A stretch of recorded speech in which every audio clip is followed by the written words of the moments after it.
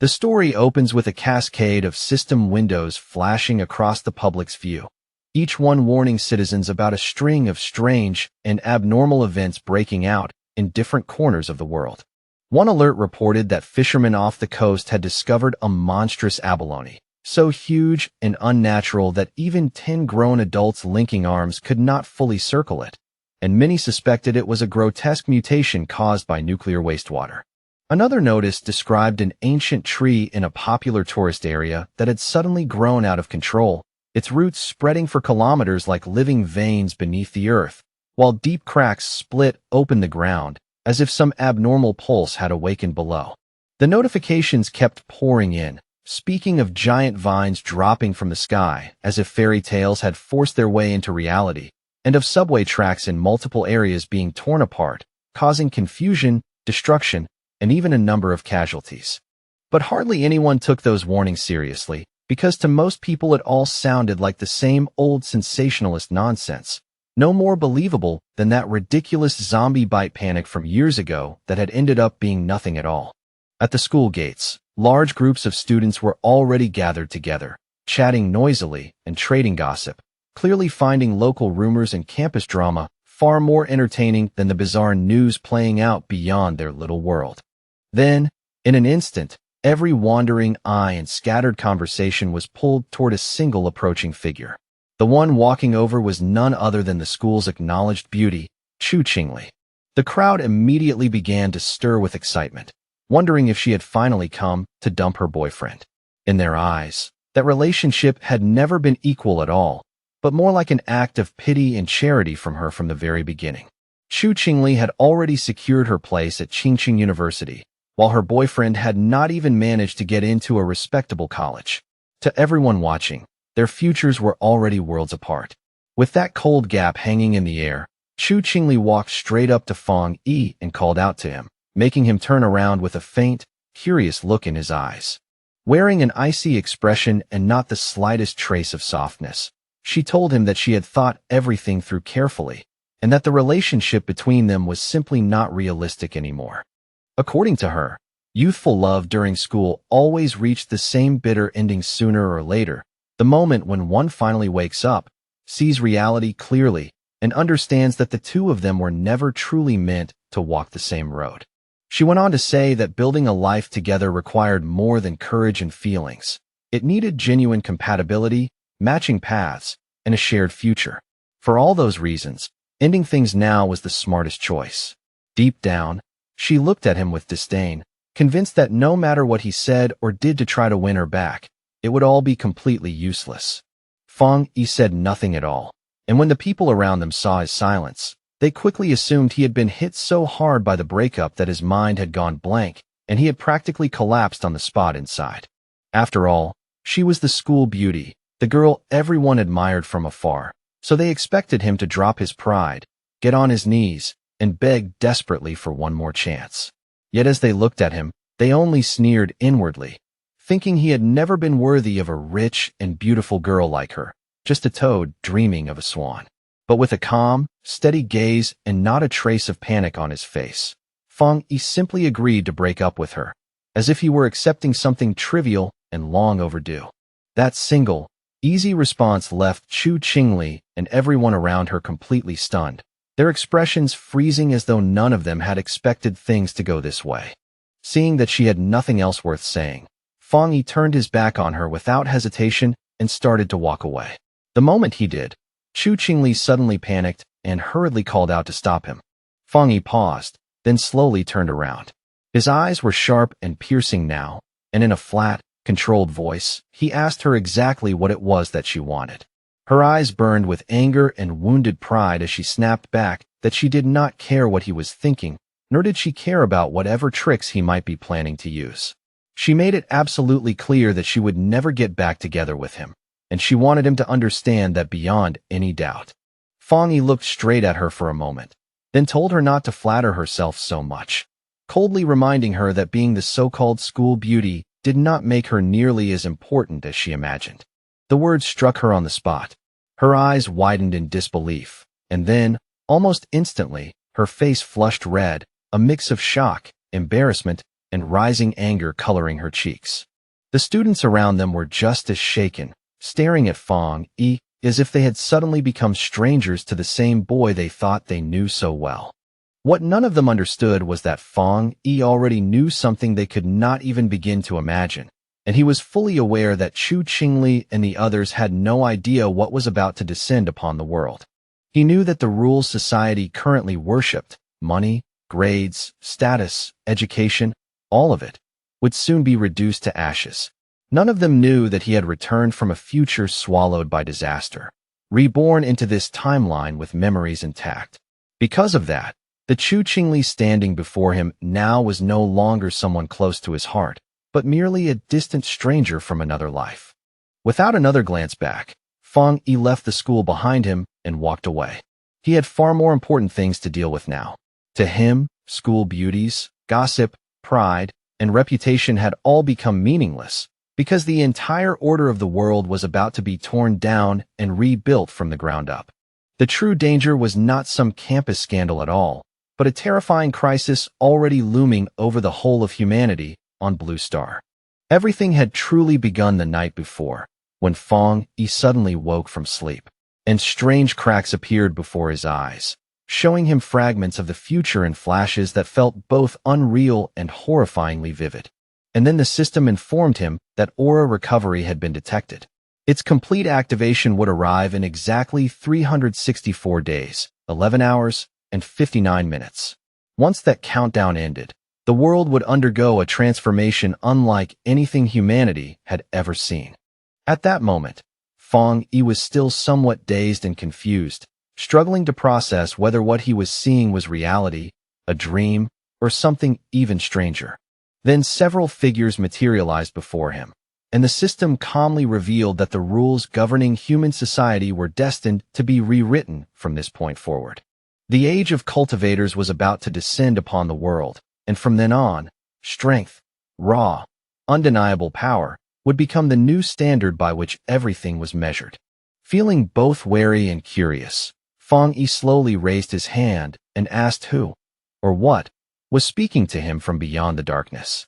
In the next instant, a strange and eerie light began to gather in front of him, shining with an otherworldly glow that made the room feel suddenly cold and unreal. A system window appeared and explained that it came from the outer reaches of the universe, built with top-tier algorithms fused with cosmic secrets. Its purpose was to automatically generate cultivation techniques based on any spiritual material touched by the host. The screen also showed, almost mockingly, that his current number of techniques was 0. Fong Yi cautiously stretched out his hand, and his eyes widened in surprise when his fingers passed straight through the system window, as if it were made of light and nothing more. Then, without warning, a terrifying monster burst into view and let out a deafening roar, its presence so violent that it seemed to shake the air itself. Fong Yi froze where he stood, his whole body going stiff as fear rushed into his eyes, and a cold chill ran through him. Inside the monster's gaping mouth hung a corpse, and the system coldly informed him that this was the end awaiting him as an ordinary person, along with the same doomed fate that would swallow billions across Blue Star. Fong Yi swallowed hard, his throat dry, and no matter how much he tried to steady himself, he could not stop the fear rising inside him. He pressed a hand against his chest as if trying to quiet his pounding heart, while worry and dread gathered heavily in his eyes. As the shock lingered, Fong Yi fell into deep thought, and memories from his previous life began to surface one after another with painful clarity. In that former life, he had been nothing special at all, just an ordinary man dragged along by the tide of chaos, struggling day after day simply to survive, while clinging to the faint hope of somehow enduring the coming disaster. But he had witnessed the collapse of his nation with his own eyes, seen the people suffer in misery, and in the end, even he had failed to escape the jaws and claws of the mutated beasts. He remembered dying in utter despair, his heart packed with rage, helplessness, and a hatred so deep that even at death's door, it burned like a final curse. A sharp light gradually returned to his eyes, filled now with determination, as he realized that perhaps this was exactly why the system had chosen him and sent him back one full year before aura recovery began. He slowly lifted his hand again, fully aware that at this very moment, most of the world was still living in ignorance, with no clue that a great and terrible change was already drawing near. Fang Yi touched the fragments of the system and made up his mind that he would seize every anomaly born from the aura and turn each one into an advantage for himself before anyone else could react. At that moment, the system began initializing a brand new evaluation, as if the first step toward rewriting his fate had finally, truly begun. A bright, eager light rose in Fang Yi's eyes as the system informed him that the connection had been completed successfully, as if a sealed door inside his fate had just been opened at last. A completely new path had now been unlocked before him, and from this moment on, everything in existence could serve as material. His mission was clear and heavy: gather powerful techniques, collect extraordinary abilities, become a true cultivator, and eventually save the world from the disaster ahead. Across the city, notices spread quickly, informing people that humanity was now facing a crisis unlike anything it had ever encountered before. There would be no answers hidden in the past, no old experience to rely on. The only option left was to adapt and survive through one's own strength. Everyone who saw those warnings was stunned and confused, except for Fang Yi, whose expression remained calm because he already knew this terrifying future was real. When he turned on his phone, screen after screen filled with fresh notifications. At a glance, he understood that the government was neither fully confirming nor denying the strange phenomena. Instead, it was limiting itself to cautious public reminders, subtly telling people to prepare. Fang Yi knew exactly what that meant. This was Xia Nation's restrained and deliberate way of issuing a warning, because reports that would once have been dismissed as mythical nonsense could never have spread this widely unless something truly serious was happening. A trace of sadness filled his eyes as memories of the past resurfaced. He knew that this quiet, indirect approach from Xia Nation helped people stay calm and continue trusting their country instead of falling into panic. It was slow, difficult, and sometimes frustrating, but still far more effective than the chaos, riots, and gunfire that had consumed neighboring nations. Then he recalled what the system had told him earlier. He could use anything as material. That meant the places where anomalies appeared would become his true opportunities, and he needed to head straight toward them without hesitation. His full attention settled on the phone screen, his eyes narrowing slightly as he began to search through the flood of information for the first useful clue. It was the #1 trending story. The UV index at Qingqing University had reportedly reached a historic record not seen in 100 years. Because of that, a heat warning had been issued, urging incoming students to protect themselves, stay alert, and apply sunscreen before entering campus. The students reading it were more confused than worried, thinking that even top universities had now started using ridiculous sensationalist advertising. To them, it had to be fake, definitely a paid trending topic, because heat at that level would not just be uncomfortable, it could kill people on the spot. Fang Yi lifted his head and looked at the sky above him, only to see thick clouds hanging there without a trace of harsh sunlight. Then he switched on a UV meter and found that the reading where he stood was 0. He could not help feeling puzzled for a moment, because Qingqing University was only about 15 minutes away by car. He did not understand how the weather conditions there could be so drastically different from what he was seeing here. Soon, images began circulating online showing a blazing, brutal sun hanging over the university grounds. Students were informed that new student registration would continue as planned, but they were strongly advised to avoid the North Gate because of the terrifying UV levels, while all the other entrances would remain open. Seeing that, Fang Yi could not help but smile, though the expression on his face carried more certainty than amusement. He knew that when anomalies first appeared, most people always mistook them for publicity stunts, marketing tricks, or fake news, and only he understood the truth hiding beneath the surface. A glimmer of excitement rose in his eyes, because he knew his first real opportunity had finally arrived. Fang Yi quickly changed his clothes and headed for Qingqing University. Along the way, nearly everyone was carrying umbrellas against the oppressive heat, and the temperature was so unnatural that even the leaves on the roadside trees had shriveled and fallen early. When he reached Qingqing University, he made his way straight toward the North Gate, the one entrance that had become the least crowded of them all because everyone else was desperately avoiding it. He already knew with absolute certainty that something was deeply wrong in that place, and the uneasy air around the gate only confirmed it further. Then glittering ashes began drifting down from the sky, glowing strangely as they fell. While the surrounding students screamed and fled in panic, terrified of being scorched alive, Fangyi kept his eyes fixed on those falling fragments without looking away. Instead of retreating, he calmly sat down right there and made up his mind to touch one of them, as if he were reaching toward the very beginning of a new fate. The moment his fingertip made contact, a fierce burst of light erupted from the ash, and the system immediately reported that it had detected an intense fluctuation of the yang attribute, successfully unlocking its data template. That scorching energy instantly rushed into Fangyi's body, and the pain that followed was so violent and overwhelming that it felt as though his flesh, bones, and blood were all being torn apart from the inside. A blazing light then began to pour out from Fangyi's body, wrapping him in a fierce golden radiance that made him look less like a student and more like a figure being reforged by fire. The people nearby cried out and covered their eyes in panic, afraid the light would blind them. None of them understood what was happening, and for a moment, some even wondered if the heat and fear had pushed them into hallucinating.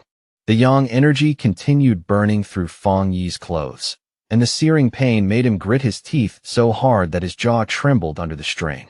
He grabbed the top of his head and nearly lost control, his whole body shaking as he had no idea whether the system had finished compiling or not.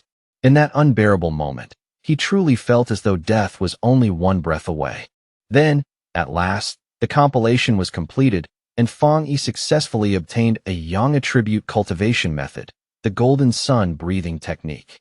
Not long after that, it was the official registration day for the new students at Qingqing University, and the campus was once again crowded with noise, movement, and fresh faces. Fangyi's ex-girlfriend arrived at the registration area looking as eye-catching as ever, and almost immediately a young man stepped forward with a flattering smile, offering to carry her suitcase for her. Before long, several more boys came over one after another, all trying to seize a chance to get close to her, but she rejected every one of them with cold indifference, making it clear that she did not need anyone's help. She turned and glanced at a nearby couple with a sneer, her expression carrying that same familiar arrogance and quiet contempt. But in the very next instant, a brilliant golden flash suddenly lit up the area, startling her and the surrounding students so badly that all their attention snapped toward the source. A tense voice came through the loudspeaker, urgently ordering everyone to stay away from the north gate and keep their distance from the area at once. Her expression immediately turned serious, and curiosity mixed with unease as she decided to go and see for herself what exactly was happening over there.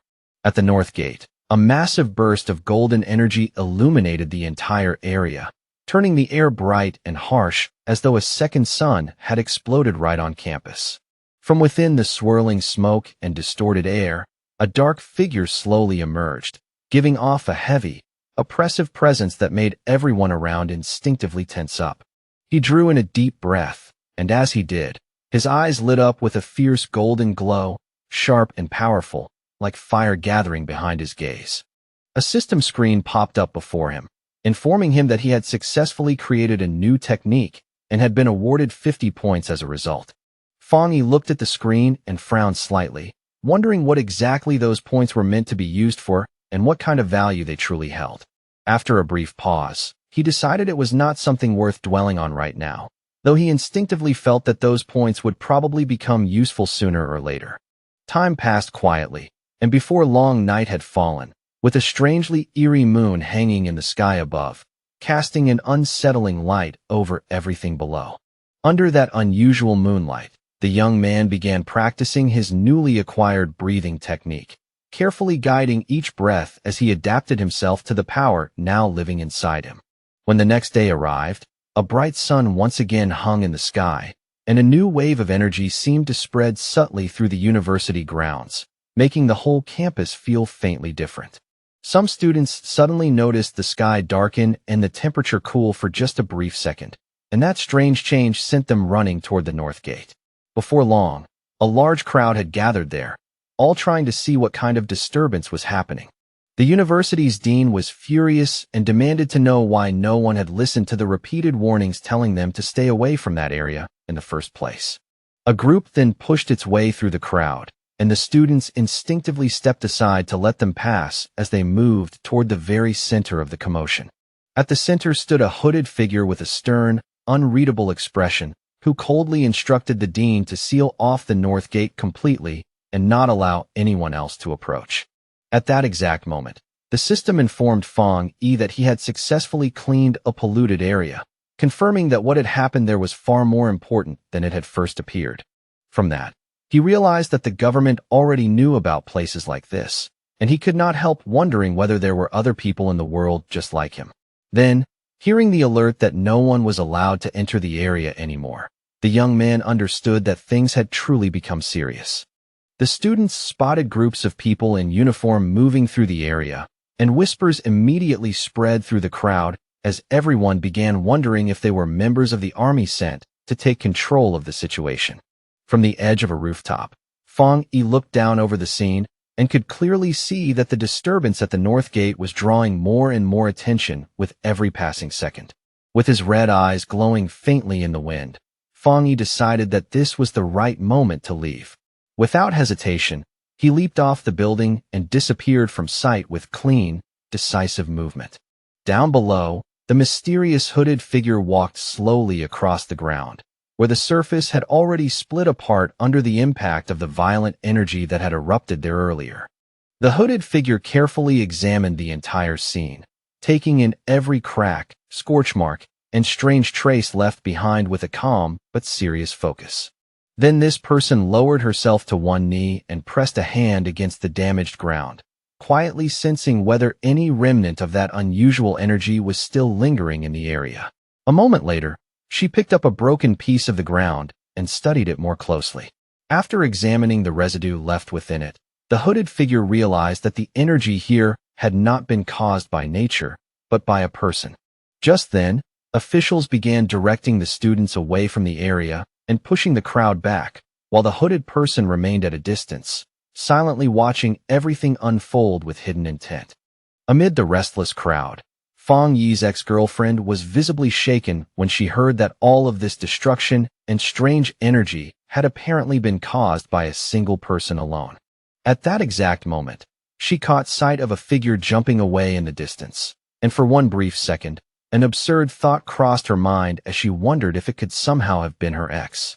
But she immediately forced that thought away and rejected it herself. With his grades and background, there was no way Fong Yi could ever have entered this school, much less appeared in the middle of something like this.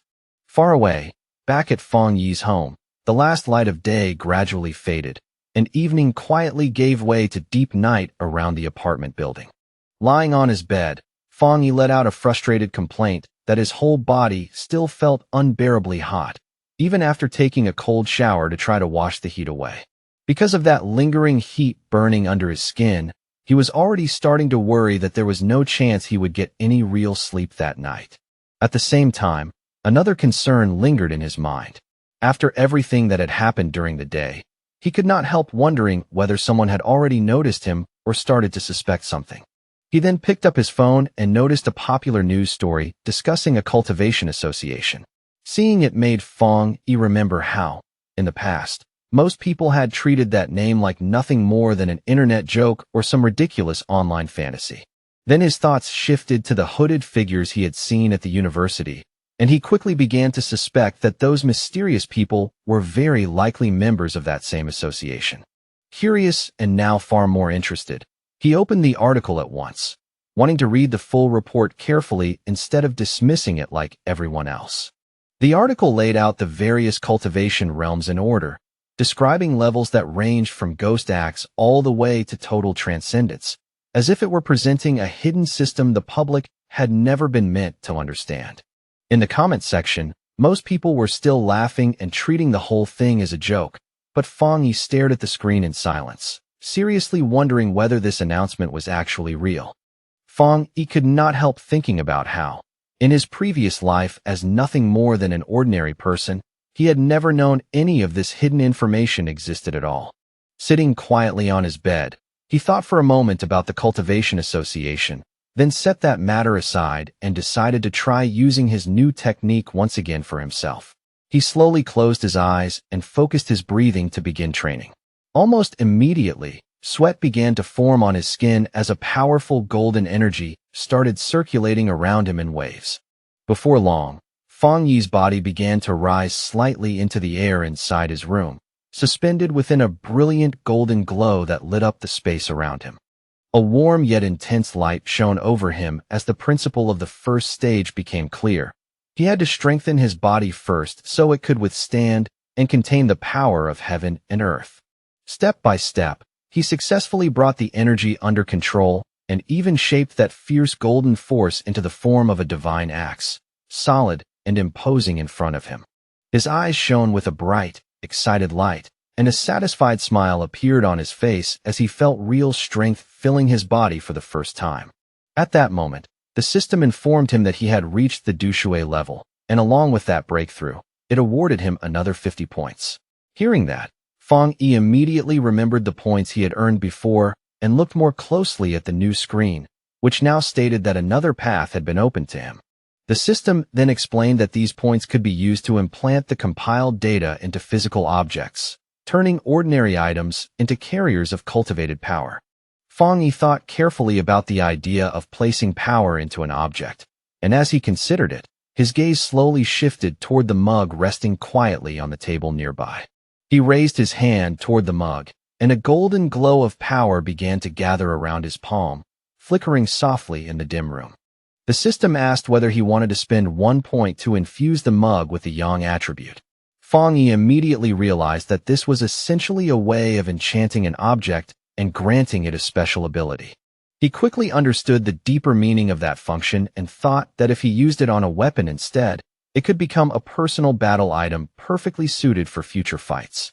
The more he thought about what lay ahead, the more certain he became that having a weapon enhanced by power would be extremely important for surviving what was coming. With that in mind, Fang Yi searched his shelf, found a small sword there, and decided to use it as a test subject for this new ability. He thought that if this experiment succeeded, then the next step would be to buy a real weapon and prepare properly for the day he would have to face monsters again. Just then, in the middle of the quiet night, a strange sound from outside the building suddenly caught his attention and broke his concentration at once.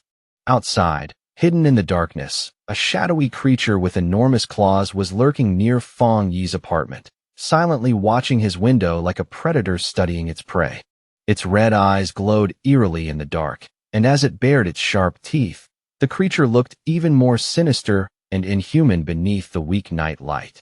The thing resembled a giant demonic rabbit, twisted into something unnatural, and it lowered its body as if preparing to launch itself straight at the building. But inside the apartment, Fang Yi still had no idea that danger had already arrived outside and was drawing closer by the second.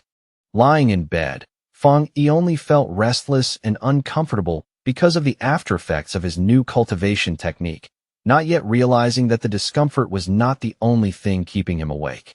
His red eyes sharpened slightly as he listened again, wondering where that strange noise, something faint and scratchy, almost like a rat, was coming from. At first, he reasoned that it was probably not coming from inside his room or from the pipes, and guessed that maybe it belonged to some pet kept by a neighbor nearby.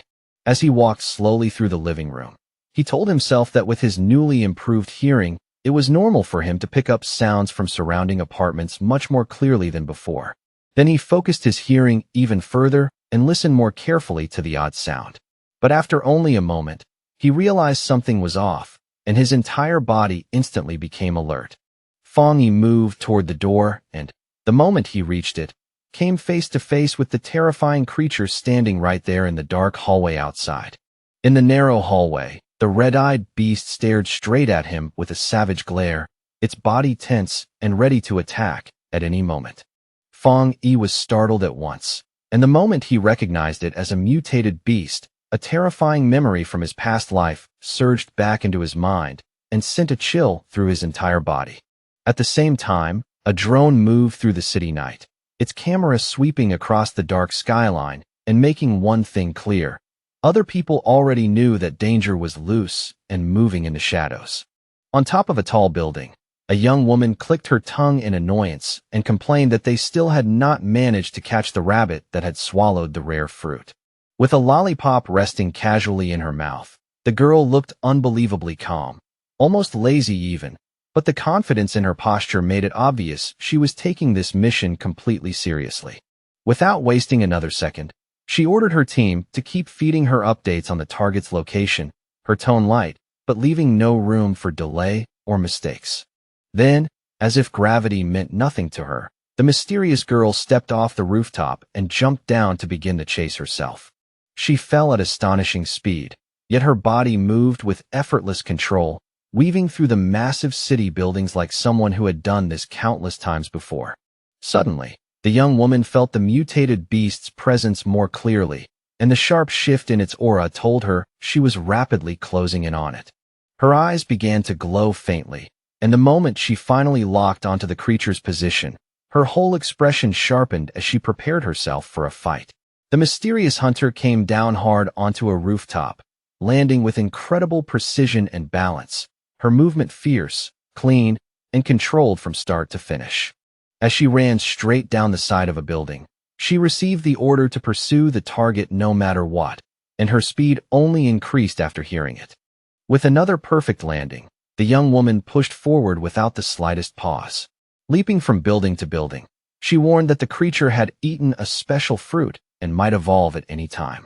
At that exact moment, a man still working late caught sight of something streaking past his window and froze in confusion.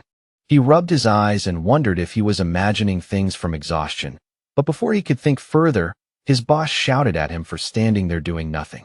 Meanwhile, high above the city, the hunter stood like a shadow cut into the moonlight, poised near the 65th floor with an eerie stillness that made her look almost unreal.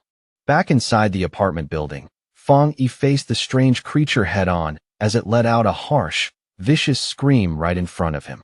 With golden light burning in his eyes, Fong Yi could feel that his body was no longer the same as before, and that change gave him the confidence to meet this monster in a fair fight. The creature slashed forward with its claws in a savage burst, but Fong Yi twisted aside with astonishing speed and avoided the attack cleanly. In that instant, Fong Yi realized just how much his body had transformed, because the beast's once deadly attacks now seemed to move almost in slow motion before his eyes. Golden sun energy gathered in his hand as he stared at the beast, wondering why a mutated creature had appeared so early, far sooner than it should have. Even so, the memories of his previous life surged up inside him, and Fong Yi steadied himself as he faced the monster without backing down. He knew this creature had not fully evolved yet, but he also understood that the night made it more violent, more unstable, and much more dangerous than it would be by day. So Fong Yi charged first without hesitation, because he knew that if he failed to stop it here, everyone living in this building would end up dead. In the middle of the clash, Fong Yi managed to catch hold of the creature using a hand wrapped in concentrated energy, stopping its movement by force. Then, with shocking ferocity and not the slightest trace of fear, Fong Yi bit into the strange creature, fighting it with raw desperation at point-blank range. He locked the monster down in a tight hold, and the golden light in his eyes turned cold and sharp, filled with absolute focus and killing intent. As he swung the creature through the air, Fong Yi quickly noticed something important and realized that its tail appeared to be the beast's weak point. The moment he saw the opening, he seized the creature's tail with all his strength, refusing to let go no matter how violently it struggled. Fong Yi then hurled the monster straight into the window, and the glass shattered instantly under the force of the impact, spraying fragments everywhere. With golden light blazing around his fist, Fong Yi drew back and prepared to unleash a heavy, decisive punch. In the next moment, he fired out a beam of energy that tore through the air and struck the creature head-on while it was still suspended. The monster was immediately swallowed by that brilliant golden beam, its body disappearing inside the fierce light flooding the space. But the strange creature suddenly reached out with its claws and grabbed at the golden energy itself, trying to seize and devour its power. Fong Yi instantly realized that the monster was attempting to steal his yang energy, and he pushed back with everything he had. At that moment, Fang Yi understood that the power of the sun was far too violent for this beast to handle, and that the rabbit was essentially destroying itself by trying to absorb it.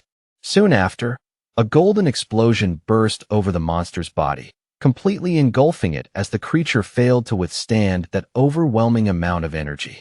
In the neighboring building, a couple was jolted awake by the noise, and the man frowned groggily as he asked if that sound had just been thunder.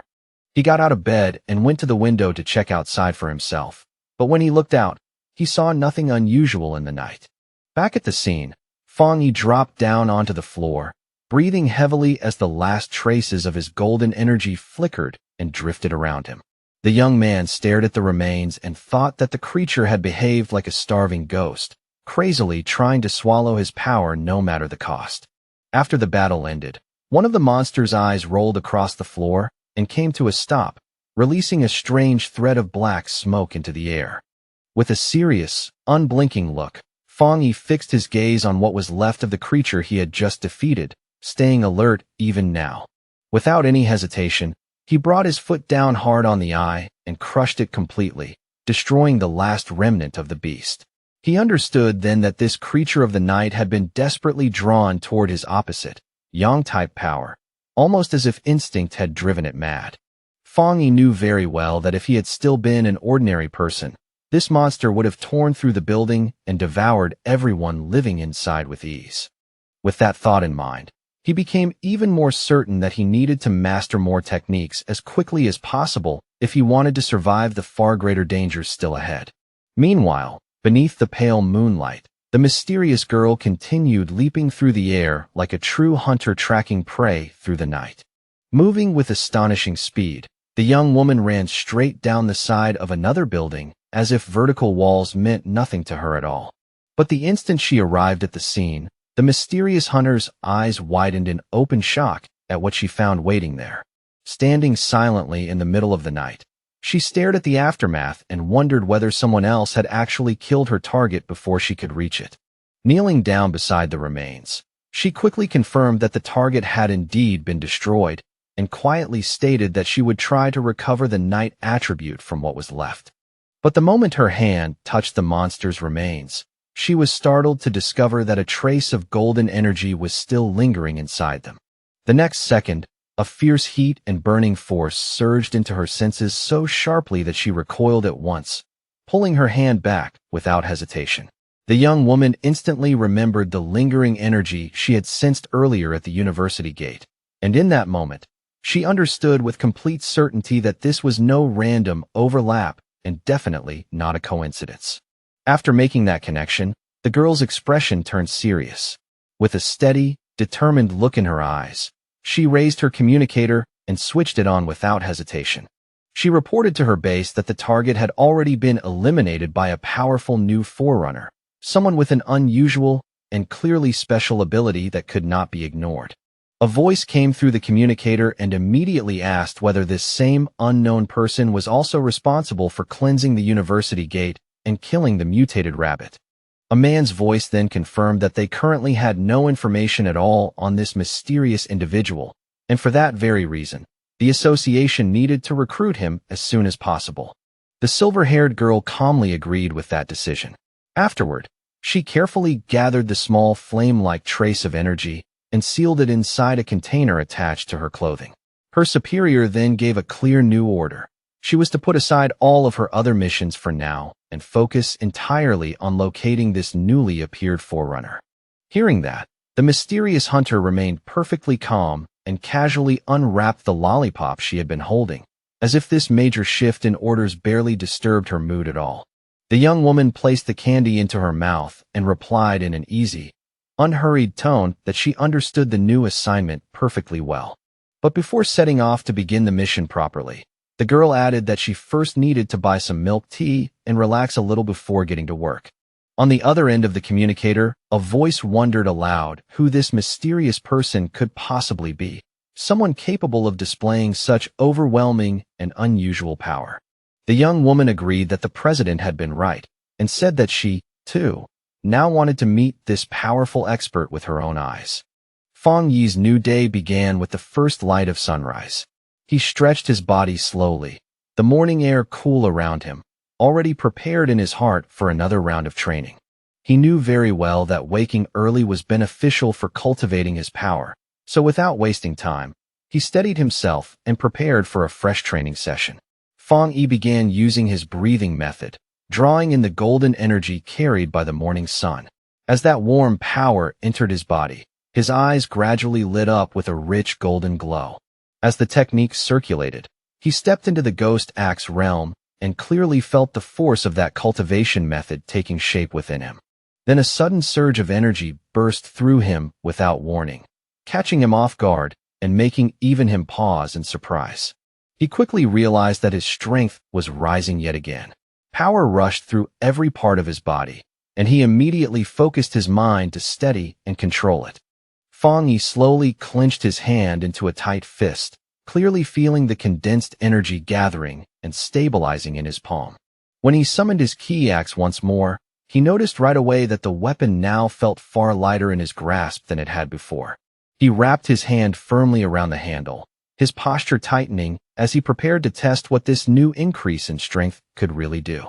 The young warrior raised the golden axe high above his head, gathering force through his whole body as he prepared to unleash a heavy, decisive strike.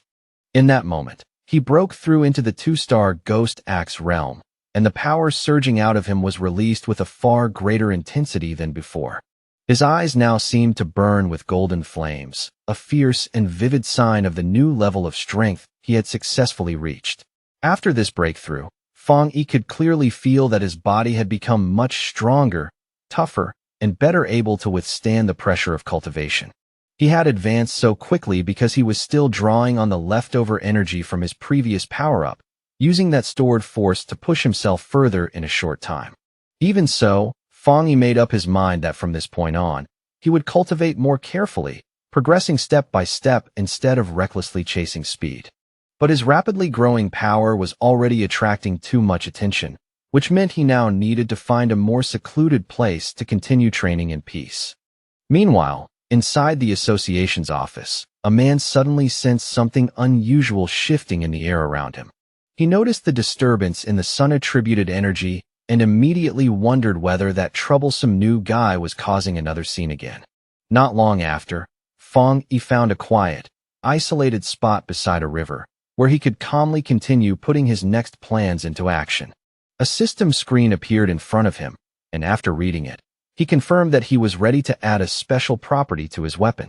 He remembered that he had tested this process on another object before, but that item had been too weak and simply could not endure the force being placed into it. This time, however, the new blade resonated smoothly with his energy and formed a strong connection with it. A system message soon confirmed that the item encoding had succeeded. Excited by the success of his newly empowered weapon, Fang Yi immediately readied himself to test its terrifying potential without delay. The results stunned even him. The sword released an astonishing amount of power, and a massive golden beam erupted from the blade and shot straight into the sky.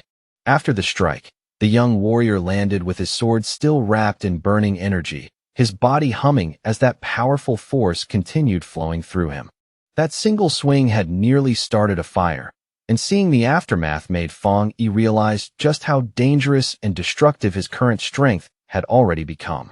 The smoke produced by the attack was huge and impossible to miss, so he immediately understood that someone might have seen it and that he needed to leave the area quickly.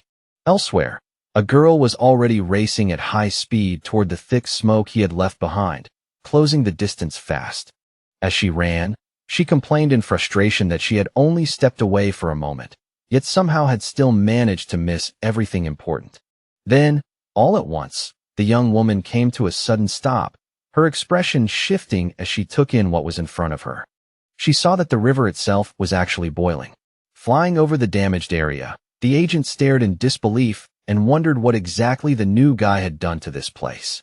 She could already imagine herself getting scolded later, because ever since this mysterious person had appeared, nearly everything around her seemed to be going wrong. Just then, a flash of golden light in the distance caught her attention, and her eyes sharpened at once with fresh curiosity. The hunter was genuinely shocked by what she sensed next. It should not have been possible. His power had jumped from 1 star to 2 stars so quickly, and on top of that, he had even created a spirit weapon. The association possessed only 2 such weapons in total, and even now, the method for creating them was not fully understood or mastered. That made the girl deeply suspicious, and she could not stop wondering how someone working entirely on his own could possibly have gained this kind of power. Still, after thinking it over, she told herself she might be mistaken and decided to begin cleaning up the mess he had left behind first. Far away from all that, Fang Yi thought about how his weapon now carried the Yang attribute successfully, yet even with that achievement, he knew he still wanted more power. Since the system could encode almost anything, he decided to push the blade even further and add more traits to it. Then, out of nowhere, his phone buzzed. A message from a complete stranger popped up, and only then did he realize he had totally forgotten to stay private. Now some unknown person was inviting him into a pioneers group. He was stunned when he found out that official members were supposed to be at least at the Ghost Axe realm. The stranger quickly explained that a brand new pollution zone had appeared and invited him to join a group hunt there. After asking where it was, he received a file in return, one that detailed the lava dragon of the Shadow River. The zone was filled with lava and carried the same Yang attribute he possessed, so Fang Yi thought it over for a moment and accepted the invitation. Meanwhile, far away in Binmu district, a team was already gathered there, waiting for old Li's friend to finally show up. One of the members said the girl's map had been incredibly accurate, which was why he had managed to find the place so easily. The blonde girl thanked everyone for making the trip, then calmly reminded them that if they wanted to succeed, they would have to work together. She was from the Cultivation Association, and honestly, she felt a little disappointed that the pioneers gathered here were not especially strong. What most people did not know was that the Cultivation Association was actually a government organization. It had taken a lot for her to get in, even requiring her family to call in favors. So more than anything, she could not stand the thought of failing. Right at that moment, one of the explorers spotted the newcomer approaching and immediately called out his name, Fang Yi. Fang Yi arrived with a powerful presence, carrying his newly forged sword, and gave the group a simple but confident introduction. The agent was visibly startled by the pressure coming from him, yet when she sensed his aura more carefully, she found that it was not oppressive at all, but warm and strangely steady. Now that the whole team had assembled, the leader gave the signal, and everyone began heading toward the cave entrance together. Fang Yi chose to take the lead without hesitation and told the blonde agent to handle the lighting behind him. The team moved deeper into the cave, and one of them warned Fang Yi to watch out for the loose rocks above. At the same time, they all found it a little strange that the place still was not as hot as they had expected. As he kept walking ahead, Fang Yi found himself thinking about how quickly these people had accepted him. In times like these, that kind of trust and companionship felt surprisingly genuine. Fang Yi continued forward, and soon the ground beneath his feet began to change color, a clear sign that danger was getting close. A moment later, they stepped into a massive open space and froze in shock at the sight before them, a river of boiling lava flowing right across the cavern. Without even pausing to think, Fang Yi charged straight toward the danger, making the blonde agent shout at him not to act so recklessly. To everyone's disbelief, the warrior thrust his sword directly into the lava. The explorers were thrown into panic and cried out in alarm. A violent burst of fire exploded outward and hurled the team backward, while Fang Yi's system suddenly picked up a worldwide anomaly and began analyzing the incoming data. As Fang Yi drove his sword into the lava, his system broke down the anomaly and uncovered a new power called Inner Flame, a force with an unbelievably high internal temperature and explosive properties.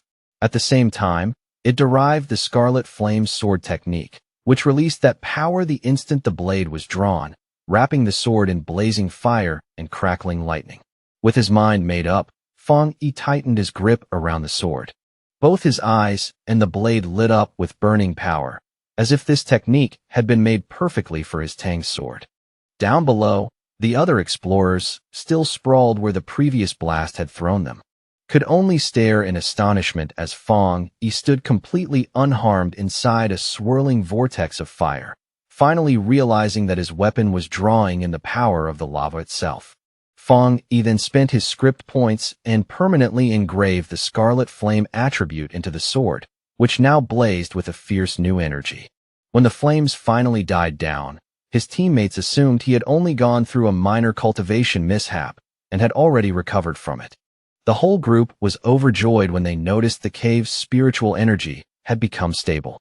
One person happily celebrated that he could now absorb it without trouble, while another, just about to step onto the path of cultivation, excitedly shouted Zhang Xiaoya's name. The blonde agent, Zhang Xiaoya, urged them to make the most of the chance and cultivate while she stood guard, and the team gratefully thanked her for giving them that opportunity. Their brief moment of peace did not last long, because Zhang Xiaoya suddenly sensed several figures nearing the entrance and warned everyone that other pioneers had arrived. 3 heavily built men stepped inside, and at their front was a one-eyed man with an eye patch and glowing red eyes, who arrogantly announced that this resource-filled place belonged to them now. Zhang Xiaoya's heart sank at once, because she recognized that all 3 of the newcomers had reached the 1-star Ghost Axe realm, far beyond what her current team could handle. Even so, Zhang Xiaoya tried to stay calm and reason with them, politely saying that her group had arrived first and even offering to let them join in. Her attempt at diplomacy was answered with open contempt. The eye patch-wearing leader mocked her weak cultivation and told them to get out if they knew what was good for them. Zhang Xiaoya's expression turned cold. She thought about the cruel law of the strong devouring the weak in this new age, but as a member of the Xian Nations Association, she knew she could not simply stand by and accept such injustice.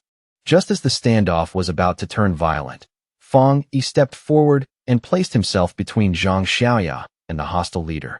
With his sword already burning in his hand, he looked at the huge man and coldly asked whether he had nothing better to do than pick on a young woman.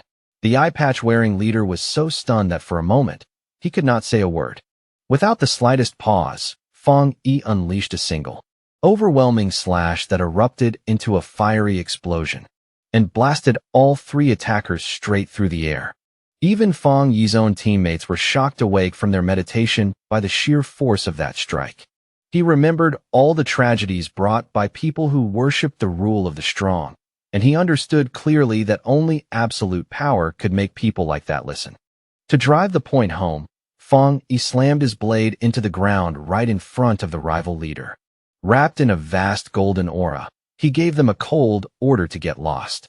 Frightened by this second terrifying display, the leader called Fang Yi a monster and screamed for his men to run, while Fang Yi silently watched them flee in panic. The moment the danger passed, his teammates hurried over at once, all of them buzzing with excitement and disbelief at his astonishing strength. Fang Yi gave an easy smile, waving the matter away as though it were nothing worth dwelling on, then calmly suggested that they should stop lingering here and head out before more trouble found them. As they made their way out, Zhang Xiaoya kept replaying the scene in her mind, silently measuring the terrifying strength Fang Yi had revealed and realizing with growing certainty that what he had shown them was only a small fraction of what he could truly do. By then, she was already convinced he was a top-tier pioneer of the highest value, and the weight of that conclusion hit her hard. She knew this was no ordinary discovery and that she had to report it back to her organization at once, without wasting even a second.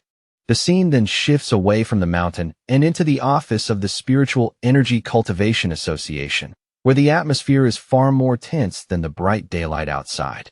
There, a woman speaking with Zhang Xiaoya over the phone repeated the news in open surprise, almost unable to believe what she was hearing as she asked again whether another high-attribute pioneer had truly appeared. The office worker immediately grew flustered after blurting that out, her expression tightening as she realized she had spoken too freely, especially with an imposing man standing silently behind her and hearing every word. Trying to recover her composure, she gave an awkward confirmation of the report, forced a stiff reply, and then quickly hung up the call before she said anything even more revealing. The young woman turned and cheerfully asked her gray-haired superior whether they had somehow become lucky enough to discover 2 high-attribute pioneers one after another. But his face remained grim as he corrected her in a low, serious voice, saying this had nothing to do with luck.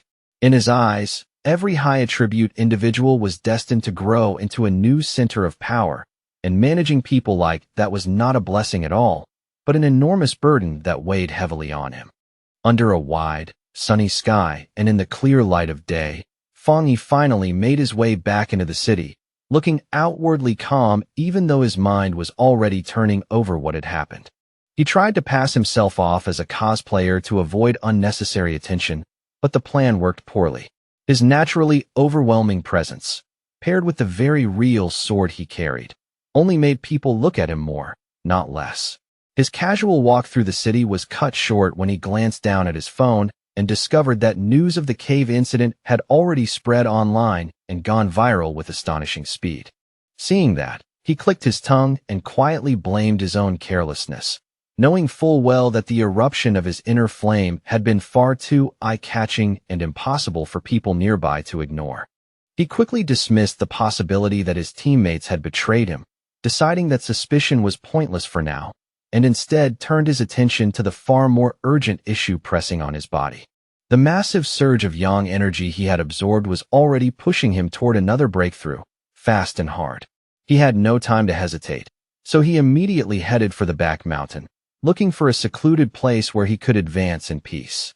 Only 5 minutes later, on that same mountain and beneath the quiet stretch of open sky, a different figure happened to be nearby. That figure was a silver-haired young woman named Su Qingying, whose usual work involved garden restoration, though her calm appearance concealed strength far beyond that gentle profession. While going about her business, Su Qingying suddenly felt a powerful presence erupt in the distance, so intense and abrupt that it made her whole body tense on instinct. She lifted her eyes and saw an explosive burst of light blooming ahead like a miniature sun, and in that instant she recognized the signs at once. A cultivator was breaking through into the 3-star Ghost Axe realm. The sheer scale of the energy left her stunned. She had never imagined that a breakthrough at that realm could produce something so vast, so violent, and so utterly monstrous. Driven by both duty and a sudden flash of recognition that stirred in the back of her mind, Su Qingying's gaze sharpened at once. Without wasting another moment, she rushed straight toward the disturbance, moving as fast as she could and silently vowing that this time, no matter what, she would catch the mysterious individual behind it. High up on the mountain, far from the city noise, Fong Yi had already settled himself and was fully focused on breaking through, shutting out every distraction around him. He drew in huge torrents of golden energy from all directions, and the power spun wildly around his body before gradually gathering above his head into a radiant sphere that shone like a newborn sun. As he meditated in midair, the force gathering behind him condensed into a complex, star-shaped divine form. Golden arcs of energy crackled across his skin, his eyes burned with power, and every breath he took was part of a fierce struggle to restrain the violent energy surging through him. At last, all that raging power began to come together, layer by layer, until it took the shape of a giant divine axe formed from pure golden and pale blue energy, dazzling to look at and crackling with terrifying force. Meanwhile, Su Qingying arrived and stopped dead the moment she saw the scene before her. For a few seconds, she could only stare in complete disbelief.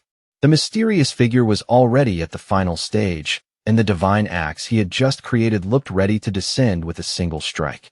What shocked her most was not just the amount of spiritual energy involved, but the unbelievable control behind it all.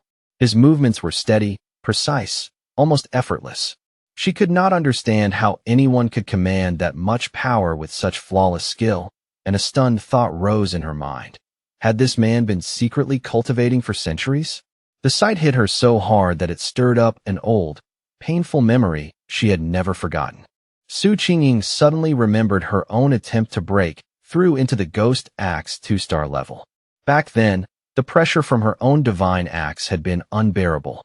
It had pushed back against her, shattered her rhythm, and made her cough up blood on the spot.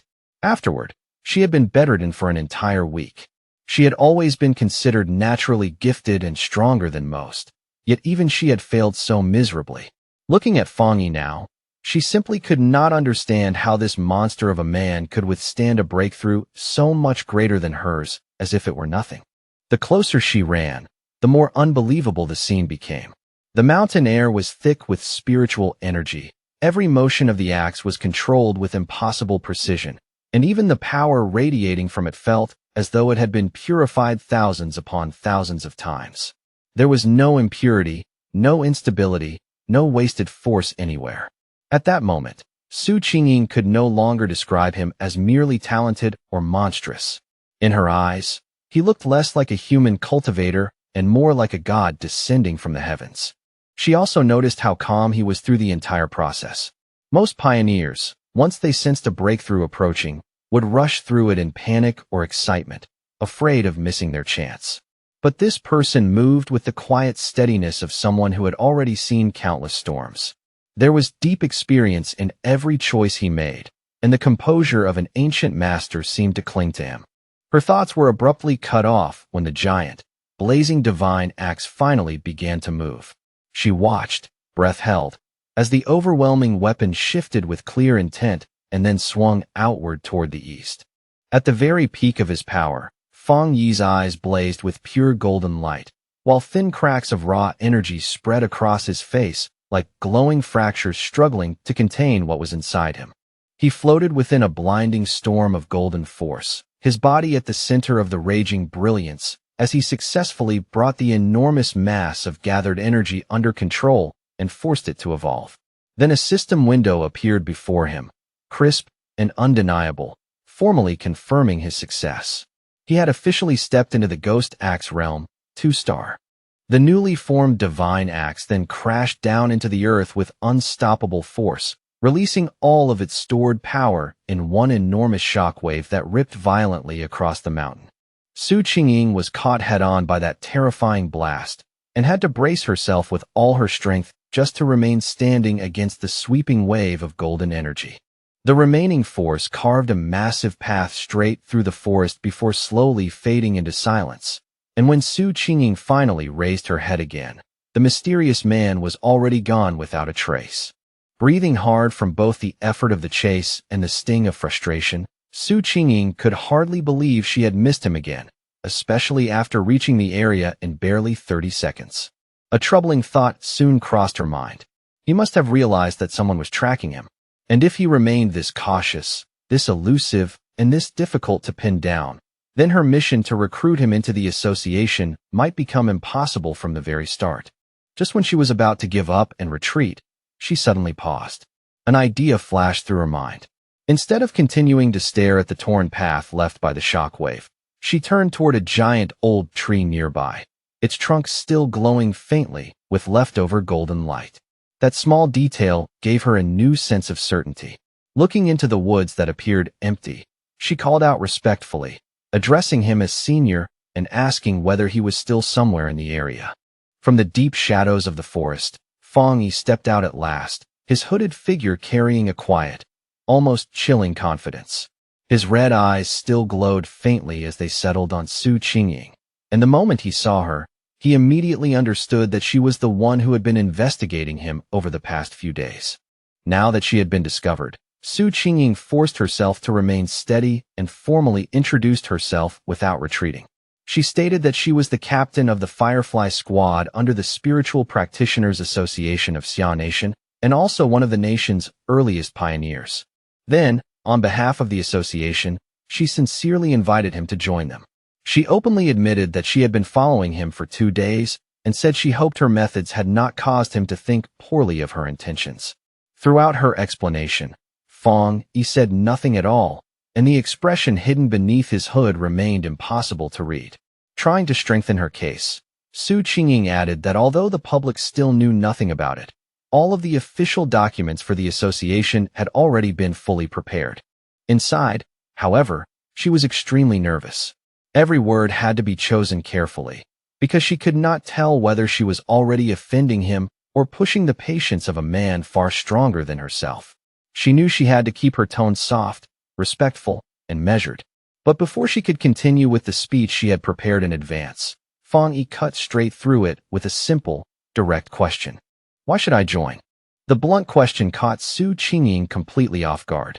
She froze for a brief moment, then stuttered as panic rushed into her thoughts. In that instant, She understood that polite slogans and empty promises would mean absolutely nothing to someone as sharp and perceptive as him. So she decided the truth was her only real option. Steadying herself, she explained the purpose behind the association as plainly as she could. She told him that Xia Nation wanted to gather the early pioneers together, unite them, guide them onto a more organized path, and offer them greater protection as the world changed. She admitted that everything was still chaotic and uncertain, and that to someone like him, an organized group might easily sound like a cage built to restrain a free spirit. Even so, she asked him to look beyond that. A great return of spiritual energy was coming, and when it fully arrived, they would all need to stand together against the unknown enemies waiting in the future. After quietly listening to her earnest and passionate explanation, Fang Yi merely leaned back against a nearby tree, looking tired, relaxed, and not especially moved. Then he gave her a plain answer. He was not willing to join. For now, he said, he still could not bring himself to place full trust in either her or the association standing behind her. Su Qingying was left utterly stunned by that straightforward refusal, her eyes widening as if she had not even prepared herself for the possibility that he would reject her so cleanly. Faced with his refusal, Su Qingying immediately grew anxious and desperate. In a hurry, she reached into her jacket and pulled out her identification card, as though that single object might still salvage the situation. Holding the card up where he could clearly see it, she quickly introduced herself once more as Su Qingying and added that before the return of spiritual energy, she had once been a well-known athlete. Her voice carried an unmistakable plea as she begged him to believe her, hoping that her former public identity might at least give him one reason to trust that she was sincere. Fang Yi paused at that, his expression shifting ever so slightly as he considered her words. Then he touched his chin in thought and said that he now vaguely remembered who she was. In his mind, a memory surfaced with surprising clarity, a framed photo of Su Qingying standing on a podium, celebrating her finish as runner-up in Xi'an Nation's long-distance championship. At that moment, Fang Yi understood that her naturally gifted athletic ability was exactly what had allowed her to become such a fast, sharp, and capable pioneer. But the softness in his expression quickly faded, and his face turned hard. A dark memory from his previous life rose up without warning, bringing with it the grim image of a ruined city swallowed by death, silence, and despair. He knew all too well that in the original timeline, Xi'an Nation's efforts, including everything the association had tried to build, had ultimately failed. In the end, humanity had still been driven to destruction. Now that he had returned with the system, he understood that he had to become part of the answer this time. Even so, joining the association now was still not the right move for him. Putting on a more thoughtful, measured expression, Fang Yi looked back at the hopeful Su Qingying and calmly confirmed that yes, he did remember her after all. He told her that he would think about the offer she had made, and before Su Qingying could respond or press him any further, he suddenly leaped into the air and shot away from the spot at incredible speed, vanishing almost as soon as he moved. Then, just as abruptly, he appeared right behind the startled Su Qingying, making her tense up in surprise. In a firm, unquestionable tone, he gave her one condition. For the time being, she was to keep his whereabouts secret from everyone. At the same time, he quietly observed her respectful attitude and guessed that the association was being very careful not to provoke powerful pioneers who had not joined them. He immediately recognized that caution as a weakness he could make use of, while Su Qingying, sensing there was still room to negotiate, quickly proposed a compromise. She explained that the association had already detected the energy released during his breakthrough, and because of that, she had no choice but to submit a report. Still, she suggested sending one that mixed truth with falsehood, enough to protect his identity while also satisfying her superiors. Fang Yi considered her words for a brief moment, then gave a quiet nod and agreed to the plan.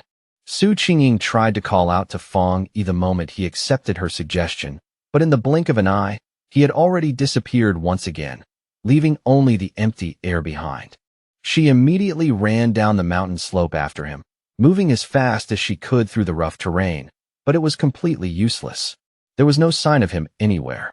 Tired, irritated, and left with no choice, Su Qingying walked alone along a damp forest path, muttering under her breath in growing frustration about how many times she had already failed to catch him and how he was clearly trying to avoid her now. Letting out a weary sigh, she grumbled about the exhausting job of cleaning up and erasing the powerful energy traces he left behind after every incident. Her irritated thoughts were suddenly interrupted by a voice coming through her earpiece, telling her to stop dwelling on that impossible-to-track pioneer and to refocus on the mission already in front of her. The voice then informed her in a serious tone that the strange creatures had appeared again. Su Qingying froze on the spot, her eyes widening at once as she asked, almost in disbelief, whether they had really returned. A terrifying memory instantly flooded her mind, showing her trapped in the middle of a pack of wolf-like creatures, their mouths slick with blood and their red eyes burning with savage hunger in the dark. She thought to herself that she would never forget those bloody, unnatural beasts for as long as she lived. The story then explained what they truly were: cold, vicious, bloodthirsty monsters born from the contamination zones created by the return of spiritual energy. These creatures drew strength from those zones, evolving into monsters that hunted and devoured humans. Some of them could even disguise themselves as natural disasters, using destruction as cover while tearing apart whole regions and creating new contamination zones in the process. If no one stopped them, their destructive nature would allow them to keep consuming the human world piece by piece until nothing remained. Not long after, a heavy storm suddenly crashed down over the city with frightening force. That night, the sky was no longer lit by ordinary streetlights, but by relentless, violent flashes of lightning that split the darkness again and again. Rain poured down in sheets, drumming against windows and streets, while red emergency alerts lit up people's phones one after another, warning of a severe thunderstorm and urging everyone to remain indoors. Another alert soon followed, announcing that the Yuhuang Mountain area had been officially closed due to the growing risk of flooding and related danger. Standing by their windows, people stared out at the terrifying weather and commented that they had not seen a storm this severe in years. Some even joked nervously that maybe a powerful being was up on the mountain undergoing some kind of lightning tribulation. Hidden inside a narrow, rain-soaked alley, Fang Yi watched the storm with a grim, focused expression, one red eye glowing faintly in the dark. He could clearly feel the enormous thunder energy saturating the air and recognized at once how wild and violent it was. This was no ordinary storm. It was another anomaly, and all that terrifying power was gathering toward a single point. His gaze swept past the rows of city buildings and distant lights before locking firmly onto a faraway mountain peak, where bolts of lightning were striking over and over without pause. In that instant, he knew he had found the true center of the storm. Without the slightest hesitation, Fang Yi rushed straight into the pouring rain, leaping across rooftops with explosive speed as he made for the mountain through the storm. The moment Fang Yi arrived at the foot of Yuhuang Mountain, the system immediately reacted and confirmed that a contamination zone had been detected. He raised his eyes toward the peak, but instead of the familiar beauty the mountain usually carried, he saw a grim and twisted sight, with skeletal remains scattered among warped trees as if the whole place had already been claimed by death. At the same time, another system notice appeared, adding to the danger by stating that the contamination level was unknown. Even so, Fang Yi did not stop for even a moment.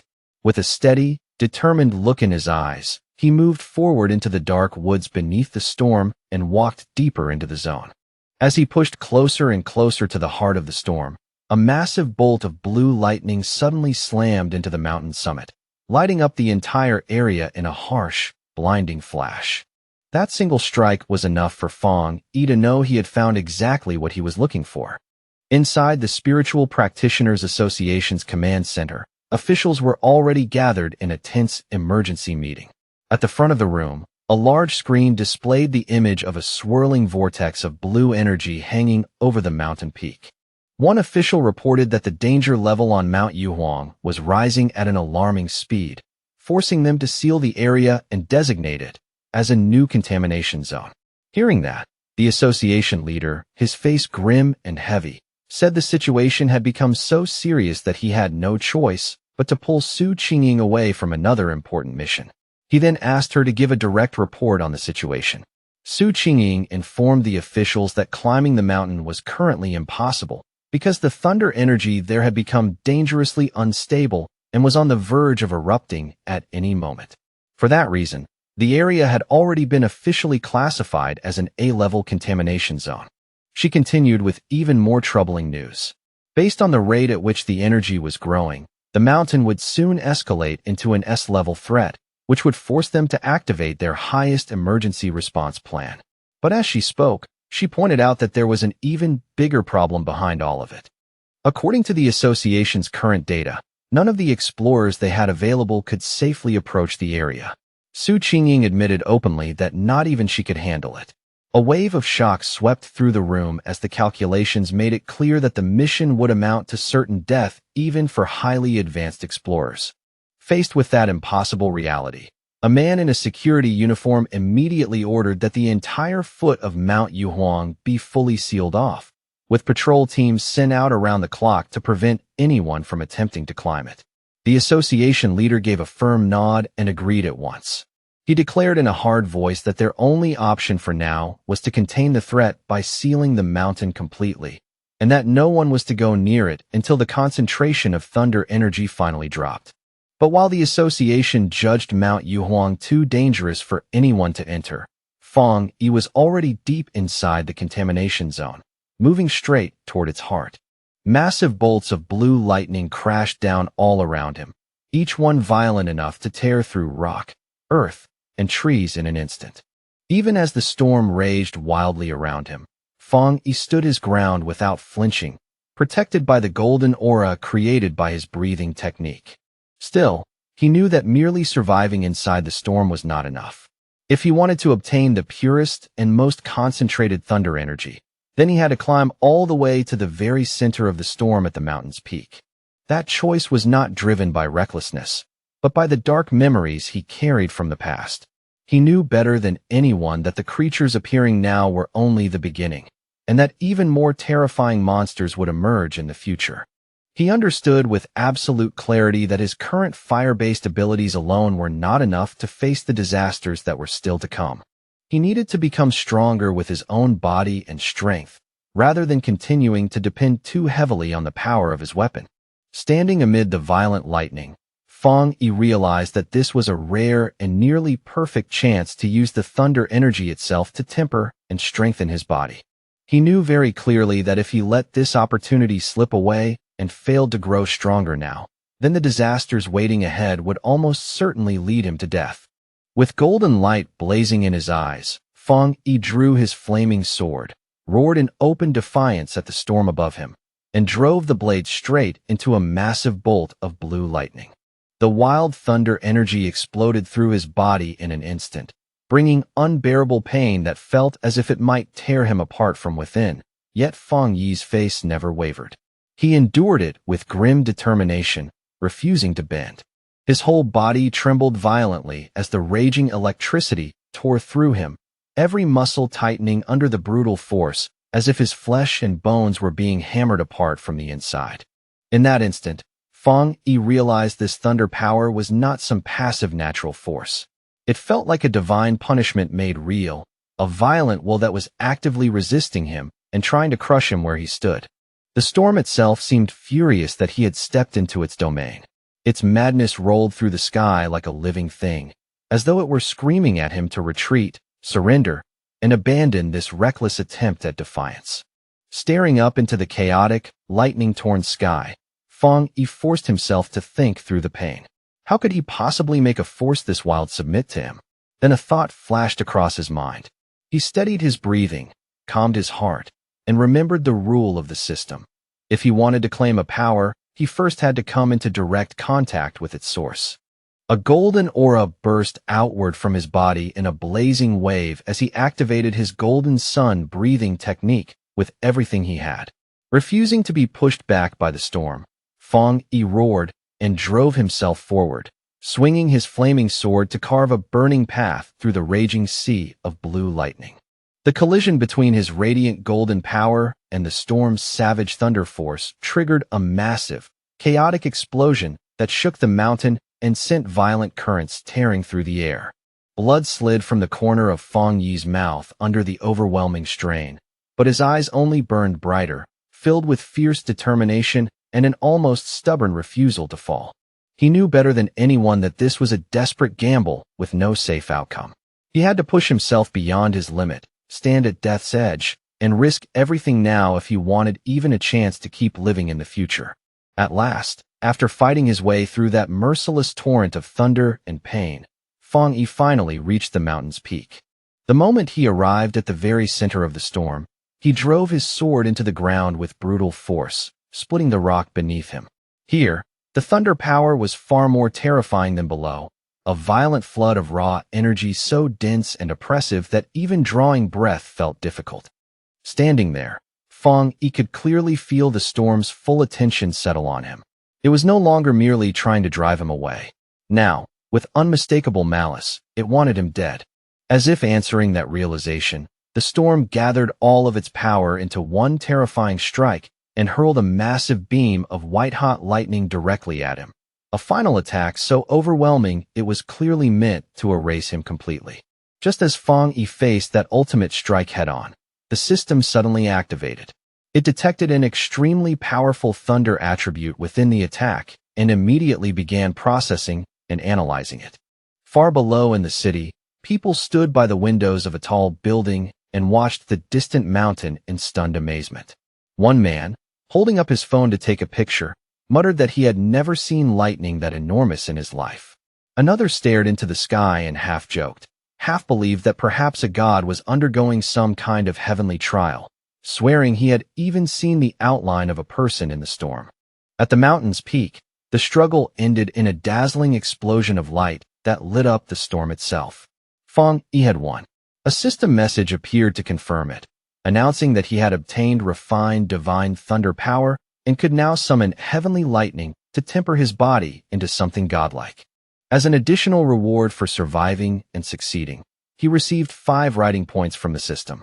Now floating in midair amid crackling blue lightning and the glow of his golden aura, Fang Yi quietly grasped the nature of his new power.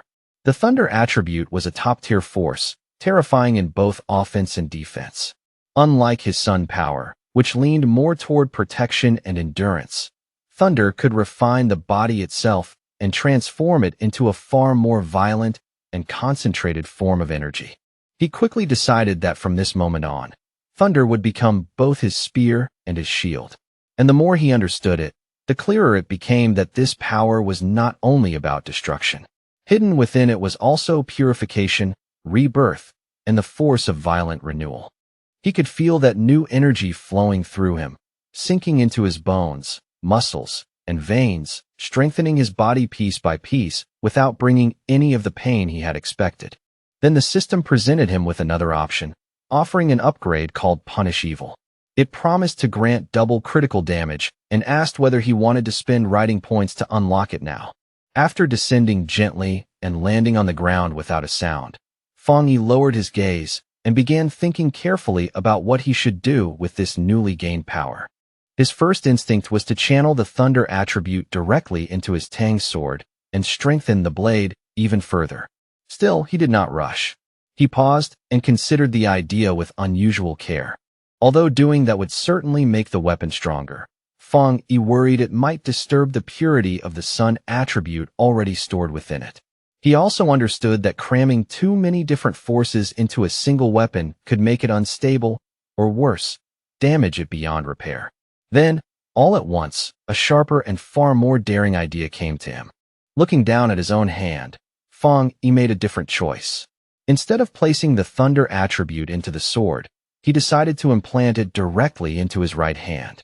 The system responded at once, asking whether he wished to infuse the selected item with the thunder attribute. A confident, almost amused smirk spread across his face as he gave the command without the slightest hesitation. In the next instant, all the wild blue lightning still lingering in the air rushed toward his right hand in a violent stream, as though the entire storm had been seized and claimed by him alone. By the next day, on the storm-shattered peak of Mount Yuhuang, the immediate danger had already passed. Below a cliffside, Su Qingying stood beside an army officer named Han Li, both of them overlooking numerous body bags lined up in grim silence. Su Qingying reported that the contamination zone's energy had fallen in a strangely sudden way, dropping from its highest danger level down to a mild one in only 3 hours, although traces of electricity still lingered in the air. Han Li listened to her report and almost immediately formed his conclusion. Someone had definitely been here. In his judgment, it had to be a seeker, someone who actively hunted down dangerous events like this instead of avoiding them. Su Qingying was visibly shocked by that idea. She wondered out loud whether another seeker had truly been involved and, more importantly, whether anyone could actually survive something like what had happened here. She crouched down and carefully searched the area for any clue left behind, but she could sense nothing useful. In the end, she could only guess that the heavy rain from the night before had washed away whatever traces might once have remained. After piecing together the timing, she concluded that the seeker must have safely left the mountain at around 8 o'clock the night before. Han Li agreed with her estimate, noting that the strange event had first begun around 6 p.m., and the army had sealed the mountain by 7 p.m., which meant the seeker must have climbed it before the lockdown began. He further pointed out that their instruments had predicted the threat would rise to escalate, yet after 8 p.m., the energy had suddenly started to collapse instead. Standing at the point where the lightning had once been strongest, Han Li gave his own theory. He believed the seeker had not only survived the storm, but most likely possessed a thunder-related ability and had turned a deadly disaster into an extraordinary opportunity. From that, he concluded that this mysterious individual was the direct cause of the sudden shift in the mountain's condition. Then Han Li voiced his greatest concern. People like this were the most dangerous of all, because no one yet knew whose side they would choose. Su Qingying agreed at once, adding that if someone this powerful ever became a true threat, the disaster they could bring would be almost unimaginable. That was exactly why they had to find this person as quickly as possible. Miles away from all of that, sitting comfortably on his couch and completely unaware that a military operation was now beginning to focus on him, Fang Yi suddenly let out a loud, unexpected sneeze. Back on the mountain, Han Li made his decision without delay. In a firm voice, he issued a direct order to his troops. Find this person immediately, no matter the cost. As soon as the command was given, he assigned the mysterious target a temporary code name of his own. From that moment on, they would refer to him as the Tyrant. The investigation on Mount Yuhuang began at once.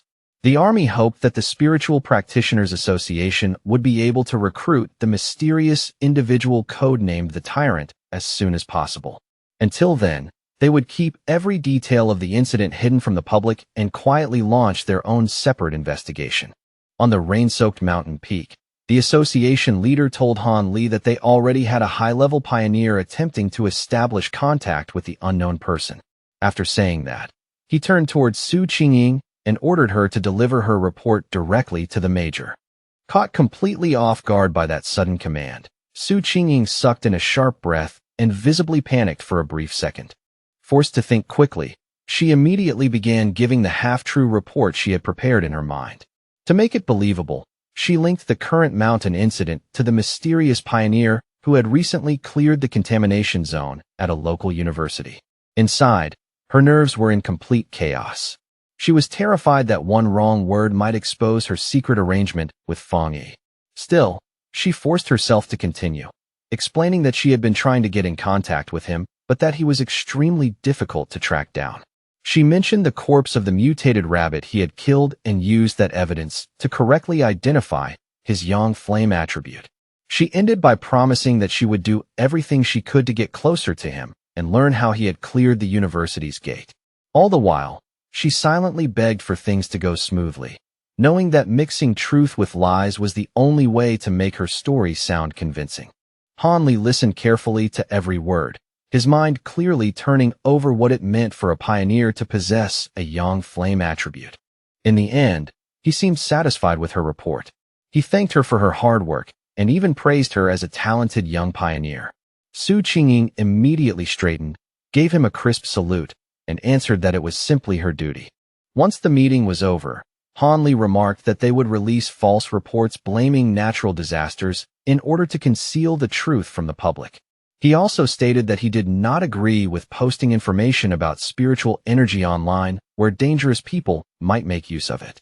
While the officials continued discussing the matter, Su Qingying quietly let out a long breath, deeply relieved that the difficult questioning had finally ended. Back at home, Fang Yi used his golden sun breathing technique to dry his white hoodie with ease. Warm golden light spread through the cloth, making it glow softly before he lifted it in his hand, perfectly dry, clean, and free of any trace of the storm. After putting the hoodie back on, he lowered his eyes and carefully examined the changes that had taken place inside his body. Even after integrating the powerful thunder attribute, he could still clearly sense how different his condition had become. The change was obvious, deep, and impossible to mistake. He looked down at his right hand, where blue lightning now crackled softly across his skin. That hand had changed completely, becoming the strongest part of his body and receiving an enormous boost in power. As Fang Yi slowly flexed his fingers and watched small spheres of lightning gather and dance between them, he could feel that another breakthrough was already approaching. What surprised him most, however, was how the once savage thunder attribute had become as tame as a kitten after being fused into his body, allowing him to control it with effortless precision. He compared it to the unbearable pain he had suffered when he first awakened the yang attribute, and the difference was so obvious that it made him wonder whether these energies somehow became gentler once the process was complete. Then he remembered the system's note that this new power could deal double damage to strange and evil creatures, and that thought immediately stirred his interest. He was genuinely eager to test it for himself. His train of thought was suddenly interrupted by a sharp alert tone coming from the phone resting on the nearby table. Fang Yi reached over, picked it up, and narrowed his eyes slightly, wondering what new problem had appeared this time. After the last incident, he had deliberately set up special news alerts on his phone. In times this chaotic, he knew the government would keep issuing emergency warnings in an effort to protect the public, and he had no intention of missing any sign of danger. But for a pioneer like him, those warnings meant far more than simple notices to stay away. Every crisis carried hidden opportunity. Behind every life-threatening event, there was also a chance to grow stronger, even if claiming that chance meant walking straight into mortal danger. Thinking about his next move, Fang Yi lowered his gaze and focused on the major news alert, now glowing brightly on his phone screen. The report stated that a massive explosion had just occurred inside a chemical plant, causing serious pollution in part of the city. Officially, the announcement claimed that no one had been injured and urged the public to remain calm. But to Fang Yi, an event on that scale felt far too suspicious to accept at face value. He immediately checked the online forums, where eyewitness accounts painted a much more disturbing picture. People living nearby described a deeply unsettling feeling they could not properly explain, something cold and wrong that made their skin crawl. One person asked whether it had felt like some kind of evil aura, and another quickly replied that it was exactly that. Even with plenty of skeptical voices mixed in, the overall mood online was still one of dread, fear, and rising unease. The phrase cold and evil aura struck Fang Yi at once. It felt uncomfortably familiar, like something he had heard before in a far darker place. Then, without warning, a terrifying memory from his past life surged back into his mind, bringing with it the image of a bloody hand and a monstrous figure so horrifying it made his expression harden instantly. He remembered hiding in sheer fear as a giant crimson demonic beast rampaged through everything around him, tearing destruction across the land while he could do nothing but survive and watch. That creature, a disgusting rat-like monster covered in multiple eyes, was not something he could ever mistake. It was a threat he knew all too well. Back in the present, Fang Yi's face turned completely serious, and the last trace of casual calm disappeared from his eyes. He remembered exactly what kind of beings these creatures were. They were once ordinary plants or animals that had undergone strange mutations after gaining self-awareness, causing their power to spiral out of control and giving them terrifying abilities for hunting and slaughter. Worst of all, they loved to emerge under the cover of darkness, when fear already ruled the night. The moment he realized this new threat was at least 100 times more dangerous than the mutated rabbit he had dealt with before, Fang Yi knew he could not simply ignore it and stay home. Clenching his fist as fresh blue lightning crackled over his knuckles, he made his decision. He would go out that very night and make sure these creatures had no chance to survive, evolve, or grow stronger. As he rose to his feet, thin strands of electric energy curled around him, and his eyes sharpened with purpose. It was time to test his new 200% critical strike ability in a real fight.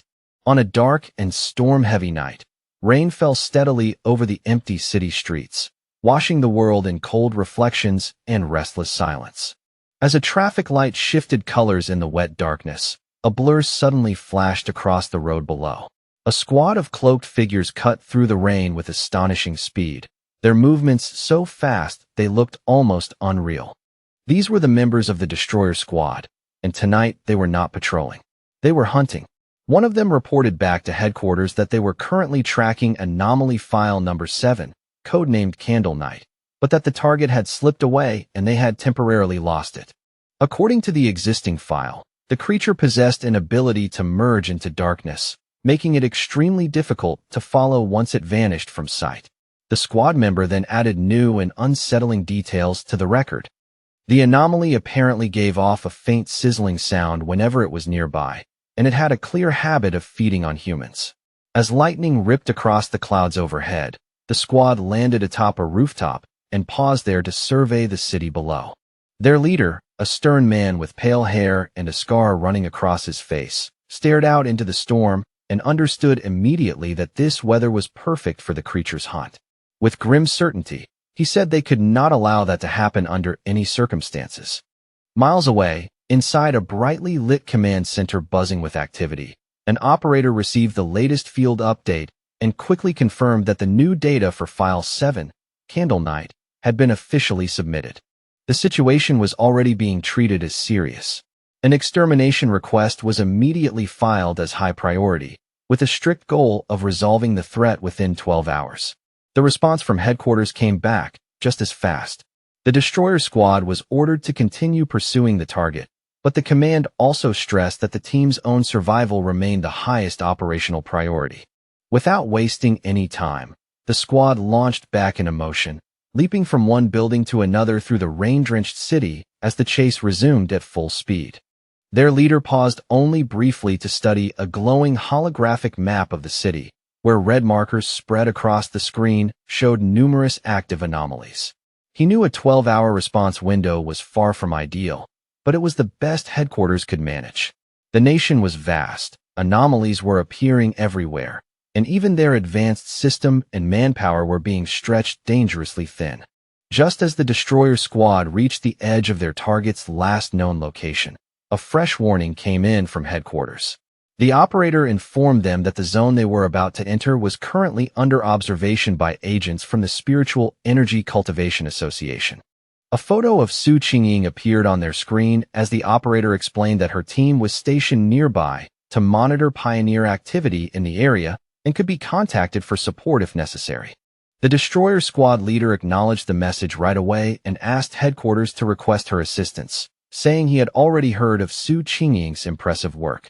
Elsewhere, when she received the notice, Su Qingying was caught off guard and mildly astonished to learn that her reputation had spread that far. Out in the rain, the Destroyer Squad stood waiting with grim patience, the storm dripping from their cloaks as they held position in silence. Not long after, Su Qingying arrived with her own cloaked team and took position on a higher rooftop overlooking them. Resting one hand on her hip, she looked down at the squad below with casual confidence and asked whether they were the ones dragging her out here for overtime. The Destroyer Squad leader did not appreciate her relaxed tone in the slightest. With a stern expression, he told her that the Candle Night anomaly hunted and ate people, and that this was far more serious than some simple overtime complaint. One of Su Qingying's teammates immediately shot back, asking whether that was really how someone was supposed to ask for help. Su Qingying turned as if to leave on the spot, saying lightly that the Destroyer Squad seemed so capable they probably did not need any assistance after all. She announced that her team, the Ing Squad, would be taking their leave. As they started to move, her team members muttered among themselves, one whispering anxiously about their boss's savage temper, while another defended her, saying their missions were dangerous too and they were not here to be talked down to. The destroyer squad leader panicked almost instantly and hurriedly called for her to stop. Swallowing his pride, he apologized for his harsh tone and earnestly asked for her help. He explained just how dangerous Candle Knight truly was and admitted that without Su Qingying's well-known tracking ability, his team would be at a serious disadvantage. More than that, he stressed that if they failed here, it would be the people of the city who paid the price, because the monster would continue killing without restraint. Once they finally agreed to cooperate, the two teams stood together atop the rain-swept rooftop, silent and ready, their attention fixed on the hunt ahead. Su Qingying narrowed her focus, and a glowing blue orb of energy slowly formed above her palm. After a brief pause, she announced that she had found the creature's location. The orb expanded outward in pulsing waves, and its energy spread across the area like a living map until the monster's hiding place was clearly revealed. Hidden within the dark, rain-soaked ruins of a chemical plant, the monstrous rat-like creature known as Candle Knight was crouched over something and feeding in silence. Its file described its habits clearly. It preferred darkness, damp environments, and human flesh. Seeing it in that ruined place only made the description feel more horrifyingly real. The moment the target was confirmed, Su Qingying's expression sharpened, and she gave the order for the joint operation to begin. But the creature's senses were terrifyingly sharp. It lifted its head at once, instantly aware that it was no longer alone. It sprang away in a blur, just as an attack smashed into the ground where it had been crouching a heartbeat earlier. One member of the destroyer squad shouted that the target had detected them and immediately ordered the team to close formation. The squad moved with breathtaking speed, their cloaks streaking through the rain as they rushed after the fleeing creature. In a matter of moments, they surrounded the monster from every direction, and with their prey finally boxed in, they shouted in unison as they prepared to strike together. One of the destroyer squad members lunged forward first, his voice cutting through the rain as he shouted the order to attack. His blow landed hard and sent the creature flying backward, crashing violently into a heap of broken rubble with a spray of stone and filthy water. But instead of weakening, the monster's body began to mutate even further. Its back burst open with swelling red sores, and black spikes erupted outward in a grotesque, rapidly spreading transformation. With a furious, ear-splitting shriek, the enraged Candle Knight lashed back at them, unleashing a swirling vortex of dark energy that twisted through the ruined plant like a living storm.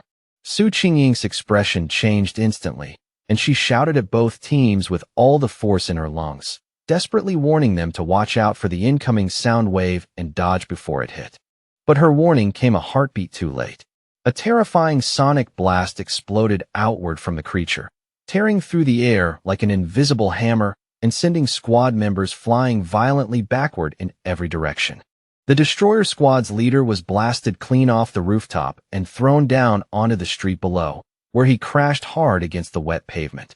One of his teammates immediately rushed after him, panic flashing across his face. Bruised and shaken, the leader forced himself back up with visible effort, thankful to still be alive. Gritting his teeth, he admitted that if he had not pulled back at the very last second, that blast would have shattered his bones on the spot. The danger was now painfully clear to him. If this creature remained in the city much longer, the destruction it caused would be enormous. Then the battle shifted again as Candle Knight continued mutating right in front of them. Its body twisted and swelled, large bat-like wings bursting from its back as it let out a savage roar, while a sickly green light began to glow deep inside its throat. In the next instant, it spewed out a corrosive dark substance that hissed through the air, filling the surroundings with thick toxic green smoke that looked deadly even before it touched the ground. The creature deliberately aimed that foul blast downward, trying to melt through the street itself so it could burrow underground and escape before the teams could lock it down again. One of Su Qingying's teammates quickly warned her that the monster carried a corrosive dark-type power and that anything the substance touched would be destroyed. She added, tense and honest, that their team did not possess any ability strong enough to directly counter it. Even so, Su Qingying did not panic. She remained calm, her eyes fixed sharply on the battlefield. In a firm voice, she ordered her team to stay alert and not interfere with the destroyer squad's formation. She reminded them that their main role here was to gather information, observe the enemy's abilities, and support the battle through strategy rather than reckless attacks. Meanwhile, one of the destroyer squad members gripping a dagger saw an opening and prepared to strike at the escaping creature before it could slip away again. At that very moment, a pair of sinister red eyes suddenly lit up from within the darkness, cold and predatory. The winged candle knight burst forward in a violent lunge, barely slipping past an attack launched by a squad member who had leaped in from the side to intercept it. Furious at the near miss and the monster's continued escape, the destroyer squad leader roared at his team not to let the creature get away under any circumstances. The winged beast tore through the city streets at terrifying speed, while the cloaked members of the Ing squad chased after it through the storm-darkened urban maze. From a high rooftop above the chase, Su Qingying watched with two of her teammates. Then her expression shifted. She suddenly sensed a sharp surge in spiritual energy coming from the creature's direction. Realizing something critical was about to happen, she immediately ordered her team to remain outside while she pursued it deeper and on her own. The pursuit eventually led them to a large abandoned factory, dark, silent, and heavy with a bad feeling. Once inside, Su Qingying said she would scan the spiritual energy in the area to get a clearer read on the situation. The destroyer squad leader noticed the advanced watch strapped to her wrist and glanced at it with interest.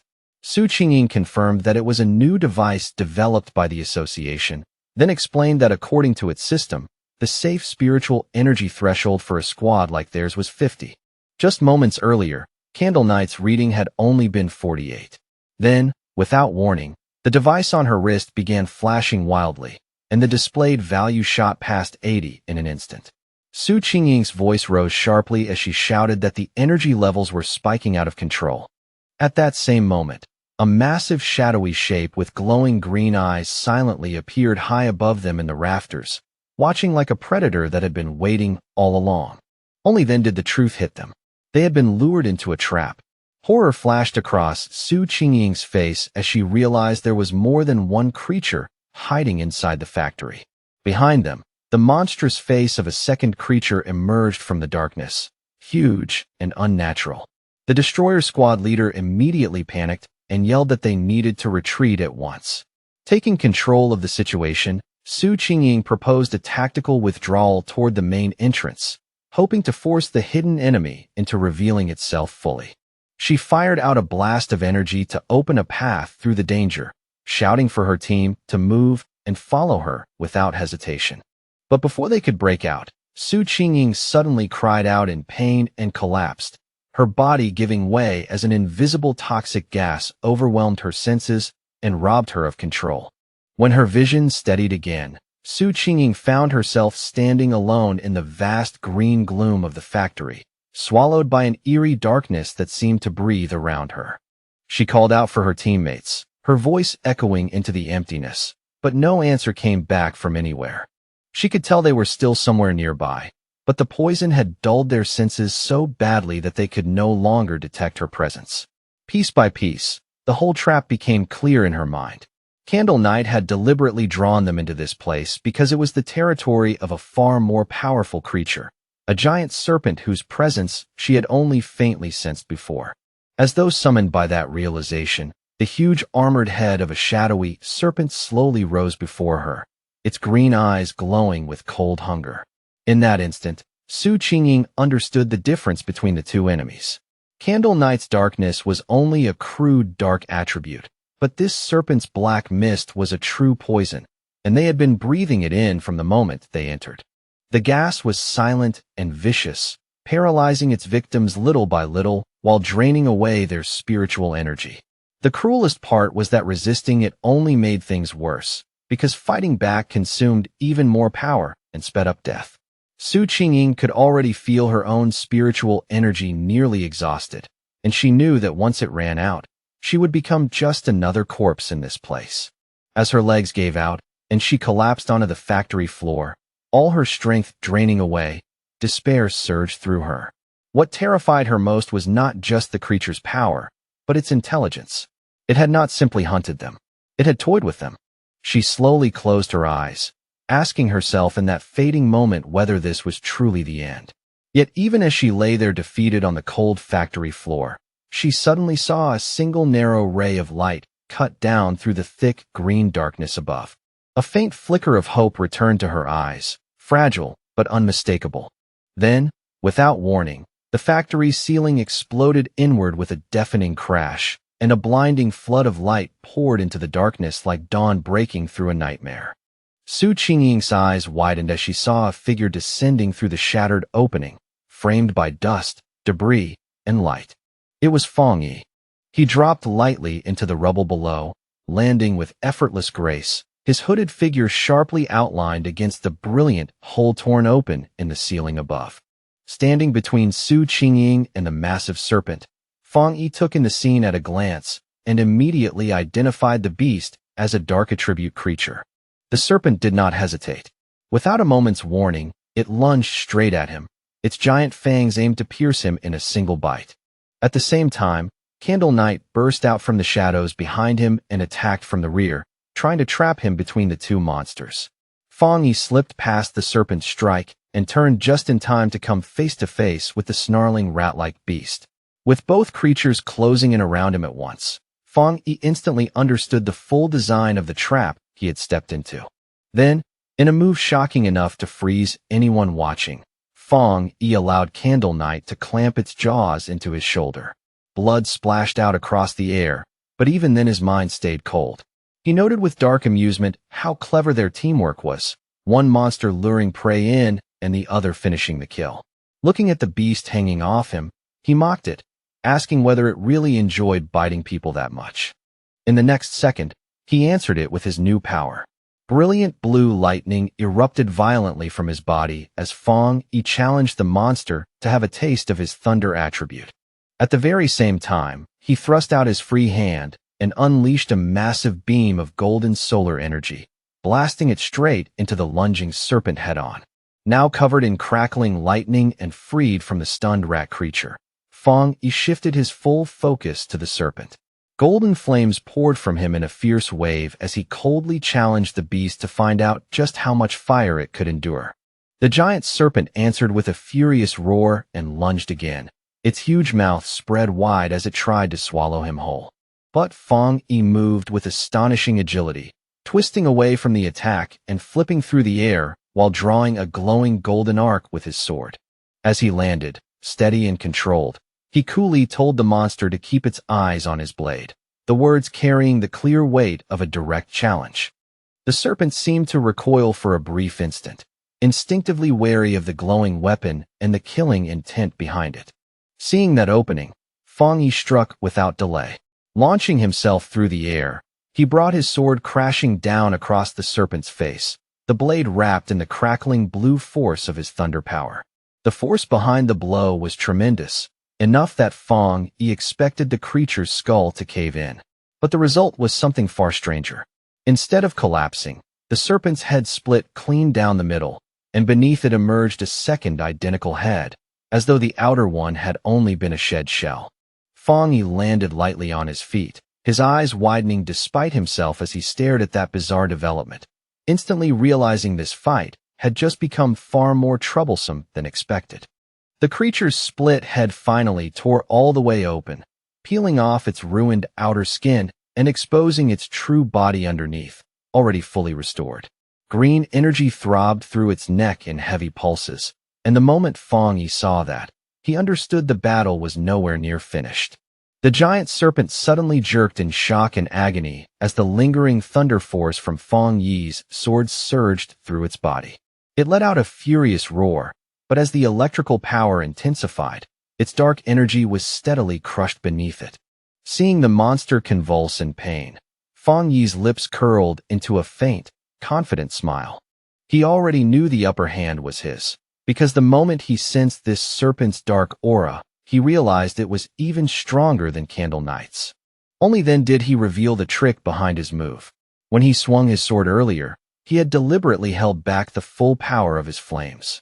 Instead, he used the blade as a conduit, sending the thunder energy from his hand straight into the serpent's body through the strike. Comparing the two monsters in his mind, Fong Yi became certain that this serpent was far more dangerous than Candle Knight, a more mature and far deadlier mutated creature. Then, without warning, a sharp stab of pain shot through his shoulder where the rat creature had bitten him before. He sucked in a breath and glanced down, only to see strange purple serpent scales spreading out from the wound. Fang Yi understood it at once. Just as he had guessed, this was an intelligent mutated species. Its venom, delivered through the bite of its partner, was meant to paralyze prey quietly and kill without a sound. The wound throbbed with fierce pain, but at the same time, he could feel his golden sun breathing technique pushing back against the poison. His eyes hardened with resolve. He had exactly the right answer for this.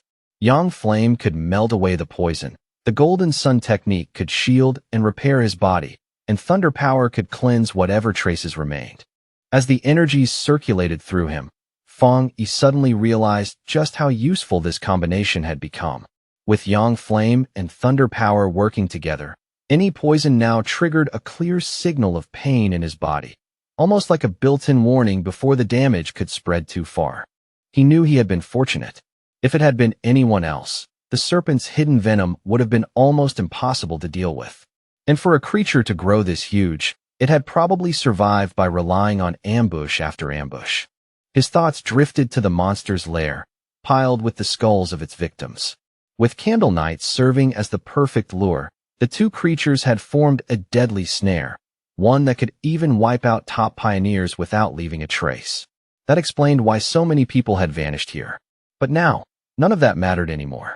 As he watched the serpent's enormous skeleton burn down into ash beneath his holy fire, Fang Yi knew its long reign of terror had finally come to an end. Standing in front of the blazing fire, Fang Yi felt a deep sense of satisfaction.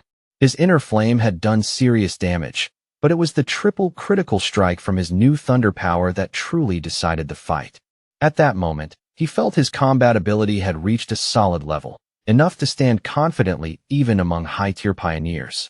He stayed there in silence for a brief moment, watching the flames finish off the last traces of the monster. Just as he was about to turn and leave, he suddenly stopped and lifted a hand, as though he had sensed something nearby. His eyes narrowed slightly. He was not the only one still here. There was someone else hiding in the scene. He turned at once and caught sight of a figure stumbling out through the smoke, coughing through the drifting ash. It was Su Qingying.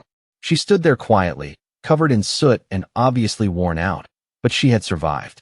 As the smoke gradually thinned, Fang Yi looked over and saw the unconscious members of the other squad lying nearby, with Su Qingying sitting among them. He recognized her as the association agent at once and coolly told her there was no need to keep pretending.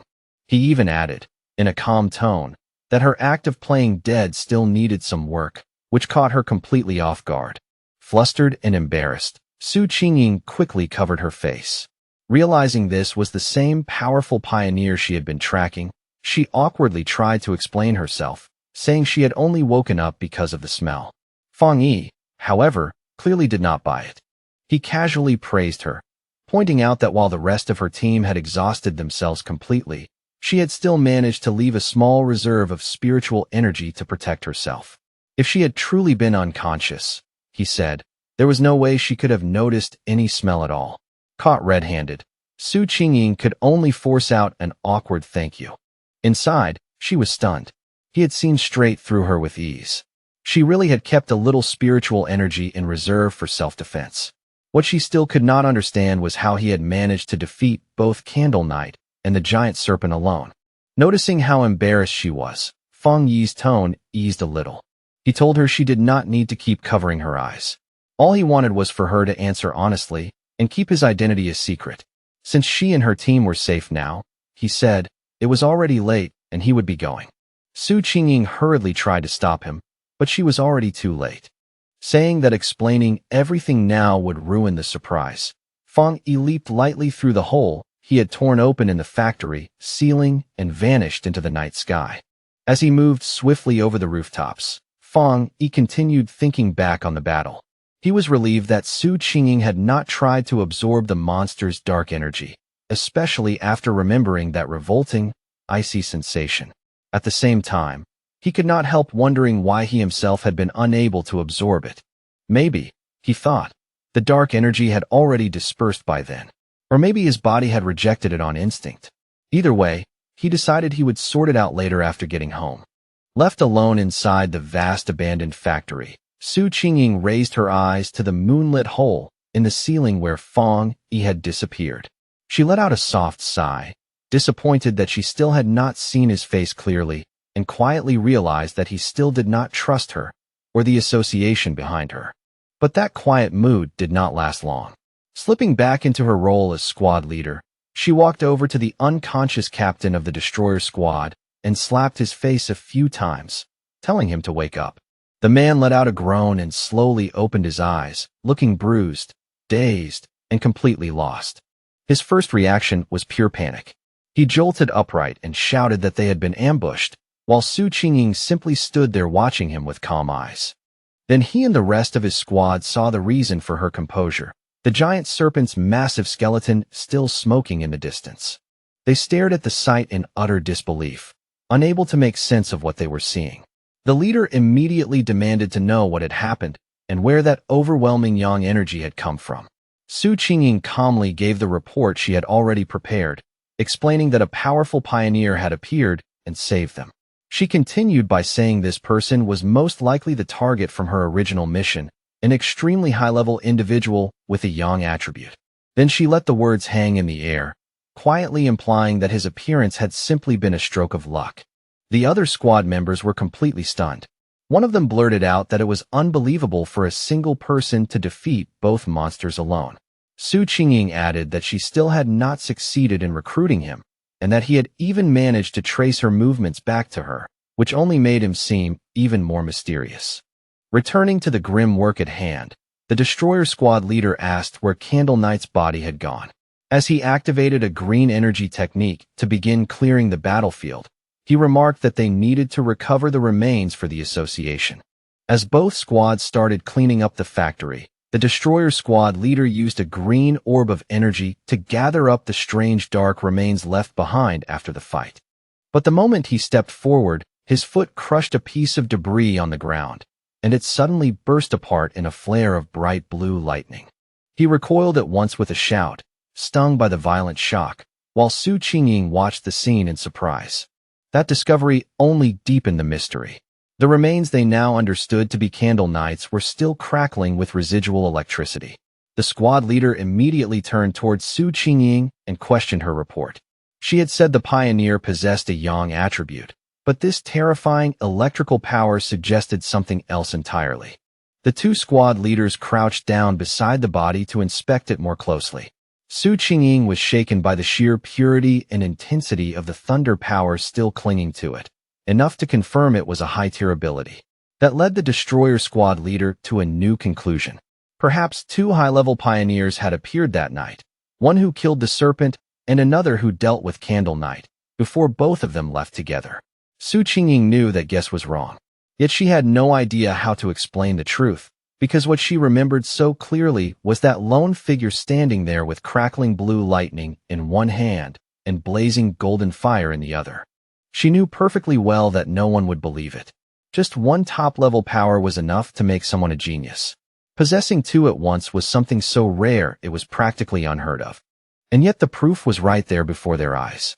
The giant serpent's burning skeleton carried the unmistakable mark of a yang flame walker, while Candle Knight's electrified remains were the clear signature of a thunder tyrant. The two squads could only stand there in complete disbelief, staring at the aftermath and wondering what kind of terrifying monster this mysterious pioneer truly was. As reinforcements from the association finally poured in, Su Qingying felt a cold wave of relief wash through her. More than anything, she was grateful she had left team members stationed outside. If she had remained trapped inside too long without a single update, they would have reported her missing almost immediately. The grim truth settled heavily in her chest. The rescue force now surrounding the scene had most likely been dispatched under the assumption that they were coming to recover corpses, not survivors. Her two subordinates, who had been knocked unconscious by the serpent's venom, gradually came to at last. The moment they saw Su Qingying still standing there alive, both of them rushed over in a panic, their eyes red as they nearly broke down in tears. Their relief was raw and unguarded, and for a brief moment, the tension of the entire battlefield seemed to loosen around them. Now that the threat had been completely eliminated, the association team moved into action without delay. The atmosphere shifted almost instantly. What had begun as a desperate rescue operation was no longer about saving lives. It had become a formal forensic investigation, cold, methodical, and focused on uncovering the truth of what had happened here. Using advanced scanning technology, they began a careful sweep of the battlefield.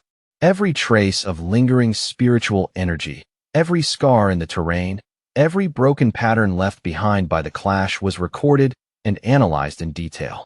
Piece by piece, they worked to reconstruct the battle, hoping to build a complete picture to send back to headquarters. Before long, one of the specialists walked over to Su Qingying and the leader of the destroyer squad with a grim expression and his compiled findings in hand. After comparing all available data, from combat habits and energy patterns to the precise methods used to kill both monsters, he reported that the conclusion was nearly certain. There was a 99% probability that both creatures had been killed by the same person. The two squad leaders looked at each other in stunned silence. Neither of them spoke right away. Shock flashed across their faces first, followed by something much heavier, serious concern. They both understood exactly how frightening that conclusion really was. Around them, the other squad members broke into low, disbelieving murmurs. The realization was almost too much to process. The person who had saved them was a pioneer who possessed not one, but two different high-tier powers, something they had never imagined could exist in one individual. They all knew very well that either of those monsters could have slaughtered every one of them with ease. Yet this mysterious powerhouse had cut them both down, and from the evidence, it looked as though each had been finished in a single, overwhelming strike. The gap between their strength and his was so absurd that it barely felt real. The moment she understood how significant this discovery was, Su Qingying immediately contacted her superior. Her tone was steady, but the weight behind her words was unmistakable as she reported that the information on her target had undergone a major update. This was no longer a routine tracking matter. Everything had changed. Lifting her gaze toward the hole torn through the ceiling, she gave her final confirmation. The mysterious pioneer from the university and the terrifyingly powerful individual codenamed the Tyrant were not two separate people at all. They were one and the same. Back in his office, the association superior listened to Su Qingying's report with remarkable calm. He did not interrupt her, nor did he react impulsively. Only after quietly sorting through every detail in his mind did he give a new order. His instruction was clear. Su Qingying was to suspend her mission for the time being. He explained his reasoning in an even, measured voice. The pioneer had saved her team, killed the monsters, and secured the area. None of those were the actions of an enemy. He then added that he and Han Li did not see eye to eye on this matter. For Su Qingying's safety, and to avoid creating a bad impression with someone who might become an extremely powerful ally, she was to cease all contact with the Tyrant for now. Even while still on the phone with her superior, Su Qingying could not keep herself from adding one more crucial point. Although she had accepted the order to pause her mission, she said she still had a theory she needed to report. It was based on what she had sensed earlier, when she tracked the Tyrant to the back mountain and found him in the middle of advancing his power. Her superior's interest was immediately piqued. His tone sharpened slightly as he told her to continue and explained everything in full. Clearly, he understood that whatever she was about to say might change their entire judgment once again. Su Qingying then explained that during that earlier encounter, she had felt an unbelievably powerful aura surrounding the place where he was active. At the time, she had briefly suspected he might possess a spiritual weapon, but the idea had seemed too far-fetched, so she did not press the theory. But now, with it confirmed that he held two high-tier powers, what once felt unlikely suddenly seemed far more possible, frighteningly possible, in fact. The association superior was visibly surprised by this new detail. For the first time, a note of genuine disbelief entered his voice as he questioned whether the pioneer might truly possess a spiritual weapon. Even to him, that possibility sounded extraordinary. But after that initial surprise, skepticism quickly returned. Leaning back in his chair, he said it was still highly improbable. No matter how gifted someone was, a lone pioneer should not realistically be able to obtain such an incredibly rare object without outside support. On top of that, the team at the scene had not detected any trace of a third spiritual energy signature, which would normally appear if a spiritual weapon had been separately forged. Su Qingying immediately corrected him, her voice firmer now as she clarified the key detail he was missing. The aura she had sensed during that first encounter did not feel foreign or separate at all. It was distinctly of the yang attribute, clear, pure, and directly tied to his own energy. That single detail changed everything. The superior's eyes widened as the implication struck him all at once. If the weapon's attribute was not separate, but instead originated from the user's own yang power, then this was no simple case of wielding a spiritual weapon. It meant he was forming it himself, shaping it directly from his own energy. From there, the conclusion became both incredible and terrifying. If he could create spiritual weapons with his own power, then he could only be a cultivator of the spirit creation realm.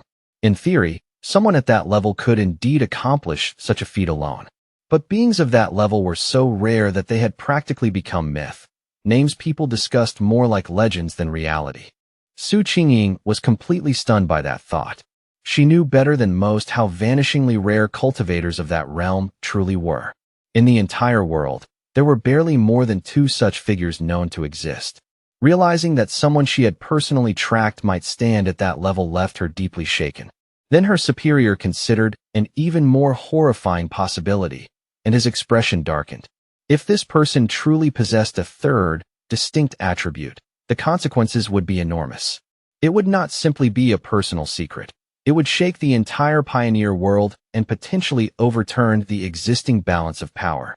According to all known research, different spiritual attributes naturally repel and clash within the human body, making stable coexistence nearly impossible.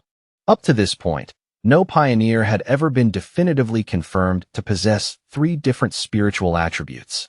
Because of that, if the pioneer really did have a spiritual weapon, then perhaps the absence of a third detectable energy signature was actually a blessing rather than a concern. As the call finally came to an end, the superior sat in silence with one heavy thought lingering in his mind. He could only hope that a pioneer this powerful would never, under any circumstances, become an enemy of humanity. Back at his apartment, Fang Yi stood beneath the stream of a hot shower, letting the water run over his shoulders as steam filled the small space around him. The heat slowly washed away the grime, blood, and fatigue left behind by the recent battle, but it did little to ease the weight pressing on his thoughts. As he dried himself off, his mind naturally turned to the state of the world outside. He knew there was less than a year left before the official spiritual energy revival would fully arrive. Yet even now, before that moment had officially begun, dangerous monsters and strange incidents were already surfacing more and more often. The pace of change was no longer subtle. It was accelerating.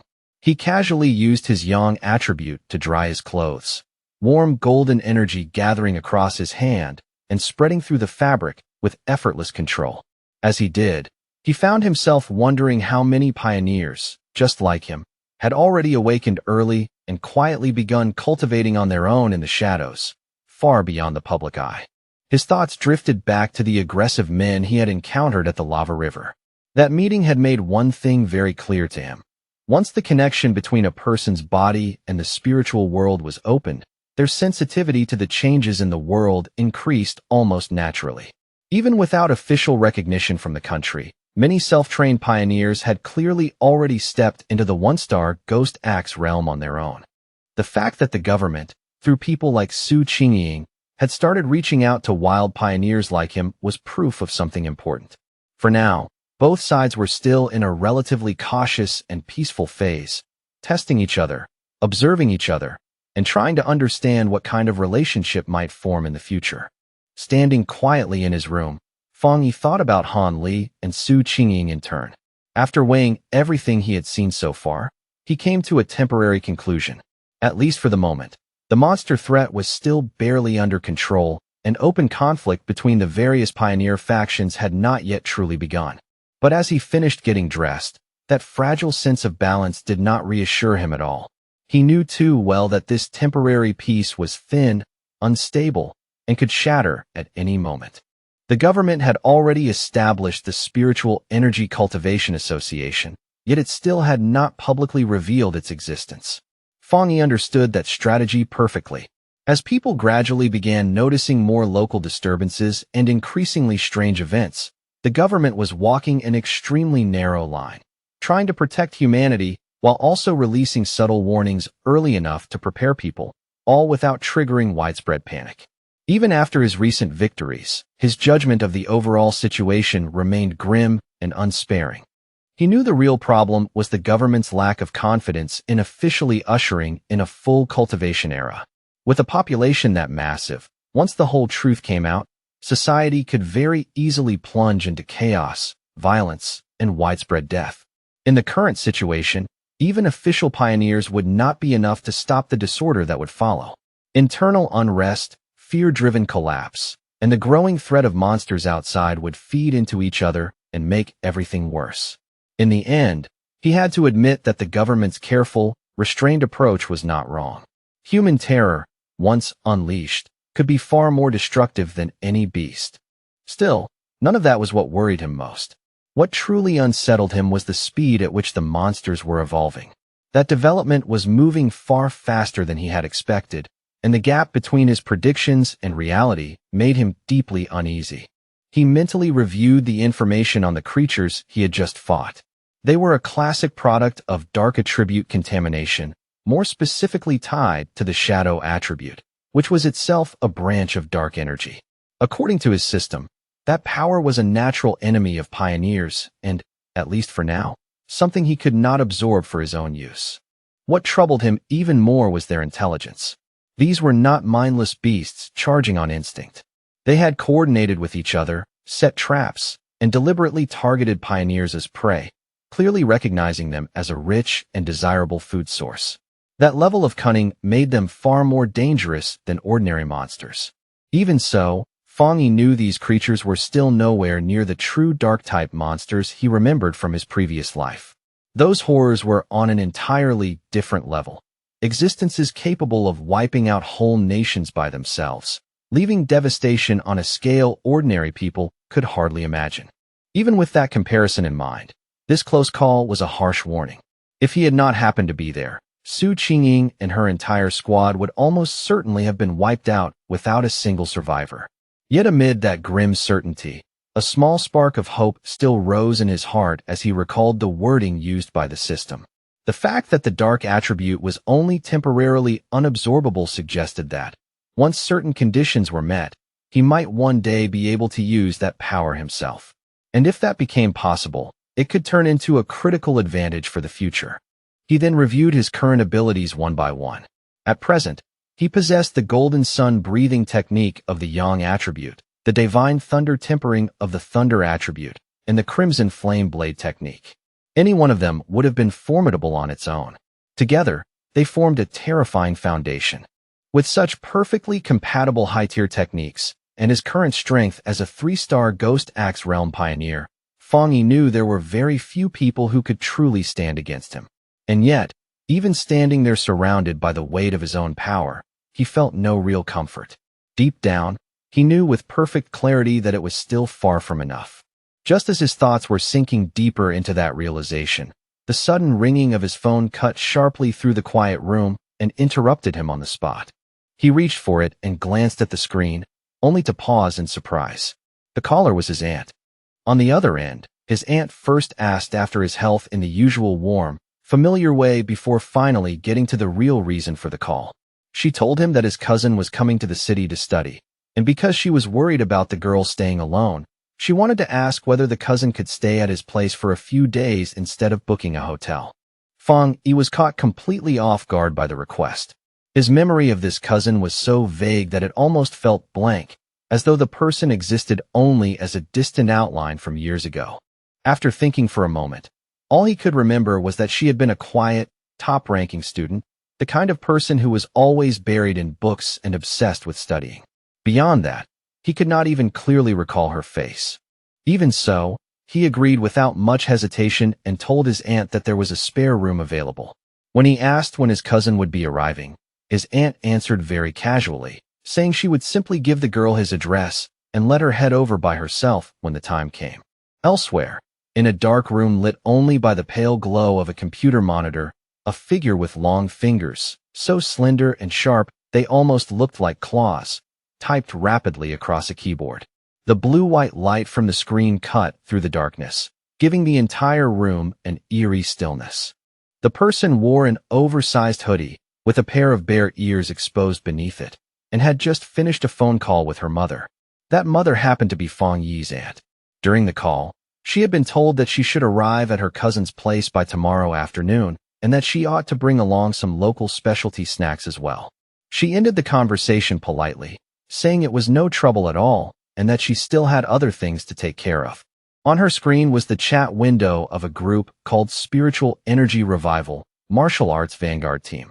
Under the username Fong Hee-ju, she had just posted a message announcing that she had arrived in the city and would be staying at her cousin's place for the time being. The message was short, but it clearly caught her group's attention. After the call ended, she clicked her mouse again with practiced ease, and another window instantly popped open on the screen in front of her. It was a rumor alert concerning an internet-famous town that people had now started calling Death Town. According to the report, 3 more people had recently disappeared there in connection with something known as the Pork Beast Challenge. Accompanying the article was a gruesome image splashed with blood, making the entire story feel even more disturbing. The glow of the screen reflected sharply off her glasses as Fong Hee-ju narrowed her eyes and immediately recognized the location mentioned in the report. It was Yonghua Town. At once, a clear spark of interest lit up in her expression, as if she had just found something far too intriguing to ignore. Her scrolling came to an abrupt stop when her mother stepped into the room and asked whether she had finished packing. Fong Hee-ju looked up and told her that everything was already packed, but admitted she would honestly rather stay in a hotel than go trouble her cousin. Her mother immediately disagreed, insisting that staying with family was far safer than living alone somewhere else. She said she trusted that cousin completely and felt much more at ease knowing Fong Hee-ju would be under his roof. Gently but firmly, her mother nudged her toward the door while giving a few last bits of advice. She reminded Fong Hee-ju not to cause any trouble and to lend a hand around the house whenever she could. Fong Hee-ju nodded obediently and reassured her mother that she understood everything clearly. As soon as the door clicked shut behind her, Fong Hee-ju let out a quiet sigh, the kind that came from bracing herself mentally for something unavoidable, and began preparing herself for the visit ahead. In her mind, this was simply one more hurdle she had to get past. She pushed up her glasses, eyes sharpening with determination, and told herself that no matter what kind of person her cousin turned out to be, he could not possibly be harder to deal with than an actual monster. The next day, beneath a wide, bright blue sky washed clean by the morning light, a young woman with long dark hair and glasses slowly pulled her suitcase toward an apartment building, her figure neat and quiet against the sunlit street. She lowered her gaze to her phone and checked the map again, making sure the route had brought her to the right place and that she had not made any mistake. Looking up at the building in front of her, she murmured softly to herself that this had to be it, her heart carrying a faint tension as she prepared to finally meet the cousin she could barely remember anymore. As Lin Yi stood outside the apartment building, Fong Yi happened to come out carrying a bag in one hand. She quickly called after him and asked, a little uncertainly, whether he was her cousin. He stopped in his tracks, clearly caught off guard, then looked her over with surprise before asking if she was Lin Yi, wanting to confirm that he had guessed correctly. Although he admitted inwardly that he did not recognize her at all, neither of them said anything for a beat. A brief, awkward silence settled between them, light but unmistakable. Later, once they were inside the apartment, the two of them sat on the couch and exchanged the usual polite small talk. Fong Yi asked whether she had come to the city for a summer camp, and she confirmed that was the reason. He told her that if she needed anything while staying there, she could just tell him, and she thanked him with practiced politeness.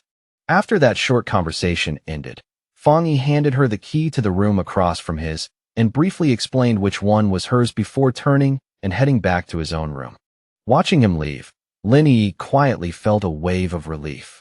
At least from first impressions, her cousin seemed easy enough to get along with, and more importantly, he did not look like the kind of person who would pry into her business. However, Fong Yi was far from clueless. From the very moment she had sat down across from him, He had already sensed a faint yet distinctly unusual spiritual aura coming from her. He wondered for a second whether his perception had gone wrong, or whether she was simply too inexperienced to fully conceal her strength. Almost at once, he began to suspect that she was also a pioneer. The aura around her was light, but it was real, and that made him realize her story about attending a summer camp was most likely only a cover for why she had truly come to the city. Meanwhile, inside her room, Lin Yi sat with her phone in hand, and what she did next quietly confirmed every one of Fang Yi's suspicions. She opened a chat with her pioneer group, the martial arts vanguard team, and reported that her cousin seemed nice, easygoing, and unlikely to interfere with her movements. The discussion soon shifted to recent events, especially the powerful pioneer who had appeared at the lava river. Lin Yi warned the others to stay careful, reminding them that many truly strong people were still hiding in the shadows. After the group agreed to wait for her signal before acting, she logged off.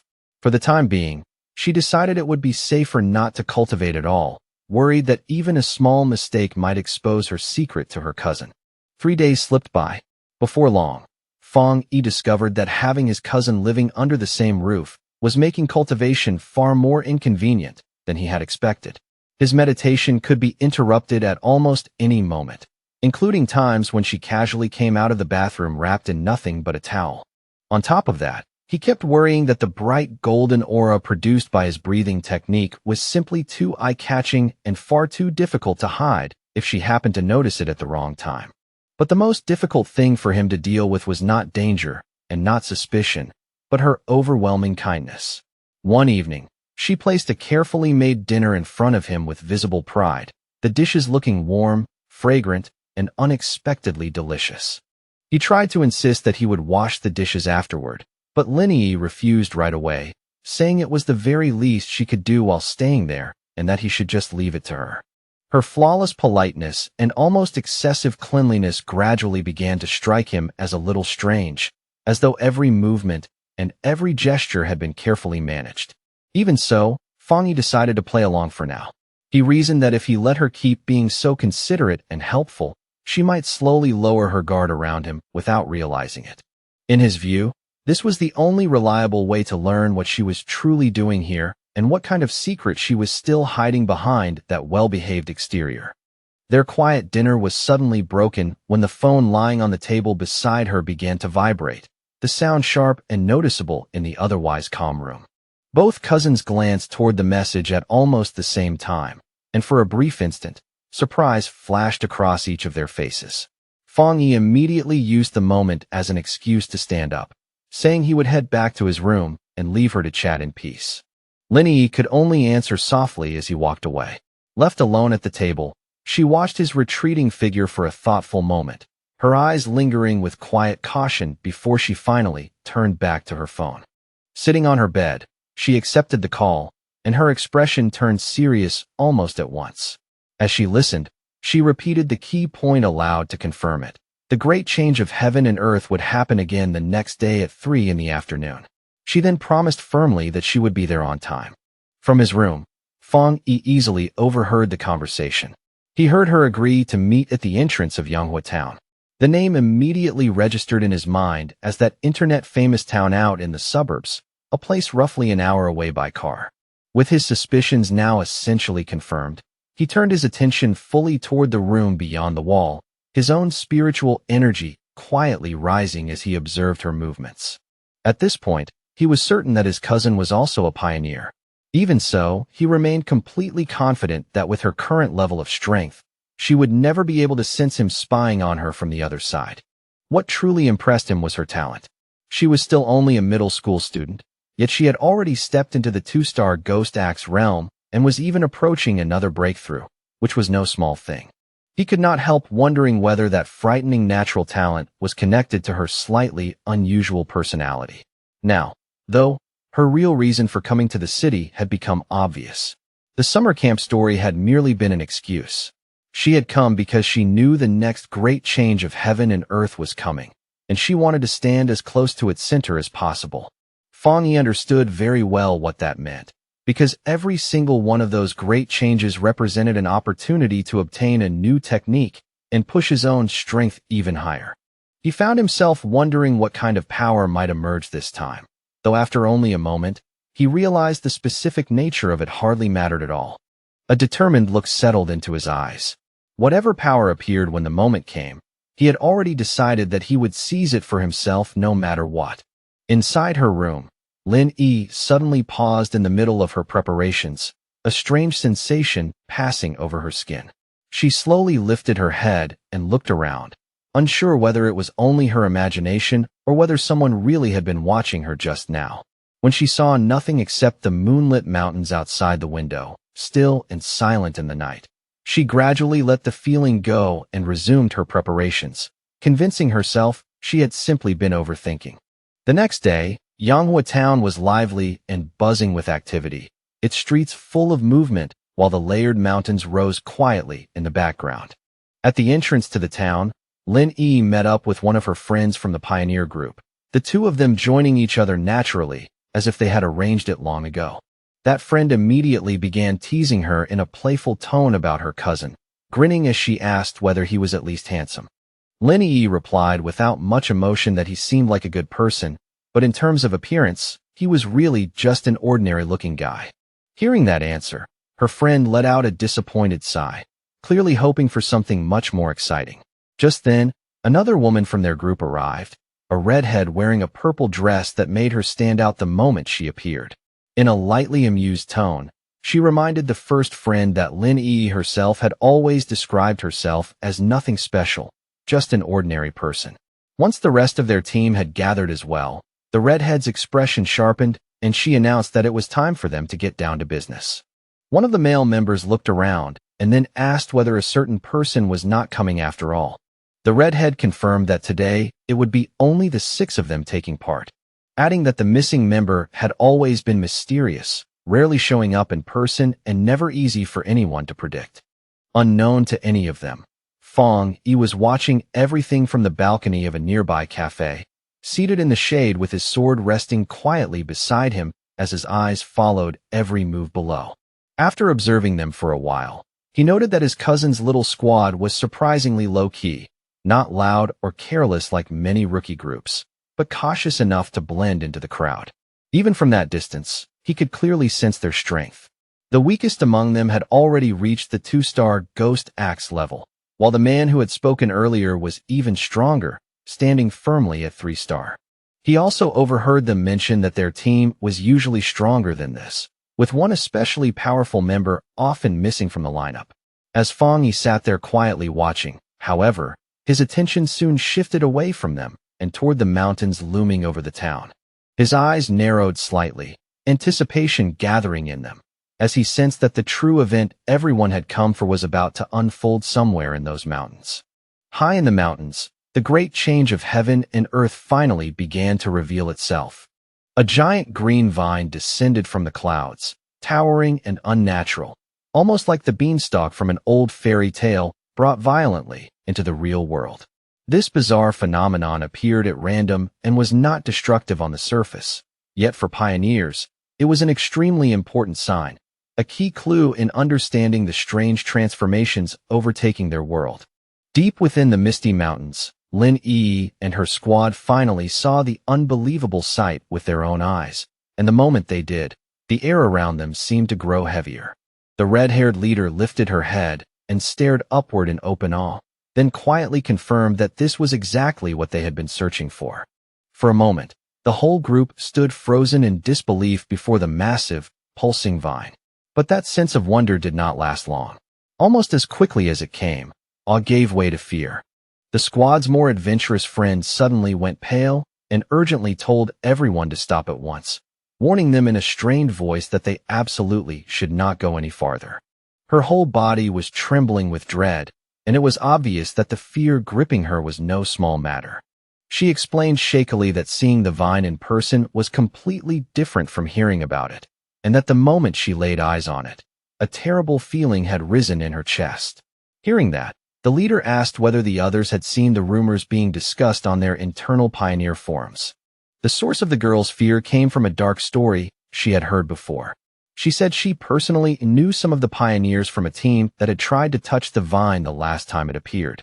Those people had all been powerful, far stronger than she was, and yet every single one of them met a horrible end. She went on to explain that after those pioneers came here, all of them were buried, and now their skeletons were said to be twisted deep within the roots of a dark version of the vine, as though they had been absorbed into it forever. Overcome by terror, she grabbed her head in panic, her breathing growing ragged as she confessed that she had a sickening feeling they would all end up the same way. And as those words left her mouth, reality around the group seemed to distort, and suddenly they were no longer standing on a mountain path. Instead, they appeared trapped inside a horrifying, pulsating red cavern made of living flesh, where the ground under their feet was nothing but a grotesque mass of writhing organic tendrils. But that horrifying scene was only a frightening premonition. Back on the misty mountain path, the squad's adventurous friend, scammed an online romance out of 50 cents, was still visibly shaken by the dread pressing down on her. She admitted that when she first came here, she had been ready to take a pioneer's risk and either return rich or die trying. But the moment she actually saw the vine, an overwhelming fear took hold of her. Her instincts were screaming that this thing was some new, unknown, high-level monster, a mutation far beyond anything she could handle. Tears welled in her eyes as she confessed that she was not ready to die in a place like this and wanted to back out while she still could. The red-haired leader and Lin Yi looked at their distraught teammate with clear understanding rather than blame. They admitted that they too had felt the same heavy, oppressive sensation coming from the vine the moment they saw it. Lin Yi explained it more carefully, describing the feeling as a kind of complete emptiness hidden inside that wood-type vine. It was deeply strange, she said, like all life within it had long ago been swallowed up by time, leaving behind only a hollow shell. That was why the fear felt so natural. After hearing her explanation, the group arrived at a chilling conclusion. The vine was trying to devour their life force. Just as their terrified friend seemed ready to completely break down, Lin Yi reached out and grabbed her hand, her face set with fierce determination and steady resolve. She declared that this was the path of the martial pioneer, a road they had chosen for themselves, and it was a path that demanded they face dangers like this head-on instead of turning away in fear. Unseen by the group, Feng Yi watched everything from a nearby cliff. Even he could clearly sense the heavy, suffocating death energy rolling off the giant vine in wave after wave. He noted to himself that among all the world monsters he had encountered so far, aside from creatures of pure dark attribute, this vine gave him the worst feeling by far. He had to admit that the small squad had real courage to even think about cultivating in a place as dangerous as this. As he analyzed the monster more closely, he found the contradiction within it even more disturbing. Though it was clearly a plant, something that should symbolize life and growth, it felt utterly lifeless. It was not truly alive at all, but more like a dead thing imitating the form of something living, with no spiritual energy of its own. And from what he could sense, it was stained with the blood, remains, and lingering traces of those it had killed before. Back with the squad, Lin Yi quickly took control of the situation. Standing near the edge of a cliff, she spoke to her teammates with renewed purpose and told them they did not have much time to stand around hesitating. Since they now understood the danger more clearly, she proposed a different plan. Instead of approaching recklessly, they would carefully sense the energy throughout the area and investigate the monster from a distance, learning what they could without getting close enough to trigger an attack. Lin Yi was confident in that judgment. In her view, if they only observed and sensed the monster's energy from afar, then her team should remain safe enough while still gaining something from the trip. She selected a spot high up in a tree, settled herself there, and began to meditate.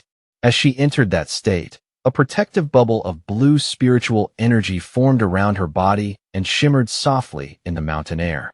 From a distant clifftop, Feng Yi watched them in silence.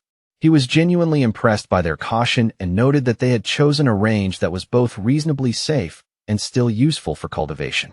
He gave quiet credit to his top student cousin for correctly judging the best distance, a position that was neither recklessly close nor timidly far. And as Lin Yi continued cultivating, the spiritual energy around her gradually began to rise and surge. Feng Yi's eyes sharpened with surprise when he realized what was happening. Lin Yi was on the verge of breaking through into the 3-star Ghost Axe realm, and the realization left him genuinely impressed. His cousin's talent was no joke. Then, in a bright flash of blue light, she successfully broke through. Her teammates stared in open amazement, stunned that she had already climbed to such a high level of strength at her age. However, the huge spiritual disturbance created by that breakthrough did not go unnoticed. Deep in the forest, the dormant roots of the giant vine began to twist awake, glowing with a frightening green light. The pioneers felt the ground begin to tremble beneath their feet, and one of the men turned back in alarm, his expression changing at once. The whole group panicked as the monstrous vine began moving straight toward them, its tendrils ripping violently up through the earth. Even the team's leader was stunned, unable to understand how the creature had managed to sense them from so far away. The vine's attack came fast and without mercy. Savage green tendrils shot upward from the ground and instantly trapped two of the male pioneers. The rest of the squad scattered in fear as one of their friends screamed for everyone to run, shouting that if they did not escape right now, they would all die there. The team's leader quickly realized what had caused the disaster. Lin Yi's breakthrough had created too much of a disturbance and drawn the monster's attention. As she shouted a warning, dark green tendrils began winding around Lin Yi's protective bubble, which was still shielding her while she remained vulnerable after the breakthrough. The leader knew they absolutely could not let themselves be caught. Once the vine wrapped around someone completely, its deathly aura would consume them in an instant. Under that immense pressure, Lin Yi's energy shield began to crack, thin fractures spreading across its surface one after another. Chaos exploded around them as the red-haired leader tried to drag her panicked friend to safety. The others cried out that they could not just leave Lin Yi behind, but the leader answered desperately, asking what exactly she was supposed to do. She shouted in frustration whether she was expected to burn her own precious spiritual energy protecting Lin Yi and basically die so her teammate could level up. As the situation spiraled further out of control, the red-haired leader also had to deal with one of her male teammates, who coldly argued that they should abandon Lin Yi and save themselves. He said life and death were up to fate, and if they did not leave immediately, then everyone would die with her. He reminded the leader that they were all just people who had met by chance and accused her of being far too emotional. That cold, practical attitude, however, only made the leader even angrier, her eyes flashing as her temper finally snapped. She shoved him aside and shouted that she would not abandon her teammate, even if it meant standing against the rest of them by herself. From his place on the cliff, Fang Yi watched the desperate scene unfold below. He knew that his cousin, still just a student despite her talent, was probably completely unaware of how grave her danger had become while she remained trapped in her weakened meditative state. The vine's power was terrifyingly overwhelming, and Fang Yi could not even be sure whether, with his current strength, he would be able to save her once he got involved. But one thing was obvious. He had to move quickly, because the tendrils had already begun crushing her protective barrier. He clenched his fist, and a golden aura burst around him in response. He had made a promise to his aunt that he would look after her daughter, and once Fang Yi gave his word, he had no intention of breaking it. The red-haired leader made her move first, leaping through the attacking vines and forcing her way toward Lin Yi. She landed a fierce kick on one of the tendrils, and the impact was strong enough to snap it apart on the spot. But that small victory lasted only a heartbeat before the situation turned against her again. Dozens more vines burst out at once and coiled around her from every direction, binding her tightly and trapping her completely before she could break free. Just as the writhing vines were about to crush them completely, Lin Yi's protective shield finally shattered with a sharp, brittle crack. But before the monstrous plant could seize its new prey, Fang Yi stepped into the fight without the slightest hesitation. He leaped through the air in one clean motion, and as his sword swept forward, two blazing arcs of golden energy tore outward, brilliant and sharp enough to split the darkness in front of him. The rest of Lin Yi's squad could do nothing but watch in horror, their hearts dropping as they saw her shield break apart. Several of them screamed her name instinctively, helpless and panicked. Then a massive blast of fiery energy shaped like a descending phoenix crashed down from the sky, slamming into the tangled mass of vines with explosive force and scorching brilliance. Fang Yi landed lightly in the newly cleared space, calm and steady, while a narrow pillar of golden flame rose from the ground where he stood. He had arrived at the final possible moment, saving both his cousin and her brave red-haired leader from death. Bathed in a dazzling aura of golden light, Fang Yi did not even need to move again for his presence alone to suppress the deathly vine. The surviving pioneers stared in stunned silence as the monstrous plant, which had been moments away from killing them all, halted its assault and began shrinking back under the crushing pressure of that overwhelming yang energy. The tendrils recoiled from the fierce light, hissing as they retreated, their surfaces smoking and dissolving bit by bit as though the radiance itself were poison to them. As Fang Yi descended through the blinding brilliance around him, the pioneers could only raise their arms to shield their eyes, barely able to make sense of what they were seeing through the glare. The practical male pioneer who had argued for abandoning Lin Yi was completely shaken, wondering aloud whether this newcomer was another pioneer at all. The red-haired leader, just as stunned, understood more clearly what she was witnessing. This was the purest kind of yang power. Only a high-tier force of this level could possibly suppress such a terrifying, life-draining monster. The male pioneer felt his confidence begin to crack. He had always believed he was exceptionally gifted, having reached the 3-star Ghost Axe realm in a remarkably short time, something very few people in Xiaogu could accomplish. He had known that even talented Lin Yi only barely kept pace with him in terms of cultivation skill and growth. And yet this mysterious stranger standing before them was clearly operating on a level far beyond anything he had ever imagined. He lowered his gaze to his own trembling hands, then looked back up at the glowing figure on the cliff, suddenly feeling small, ordinary, and almost laughably insignificant. If pioneers like that truly existed, then what did that make the rest of them? The gap was not just large. It was crushing. This newcomer had not simply outclassed him, but all of them together, through sheer, overwhelming power alone. And as Fang Yi stood within that burning golden light, his system activated. It detected the extreme wood attribute within the deathly vine and immediately began the auto-writing process, rapidly completing a brand new technique. A moment later, the system window displayed the details of his new ability.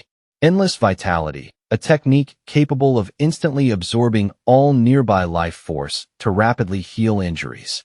As the vine's power flowed into him, green life-giving energy surged around his body in waves. Fang Yi was genuinely amazed by the quality of this wood attribute technique.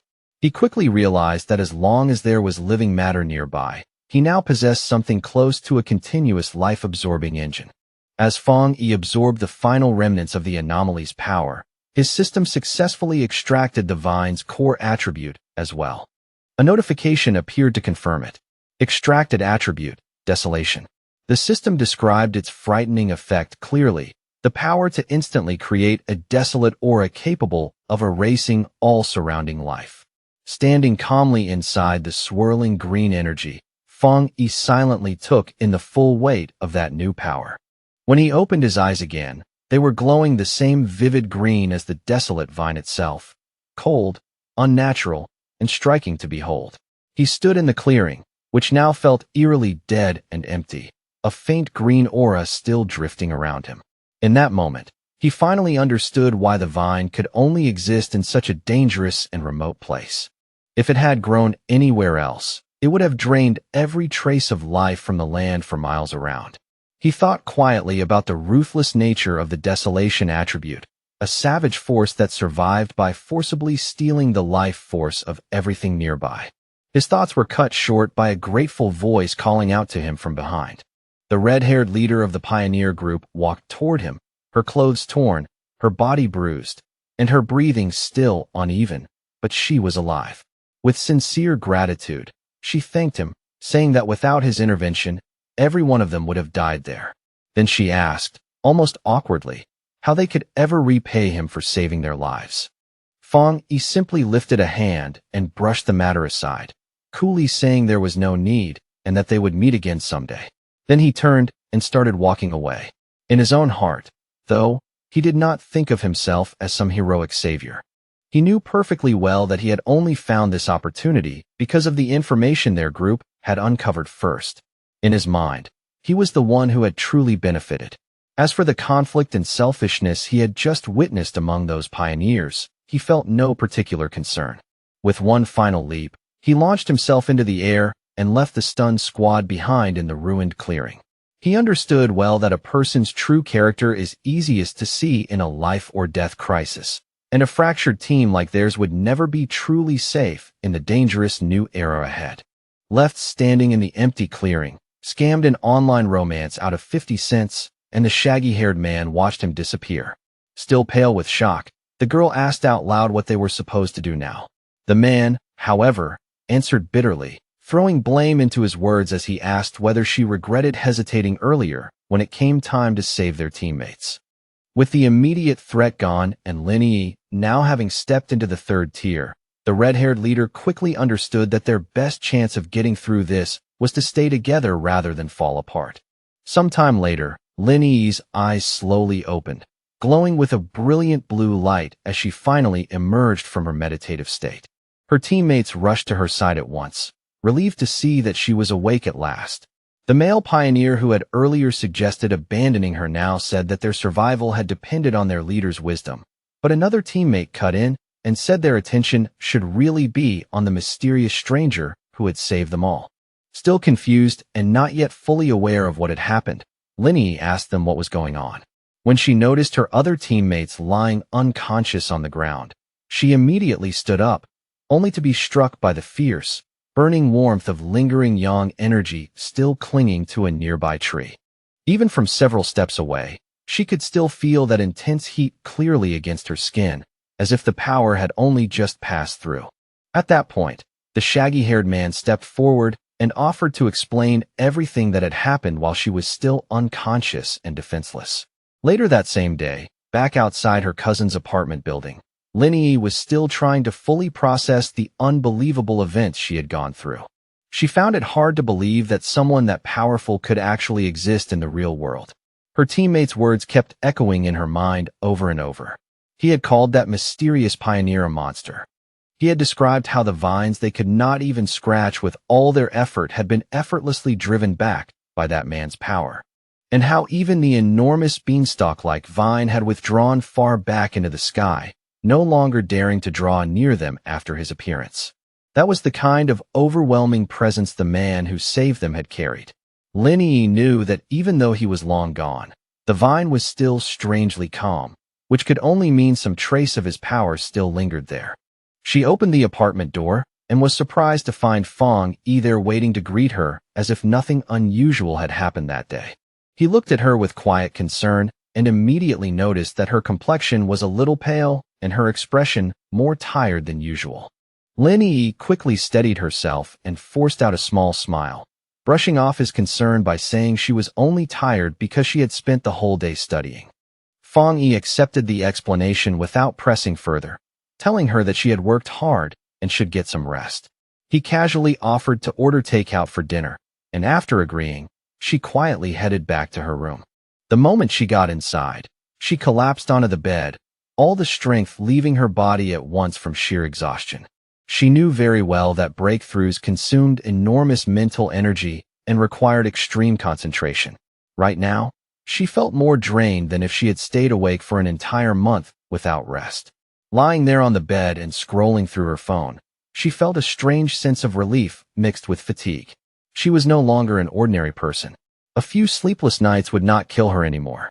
And deep down, she had already accepted that this constant, life-threatening struggle was simply the fate of a pioneer in a world that had already begun to change. She thought of Fong Yi and the seemingly normal, peaceful life he appeared to be living, and she knew with quiet certainty that such a life was no longer possible for her. Her private thoughts were suddenly interrupted when a new message popped up in her Pioneer group chat. It came from a user named Jialon, the mysterious and powerful group member who was usually absent and almost never spoke. Jialon's message was simple and direct. If there are any more traces of that strong man, please inform me. It was the first time Jialon had ever spoken in the group, and it immediately drew Lin Yi's full attention. She quickly replied that she would do so, then asked her own question in the chat.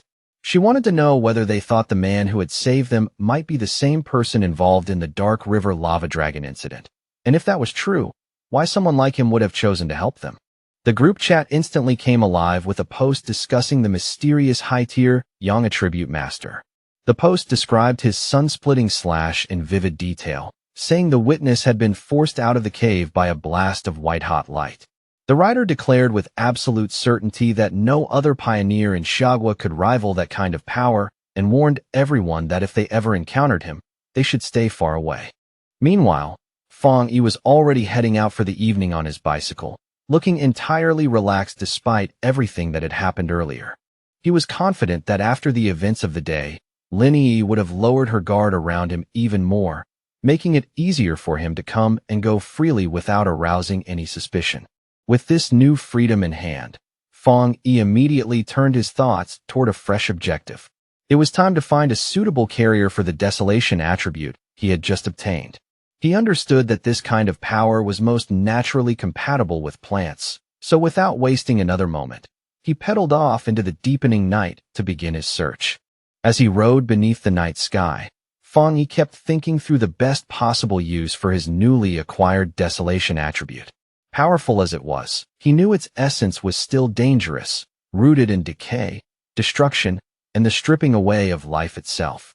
That was exactly why he hesitated to fuse it directly with his own body. He worried that doing so might trigger harmful side effects, and more than that, he suspected its sinister nature could clash violently with the clean, purifying force of his thunder attribute. After weighing it carefully, he decided the safest approach would be to find an external carrier for the attribute, something similar to the strange vine itself. In his judgment, the original vine monster had likely begun as an ordinary plant that sensed the return of dense spiritual energy and chose to evolve, eventually giving birth to the desolation attribute as a means of drawing an even greater power. With that thought, a clear plan began taking shape in his mind. A confident smirk touched Fang Yi's lips as he realized he already knew exactly where he needed to go next. He followed a quiet road washed in moonlight, guided by a roadside sign that pointed toward the forest park ahead. Before long, he arrived at the large urban park, parked his bicycle off to the side, and stepped silently into the deeper woods. Under the bright full moon, he walked through a field of vivid flowers that seemed to shimmer faintly in the night. He knew he had to find the perfect lucky one, a plant that could form the strongest resonance with his spiritual energy and show the clearest sense of affinity toward him. Closing his eyes, Fang Yi steadied his breathing and focused, quietly extending his own spiritual energy outward into the forest around him. A rich green aura flowed out from his body, spreading layer by layer through the trees and grass until it washed over the plants like a silent tide. Almost immediately, he felt the plants responding.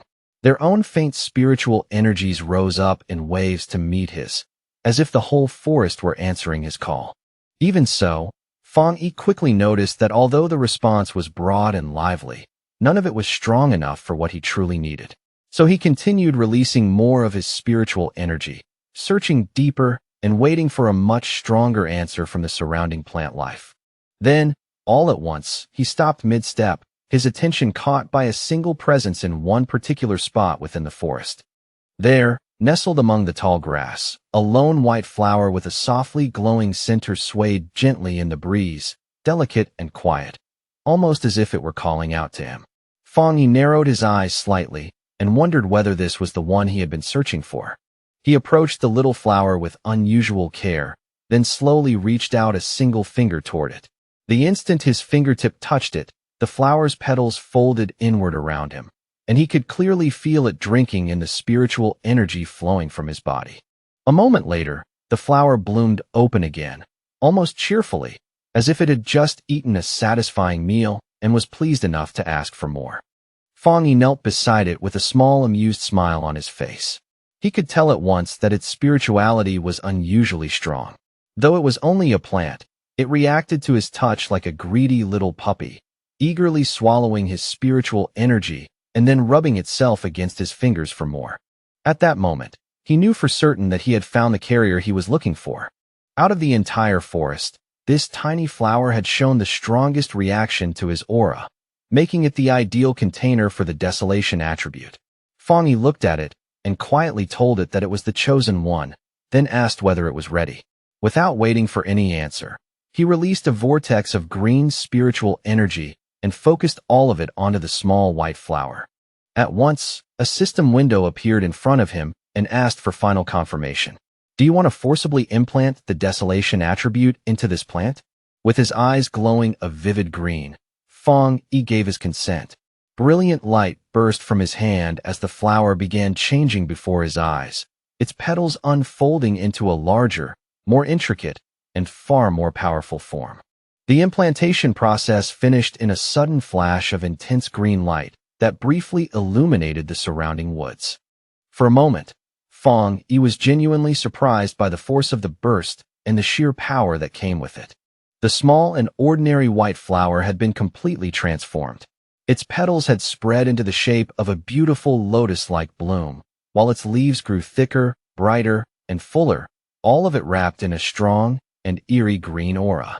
The newly empowered flower began displaying its influence almost immediately, without giving the surrounding environment even a moment to recover.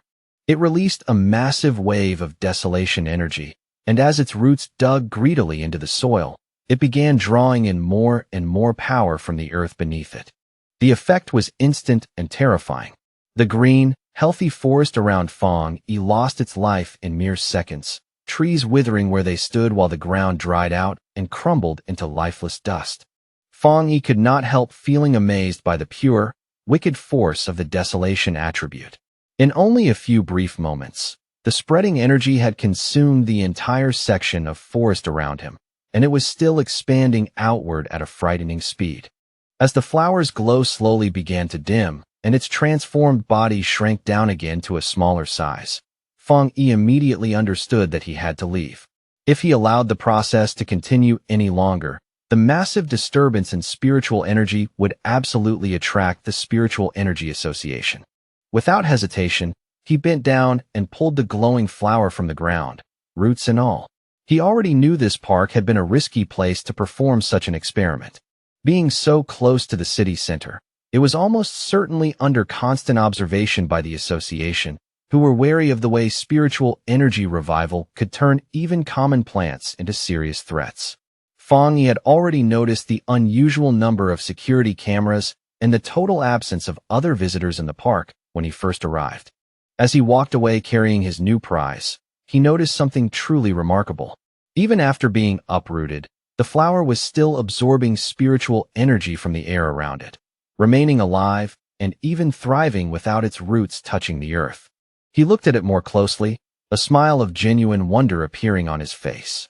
What fascinated him was that its spirituality had not weakened in the slightest after being pulled up, especially considering that only moments earlier it had been nothing more than an ordinary wildflower. That realization led him to a deeper conclusion. By implanting the desolation attribute into the plant, he had awakened its dormant evolutionary potential and placed it on a path toward becoming something far beyond what it had ever been meant to be.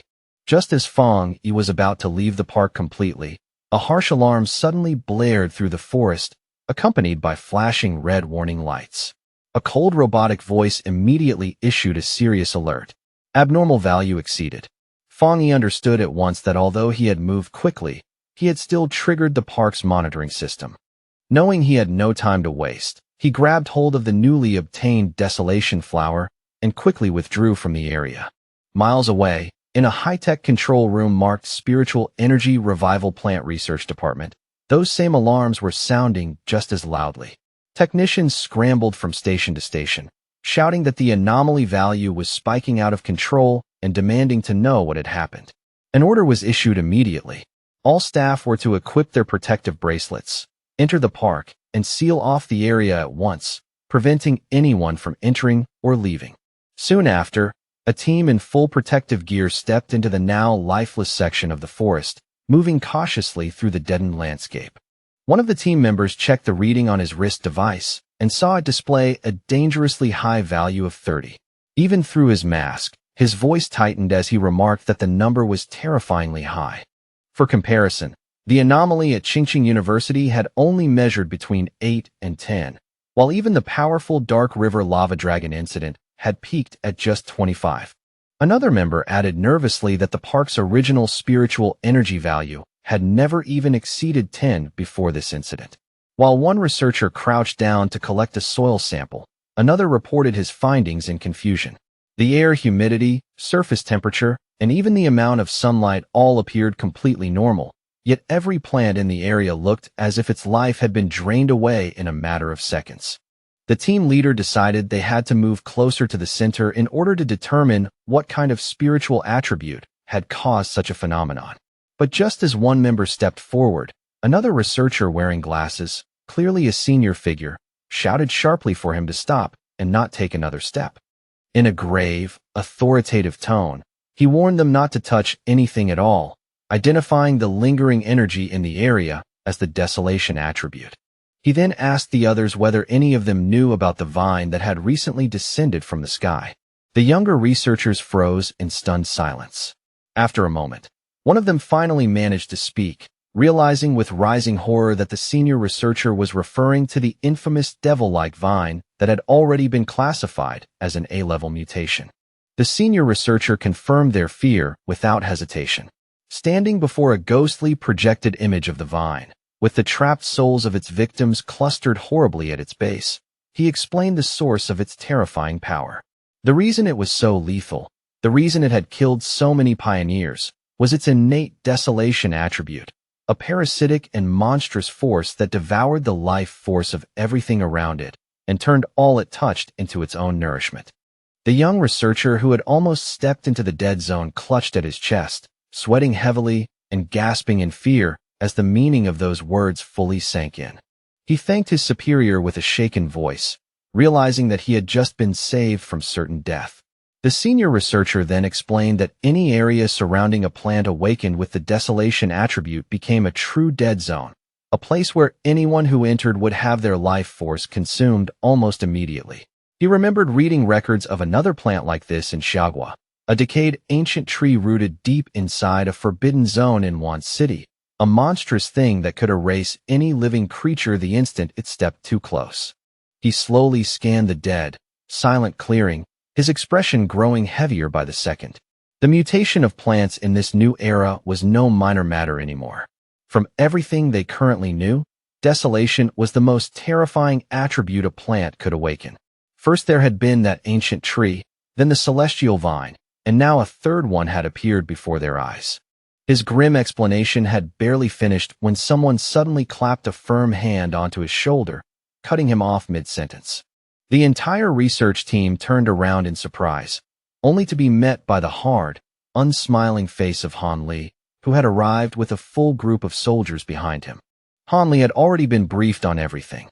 Without wasting a second, he ordered every researcher at the scene to put on the advanced protective suits his men had brought and instructed them to follow him straight into the contaminated zone.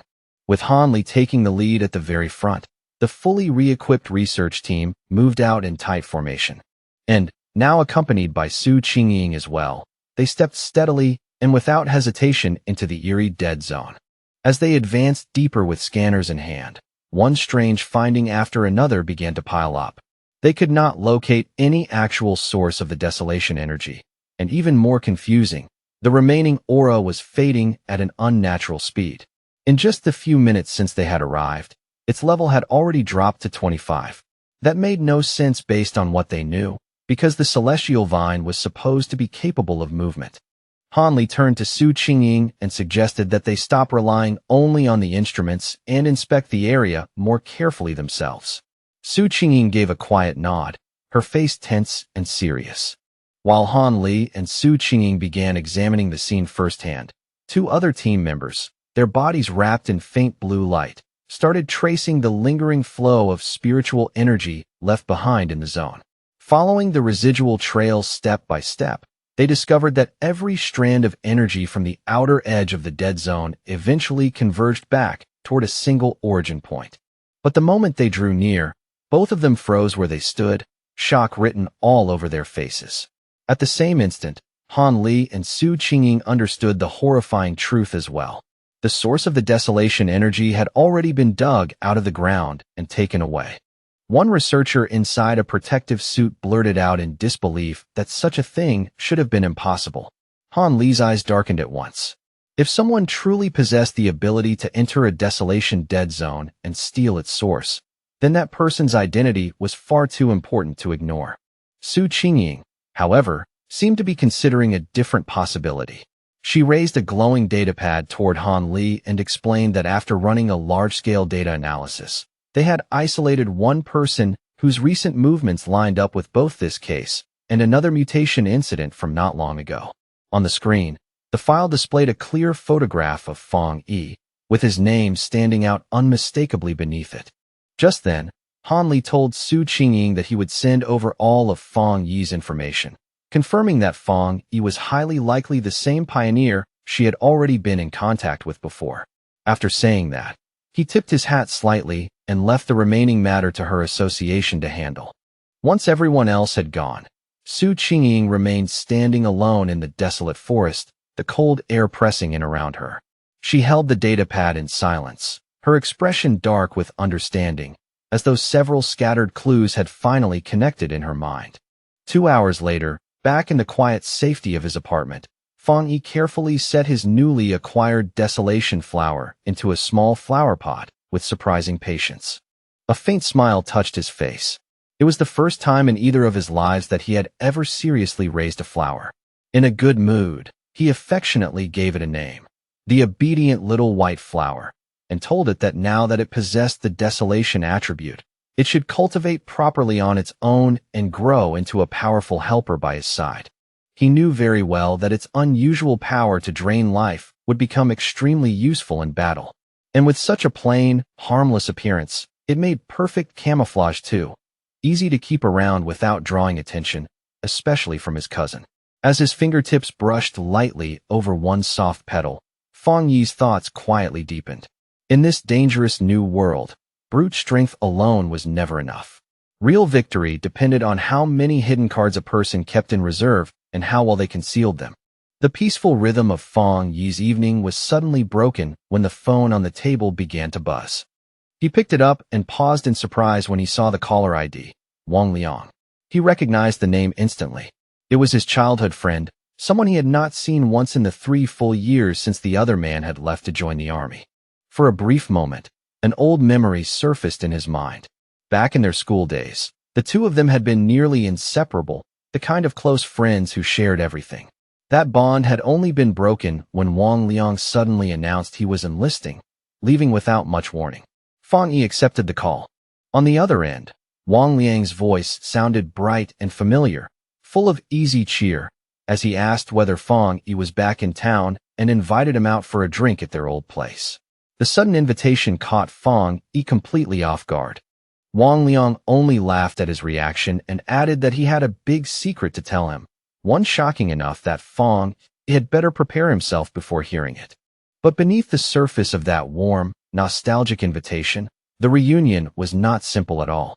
It was a trap arranged in advance, and the truth became clear the moment the call ended and the scene shifted away from Wang Liang. He was sitting in a dimly lit room, speaking to a hard-faced woman in a high-ranking military uniform. Her long red hair and scarred, intimidating features made her presence feel even sharper. Su Qingying was seated there as well. Wang Liang respectfully reported that he had done exactly as instructed. Then, after a brief hesitation, he made one personal request. If Fang Yi turned out not to be the person they were seeking, they must guarantee his safety. The red-haired officer tapped one finger against the table again and again, her growing impatience obvious in the sharp, steady rhythm. Her response was cold enough to freeze the room. She dismissed Wang Liang's concern outright and ordered him to focus on his mission without doing anything extra. Then, with chilling indifference, she added that if Fang Yi proved to be the wrong person, Wang Liang could simply treat it as his friend's punishment. Later, at a quiet bar filled with low music and dim yellow light, Fang Yi and Wang Liang raised their beer glasses and clinked them together. They sat across from each other and drank while catching up on the 3 years they had spent apart. As Fang Yi watched him talk, he noticed that his old friend had changed a great deal. Wang Liang seemed far more mature now, and just from that alone, Fang Yi could guess that military life had not been easy on him. Wang Liang spoke first about his own time in the army, casually sharing bits of what he had gone through before finally turning the question back on Fang Yi and asking how he had been living. Fang Yi kept his answer simple, saying only that he was doing fine and had gone to college. As he slowly drank his beer, Fang Yi's thoughts drifted back to his previous life. In that chaotic era, events had spiraled so quickly and violently that he had never gotten the chance to meet Wang Liang again. He remembered thinking that Wang Liang, as a soldier thrown into that merciless world, had most likely died in some nameless battle no one would ever remember. And because of that, Fang Yi could not help wondering whether this second life might allow him to change his old friend's fate. After a while, Wang Liang shifted the conversation. His tone lost its earlier ease and became noticeably heavier. Looking at Fang Yi, he asked whether he had seen anything strange lately, things like zombies, monsters, or creatures that felt as though they had stepped right out of a movie. Fang Yi became alert at once. Someone in the military knowing about the spiritual energy revival was not surprising in itself, but the directness of the question made it feel less like curiosity and more like a test. It was as if Wang Liang had come to gauge exactly how much he knew. Keeping his face blank, Fang Yi chose to play dumb and simply asked what Wang Liang was trying to say. Wang Liang let out a quiet sigh and said he was not trying to comfort him, but to warn him. In a low voice, he told Fang Yi that before long, all the things people once valued, education, wealth, status, reputation, would lose their meaning. The entire order of the world was about to be overturned. Fang Yi listened without interrupting, his expression giving away nothing at all. He only stared down at the empty glass in front of him, calm and unreadable, as though he were weighing every word in silence. He knew clearly that ordinary soldiers were bound by strict secrecy and were not allowed to leak anything about the spiritual energy revival. That alone confirmed what he had already suspected. The military had marked him as someone worth watching, and Wang Liang, his own childhood friend, had been sent here to probe him. Seeing Fang Yi stay silent, Wang Liang tried to reassure him in a softer voice. He said there was no need to panic and that as long as Fang Yi did not expose anything, he would be fine. But Fang Yi understood what was really happening beneath those words. Even while pretending ignorance, Wang Liang was still trying to protect him. Risking military discipline, he was using this chance to give Fang Yi a sincere warning about the dangerous changes approaching. Their conversation ended abruptly when Wang Liang's phone began vibrating sharply and repeatedly, the urgency impossible to miss. He answered at once, and a furious voice on the other end barked an order for him to return to his unit immediately and report to the target location within 10 minutes. Wang Liang instinctively straightened like a soldier on parade and accepted the order without hesitation, while Fang Yi watched everything in silence. The moment the call ended, Wang Liang shot to his feet. He apologized quickly to Fang Yi, saying he had an urgent mission and would not be able to stay any longer or even walk him home. But just as Wang Liang was about to leave, Fang Yi suddenly stopped pretending. In a calm, direct voice, he asked whether the mission had something to do with the spiritual energy revival, and then told Wang Liang to take him along. Wang Liang froze on the spot and slowly turned back, staring at Fang Yi with open shock and confusion written all over his face. Fang Yi rose from his seat and grabbed Wang Liang by the collar, his eyes steady and clear. He told Wang Liang to take him to meet his superiors, making it obvious that he already understood the real purpose behind tonight's meeting. At the same time, he reassured his friend that although he did not know exactly how much those people had learned, he was certain of one thing: Wang Liang would never truly try to harm him. He went on to explain that what interested him most was whatever the military was currently dealing with, because it had to be tied to the massive changes sweeping across the world. Since the Spiritual Energy Association was already responsible for handling monsters, he wanted to know what role the military was playing in all of this, and more than that, he wanted to see it with his own eyes. Wang Liang agreed without another word, and the two of them headed together toward a massive military base hidden deep within a mountain valley.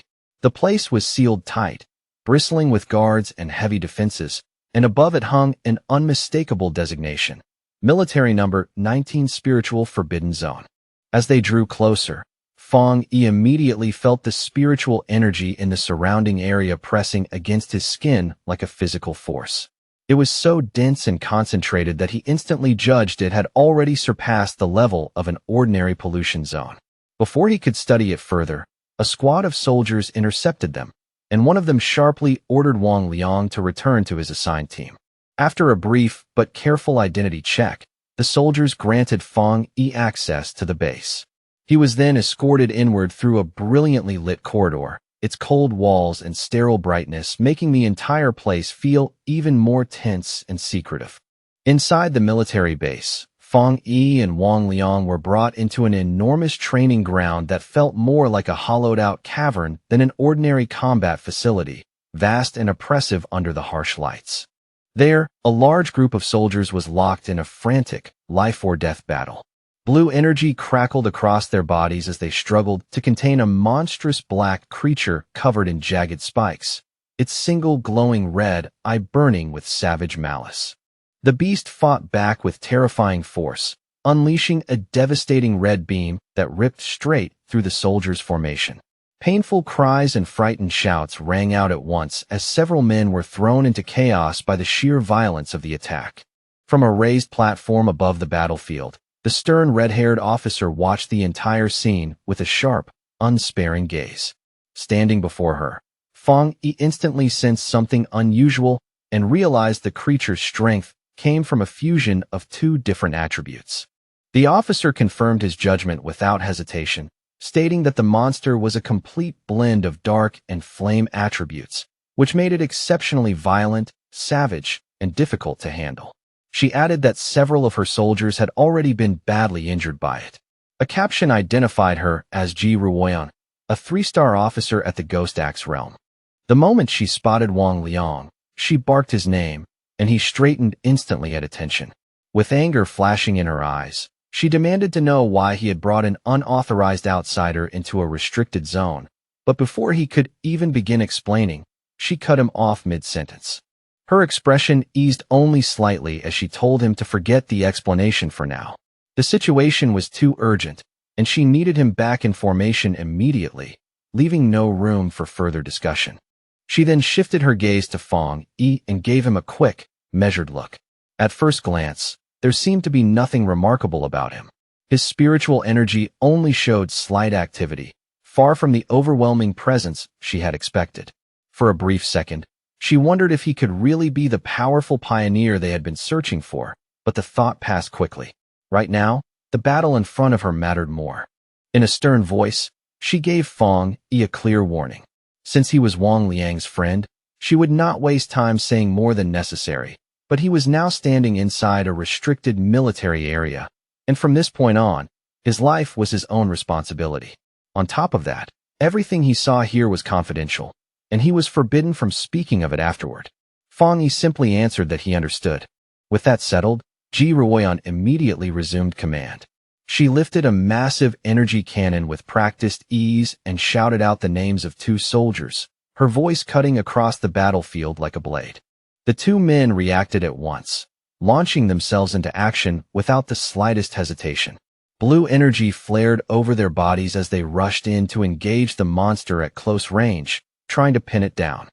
Ji Ruoyan then took aim with the cannon and fired, releasing a huge blast of concentrated energy that shot straight toward the creature with overwhelming force. The attack struck the monster head-on and erupted into a massive explosion that shook the training ground. But when the smoke and light burst apart, it was obvious the creature had not been defeated.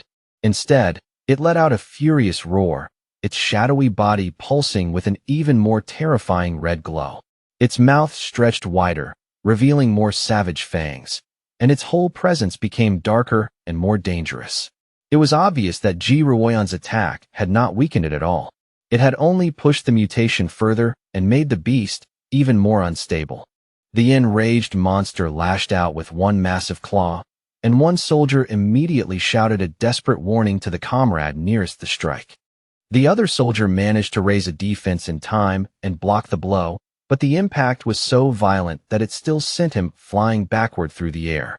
Ji Ruoyan instantly took control of the situation, shouting for her team not to get careless and ordering everyone to widen the distance.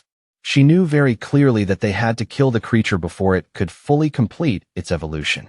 Watching from the side, Fang Yi could not help feeling a trace of admiration. What he saw was not a disorganized group of fighters, but a disciplined unit of comrades who trusted one another completely. Their coordination was tight, their movements were clean, and every person clearly understood their role. He knew that each individual mattered, and when they worked together like this, they could release a force far greater than what any one of them could achieve alone. That thought, however, was shattered almost immediately when Fang Yi sensed the monster's power surging upward at a frightening speed, far faster than before. His expression changed at once, and he shouted for them to run, warning that in its current state, they were no longer a match for the creature. But his warning was swallowed by the chaos of battle. In the next instant, the monster unleashed a huge blast of dark purple energy that blasted through the area and sent the soldiers flying in all directions. Even then, Ji Ruoyan refused to retreat. Her eyes hardened as she ordered the squad to raise their alert level immediately and upgrade the mutation level classification of the restricted area. With a furious roar, she gave the harsh order that no one was allowed to fall back. But by then, it was already too late. The monster's transformation was complete. It had become a towering demonic beast wrapped in black and crimson flames, its eyes glowing with pure viciousness. One terrified soldier shouted the truth aloud. The evil dog had fully fused with the dark attribute and completed its mutation. The creature's single eye, now blazing like a burning red orb, slowly shifted and locked onto a fresh target. Its gaze fixed directly on Wang Liang, who could only stand there and stare back, his whole body frozen by sudden terror. The moment the monster prepared to attack, both Ji Ruoyan and Fang Yi reacted with horror. In the same instant, they realized with a sharp jolt that Wang Liang was now standing right on the edge of death. Just as the fully evolved monster lunged forward in an explosive burst of power, one soldier was violently hurled backward by the surge of energy, his body thrown aside like it weighed nothing. Ji Ruoyan shouted immediately for everyone's attention, announcing that the C-level evil dog had now fully mutated and must be reclassified as a B-level threat. That meant their entire battle plan had to change at once. The soldier who had been smashed to the ground coughed violently, spraying out a mouthful of blood as he struggled to breathe. Fang Yi rushed over without hesitation, catching the injured man and steadying him as he asked if he was still all right. The wounded soldier forced out an explanation through the pain. He said he had been trying to channel spiritual energy into the monster's restraining collar, but the moment the creature evolved, the device exploded violently in response. Even while coughing up thick black liquid, the soldier still tried to act tough. He told Fang Yi not to worry about the officers of Restricted Area 19, clearly trying to stay brave despite how badly he was hurt. Fang Yi could only stare at him with a dark, grim expression, anger and frustration building silently in his eyes. Realizing that her ordinary weapons had become useless against the newly evolved monster, Ji Ruoyan let her heavy energy cannon fall to the ground with a hard metallic thud. She stepped forward in front of her remaining soldiers, her posture still firm and her resolve completely unshaken. Then she gave a final order, desperate but unwavering. No matter what price they had to pay, even if it cost them their lives, they could not allow this B-level mutation to break out of the restricted zone and escape.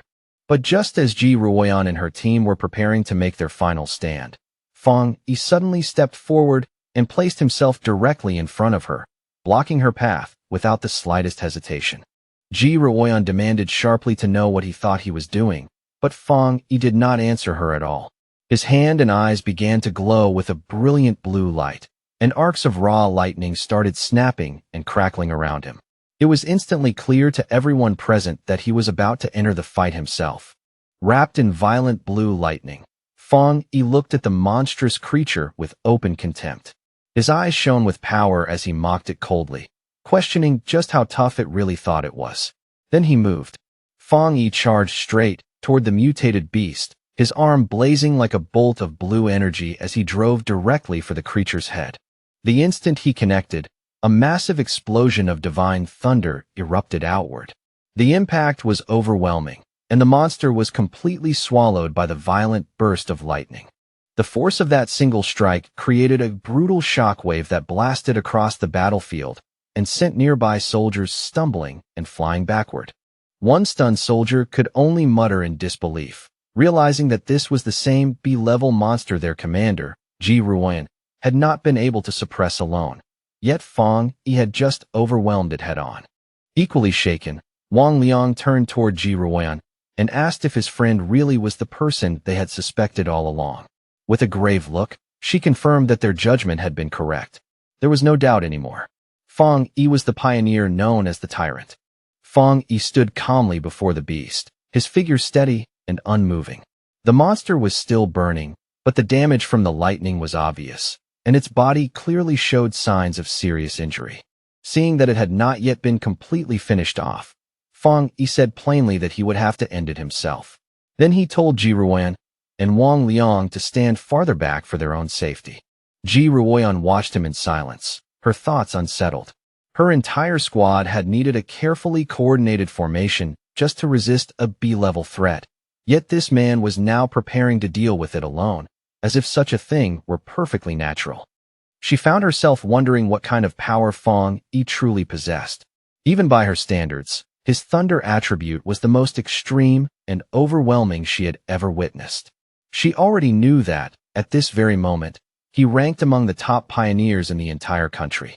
And with the full spiritual energy revival still only beginning, she could not help imagining just how terrifying his future potential might become. As Fang Yi slowly raised one hand and gathered even more electric force into it, a rare look of shock flashed across Ji Ruoyan's face. She lifted her eyes and saw a massive storm of thunder energy forming in the sky above him, churning and expanding with frightening speed. The sight made her heart tighten. She could not help but wonder how terrifying Fang Yi's power would become if he continued evolving at this pace. Then, with one final step forward, Fang Yi released the full might of his thunder attribute without holding anything back. A gigantic pillar of brilliant blue lightning exploded upward from the very spot where the monster stood, tearing through the battlefield in a dazzling display of power. In that moment, the force he unleashed fully lived up to his codename, the Tyrant. As the blinding light of the attack slowly began to fade, Fang Yi's eyes still crackled with strands of leftover electricity. Yet behind that violent energy, his expression remained calm, focused, and completely steady. The surviving soldiers could only watch in stunned terror. One of them muttered to another that the sight alone made his whole body tremble. He could endure the monster's corrosive dark power through training and grit, but this thunder was something else entirely, pure destruction, wild and absolute, on a level that felt overwhelmingly terrifying. When the dust and sparks finally settled, Fang Yi casually turned and gave Wang Liang a thumbs up, announcing as if it were nothing that the threat had already been dealt with. Wang Liang rushed over at once, shouting in relief that Fang Yi had nearly scared him to death.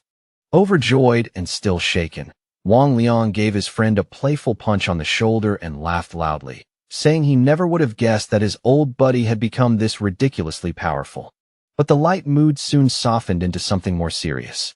Wang Liang apologized, admitting that he had suspected Fang Yi might be a pioneer, but still had no choice except to follow orders. Fang Yi brushed it off with an easy response, asking why Wang Liang was acting so formal after they had been apart for only 3 years, and made it clear that he understood the situation. Their long-delayed reunion was interrupted when Ji Ruoyan began walking toward them from across the battlefield. She stopped in front of Fang Yi and formally thanked him for stepping in to help, even extending her hand toward him as a sincere gesture of respect. With a faint, relaxed smile, Fang Yi accepted her gratitude without any arrogance. He shook her hand and replied that it was no trouble, since he had mainly acted to save his friend in the first place. Ji Ruoyan then formally introduced herself as the warden in charge of Forbidden Area 019. She explained that because Fang Yi had effectively saved the entire base, she would need to file a proper report, and asked whether he would be willing to leave his contact information. Fang Yi agreed without hesitation. Off to the side, Wang Liang watched in silent amazement, finding the whole scene strangely surreal. Seeing his famously tough commanding officer treat his childhood friend with such obvious respect felt almost unreal. Once the formalities were out of the way, Ji Ruoyan made a direct and serious offer. She told Fang Yi plainly that his strength already surpassed many of the military's own special pioneers, and on that basis, she formally invited him to join the army. At the same time, she admitted that an invitation from a single base warden like herself was probably not enough to truly move someone like him. Inwardly, she was still struggling to process the sheer scale of Fang Yi's strength. What shocked her most was the fact that he was also a 3-star Ghost Axe Realm cultivator, the same realm as her. Yet his combat power had already broken far beyond the normal limits of that level, making him feel less like a person and more like a monster in human form. Fang Yi calmly asked Ji Ruoyan whether she truly meant that she did not consider herself qualified to invite him. Carrying the pressure of her superior's authority and the reality of what she had just witnessed, she gave a straightforward answer and admitted there was nothing to deny. She went on to explain that the order to involve him had come from High Command itself, and she was certain that sooner or later, people at that level would come in person to extend a formal invitation. Fang Yi let out a small laugh and told her there was no need to be so rigid or formal. Resting a hand lightly on his chest, he said with genuine sincerity that he truly respected all of them. In his eyes, not everyone had the courage to risk their lives for others. He admitted that this was the first time he had ever watched soldiers fight in real combat, and what he had just seen had honestly moved him. Touched by the sincerity in his words, Ji Ruoyan could only lower her tone and offer him a quiet, heartfelt thank you. Fang Yi then made an offer of his own. He told her that if they ever encountered trouble in the future, they could call on him for help, just as the military had always stood up for ordinary people like him in the past.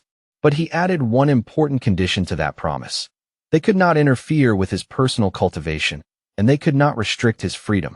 His unexpected proposal clearly caught Ji Ruoyan off guard, leaving her momentarily stunned where she stood. With their discussion finished, Fang Yi said that it was getting late and that he should be heading out. Ji Ruoyan agreed, explaining that she and Wang Liang still had to deal with the body of the mutated creature and that she would arrange for someone to escort him back safely. As he stood there facing the soldiers, Fang Yi finally came to understand the military's real purpose in this new era. He realized they were stationed in these dangerous, spiritually rich forbidden zones for two very clear reasons. One reason was to use the dense spiritual energy there for training and strengthening themselves.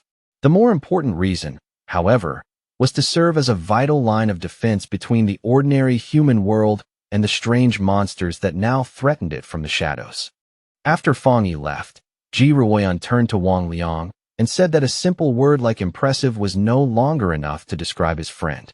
She was certain that what they had witnessed today was only a very small glimpse of Fang Yi's true strength. The fact that a pioneer could rise to such a terrifying level so quickly proved that Fang Yi possessed astonishing insight. In her view, he was a rare blend of luck, courage, judgment, and raw talent, all the qualities needed for someone destined for greatness. Seeing how deeply his commander respected Fang Yi, Wang Liang immediately grew excited and suggested that if Ji Ruoyan felt she was not the right person to recruit him, then maybe she should let him handle it instead, since he was Fang Yi's childhood friend. Ji Ruoyan, however, quickly dragged him back to reality with a sharp tap on the head, telling him to stop daydreaming, quit talking nonsense, and help clean up the mess. Wang Liang could only agree helplessly before being hauled off to work. Later that same night, back at his apartment building, Fang Yi sat cross-legged on the rooftop in meditation, his body surrounded by a brilliant golden aura that lit the darkness around him. His thoughts returned to the meeting with the military. He knew that although the trip had exposed his identity to them, he had revealed only his thunder attribute and had successfully kept his other abilities hidden. Judging from the military's attitude and the respect they had shown him, Fang Yi concluded that this was probably a good outcome. He now understood that his rare thunder attribute was a natural counter to the dark monsters they were fighting, which made him an extremely valuable asset in their eyes. That meant they would most likely try to recruit him rather than threaten him, and that alone could give him access to the fastest channels for growing stronger, along with the most advanced information available. At the same time, the events of the day had also made the division of labor between the nation's two major pioneer forces much clearer to him. The military, represented by Ji Ruoyan, were the Night Watchers, the hidden guardians defending the nation from the darkest threats. Meanwhile, the Spiritual Energy Cultivation Association, represented by people like Su Qingying, was responsible for dealing with the dangers that slipped into the cities and for protecting civilian life as much as possible. Fang Yi also understood the government's broader two-part strategy. They were using the forbidden zones to contain the greatest dangers while gradually releasing information to the public about the world's coming transformation. It was a careful and deliberate approach, one designed to buy precious time and keep society from collapsing into panic and chaos. As his meditation deepened, a bright orb of golden energy pulsed steadily within his core, glowing with increasing intensity. At first, Fang Yi noted that even after absorbing the rich energy from the Forbidden Zone, he had not felt any immediate pressure to advance. But that calm feeling changed almost at once. Golden energy suddenly surged through his body, and cracks of power began spreading across his face. Even a short stay in such a spiritually dense place had filled him to the limit. Fang Yi recognized the signs immediately and without mistake. He was standing right at the edge of another breakthrough. Meanwhile, down on the streets below, Lin Yi was walking home with groceries in hand, casually wondering whether Fang had already returned. She thought that if he was home already, she could let him try the meal she had made and see what he thought of her cooking. That ordinary little thought was shattered in an instant when she suddenly looked up and saw a massive pillar of golden light erupt into the night sky from the direction of their apartment building. Her eyes widened immediately with shock and alarm as she froze in the middle of the street.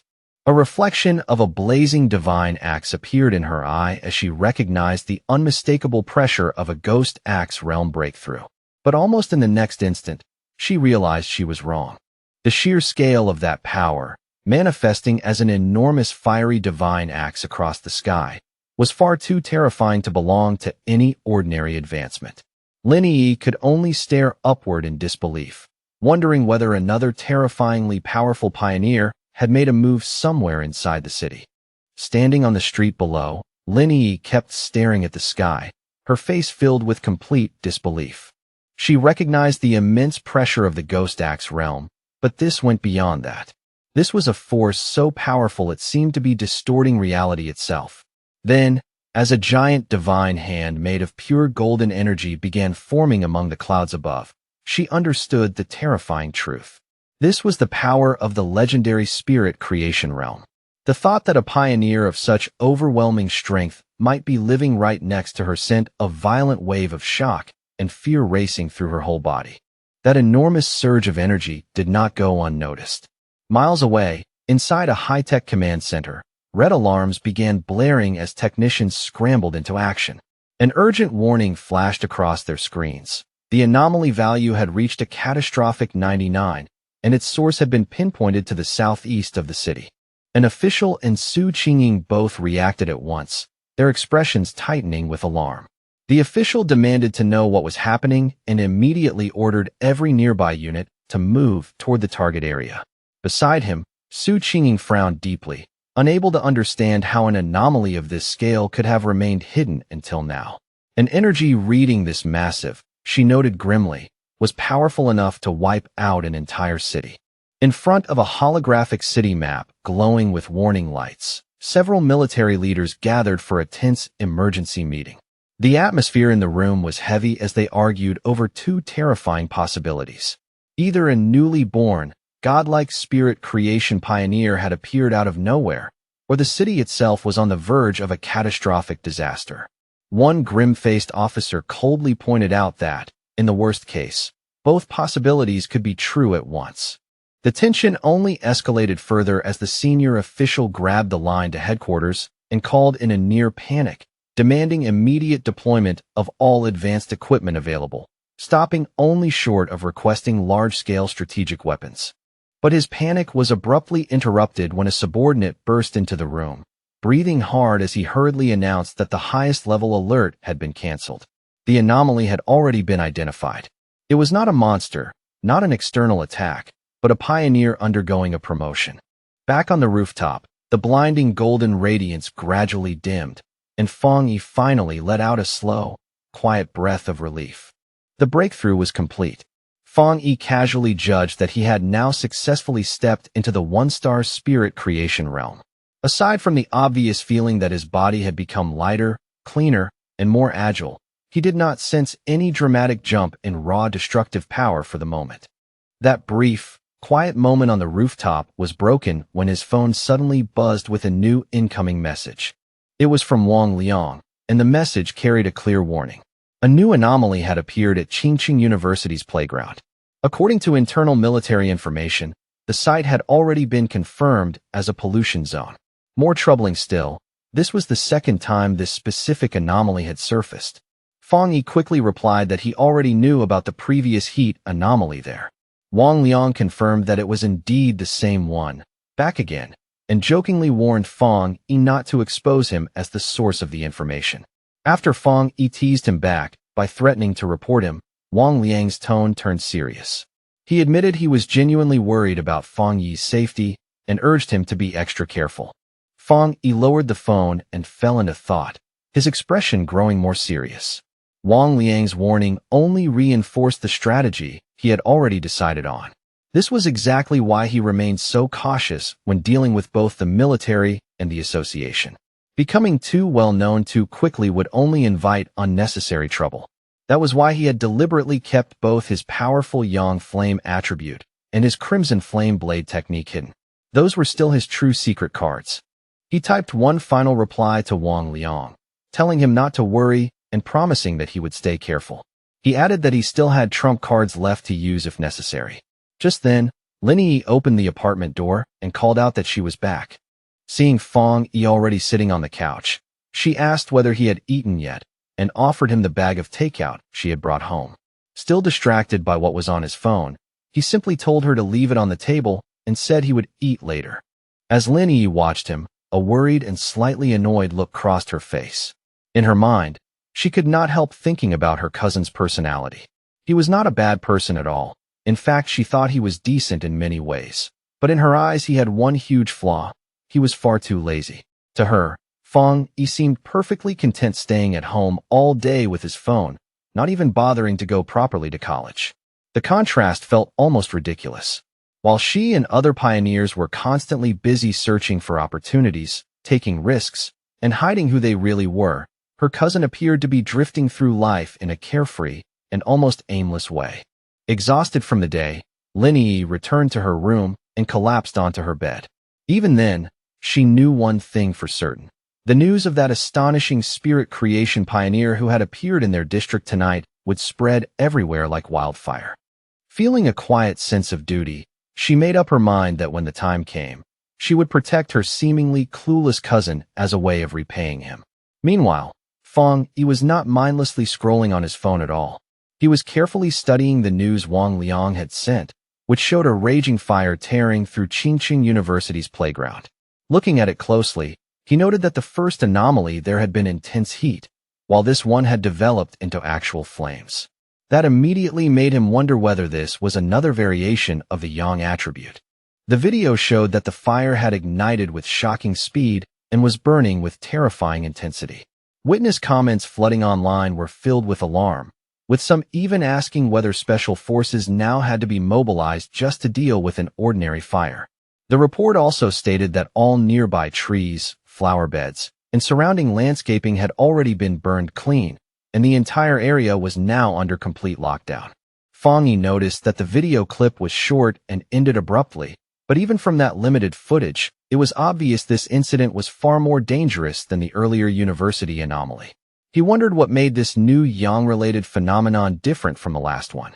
Realizing he needed to see the place with his own eyes, he also understood that if he wanted access to the sealed area, he would have to contact his new military connection, Ji Ruoyan.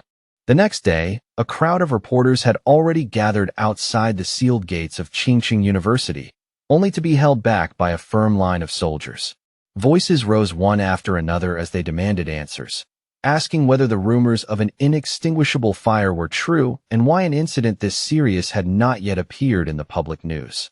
While the reporters kept pressing forward and throwing questions at the soldiers, Ji Ruoyan arrived with Fang Yi by her side. The crowd immediately turned to stare, wondering who these two striking figures were, especially when the soldiers promptly opened the gates for them and let them pass through without the slightest hesitation.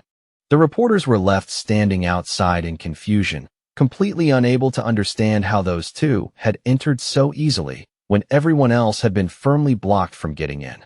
Inside the restricted area, Fong Yi and Jiran looked out over what remained of the university playground, now reduced to smoldering ruins and blackened ground. Fong Yi remarked on the sheer scale of the destruction and asked whether this was the so-called sky fire he had heard about.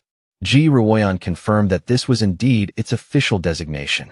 She then explained just how frightening the sky fire really was. It could appear without any warning at all, could not be extinguished by normal means, and in the end could only be left alone until it had burned everything it wanted into ash. In her view, the name Sky Fire suited it perfectly. After they had taken an initial look around, Ji Ruoyan told Fong Yi that she needed to go to the principal's office for a moment and asked whether he could wait there for her. Fong Yi told her to go ahead, saying he would be fine on his own. Left by himself, Fong Yi began walking slowly along the outer edge of the destroyed zone, which had already been cordoned off with strips of yellow warning tape. He crouched down and reached out to touch the scorched earth, studying the remains of the scene with care. Very quickly, he noticed that the ground had already gone cold. More importantly, there was no trace of lingering spiritual power left behind by the sky fire. That realization left him faintly disappointed. If no attribute residue remained, then there was nothing for him to collect. His original plan, he thought to himself, had clearly been too simple. His thoughts were interrupted without warning when a familiar voice suddenly called his name. Looking up, Fong Yi saw Chu Qingli standing on the nearby steps with another girl beside her. Surprise showed on Chu Qingli's face as she asked what he was doing there. The girl beside her, wearing glasses, immediately reacted when she heard his name. She turned to Chu Qingli and asked whether this was the ex-boyfriend she had mentioned before, the one who had ended up going only to a vocational college. Chu Qingli simply acknowledged that yes, it was him.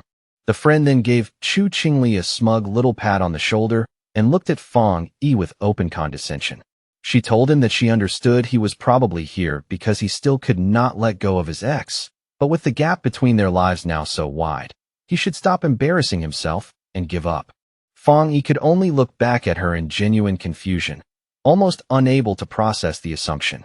The very idea that he would still be hung up on Chu Qingli struck him as absurd. Not far away, other students had already started whispering as they watched the scene unfold. They wondered who the guy standing with the campus beauty Chu Qingli was and quickly guessed that he must be yet another hopeless admirer. Some pointed out that he did not look like a student from their university at all, while others complained about how campus security had somehow let an outsider slip inside. Chu Qingli's friend in glasses stepped forward again, this time openly aggressive. She told Fong Yi that Chu Qingli was now one of the school's great beauties and that he needed to think carefully about who he was and what he was doing.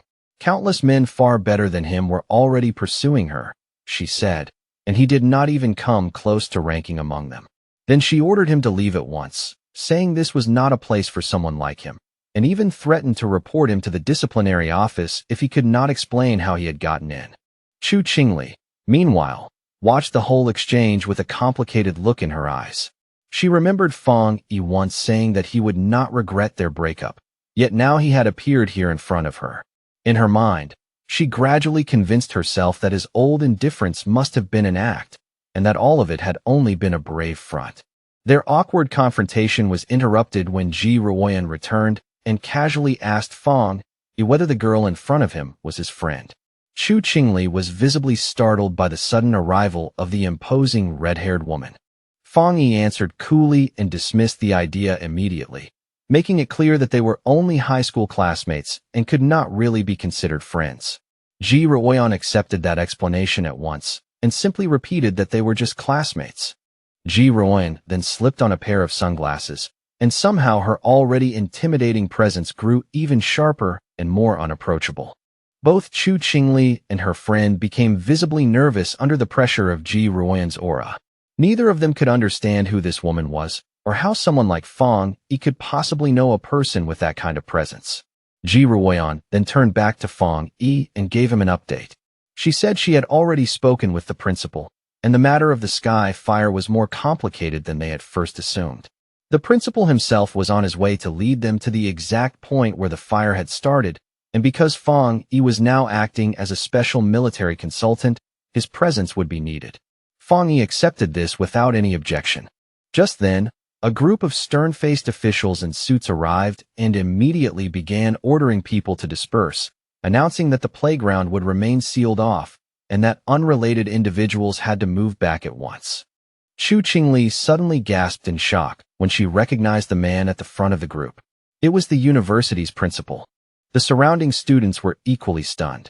The principal was known as an extremely busy and difficult man to meet, someone who rarely showed himself openly on campus. Realizing that he had come in person to meet Fong Yi and the mysterious red-haired woman left them speechless with surprise. Chu Qingli's friend, however, completely misunderstood what was happening. She smirked to herself, convinced that the principal had finally arrived to deal with Fong Yi and Ji Ruan for entering a place they had no right to be. Chu Qingli, by contrast, said nothing, her face filled instead with uncertainty. But to the absolute shock of both Chu Qingli and her friend, the principal and his entourage did not approach Fong Yi and Ji Ruan like they were trespassers at all. Instead, the elderly principal walked straight up to Fong Yi and greeted him warmly with a respectful handshake. He addressed Fong Yi as the consultant introduced by Ji Ruan and explained how worried he had been by the recent abnormalities at the school and by the threat they posed to the students. He openly expressed how relieved he was that they had come to help resolve the situation. Then, in an even more astonishing gesture, the principal bowed slightly to Fong Yi and formally placed the entire matter of the playground into his hands. From where she stood, Chu Qingli could only stare with her eyes wide open, completely unable to process what she was seeing. In that instant, everything she thought she knew about her ex-boyfriend was shattered. At the same time, the principal's security team moved quickly to secure the surroundings, forming a human barrier and loudly ordering all unrelated students and bystanders to step back. As the crowd, including Chu Qingli, was pushed farther away, confusion rippled through everyone there. No one could understand why their highly respected principal was showing that level of courtesy, even deference, to someone so young. Buried within the crowd, Chu Qingli listened in silence as the students' opinions around her began changing almost by the second. People were now guessing that Fong Yi must have some extraordinary hidden identity to deserve treatment like this. Someone even recalled that only moments earlier, he had been dismissed as nothing more than Chu Qingli's ex-boyfriend or another one of her pursuers. Another voice in the crowd spoke up with a mix of shock and bitter amusement, pointing out how completely the situation had reversed. In their eyes, the gap had flipped so thoroughly that even if Chu Qingli were the one to chase after Fong Yi now, she still might not be able to win even a glance from him. Then the cruelest realization of all quietly settled over the scene. People began noticing that from beginning to end, Fong Yi had not once looked toward the campus beauty, nor had he acknowledged her existence in any way. She had been left standing there the whole time, completely ignored, as if she did not matter at all. At Qingqing University's North District, the principal personally led Fong Yi and Ji Ruan deeper inside to the true site of the anomaly. As they walked, he explained the full chain of events, starting with the earlier Golden Sun incident, which he had originally hoped would mark the end of the school's troubles. But only a few nights ago, another disaster had erupted when a fire suddenly broke out on one of the playgrounds. The flames had been so fierce and unnatural that even the fire department had failed to put them out. Thankfully, it had happened late at night, when no students were nearby, allowing the school to seal the area off in time. The principal continued, his face growing heavier and more serious with each word. A single fire might have been dismissed as bad luck or an accident, but soon afterward, 2 more playgrounds had caught fire as well. He said he had personally witnessed a crimson flame descending from the sky and hanging in midair, a sight so impossible that it left no doubt this was a supernatural event. He told them that although the other fires had eventually burned out or been suppressed, one of them still remained. As the group drew closer to that final location, Fong Yi could already smell the sharp, choking scent of something still burning in the air. They soon arrived at a basketball court where a single hoop was still engulfed in a raging, undying flame. The principal confirmed in a low voice that this was the original point of eruption, the one place where the fire simply refused to go out. As the three of them stood there watching the anomaly, Ji-ruan glanced down at a device on her wrist, and its reading showed 11. She explained to Fong Yi that the device was a basic spiritual anomaly detector used for quick field judgment. Then she clarified that for ordinary civilians, any reading above 10 already counted as a disaster-level threat and required a full lockdown of the surrounding area. Without warning, the detector suddenly began flashing and beeping wildly, and the number on the screen shot upward in an instant, climbing all the way to 60. Ji-ruan cried out in alarm at the absurd spike in value. A trace of real panic entered her voice as she warned the principal that if the energy continued rising like this, then the danger would no longer be limited to the university grounds alone, but could spread outward and threaten the entire city. She immediately declared that they had to call in an elite pioneer squad at once if they wanted any hope of containing the anomaly before it grew worse. But before anyone could put that plan into action, Fong Yi moved first. Without saying a single word, he suddenly leaped over the chain-link fence, ignored the warning signs completely, and headed straight into the heart of the fire. The fierce flames swallowed him almost instantly, wrapping around his body in blazing light as Ji-ruan and the principal looked on in utter shock. At that exact moment, the number on Ji-ruan's detector jumped again with another violent surge. And this time the display showed an astonishing reading of 110. She shouted that the anomaly had just been elevated to S level, her voice ringing with disbelief. The principal turned pale with panic and asked what they were supposed to do now that Fong Yi had already gone inside. Ji-ruan could only stare into the sea of fire, stunned by what he had done. Under her breath, she questioned his recklessness, muttering that not even the strongest soldiers from a forbidden zone would dare enter such a deadly area alone. Inside the flames, however, Fong Yi remained completely unharmed. His figure stood calm and steady within the inferno, his silhouette almost unreal against the raging fire around him. He already understood why. Just as his yang attribute had once protected him from divine thunder, it could now shield him from the burning force of this sky fire as well. But almost immediately, he discovered a serious problem. His power was indeed protecting him, yet that same protection was also keeping him from making direct contact with the source flame itself.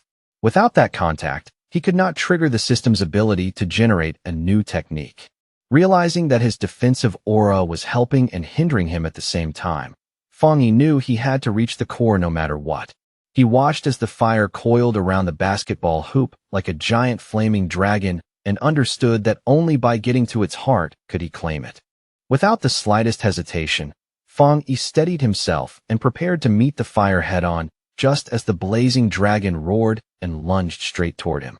In an incredibly dangerous move, he deliberately shut down his golden sun protective aura, stripping away his defense and leaving himself fully exposed. The moment that protection vanished, the sky fire rushed over him like a storm, covering his entire body in raw, violent heat. Fong Yi gritted his teeth against the searing agony as the flames scorched him, but he still forced his arm forward inch by inch, determined to touch the anomaly's core no matter the pain. His gamble paid off. The instant his hand finally made contact with the source, the system activated and confirmed that it had detected an intense fluctuation of the Skyfire attribute. Even through the pain, a fierce grin spread across Fong Yi's face. He could feel just how terrifying the Skyfire's will was, and he was shocked to realize it was even more forceful than the Desolation attribute he had obtained not long ago. Still, his resolve only hardened further. No matter the cost, he decided this power would become his. The system immediately entered its final calculation phase and began compiling the new data with complete success. A triumphant smirk rose on Fong Yi's face. He knew at once that he had done it. A brand new system window appeared before him and announced his reward. He had obtained the Skyfire attribute technique, the Nine-Dragon Skyfire sealing art, a terrifying power created to destroy evil and seal all demons. As the knowledge flooded into him, the once rampaging flames began to obey his will, coiling around his arm like a dragon that had finally been tamed. The system confirmed that the newly compiled technique had been fully unlocked and could now be used immediately without delay. As Fong Yi focused his mind and tightened his control, he began the final step, extracting the Skyfire attribute itself and absorbing its essence directly into his body. His eyes lit up with a burning red glow, and fiery markings slowly spread across his face as a visible sign of the power he had just claimed. With both hands forming a seal and red energy blazing in his eyes, Fang Yi prepared to use his new technique and called out the name of the 9-dragon Skyfire sealing art. The instant Fang Yi released the technique, massive glowing red chains burst from his back and tore violently into the surrounding sea of fire. Outside the fence, Ji Ruoyan and the principal stared in astonishment. Ji Ruoyan recognized the energy pattern almost immediately and identified it as a sealing aura. She remembered once witnessing a high-level military pioneer seal a forbidden land. The methods were clearly different, but the oppressive, unmistakable feeling of powerful sealing energy was exactly the same.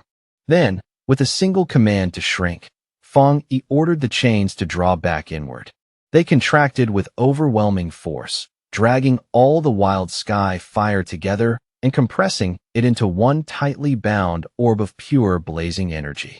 Floating in midair, Fang Yi held the chained sphere of fire before him, the sealing process now fully complete. The sealed fire orb then drifted gently back down toward the basketball hoop. Fang Yi landed lightly and explained the result to Ji Ruoyan and the principal.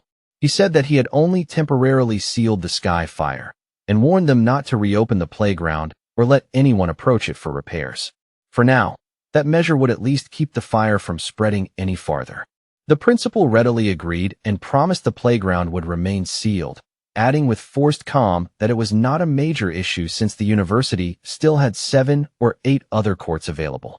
Ji Ruoyan, however, did not speak right away. She simply watched Fang Yi in silence, her gaze intense and unreadable, as if she were re-examining everything she thought she knew about him.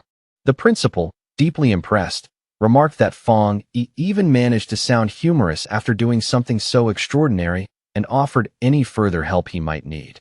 Ji Ruoyan, however, cut in before the conversation could continue, saying that she needed to speak with Fang Yi privately about a few things. The principal cheerfully excused himself at once, leaving the two of them alone by the sealed court. Once he was gone, Ji Ruoyan turned to Fang Yi and spoke in a direct, serious tone. She told him that he had hidden his true depth extremely well. Fang Yi tried to brush it aside casually, saying only that the sky fire had been troublesome and unusually powerful, but Ji Ruoyan saw through that excuse immediately. With a sharp, steady look, she told him to stop pretending. She made it clear that she was not talking about the fire at all, but about Fang Yi himself, his frightening talent, his hidden strength, and the level of power he had been concealing. In the end, Ji Ruoyan let the matter drop instead of pressing him further. She admitted that it was perfectly normal for pioneers to keep secrets, especially someone as powerful as Fang Yi. Hearing that, Fang Yi said nothing and simply continued listening with a calm, unreadable expression. Then her tone changed again, becoming quieter, more sincere, and far more serious. She explained that although she had no right to demand anything from him, she still hoped he would listen carefully. She painted a bleak picture of the future, a world descending into chaos, an era of violent change in which Xiagua would desperately need top-tier talents like him to survive what was coming. To make her meaning absolutely clear, she told him that once the spiritual energy revival fully arrived, a person with his level of power would become as strategically important as a modern nuclear weapon. And because of that, she warned, every major force, from the various military forbidden zones to the Spiritual Energy Association, would inevitably rush to recruit him.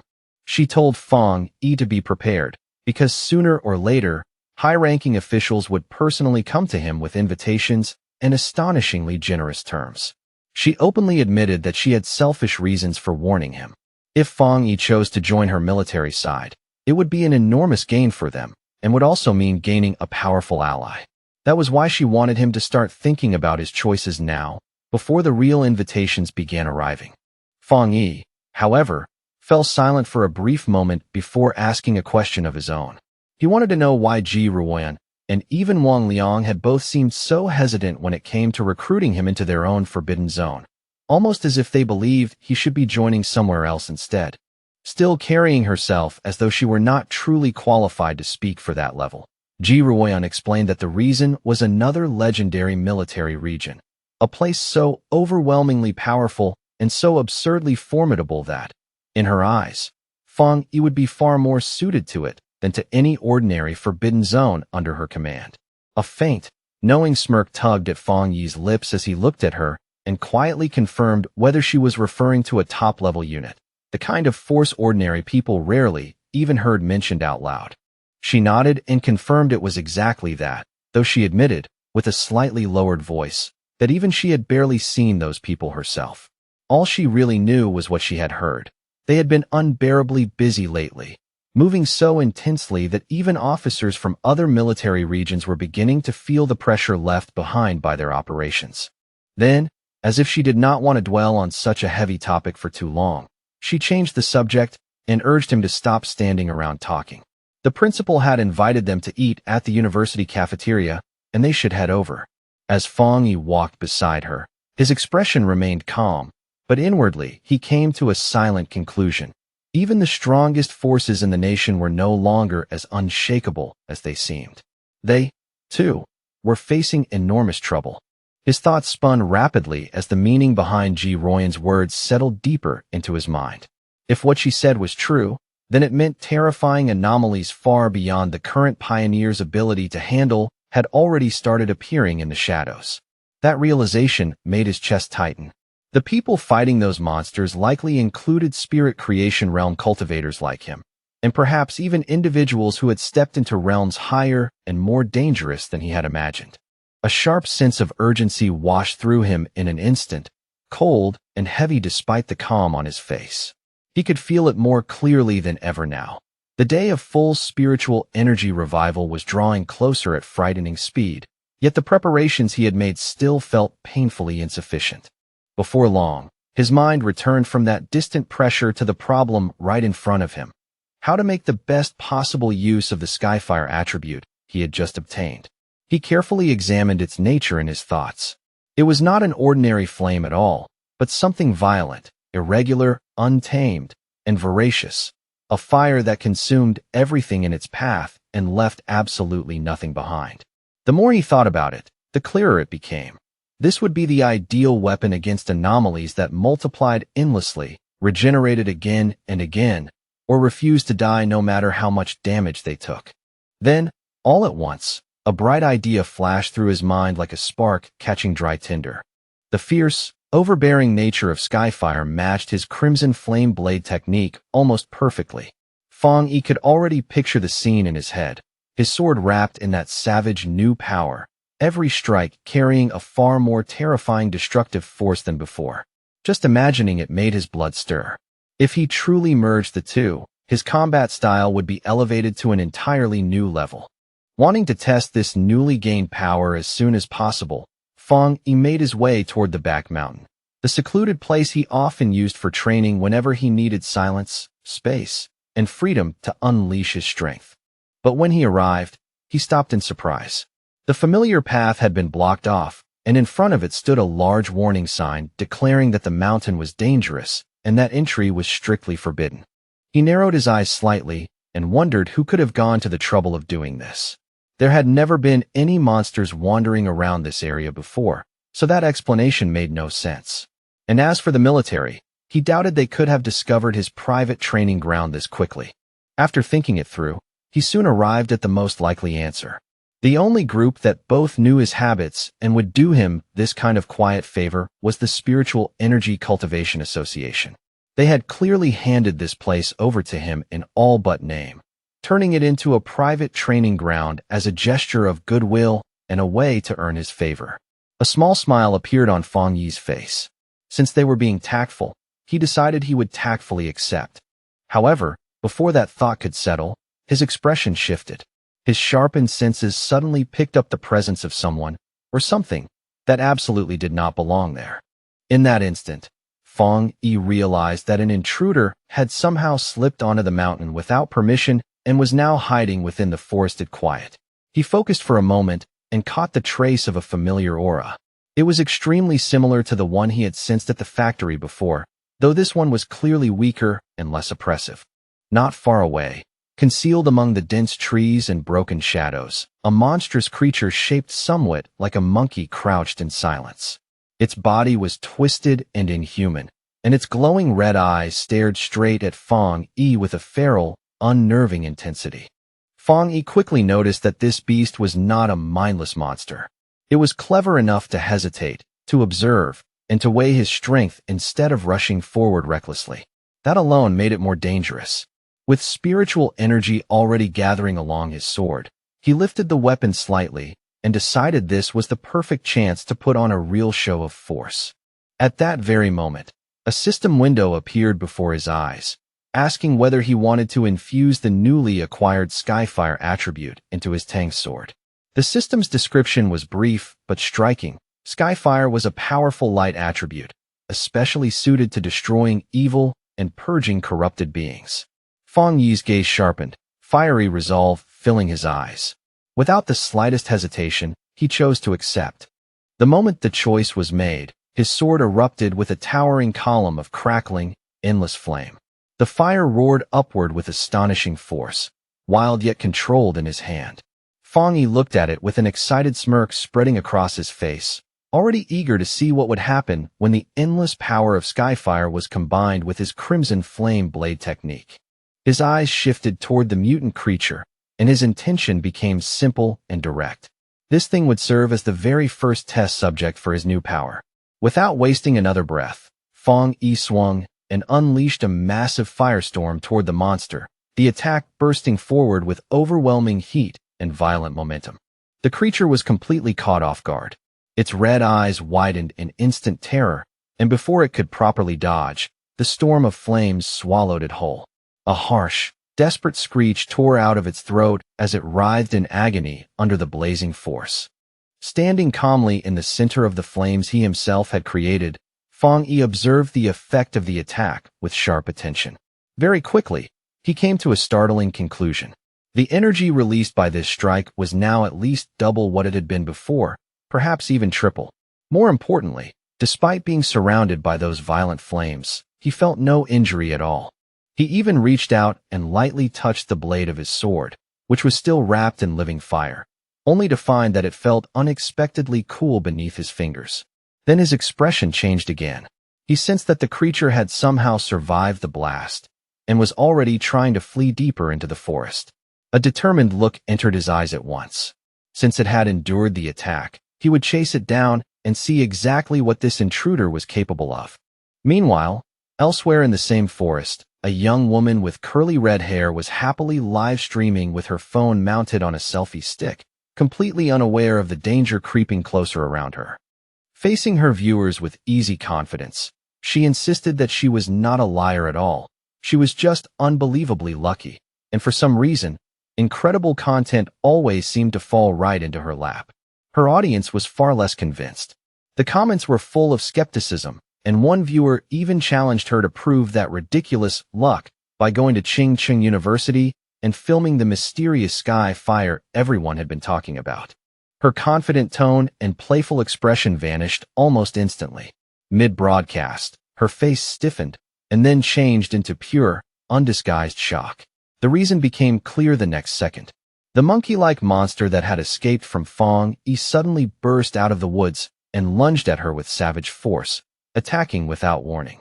The impact sent her phone flying out of her hand.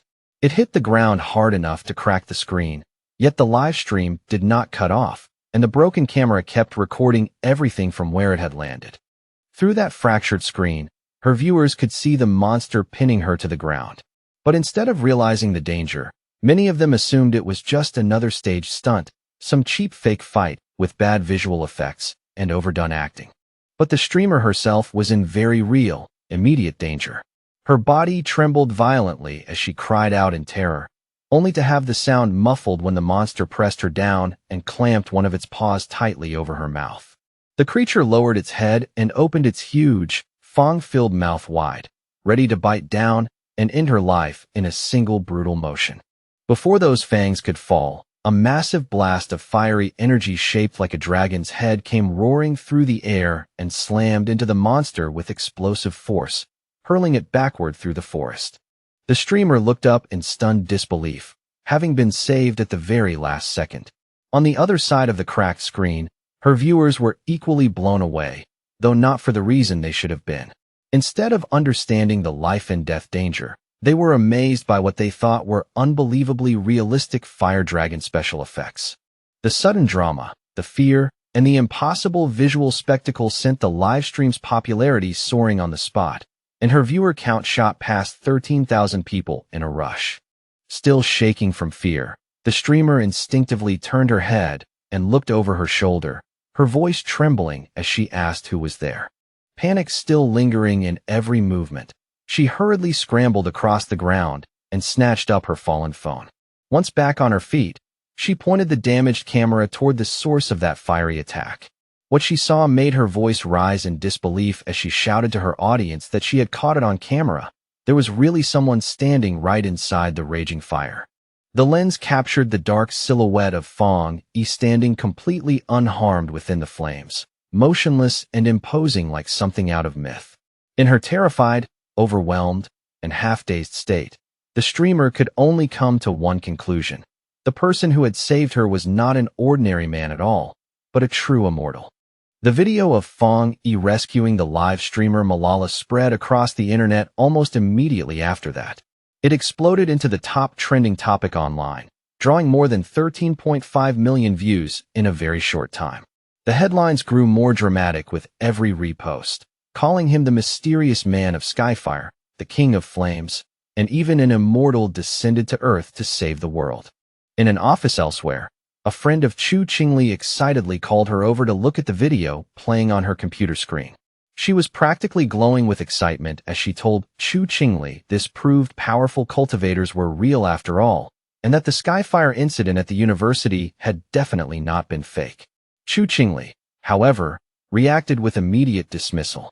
She told her friend not to believe such ridiculous things and insisted it was obviously all staged, just acting, editing, and special effects. But the moment she looked more carefully at the figure on the screen, her doubtful expression froze where it was, slowly hardening into visible shock and recognition. Her friend, still too excited to notice anything strange, kept pointing at the screen and triumphantly declaring that she had been right all along. She even laughed and commented on how handsome the man in the video was before finally noticing Chu Qingli's silence. Inside, however, Chu Qingli was already in turmoil. She kept desperately telling herself that the video had to be fake, that it simply could not be real, and that the figure inside the flames only happened to resemble Fong Yi.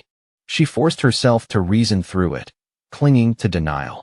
If that person were really Fong Yi, then flames that intense should have burned him to ash long ago. But that argument quickly began to crumble, and her denial turned into fear. What if it really was him? What if he had truly become that powerful? The thought made her stomach tighten. She worried that after everything between them, he might use that terrifying new strength to take revenge for their breakup.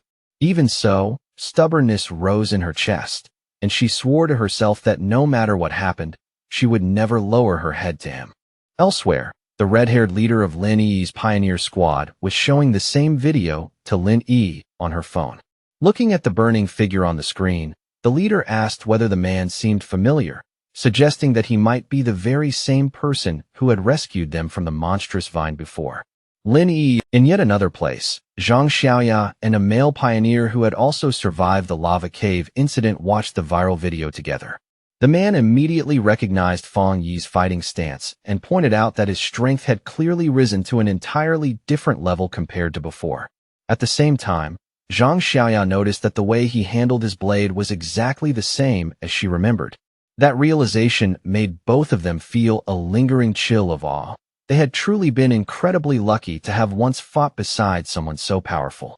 Fong Yi's public display of overwhelming power quickly reached the highest levels of the nation's two major organizations. Inside a sleek modern skyscraper, likely the headquarters of the association, the atmosphere had already turned tense. The city's crisis was clearly worsening, and the current pioneers were beginning to struggle just to keep pace with the chaos spreading around them. In a high-level meeting room, Su Qingying spoke to a group of officials with calm confidence. She informed them that the military had already been in deep communication with Fang Yi, and she expressed firm belief that, when the time came, he would agree to lend them his help.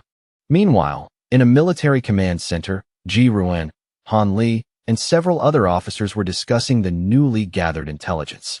They were stunned by the speed of Fang Yi's growth, openly calling him a monster for reaching the spirit creation realm so quickly. The conversation soon turned to speculation over how many high-tier attributes he might possess, and one officer concluded that the number had to be 3 or perhaps even more. In the end, they all came to the same uncomfortable conclusion. Trying to intimidate someone like him had been utterly foolish, and now their only realistic choice was to recruit him. Han Li asked in a low, serious voice whether the high command had finally decided to approach Fang Yi in person. Jialan gave a calm confirmation, but her tone carried a trace of helplessness as she added that the top brass was still reluctant to lower themselves. After all, every previous top-tier pioneer had come from the military's own system, and pride was making this decision far harder than it should have been. Taking control of the discussion, Han Li quickly laid out their new plan. He ordered his subordinates to investigate what kinds of weapons, equipment, or special resources Fang Yi might currently need, and to quietly provide him with information about suitable training grounds as a gesture of goodwill. Then, at this point, nearly the entire spiritual energy circle in Xiagua had turned its attention toward Fang Yi. Both Su Qingying and Jialan found themselves thinking about what lay ahead for him. Su Qingying seemed troubled, as if she could already see the crushing pressure now gathering around him, while Jialan wore only a faint, confident smile. Though their thoughts differed, both women, each leading powerful forces of her own, were quietly waiting to see what this extraordinary young man would do next. In a quiet hospital room filled with pale light and sterile stillness, the steady beeping of a heart monitor sounded especially clear, breaking the silence one measured note at a time. Beside the bed sat a mysterious woman with long purple hair, her posture calm and elegant as she looked at the unseen patient before her and softly called that person teacher. Her voice was gentle, almost tender, as she said that Xiagua seemed to have finally found a new ray of hope. With someone as powerful as Fang Yi appearing at such a critical moment, she whispered, the chances of her teacher waking up at last had become just a little greater than before. One day later, back at the apartment, Fang Yi sat at the table eating breakfast while quietly thinking over everything that had happened the day before, his expression calm, but his mind still turning over each detail. As he ate, he reflected on how the fight on the back mountain had somehow spread across the internet overnight, all because one reckless live streamer had sneaked into the restricted area in search of views and excitement. Between bites, he casually checked the aftermath and noticed that the video had already been wiped clean from the internet, while the streamer's account had been banned altogether. He immediately guessed who had done it. Whether it was the military or the Spiritual Energy Cultivation Association, someone with enough authority had clearly stepped in and cleaned up the situation fast. His thoughts had only just begun to settle when his expression suddenly changed. A small but unmistakable sense that something was wrong cut through his casual mood. He quickly realized what had been bothering him. Lin Yi had not come home the night before, and there had not been a single message from her either. Even if she had gone out on a mission, that kind of silence was unusual enough to make him frown. A growing unease spread through him as he picked up his phone and tried to call her, only to be met immediately by an out-of-service message. The cold, mechanical reply made the room feel even quieter. Now genuinely alarmed, Fang Yi no longer treated it as a small matter. He knew something had to be wrong, and without further hesitation, he decided he had to go find her himself. Meanwhile, deep inside a dark and mist-covered forest, Lin Yi and the red-haired leader of her pioneer squad were still trapped, lost in the endless gloom with no clear way out. Breathing hard, the red-haired leader asked Lin Yi if she had any idea how long they had been stuck in that cursed place. Lin Yi gave a rough estimate of around 10 hours, though even as she answered, she admitted she could barely keep track of time anymore in that oppressive fog. The red-haired leader, her face pale with exhaustion and her body marked with bruises, apologized again and again, clearly blaming herself for dragging Lin Yi into this nightmare. She admitted that when they came here, she had believed they were only investigating some strange phenomenon, not walking into a death trap. As she spoke, she pressed a hand to her side and winced from the pain. Lin Yi told her firmly to stop apologizing, insisting that the real problem was her own lack of strength. There was no point wasting breath on regret now. She urged her leader to stay alert, keep calm, and conserve whatever little spiritual energy and stamina they still had left. Even while forcing herself to stay steady, Lin Yi's thoughts drifted to the overwhelmingly powerful master she had once seen. In a moment like this, with death pressing in from all sides, she could not help wishing she had even a tiny fraction of that person's strength to save both of them. Their tense exchange was abruptly cut short when something moved in the fog behind them. A massive, shadowy monster with glowing red eyes and a menacing, spiked outline slowly emerged from the gray mist, its presence thick with danger. The monster suddenly lunged out of the fog, its claws slashing straight toward the red-haired leader. Reacting on instinct and with astonishing speed, Lin Yi shoved her companion out of the attack's path and shouted a sharp warning at the same time. In the very next instant, she thrust out her hand and released a burst of bright blue spiritual energy. The power condensed into a sharp blade of light that flashed through the air and neatly severed the creature's head in one clean strike. But even as they struggled back to their feet, more of those shadowy, zombie-like figures began stumbling out of the fog one after another. Seeing them clearly, Lin Yi felt horror creep into her chest. These things were not normal monsters at all. They had to be the reanimated remains of other people who had been trapped here and died. After cutting down one of the creatures and watching it dissolve into a puddle of black mist, Lin Yi quickly explained what she had figured out.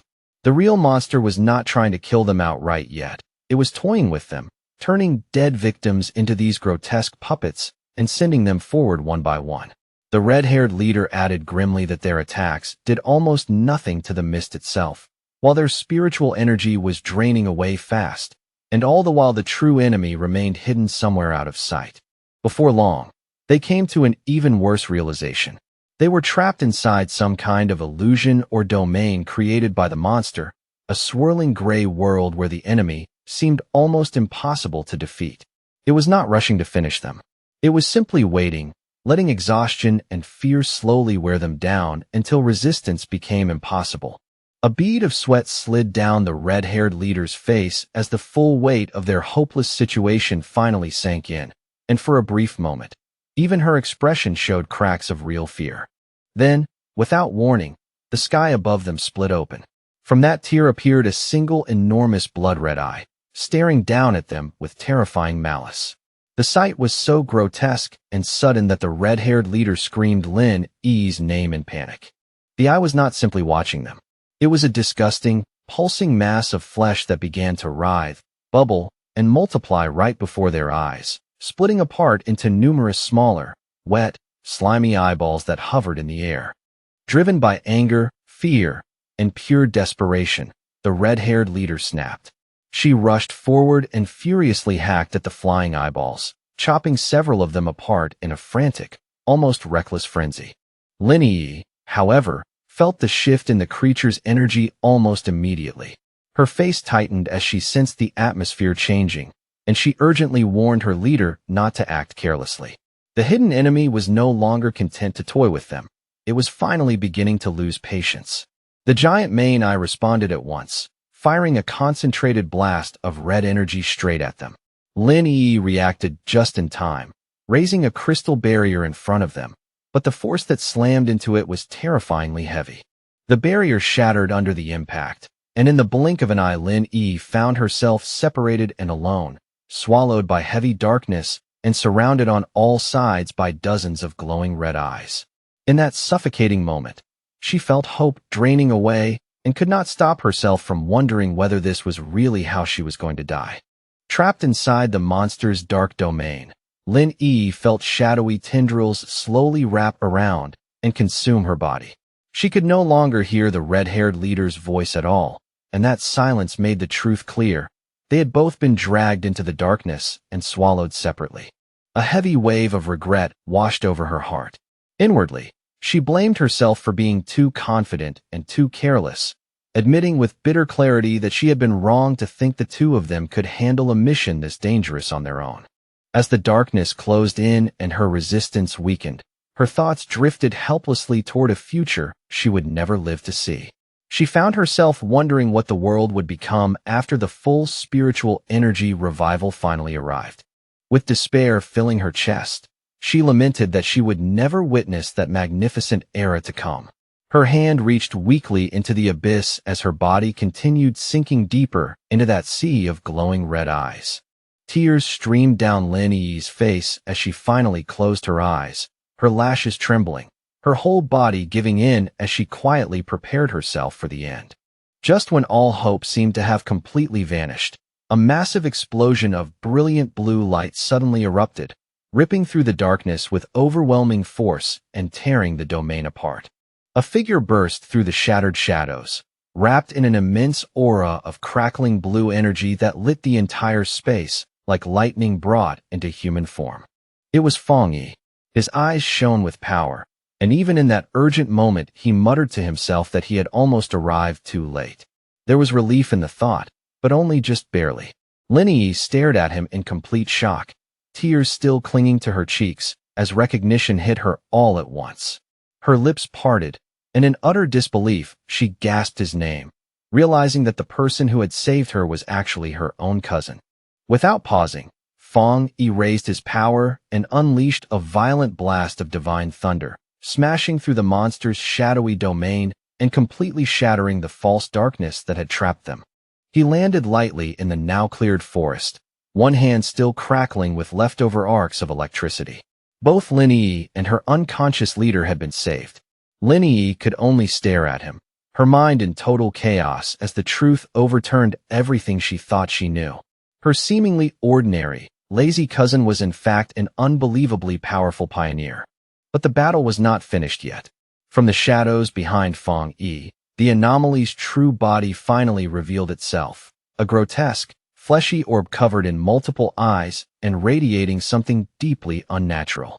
Lin Yi snapped out of her daze at once and shouted a desperate warning, telling Fong Yi that the creature's real body was right behind him. Fong Yi, however, showed no sign of panic.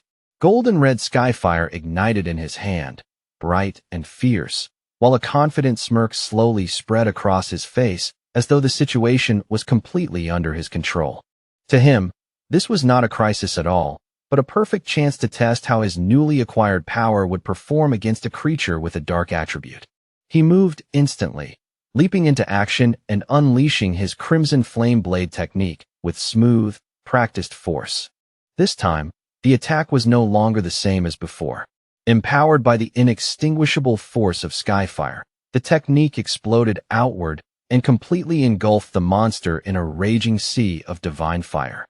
The creature let out one last agonized, piercing shriek as the divine flames burned through it completely, erasing its resistance in a final burst of suffering. When the battle finally settled, the red-haired leader slowly regained consciousness. Blinking in confusion, she found herself sitting safely on the ground beside Lin Yi, surrounded by a protective ring of flames. The heat looked terrifying, yet somehow it did not harm them. Dazed and frightened, she asked Lin Yi if they had died and been dragged down to hell together with the monster. Now far calmer than before, Lin Yi gently reassured her and told her to look carefully. They were still alive. The leader, still struggling to process everything that had happened, repeated Lin Yi's words in disbelief, almost as if saying them aloud might help them make sense, before finally asking the question weighing on her most: who had saved them? As the protective flames gradually died down, Fong Yi casually walked over toward Lin Yi and her leader with a small, easy smile on his face, as though what had just happened were nothing too serious. He told them the problem had already been taken care of, and then, noticing the time, casually remarked that they probably had not eaten breakfast yet. The red-haired leader stared at Fong Yi, and her eyes widened little by little as sudden recognition spread across her face, the memory clearly snapping into place. She shot to her feet in one quick motion, her whole face lighting up with pure excitement and awe. Pointing straight at Fong Yi, she exclaimed that he was the same person who had saved them back in Yanghua Town from the monstrous death vine. Fong Yi could only blink in mild surprise, thinking to himself that he had been recognized far more easily than he expected. Lin Yi was left completely dumbfounded by this fresh revelation. Staring between the two of them, she asked in disbelief whether her leader was saying that the powerful fire attribute master who had rescued them from the vine was also her cousin. The red-haired leader turned toward Lin Yi with the same level of shock and demanded to know how a super master like this could possibly be her cousin, especially when Lin Yi had always described him as nothing more than a completely ordinary person. Faced with both of their stunned expressions, Fong Yi could only scratch the back of his head and give an awkward, helpless smile. Still overflowing with excitement, the red-haired leader grabbed Lin Yi by the shoulders and reminded her that this was the very same savior who had cut down the desolation vine with one unbelievable slash. Her voice was practically shaking with energy. Meanwhile, Lin Yi's thoughts began racing wildly as she tried to piece everything together in her mind. Bit by bit, the truth became impossible for Lin Yi to deny. Her cousin really was that high-level fire user. But the more she thought about it, the more confused she became, because she had just watched him use an incredibly pure and terrifyingly powerful thunder attribute to tear apart the monster's dark mist. Her thoughts spiraled faster and faster as the implications fully hit her. The sheer strength of both his fire and thunder abilities meant he was not just talented, but a true super genius with dual high-grade attributes. Then another, even more shocking thought struck her. She remembered the overwhelming spiritual disturbance that had erupted near her neighborhood before, the one that clearly signaled someone breaking through into the legendary spirit creation realm. Could that astonishing breakthrough have also been her cousin's doing? Seeing how tangled their thoughts had become, Fong Yi finally cut in and calmly confirmed that yes, all of it had indeed been him. Then, without lingering too long on the shock, he shifted the conversation and asked them about the dark attribute anomaly instead. His tone turned more serious as he said they should have known a creature like that was not something to treat lightly. He wanted to know why only the two of them had come and where the rest of their teammates were. The red-haired leader answered that their other teammates had not been available. She explained that one teammate was sick and stuck at home, while another had been sent on a more difficult mission elsewhere. Their squad, she clarified with a tired sigh, did not always move as a full unit every time. Lin Yi then lowered her voice and admitted that the mistake was really her own. She confessed that after her recent breakthrough, she had gotten carried away and become reckless, wrongly believing she was strong enough to handle the mission almost by herself. Fong Yi listened quietly, his expression thoughtful rather than harsh. He remembered the tension and infighting he had seen within their team before. Now, though, he noticed something different. The red-haired leader, who had once openly criticized her own teammates, was now instinctively defending them in front of an outsider. That told him a lot about her character. He could also tell that his sharp-minded cousin had probably already sensed the instability within the squad long ago. Now that his identity had been exposed to two people he genuinely felt he could trust, Fong Yi made up his mind and offered them a proposal. He looked at his cousin and then at her friend, and in an easy, direct tone, he asked whether the two of them would like to form a team with him. For a brief second, both women were so stunned that neither of them could speak. Then the red-haired leader burst into open joy. She clasped her hands together, almost unable to contain herself, and excitedly exclaimed how unbelievably lucky she was to be able to team up with a master this powerful, all thanks to Lin Yi's connection. Lin Yi, however, was struck by something deeper than simple excitement. In that moment, she understood that a pioneer as powerful as Fong Yi must have known her own secret for a long time and had likely been quietly watching over her all along. The thought hit her hard. On this difficult, lonely path of cultivation, where danger and uncertainty followed every step, she had unknowingly had a reliable and powerful family member standing near her the whole time, helping her without asking for anything in return. That realization filled her with a powerful wave of happiness, warmth, and relief. A single tear of gratitude slipped quietly down Lin Yi's cheek before she could stop it. She quickly wiped it away, then looked up and flashed Fong Yi a bright, genuinely happy smile along with a playful peace sign. Laughing through the emotion, she thanked him sincerely and promised that she would make him 2 extra eggs for dinner. Just then, Lin Yi's phone buzzed with a fresh notification. Glancing at the screen, she announced that Jialan, the mysterious and powerful member of their pioneer group, had just posted a brand new mission.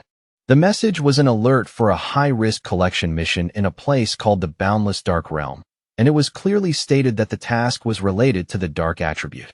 At the end of the post, Jialon added a stern warning, telling everyone to think very carefully before choosing to sign up. Fang Yi asked at once whether they knew anything about this place. Lin Yi explained that it was a border zone strictly forbidden by Xiagua, an area ordinary pioneers were absolutely not allowed to enter. She went on to explain that the dark attribute energy in that region was so overwhelmingly dense and dangerous that most pioneers deliberately avoided it at all costs. In fact, many of the strange anomalies that had been appearing throughout their city were actually the result of energy leaking out from that forbidden zone. Because the place was simply too dangerous, even the government had never been able to explore it in depth, since previous attempts had ended in serious accidents and heavy losses. Rather than being intimidated, Fang Yi grew more interested. He said they should give it a try and asked Lin Yi to message Jialon for more detailed information about the actual mission content. Lin Yi immediately replied that doing so would probably be pointless, because Jialon was famously mysterious and rarely said more than a few words no matter what the situation was. Fang Yi quietly considered that information. Based on what he knew, he reasoned that for Jialon to openly release a mission tied to a top-secret area under government control, there were only two real possibilities. Either she was an extremely bold rogue operating against the authorities, or she held a very high-ranking position within the military or the Spiritual Energy Cultivation Association. After thinking it through, he concluded that the second possibility was far more likely. Even though she doubted it would help much, Lin Yi still sent a message to Jialon using her online handle Feng Hiju. In the message, she expressed interest in joining the mission and asked for more specific details. To the surprise of both Lin Yi and the red-haired leader, Jialon actually replied with an unusual amount of detail. She explained that the mission was to collect something called a shizai flower. She warned them that although the rewards for this task were far higher than normal, every danger inside the boundless dark realm was connected to the dark attribute, and the level of risk was well beyond anything they had encountered before. She also explicitly advised all pioneers to form teams before attempting it. The two women stared at the reply in shock, because such a thorough response was completely unlike Jialon. Only a moment later, another message from Jialon arrived, and this one was even more direct. She warned that the mission might involve an S-level anomaly and that the death rate would be extremely high, urging them once again to think carefully before committing. Then, at the very end, she added one last line that barely bothered to hide its deeper meaning. If they had a strong and reliable pioneer to team up with, it was still not too late to sign up. Elsewhere, the mysterious purple-haired woman from the hospital, now clearly revealed to be Jialon, walked down a corridor lined with guards on both sides. She lowered her gaze to the phone in her hand and thought quietly to herself that she had already done everything she could. From here on, it depended entirely on whether that person was willing to accept the challenge. Back in the park, Fang Yi gave a faint smirk, having instantly understood the meaning hidden beneath Jialon's words. He told Lin Yi that the message was not merely a warning at all, but a direct and personal invitation. Then he put the subtext into plain language for them. I know who you are. I know someone of your caliber will be interested in this, and I am openly daring you to come. At that point, Fang Yi was certain that this entire mission posting had been aimed squarely at him from the start. As he looked ahead and imagined the dark, barren landscape of the boundless dark realm, he found the prospect strangely interesting. Far from backing away, he decided without much hesitation that he really would be making a trip there. Using her online name Feng Hiju, Lin Yi officially accepted the mission and sent Jialon a reply stating that her team consisted of 3 people. The scene then shifted to a hospital waiting area, where Jialon was walking with 2 female assistants at her side. One of them voiced concern about the team that had just signed up, worrying that 3 people was simply too small a group for a mission this dangerous. Jialon, however, remained calm and completely unshaken. She said that if Fang Yi was truly a pioneer Xiagua could place its trust in, then he would come. The assistant pressed further, uneasy about what would happen to the other pioneers if Fang Yi chose not to appear. Jialon's answer was simple and cold. If he did not come, then it only meant that their fates had not been destined to continue. As they continued walking, A faint smirk appeared on Jialan's lips. She asked her assistants whether they really believed that a mission to collect the Shizai flower existed merely to send powerful pioneers to their deaths. She then explained that the true purpose of this extremely dangerous mission was actually the complete opposite of what it looked like on the surface. A vision revealed the nature of the flower itself. It bloomed from a dark and corrupted pool, nourished by the bodies and souls of fallen pioneers, beautiful and unsettling at the same time. Jialan said that obtaining this flower was a necessary step if the nation wished to grow stronger, because it was the only way to save even more pioneers in the future. She went on to explain the real reason behind the mission. It was meant to protect the future main force of Xiagua, represented by the new generation of pioneers like Fang Yi and his team, who could be seen traveling toward the mission on the subway.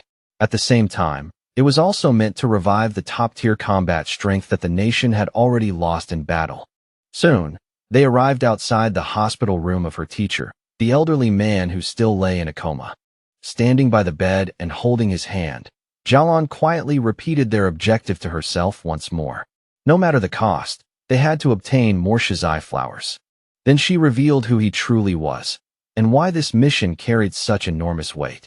Her teacher was the only pioneer in all of Xiagua who had ever reached the legendary Endless Spirit Sea realm, and the Shizai flower was the one and only thing capable of waking him from his coma. Jialan explained the strategic value of a figure like him with complete clarity. After the full spiritual revival arrived, a powerhouse of the Endless Spirit Sea realm would be no different from a modern nuclear weapon, making him the nation's greatest bargaining chip in dealings with other countries. From her perspective, sacrificing a few pioneers, or even entire squads, was a price worth paying if it meant bringing him back. One of her assistants, however, looked troubled and gently voiced concern for Jialan herself, saying that although the mission was important, her health mattered too. That simple comment caused the atmosphere around Jialan to darken almost instantly. Jialan's face turned cold as she slowly repeated the words, "My health is important?" Then all at once, pain and rage burst out of her together. She shouted that yes, her life was important, but only because it had been bought and paid for by the lives of her fallen comrades, the people who had died to save her. To her, her continued life was not a comfort, but a debt.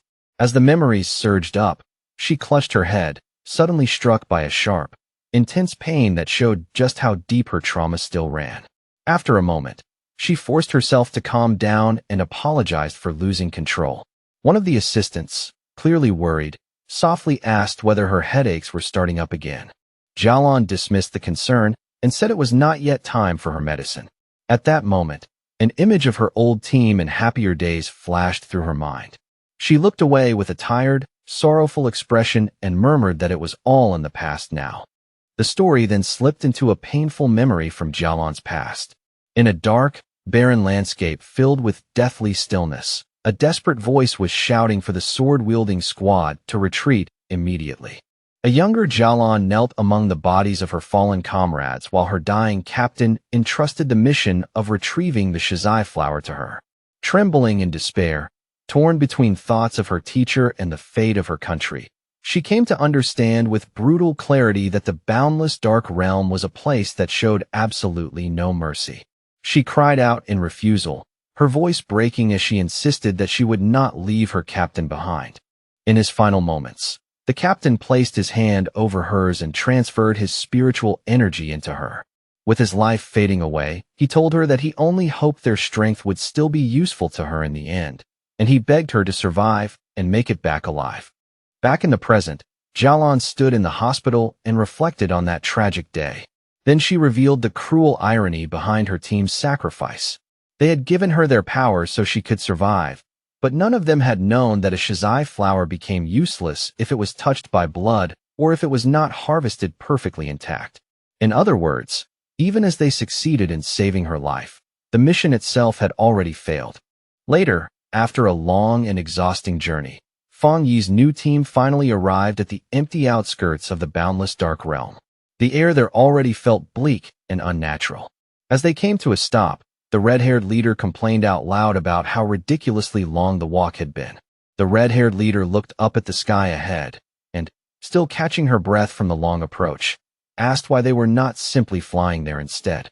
With the level of power they now had, it seemed like the obvious choice to her. Lin Yi explained patiently that even for pioneers, sustained flight was not something one could maintain casually.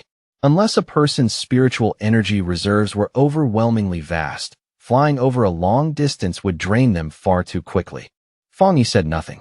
He simply kept walking in silence, his glowing red eyes fixed steadily on the destination ahead. His expression calm, yet focused in a way that made it clear his attention had already shifted fully to what was waiting for them there. Before long, they finally arrived at a massive checkpoint marking the entrance to the zone. The place was heavily guarded, layered with rows of barricades, tank traps, fencing, and armed personnel.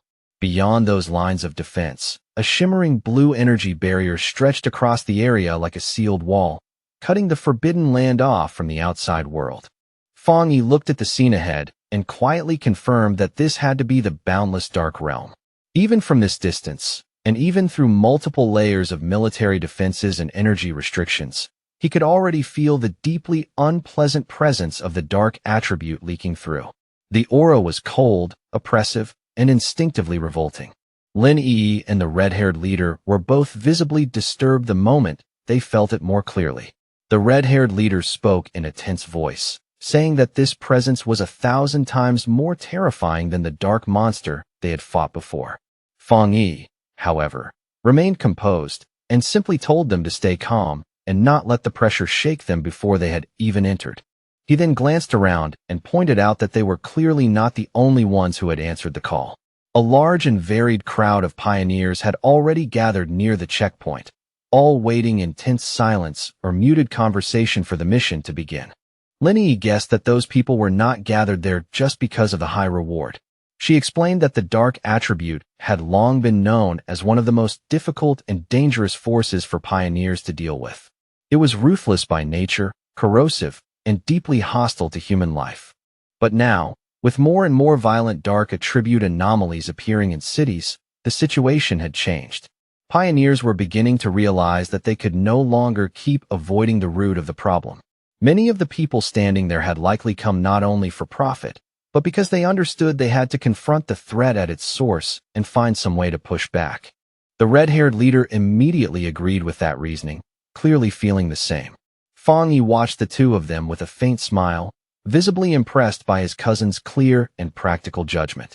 Around them stood all kinds of wild pioneers, each dressed in different gear and carrying their own distinct style, creating a restless, dangerous atmosphere as everyone waited for the gates to open. As they stood there, Fang Yi explained why he had chosen to come on a mission this dangerous. He said that he had already encountered dark attribute creatures twice before. The first had been the mutated rabbit, though calling it a rabbit almost felt inaccurate, since it had looked more like some grotesque rat-like beast than anything natural. The second encounter had been even worse. It involved the serpent and its rat-like partner, Candle Knight, an intelligent pair that had worked together to bait, mislead, and trap pioneers with frightening coordination. That mission had nearly wiped out an entire squad from the Spiritual Energy Cultivation Association. Fang Yi then pointed out what mattered most. As Lin Yi had correctly observed earlier, these creatures did not seem to be entering the city by accident. They appeared to be deliberately and cleverly bypassing the military defenses placed around the urban borders. That meant they were likely using some unknown method to infiltrate populated areas, and the incidents had happened too many times now to be dismissed as coincidence. To Fang Yi, that pattern alone was enough to make the situation impossible to ignore. The problem had already grown serious enough that if no one stepped in to confront the source, the cities would eventually face something much worse than scattered incidents. Sooner or later, they would be overwhelmed entirely. That was why, in Fang Yi's view, they had no real choice left. No matter how dangerous it was, they had to come to the boundless dark realm and face what was hiding inside. At the checkpoint, a military officer stood watching the gathered pioneers while Su Qingying addressed a group in front of the energy barrier, briefing them on the situation before entry. She wore a grim, focused expression, every part of her posture showing that she understood just how dangerous the mission ahead would be. But in the middle of that serious atmosphere, her concentration broke the moment she spotted a familiar group approaching from the side. The instant she recognized Fang Yi walking over together with Lin Yi and the red-haired leader, Su Qingying was so shocked that she nearly froze on the spot. Beside her, the green-haired Zhang Xiaoya was just as startled and immediately called out to her. But Su Qingying was already covering her mouth in alarm, her panic obvious as she stood there too stunned to react naturally. Inside her heart, she silently prayed that the great master would somehow fail to notice her among the crowd. But that hope shattered almost immediately. Fang Yi looked straight at her with a slightly puzzled expression and calmly called out to her by name, identifying her on the spot as Captain Su. With no way to avoid it now, Su Qingying could only walk over together with her cloaked squad members. She had already received military information regarding Fang Yi's team, so there was no room for pretending otherwise. The red-haired leader, naturally mischievous even in a tense place like this, sized up the beautiful silver-haired girl in front of them and grinned as she asked Fang Yi whether this was Lin Yi's future sister-in-law. That one teasing question instantly sent both Lin Yi and Su Qingying into visible panic. Su Qingying blushed hard and hurriedly waved both hands, exclaiming in embarrassment that it was a huge misunderstanding and absolutely not what it sounded like. Fang Yi, on the other hand, answered with complete calm and clarified that she was not. He explained matter-of-factly that Su Qingying was Captain Su from the Spiritual Energy Cultivation Association and that she helped him deal with miscellaneous matters from time to time. Somehow, that explanation only made Su Qingying even more flustered, because she found being described that way even more irritating than being teased romantically. Before the awkward exchange could go any further, it was abruptly interrupted by a loud, arrogant voice cutting across the scene. An imposing older man clad in heavy red armor stepped forward with two other armored pioneers at his side and sneered at them as a bunch of shameless brats. In a booming, condescending tone, he complained that the newer generation of pioneers was getting younger and more disrespectful by the day, to the point that they did not even know how to greet their elders properly. He scolded them for chatting so casually in a place this dangerous, then finished with a sarcastic remark that he hoped they would all be able to rely on each other once inside the boundless dark realm. The red-haired leader immediately bristled at his attitude and looked ready to snap back at him. But Lin Yi quickly reached out to hold her back, trying to keep the situation from turning uglier. At the same time, Fang Yi stepped forward calmly and placed himself between them, signaling in a quiet, steady way for his teammate to cool down. But the red-haired leader was not the least bit intimidated. She jabbed a finger toward the arrogant man and told him to mind his own business, then shot back that once they were inside, it was anyone's guess who would end up scared to death first. Her words made the man's face harden instantly, his arrogant expression twisting into a cold and angry glare. Just then, the rising tension was broken by the sound of an approaching vehicle. The armored man smirked as he saw it, apparently recognizing it as theirs. A large armored transport with flashing police lights rolled up to the checkpoint, and a moment later its rear doors swung open. From inside stepped the mysterious Jialan, and the moment she appeared, every pioneer present turned their attention toward her. A wave of surprise moved through the crowd as people recognized the infamous Jialan. She walked forward with calm authority, her guards positioned on either side of her, while whispers spread through the gathered pioneers. Many stared in awe, wondering what kind of status a person had to possess to arrive with such an overwhelming presence and such obvious protection. Fang Yi watched her approach in silence and quickly understood why she was here. She was not merely observing the mission. She was the one who would personally open the gate for everyone. Jialan came to a stop before the massive blue energy barrier, its surface crackling with power. Then she slowly raised one hand and began gathering a swirl of pure energy into her palm until a glowing blue symbol took shape there, radiant and precise. With a strong forward push, she drove that symbol into the barrier. The huge wall of energy immediately tore open under the force, revealing a dark passage that led straight into the forbidden zone beyond. And with the gate torn open like that, the S-Class mission officially began. Standing before the dark portal, Jialan remained composed as red and black energy currents whipped and coiled around the opening behind her. She announced that the pioneers could now enter, but before anyone moved, she gave them one final and important warning. The shizai flowers they had been sent to retrieve had to remain perfectly whole, and under no circumstances could they be touched by human blood. If the flowers failed to meet those conditions, then no reward would be given, no matter what risks had been taken. Having made that clear, she gave the order for the mission to begin. With that, the large crowd of pioneers began moving forward in groups, one after another, and disappeared into the dark, unsettling portal. As they entered, one member of the arrogant armored group muttered bitterly to his leader, complaining that Jialan was practically sending them in to die while she stayed safely outside. Another teammate immediately told him to shut up, reminding him in a harsh whisper that if they died, at least the government would pay their families a large compensation. While Fang Yi's group watched the others go in, Su Qingying quietly began analyzing the strength of the teams gathered there for him. She identified the arrogant armored man as a one-star spirit creation cultivator, placing him at the same realm as Fang Yi. She also noted that several other dangerous figures were concealing their auras well enough that even she could not judge them cleanly, while the rest were solid pioneers around the 1-star or 3-star Ghost Axe realm. In the end, she concluded that the teams on the surface looked roughly balanced in strength. Fang Yi was slightly surprised to hear that the arrogant man was also in the spirit creation realm, because he had not sensed especially powerful spiritual energy from him earlier. That thought only reinforced another conclusion in his mind.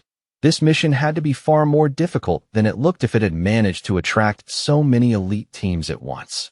Back outside the portal, one of Jialan's assistants gave her a final report from a tablet in hand. She confirmed that a total of 37-star Ghost Axe Pioneers, 7 1-star Ghost Axe Pioneers, and 3 1-star Spirit Creation Pioneers had entered. The mission itself involved creatures whose threat level ranged from B class all the way up to S class. Jialan listened calmly, then told her assistant to prepare the monitoring equipment, making it clear that she had already anticipated what was coming. Inside the portal, the pioneers found themselves stepping into a deserted, dark, and mist-drenched land filled with dead trees and lifeless ground, as though the place itself had long since rotted from the inside out. The moment Fang Yi's group entered the boundless dark realm, shadowy black tendrils of energy began drifting and curling around them from all directions.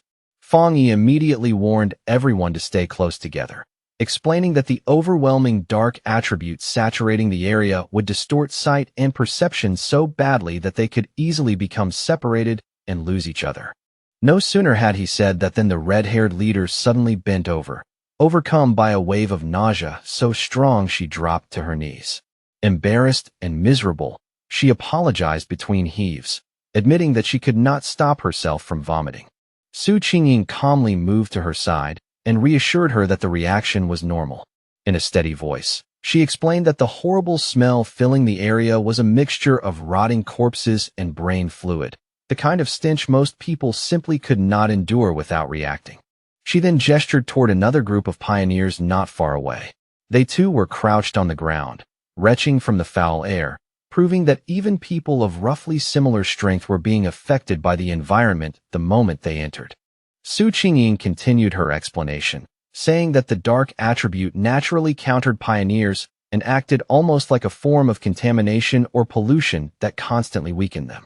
She also warned that the anomalies active inside this zone were far more aggressive than normal, which meant the danger here was not only environmental but immediate. Fang Yi listened carefully as Su Qingying outlined the known threats and the official classification system. She explained that B-class anomalies were already dangerous enough to threaten pioneers at the same level as themselves.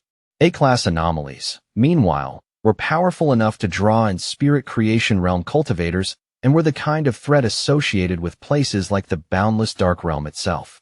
And as for S-level monsters, Su Qingying said in a grave, steady voice that they belonged to true disaster class. Those were the kinds of horrors powerful enough to contend even with beings at the legendary Endless Spirit Sea realm. Then she added one last warning, and this one was the harshest of all. Inside this zone, the dark attribute did not merely exist around the monsters, it strengthened them. A creature that would normally only count as a B-level threat outside would be elevated to at least an A-level danger once it stepped into the boundless dark realm. The red-haired leader widened her eyes at that explanation, clearly caught off guard by how serious the situation really was. Lin Yi, now visibly more concerned, turned to Su Qingying and asked whether she and her team were somehow less affected by the dark pollution than everyone else. Su Qingying let out a small chuckle and explained that it was not that they were immune, but that she and her team were already used to dealing with similar monsters and had long since adapted to this kind of foul environment. The smell no longer shook them the way it shook ordinary pioneers. She then revealed another detail in a calm, matter-of-fact tone. She had recently broken through into the 3-star Ghost Axe realm and was currently working hard to evolve her water attribute into the much rarer ice attribute. Lin Yi then spoke up and addressed Su Qingying more seriously. Since they were now both at the same realm, she wanted to know whether Su Qingying also felt her spiritual energy being heavily suppressed here, even more than on previous missions. Su Qingying gave a grim nod and confirmed it at once. She added that many high-level masters had already died in this zone before, including 1-star spirit creation elites from the military, so no one here could afford even a moment of carelessness. As they continued deeper into the bleak, abandoned landscape, Su Qingying naturally moved to the front and took the lead. After a while, she noticed that they could no longer see the pioneer group that had been ahead of them, and she urged everyone to pick up the pace slightly. Then she gave an important instruction in a lower voice. From here on, they needed to talk less, conserve their physical strength, and focus their spiritual energy inward so the dense dark mist would have fewer chances to exploit any weakness. While walking in silence, Fang Yi quietly assessed his own condition. To his surprise, he did not feel the same sharp discomfort the others were describing.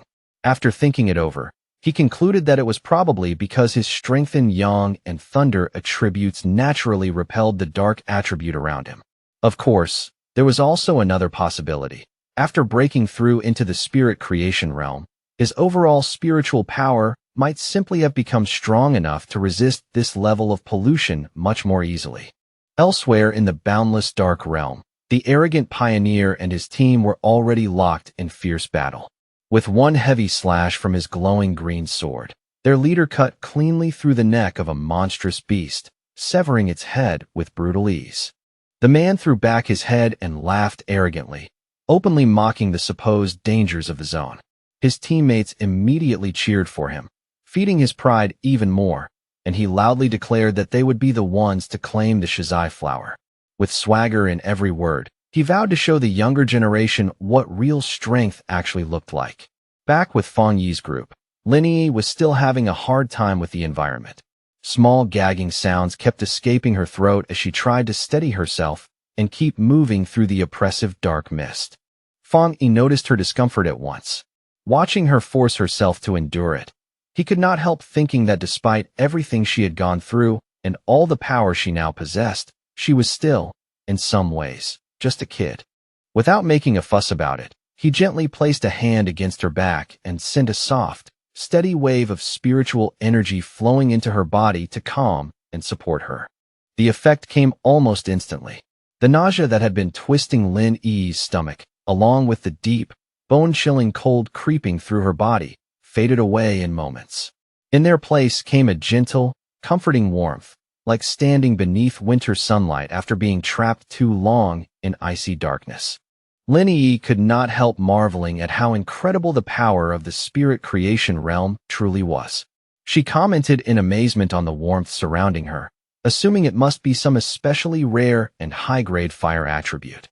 Her thoughts then drifted briefly to her own wood attribute, which absorbed energy slowly and steadily by nature, and to what Su Qingying had said earlier about evolving her water attribute into the much rarer ice attribute. Fang Yi corrected her with calm ease, explaining that what she was feeling was not a fire attribute at all, but the yang attribute.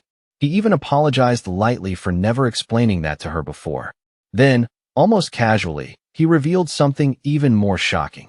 He was the one responsible for both the incident at the North Gate and the blaze on the playground at Qingqing University. The red-haired leader was completely stunned by that confession. She stared at him in disbelief and blurted out whether he was seriously admitting to having 3 separate high-grade attributes. Fang Yi explained that the 2 fire-related incidents were not actually the same thing, because there were subtle but important differences between the yang attribute and Skyfire. At the same time, Inwardly, his thoughts flickered to the desolation attribute, his fourth power. He decided without hesitation to keep that one hidden. In a place like this, it was always wise to keep at least one trump card in reserve. Outwardly, he only gave a vague confirmation, which naturally left the others even more amazed. The red-haired leader, still shivering from the biting cold and oppressive aura around them, edged nervously closer to Fong Yi. She admitted somewhat awkwardly that she had not yet reached the 3-star Ghost Axe realm, so her ability to sense attributes was still poor, but even so, she could tell his yang attribute would help a lot. Trying to sound obedient, she shyly asked whether he could warm her up too and promised she would behave herself. Fong Yi agreed without much fuss and said he would help keep her warm for the day. Then he placed a hand on her shoulder and sent a gentle wave of nourishing energy into her body, startling a sharp little yelp out of her the moment the warmth spread through her. As she breathed out a visible puff of warm air and let out a long sigh of pure relief, Zhang Xiaoya and the other member of Su Qingying's squad watched from the side, with obvious confusion and curiosity, both clearly seeing how effective Fong Yi's energy was. Noticing their reactions, Fong Yi generously offered to do the same for Su Qingying's team as well. Su Qingying hesitated for a brief moment, but then admitted in a slightly awkward tone that the warmth did in fact feel very nice. Her two far more enthusiastic subordinates accepted almost immediately without any need for convincing. With a few quick, easy pats, Fong Yi passed his protective yang energy into all three women. Each of them reacted with visible surprise as the warmth settled in, and the tension in their expressions eased at once.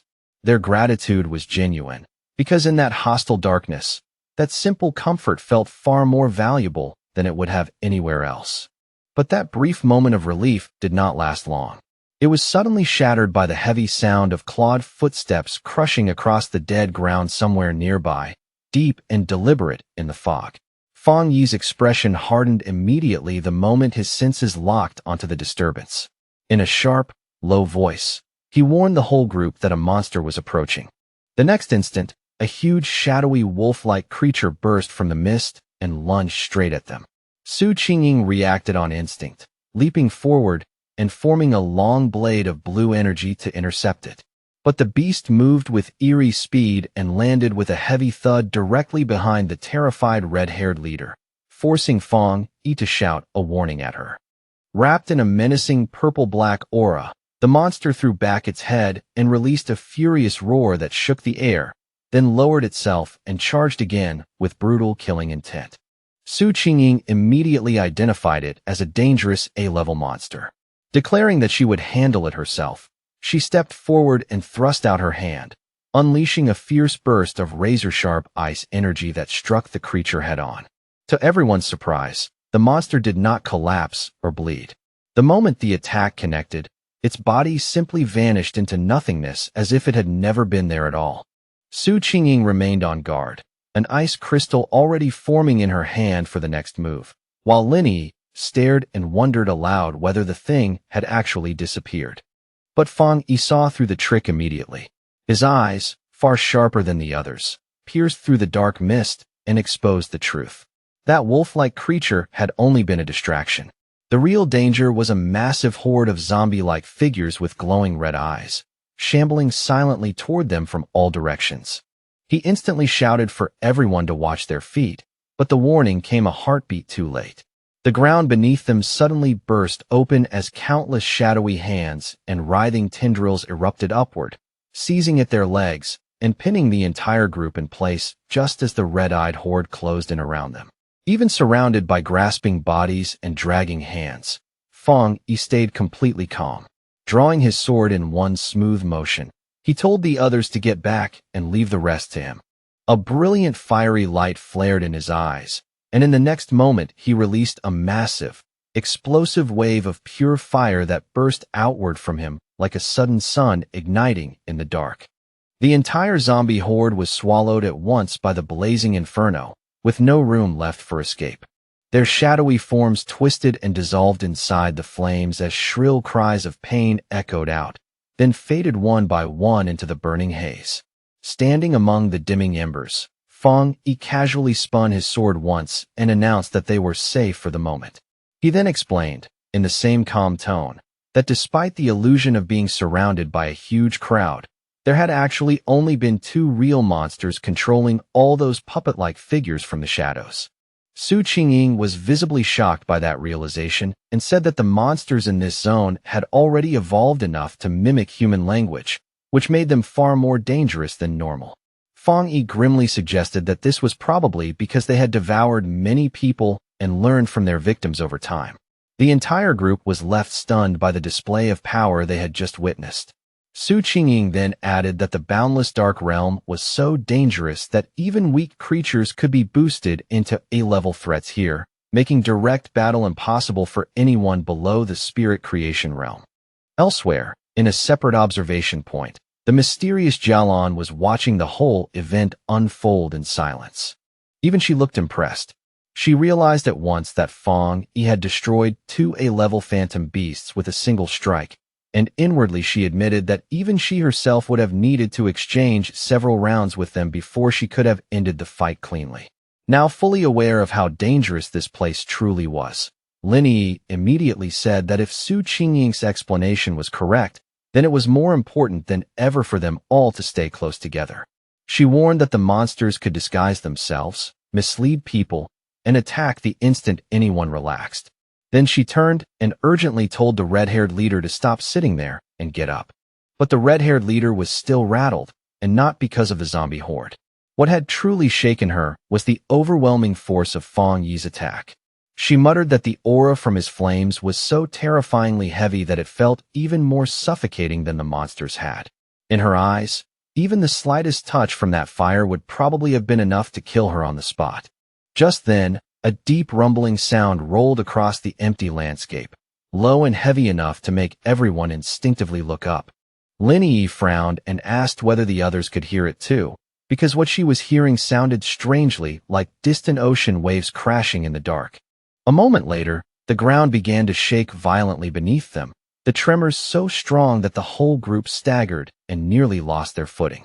In the distance, they could see other pioneer teams running in absolute panic, their formations broken and their faces full of terror as they fled through the dead forest. One man was screaming desperately at his companion to stop fighting and run. His voice cracked with fear as he shouted that the thing approaching was pure evil, that they were seeing ghosts, and that staying to fight would only get them killed. Fang Yi, Su Qingying, and Lin Yi all watched the chaos unfold with grim, tightening expressions. Then they saw it clearly.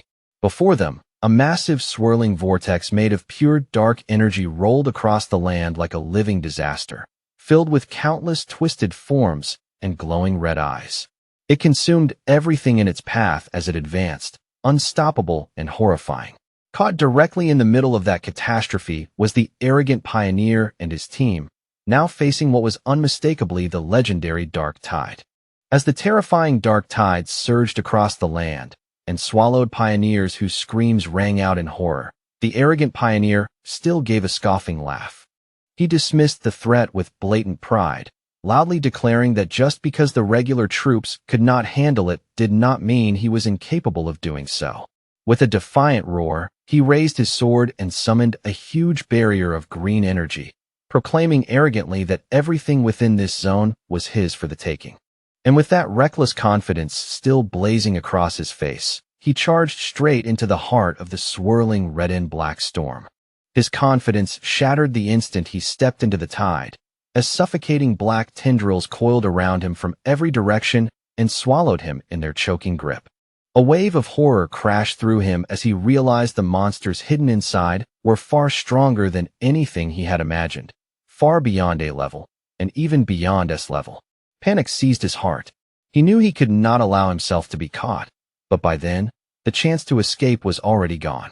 He, along with many other pioneers, was devoured by the overwhelming darkness, their desperate screams echoing through the air as they were dragged into the depths. From a safer distance, Fang Yi and the others could only watch the nightmarish scene unfold before their eyes. The red-haired leader, visibly shaken, muttered in disbelief, wondering if all those people were already dead and whether any of them still had a chance to get out alive. Beside him, Lin Yi turned to Su Qingying and urgently asked her to explain what this so-called dark tide really was. With a grim expression, Su Qingying explained that it was the ultimate manifestation of the dark attribute, a corrupt tide that devoured everything in its path, even other monsters.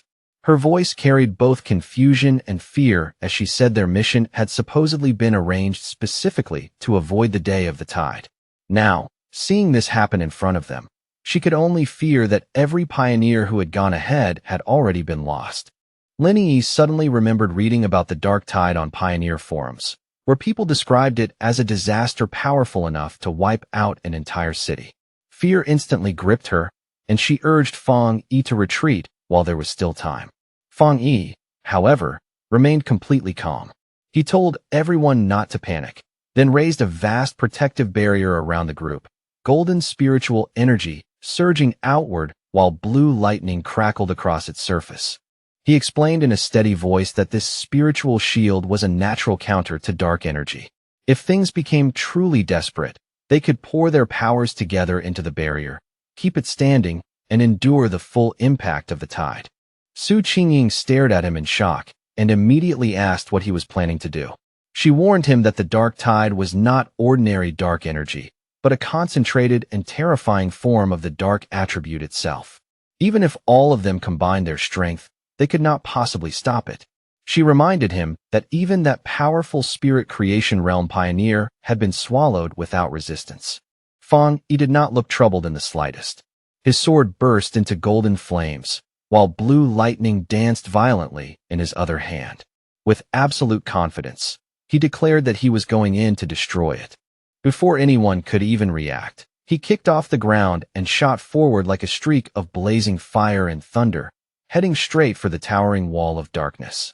His teammates could only stare in stunned disbelief, while Su Qingying wondered if he truly meant to destroy the dark tide itself. He plunged straight into the heart of the storm, his radiance tearing open a path through the violent, swirling chaos like a blade splitting apart endless night. Inside the eye of the tide, Fang Yi floated calmly and completely unharmed, wrapped in a protective golden aura while monstrous dark energy churned and screamed all around him. His gaze settled on the tiny, flame-like wisps of red energy flickering inside the storm, and a faint smirk touched his lips as one of his suspicions was quietly confirmed. Suspended in the center of the dark tide, Fang Yi found himself surrounded by a grotesque horde of countless monsters, their twisted, many-eyed bodies writhing in the darkness. As he observed them more carefully, he realized the truth of the threat before him. These were not simply A-level monsters being controlled by dark energy. They were evolved composites, fused and upgraded forms created from countless smaller monsters forced together into something more terrifying. In that instant, Fang Yi understood that the tide itself was like a living incubator, endlessly refining its creatures from B-level to A-level, and then from A-level to S-level. By his judgment, the entire event had already reached at least the level of an SSS-class threat. That alone explained how it could so easily consume even powerful pioneers in the spirit creation realm without giving them a real chance to resist. One of the monsters suddenly lunged straight at Fang Yi from the darkness. Golden fire blazed in his eyes. With one clean, powerful slash of his flaming sword, he unleashed the Crimson Flame Blade technique and effortlessly cut down the charging A-level composite beast as if it were nothing. He could not help reflecting on how much stronger he had become. The combination of his newly advanced spirit creation realm power and his Skyfire-enhanced sword now allowed him to instantly kill a creature that would once have forced him into a bitter, difficult battle. As his eyes swept across the storm-filled surroundings, he suddenly noticed something strangely familiar nearby. It was that arrogant pioneer. He was still alive, but the dark energy of the tide was steadily consuming him. The man had not yet lost consciousness, and he was still struggling desperately against the corruption spreading through his body. Fang Yi immediately saw that the man was still responsive, which meant his spiritual energy had not been completely drained away yet. Even if his spiritual foundation was nowhere near as solid as Fang Yi's own, the fact that he was a genuine spirit creation realm pioneer still gave him a slim, fragile chance of surviving. After a brief decision, Fang Yi gathered divine thunder power into his hand.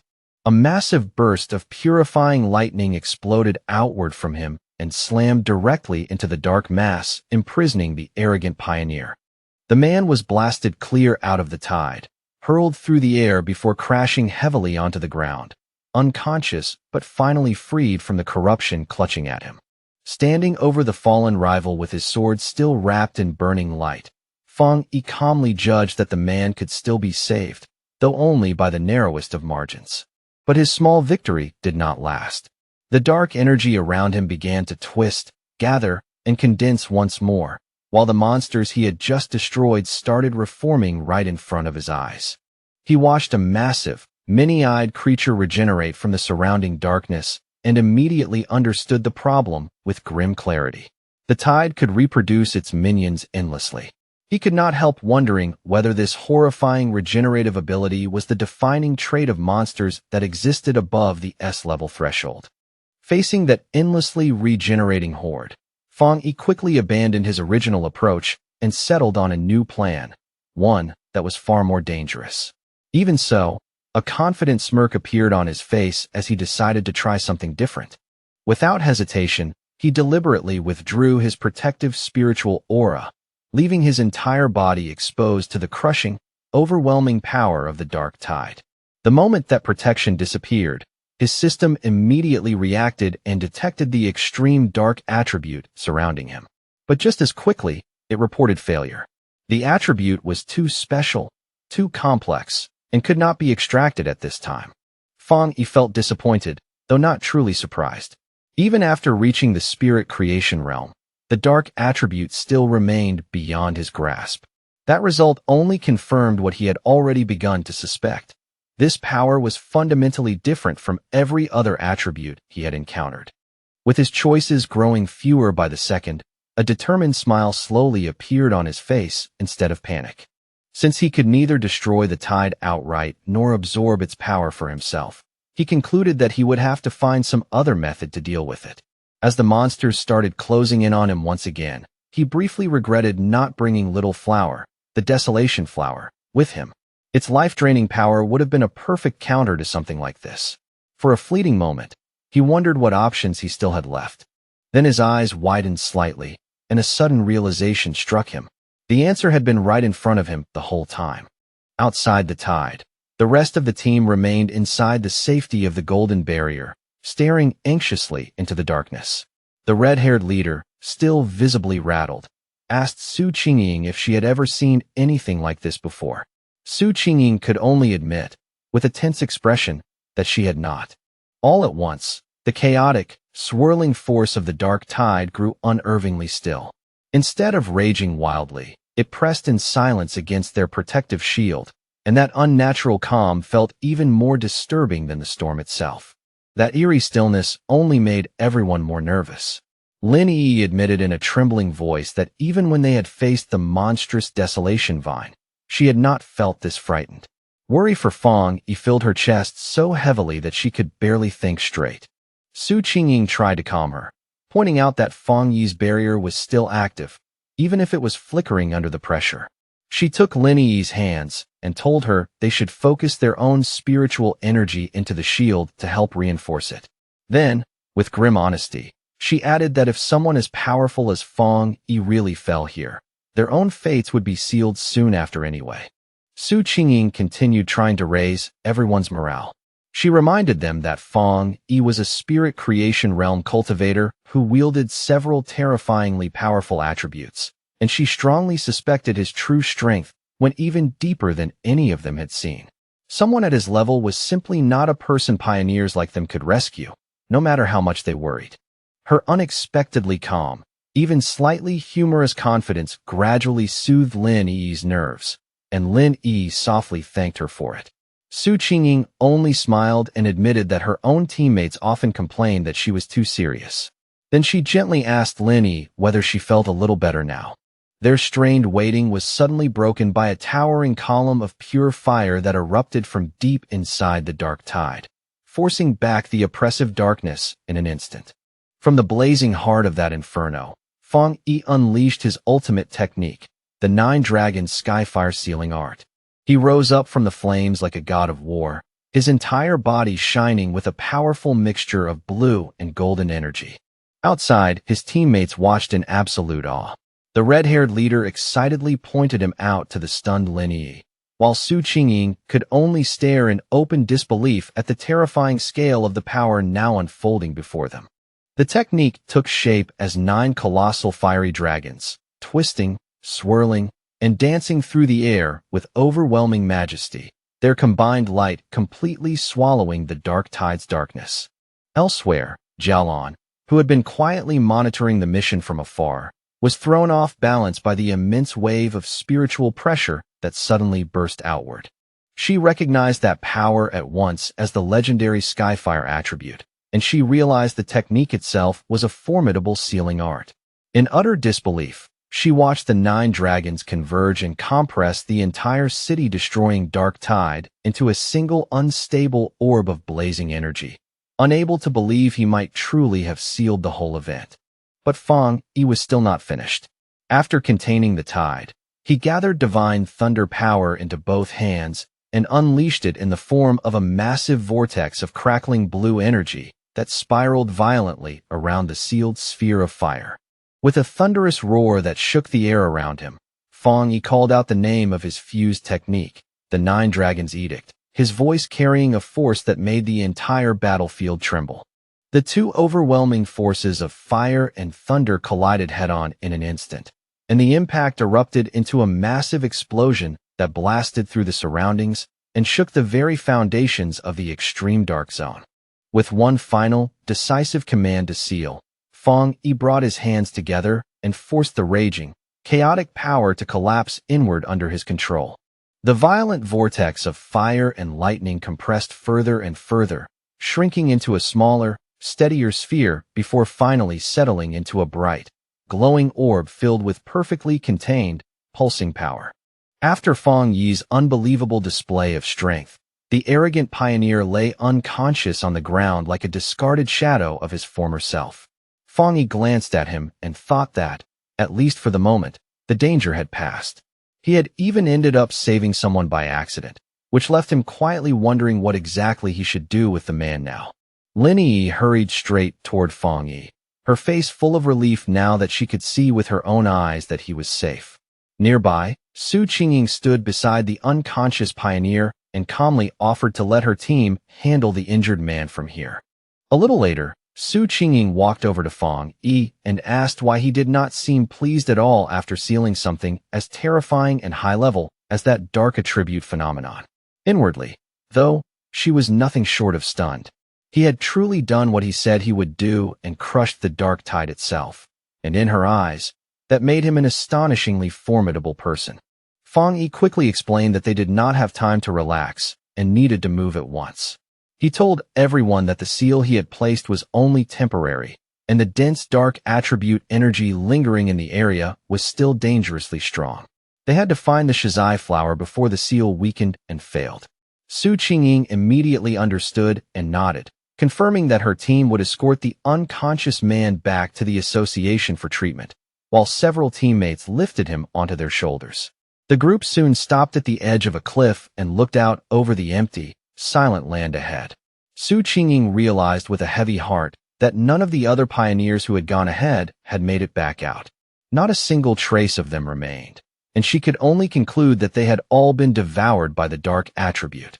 The red-haired leader mourned bitterly that people who had been alive only moments ago had now vanished without leaving anything behind. Fang Yi, on the other hand, quietly thought that maybe he really was cold-blooded, because what he felt most was relief that he had not been forced to stand there and watch them die one by one. As they neared a sinister dark pool that gave off an oppressive presence, Fang Yi immediately took charge. He instructed Lin Yi and the others to continue on with Su Qingying's team, explaining that this pool had now become the most dangerous point in the area and that it would be safer if he stayed behind to cover them. The others agreed without argument and carefully moved forward. Once he was left alone on the rocky ledge, the air around him quiet and tense, a system window suddenly appeared before Fang Yi and informed him that it had detected a new and intense fluctuation of the dark attribute nearby. Almost immediately, a violent vortex of purple-black energy burst up from the ground around him, twisting like a storm given form. The system confirmed that the detection had succeeded and announced that it was activating its highest level of computing power to begin writing a brand new technique.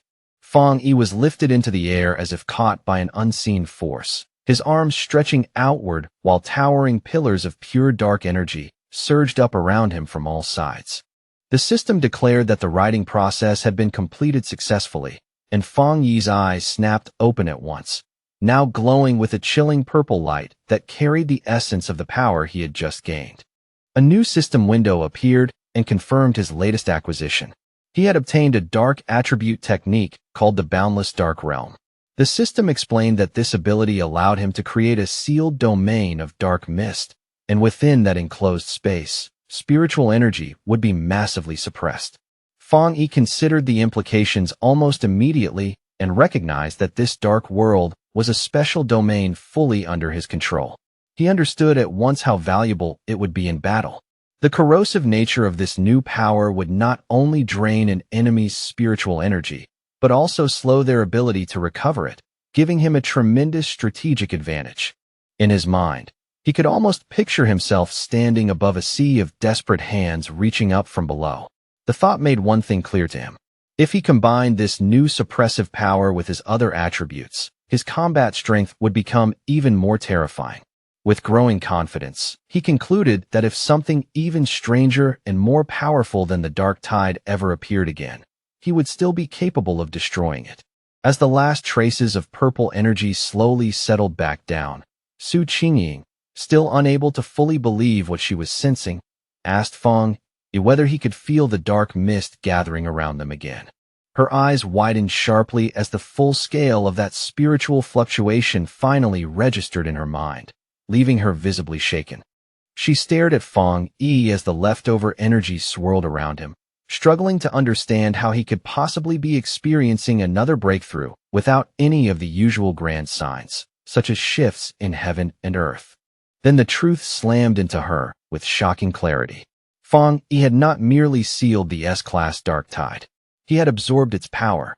To her, the very thought sounded absurd, impossible, and completely beyond reason. Ever since the earliest days of the spiritual revival, all pioneers had known one thing clearly. The dark attribute was the most terrifying of all powers, born from the negative emotions, resentment, and buried evil of living beings. Because of that, absorbing dark attribute power had long been strictly forbidden by the government. A flashback revealed a failed official experiment in which researchers had once attempted to purify dark attribute energy, only to pay a devastating price for it. In the end, it was classified as a uniquely dangerous monster-type power. Dark monsters could range anywhere from D-Class to S-Class, but even the weakest among them had been enough to overwhelm early pioneers.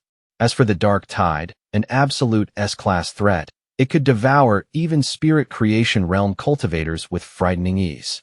Another flashback showed the tragic fate of a 3-star Ghost Axe pioneer who, before the ban was established, had tried to absorb the energy of nothing more than a sea-level monster. The backlash drove him completely insane. His skin began to rot away, his mind collapsed, and he ultimately ended up confined to a psychiatric hospital, where he remained to this day. Back in the present, the violent dark energy gradually subsided and flowed back into Fang Yi's body, and he let out a slow, quiet breath as the disturbance came to an end. He then calmly spoke into the empty, mist-covered landscape, saying that whoever had been watching them for so long could come out now. His red eyes swept the area with a sharp, certain gaze, as if he had already known someone was there. From within the drifting mist, Jialan finally emerged. Looking straight at Fang Yi, she confirmed that if her judgment was correct, he was the one who had single-handedly sealed the Dark Tide. Su Qingying was stunned by Jialan's sudden appearance and gasped out her name in disbelief. Jialan slowly descended and landed in front of Fang Yi, then asked him what exactly he had just been doing, directly questioning whether he had been absorbing the dark attribute. Fang Yi answered without hesitation and calmly confirmed that he had. That blunt admission sent another wave of shock crashing through Su Qingying. In one swift, startling motion, Jialan pulled out a pistol and aimed it straight at Fang Yi's head. The red-haired leader shouted Jialan's name at once and demanded to know what she thought she was doing. while she and the terrified Lin Yi could do nothing but stare in fear and confusion at the scene unfolding in front of them. Su Qingying reacted instantly and threw herself between Jialan and Fang Yi, raising her arm to block the gun. She confronted Jialan with fierce anger, reminding her that if she remembered correctly, Fang Yi was the military's highest priority recruitment target. She pushed even harder, pointing out that the association had wanted to recruit him as well before the military stepped in and demanded an explanation for such open hostility. Ignoring Su Qingying's attempt to shield him, Fang Yi calmly rested a hand on her shoulder and addressed Jialan himself. He said he found the situation strange. Wasn't their mission supposed to be about finding the Shizai flower? Yet from the way she was acting, it almost seemed as if she cared less about completing the mission than she did about being displeased that they had survived at all. Jialan said nothing. Her face revealed almost nothing as she kept the weapon trained on him, the cold light along the barrel catching in the mist. The red-haired leader, however, was far from calm. Anger burst out of her all at once as she shouted at Jialan. She reminded her that their squad had always trusted her, then demanded to know why she had done nothing when they were facing the dark tide. Without Fang Yi, all of them would have died there. She pointed out in fury that Lin Yi was still just a child, and accused Jialan of standing by and watching them face death, only to turn around now and threaten the very person who had saved them. Then, without warning, Jialan lowered her weapon, a faint smirk appearing at the corner of her lips. She brushed the whole confrontation aside as if it had only been a joke and remarked that Fang Yi seemed to be very well liked by his teammates. After that, she calmly congratulated him and announced that he had passed the test. The abrupt shift in her attitude left both the red-haired leader and Su Qingying completely stunned, unable to make sense of what she had just said. Fang Yi, however, understood almost immediately. Looking at her, he asked whether this had been her real purpose all along, to test him. Jialan confirmed that he was right. Because his talent and strength were so extraordinary, she had not wanted to rely only on dry, impersonal data. She wanted to see with her own eyes what kind of person Fang Yi truly was beneath all that power. She then turned back to the red-haired leader's earlier accusation and explained why she had not intervened. In this new world, pioneers were forced to live by brutal rules whether they liked it or not. She said that this was the fate they all shared, a life in which fortune and disaster could switch places in an instant. Even so, she told them they were fortunate to have someone powerful and trustworthy standing in front of them and protecting them. She asked whether they had noticed that ever since the dark tide had been defeated, not a single other monster had dared approach them. According to her, the creatures in the area had already been frightened by the power Fang Yi displayed. Fang Yi listened with a grim expression and agreed with her judgment. He added that the dark tide itself obeyed the exact same logic. It preyed on the weak and feared the strong. With the test now over, Jialan offered to personally lead them to the Shizai flower, saying that she knew this region far better than any of them did. As the group followed her, Su Qingying leaned closer to Fang Yi and quietly whispered that she felt there was something mentally wrong with Jialan.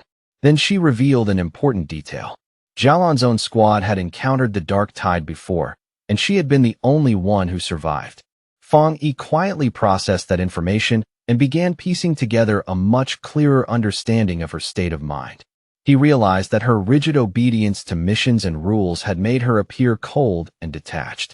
At the same time, the loss of her teammates had likely left deep scars, pushing her toward a kind of post-traumatic, self-destructive tendency.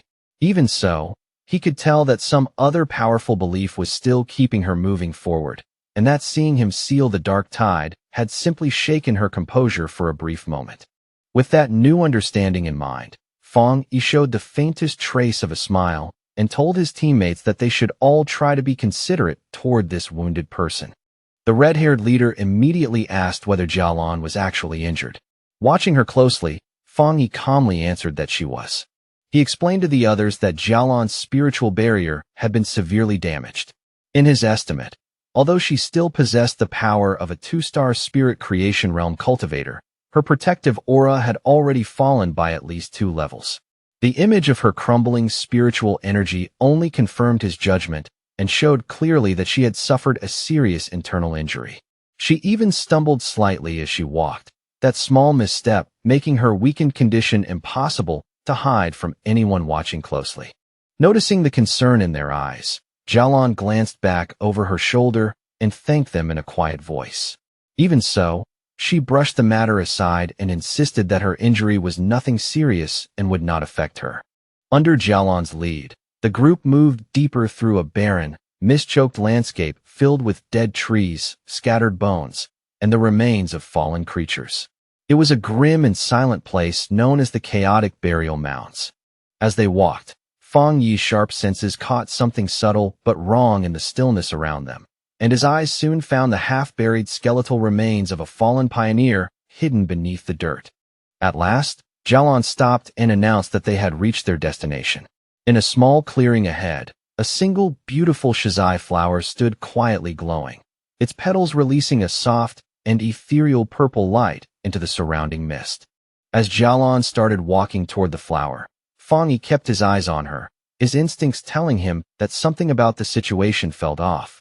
His suspicion was confirmed in the next instant as vicious, shadowy monsters with glowing red eyes burst from the earth and surrounded the flower as though they had been waiting there to guard it. The sudden appearance of those monsters did not stop Jialon at all. Instead, her expression turned intensely fixated, almost disturbingly obsessive. She slowly reached out one hand and whispered that she could finally see it again. Her face darkened as though she had fallen into some waking trance. Fang Yi's expression immediately sharpened, turning serious and urgent the moment he understood the danger. He knew at once that Jialon was no longer in her right mind. Reacting without a moment of hesitation, he summoned a sphere of golden red flame into his palm and shouted a command meant to jolt her spirit awake. Then he hurled the blazing fireball straight toward the entranced Jialon, aiming not to harm her, but to forcibly snap her out of that dangerous state before it was too late. The fireball shot toward Jialon at high speed. At the very last second, she broke free from her trance and recognized the incoming attack as an extremely rare and powerful Yang attribute technique. With surprising speed despite her injuries, she knocked the blast aside with her arm, and the collision released a heavy shockwave that rippled through the clearing. A tense silence followed as she and Fang Yi stood facing each other, neither one moving first, while golden energy continued to crackle restlessly around his hand. Now fully awake, Jialon looked visibly shaken. The sight of the flower had stirred up an old and painful memory, and ghost-like images of her fallen companions flashed through her mind as she wondered bitterly whether even all her preparations had still not been enough. Seeing that she had come back to her senses, Lin Yi and Su Qingying hurried to her side. Lin Yi anxiously asked whether she was all right, while Su Qingying, more cautious, observed that Jialon was being heavily influenced by the dark attribute and suggested that it would be safer if all of them stayed together from now on. Ignoring their concern, Fang Yi stepped forward with calm confidence. He said that when it came to the shizai flower, it would be enough for him to go alone, clearly deciding to handle the situation by himself. He then walked calmly into the empty, mist-covered clearing, his steps steady as he approached the softly glowing flower ahead. Suddenly, the ground beneath them began to tremble violently. A massive and hideous wolf-like monster with glowing red eyes burst out from the earth in a violent spray of dirt and stone, lunging forward with savage force. Its jaws opened wide, revealing a horrifying storm of smaller screaming faces and dark red energy churning inside its mouth as it let out a roar filled with hunger and malice. Fang Yi did not flinch. Blue energy crackled across his fingertips as he calmly spoke a single word: divine thunder. Several massive bolts of lightning exploded from his hand and tore straight through the monster's body. The creature howled in agony, electricity racing through its flesh, yet even after taking the attack head-on, it still refused to fall. Fang Yi watched it carefully and quickly understood what he was dealing with. This fox demon had clearly devoured countless other monsters to mutate into something so twisted and powerful, making it yet another S-class threat. Knowing that the seal on the dark tide was only temporary and that every second now mattered, Fang Yi realized he had to finish this battle quickly. But when he sensed the monster's extraordinary vitality, a confident smirk slowly appeared on his face. If it would not die easily, then it could serve as the perfect test subject for his newly obtained power. As that thought settled, he gathered the ominous purple energy of the dark attribute into his hand. With that confident expression still on his face, Fang Yi unleashed his newly acquired technique, the Boundless Dark Realm, directly on the S-Class Fox monster. A massive storm of swirling purple energy erupted outward from him and instantly trapped the startled creature inside.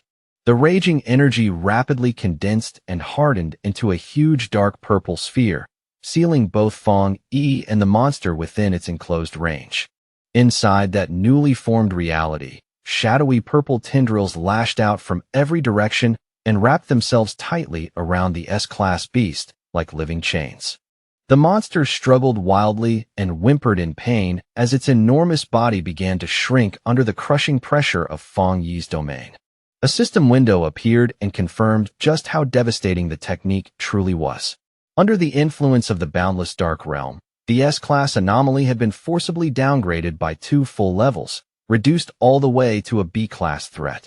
Standing before the now weakened creature, Fang Yi calmly observed that the S-Class anomaly must have had a very unstable foundation if it could be downgraded so easily. Now that the monster had been reduced to something manageable, his sword ignited once again in blazing golden-red fire. He declared that the battle was over, then brought down a single massive slash of fire, completely engulfing and destroying the creature in one overwhelming strike. Outside the sphere, Su Qingying and Lin Yi stared at the enormous orb of dark energy in front of them.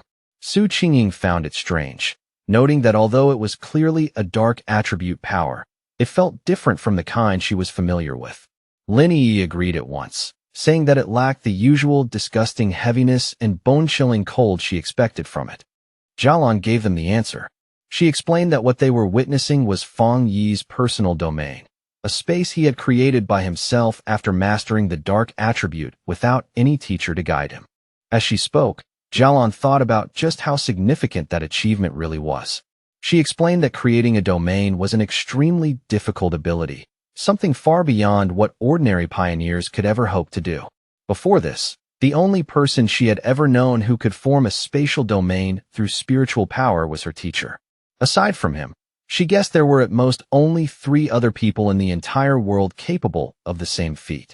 A painful memory suddenly surfaced in her mind, showing a vision of a massive disaster that had once spread across an entire city. She remembered how her teacher had tried to stop it by using his own domain, only to fail in the end. Their thoughts were cut off as the purple sphere vanished, revealing Fang Yi standing alone in the clearing as if the battle had ended in the blink of an eye. Jialan and Su Qingying could only stare, stunned by how quickly he had finished it. With an easy wave of his hand and a reassuring smile, Fang Yi told them that the chaotic burial mounds should not be giving them any more trouble for the time being. With the surrounding area finally secured, Fang Yi calmly turned and walked toward the softly glowing shizai flower. He carefully cupped his hands around the plant and gently pulled it from the ground with its roots preserved, making sure not to damage it in the process. Holding the glowing flower in his hands, he examined it briefly and concluded that this should be enough to complete the mission. Jialan watched him with a tense, nervous expression, as though the mission had only now reached its most critical moment. Fang Yi returned to the group and handed the flower to Jialan, who remarked quietly on how small it was. He confirmed that their mission was now complete and urged everyone to leave immediately, explaining that the sealed dark tide was unlike ordinary monsters and could become a serious problem again at any moment. He added that they still needed to deal with the unconscious arrogant pioneer and the rest of that man's team as well. At that, the tension in Jialan's face finally melted away, replaced by sincere gratitude. Holding the glowing flower carefully, she thanked Fang Yi from the heart and admitted that it was only because of his overwhelming strength that they had succeeded. She then turned and thanked the others too, announcing that it was time for all of them to leave. As the group began to move away, Jialan paused for a brief moment and looked back at Fang Yi to thank him one more time. Then she finally revealed the full importance of the mission. Elder Wu, the Xia Nation's only Jingang realm pioneer, was on the verge of death, and the shizai flower was the only life-saving medicine capable of saving him. With a small but deeply grateful smile, She told Fong Yi that he had just saved the life of the nation's strongest protector. Fong Yi listened closely, his expression growing thoughtful as he took in this important new information, quietly repeating the name of that legendary Jin Gang realm to himself. When the group finally emerged from the dark portal of the extreme dark zone, they were greeted by a sky filled with swirling red clouds above. The red-haired leader threw both fists into the air and shouted in overwhelming relief that they could finally see the light again and had made it out alive. Beside her, Lin Yi nodded in agreement, deeply grateful to stand under daylight once more. Their return was greeted by a surge of loud cheers from the large crowd of officials who had been waiting in anxious silence the entire time. Relief spread through the scene as people celebrated the successful retrieval of the Shizai flower, openly admitting that when Jialan first reported it, many of them had hardly dared to believe it was really possible. As the team moved forward through the path the crowd hurriedly cleared for them, the red-haired leader looked around in surprise at just how many people had gathered there. Somewhere in the crowd, someone could not help wondering out loud who the person was that had actually managed to bring back the flower. Suddenly, Lin Yi's expression shifted in surprise as her eyes caught sight of something waiting directly ahead of them.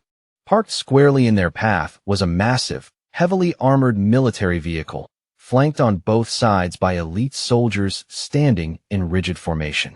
The red-haired leader recognized it immediately, along with the unmistakable emblem of the legendary Star God Warzone, the strongest and most famous military force in all of Xia. Realization hit her in an instant, followed by a wave of embarrassment as she understood that Jialan belonged to that elite unit, making her suddenly regret yelling at her earlier. The Star God Warzone stood as the #1 military district in the entire nation. Ever since spiritual energy revival began, its unique advantages had allowed it to seize control of the most resource-rich forbidden zones, turning those deadly areas into priceless grounds for cultivation and military growth. As the group drew closer, one of the officials carefully took the Shizai flower, now secured inside a glowing blue container, and respectfully handed it over to a high-ranking officer waiting nearby. That officer was revealed to be Han Li, who accepted the container with a small, satisfied smile that showed just how important this delivery truly was. Then, in a stunning and completely unexpected show of respect, Han Li and the soldiers behind him snapped to attention and gave Fong Yi a sharp, formal salute, a gesture so solemn that even Fong Yi looked visibly caught off guard by it. Han Li then turned toward Jialan and assured her that he would deliver the Shizai flower to the hospital immediately, telling her she could set her mind at ease now. Jialan gave a slight nod and replied that she would follow shortly afterward. With its precious cargo secured at last, the armored vehicle roared to life and sped away without delay. Once the immediate crisis had settled, Jialan turned back to Fong Yi. He asked her directly whether she was from the Star God Warzone, and she calmly confirmed it. She added that news of his incredible strength had already spread across her entire military district. With a confident, knowing look, she told him that it would not be long before he became a figure of real fame and importance. Jialan continued speaking with complete honesty, openly admitting that Fong Yi's personal strength was already great enough to overwhelm even the most elite squads in her war zone by himself. Then she formally extended an invitation, pointing to his seemingly limitless potential and inviting him to join the Star God Warzone, promising him access to the finest cultivation resources the military could offer. She also reassured him that the rewards for this mission, both for his own team and for Su Qingying's squad, would be delivered soon. Fong Yi listened with a faint smile, though it was clear he was still weighing things in his mind. Then Jialan's tone turned noticeably more serious as she began explaining the true gravity of the situation facing the world. She told Fong Yi that with everything changing so fast, the nation's most urgent threat now came from dark attribute anomalies. A grim vision of a city being swallowed by an enormous cloud of purple-black energy seemed to embody her warning. She said the number of these anomalies was increasing at an alarming pace, and their influence would continue spreading like a malignant tumor, capable of triggering catastrophic disaster at any moment. Because the danger was so immense, she explained, They had no choice but to establish forbidden zones and assign organizations like the Spiritual Energy Association to guard them under the strictest control. She made it clear that she was not telling him all this to pressure him into joining the military. Rather, she believed that someone as outstanding and powerful as Fong Yi had earned the right to know the truth about the world they were now living in.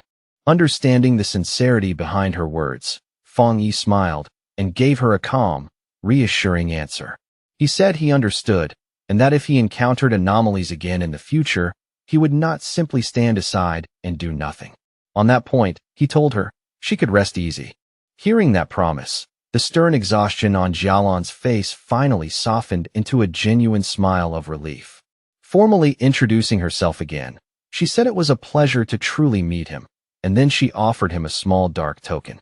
Fong Yi accepted it, and saw that it was a black tablet engraved with a dragon emblem and the words Star God Warzone. Jialan explained that this token would grant him unrestricted access to any forbidden zone for cultivation, and that the gates of the Star God Warzone itself would always remain open to him. After that, she made one final request, and asked whether he would like to come meet Elder Wu. Fong Yi asked if she meant the Jingang Realm Pioneer. Jialan explained that Elder Wu was her teacher, and she felt Fong Yi should meet him. Still, she added that this was only a personal wish on her part, because she genuinely wanted to be his friend. Fong Yi accepted both her invitation and the token she had given him, slipping it calmly into his pocket. He agreed to go with her, saying with an easy tone that it was always good to have more friends. Then, as a gift to mark their new friendship, he raised a hand crackling with blue lightning and told her that he had something for her first. Jialan looked confused, but Fong Yi explained that he believed he could clear out the remaining dark attribute poison still left in her body.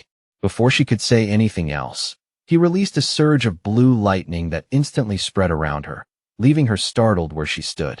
As the energy flowed through her body, she was stunned to discover that this thunder attribute carried a healing effect. The cold, deep pain that had lingered inside her was replaced by a warm numbness, and she quickly realized that the discomfort was fading away completely. Deep inside her body, the old wounds left behind by dark attribute damage began to heal as the energy purified her from within. It felt to her as though she were being reborn, with the rare and powerful thunder attribute washing every last trace of toxin from her system. When the treatment ended, Fong Yi asked Jialan how she felt. Surrounded by a few lingering sparks of lightning, she answered without hesitation that she felt great, and that the remaining dark energy inside her had been completely removed. Nearby, Su Qingying watched as paramedics worked on the unconscious, arrogant pioneer, quietly wondering whether someone injured that badly could even still be saved. Then she turned and noticed that Fong Yi and Jialan were still there, which surprised her, but what caught her attention even more was how different Jialan's aura now felt. The weakness and damage she had shown before seemed to have vanished entirely. Jialan explained that Fong Yi had used his rare and pure thunder attribute to completely cleanse the dark attribute poison from her body. Su Qingying was openly amazed by that revelation and finally understood the true nature of Fong Yi's power. It was not just something meant to destroy enemies, it could also save lives. She pointed at Fong Yi in disbelief, while he merely looked at her and asked what exactly she was staring at. At that moment, a brilliant idea struck Su Qingying, and she excitedly waved the paramedics over at once. She hurried to Fong Yi and proposed a partnership, explaining that if his spiritual power could be combined with their advanced medical equipment, they might be able to save many more pioneers suffering from dark attribute corruption. To show just how serious she was, she bowed deeply and earnestly asked him to demonstrate his power one more time. Fong Yi did not answer immediately, falling silent for a moment as he considered her request. In the end, Fong Yi agreed. He released a carefully controlled burst of blue lightning from his hand and calmly asked whether that was enough of a demonstration for them. One of the paramedics, after seeing that pure thunder energy up close, excitedly confirmed that it really did seem to work. A thunder attribute of that level, he said, was indeed capable of resisting and countering dark attribute corruption. Jialan added that when Fong Yi treated her earlier, the power had been sent directly into her body and had destroyed the corruption from the inside. Su Qingying immediately suggested that all they might need to do was let Fang Yi and the patient hold hands. But the paramedic quickly clarified that not every cultivator, not even one in the spirit creation realm, could necessarily withstand such pure and intense energy. Then, while Su Qingying was still smiling hopefully, he explained that although Jialan's injuries had been serious, they were still minor compared to the state of the other patient. He estimated that healing the arrogant pioneer would require at least 10 times more spiritual energy. Even then, he added, simply saving the man's life would already count as a major achievement, while a full recovery was probably impossible. Fang Yi agreed to try the procedure and asked the paramedics how he should transfer his spiritual energy. They quickly led him toward the waiting ambulance. Inside, one of the paramedics instructed him to place his hand into a special device and steadily release his spiritual energy into it, and Fang Yi agreed without hesitation. From a distance, Lin Yi watched everything unfold while thinking to herself that she had never imagined Jialan would turn out to be such a high-ranking member of the elite Star God Warzone. What amazed her even more was that her cousin was so powerful that even this legendary military force was trying to win him over. She thought back to how the usually cold and distant Jialan had personally asked to become Fang Yi's friend and had even handed over her own personal token. After some time had passed, Fang Yi turned toward Lin Yi and the red-haired leader and checked on how the two of them were doing. Lin Yi replied that both she and the red-haired leader were feeling fine now. Then she explained that the two of them had already decided to head out for more training and start taking on missions by themselves. They felt they could not keep relying on Fang Yi forever and needed to become stronger through their own efforts. Having just finished transferring his energy, Fang Yi nodded in agreement with their decision and simply reminded them to be careful out there. As he watched them, a faint proud smile appeared on his face, and he quietly thought that his cousin had truly grown up. Su Qingying and her team also began preparing to leave. She waved goodbye and told Fang Yi and Jialan that they would meet again on the next mission. After that, Jialan turned to Fang Yi and said it was time for them to go visit Elder Wu.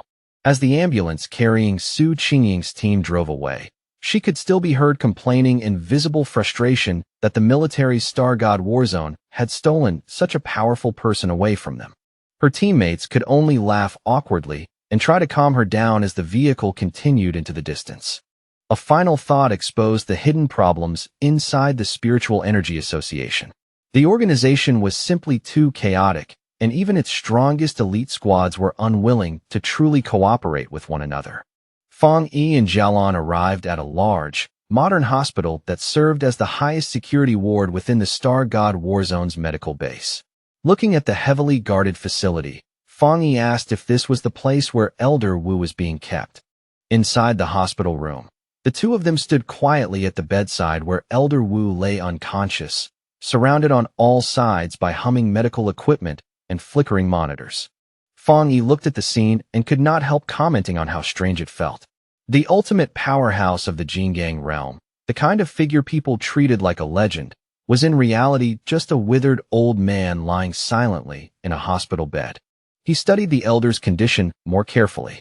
Red veins spread across the old man's face and neck like cracks under the skin, and every breath he took depended on the respirator at his side.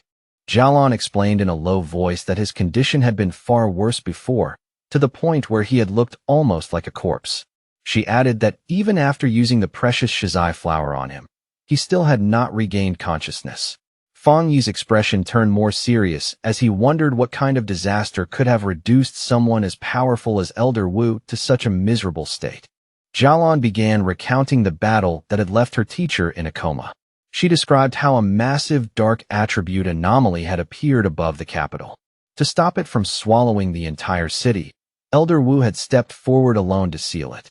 In the flashback, the rest of her squad could be seen pouring their own spiritual energy into him in a desperate effort to support that final stand. The anomaly they had faced, she explained, was far beyond an ordinary S-level threat. What loomed above the ruined city had been a monstrous dragon-like shape made entirely of dark energy, vast enough to make the whole sky feel like it was collapsing. Jialan continued, her tone heavy as she explained just how terrifying the situation had been.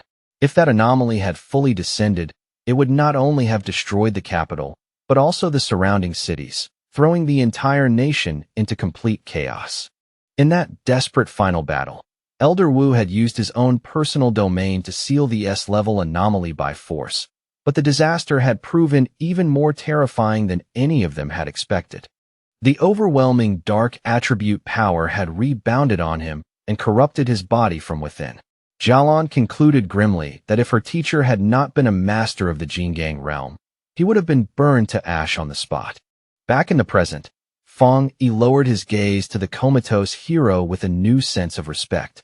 To stand alone and stop the destruction of an entire city, Elder Wu truly deserved to be called a great pioneer.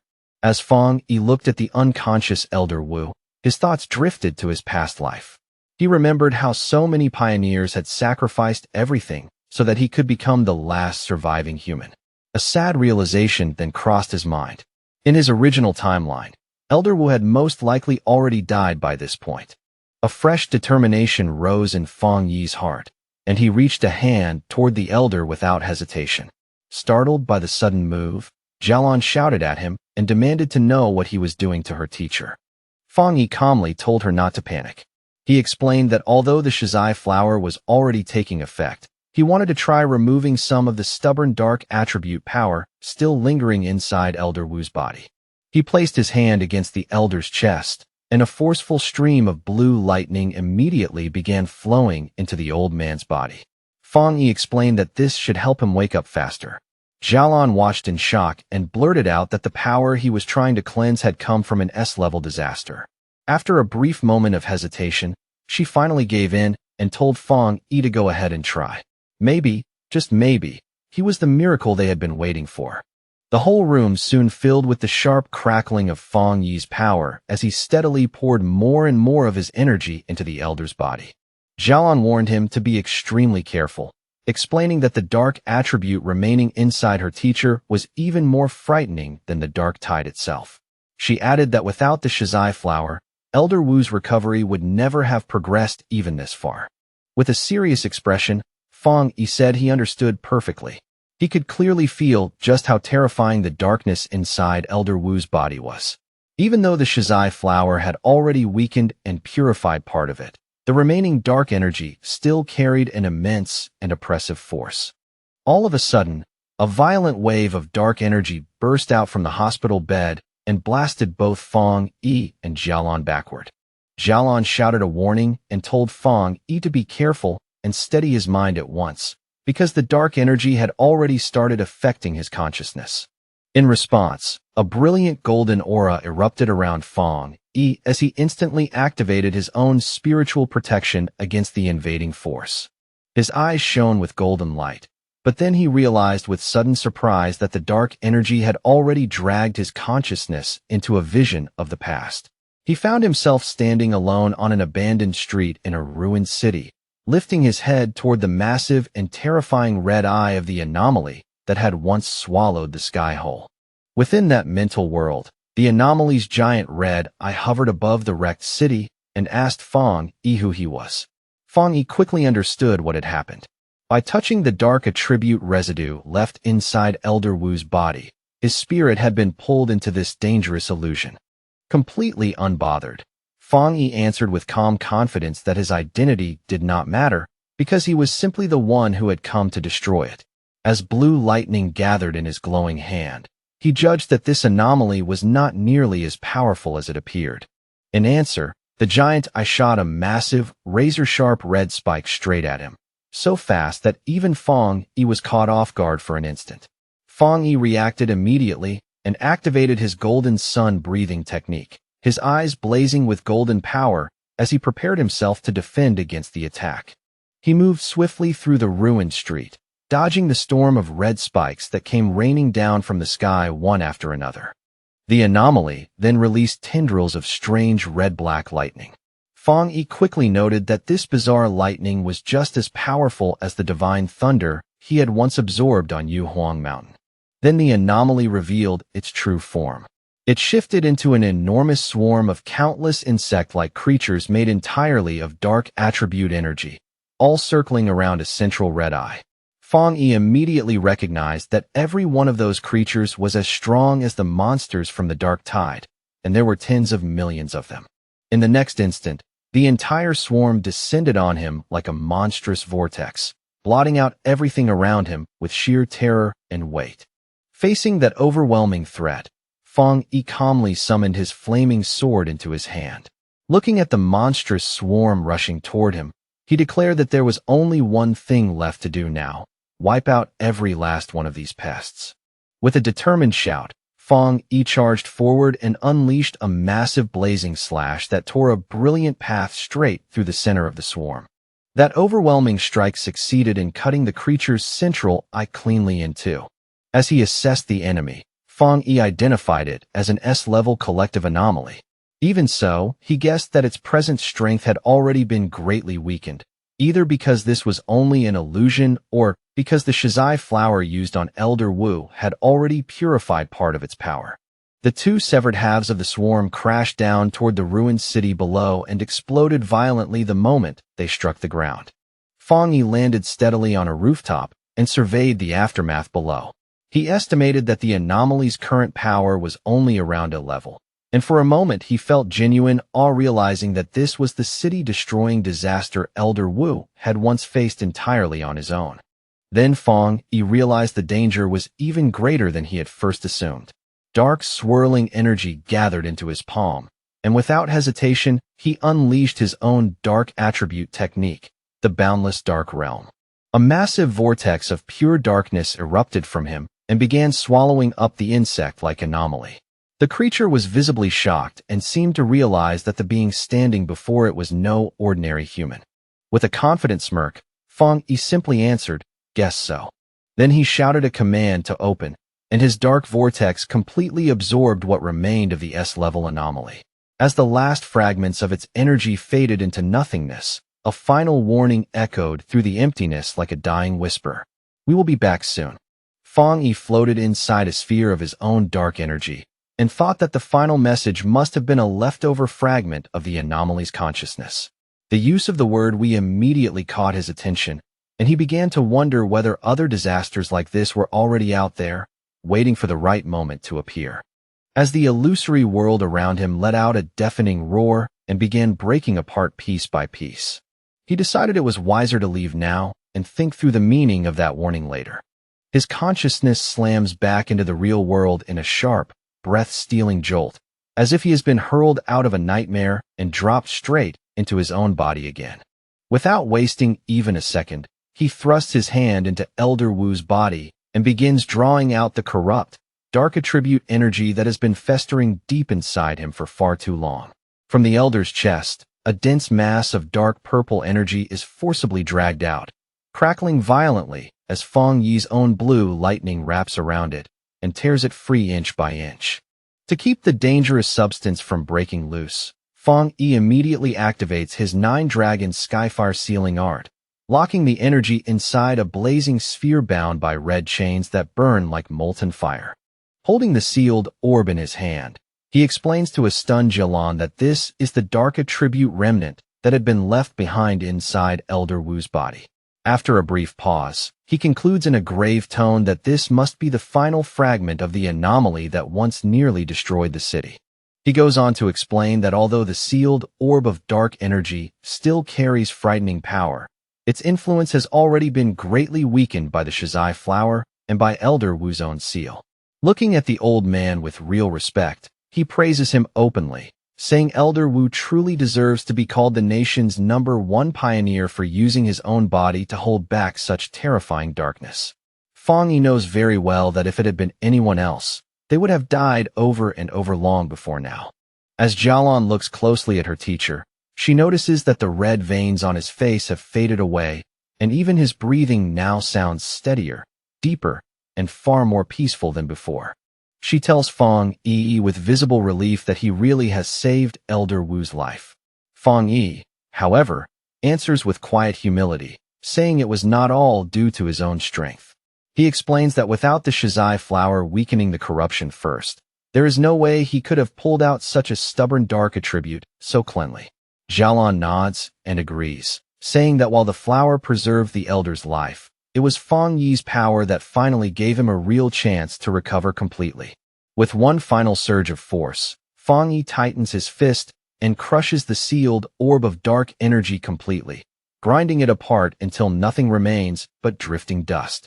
He says the remnant is now utterly useless and can no longer pose any threat. Then his expression turns serious, and he tells Jialan there is still one more thing she needs to know. In the mental illusion, the dark attribute remnant warned him before disappearing that it would return someday.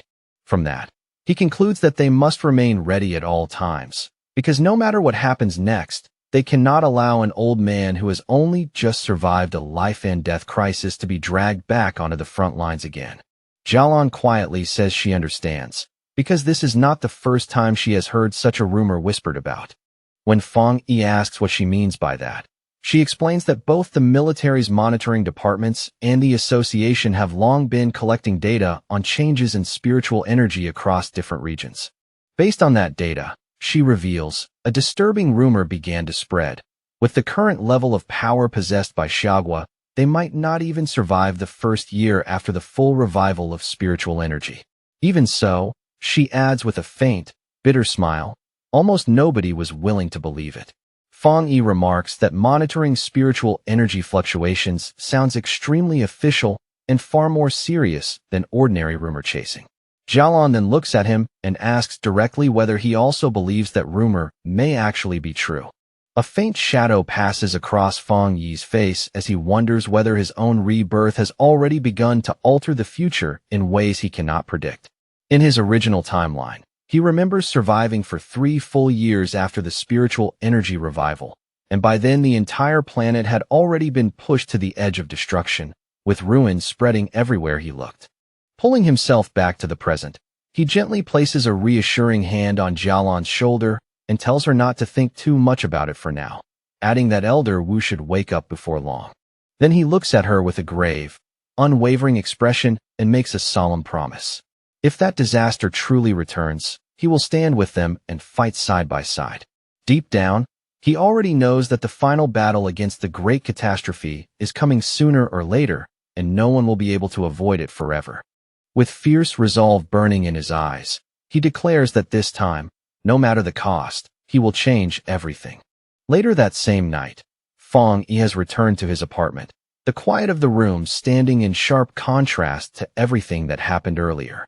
He sits cross-legged on the couch in meditation, surrounded by the slow, swirling energy of his newly acquired dark attribute. As he calms his breathing, he reflects on his recent battles and senses that after facing 2 S-level anomalies in succession, he is already close to breaking through into the 2-star spirit creation realm. Even so, he knows the full spiritual energy revival is approaching far too quickly, and even with this new dark attribute in his hands, his current strength is still nowhere near enough. He thinks back to the anomaly he encountered in the mental illusion and feels a chill at the memory, realizing that even in a weakened state, its true power was already terrifyingly vast.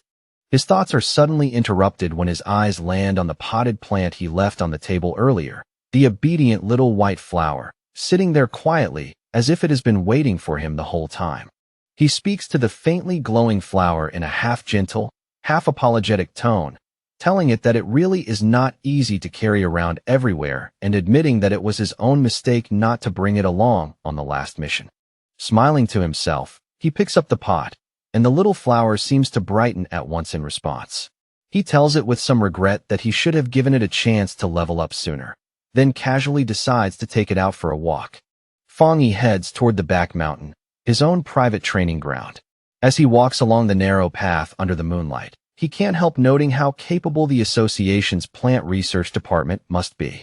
In such a short time after the area was previously damaged, the forest has already started recovering again, a clear sign that nature's self-healing ability has become far stronger in this new era.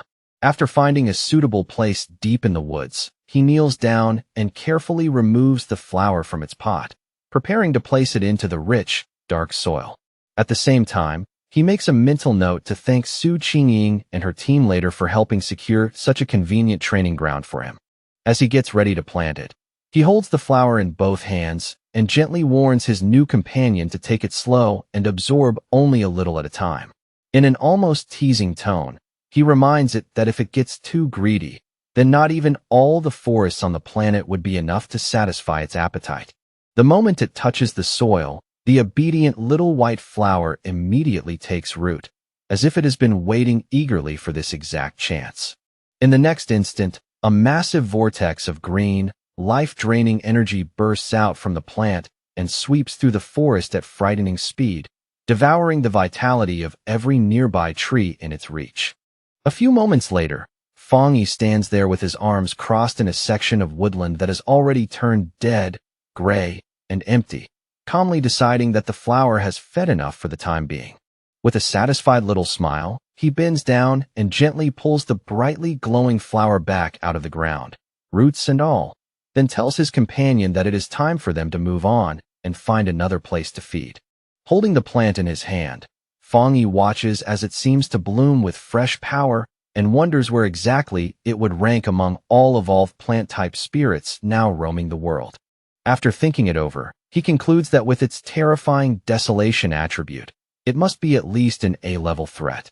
As he continues walking along a dark ridge, he becomes aware of just how unnaturally silent the forest has grown, and he quickly realizes that every animal that once lived nearby must have fled in terror from the flower's presence. That heavy silence is suddenly shattered by a loud, savage howl that tears through the night and echoes across the mountain.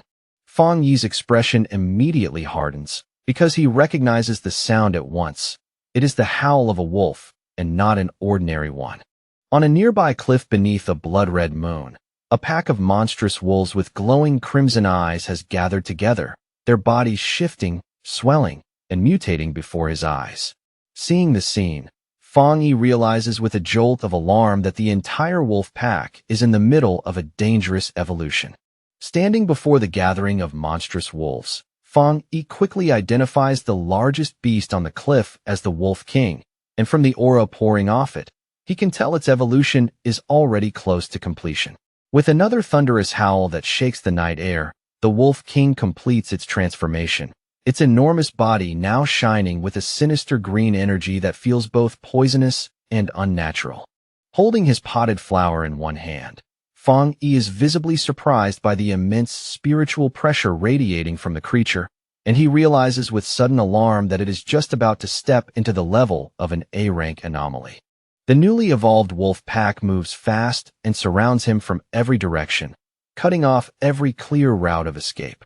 At the same moment, Fang Yi figures out that the Wolf King has developed a new, powerful poison attribute from its original wood attribute, most likely because it absorbed lingering dark attribute energy from the area and mutated under that influence. Even facing that danger, Fang Yi remains completely calm, dismissing the entire threat in his heart as no more than A-level strength and nothing he cannot handle. He calmly takes his obedient little white flower out of its pot and tells it, almost like speaking to a partner, that it is time for the two of them to deal with this problem. Then he kneels and plants the flower into the ground, thinking that while the anomaly itself is only a level, the sheer number of wolves makes the situation troublesome. More importantly, the city lies just down the mountain, and if this pack is allowed to break through and rush downhill, the result would be a disaster.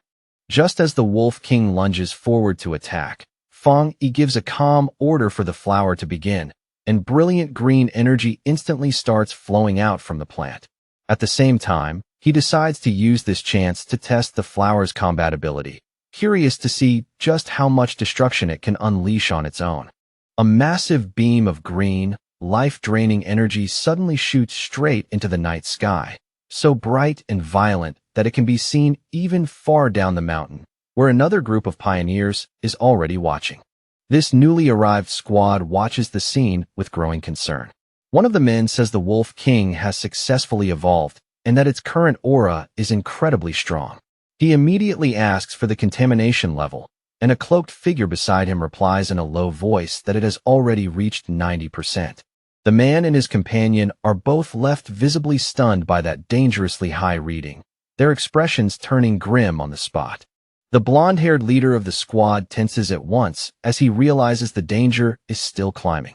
He judges that the Wolf King's wood attribute has reached at least the 3-star Ghost Axe realm, and may even be approaching the Spirit Creation realm, while the rest of the Wolf Pack is clearly powerful enough to become a major threat on its own as well.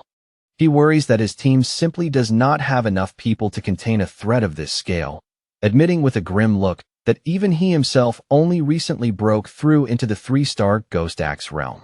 Then, all at once, his eyes catch that enormous beam of green energy in the distance, and within it, he clearly senses the presence of the dark attribute.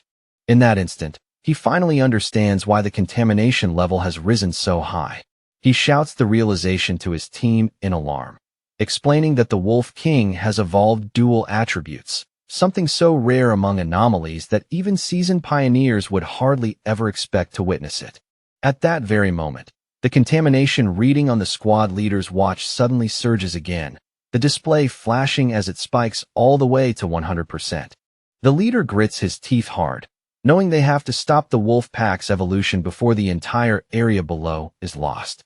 He understands that those beasts were already savage enough before, and with this new power, they will only become far more vicious and uncontrollable. Realizing the danger is beyond what his team can safely manage alone, he makes the decision to call the Spiritual Energy Association for immediate backup. Just then, the ground beneath them begins to shake violently, the tremor rolling through the mountain without warning. One of his men blurts out in panic, asking if it is an earthquake, but the leader instantly knows the wolf's evolution should not be causing a disturbance on this scale. A cold feeling spreads through him as he realizes, with growing dread, that a completely different anomaly has appeared.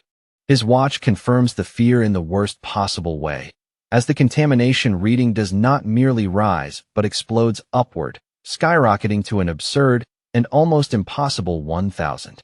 The pioneers stare in open terror as a massive eruption of green desolation energy bursts out from the mountaintop like a living disaster. The green-haired pioneer immediately recognizes that unmistakable power of desolation, and he can only wonder in disbelief why something like that would suddenly appear here, of all places. As the life-draining energy rushes toward them in a sweeping wave, the entire squad falls into panic. One of the men cries out in fear, asking if this could be the giant vine from the sky that had vanished before, his voice full of disbelief and frustration as he complains that there had been no warning at all. The squad leader immediately shouts for everyone to retreat, ordering his team to pull back at once and begin evacuating all nearby residents without delay. And yet, just as suddenly as it appeared, the huge wave of desolation energy seems to halt in place, as though an invisible hand has stopped it mid-surge. One of the men calls out to the leader, pointing out in confusion that the energy has stopped advancing.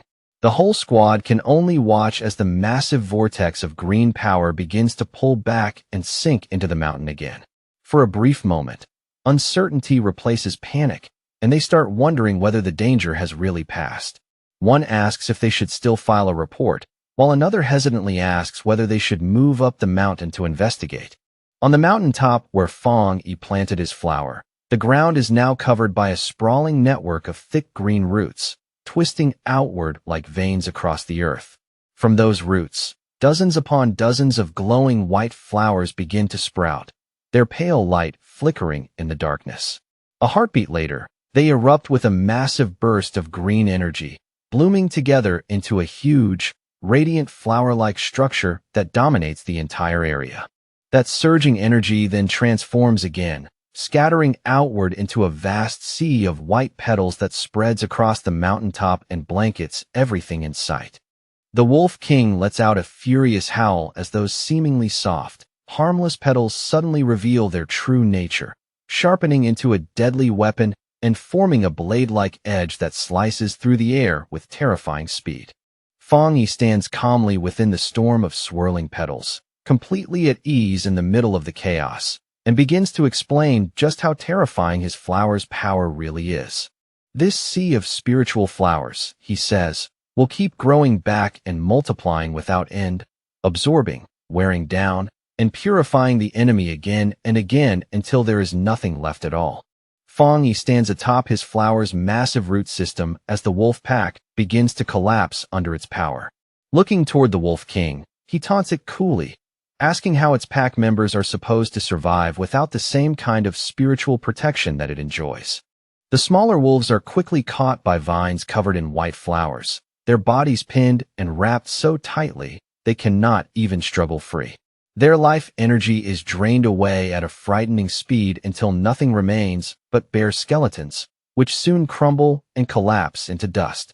After absorbing the life force of the entire pack, both the flower and the countless petals around it slowly change color, turning into a deep, ominous red that feels far more dangerous than before. In one final desperate effort to fight back, the Wolf King gathers all of its remaining energy and unleashes a powerful green blast from its mouth, pouring everything it has into the attack. The red flower, however, responds with effortless ease, forming a protective barrier that catches the full force of the blast and absorbs it completely without even seeming to strain. Hidden among the swirling red petals and twisting vines, Fong Yi tells the beast in a calm, almost indifferent voice that such an attack is completely useless. He explains that the desolation attribute of his spiritual flower has already taken root deep inside the mountain itself. The sea of flowers, he says, draws power from the mountain and then turns that same power back onto the mountain, creating a self-sustaining cycle that feeds itself endlessly and never breaks. Now far more intelligent after completing its evolution, the Wolf King seems to understand exactly how hopeless its situation has become. Even so, stubborn and ferocious to the end, it still refuses to give up. Fixing on the central red flower as the true core of the power around it, the Wolf King makes its choice and charges straight toward it with all the force it has left. Fong Yi watches the beast rush forward and lets out a faint, amused smile, mockingly asking his little flower what it plans to do now that its core has been found. As if answering him directly, the central red flower suddenly swells to an immense size, its presence surging upward before it lunges forward to meet the charging Wolf King head-on. It spreads open its massive petals in one swift motion and traps the beast completely within its grasp, sealing it inside like prey swallowed whole. The Wolf King howls in agony as the powerful desolation attribute begins draining away its life force, the pain so intense that even its furious cries start to sound desperate. The giant red flower continues absorbing the Wolf King without pause, devouring the creature's green energy bit by bit as the desolation attribute consumes everything it can take. Watching closely, Fong Yi's expression turns serious, because even he is surprised to see that his flower is actually allowing the dark attribute to enter it instead of rejecting it outright. Soon, the Wolf King is fully consumed by the flower's pulsing red petals, its huge body disappearing completely into that living mass of devouring power. Fong Yi is genuinely astonished by what he is seeing, inwardly marveling at how formidable the desolation attribute has become in the flower's hands. He realizes that he never expected it to develop and shape its own technique without any direct guidance from him after he implanted the attribute. As the giant flower slowly shrinks back down, Fong Yi finally grasps the truly terrifying nature of this new ability. Once an enemy is trapped inside that sea of flowers, escape is no longer even a possibility. The flower then spits out the Wolf King's clean, bleached skeleton, stripped so completely that not a trace of flesh remains. Seeing this, Fong Yi concludes that even if the spiritual flowers themselves are destroyed, they can simply regenerate without end and use their desolation power to reduce any enemy to bare bones. Standing in front of the massive red flower, now surrounded by an entire field of smaller red blossoms, Fong Yi decides that this newly born technique deserves a name. After a moment's thought, he calls it Endless Spirit Sea. A system window appears before him, confirming his judgment and announcing that the spiritual flower has successfully written a desolation attribute technique of its own, Endless Spirit Sea. With the battle finally over, the flower slowly closes its petals again, its whole body glowing brightly from within as though some new change is building inside it. Fong Yi watches in silence, a little weary from the battle, as a single red petal drifts gently through the air and brushes softly against his cheek. Then the flower suddenly erupts with a tremendous surge of energy, and Feng Yi's eyes widen in surprise as he realizes that his little flower is about to evolve as well. Far away, inside a high-tech control room, alarms begin blaring as an analyst urgently reports the appearance of an A-level anomaly. He explains that their instruments are detecting two completely different spiritual powers in the same location. Just as the Wolf King was evolving and generating a dark attribute, another separate and highly concentrated desolation attribute appeared there as well. Listening beside Su Qingying, the association superior immediately demands to know the exact location, his tone sharp as the seriousness of the report sinks in. A technician quickly points to the map and explains that the signal is coming from an area previously under Su Qingying's team's responsibility. The superior frowns at that, questioning whether the destroyer squad had not already been dispatched there to deal with the wolf pack. Before he can finish the thought, his question is abruptly cut off by an incoming call from the squad on the ground. The squad leader reports that a powerful wave of desolation energy suddenly appeared and wiped out the entire A-level wolf pack. However, he also adds that the desolation power then withdrew back into the mountain, where a large number of strange flower-type anomalies have since appeared. The pioneers stand before the mountain, which is now glowing red beneath a vast sea of flowers, and none of them are able to get any closer without feeling overwhelming danger pressing them back. The association superior continues speaking with the squad leader as the situation grows more serious by the second. The leader warns that if this new and still unidentified anomaly erupts outward, it will be far more terrifying than the celestial vine ever was. He urgently requests support, admitting that even with all the pioneers currently gathered there, they probably would not be able to handle any sudden change. The superior agrees after a brief pause and decides to dispatch two elite teams at once. Su Qingying, however, seems to have a different thought. She turns to look at her superior with a knowing expression and calmly says that she has a strong feeling the source of that desolation power is Feng Yi. She cuts into the call and points out that Feng Yi's home is in that very area, then declares with complete confidence that wherever he is, he will protect everyone there. As she says it, a vision seems to rise in the mind's eye. Feng Yi suspended above the city in a blazing aura, his figure wrapped in fire like a guardian descending from the heavens. Back on the mountain, the entire landscape has already changed, swallowed by a vast sea of red flowers stretching across the ground in every direction. Feng Yi stands in front of his obedient little white flower, which has now grown to an enormous size. Watching it closely, he confirms what he had already suspected. After devouring the Wolf King, the flower is now on the verge of evolving a second attribute.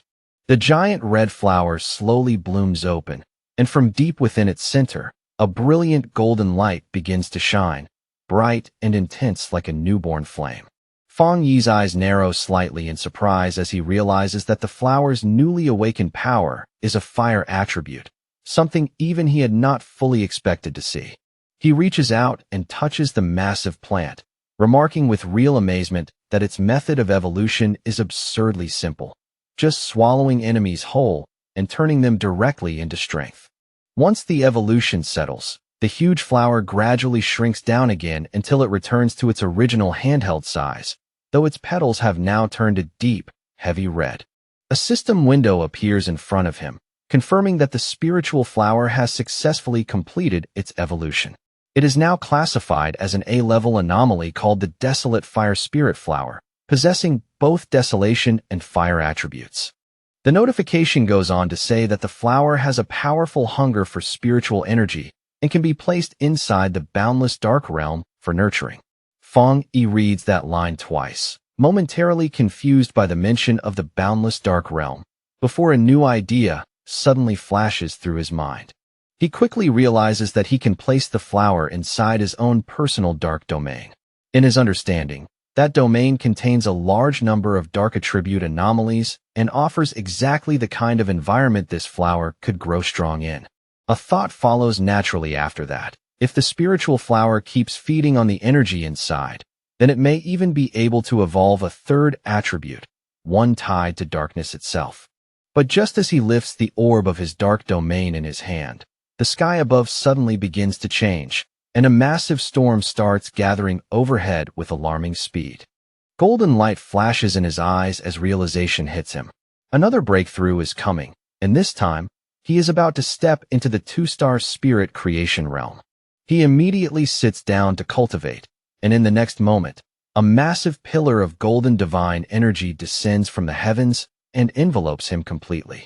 As he meditates within that overwhelming light, he feels his power becoming smoother and easier to command, while the spiritual energy of the world begins to merge with his body as naturally as if they had always belonged together. Elsewhere in the mountains, a muscular man with spiky hair senses the immense energy of that breakthrough from afar.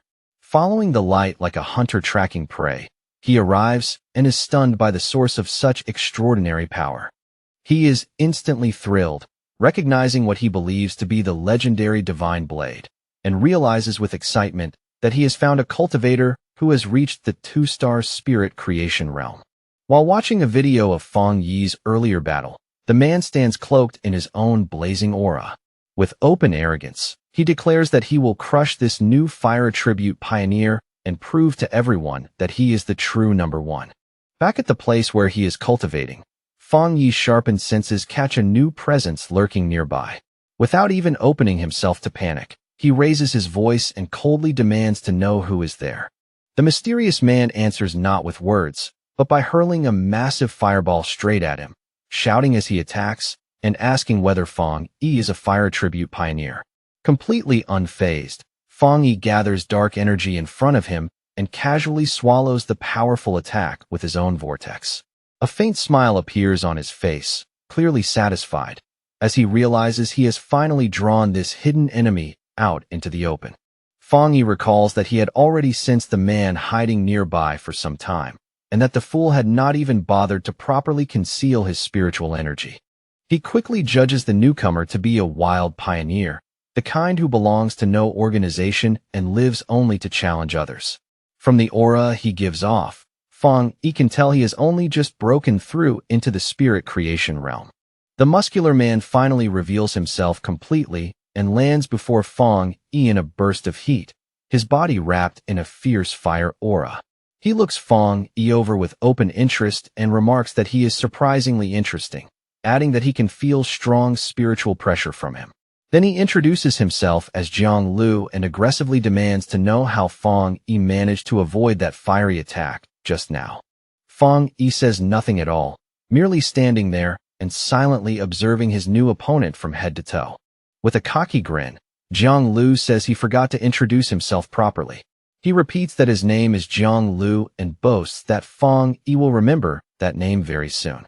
The moment he finishes speaking, he charges forward without hesitation, flames wrapping around his body as he rushes in to attack head-on. In response, Feng Yi calmly lifts one hand, raises two fingers toward the sky, and says only two simple words in an even voice: divine thunder. At once, a massive bolt of brilliant blue lightning crashes down from the heavens, roaring through the night as it strikes directly toward the charging Jiang Lu. Jiang Lu is caught completely off guard, his eyes widening in shock as he wonders what kind of power this is supposed to be.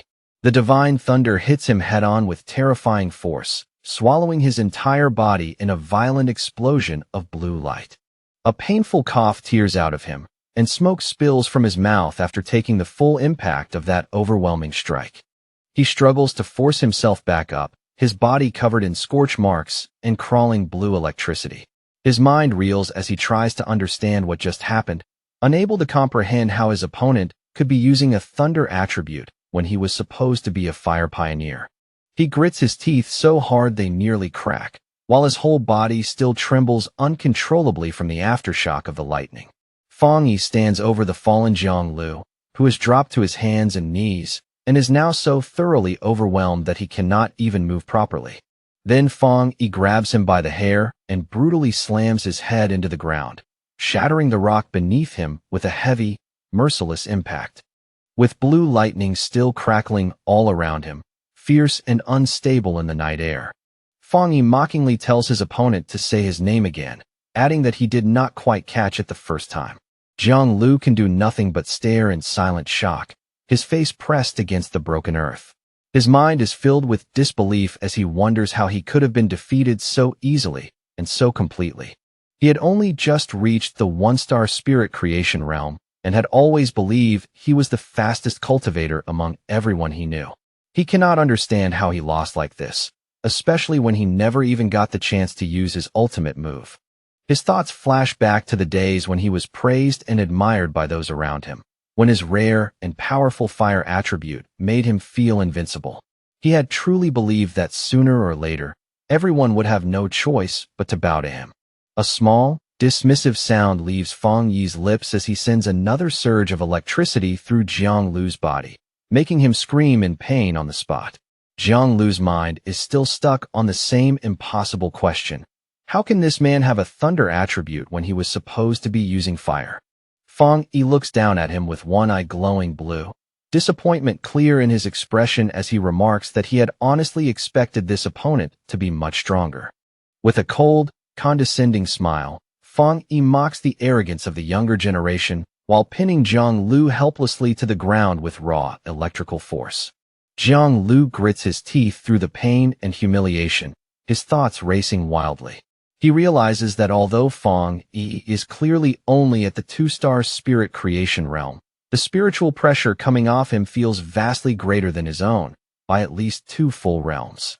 Then an even more terrifying realization crashes into him. No, it feels closer to the difference of 3 entire realms.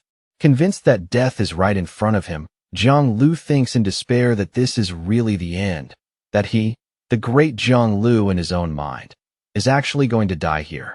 Lying there in terror on the ground, Jiang Lu finally breaks and begs Feng Yi not to kill him.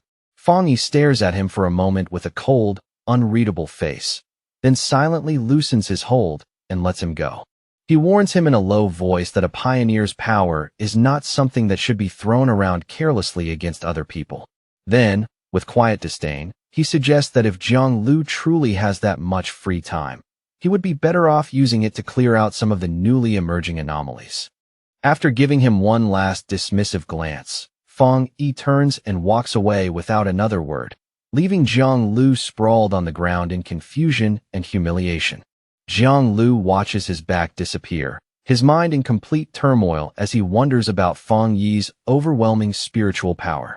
He cannot tell whether that crushing gap between them exists because Feng Yi is an unbelievable genius, or because he himself is simply far weaker than he ever dared admit. Later, inside a luxury apartment, a dejected and emotionally drained Jiang Lu pushes open the door and enters a room where 2 men have already been waiting for him.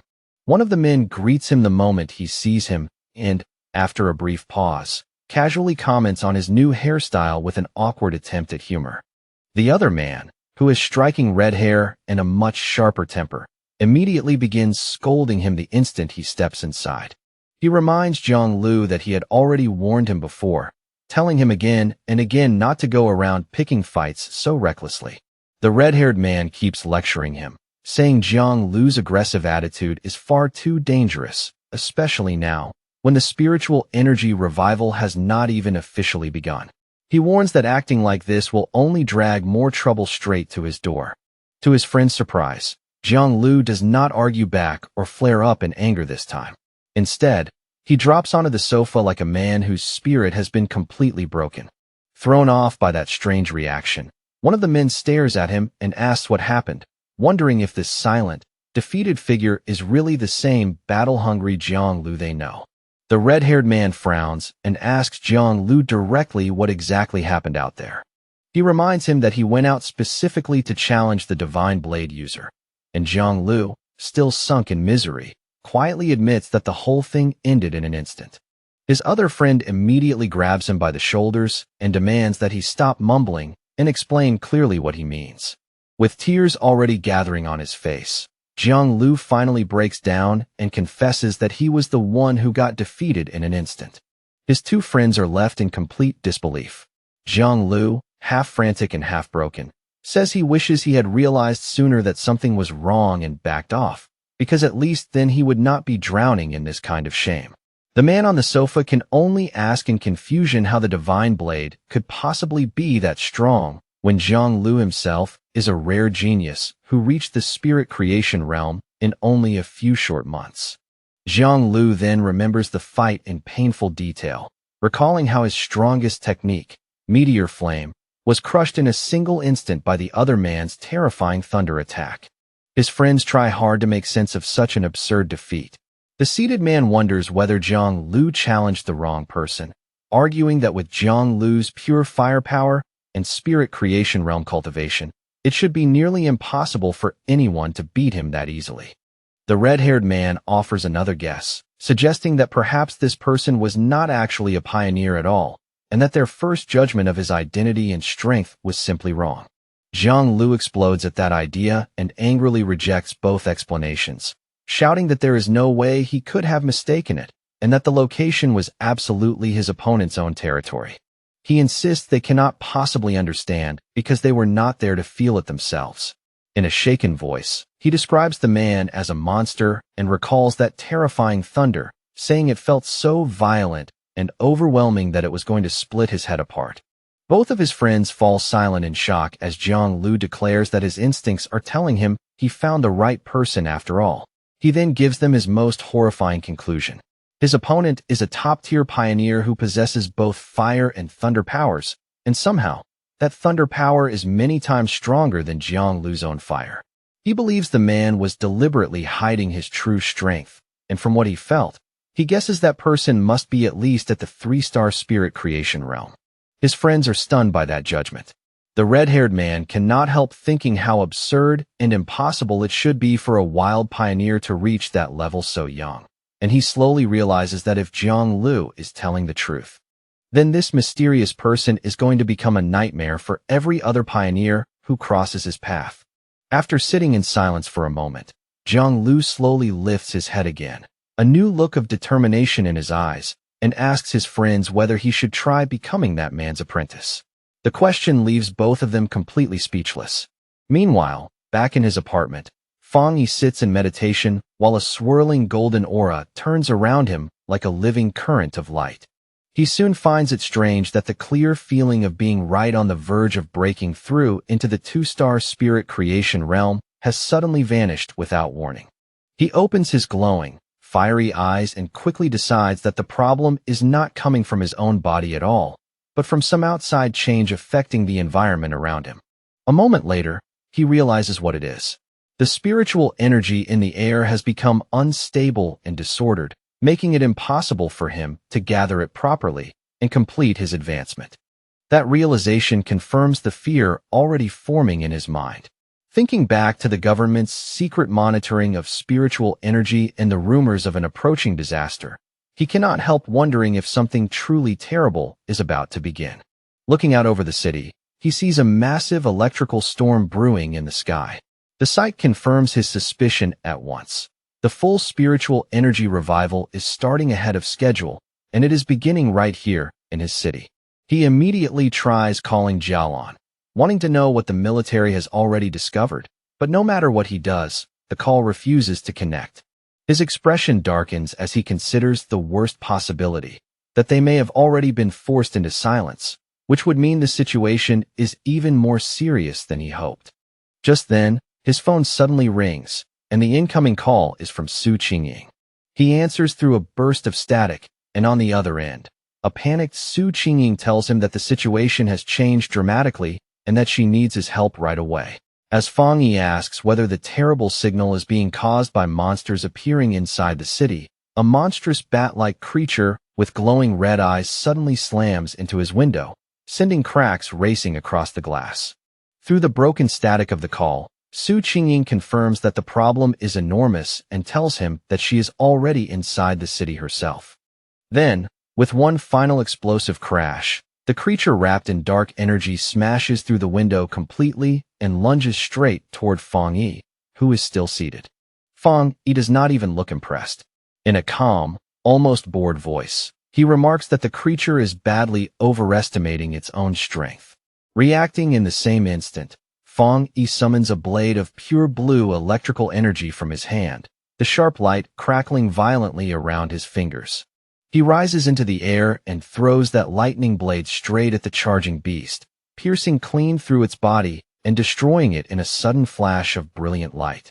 The noise immediately brings Lin Yi rushing out from her room, shouting a warning to her cousin about the bat-like monster that has just appeared. But she stops dead the moment she sees the shattered window and Fong Yi standing there calmly amid the fading arcs of lightning. Stunned, she asks him what is going on.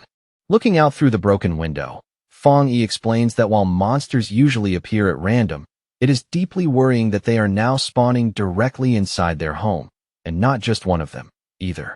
He says he believes the situation is still manageable for now. Then the two of them look out at the massive electrical storm spreading over the city, and Fong Yi quietly says that this may be the beginning of a major disaster. What troubles him most is how abnormal this feels. A 2-star Ghost Axe Realm monster would normally hide in darkness and wait for a better chance, not boldly attack a pioneer's home in the middle of the city like this. Realizing that a difficult battle is approaching, he tells Lin Yi to contact every pioneer she knows and gather them all at the apartment as quickly as possible.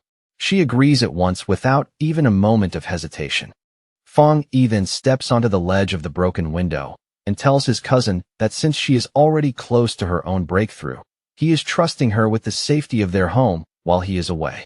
He tells her clearly to guard the window and hold the apartment while he is gone.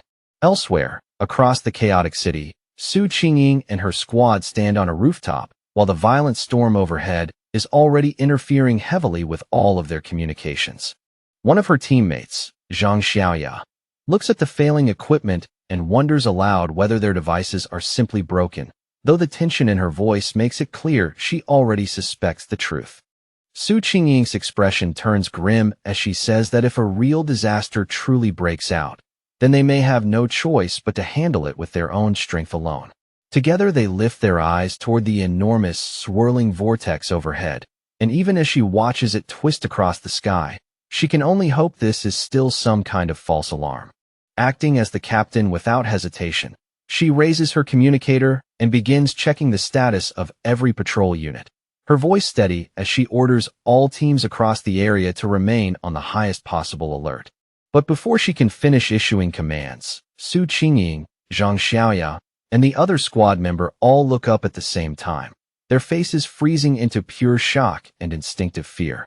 A massive swarm of those dark, bat-like monsters begins pouring down from the vortex overhead, and someone immediately shouts a warning that a large anomaly group has appeared, making it clear that the invasion has officially begun.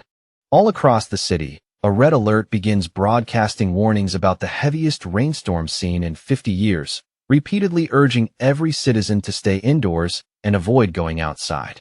The streets quickly fill with fear, confusion, and spreading panic as people stare up at the darkened sky, unable to understand what they are seeing and wondering if this is the end of the world.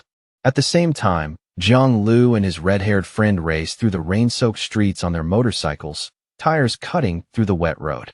The friend shouts over the storm that the whole situation feels terribly wrong and asks whether they should stay or leave, but Jiang Lu stays silent, his face dark and uneasy. Then, without warning, a monstrous bat-like creature wrapped in dark red energy dives straight down from the sky, toward them like a living spear. Jiang Lu reacts instantly in anger, shouting that the thing must be looking for death as he throws up a hand and summons a blazing fireball.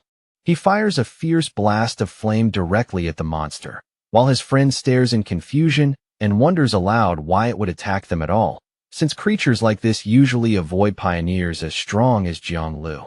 To their horror, the creature bursts back out of the flames with a shrill screech, completely unharmed. In that instant, Jiang Lu realizes with panic that it is not that the monster failed to burn. It actually regenerated the damage immediately. Shaken by the overwhelming strength of the monsters appearing all over this city, Jiang Lu makes a fast decision and says they need to head home right away. The scene shifts back several hours earlier to a high-tech control room inside the Spiritual Energy Association. There, Su Qingying and her superior are in the middle of a meeting when one official suggests that if they want results, they need their most capable people to open communication with Fong Yi. Just as the superior turns towards Su Qingying to speak, a sudden alarm cuts sharply through the room and interrupts the meeting. A special warning flashes across the main screen, announcing that an A-level anomaly is predicted to arrive in the city center within 24 hours, while large numbers of bat-like anomalies have already begun gathering in the outer suburbs. The association superior questions whether it is truly an A-level anomaly, and Su Qingying, visibly alarmed, immediately says they must dispatch a team at once, and that she will personally go as well. The scene snaps back to the present, where the leader of the destroyer squad stares upward in terror at a gigantic version of the bat monster descending on him. In a panic, he shouts into his communicator, correcting the previous report and warning that the anomaly is not A-level at all, it is S-level. The creature's enormous shadowy body continues growing more oppressive as it descends, its glowing red eyes fixed below with the cold intent to wipe everything out. The scene then shifts again to a quiet military district, where sleek futuristic hallways stretch on in eerie silence, almost too still compared to the chaos elsewhere. Outside, however, that silence has already been shattered by war. A huge swarm of glowing red, bat-like anomalies is attacking a military warship, and the vessel responds by firing massive blasts of energy in a desperate attempt to hold them back. In the center of that raging swarm, Jialan fights fiercely, her body moving like a storm as powerful energy whips lash out from her hands and tear through wave after wave of the dark creatures. For one brief moment, Jialan pauses in mid-battle and looks up, watching the endless stream of monsters continue pouring in without any sign of stopping. She knows her unique ability allows her to shape and reinforce her spiritual power however she needs, but the number of dark attribute bats keeps increasing no matter how many she cuts down. It feels less like a random attack and more like a deliberate effort to keep her and her soldiers from reaching something important. Just then, a young blonde man wrapped in crackling yellow lightning drops down beside her, his arrival flashing through the battlefield like a sudden strike from the sky. He gives her a quick smile even in the middle of the chaos and openly compliments her strength, clearly impressed by what he has just seen. Then his tone turns serious as he explains how bad the situation has become. He says the entire military district is being held by only a small number of high-level officers and asks for her orders. Jialan tells him that their communications are being jammed so badly that contacting anyone outside the district has become impossible. She assumes the same thing must be happening in the other military districts as well. As she stares up at a sky turning black beneath the swarm, Jialan makes a difficult decision in silence. Then she raises her voice and issues her commands, ordering 2 squads to remain behind and defend the restricted zone no matter what happens. She declares that everyone else will follow her and force a path through the enemy lines so they can try to reconnect with the other military forces. With that order given, she, the blonde lightning user, and the soldiers under her command throw themselves back into battle, ready to fight their way to freedom. But as they fly toward the city, Jialan suddenly realizes something horrifying. Looking out over the urban skyline now buried beneath a blood-red swarm, she understands the truth at last. The anomaly's real target was never just the military zone. It was the entire city from the beginning. Elsewhere, under the pouring rain, frightened citizens scrambled desperately for shelter. At a bus stop, the live streamer scammed an online romance out of 50 cents waits beside a man, but unlike everyone else around her, she looks more excited than afraid.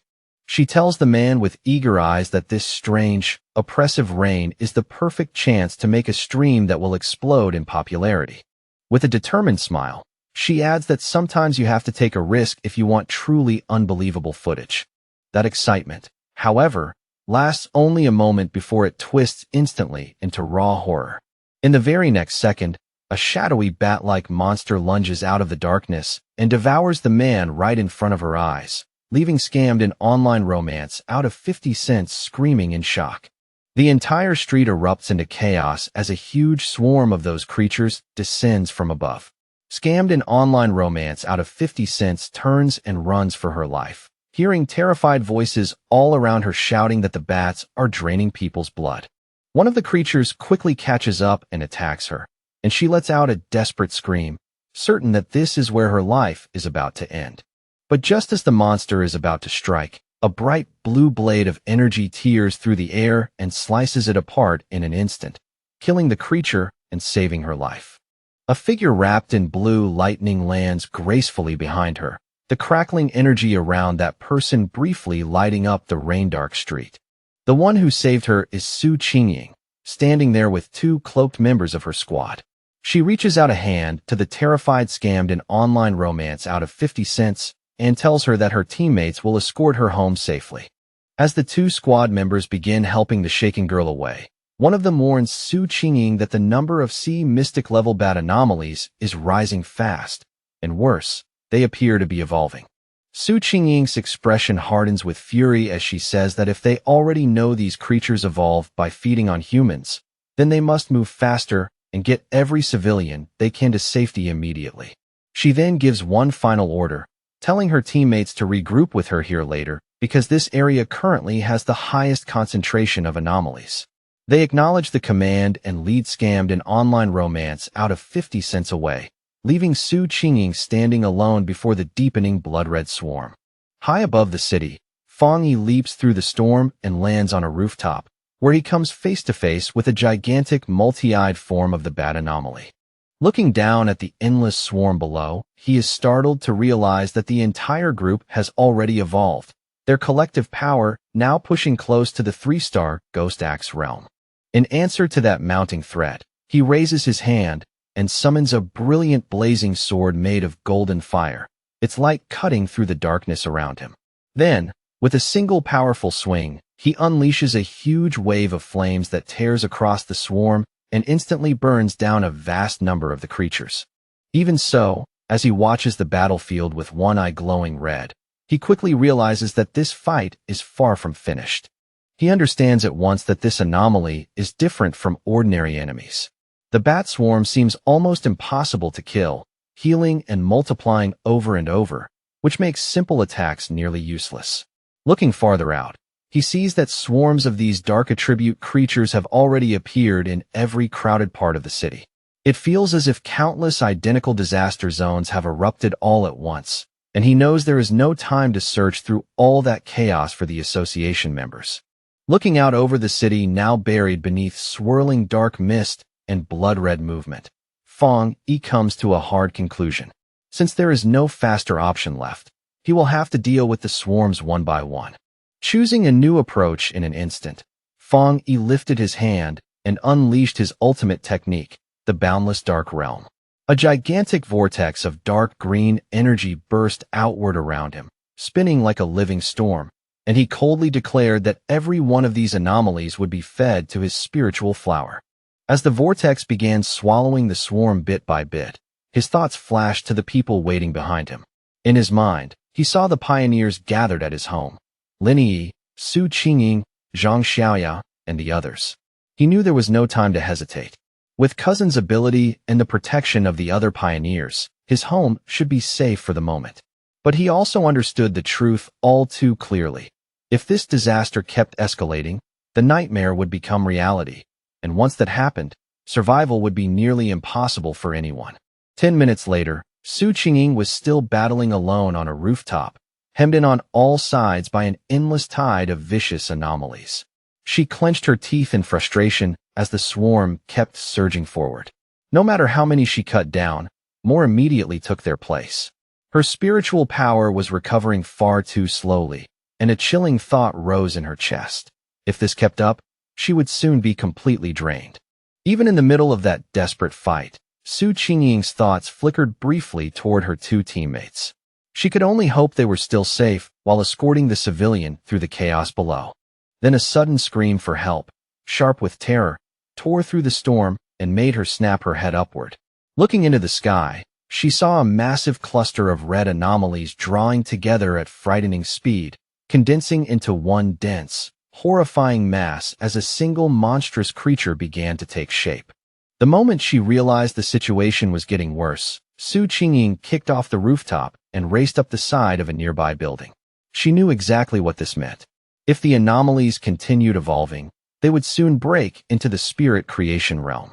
Her team was already stretched thin trying to save civilians, and they simply did not have enough strength left to deal with a threat like this, especially now that the creatures had begun directly attacking buildings. Without wasting a second, She thrust out her hand and fired several fierce blasts of blue energy into the bat-like swarm, trying to tear open a path through the writhing mass before it could fully gather. But the number of creatures was simply too overwhelming. They flooded over her from every direction, crushing her momentum and slamming into her hard enough to knock her straight out of the sky. As her body dropped through the rain and darkness, a horrifying realization suddenly struck her with cold clarity. Staring at the enormous vortex of dark energy and crackling lightning twisting above the city, she finally understood the swarm's true goal. This was not random destruction.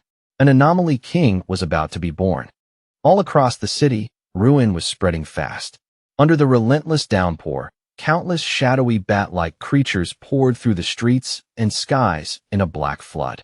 The scale of the disaster was so overwhelming that it felt as if no one, not even the military, not even the Spiritual Energy Association, could stop the city from being swallowed whole. In the heart of that chaos, pioneers fought with everything they had. One desperate report after another came in, each worse than the last, saying pioneer teams were either sacrificing themselves to hold the line or being completely wiped out. Su Qingying continued fighting alone, her protective barrier straining as it held back the endless horde pressing in from all directions. Then a fresh alert arrived, and the cold classification sent a chill through everyone listening. The S-level anomaly had now been identified as an anomaly king. Inside the association's command center, the atmosphere had turned utterly grim. Officials stood frozen before the incoming reports of catastrophic casualties. The creature's sheer numbers, combined with their terrifying regeneration speed, were crushing every defensive line they had. Worse still, there was no longer enough time to request reinforcements from other regions. One subordinate, pale-faced and shaken, reported that the entire city had already been sealed in by an immense black fog. It wrapped around everything like a wall, cutting off any remaining chance of outside rescue. Only then did they fully realize the truth, and the horror of it hit them all at once. They had become a completely isolated city. Faced with what might be the city's final moments, the association superior stood beside his men and spoke with grim, unwavering resolve. As pioneers, he said, they would stand with the city and fall with it. If the monsters wanted to take this place, they would have to step over their dead bodies first. With a face set in iron determination, he issued one final order: send the last code to headquarters immediately.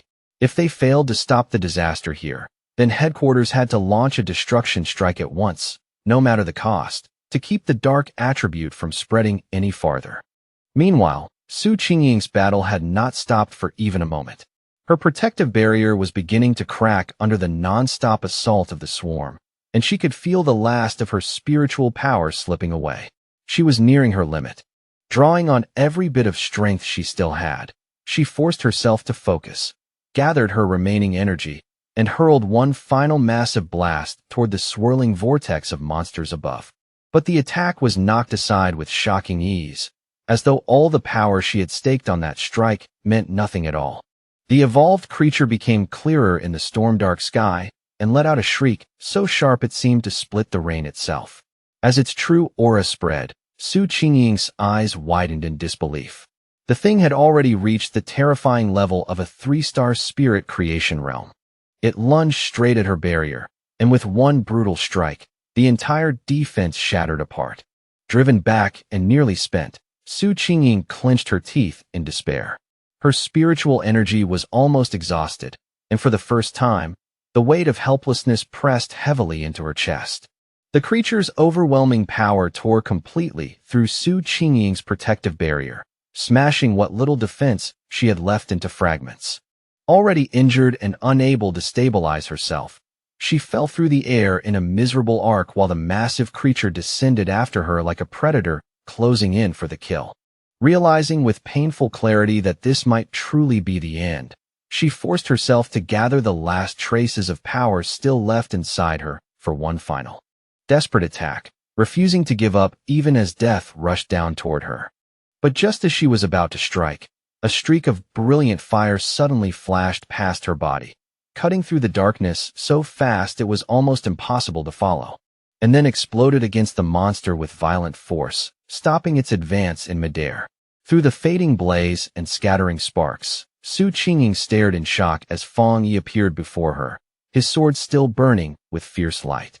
He turned toward the threat without hesitation, and his eyes shone with overwhelming power, one blazing fiery orange, the other crackling electric blue, both bright enough to pierce the storm. In a cold, steady voice, he declared that his power was divine thunder. Then he surged forward, driving both fire and lightning into his blade until the weapon itself seemed ready to split heaven and earth. He met the creature head-on in the open air, and with a single devastating swing that carried unstoppable force, he cleaved the enormous monster cleanly in half. The severed halves exploded one after another in blazing bursts of fire, lighting up the rain-darkened city sky with a violent, almost unreal brilliance. When the clash was over, Fang Yi and Su Qingying dropped back down and landed on a road made slick and reflective by the pouring rain. Fang Yi calmly apologized for taking so long to find her, explaining that there had been too many identical swarms of monsters spread across the city. Still weak and catching her breath, Su Qingying warned him not to lower his guard. These creatures, she reminded him, could revive. Almost as soon as she said it, the scattered remains of the monster began gathering again in the sky, slowly reforming before their eyes. Fang Yi merely lifted his gaze and said in an even tone that he already knew. Facing the regenerating swarm without the slightest trace of panic, Fang Yi told Su Qingying not to worry. He always finished what he started. Purple dark attribute energy rapidly condensed into his hand, growing denser and heavier by the second, before he unleashed the boundless dark realm once more. A terrifying vortex burst outward to absorb the enemy, and he declared with absolute certainty that he always kept his word. Watching that overwhelming scene unfold in front of her, Su Qingying felt hope surge back into her heart. Only then did she realize she had nearly forgotten something important. The city still had a peerless pioneer like Fang Yi standing in it. The huge purple vortex spread wildly across the street and up into the air, swallowing the entire swarm of bat-like creatures as if the night itself were being dragged into its center. Then, with nothing more than a single command from Fang Yi, the massive vortex abruptly compressed inward, crushing the countless monsters tighter and tighter until they were forced into one stable orb of pure dark energy. Only after dealing with the swarm did Fang Yi turn towards Su Qingying and ask if she was all right. She thanked him for saving her life and said she was fine for the moment, adding that she had medicine on her that could help her recover. But after noticing the state of her injuries, Fang Yi's expression grew visibly more serious. He placed a hand on her shoulder, and in the next instant a surge of blue lightning wrapped around her body, making her cry out in startled surprise. Fang Yi explained calmly that he had already cleansed the dark attribute invading her system, then told her to quickly bandage the wound. Su Qingying was stunned by the strength of his thunder attribute. She could clearly feel that the pain in her wound had already eased, and the injury itself was healing faster than it ever had under even the association's most advanced medicine. At the same time, back in the association's command center, one operator suddenly shouted in excitement that the number of monster groups appeared to be dropping. But one of the superiors immediately corrected him in a grim voice. All of the rescue pioneer teams, he said, had already come under attack and lost contact. The number of monsters outside the city had not decreased in the slightest. The truth was far worse. The swarms inside the city were gathering together because the anomaly king was on the verge of appearing. A trace of sorrow passed through his heart as he thought about wanting to see his parents one last time, yet he already knew that chance was gone. With that quiet pain buried deep inside him, he forced himself to accept reality and decided that all he could do now was carry out his final duty to the end. As the two of them stared up at the enormous green vortex churning across the sky, Fang Yi asked Su Qingying whether the association had any solid information about what they were truly facing. Su Qingying answered in a low, serious voice that it was a super S-class anomaly, one that intended to devour the entire city, and that its power was already comparable to the terrifying monster the Star God Warzone had once been forced to seal away. Her expression darkened even further as she explained that an event on this scale had a name. It was called a cataclysm. These swarms flooding the city were not the main disaster at all, only the first warning, the opening sign of something far more horrifying that had yet to fully arrive. She went on to say that deep within that swarm, an unimaginably powerful spirit was being born right now. And if that birth was allowed to complete, then the fate of the city was already sealed. Everything here would be wiped out. Su Qingying then told Fang Yi what the association had managed to piece together from its research and battlefield records. Usually, monsters of the same type devoured one another in order to evolve, growing stronger through brutal self-consumption. But dark attribute anomalies did not follow the normal pattern. Once one of them fully evolved into what was known as an anomaly king, it gained a terrifying form of authority. That power would forcibly suppress every other anomaly of the same type and bend them all into absolute obedience beneath its will. She turned to Fang Yi with worry written plainly across her face. His strength was already astonishing, that much she could not deny, but she still pointed out the brutal truth. He had not yet stepped into the legendary Jinggang realm. She reminded him that even the nation's strongest pioneer had ended up bedridden after sealing a similar catastrophe. Her voice turned urgent, almost pleading, as she told him they could not afford to lose another genius like him. She begged him to break through the monster blockade, escape the city while he still could, and inform the military that they needed to abandon this place before everything was lost. Before her desperate plea could continue, Fang Yi gently tapped her on the head, cutting her off in the softest possible way. There was even a faint hint of playfulness in his tone as he asked whether she had forgotten everything she had learned back in school. Then the lightness disappeared from his face. His expression hardened, steady and immovable, as he declared that this city was his home. No matter what it cost him, no matter how much he had to sacrifice, he would protect it. Su Qingying could only stare at him in silence, completely speechless before that level of resolve. For a moment, even the storm and the chaos around them seemed to fade beside the certainty in his eyes. Without saying another word, Fang Yi turned and walked away through the rain, then sprang upward in one clean motion to the top of a high rooftop, where he stood alone before the massive green vortex, facing the place where the anomaly king was slowly, horribly emerging into the world. Bathed in a brilliant golden aura, Fang Yi looked up grimly and said that it really did seem as though the whole city was being offered as a sacrifice for the birth of this king. As the words left his mouth, the power of the golden sun ignited around him in blazing waves. He then glanced back at Su Qingying, who had followed him up, and asked to borrow her wrist device.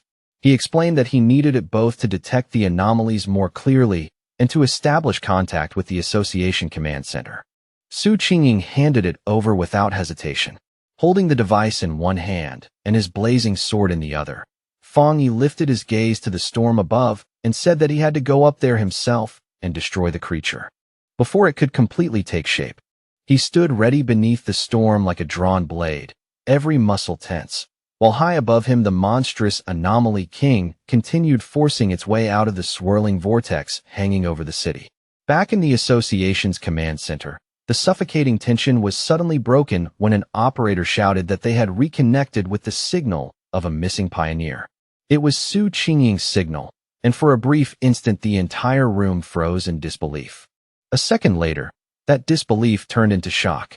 The operator saw her tracker moving at an incredible speed, flying straight toward the very center of the storm, the most dangerous point in the entire city. They immediately shouted for her to turn back, because everyone there knew the same thing. Rushing in alone was nothing less than a suicide mission.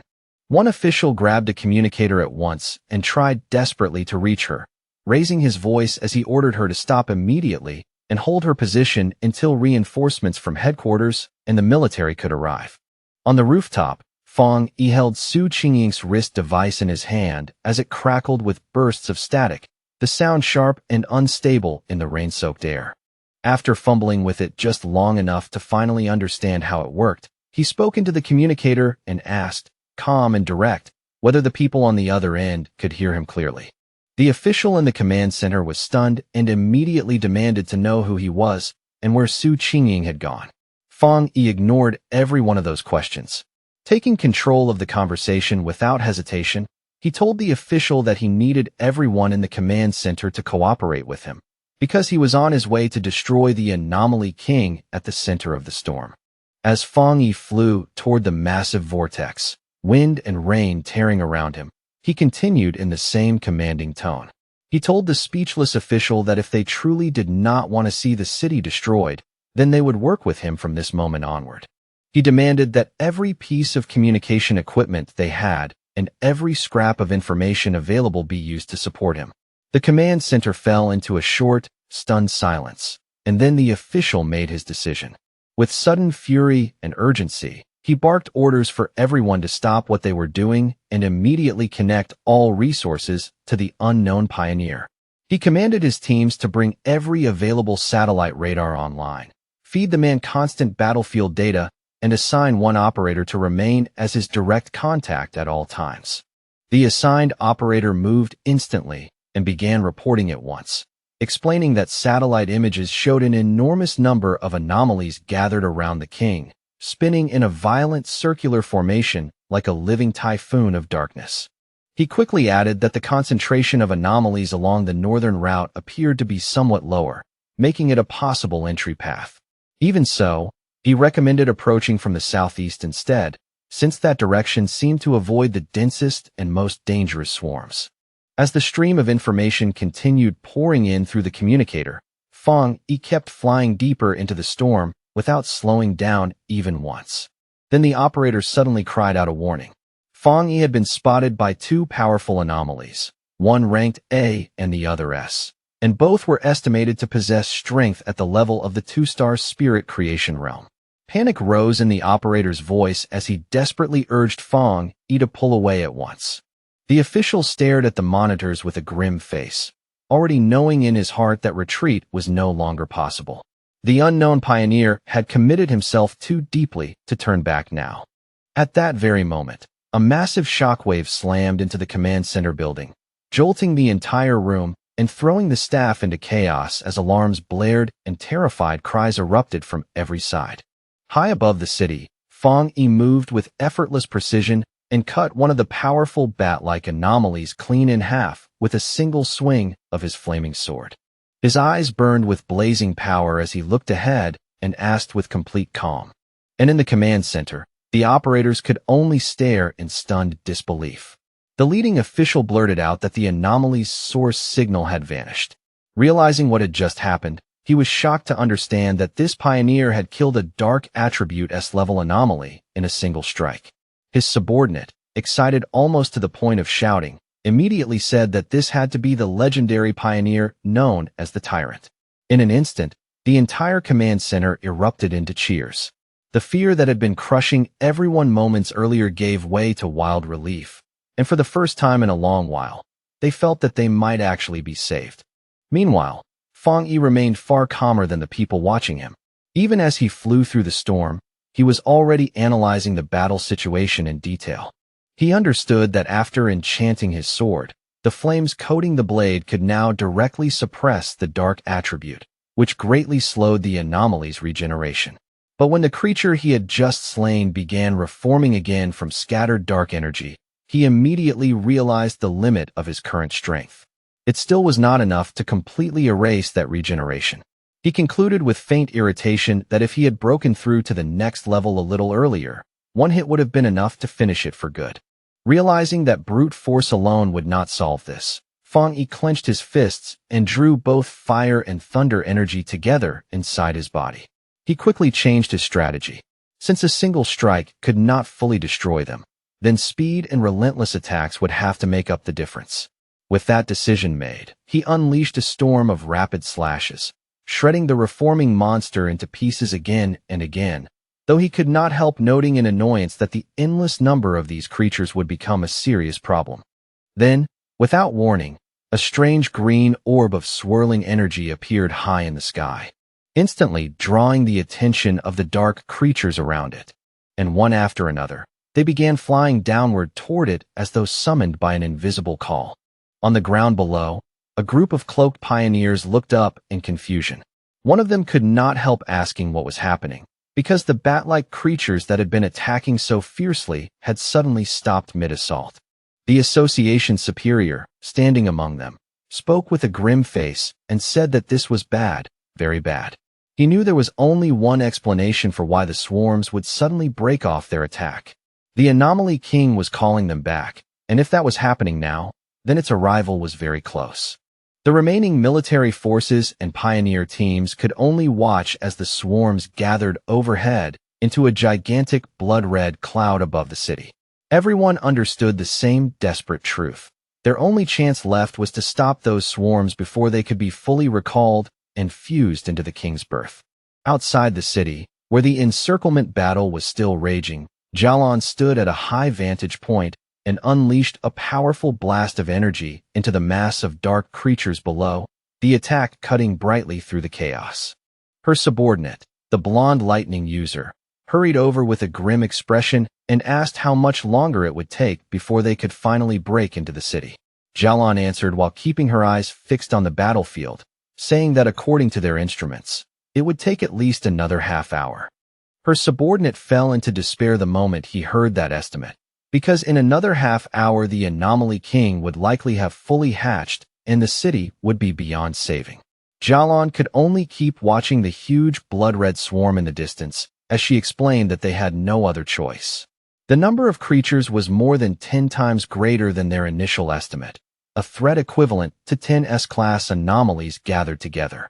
Even with the military's heavy firepower and powerful weapons, they still could not completely wipe out those endlessly regenerating creatures. No matter how much force they poured into the battlefield, the dark swarm kept coming back, as if the city had already been trapped inside a living nightmare. Jalan's gaze stayed fixed on the battlefield as worry deepened in her eyes. If they failed here, she knew this disaster would not stop with one city. The nearby cities would also be swallowed by the spreading dark attribute. In a tense voice, she asked whether they still lacked enough people to break through the blockade. Her subordinate answered with frustration and bitterness that they were completely outnumbered. What angered him even more was that some pioneers were still hanging back and watching from a distance, as if this catastrophe had nothing to do with them, not realizing the darkness would eventually spread to them too. All at once, Jalan's expression shifted. Her eyes narrowed sharply as she caught sight of something unusual moving high in the sky. Her subordinate immediately asked what she had seen.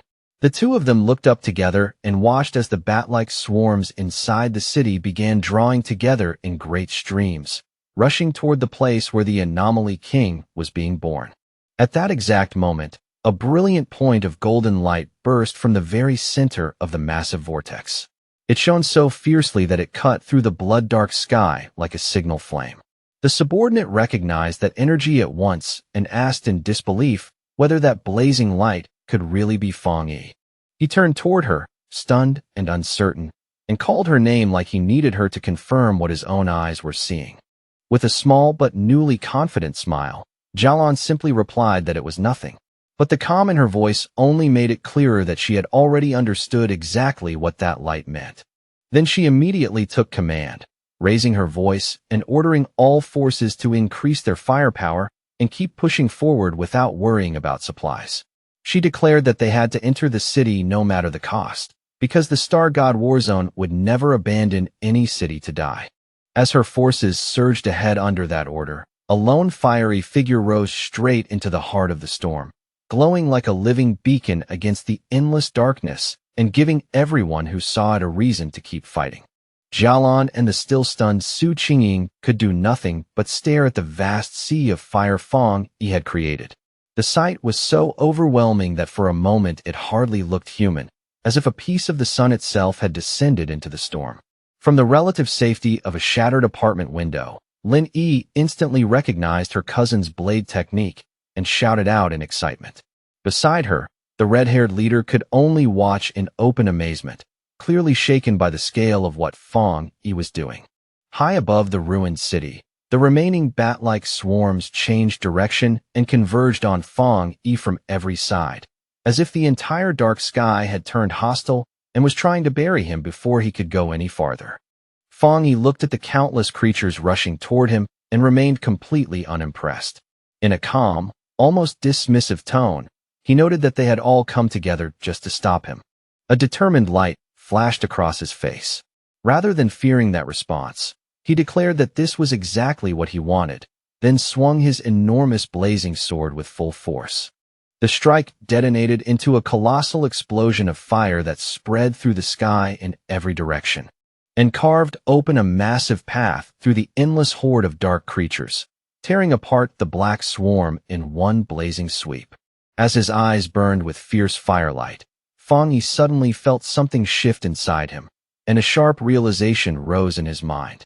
That familiar sensation had returned, the feeling of standing right at the edge of a breakthrough.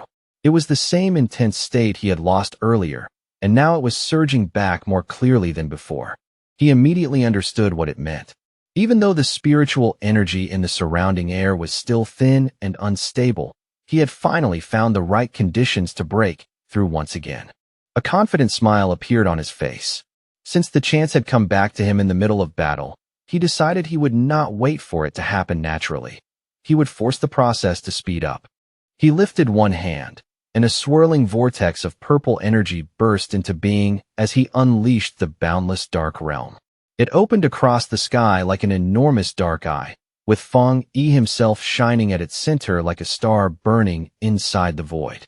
Stretching out his hand toward that vast darkness, he called for his spiritual flower to come forth and answer him. A glowing red orb appeared in front of him, bright and ominous, as fine cracks rapidly spread across its surface like something powerful was about to break free. From inside that orb, the massive red desolate fire spirit flower emerged, crackling with dark energy and radiating a savage, predatory presence. The moment it appeared, it launched itself at the swarms, draining their life force as Fang Yi ordered it to devour them and help push his breakthrough forward. The newly summoned desolate fire spirit flower did not hesitate for even a second. The instant it was born into the battle, it began moving according to Fang Yi's will. The huge red flower erupted with violent power, sending out wave after wave of dark tendrils toward the mass of bat-like creatures surrounding the sky. Those tendrils pierced through the monsters with terrifying ease, as though their bodies offered no resistance at all, and the flower immediately began consuming them one after another. Using the dark energy torn from their bodies to feed Fang Yi's breakthrough and help drive his power to the next level. Once the swarms in that area had been cleared away, Fang Yi descended gently and landed in the center of the now enormous red flower, standing there as though it were a throne formed in the middle of battle. From that position, he looked up at the vast green and red vortex in the sky where the anomaly king was still taking shape. His eyes glowed a deeper red as he observed that although the giant creature's form could be seen, it still felt strangely unreal, almost like a reflection wavering on the surface of water rather than a fully solid existence. Even so, a confident smirk slowly formed on his face. In that unstable and half-hidden presence, he had still managed to sense something crucial, the creature's true core. He could even hear it beating. The sound was low, heavy, and powerful, like distant war drums pounding through the storm and shaking the air around him. Fang Yi understood at once that this king possessed a deeply dangerous power. It could awaken the darkest and most evil desires buried in people's hearts, turning it into a threat far worse than simple destruction alone. A fierce red light burned in his eyes as he realized something else. The king was still holding back and deliberately hiding part of itself, most likely because its evolution had not yet been fully completed. Standing atop his flower in the middle of the storm, Fang Yi asked it directly whether it had already found the anomaly king's exact location. The flower seemed to respond at once, as if confirming that it had. In the next instant, it sent the detected location straight to the device fastened to Fang Yi's wrist. The device lit up with a sharp red glow and projected a beam into the sky, clearly marking the hidden core of the anomaly king inside the swirling vortex above.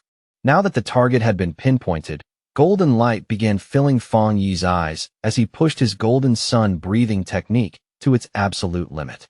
A tremendous explosion of pure golden energy burst out from his body and surged upward like a rising sun tearing into the heavens, carrying enough force to completely destroy the dark creatures if the strike connected cleanly. Far below, in the broken remains of the city, Jiang Lu and his companions could only stare at the sky in utter disbelief. They wondered what kind of power could produce such a blinding light, and first guessed it had to be some kind of fire attribute. But one of them quickly realized ordinary fire could never be this overwhelming, nor could it suppress dark power so completely. That left only one possible answer. It had to be a high-tier yang attribute, the natural enemy of darkness itself. Meanwhile, inside the association's command center, the suffocating tension was shattered by sudden cries of joy. An operator reported that the number of monsters was dropping rapidly and that the containment field was shrinking fast. The officials stared at their monitors in stunned disbelief, barely able to process how suddenly the entire situation had begun to turn around. Outside the trapped city, a military convoy was forced to halt in place. A subordinate hurriedly reported to Jialan that all the swarms blocking their path were turning back toward the city at once, as if they had just received a new command from something higher. From her position, Jialan looked toward the massive golden radiance blazing over the city and immediately realized what Fang Yi must be doing. He was attacking the Anomaly King's core directly. Her blonde subordinate stepped up beside her and confirmed that the incredible power filling the sky belonged to the tyrant. He recognized it as the purest and most refined form of the yang attribute he had ever seen. Jialan, however, did not look relieved. She admitted that she was worried about Fang Yi facing an enemy of that level entirely alone. Her subordinate, burning with urgency, said they had to enter the city immediately and support him, but Jialan suddenly stopped him and shouted for him to look at the sky. The expression on her face was pure shock, stripped of all calm and certainty. Inside the giant vortex, a strange green-spiked sphere had appeared, resembling some enormous twisted virus pulsing in the storm. The moment Jialan saw it, horror flashed across her face. The Anomaly King was beginning to hatch ahead of time. Down in the streets below, other pioneers also saw the terrifying change. One man stared at the pulsating green mass and identified it as the source of all this evil. Grief and fury welled up in him as he thought of the friends they had already lost, and he swore together with the others that they would kill every last monster. At the same time, inside a damaged building, Lin Yi, the red-haired leader, and another pioneer watched the crisis unfold through broken walls and shattered windows. Lin Yi insisted that they could not just sit there and wait to die. They had to do something to help her cousin. She understood clearly now that the birth of the Anomaly King would demand the whole city as a sacrifice. Elsewhere in the ruined city, Su Qingying used her power to treat an injured pioneer, showing that the desperate struggle was still raging everywhere at once. Even while Fang Yi fought in the sky, the people below were still battling, bleeding, and trying to keep one another alive. Lin Yi quickly rallied the other pioneers hiding inside the damaged building. Her voice was tense but steady as she reminded them that the creatures trying to stop her cousin were the very same monsters that had already hurt their families, destroyed their homes, and taken away people they cared about. As those words left her mouth, a sudden idea flashed through her mind like a spark cutting through the chaos. She remembered the enormous flower Fang Yi had summoned earlier, the one that was devouring the swarms of bat-like creatures high above the city. In that instant, she connected it to something she had seen before. Its power felt strikingly similar to the desolation attribute of the ghost vine. That realization hit her hard and led her to a shocking conclusion. Her cousin also possessed the power of the desolation attribute. With that new understanding, Lin Yi immediately proposed a bold plan. She told everyone that they should pour all of their spiritual power into the network of vines created by Fang Yi's flower, feeding it with their energy so it could become even stronger for the final battle ahead.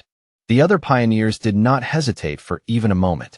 One after another, they raised their hands and released their combined spiritual power, sending streams of energy surging toward the great flower in the sky. From the ground below, the Association Superior noticed those trails of blue energy rising into the air like rivers of light cutting through the ruined city. At first, he thought perhaps other pioneers were gathering their strength to launch a direct attack on the monster itself. But he immediately dismissed that idea, knowing full well that from such a distance, their individual power was nowhere near enough to strike it effectively. Then he understood what they were truly doing. They were not attacking directly at all. They were sending their spiritual energy into the plant Fang Yi had summoned, using it as the medium for their final support. Moved by their courage, the superior declared that he would help as well. With a fierce shout, he released a powerful surge of blue energy from his own body and sent it streaming upward toward the sky.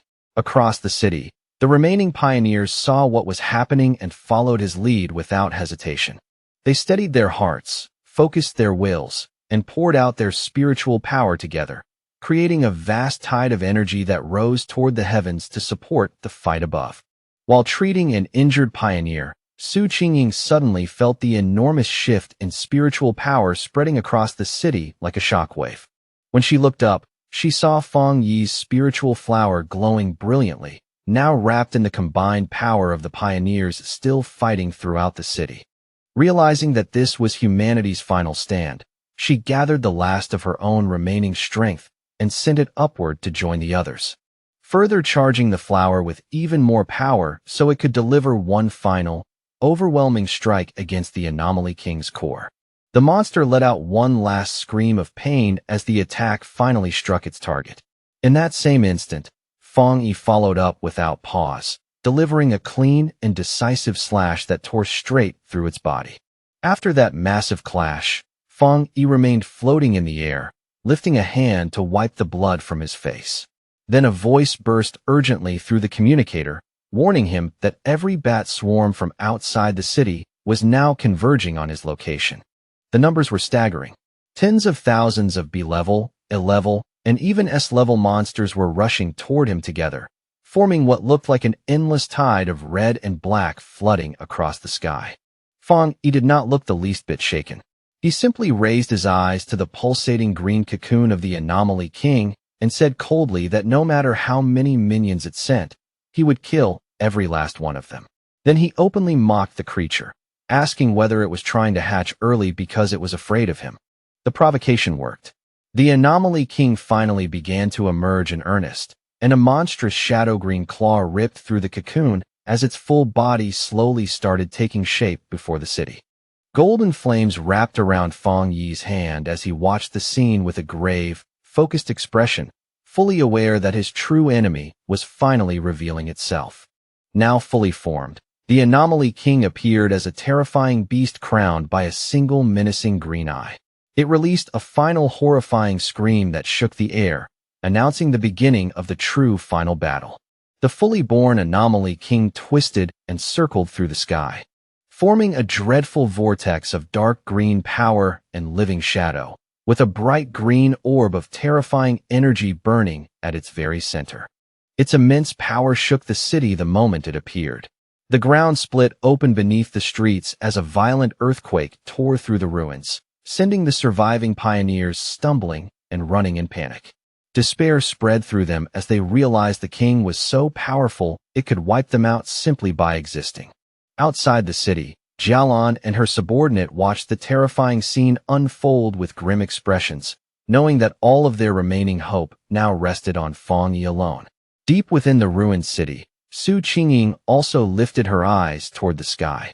Worry and hope mixed together on her face as she silently prayed that Feng Yi would succeed.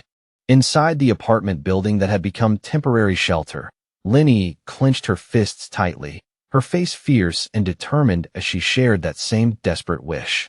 Floating high above the city and wrapped in bright golden light, Feng Yi faced the monster directly. He spoke to it without fear, naming it as the king of the dark anomalies and the true source of the city's suffering.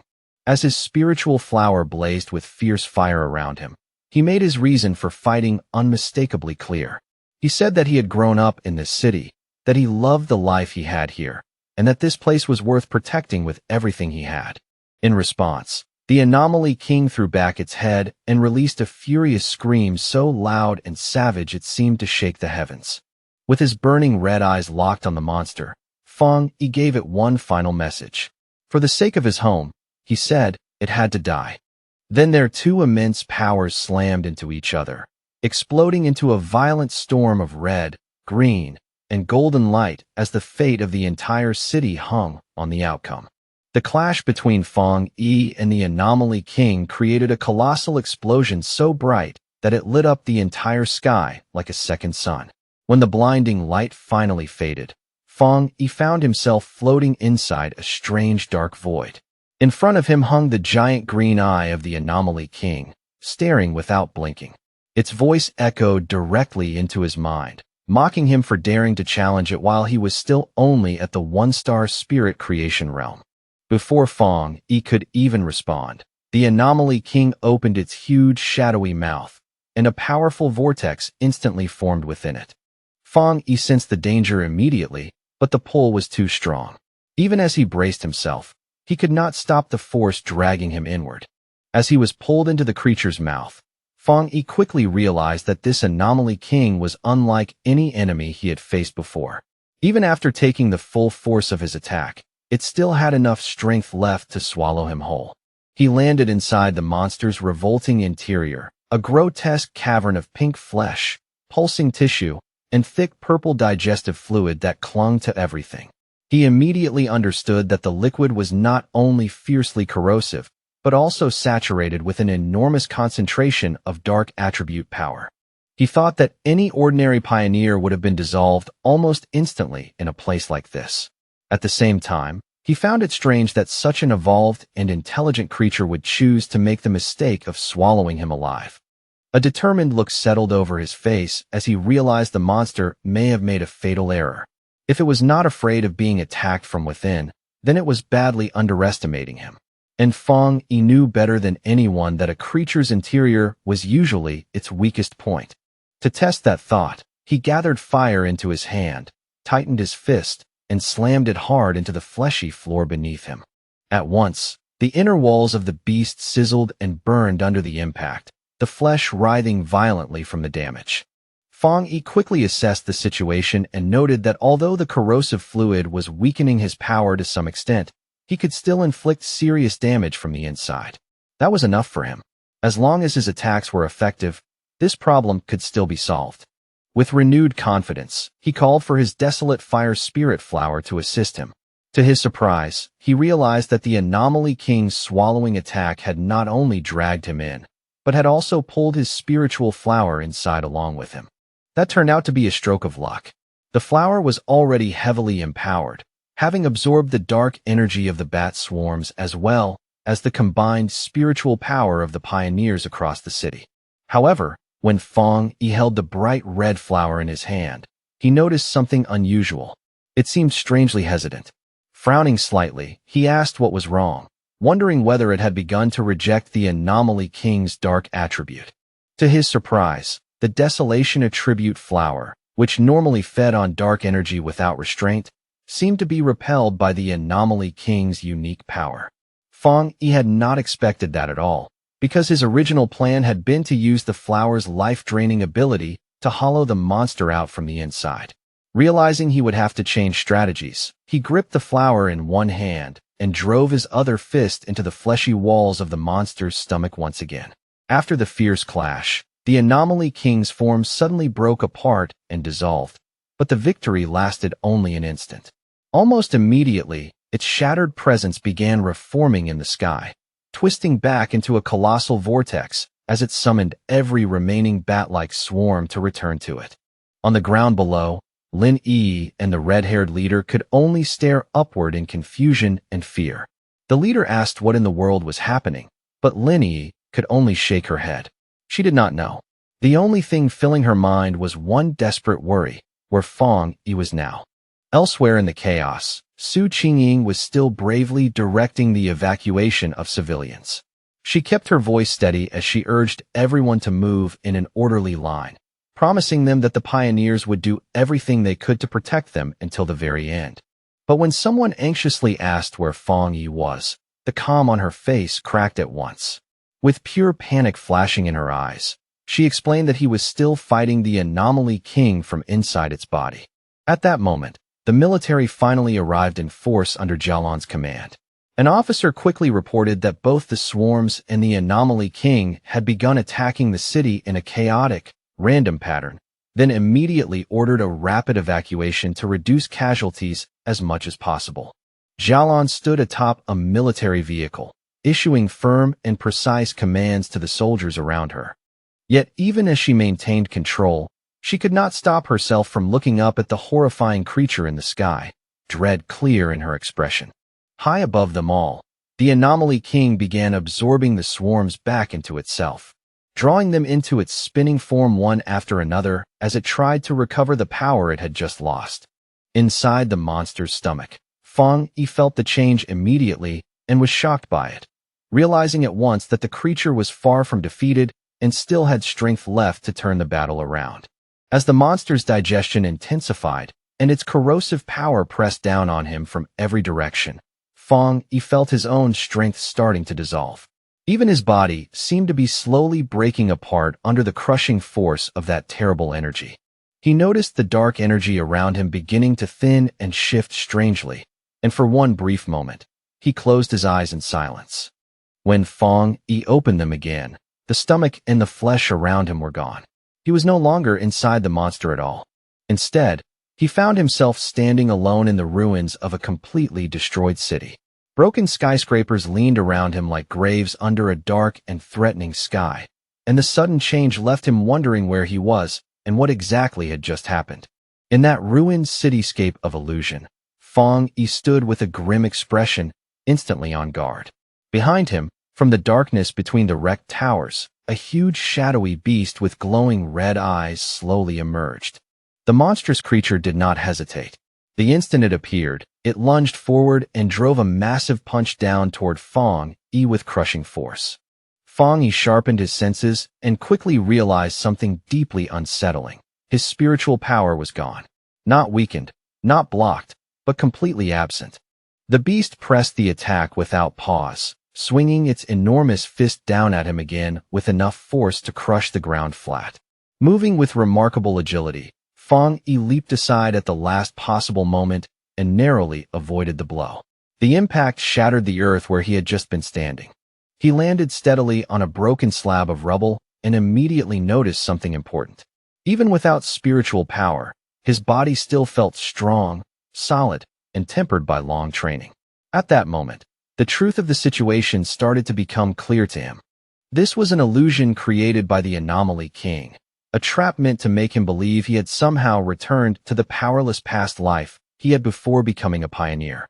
The beast tried to crush him again with a huge downward stomp, but Fang Yi reacted instantly and sprang out of the way once more, escaping the attack by a razor-thin margin. As he landed, one crucial conclusion finally clicked into place. The Anomaly King was not actually strong enough to erase his power completely. Its influence was disturbing his mind, but it was not truly greater than his own strength. That meant his abilities were not really gone. He simply had to break through the mental block the illusion was forcing on him. Fang Yi understood that every illusion had a flaw, and that flaw would inevitably be tied to the Anomaly King's own weakness, the part of itself it would reveal without meaning to. But before he could think any further, the beast suddenly moved with blinding speed and trapped him inside its huge hand. The monster lifted him close to its snarling face, and its voice echoed through the false world as it told the foolish human that once he had entered this place, he would never leave it alive. Caught in the monster's grip, Fang Yi looked as though he had no path left. Yet a confident smirk slowly appeared on his lips, because in that very moment, he realized he had found the key to breaking the illusion. The Anomaly King's false form began merging with the world around him and with the fear it was trying to force into him, showing him a grotesque, mocking smile, as if it had already won. Then the creature opened its huge jaws and coldly declared that everything was over, that this was the unavoidable fate waiting not only for him, but for all of humanity. To break his will completely, it showed him a horrifying vision of his fallen companions, Jialan, Su Qingying, and the others, lying lifeless before him. Through that cruel image, it revealed what it truly believed. Humans were nothing more than food to fuel its evolution. Fang Yi pretended to be shaken and stayed silent for a brief moment. Then he slowly lifted his head, and a small, defiant smile appeared on his face.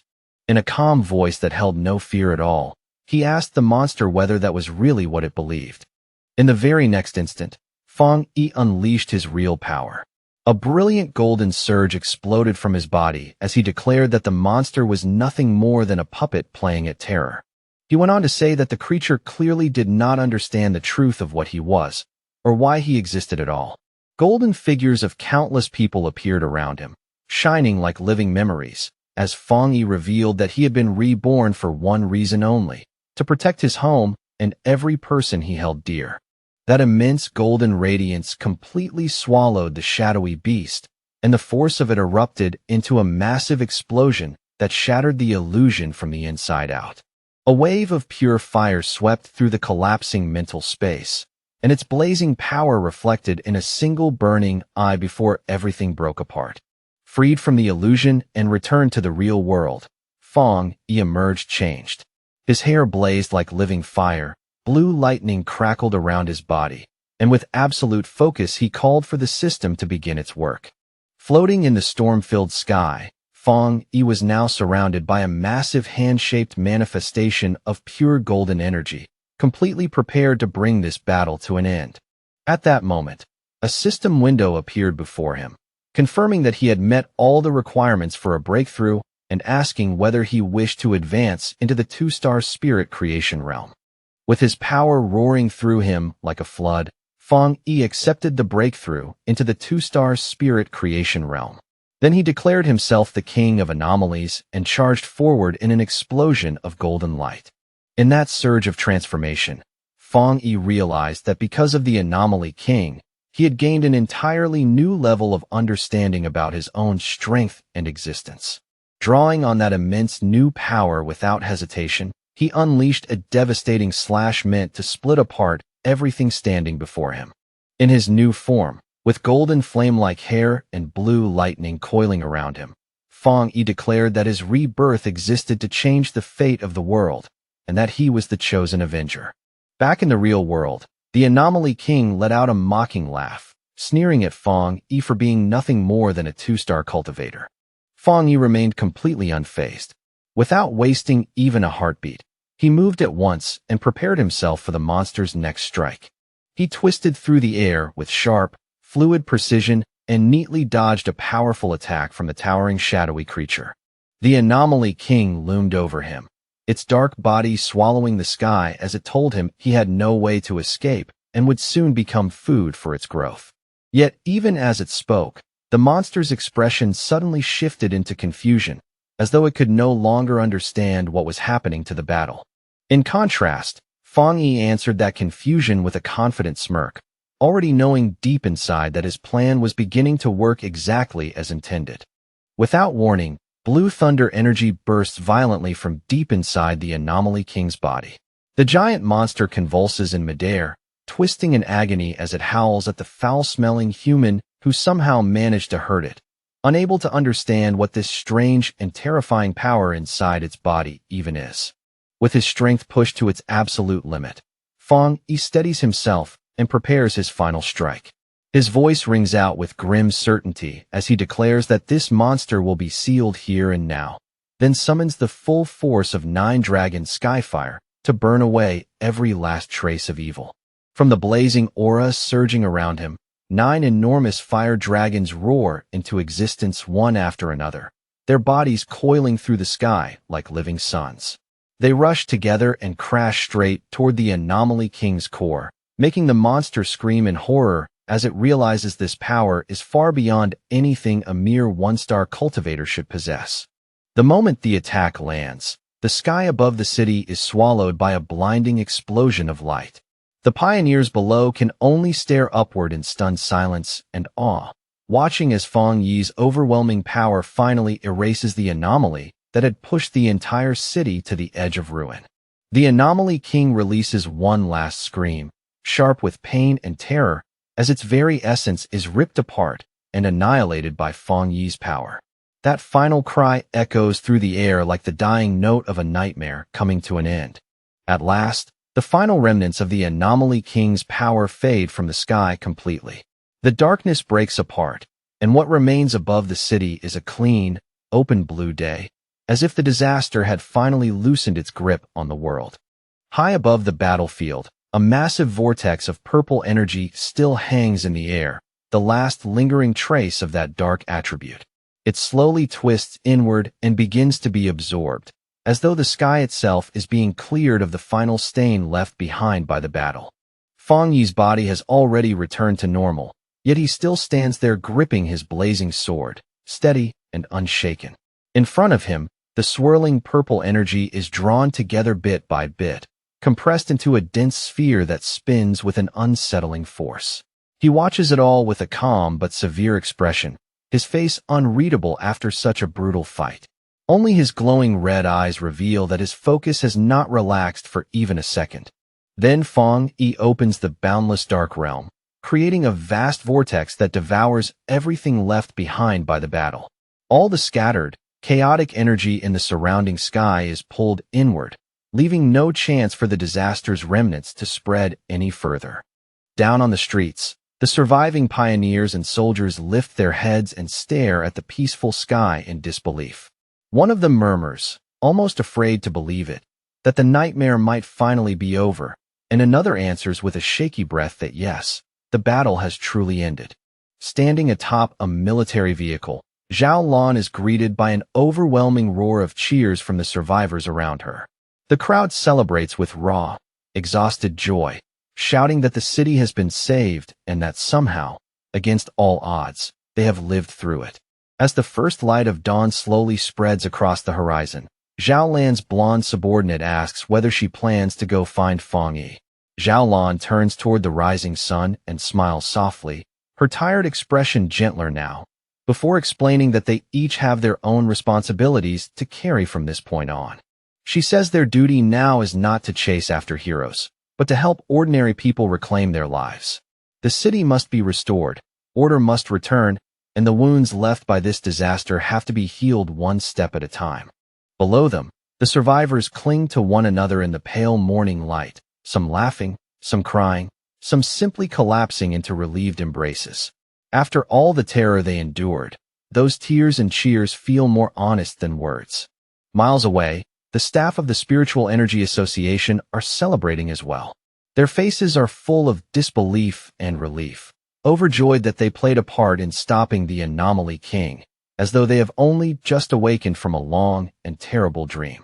They gather by a window and look out in quiet reflection, their emotions gradually settling. More than anything, they feel grateful that Fang Yi appeared when he did and struck down the king, because without him, they know they would have been left carrying the humiliation and guilt of the city's fall. Elsewhere, Su Qingying stands beside a superior from the association, watching paramedics rush injured pioneers away on stretchers. Her voice is tense with concern as she asks whether those pioneers are still alive. The superior gently places a reassuring hand on Su Qingying's shoulder and tells her not to worry.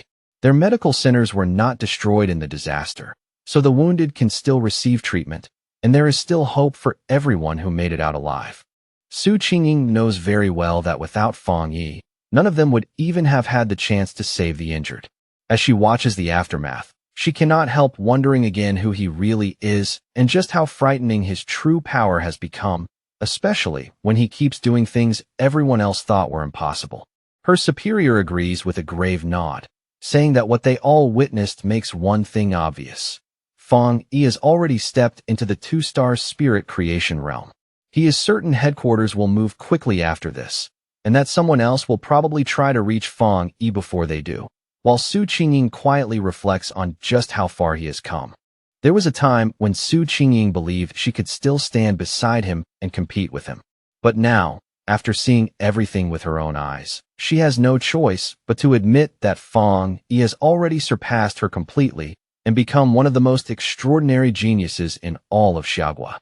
The superior recalls the golden light that lit up the sky and the 9 fire dragons that sealed the anomaly, a scene witnessed by countless people across the city. He knows an event on that scale will set off endless discussion and shockwaves everywhere, so they cannot afford to move slowly now. Still trying to follow his meaning, Su Qingying looks at him in confusion and asks what exactly he is talking about. Her expression shows that she senses the weight of his words, but not yet the conclusion he has already reached. The superior suggests that Fang Yi be given a new title, the Sealer. In his eyes, it is a perfectly fitting name, one born directly from the unbelievable scene of Fang Yi sealing the disaster with his own hands. After the great battle ends, Lin Yi and the red-haired leader race through the shattered streets, their footsteps echoing over broken concrete and debris. Lin Yi calls anxiously for her friend to slow down, then panics as she wonders out loud where Fong Yi could possibly be, while the red-haired leader keeps trying to calm her and tell her not to think the worst. Then, all at once, Lin Yi's eyes catch something in the distance amid the wreckage. She freezes for a brief second, her breathing stopping as though she cannot trust what she is seeing. The next instant, relief floods across her face so quickly it almost breaks her. Her eyes fill with tears, and with her voice trembling from joy and release, she cries out Fong Yi's name. There, standing quietly among the ruins as if the chaos around him has already faded away, is Fong Yi. He is still holding his sword, calm and upright in the rubble, like the last flame left burning after the storm. When they rush over, Fong Yi looks at them and asks in a low, tired voice why they came looking for him. Even now, after everything, his tone carries that same familiar steadiness. Lin Yi runs straight to him and hurriedly asks whether he is all right after the battle. She tells him that she knew he would need them, but Fong Yi stays silent for a moment, clearly drained and exhausted, before finally saying that he is fine and quietly praising her for doing a good job.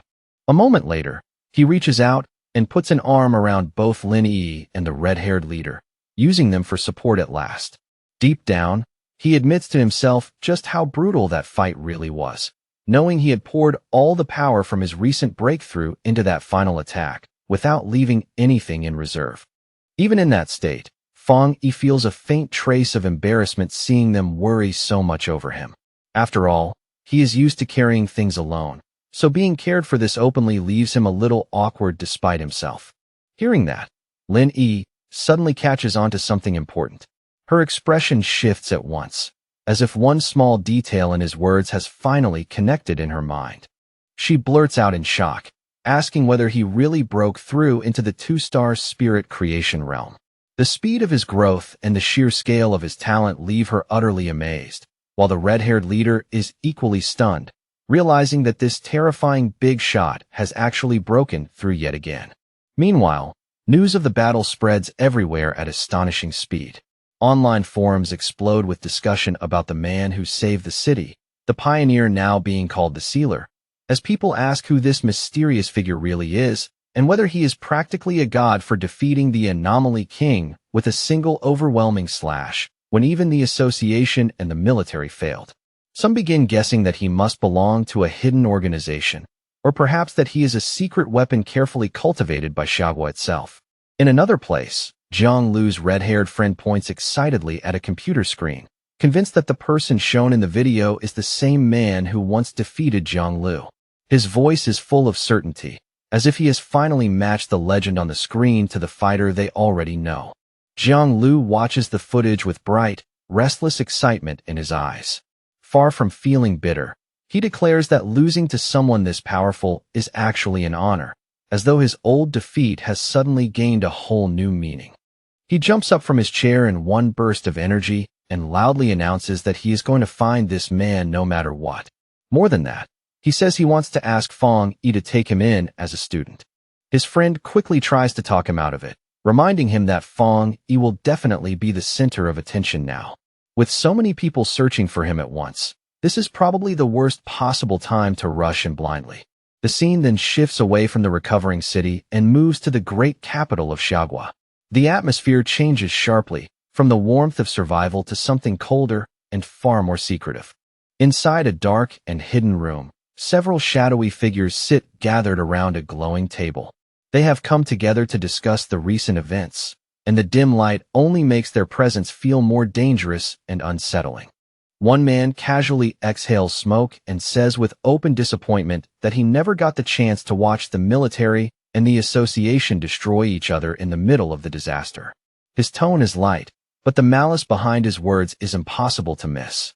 Another member coldly suggests that they simply find a pawn, or perhaps an assassin, to deal with this newly emerged powerhouse.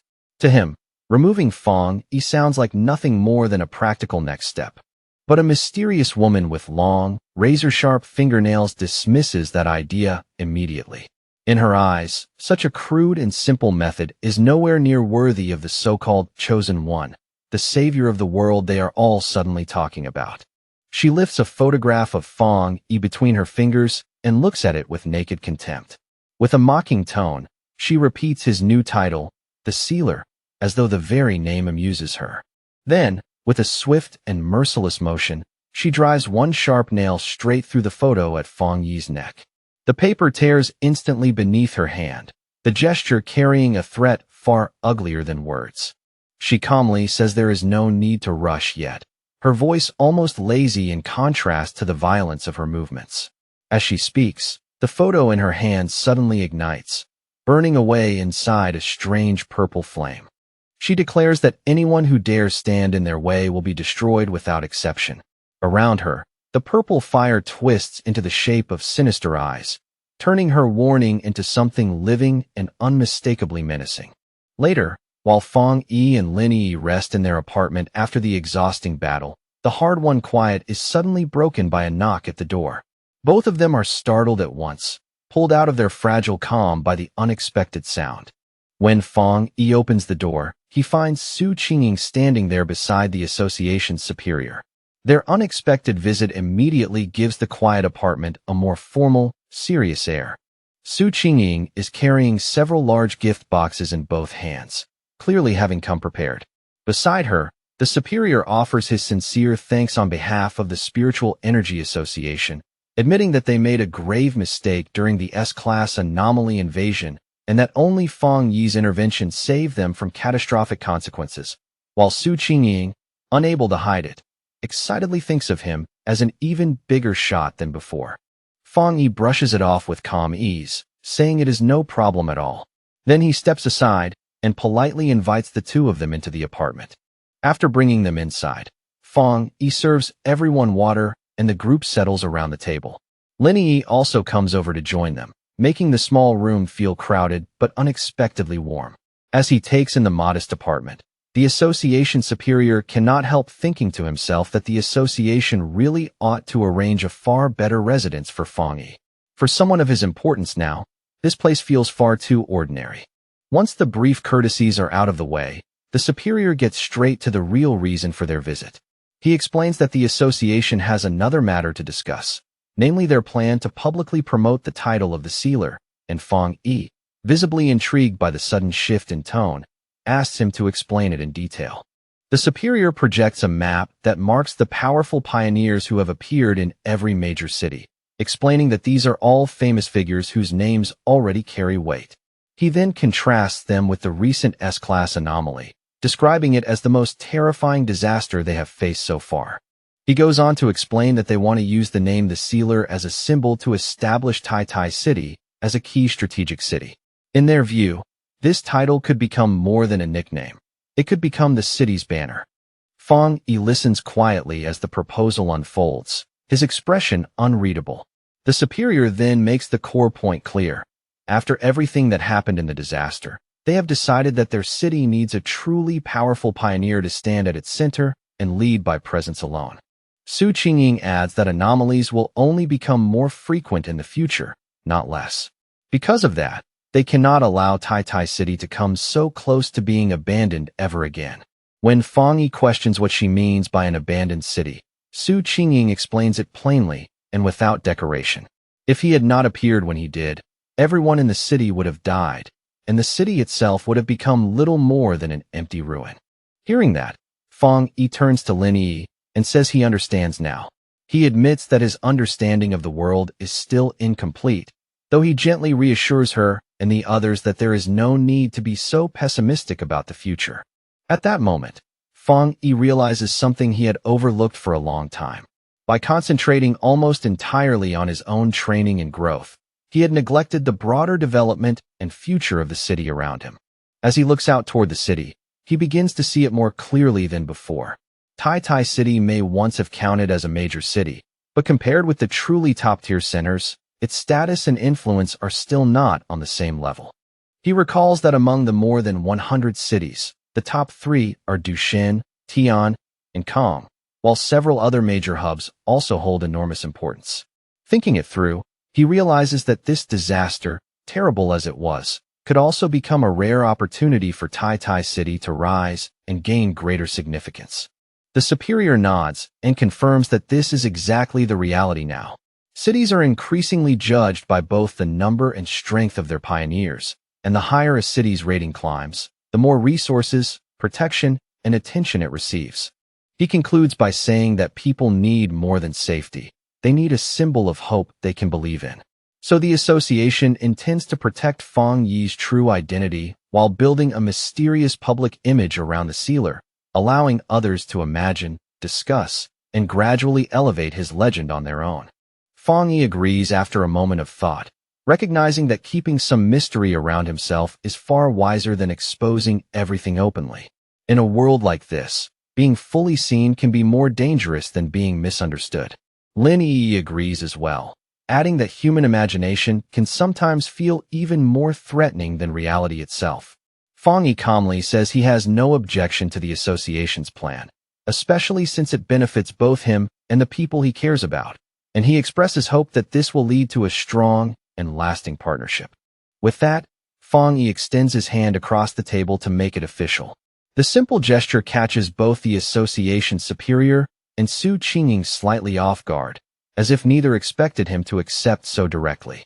A moment later, Fang Yi and the superior clasp hands firmly, sealing their new partnership. The atmosphere in the room shifts at once, becoming more solemn and more meaningful than before.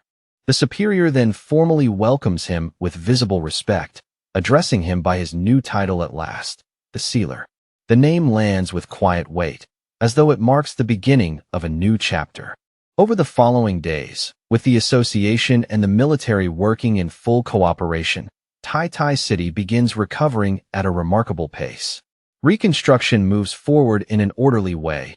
The injured are rescued and treated methodically, and in the shadow of that great disaster, a new order across the world seems to be forming even faster than before. The scene then shifts to the sleek, modern headquarters of the Spiritual Association in Dushan City, where news of Fang Yi's actions has already reached the highest levels. Even here, far from the battlefield, the impact of what he did is impossible to ignore. Several officials discuss whether the sealer is truly the same pioneer who resolved the S-class anomaly in Tai Tai City. Inside one office, a group of men studies the reports, with one remarking that Fang Yi is already the most outstanding figure among the newest generation of pioneers, while another adds that his high-grade yang attribute alone makes him a chosen individual and a natural enemy of the dark attribute. Then one official points at a monitor displaying footage of Fang Yi and reveals that the data suggests he possesses more than just one high-grade attribute. He reminds the others about the viral Skyfire/video, which clearly pointed to a high-grade fire attribute, and about the military codename the Tyrant, which came from his high-grade thunder attribute. The others are left visibly stunned by that conclusion, their expressions tightening with disbelief. But the bespectacled man insists that there is something even more unbelievable about Fang Yi still waiting to be uncovered. Before he can continue, their discussion is interrupted by a woman with wavy blue hair and glasses who steps into the room and asks whether they are talking about the sealer. Her arrival immediately changes the mood. She confidently asks to review all the data they have on him. The men recognize her at once and respond without hesitation, quickly pulling up Fang Yi's full file on the main screen for her to examine. As she studies the information in silence, she thinks to herself that with more and more pioneers emerging, and with someone like Fang Yi suddenly taking the lead, it is inevitable that many people will eventually challenge his position and authority. Power like his never stays uncontested for long. A determined light flashes across her lenses as she quietly admits that even she wants to witness his strength with her own eyes. In her mind, she is already certain that she and the sealer will probably meet very soon. The scene changes again, this time to a modern library in Kong City where readers sit in silence under bright lights. The calm atmosphere is orderly and restrained, a sharp contrast to the violence unfolding elsewhere in the world. At one of the desks, Fang Yi's ex-girlfriend, Chu Qingli, is focused on her laptop when a young man nervously approaches her. His careful steps and tense posture make it obvious that he worked up a lot of courage just to come over. Blushing awkwardly, the young man stammers as he tries to ask for her contact information. But before he can finish, Chu Qingli coldly cuts him off and reminds him that this is a library and that he is disturbing everyone around them. Embarrassed and dejected, the young man quickly walks away while Chu Qingli turns back to her work without another glance. Inwardly, she dismisses him as dull and insignificant, thinking that people like him have no idea how drastically the world is changing around them. Her thoughts drift to her own recent transformation, and she recalls how everything changed after an exam. It was then, unexpectedly, that she awakened spiritual power and became a one-star Ghost Realm pioneer. She knows very well that becoming a pioneer is something incredibly rare, something most people will never experience in their lives.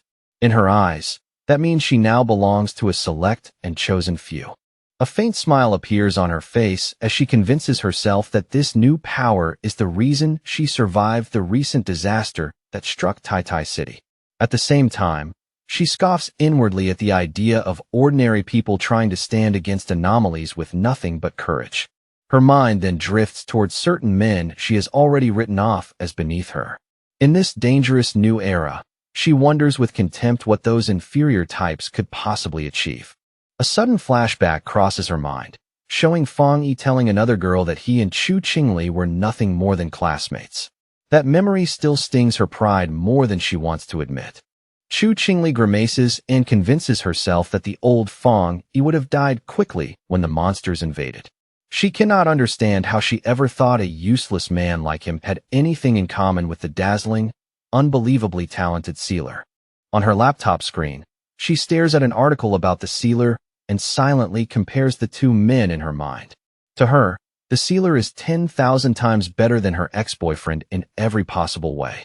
With a self-assured look, she decides that only a strong and handsome pioneer of that level could ever be worthy of standing beside her.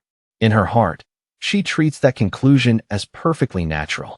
Meanwhile, in a much lighter mood, Fang Yi is flipping through a real estate brochure. After everything he has been through, even this ordinary task feels strangely refreshing. He and his cousin Lin Yi, both dressed in stylish new outfits, stand ready to head out for the day. Fang Yi announces that they are taking a proper break from training so they can look for a new house. Lin Yi playfully asks whether they really are not going to train at all today, clearly half joking and half serious. Fang Yi explains that training and rest need to stay balanced, and adds that the association's suggestion to improve their living standard was actually a very sensible one. Lin Yi then remembers that the idea originally came from Su Qingying. Su Qingying had told her quite directly that their current living conditions needed an upgrade, and she had even said she would go house hunting with them herself. Lin Yi is thrilled by the thought and a little stunned as well, amazed that Su Qingying has access to that kind of wealth and influence. To her, casually offering them two high-end houses sounds almost unreal. As Fang Yi and Lin Yi enjoy their rare day off and continue house hunting, something strange begins to drift through the air around them. A foul-smelling green vapor slowly floats nearby, instantly ruining the relaxed mood. Lin Yi wrinkles her nose and asks Fang Yi whether he can smell that awful stench too. Fang Yi agrees at once, frowning as he says the smell is so bad it reminds him of a sewer. Fang Yi's expression suddenly turns cold and sharp. In an instant, he realizes that the disgusting smell is no accident at all, and that someone has been trailing them on purpose. At the same moment, both he and Lin Yi react without hesitation and quickly turn around. Their relaxed mood vanishes completely, replaced by immediate vigilance. Out of the drifting green haze, three men with vicious looks slowly step forward. Their leader, a large, bald, heavily built man gripping a thick metal pipe, sneers as he identifies Fang Yi as the sealer and mocks him for only noticing them after he and his little group had already lured them right into a trap. The bald leader openly dismisses Fang Yi as nothing more than an overhyped pretty boy with no real power behind his name. At the same time, one of his companions releases even more of the strange gas, while another laughs scornfully and says Tai City must be full of complete trash if they picked a young brat like Fang Yi to act as their captain. With their greed laid bare, the three men surge forward aggressively and demand that Fang Yi hand over every benefit and resource he has received from the city. Their voices are loud and shameless, as if robbery in broad daylight is the most natural thing in the world. Lin Yi moves first, springing into action with impressive speed as she thrusts out her hands and fires a powerful blast of blue energy. But the attacker wielding the axe reacts just as quickly, leaping over her strike with practiced ease. As soon as he lands, he channels spiritual power straight into his massive weapon. The heavy axe begins to glow with dangerous force, its edge humming as if it has suddenly become far deadlier. The moment he swings the glowing axe down, Lin Yi raises a defensive barrier in front of herself. The impact crashes against it with brutal force, making her grunt and brace herself as the pressure drives through her arms. At the same time, the bald leader lunges at Fong Yi and brings his metal pipe crashing toward him. Lin Yi shouts for her cousin to be careful, warning him that these men are pioneers too and possess spiritual power, but Fong Yi does not even flinch. He simply catches the weapon with his bare hand and stops the attack completely, as though it weighs nothing. The bald leader can only stare, frozen in shock. He simply cannot believe that a strike he delivered with full confidence was stopped so casually and so completely. Fong Yi looks at him with obvious contempt, and in the next instant, flames burst brilliantly to life around his hand. In a cold, mocking tone, he asks what kind of stinking fish and rotten shrimp would dare try to rob him in the middle of the street. Before the man can even process those words, Fong Yi throws a punch without the slightest hesitation. His fist, wrapped in blazing fire, slams straight into the bald leader's face. The impact sends the man flying backward through the air. He screams in disbelief and pain, unable to accept that he was beaten down so quickly and so easily. Nearby, the accomplice carrying the gas tank stares in utter shock, completely baffled that Fong Yi is still unaffected. In his mind, the special universal permeating potion should have already broken through Fong Yi's defenses and left him paralyzed. Fong Yi merely looks back at them, calm and unimpressed, while fire continues to flicker across his hand. The green gas they released is revealed to be a potion refined from the sweat of a wood attribute pioneer, meant to corrode an opponent's spiritual barrier and leave them vulnerable, though its effect comes with a revolting smell that lingers stubbornly in the air. Humiliated and furious, the bald leader scrambles back to his feet and shouts that he was only careless for a moment. He insists that since all of them are in the spirit creation realm, there is still nothing to fear, then charges at Fong Yi again with a violent purple aura flaring around his body. Fong Yi lets out a faint smirk as he reads the man's power at a glance, identifying it as a mix of mutated earth and wood attributes. With dry disdain, he remarks that underhanded abilities like that suit people with crooked methods perfectly. Inwardly, he remains completely confident. Tricks like these might work against an ordinary spiritual barrier, but against someone like him, they are little more than a bad joke. Meanwhile, the man with the axe-like weapon launches himself high into the air once more and comes straight at Lin Yi. His attack is fierce and fast, clearly meant to crush her in one blow. But Lin Yi reacts with startling speed and absolute precision. She drives a kick straight into his groin, and the man instantly cries out in agony, all of his momentum disappearing in one humiliating moment. As Lin Yi lands lightly after the strike, Fong Yi watches the scene with a quiet, thoughtful look. He does not want to make too big a spectacle in public, but having his ordinary day interrupted like this is genuinely starting to irritate him. He slowly removes his sunglasses, and the atmosphere around him changes at once. His expression turns completely serious, his red eyes begin to glow with frightening intensity, and after telling Lin Yi to move aside, Fong Yi finally releases his true power. A massive wave of brilliant golden energy erupts from his body in an instant.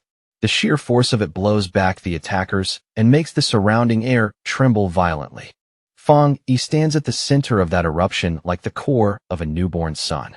Golden light floods the entire area around him, so bright and overwhelming that his stunned opponents can barely keep their eyes open. The golden power continues spreading outward without pause, swallowing the space around the three men.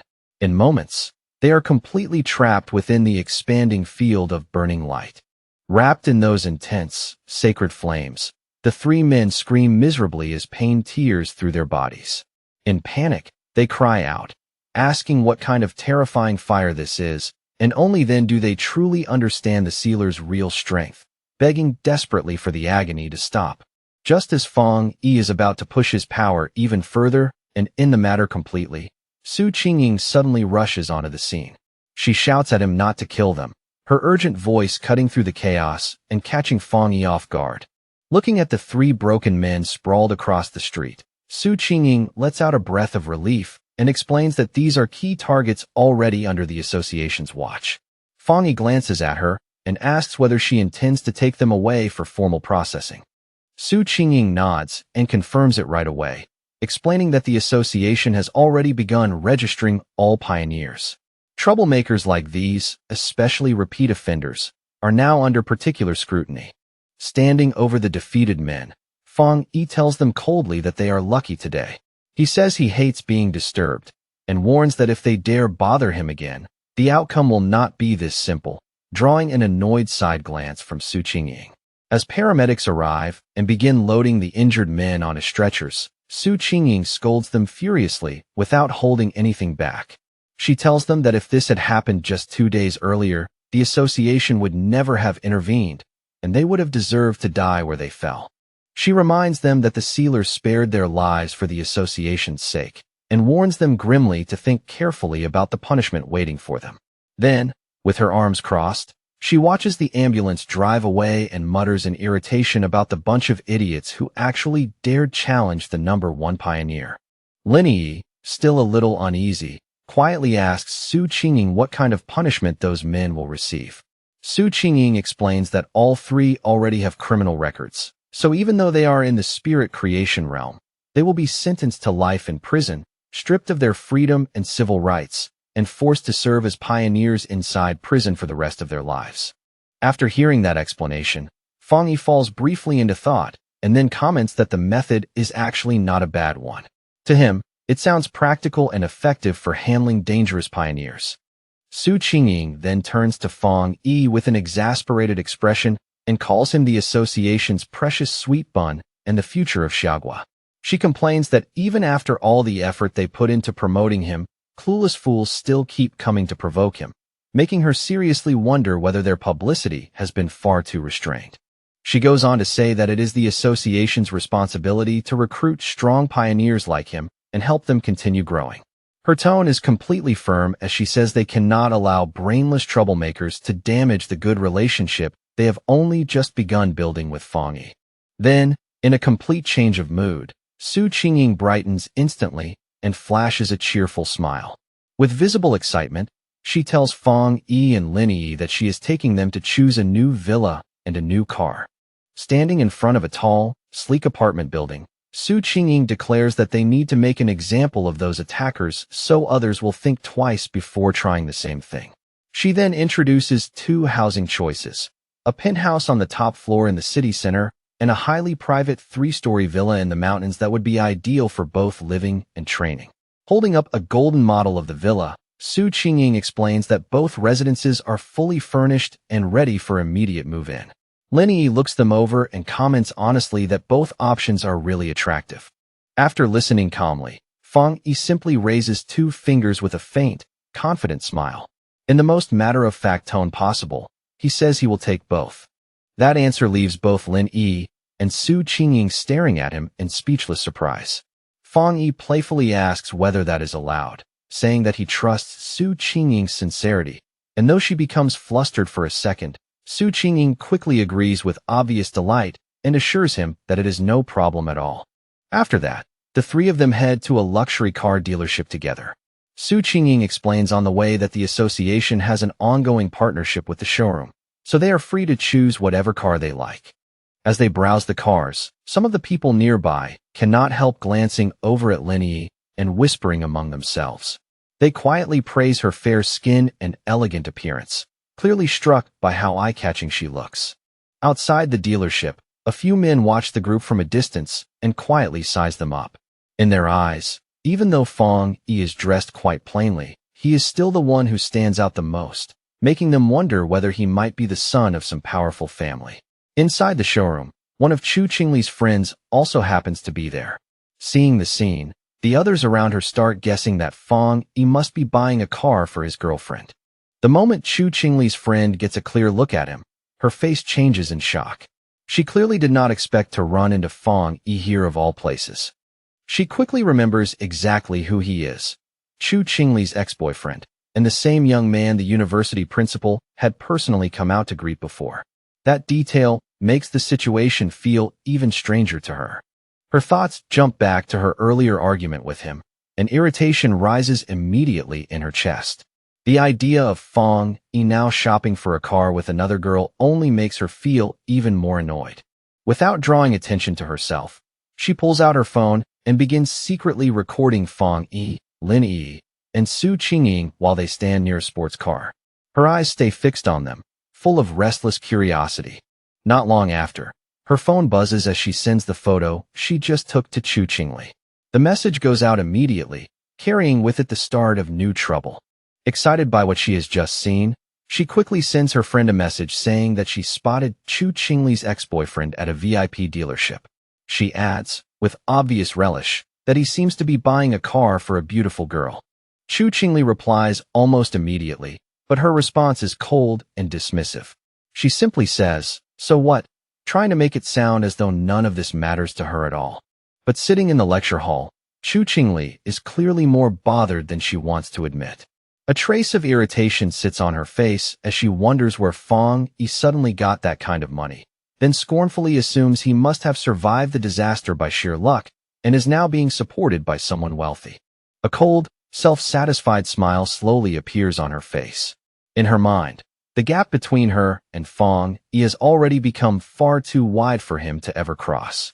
As she walks confidently through the lecture hall, her expression calm and proud, she tells herself that once she rises to the top of the pioneer world, matters like this will be beneath her notice.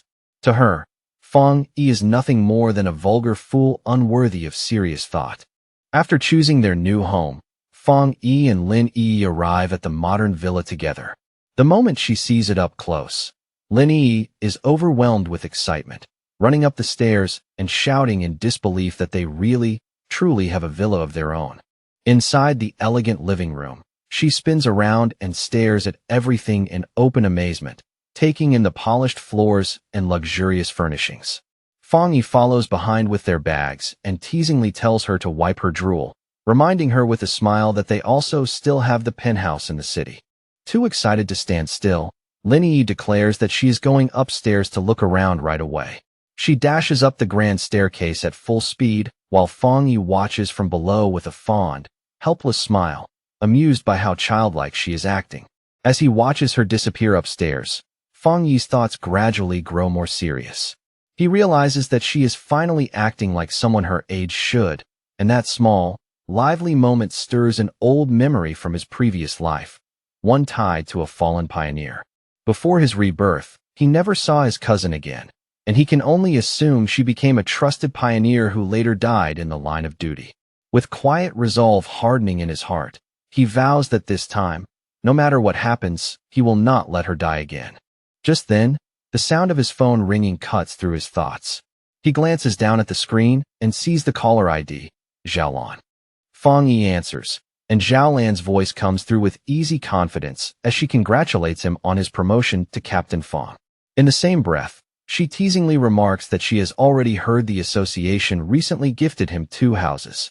Leaning back on the sofa, Fong Yi replies with a lazy smirk that he thinks this is a very good habit and one they should definitely keep going. His tone is light, but the joke lands cleanly. Xiaolan tells him not to bother flattering her, fully aware that someone as powerful as Fong Yi does not truly care about that sort of thing.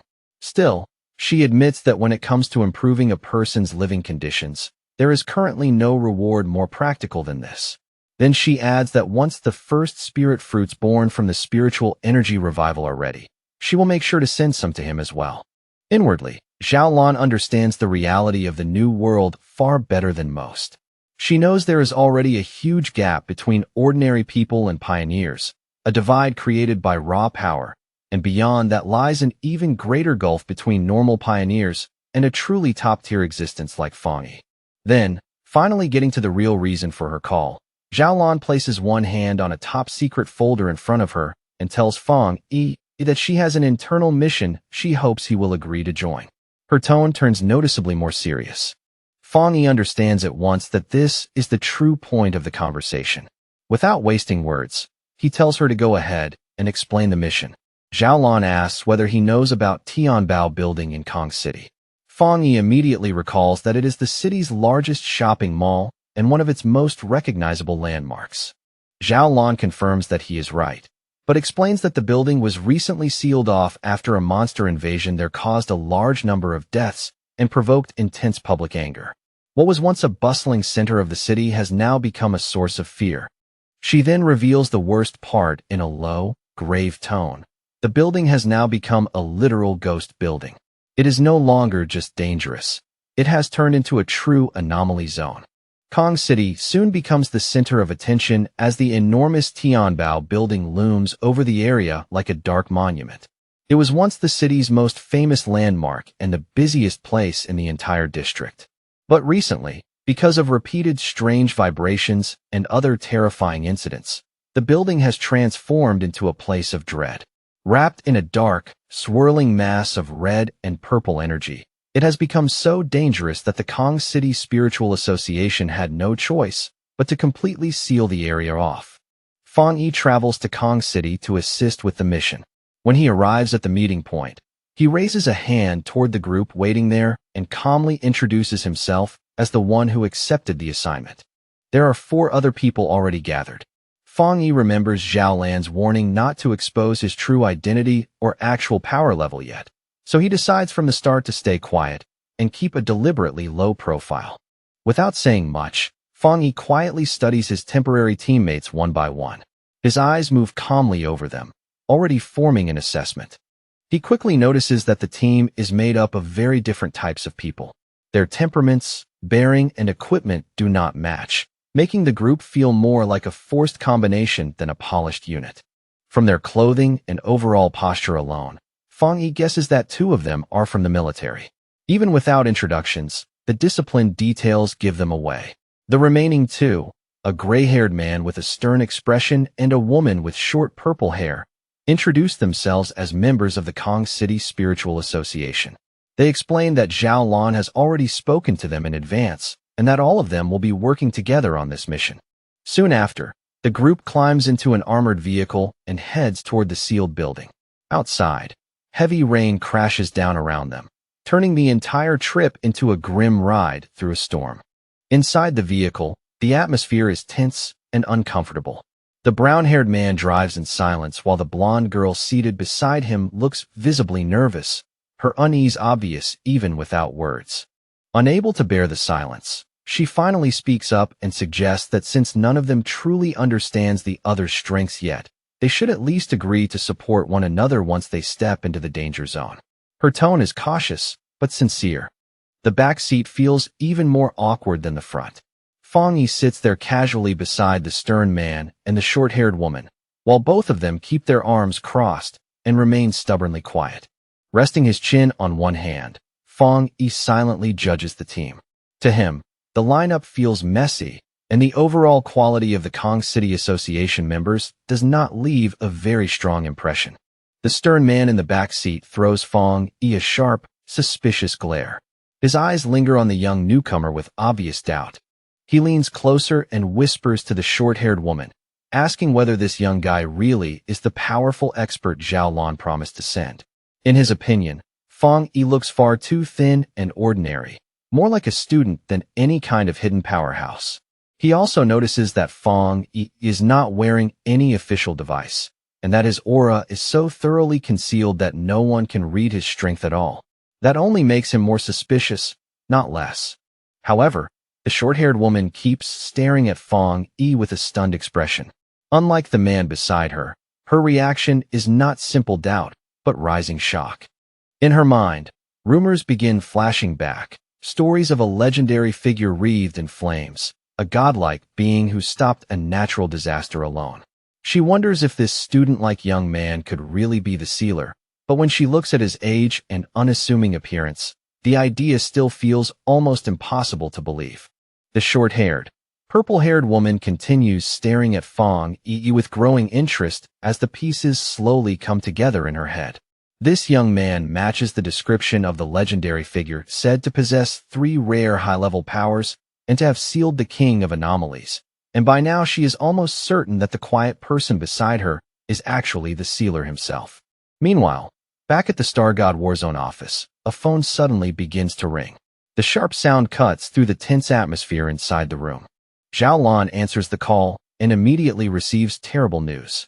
The Tianbao building has completely fallen. Contact with everyone inside has been lost. The anomaly level has surged to 12,000, and there are already 53 confirmed deaths according to the grim report from the other end. Zhao Lan's expression tightens with stress as she realizes the situation is worsening even faster than they predicted. The speed of the collapse is clearly beyond their earlier estimates. Even so, she firmly states that the person she sent, Fong Yi, will be fine. Whatever happens inside that building, she still places her trust in him without hesitation. She then ends the call in a firm, unquestionable tone, saying that since the mission has already been handed over to them, there is no need for any further questions. Her decision is final. Back in Kong City, the Tianbao building stands wrapped in a horrifying swirl of red and purple energy. The entire structure looks like it has been swallowed by a living nightmare. The armored vehicle finally arrives, and the team steps out into a heavy, unnatural rain that falls thick and dark like blood. The moment they leave the vehicle, the oppressive atmosphere presses down on all of them. Fong Yi studies the area with a grave expression and quickly judges that the situation is worse than expected. From what he can already sense, the creatures inside appear far stronger than the enemies he has dealt with before. The whole group lifts their heads toward the towering skyscraper. Its exterior is smeared with dark stains, and when Fong Yi points them out, the others realize with a chill that the entire side of the building is covered in massive splashes of blood. The short-haired woman tells Fong Yi that the building has 40 floors and is the tallest structure in the city. She adds that although many people were evacuated, the narrow interior layout made the operation extremely difficult and chaotic.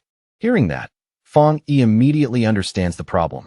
Some civilians must have refused to cooperate before the lockdown was enforced, which means a significant number of ordinary people are still trapped somewhere inside the building. Fong Yi asks whether there is any way to contact the people still inside. The brown-haired driver says it is impossible.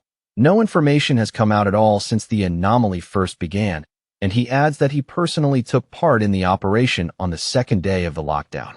The driver recalls the scene with visible dread, saying the building had looked like a dead zone from the very beginning, as if decades of decay had swallowed it in only a few moments. He describes the horror of seeing mangled body parts falling from the windows above, some of them already torn apart and half-chewed by monsters before they even hit the ground. He continues in a strained voice, explaining that in less than a single week, the dark aura around the building has only grown heavier and more oppressive. Each day it feels thicker, as though the whole place is sinking deeper into something monstrous. Hearing that, Fong Yi turns toward the group with a sharp, cutting look that makes the atmosphere go cold. He immediately realizes that since they have had no contact with anyone inside, the reported death count of 53 is nothing more than a rough estimate based on the body parts found outside, and he coldly rebukes the Kong City Spiritual Association for treating such a situation far too casually, leaving the driver sweating as he nervously stammers that they truly had no other way. Fong Yi silently considers the grim truth and quickly understands that the association's numbers are almost certainly far lower than reality. To ordinary people, an anomaly on this scale is nothing less than an apocalyptic event, and once trapped inside a sealed space like this, they are little more than helpless sheep waiting to be slaughtered with nowhere left to run. Not wanting to waste another second, Fong Yi orders the team to enter the building immediately. He explains in a firm tone that some anomalies grow stronger by feeding on humans, which means the higher the death count becomes, the more dangerous the monsters inside will be. But the moment he takes charge, the gray-haired man challenges him without hesitation and reaches out to grab Fong Yi's shoulder, stopping him in place. Even while acknowledging that the military ordered them to follow Fong Yi's lead, he insists that Fong explain his plan first before dragging them all into a suicidal rush. Fong Yi turns his head and looks at him with cold impatience, asking what plan there is to discuss when they know almost nothing about the situation inside. In his view, the only option is obvious. They have to enter first and investigate with their own eyes. The gray-haired man remains unconvinced and presses the issue. He argues that everyone there has experience dealing with anomalies and that, as the acting commander, Fong Yi should at least understand the capabilities of the people under him, then starts criticizing Fong Yi more openly by pointing out that he has not even joined the official organization and lacks formal training altogether. Before the argument can spiral any further, the short-haired woman with purple hair suddenly steps forward. Her face is tight with anger, and her interruption cuts through the tension at once. She pushes between them and snaps at the gray-haired man to shut up, reminding him that they are already running out of time. She adds that Fong Yi only took this mission because Zhao Lan personally recommended him, so questioning Fong Yi now is no different from openly questioning a high-ranking officer. Fong Yi watches the exchange in silence, saying nothing as the others argue around him. Inwardly, though, he thinks with clear disdain that internal conflict is the worst possible thing a team can indulge in before entering a life-and-death mission. Without wasting another word on the matter, Fong Yi turns around and walks straight toward the dark entrance. In a cold voice, he tells them that if they do not want to come in, they are free to stay outside, and that blunt resolve makes the rest of the team, even the hesitant ones, hurry after him. The group steps into Tianbao building and is met by a scene that feels both ruined and deeply eerie. Wrecked cars lie crushed where they should not be, garbage is scattered everywhere. And yet, even in all that destruction, the blonde girl quickly notices that something about the place feels unnaturally wrong. For all the devastation surrounding them, there is no sound at all. The silence is so complete and unnatural that it presses against their nerves harder than any scream could have. Then, without warning, a dark shape drops from the high ceiling above. It moves so suddenly and so fast that it looks like a living shadow peeling itself out of the darkness. The gray-haired man senses the disturbance a split second later and instinctively looks up, confusion flashing across his face. He knows something is there, but he is already too late to respond cleanly. Before he can do anything, a horrifying green-eyed monster comes diving down from the dark overhead space, shrieking as it launches its ambush. Its attack is savage and direct, aimed at him before the team can properly form up. Fong Yi reacts instantly, faster than anyone else can even shout a warning. His sword appears in his hand in the same motion, and the blade erupts at once into fierce, blazing fire. With a clean, ruthless swing, Fong Yi sends a wave of flames straight at the descending creature. His expression stays cold and focused, without even the slightest trace of panic. The monster has no chance to resist at all. In less than a heartbeat, it is carved apart by a flash of light and slashing sword energy, its attack ending before it truly begins. Fong Yi lands smoothly and steadily, his flaming sword still burning bright in his hand. Behind him, the monster's body is already falling apart, completely destroyed before the others have even fully processed what happened. The gray-haired man and the short-haired, purple-haired woman are left staring in shock. They can barely believe the fight is already over, as if the entire clash lasted no longer than a blink. The woman keeps staring at the enormous blade of fire in Fong Yi's hand, her eyes wide with disbelief. She cannot stop wondering where he obtained a weapon so terrifyingly strong, or whether the weapon itself is only a small part of what makes him frightening. Ignoring the stunned looks around him, Fong Yi crouches down beside what remains of the creature. His attention shifts immediately from combat to analysis, calm and efficient. He picks up a piece of the corpse and studies it closely before rising to his feet again. Based on its twisted form, he judges that the monster looks like a grotesque fusion of a bird and a gecko, and from the extreme level of mutation in its body, he grimly concludes that it has already devoured a large number of humans. The short-haired, purple-haired woman steps closer for a better look, and the moment she does, a terrifying realization flashes across her face. What she is seeing is far worse than she first thought. She identifies the dead creature as an A+ grade anomaly, and that recognition sends a wave of fear through the team. What truly terrifies them is not just the monster's rank, but the fact that Fong Yi killed it instantly, when such a creature would normally require a full squad of elite pioneers to bring down.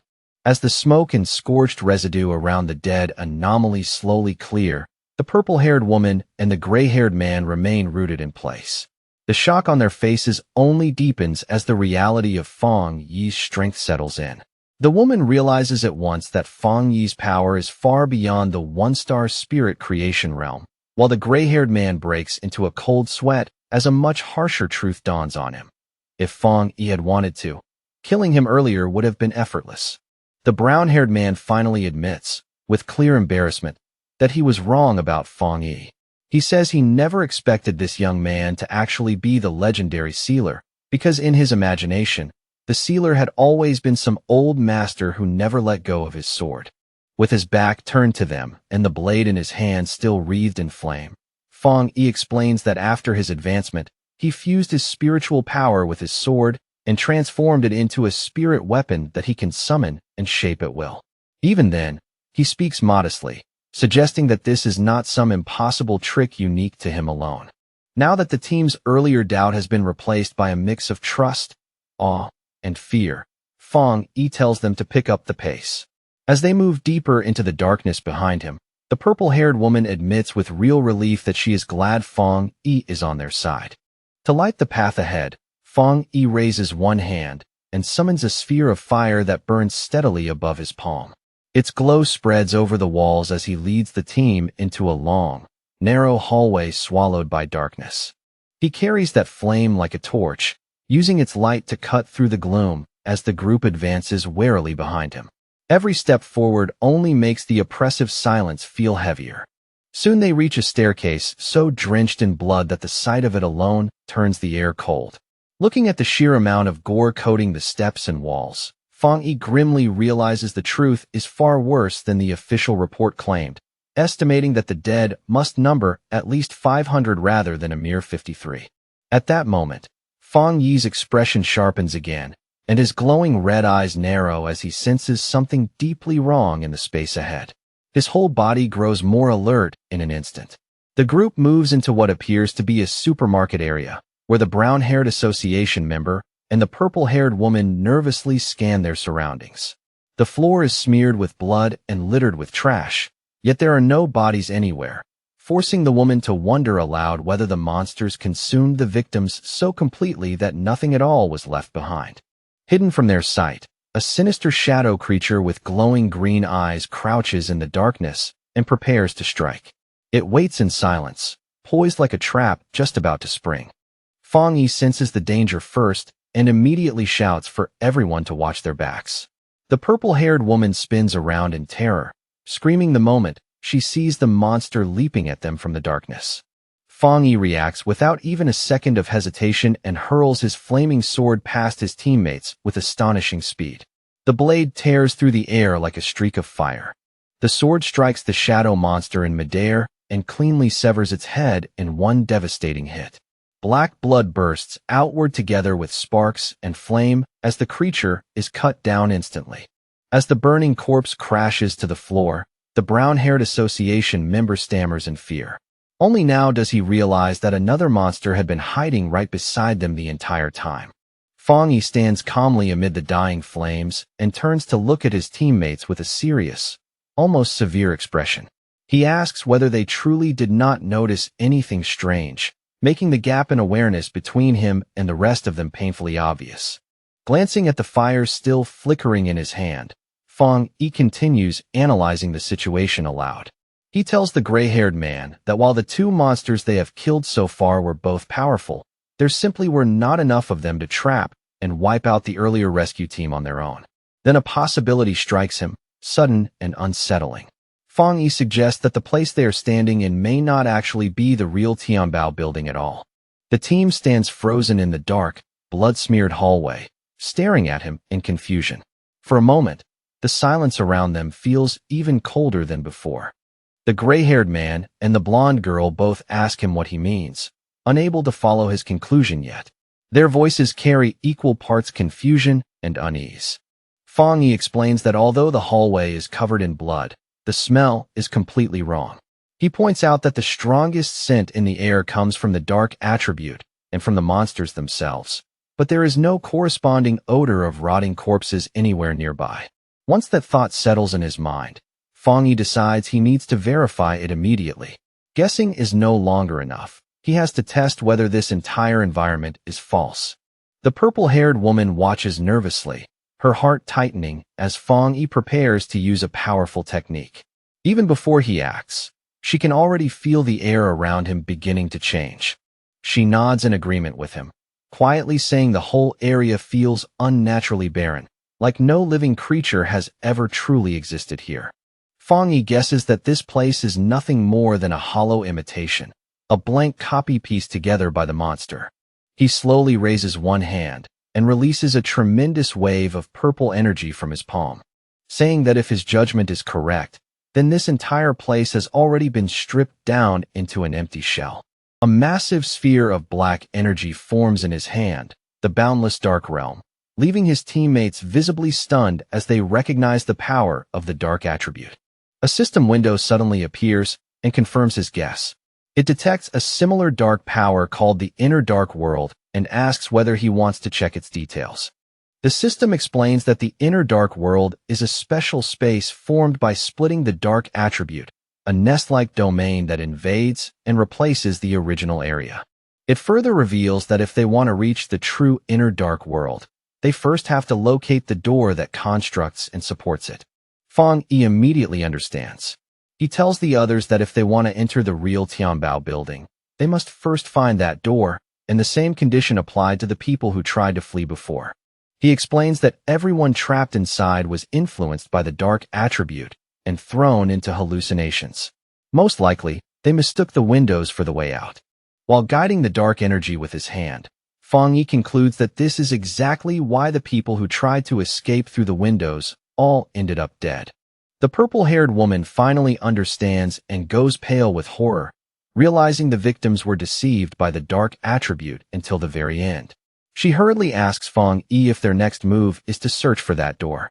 But the situation worsens in an instant as Fong Yi's system suddenly warns him that the hostile Inner Dark World has sensed his presence and has now fully manifested. Fong Yi is caught off guard by how abruptly it appears, and at that same moment, an enormous blast of purple energy crashes down from above, pressing the entire team under its weight. The brown-haired association member and the blonde girl collapse under the crushing pressure at once, clutching their heads in agony as they cry out that their spiritual defenses are breaking apart. Fong Yi's eyes flare with overwhelming power, one glowing red and the other shining gold, as he stares straight into the descending energy. In that instant, he summons a barrier and spreads out a powerful dome of golden light, shielding his teammates from the assault. Inside the barrier, the blonde girl and the brown-haired association member gasp desperately for air, their faces filled with relief as the unbearable pain finally fades. They lift their heads and stare at Fong Yi in astonishment, realizing that while they were nearly overwhelmed, the sealer stands there completely untouched. They admit to themselves that the dark energy could have killed them without even making direct contact, and that without Fong Yi, there was no chance they would have made it out alive. Suddenly, Fong Yi fixes his gaze on a single point in the empty air. His sword bursts into fierce flames as he declares that he has found it. He immediately unleashes Fire Dragon, drawing out his blade and slashing violently at the unseen point while shouting that the entrance is right there.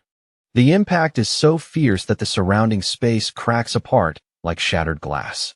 The gray-haired man and the purple-haired woman can only watch in shock as the hallway splits and collapses before their eyes. Fong Yi steps onto the newly revealed ground ahead, his face cold and heavy with focus. As the false scene breaks away, it reveals a massive and terrifying gateway wrapped in dark green mist and twisting shadows, the real entrance to the Inner Dark World. Fong Yi takes the front, his flaming sword casting light through the darkness, and orders everyone to stay close behind him. As they move deeper into the real building, Fong Yi maintains a golden barrier around the team, shielding them from the disgusting red flesh-like veins now spread all over the walls. The blonde girl suddenly turns sick, covering her mouth as she says there is a horrible smell in the air. Fong Yi stares ahead with a grim look and says the stench is unmistakable, the smell of blood and corpses from their own people. Not long after, the group comes upon a horrifying sight. The floor is littered with the bodies of the missing pioneers, proving they had been trapped here and slaughtered inside this dark space. Before they can fully react, the group is ambushed as a swarm of shadowy bat-like creatures suddenly pours down from the ceiling and surrounds them. Looking up, the team sees a terrifying mass of monsters swirling overhead, sealing them in from every side. Then, from the heart of that swarm, a gigantic A-plus gray demon-like monster with glowing red eyes dives straight down to strike. The gray-haired man and the brown-haired association member are stunned, shouting that it is insane to run into another high-level dark monster so quickly. Fong Yi responds without the slightest hesitation, summoning his blazing sword at once. He hurls the sword forward, and it tears straight through the descending monster's chest in an eruption of fire. The monster lets out a painful roar, and Fong Yi charges in immediately to finish it off. He drives his sword into the ground and grips the hilt firmly. Then, with a blur of unbelievably fast motions, Fong Yi unleashes a storm of flaming slashes across both the swarm and the giant monster. He lands with effortless grace, triggering a huge explosion of holy fire that engulfs and burns everything around him. The blonde girl and the purple-haired woman raise their arms to shield their faces from the searing heat, shocked to see the dark monsters melt away the moment they touch his flames. Only then do they realize that ever since this mission began, they have hardly needed to do a single thing. Fong Yi walks through the blazing aftermath, his sword glowing red like molten lava. He slowly reaches one hand toward the floor, where the bodies of the earlier victims still lie. Using his fire, Fong Yi gently cremates the innocent dead, giving them the dignity of a proper burial instead of leaving them in this corrupted place. The brown-haired association member and the blonde girl watch the flames with deep awe, saying that Fong Yi truly deserves his title as the sealer. Fong Yi turns back to the group and starts issuing orders. He tells them that now that they are inside the building, they should do their part. He instructs them to search the first floor for any survivors while he heads upstairs to deal with the remaining monsters. The others, including the gray-haired man and the purple-haired woman, stand ready to obey at once. The doubt they once had now completely replaced by respect. Fong Yi continues sweeping through the building one floor at a time. By the time he reaches the 10th floor, he is already fighting through a swarm of flying shadow creatures, swinging his flaming sword to keep them from closing in. As he fights, he studies the enemies and realizes they have evolved to at least the one-star spirit creation realm. Even so, he slices them apart with ease, noting that their abilities themselves have not changed much. Fong Yi then leads the team up the escalator toward the 15th floor, his sword dragging behind him in a long trail of fire that lit the dim passage. With every step upward, the air grows heavier and thicker, pressing down on their chests like an invisible weight. The blonde girl winces and complains that the freezing dark power is starting to seep through even her protective barrier. As they move forward, they come upon a hallway packed with bodies, and the sight instantly turns the already suffocating atmosphere even colder. The gray-haired man suddenly notices something deeply wrong with the corpses. He quickly warns the others that something is moving inside the bodies, and that the remains are corrosive, telling the team in a tense voice not to breathe in the spores no matter what. A single drop of thick liquid falls from above and lands in a puddle below with a sharp, eerie plink. In the unnatural silence, even that tiny sound feels like the start of something far worse. In the next instant, a massive spike-like shadow rises violently behind Fong Yi and the brown-haired association member. The hidden monster finally reveals itself, towering over them in a shape so twisted and terrifying that it makes the whole corridor feel even more claustrophobic. It is a horrifying multi-eyed creature, its many eyes staring down at them from above with a sickening, hungry intelligence. Then it throws back its head and roars, unleashing a relentless barrage of energy spikes that tears through the air like a storm. Instead of showing even a trace of fear, Fong Yi smiles. There is almost a spark of excitement in his voice as he says that now things are finally starting to get interesting. Fong Yi spins his sword at blinding speed, and the motion instantly forms a burning shield of fire around him. The incoming energy spikes slam against the flaming barrier one after another, only to be deflected away in showers of sparks. The monster drops lower and charges in for a direct attack, but Fong Yi is already preparing to meet it head-on. In that brief exchange, he realizes the creature is not fighting seriously yet, but stalling for time so it can continue evolving. Without hesitation, he hurls his flaming sword forward with crushing force. The attack catches the monster off guard, and the instant the blade strikes, a violent explosion erupts and fills the corridor with blazing light. Fong Yi reaches out his hand toward the aftermath, his expression almost disappointed. He tells the defeated monster that he gave it too much credit, because he had expected at least a challenge on the level of a 3-star spirit creation opponent. The gray-haired man stays on full alert and turns sharply the moment he hears a faint sound nearby. At the same time, Fong Yi lifts his gaze toward the source and calmly asks who is hiding there. Looking inside, Fong Yi asks whether they are survivors. A young man hiding nervously behind the door stammers in fear and disbelief, asking if they are the forerunners who were sent to save them. The team soon discovers 5 people still alive inside what appears to be a hidden storage room belonging to a luxury brand store. The survivors are packed tightly together in the darkness, trembling and pale, with terror written all over their faces. Fong Yi quickly understands that they must have hidden in this room to escape the attack outside. Judging by their condition, they had likely been trapped here for a long time, barely daring to make a sound. Seeing how frightened they are, Fong Yi softens his expression and gives them a gentle smile meant to calm them down. He reassures them that everything is under control now and tells them clearly that they have come to rescue them. The brown-haired association member steps forward with a warm, friendly smile and introduces the group as the Kong City Spirit Association. He tells the survivors that the monsters outside have already been dealt with and urges them to come out quickly while it is safe. The young male survivor stares at Fong Yi with wide eyes, struggling to process what he is hearing. His lips tremble as he stammers, clearly unable to believe that rescue really arrived. He suddenly blurts out in shock, asking if it is really true that Fong Yi killed all of those terrifying monsters with just a single slash. His voice is full of disbelief, as if the feat sounds more like a legend than something a person could actually do. Meanwhile, outside the Tianbao building, the monitoring team continues watching the situation closely. The entire structure is still wrapped in a red, ominous energy, but despite the tension, the people at the monitors can feel that this time something is different. They follow Fong Yi's spiritual energy floor by floor, detecting the fire from his spirit weapon everywhere he passes. Then an analyst suddenly shouts that the latest reading has already reached the 40th floor, leaving the whole room stunned. The analysts report in disbelief that the sealer cleared the Tianbao building from bottom to top in only 9 minutes and 56 seconds, and they immediately realize this news will shake the entire pioneer circle in Kong City. But before the room can fully celebrate, a red alarm suddenly blares through the monitoring station. One of the staff members warns that it is not over yet, because they have just detected an S-class monster eruption on the very top level.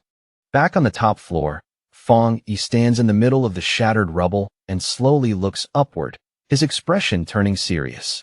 The air around him is tense and still, as though the entire floor is holding its breath before the real battle begins. He realizes at once that he has found the main target. Looming high above him is a massive skeletal creature wrapped in glowing green energy and black feathers, and Fong Yi identifies the terrifying being as the anomaly king of this location, the Bone Bird. Without wasting a second, Fong Yi charges straight at the enormous anomaly king, the Bone Bird. He leaps into the air with sword in hand, his attack direct and fearless as he closes the distance in a flash. As he draws nearer, he analyzes the creature in an instant and realizes something unusual. The strange worms crawling across its body are not parasites at all, but actual parts of its main body, fused into its grotesque form. With a powerful swing, Fong Yi unleashes a golden slash that cuts across the air with terrifying force. But the Bone Bird raises its thick, cage-like bones and blocks the attack head-on, stopping the blow before it can break through. For the briefest moment, Fong Yi shows a flicker of surprise when his strike is halted.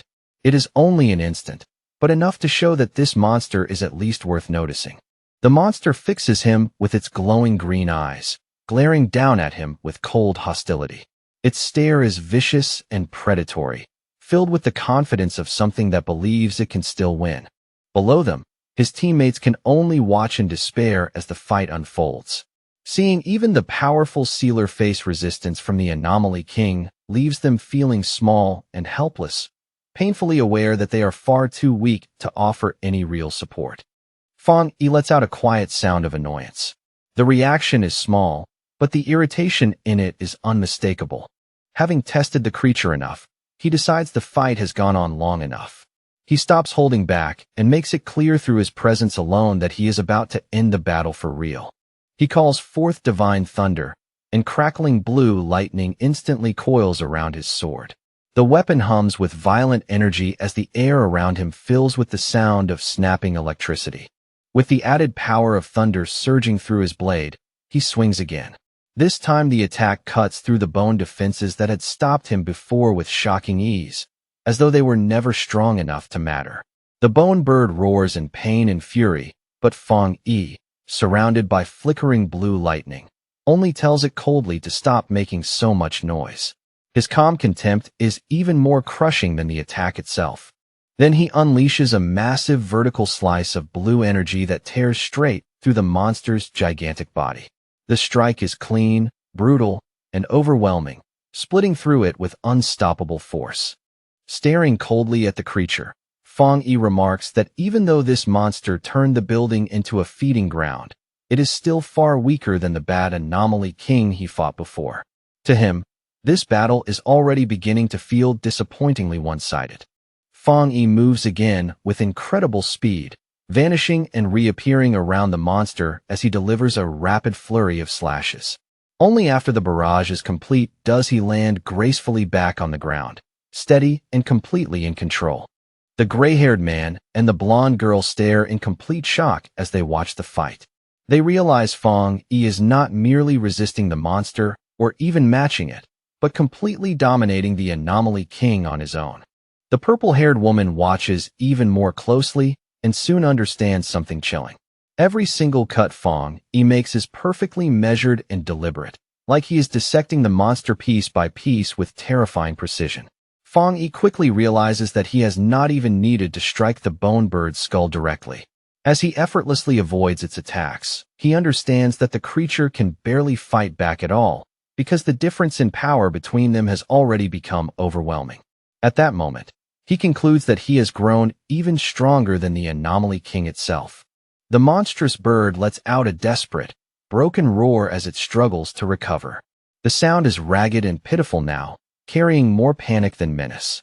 Fang Yi looks at the creature with a cold expression, one glowing red eye burning with ruthless intent, and asks whether it really thinks it can still heal.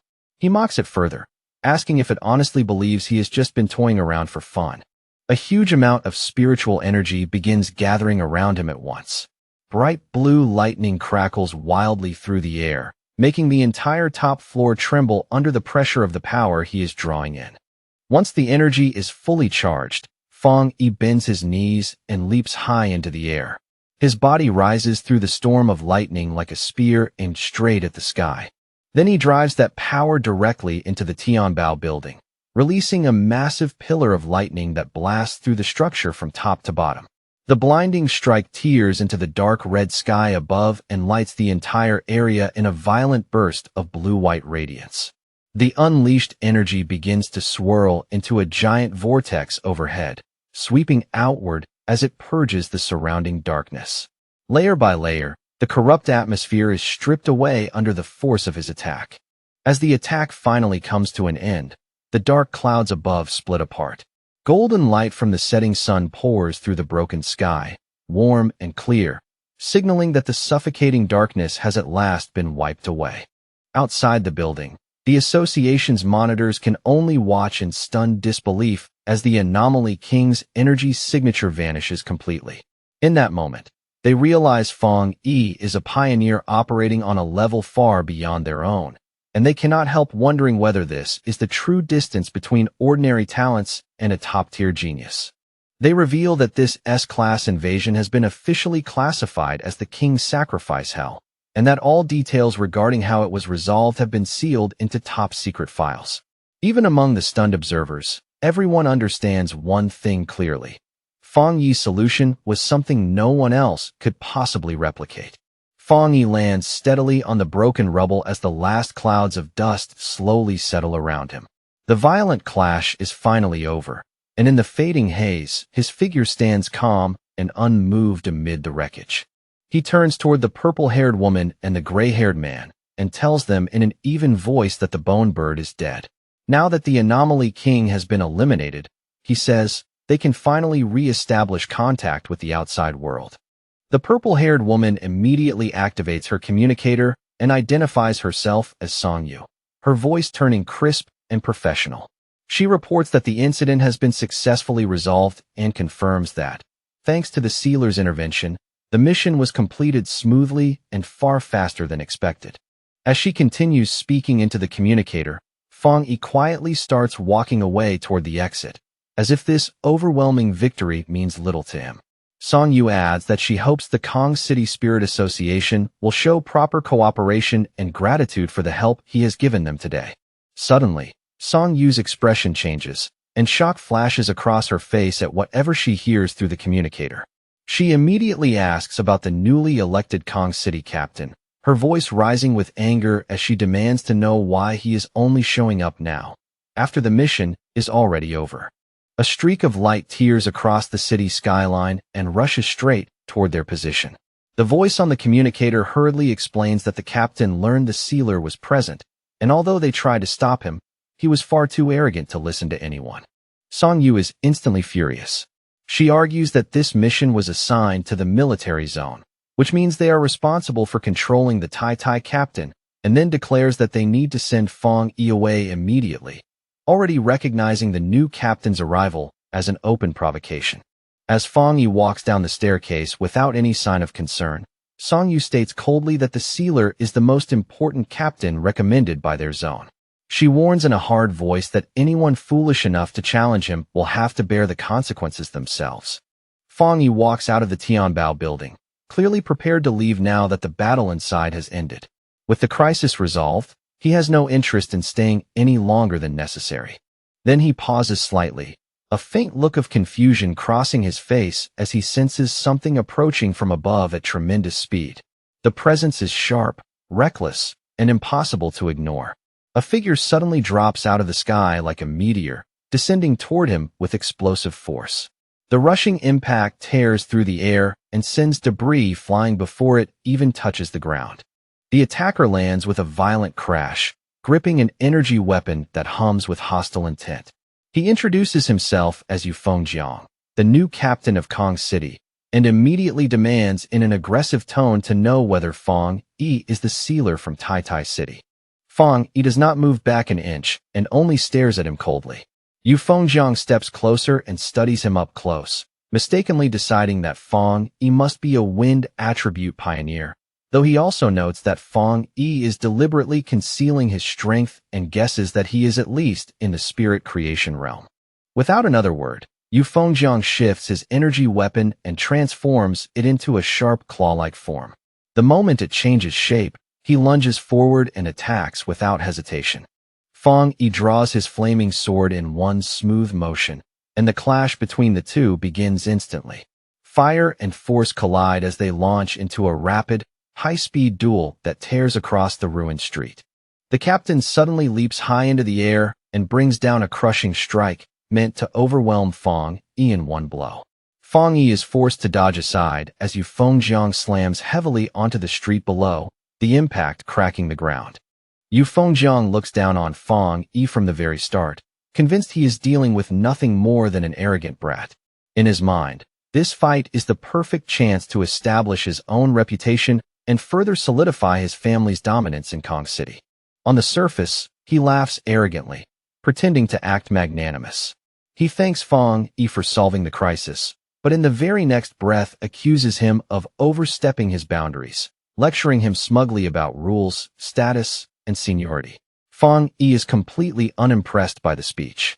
He explains in a cold, flat tone that he only came because the military requested support, and when he arrived, there was no captain present at all. Then he asks directly what this newly appointed captain actually wants from him.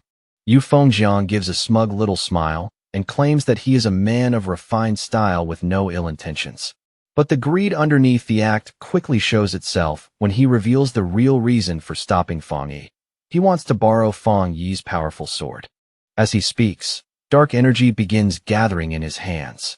The aura around him thickens with hostility, making it obvious that this is no polite request. Wrapped in a purple and white aura, Yu Fengjiang openly threatens Fang Yi. He tells him that if he refuses to comply, then he will never be allowed to leave Kong City alive. Fang Yi remains completely calm from beginning to end. There is not even the slightest sign of panic in his expression. Instead, he smiles as though he finds the demand utterly ridiculous. Across from him, Yu Fengjiang stares back with a twisted, excited look, clearly enjoying the thought of forcing the situation further. Fang Yi decides that the conversation has already gone on long enough. He releases his full presence, unsheaths his sword completely, and flames erupt around him in a violent burst that instantly changes the atmosphere. Yu Fengjiang is visibly shocked by the sudden explosion in Fang Yi's power. The pressure alone is enough to wipe the smugness off his face for a moment. With his eyes glowing and his aura blazing outward, Fang Yi mocks Yu Fengjiang's shameless request to borrow his weapon. In a cold, cutting tone, he says he will borrow Yu Fengjiang's entire family instead, making it painfully clear that he is about to beat him without mercy. Fang Yi opens the battle with a heavy slash of fire. The blazing arc tears through the air with enough force to split the space between them in an instant. Yu Fengjiang dodges the attack with astonishing speed, narrowly avoiding the flames. But instead of fear, a grin spreads across his face, and he says with rising excitement that the fight is finally becoming interesting. Nearby, Song Yu quickly realizes that the clash has disrupted their signal again. She urgently tells her team that they must leave at once to report to the military and their superiors, and to escort the survivors to safety before the situation gets even worse. Surrounded by roaring flames, Fang Yi gives them a stern warning without even looking back. He tells them they have 10 minutes to get away, darkly hinting that if they stay any longer, they may end up watching a captain die. The brown-haired association member instinctively tries to warn him, but Song Yu immediately clamps a hand over his mouth. She shouts that she understands and drags him away without hesitation, determined to get everyone out before the fight turns even more deadly. As the group runs off, Song Yu curses Yu Fengjiang in frustration, angry that he is stirring up trouble right after being elected. Her teammates grimly agree that it might actually do their arrogant captain some good if the sealer teaches him a painful lesson. Once the others are gone, Fang Yi fixes his opponent with a cold glare and raises one hand. In the next instant, he unleashes a powerful thunderbolt straight at Yu Fengjiang. Yu Fengjiang blocks the lightning with his weapon, but the impact is so heavy that it still drives him back. Even so, he shouts a challenge at Fang Yi, telling him that if he really wants to kill him, then he should stop holding back and fight with 100% of his power. Fang Yi answers not with words, but with a crushing attack that slams into the area with terrifying weight. The blow sends violent shockwaves rippling through everything around them. A massive explosion erupts behind Yu Fengjiang, blasting apart the nearby buildings in an instant. Fire and debris roar upward, turning the ruined street into a chaotic sea of destruction. Yu Fengjiang is forced to slide backward to steady himself, his boots scraping hard across the ground. As he regains his balance, he cannot help thinking that the sensation from that strike was genuinely terrifying. Sweat begins running down his face as he stares at Fang Yi again. He realizes with growing alarm that Fang Yi's yang power is not only extremely strong, but explosively violent in a way that is hard to defend against. For the first time in this fight, the arrogant captain has to admit to himself that his body is feeling real fear. Across from him, Fang Yi stands in raging flames like a dark silhouette with glowing red eyes, then smirks faintly at Yu Fengjiang's earlier taunt about using his full power. He replies coolly that if he truly used 100% of his strength, he is afraid Yu Fengjiang would not even last 10 minutes. His tone is calm, but the contempt in it hits harder than any insult. Yu Fengjiang only smiles back with forced confidence. Even now, he refuses to let his pride fully crack. He bursts into manic laughter, convincing himself that the true power must lie in the sword rather than in Fang Yi. In his mind, it has to be some new secret weapon from the Spirit Association, and Fang Yi is merely lucky enough to be the one holding it. Fang Yi says nothing in response. He simply stares at Yu Fengjiang with a cold, unimpressed expression, as though the man's delusion is too foolish to deserve an answer. In Yu Fengjiang's imagination, he pictures the weapon locked inside a containment tube, as if it were some terrifying classified prototype. The thought makes him even more jealous that something so special was handed to a kid like Fang Yi. He presses a hand to his chest and decides that coming to this city was worth it after all, because in his eyes he has just found a priceless treasure waiting to be stolen. Completely consumed by greed, Yu Fengjiang rips off his shirt as purple energy surges over his body. He arrogantly calls Fang Yi a mere two-star cultivator, demands that he hand over the blade, and openly threatens to kill him for it, shouting that Fang Yi still has not displayed enough power to truly impress him. Meanwhile, at the Tai Tai Spirit Association headquarters, the atmosphere is tense and heavy. A superior slams both hands onto the table in fury after learning that the Kong City captain has started a fight with their own captain, Fang Yi. Su Qingying looks deeply worried as the superior breaks out in sweat, finally realizing just how serious the situation has become. She points out that the sealer was invited by the Star God Warzone, meaning this conflict is no longer a simple personal dispute, but one tied to high-level military politics. The superior freezes when his assistant leans in and whispers a new update. Staring in disbelief, he asks the assistant to repeat the absurd piece of news, as though he cannot trust his own ears. The assistant explains that they already contacted Kong City, but the reply they received was infuriatingly arrogant. The other side said that if the fight is not stopped within 10 minutes, the situation will become irreversible, clearly assuming that Fang Yi is the one in danger. In their eyes, Kong City is the third-ranked city, so they are convinced their captain is superior and simply cannot lose. The Tai Tai officials are both shocked and deeply insulted by Kong City's attitude. The sheer contempt in that response makes it painfully clear that the other side is openly looking down on them. The superior slams his fist onto the desk again, his face dark with anger as he calls the Kong City officials complete fools. He realizes they think sealing a top-level monster is some easy, routine task, and that they have utterly failed to understand what kind of person Fang Yi really is. The assistant quickly adds that the Kong City captain is rumored to have only recently stepped into the 3-star rank. On top of that, he is backed by a massive family with seemingly endless resources, which is why he has become so confident and untouchable. The superior turns to look out the window and gives a cold scoff at the mention of a mere 3-star rank. With a grave expression, he explains that Fang Yi possesses multiple top-level powers, and that his true combat ability has long surpassed the realm shown on paper. He reaches a grim conclusion.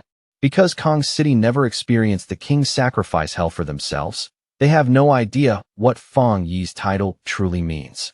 In his view, the Kong City captain will not simply lose this fight. He may very well end up dead.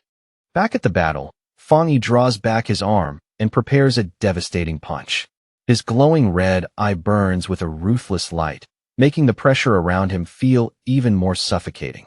The punch lands brutally across Yu Fengjiang's face with crushing force. Blood and broken teeth burst into the air at once, and the arrogant captain's defense is shattered in a single, humiliating instant. The battle surges higher and continues in the sky above the city. Flames, shockwaves, and streaks of energy tear across the night, like a disaster unfolding in full view of the world below. Yu Fengjiang grows increasingly confused as the clash continues. No matter how he attacks, his power seems unable to break through Fang Yi's flames, and he cannot understand why the fire blade feels so endless, as though it can never be worn down. As they keep fighting, Yu Fengjiang is horrified to realize that his spiritual power is vanishing the moment it makes contact, as if everything he releases is being swallowed by a vast sea. Under Fang Yi's relentless pressure and non-stop attacks, he begins to feel completely overwhelmed. Then, without warning, Fang Yi appears right beside Yu Fengjiang's face. In a cold voice barely above a whisper, he tells him that they have arrived. Yu Fengjiang jerks his head around in shock and sees, right beside them, the Kong City Spirit Association building. The realization hits him instantly. They have been dragged all the way back to his own territory. Fang Yi hovers over him with a presence so oppressive it feels almost terrifying. He tells Yu Fengjiang that out of respect for Kong City and the military, he is willing to give him one final chance. Before Yu Fengjiang can even open his mouth to respond, Fang Yi drives a powerful kick into him and sends him hurtling downward. But Fang Yi has no intention of stopping there. He immediately unleashes a huge barrage of fire slashes toward the building below, shouting that he is worried some people might still be hiding inside. So he has decided to make his presence impossible to ignore. His words are mocking, but the warning behind them is deadly serious. Yu Fengjiang is caught in the middle of the blast, and his face twists with shock and pain. The arrogance he wore so easily earlier is now being burned away by raw terror. The resulting explosion is enormous, bright enough to light up the entire city skyline. On the ground, people stop and stare upward in confusion, wondering whether some giant fire has suddenly broken out in the middle of Kong City. Panic begins spreading through the crowd as the temperature in the area rises all at once. A man wearing glasses points frantically at the sky and screams that he can actually see two people fighting above the city. High overhead, Fang Yi, wrapped in blazing golden fire, prepares to clash once more with Yu Fengjiang, whose body is covered in dark purple energy. On the ground, one civilian suddenly recognizes those flames from the news and excitedly tells everyone nearby that the rumors about the spiritual energy revival must have been real all along. Fang Yi looks down at his opponent with an icy, emotionless gaze. He checks the time and calmly informs Yu Fengjiang that he has only 5 minutes left. Then he throws the man's own words back at him, asking whether he did not want to witness 100% of his power. Beaten, furious, and unable to answer properly, Yu Fengjiang can only let out a low, enraged growl. The sound is full of humiliation and helpless anger. Fang Yi comes down from the sky like a falling meteor, swinging his flaming sword as he descends. As he unleashes a massive slash of fire, he mocks Yu Fengjiang and asks how he can already look so pathetic when Fang Yi is using only 30% of his strength. Yu Fengjiang's face fills with pure shock. He cannot understand how this could possibly not be Fang Yi's full power, because in his mind it should be absolutely impossible for a mere 2-star cultivator to be this monstrously strong. Real fear finally takes hold of Yu Fengjiang as he watches the attack coming straight at him. For the first time, his instincts scream louder than his pride. The massive beam of fire crashes into him head-on and blasts him across the sky. Wrapped in searing flames, he is hurled away like a broken projectile. Meanwhile, far away at the Spirit Association headquarters in Shin City, the Situation Room has already descended into chaos. Staff members rush around in alarm as fresh reports continue pouring in. An operator reports a massive energy spike somewhere within the country. The map is immediately enlarged and locked onto Kong City, where the readings show energy levels surging rapidly right around the Spirit Association building. The superior with glasses stares at the screen in confusion, pointing out that the energy signature is not the dark attribute, which means this is not a monster invasion. He demands at once to know what exactly is happening over there. A subordinate rushes in with a shocking report. The new Kong City captain, Divine Blade, is fighting the Tai Tai City captain, the Sealer. The report makes it even worse by explaining that Divine Blade tried to steal the Sealer's weapon after Fang Yi helped save the city, and when Fang Yi refused, he attacked with clear intent to kill. The superior explodes with rage, shouting that Kong City must have a death wish.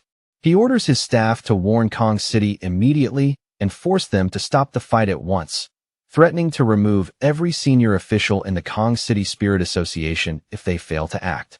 He declares that someone must be sent there right now to take control of this major incident.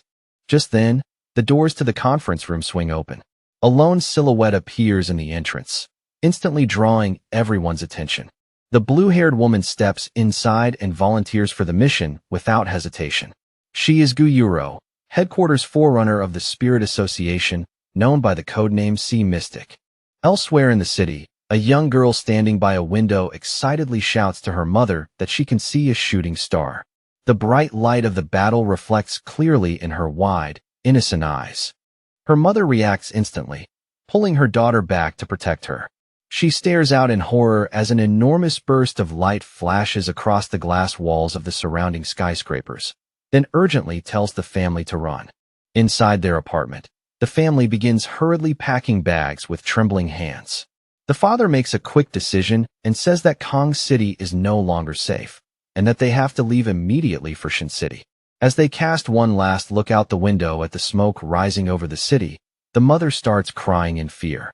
The father does his best to steady the family, promising that they will find a way out as they leave behind their home and everything familiar. Back in the sky a minute earlier, Yu Fengjiang screams in agony while being swallowed by a massive wave of fire. Wrapped in the burning blaze, he struggles desperately against the unbearable heat. He bursts out of the flames battered, shirtless, and badly hurt, then furiously roars a threat at Feng Yi. He warns that his powerful Yu family will never let this go and will come after him for what happened here. Feng Yi hovers calmly in the sky, paying no attention to those threats at all, while Yu Fengjiang keeps screaming that the Kong City Spirit Association will not let him escape this. Inside the glass-walled headquarters below, a group of officials watches the fight in growing panic. Seeing the brightness and force of the attacks, they realize their captain cannot last much longer and begin shouting for someone to save him. They desperately demand that the Tai City captain stop his attack at once, but Feng Yi offers them nothing except a silent, icy stare. The annoyance on his face makes it obvious that their words mean absolutely nothing to him. Looking down at the officials gathered inside the building below, Feng Yi listens as they loudly declare that Yu Fengjiang is their captain and that attacking him is the same as directly provoking their entire association. Their outrage only makes their cowardice look more obvious. One of the officials slams his fist against the glass wall and shouts furiously that they will never accept this kind of behavior. His anger sounds bold, but it is backed by obvious panic. Feng Yi looks at them with glowing red eyes, completely unimpressed. Even when standing before someone far stronger than themselves, the Kong City Spirit Association still chooses arrogance over sense, and that only makes them look even more ridiculous to him. A huge swirl of fire rises around Feng Yi as he coldly mocks them. He suggests that they ignored the other captains because they assumed their own captain was stronger than everyone else, or perhaps because they simply did not want to get involved until the danger reached their own door. Having decided they need to be taught a lesson, Feng Yi swings and unleashes a massive fire slash straight at the Spirit Association building. The attack tears downward with merciless speed. The officials inside duck and hide in terror as the holy flames smash through the windows and sweep into the office space. Fire surges through the room, burning everything in its path and proving beyond doubt that their threats carry no weight in front of him. Feng Yi turns his back on the destruction with open disgust in his eyes. Floating above the battered Yu Fengjiang, he mocks him coldly and asks whether he truly believed he could take that sword from Feng Yi's hand with such pitiful skill. The battle reaches its most brutal point as Yu Fengjiang, once so arrogant and full of himself, is left bleeding, exhausted, and gasping for breath. His body trembles under the strain, and it is obvious he is nearing his limit. High in the sky, Feng Yi coldly challenges Yu Fengjiang to see whether he can withstand what comes next. Then, like a meteor falling from the heavens, he hurls his flaming sword straight down at him with unstoppable force. Instead of dodging, Yu Fengjiang actually smiles, his eyes overflowing with naked greed as he rushes straight toward the descending blade. While charging forward, he mockingly curses the local association for being useless, convinced that only someone like him is worthy of claiming such a powerful treasure. His face twists into a wild, almost insane expression as he screams at the top of his lungs that this treasure belongs to him and him alone. In that moment, all reason leaves him and only obsession remains. Feng Yi watches him in silence, one glowing red eye cold and merciless. Inwardly, he thinks that he will never understand pioneers like this, people who use the power meant to protect humanity to rob, kill, and seize what was never theirs in the first place. To Feng Yi, these kinds of people are no different from common criminals dressed up in power and status.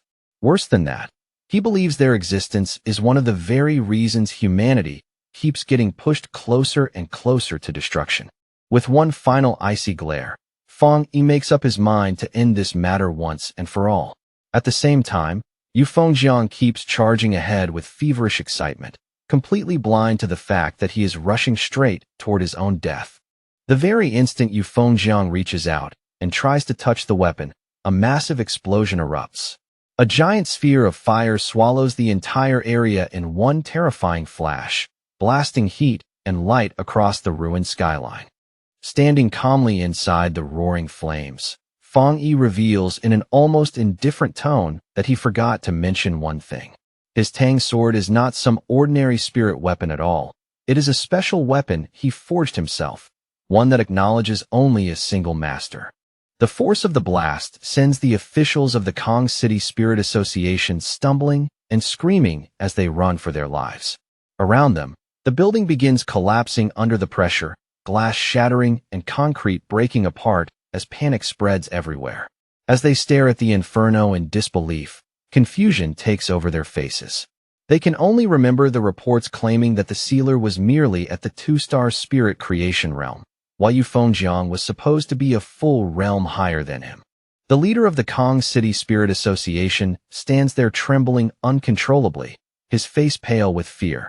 In that instant, he realizes with crushing clarity that the information they trusted was completely wrong from the very beginning. He knows better than anyone that Yu Fengjiang was the only 3-star spirit creation expert in the city, a celebrated genius backed by vast family resources. He was already close to the Jinggang realm and was even considered one of the top 5 captains in the nation. And yet, even with all of that status, talent, and support behind him, he was still no match for Fang Yi. As the dust slowly settles, Fang Yi descends softly onto the rubble, calm and steady, as if the violent battle had cost him almost nothing. Standing there in silence with his burning sword still in hand, Fang Yi gives off a presence that makes everything painfully obvious. He has already far surpassed the ordinary level of a city captain and now possesses the terrifying power to wipe out an entire city if he truly wished to.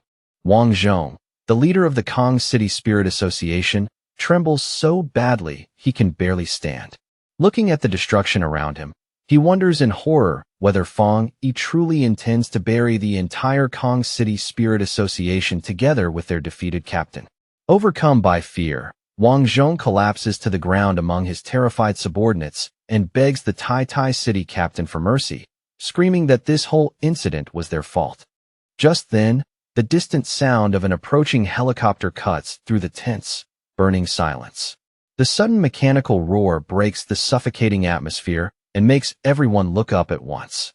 Inside the cockpit, the pilot quickly reports to his superior that there is an extremely pure and overwhelmingly strong yang attribute source ahead. At the same time, he notes with surprise that the flames surrounding the Spirit Association appear to be weakening little by little. Standing at the open side door of the helicopter, Guyuro gathers an enormous mass of blue water energy in her hands. Feeling the heat from far away, she narrows her eyes and wonders whether the fire below is really dying down or whether something more dangerous is still hidden inside it. Afraid that they may have arrived too late, Guyuro stops hesitating and releases her power.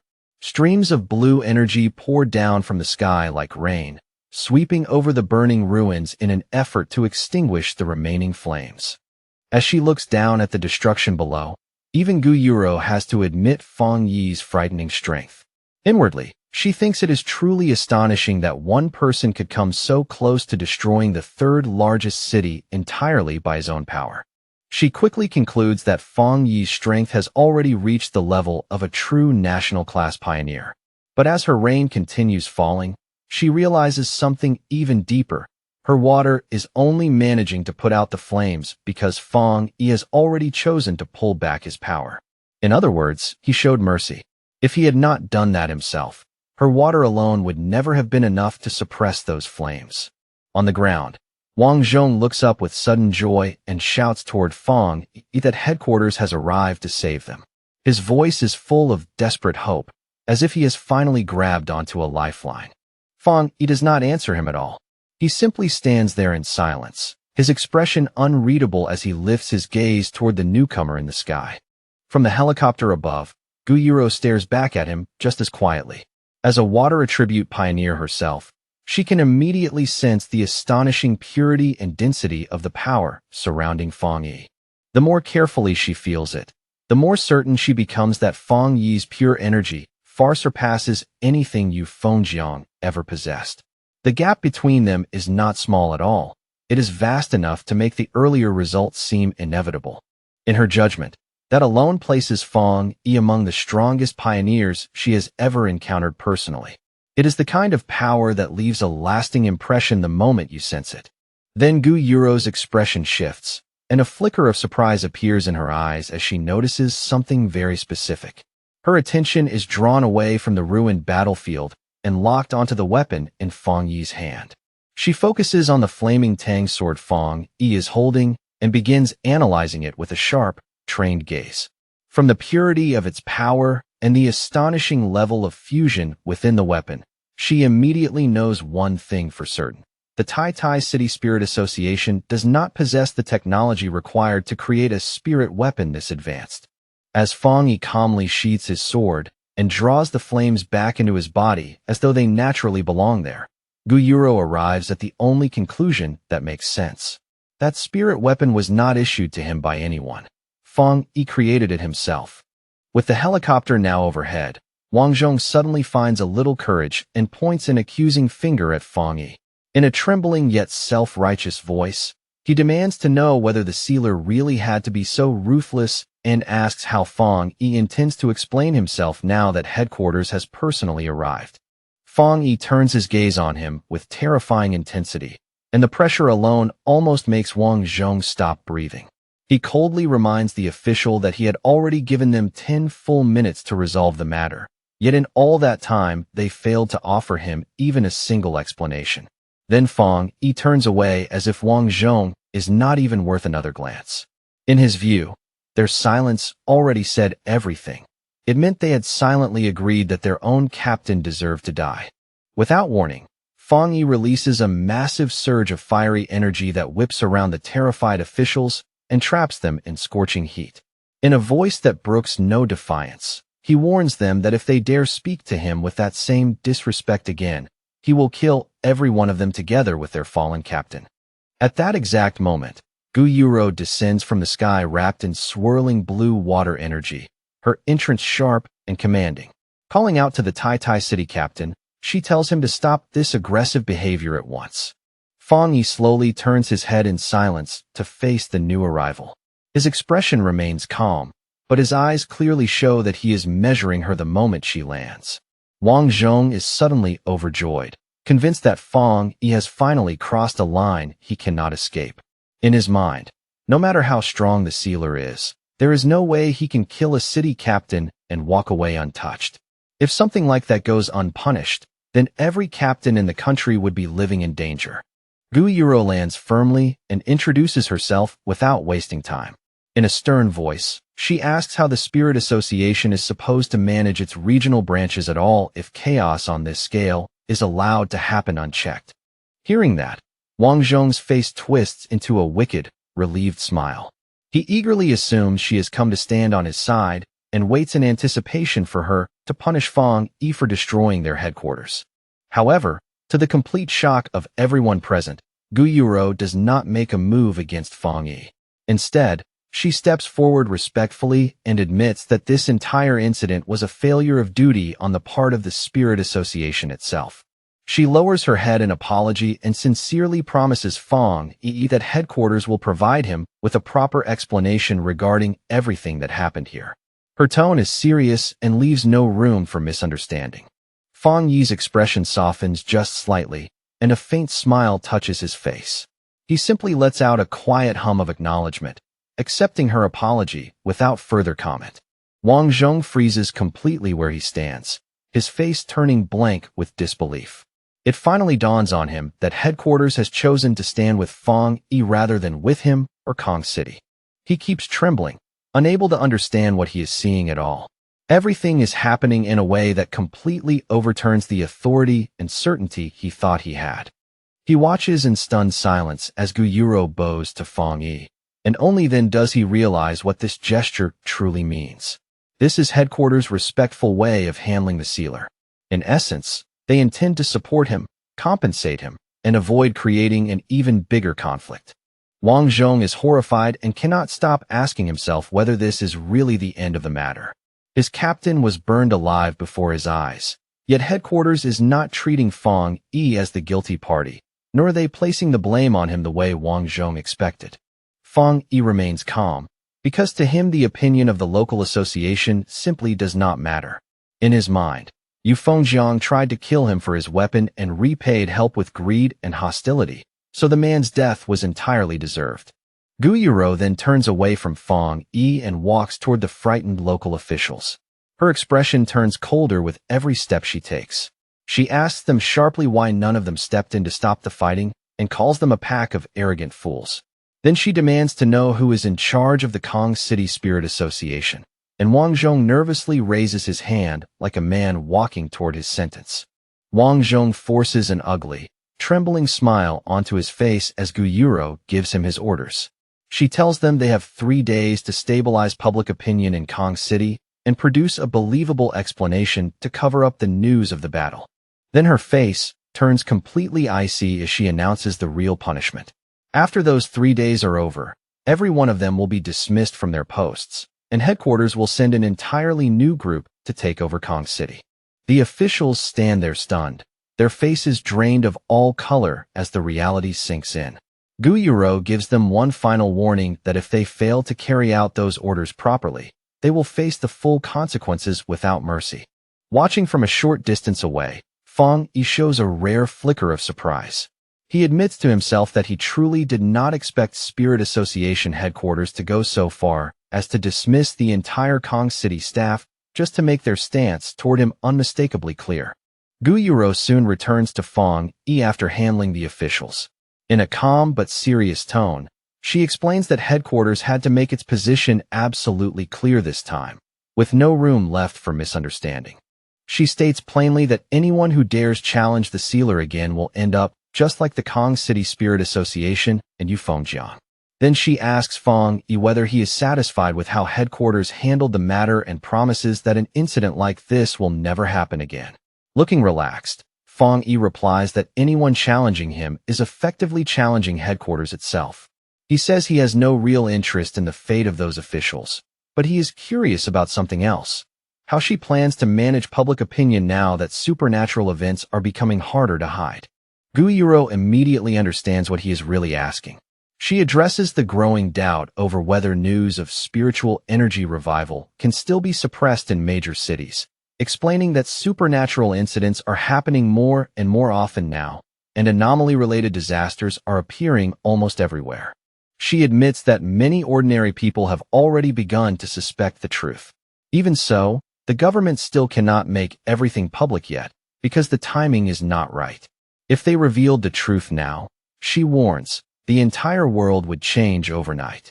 Society would descend into chaos, and the fragile order they have been struggling to preserve would begin collapsing from within.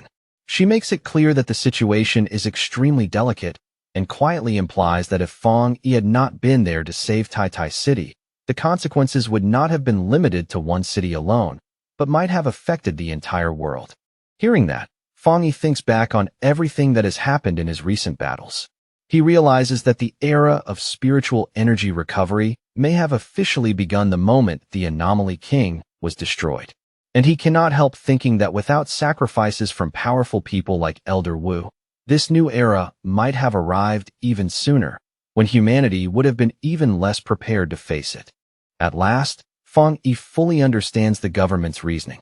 In the end, limited chaos among a small group of pioneers is still far better than total chaos spreading across all of society at once. In his mind, he pictures the powerful figures standing at the front of this changing world, people like Jialan and Su Qingying. He understands that if the country wants ordinary citizens to keep living under the appearance of peace, then it needs top-tier pioneers like them to stand in front of every crisis and hold the line. Fang Yi lowers his eyes to the ruined cityscape around him and finally understands why Xiahua is so strict when it comes to controlling public opinion. Looking at the wreckage, the logic behind that caution becomes impossible to ignore. By tightly managing information, They can stop weaker pioneers from recklessly stirring up trouble and prevent panic from spreading through the general population. That gives ordinary people more time to slowly adapt to the new era. Even so, Fang Yi clearly sees the weakness in the plan. It only works as long as enough powerful pioneers are willing to cooperate. A faint smirk appears on Fang Yi's face as that thought settles in. He realizes the situation is becoming more urgent by the day, and the pressure of what is coming is no longer something anyone can ignore. As Fang Yi prepares to leave, he quietly admits to himself that while his current strength was enough to resolve the disaster in Tai City, it still is not enough for what lies ahead. Compared to the future he is beginning to sense, this victory feels almost like a warning. Before he can continue that train of thought, Guyuro speaks up and interrupts him. With clear respect in her voice, she informs him that a special plane has already been arranged to take him back to Tai City, but asks him to spare her a moment first because she has a personal request. Adjusting her glasses with a soft smile, Guyuro openly expresses her sincere admiration. She tells Fang Yi that she genuinely envies Tai City for having someone so young who not only possesses the terrifying power to destroy a city, but also has the restraint and character to control that power properly. Fang Yi looks at her with mild interest and a hint of amusement in his eyes.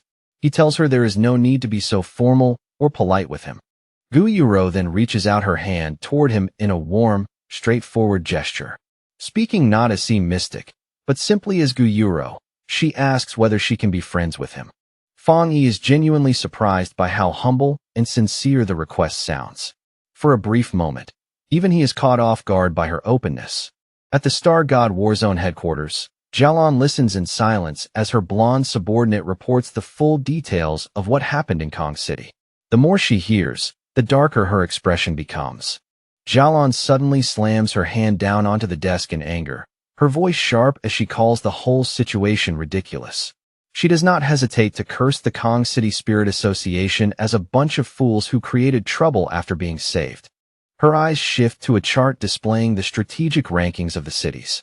Looking at it, she notes that Kong City, currently ranked third, is already losing its position.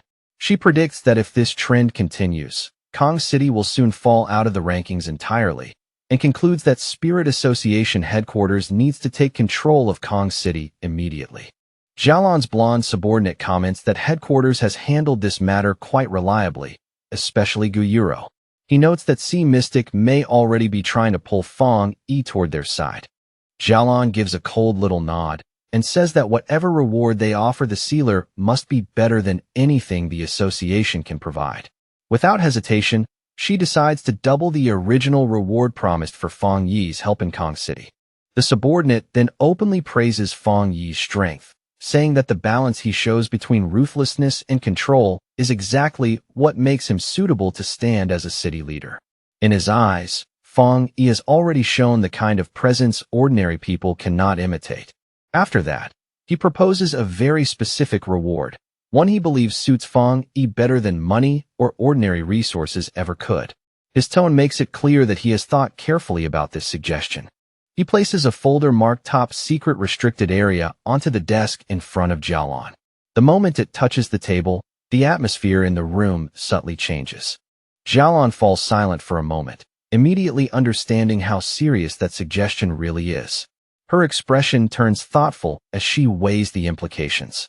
She remarks dryly that if she did not already know how much he admired Fang Yi, she might have thought he was deliberately trying to make things difficult for him.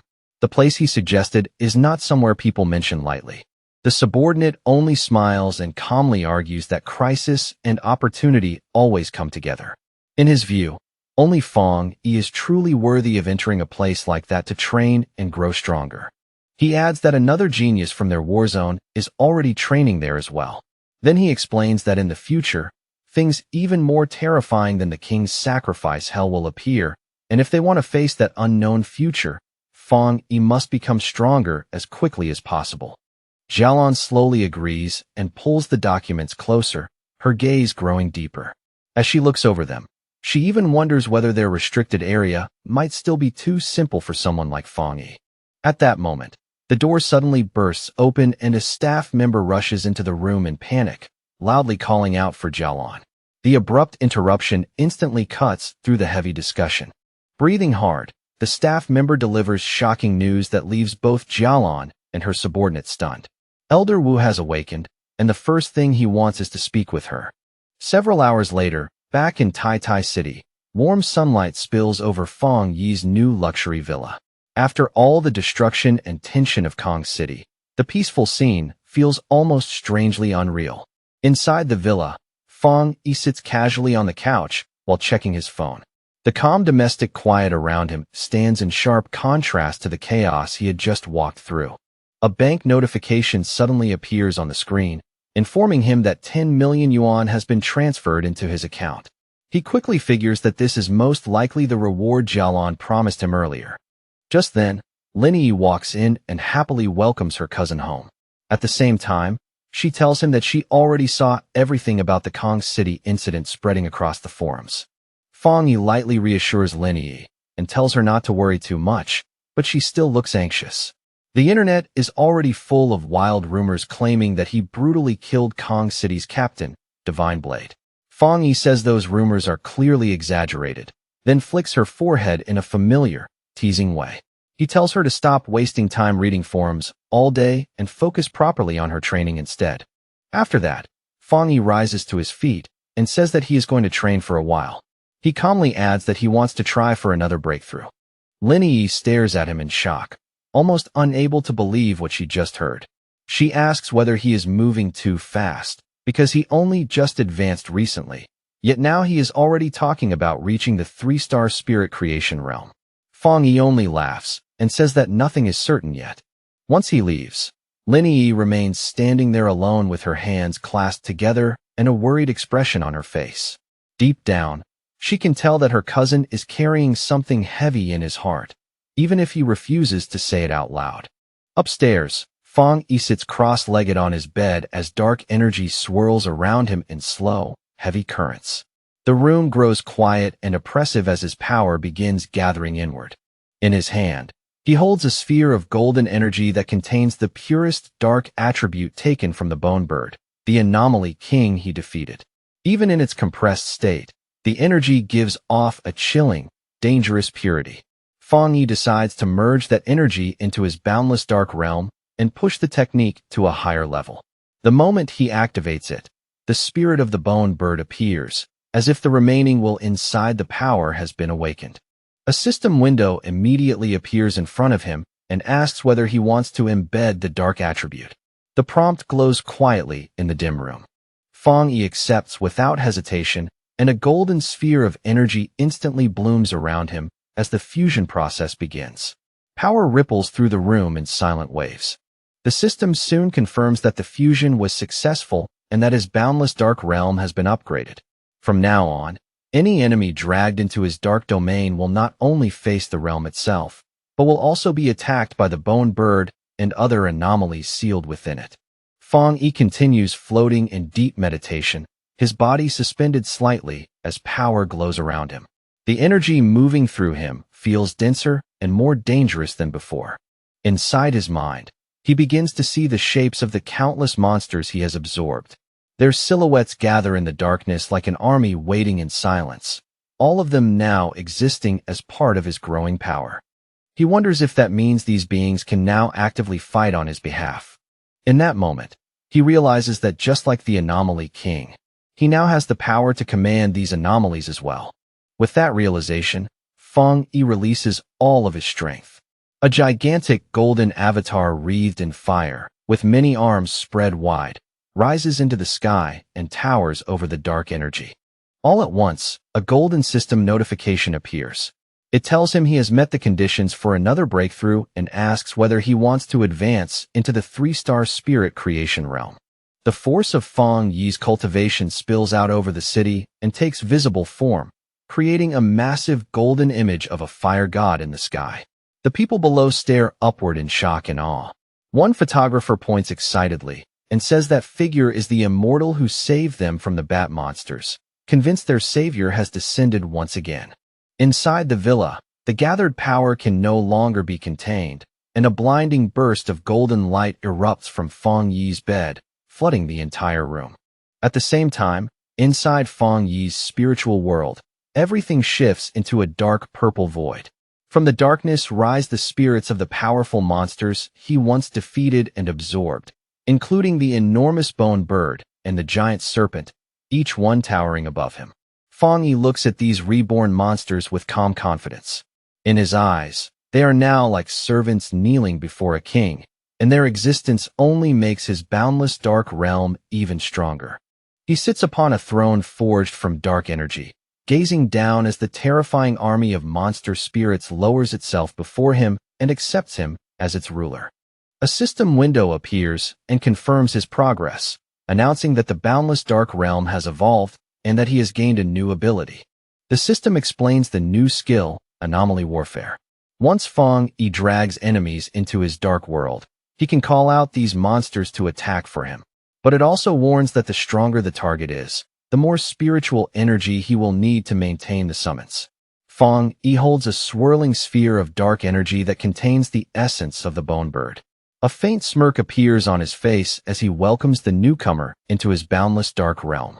He praises the purity of the bird's spirit, saying it will greatly enhance his own power.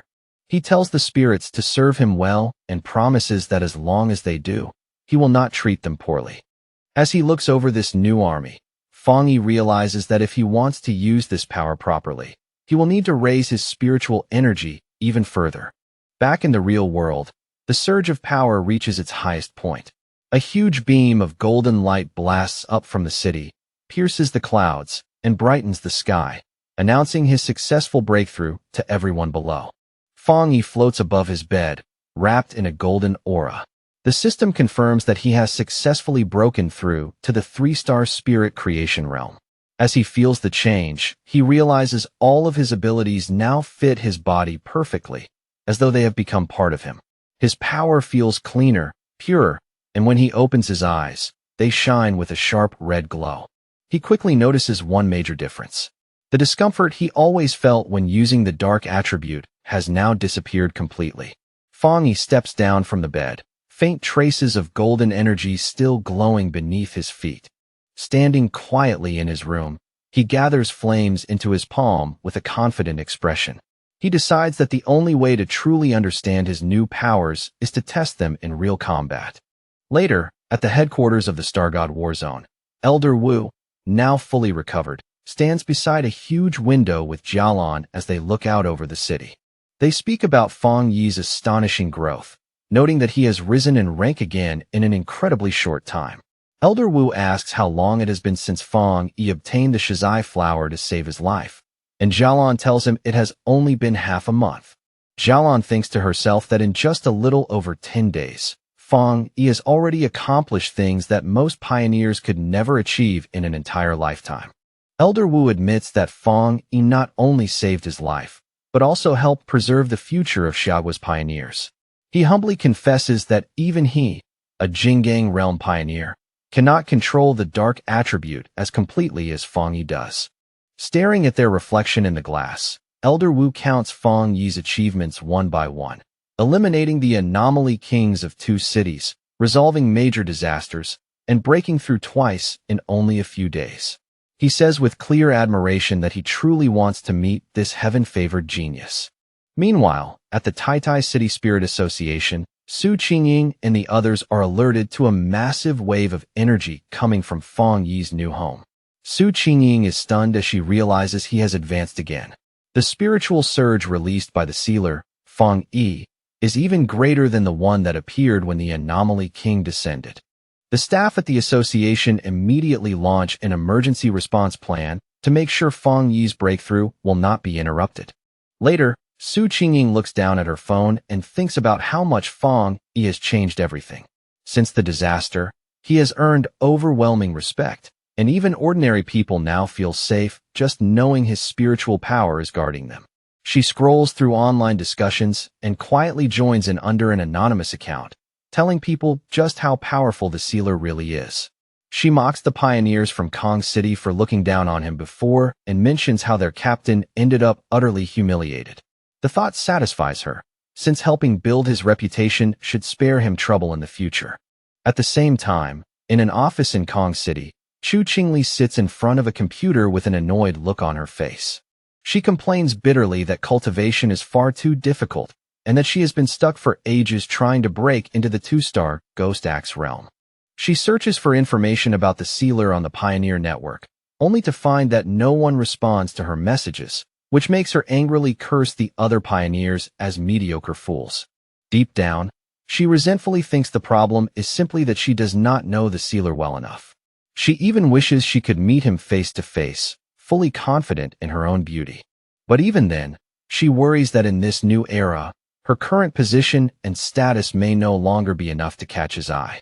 Looking out over the damaged city, she reads online that Kong City has completely offended the sealer and is no longer a place worth staying in. At once, she decides she has to return to Tai City as soon as possible. With determination in her eyes, Chu Qingli turns and walks out, resolved to seize whatever future and opportunity she can still grasp. Sunlight falls across the modern house as Lin Yi asks her cousin whether he has finally finished breaking through. Inside, the two of them sit across from each other at a large dining table. Lin Yi asks if he feels any different now, and Fang Yi casually says it is nothing too special, other than his spiritual energy flowing more smoothly and his overall efficiency doubling. He says there are no dramatic changes for now, but in his heart, Fang Yi suspects that the real transformation will only appear once he steps into the legendary Jingang realm. Lin Yi then holds up her phone and shows him a message. She explains that Jialan asked whether she wanted to go to Tianhai Forest, because New World anomalies seem to have appeared there. Fang Yi says he received the same invitation. He guesses that the Star God Warzone is trying to make up for what happened in Kong City. Since both of them were invited, he decides they should head there together, and Lin Yi immediately cheers in delight. Not long after, they arrive at Tianhai Forest. It lies on the border of the Star God Warzone's territory, with warning signs everywhere forbidding entry. The forest used to be ordinary, but over the last 5 years it has grown wildly out of control. The spiritual energy inside is extremely dense, causing plants and animals to mutate at a very high rate. It is both a perfect place for training and a land filled with unknown danger, which is why it remains under military control.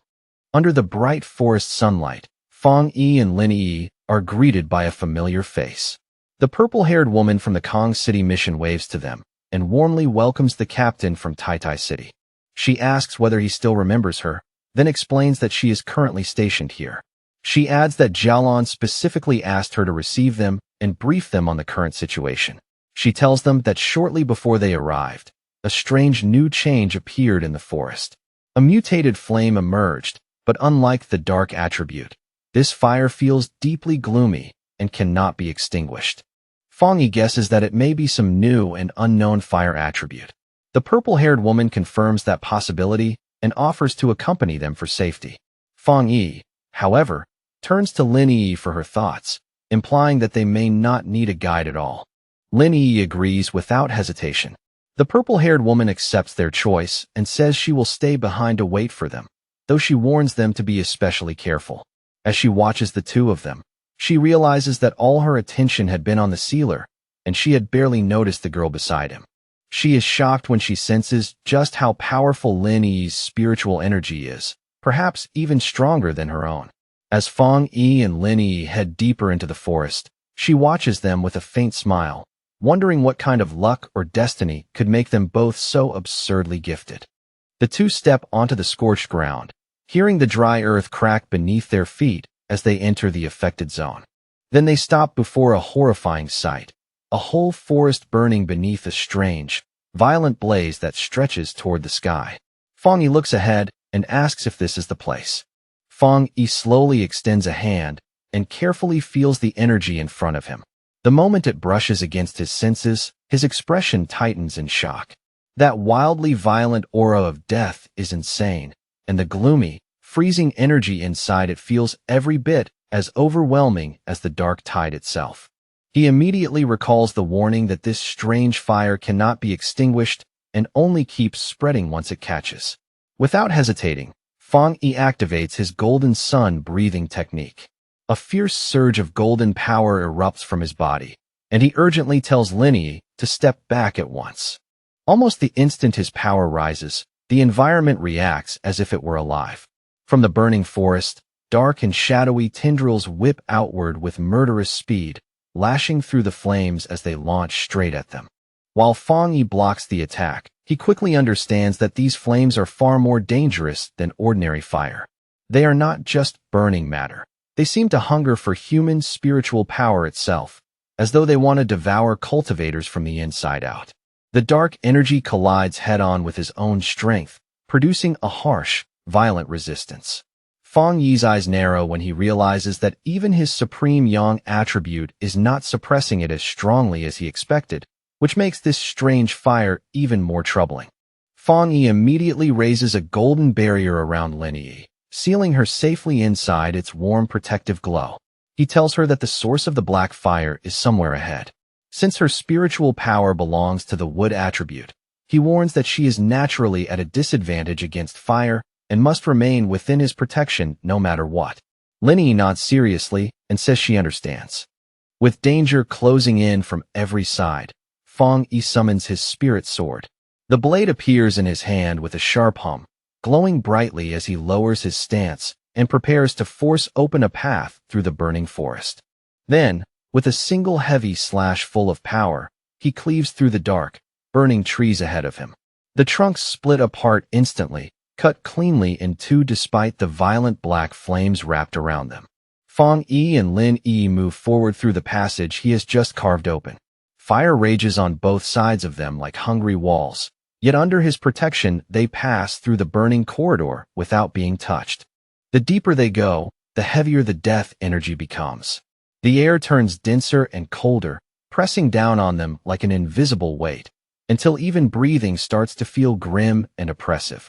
At last, they reach the edge of a cliff and look down. Below them lies a massive black pit, deep and terrifying, with glowing red veins of heat pulsing through it like blood beneath cracked flesh. Fang Yi suddenly notices something dripping from the rocks overhead. His eyes begin to glow red, and he focuses sharply on the substance, narrowing his gaze as he studies every detail.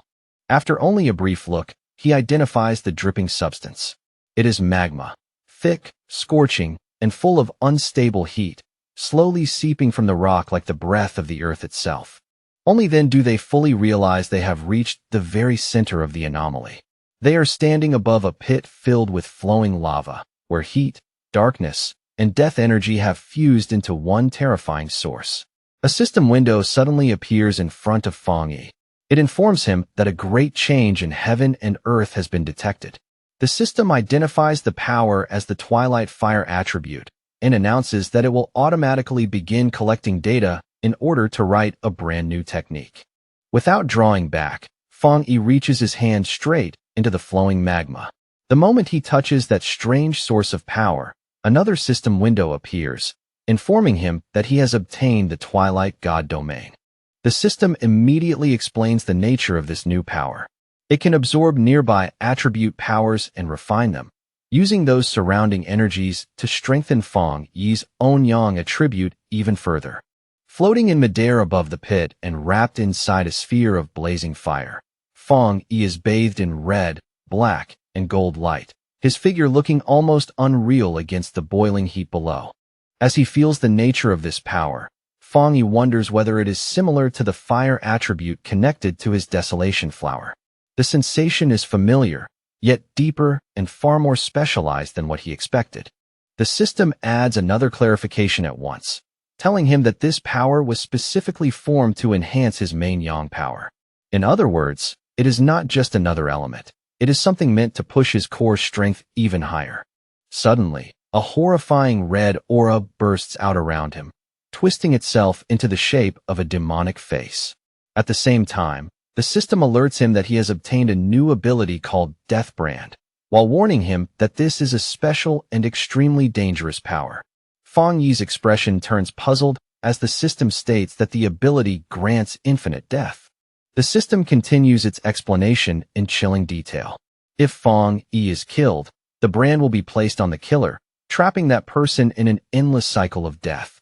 Yellow spring flames will burn them forever, death collapse will tear down their body piece by piece, and a vision of hell will rise around them as evil spirits welcome them into their grave.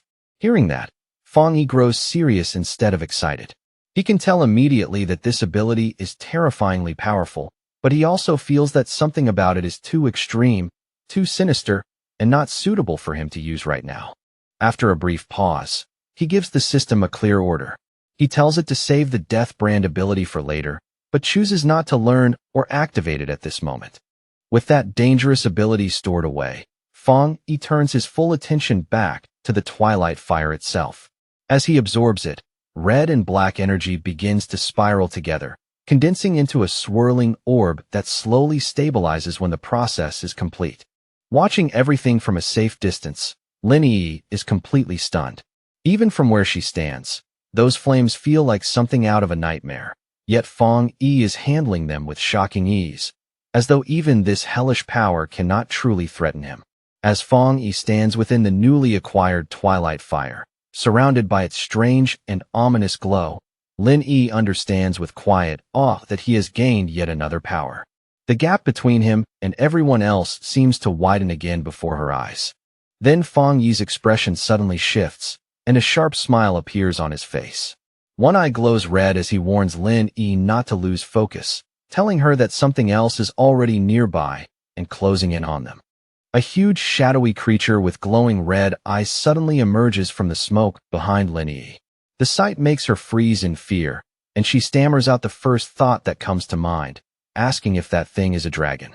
Fang Yi moves instantly, diving down between his cousin and the monster without the slightest delay. Power gathers in his glowing hand as he calmly corrects her, saying that it is not a dragon at all, but a mutated lizard. The creature fully reveals itself at last.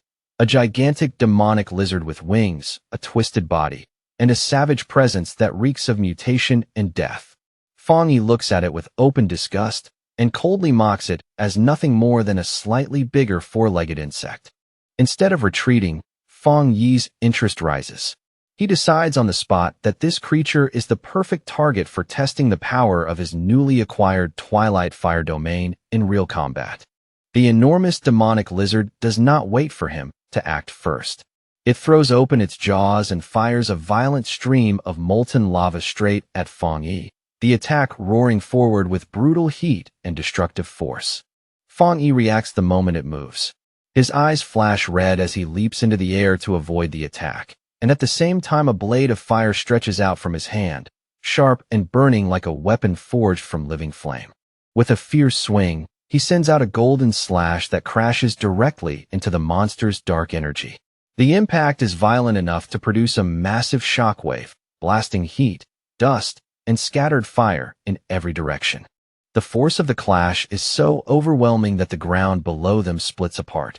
Cracks race across the earth, and red energy bursts from the openings as though the volcanic pit itself is being torn awake. A blinding burst of light erupts in the next instant. The already unstable power inside the volcanic pit loses balance completely, and the compressed energy detonates with terrifying violence. The resulting explosion tears through the forest like a full volcanic eruption. Fire, ash, and shattered earth blast outward in a horrifying wave, making the entire area look as if the mountain itself has exploded. At the edge of the forest, the purple-haired woman, Songyu, and Wang Liang are all thrown backward by the shock. Wang Liang panics and shouts that they need to request backup immediately, his voice breaking as he realizes just how serious the situation has become. Meanwhile, at a monitoring station, a red warning screen lights up and begins flashing urgently. Staff members are alerted that a new mutated life form has appeared inside Tianhai Forest.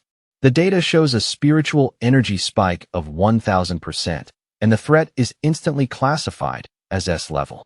Back at the Star God Warzone headquarters, Jialan and Elder Wu receive the report at once. Jialan finds it strange that the forest's energy, which had remained stable until now, suddenly lost control the moment the sealer entered to train. Elder Wu, already wearing his combat armor, says that although he trusts Fang Yi's strength, they should still go and confirm the situation for safety. Neither of them wastes even a second after that. Elder Wu and Jialan shoot into the air at astonishing speed, crossing the sky like two streaks of light as they rush toward Tianhai Forest. As they draw closer to the area, Wang Liang and Song Yu are already running away from the danger zone as fast as they can. In the middle of their retreat, they look up and spot two brilliant trails of light cutting through the sky above them.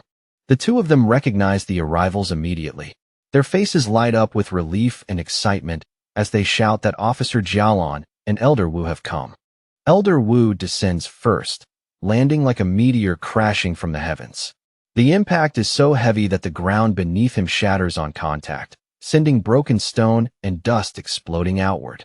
When the dust finally begins to settle, Elder Wu is revealed standing tall at the center of the impact, wrapped in a dense yellow aura.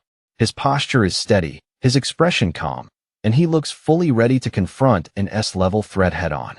Song Yu rushes forward, unable to hide her amazement at the speed and presence of the man before her. She cannot help wondering if this is the true power of a Jingang realm pioneer. In her mind, she compares him with Fang Yi. While the sealer often creates huge, shocking visual effects, Elder Wu feels like the opposite, restrained, heavy, and terrifyingly solid. Only a few seconds later, they reach the exact location of the disturbance. Jialan lands gracefully beside him, quickly scans the area, and confirms in a serious voice that the target is right in front of them. Elder Wu steps forward with a grave expression. Raising his armored hand, he faces the solid rock barrier blocking the path ahead, as if judging its weight and deciding how much force it deserves. Then, with what looks like a simple swing of his arm, he unleashes a terrifying burst of force. The rock wall cannot withstand it for even an instant and shatters apart on the spot, exploding into fragments as the path is blown open. With the route forced open, Elder Wu gives a firm order for everyone to move in. He enters first without hesitation, with Jialan close behind him, followed by Song Yu and the other soldiers as the team pushes deeper into the danger zone. Deep within the pit, Lin Yi raises her arms to shield herself from the violent waves of energy still whipping through the air. Fighting against the pressure, she calls out anxiously to her cousin, asking whether Fang Yi is all right. As the dust slowly clears, Fang Yi is revealed standing there in complete calm, his flaming sword still held in one hand. Behind him sprawls the enormous corpse of the mutated lizard, now lifeless and crushed by his power. He reassures Lin Yi that he is fine, then adds in a measured tone that it seems someone has come looking for them. Fang Yi turns his gaze toward the entrance, one eye glowing red as he senses several powerful figures approaching from outside. In the next moment, he quietly suppresses part of his aura, and the dark energy surrounding him fades away as though it had never been there. Elder Wu steps out from the tunnel first, the yellow aura around his body gradually fading as he comes to a stop. Then he and Fang Yi stand facing one another in silence, the first meeting between two generations of top-tier powerhouses carrying a natural weight all its own. It is Elder Wu who breaks the silence at last. Looking directly at Fang Yi, he recognizes him as the one who saved his life and addresses him respectfully as the sealer. A moment later, Song Yu and the others catch up from behind, their faces full of shock and tension as they take in the ruined battlefield before them. The sight of the giant corpse and the scorched surroundings leaves them visibly shaken. Elder Wu pays them no attention at all. His entire focus remains fixed on Fang Yi, as if everyone else has faded into the background the moment he arrived. Then his gaze shifts to the giant carcass of the S-level mutated lizard lying nearby, and even he cannot hide his astonishment. He asks whether the sealer truly reached this level of strength all on his own. As he studies the corpse more carefully, Elder Wu realizes the creature had been on the verge of a perfect evolution. Once it completed that final step and became a true dragon, its strength would have been comparable to the legendary Jingang realm. Continuing his analysis of the body, Elder Wu is even more amazed to discover that Fang Yi killed such a terrifying monster with a single slash. Then he senses the twilight fire aura lingering on Fang Yi's body and notes that it resembles the half-dragon's power, yet feels much purer and far more complete. At that point, a thought occurs to him. Perhaps the warning signal they received had not been detecting the monster at all, but Fang Yi's power instead. Jialan takes a step forward as well, staring at the dead beast with open disbelief. Even with the danger gone, the scene still feels unreal to her. She asks in shock whether he has solved the problem again. unable to believe that he eliminated it without even waiting for reinforcements. The more she thinks about it, the colder her body feels. If that half-dragon had truly broken through, it would have possessed Jingang realm-level abilities. And since they had failed to detect it beforehand, she can barely imagine the disaster that would have followed if the sealer had not happened to be here. Fang Yi turns back to Elder Wu with a relaxed smile and says he is glad to see the senior hero fully recovered. Elder Wu laughs heartily in response, joking that with such a powerful successor appearing, perhaps he can finally retire in peace. After the light remark, Elder Wu's tone grows more serious. He asks Fang Yi to keep the true nature of this creature secret from everyone outside Tianhai Forest, including the Spirit Association. Fang Yi understands immediately and answers with a faint smile, showing that no further explanation is needed. As the conversation continues, Fang Yi quietly reflects on the nature of Tianhai Forest itself. He realizes that it is not merely a convenient training ground, but a hotspot for spiritual change where all kinds of dangerous things can emerge without warning. In fact, he suspects that whatever can appear here may be even more dangerous than the dark anomalies within the extreme dark zone. With that thought, he comes to understand the burden carried by the Star God Warzone and agrees with the way they have chosen to handle this place. While walking away from the corpse, Fang Yi continues analyzing the twilight fire he just acquired. The more he examines it, the more clearly he feels that its core nature is centered on devouring, a trait that instantly reminds him of the legendary beast Taotai. That thought makes him wonder if the hidden secret of Tianhai Forest might be connected to such a creature. Perhaps, long ago, a Taotai truly existed here and left something of its nature behind. Elder Wu then extends his hand toward Fang Yi in a gesture of thanks, saying it seems Fang Yi had already understood why this matter must remain secret. There is clear appreciation in his voice, along with the respect of one expert acknowledging another. As the group slowly gathers together again, Elder Wu says they should not place their hopes on the birth of high-level anomalies, nor should they burden ordinary people with unnecessary fear and pressure. Fang Yi nods in agreement, fully understanding the point. Just then, a strong gust of wind suddenly sweeps through the forest, stirring ash, leaves, and lingering heat all at once. The atmosphere shifts in an instant. Fang Yi's expression sharpens immediately as he catches a distinct aura hidden within that wind. He lifts his head slightly, recognizing that the breeze is carrying something far more unusual than ordinary spiritual energy. The aura passes over the entire group like a wave. Lin Yi closes her eyes for a moment and smiles, saying the feeling is incredibly fresh and strangely comforting, as though the air itself has come alive. Jialan, however, reacts very differently. Her eyes widen at once as she recognizes just how intense that spiritual power is. At the same time, high above the forest, a figure can be seen flying through the trees at astonishing speed. Staring upward in disbelief, Jialan blurts out that this monster, a word reserved for true geniuses, could not possibly have already broken through to the Jingang realm. The speeding figure abruptly stops and finally reveals himself.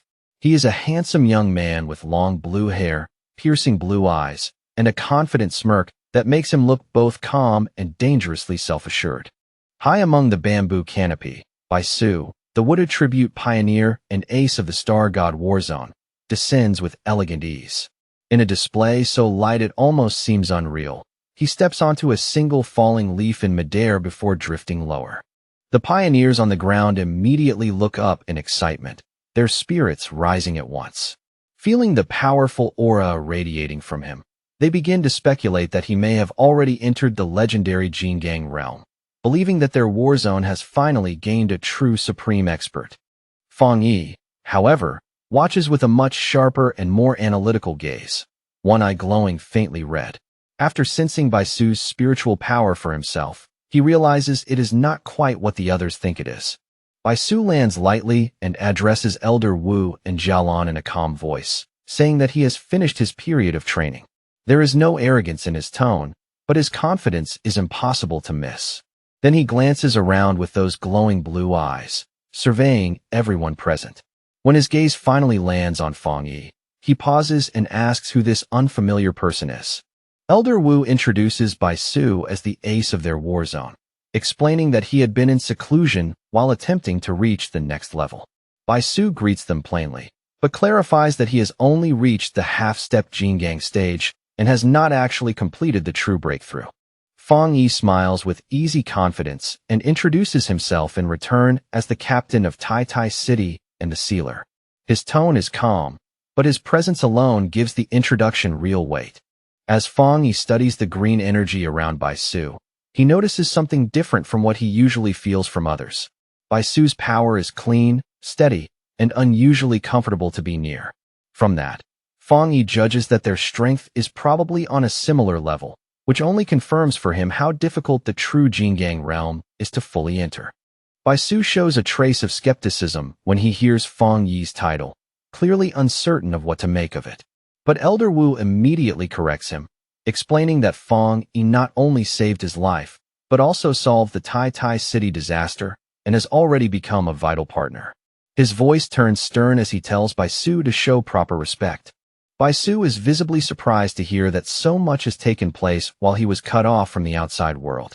Elder Wu then explains to Fang Yi that Bai Su is a rare prodigy who awakened early and was raised with the nation's finest resources, allowing his growth speed to rival Fang Yi's own. That is why he has spent so long in isolation and remains largely ignorant of recent events.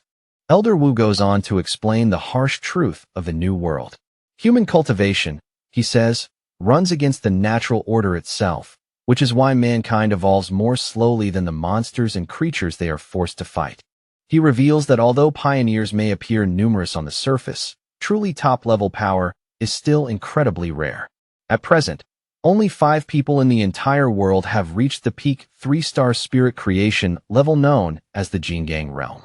Fang Yi listens quietly as Elder Wu admits that hidden talents may exist somewhere, just as Fang Yi himself once did. Even so, the barrier separating this stage from the next is unimaginably vast. Elder Wu describes the Jingang realm as a sheer cliff that most pioneers will never be able to climb in their lifetime. Many do not merely fail there, they lose their lives attempting the breakthrough. But he also says that once someone truly crosses that threshold, the transformation is complete. Their body changes on a fundamental level, becoming almost like the immortals described in old legends. Then Elder Wu turns toward Bai Su with obvious pride in his eyes. Smiling, he says that reaching the half-step Jingang stage with such calm and pure energy is already an extraordinary achievement, one worthy of genuine praise. Fang Yi says nothing for the moment. He simply watches the exchange in silence, observing both Elder Wu and Bai Su with steady interest. Suddenly, Bai Su steps closer to Fang Yi and fixes him with an intense stare. He reveals that while he was in seclusion, he felt the shockwave from Fang Yi's breakthrough. According to him, that burst of energy became the final push that helped him reach his current state. Because of that strange connection, he says he has wanted to test himself against Fang Yi ever since. The two powerful pioneers face each other directly, and their auras rise without restraint. Around Fang Yi coils the image of a golden fire dragon, while Bai Su answers with a green dragon formed from nature itself. Bai Su remarks that despite the obvious differences between them, he can feel that they are fundamentally the same kind of people. Fang Yi lets out a confident laugh and accepts the challenge without hesitation. Golden energy begins to glow around his body as he agrees to the fight with the kind of excitement only a true powerhouse could feel. Seeing that a battle is about to break out, Elder Wu steps in at once and takes the role of referee. He orders everyone else to retreat to a safe distance and warns the two of them not to go too far or seriously injure one another. Fang Yi and Bai Su lock eyes, and the air between them grows hot with invisible pressure. Their gazes alone seem to spark with energy as both men prepare to make the first move. Then, in less than a heartbeat, their powers crash together and explode. The collision produces a massive blast that tears violently through the forest, shaking the surrounding land and sending spiritual force rippling in every direction.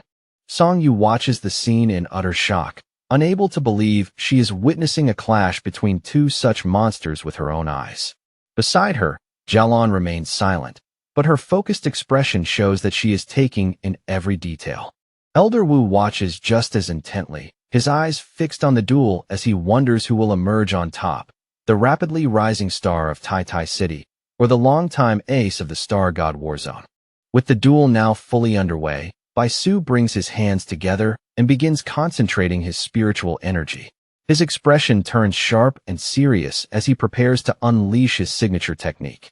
As a wood attribute pioneer, Bai Su commands nature itself with frightening ease. The earth trembles under that authority, and in the next instant, enormous green vines burst upward like a living tide, surging around Fong Yi from every direction. Fong Yi reacts without the slightest hesitation. Blue spiritual energy quickly gathers into his hands, dense and focused, as his body shifts into motion and prepares to answer Bai Su's opening assault. Moving at blinding speed, Fong Yi weaves through the violently twisting vines as if dancing through chaos itself. With sharp bursts of energy, he slices them apart one after another, all while realizing that Bai Su is not merely using techniques. He is turning the entire forest into a weapon. But the attacks do not stop. More vines crawl out from the shadows and lunge toward Fong Yi, trying to bind him in place. He only grins at the sight and says that with this much wood around, Bai Su has basically handed him perfect fuel for a fire. With that, Fong Yi calls forth his sword. Flames flare to life around his hand first, then race along the weapon itself, casting hot light across the battlefield. He swings hard, releasing a huge slash of fire that tears straight through the giant roots in front of him. Fong Yi fully expects the flames to catch and spread, turning Bai Su's attack back against him. Instead, the severed vines suddenly shine with green light. The damage closes almost instantly, healing before the flames can properly take hold or spread any farther. Fong Yi's expression sharpens at once. The fact that his fire failed to produce the effect he expected immediately tells him this fight is going to be far more troublesome than it looked. Standing before that thick wall of writhing vines, he questions Bai Su directly, asking whether his plants are actually immune to fire. After all, by nature, wood should be weak against flame.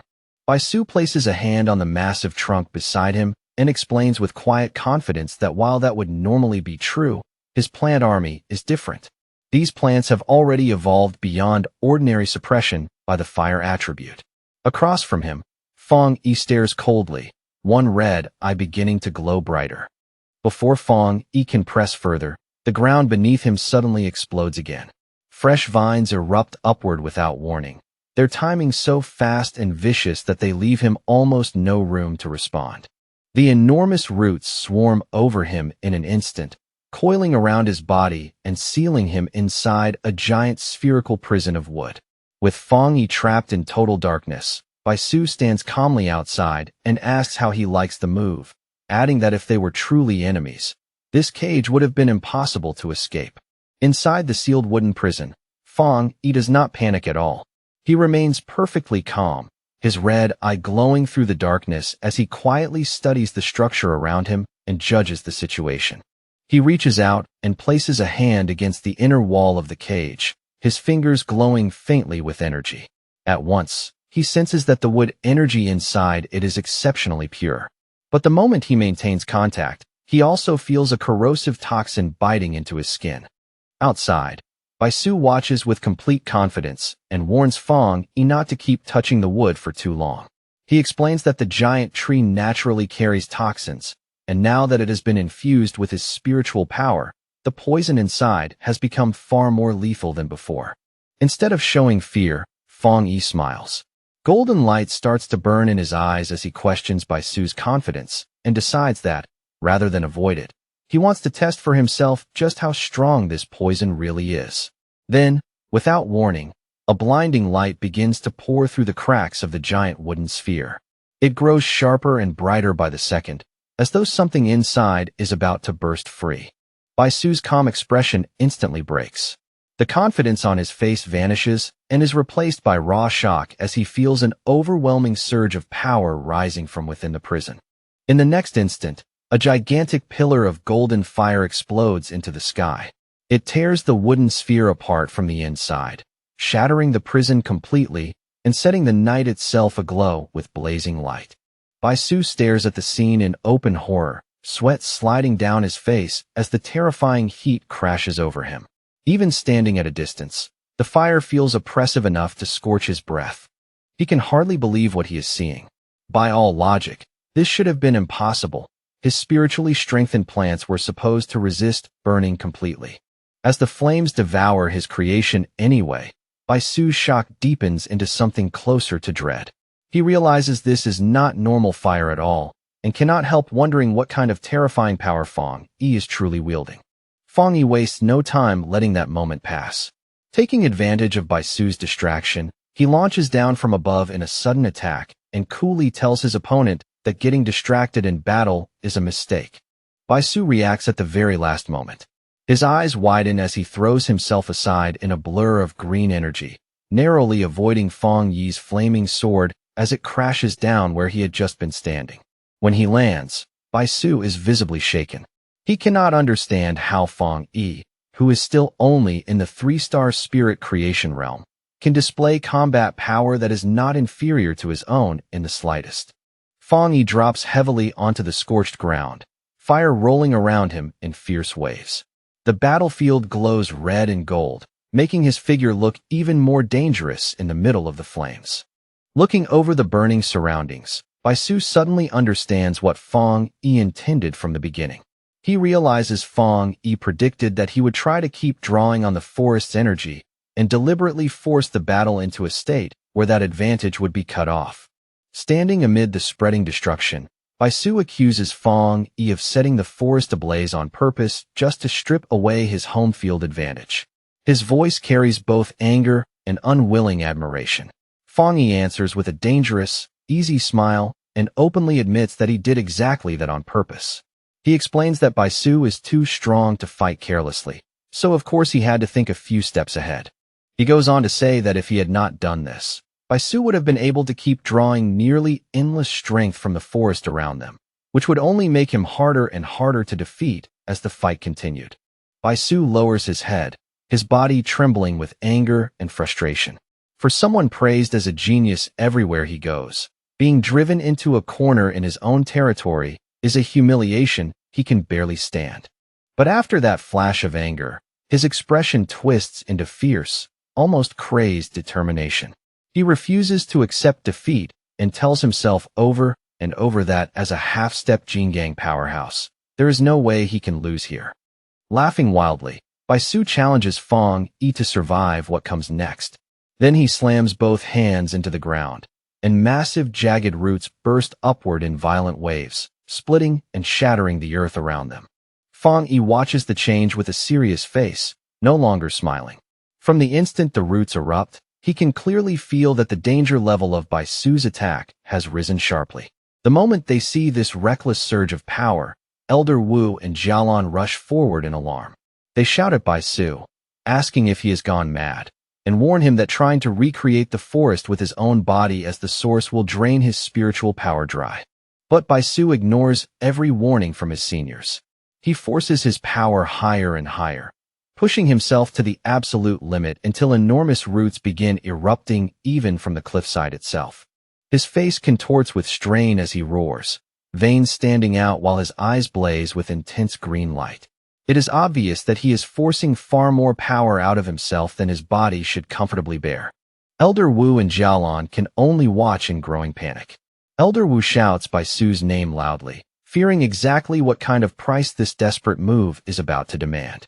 With a furious cry, Baisu finally releases the technique he has been forcing into shape, recreating heaven and earth itself through sheer wood-attributed power. A gigantic avatar made of vines takes form, towering over the battlefield, and the gust produced by its birth alone blasts Fang Yi backward. The sheer force of it makes the whole area feel as though nature itself has risen up to crush him. Even so, Fang Yi does not lose focus. He gathers a fireball in his hand, while carefully sensing the astonishing density of the wood energy packed into Baisu's technique. Instead of retreating, Fang Yi charges straight into the incoming sea of vines. Without even turning back, he tells the worried people behind him that the match is not over yet, and that he will deal with it himself. Elder Wu can only stare in silence. For the first time in several moments, even he finds himself unable to step in, forced to simply watch how this clash will unfold. Then, all of a sudden, one of Fang Yi's eyes ignites with a golden flame. The change is immediate and unmistakable, signaling a clear shift in the nature of his power. With that transformation, he begins cutting through the dense plants with wave after wave of blazing fire.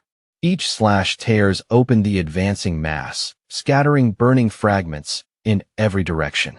High above the battlefield, Fang Yi raises his power and condenses it into a massive sword of energy.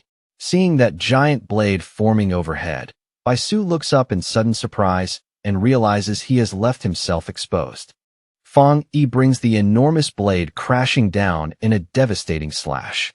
Baisu barely dodges in time, and the attack slices through the towering vines behind him with overwhelming force. But the burden of the battle has finally reached Baisu's limit. As soon as he lands, he covers his mouth and coughs up blood, the backlash from forcing his power too far finally showing on his body. Even injured like that, Baisu still refuses to surrender. With a wild light in his eyes, he clasps his hands together once more and shouts that he can still fight, that he will recreate the entire forest again if he has to. Looking down at him, Fang Yi gives only a faint, almost mocking smile. In a calm voice that cuts even deeper than anger, he asks whether this is really all the strength Baisu has. Without waiting for Baisu to answer at all, Fang Yi vanishes from where he stands and closes the distance in a flash. In the next moment, he is already in the air, driving forward with a heavy, explosive punch aimed straight at his opponent. Baisu reacts on pure instinct, forcing his arms up in front of himself as he desperately gathers Green's spiritual power. A thick barrier of emerald energy blooms around him at the last second, just enough to shield his body from the incoming blow. The collision detonates like a bomb. A huge explosion bursts outward, shaking the ground beneath everyone's feet and throwing dust and spiritual force into the air. Song Yu can only stare, stunned by the raw violence of that impact. She is even more shocked by what that impact means. Baisu has actually been forced this far. Yet beside her, Lin Yi is not nervous at all. She simply watches with a small, confident smile, as if this result was exactly what she expected. Through the smoke, Lin Yi watches Fang Yi descend slowly and steadily, and inwardly, she cannot help mocking the so-called genius. In her eyes, Fang Yi has not even shown his full power yet, nor has he truly started using his other attributes. Losing this badly to a version of him that is still holding back feels almost embarrassing. Elder Wu and Xiaolan watch with grim, complicated expressions. Elder Wu quietly notes that Baisu's mentality has already cracked under the pressure and admits that the gap between him and the sealer is simply too large. Xiaolan adds that Baisu has always been a pure battle fanatic, someone who lives to fight, and he has never suffered a defeat like this before. Fang Yi looks down and thinks the fight is finally over as Baisu kneels weakly in the dust. Blood drips from the corner of Baisu's mouth, and in a low, hoarse voice he murmurs a thank you, sounding for a brief moment as though he has accepted the lesson and his defeat. But that brief calm shatters instantly. Baisu suddenly throws his head up and screams that he can still continue. Green energy bursts wildly around his body as he refuses to surrender, shouting that his spiritual power has not yet run dry. Standing there without moving, Fang Yi lets out a quiet sigh. Looking at Baisu's stubborn refusal to stop, he thinks to himself that it is finally time to put an end to this match properly. Baisu brings his hands together again, every bit of his attention tightening into a single desperate focus. His posture stiffens, and the remaining spiritual energy in his body begins to gather with dangerous intensity. In a strained voice, he commands all living things to heed his call. At once, several glowing green avatars of himself appear suspended in the air around him, each one pulsing with power as they prepare for one final desperate assault. Fang Yi studies the scene carefully instead of rushing in. He admits to himself that Baisu's ability to create these clones proves he really is a top-tier pioneer and easily the strongest opponent Fang Yi has faced so far. This fight has already forced Fang Yi to spend a considerable amount of energy. Even so, when the green clones dive down together to attack, Fang Yi does not retreat a single step. Standing firm, he moves with terrifying speed and unleashes a storm of blazing slashes, cutting through the incoming figures one after another and destroying them almost as soon as they reach him.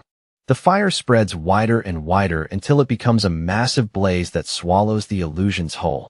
Bai Su is left momentarily disoriented, unable to locate Fang Yi through the light and heat, only to realize far too late that his enemy has already slipped right up beside him.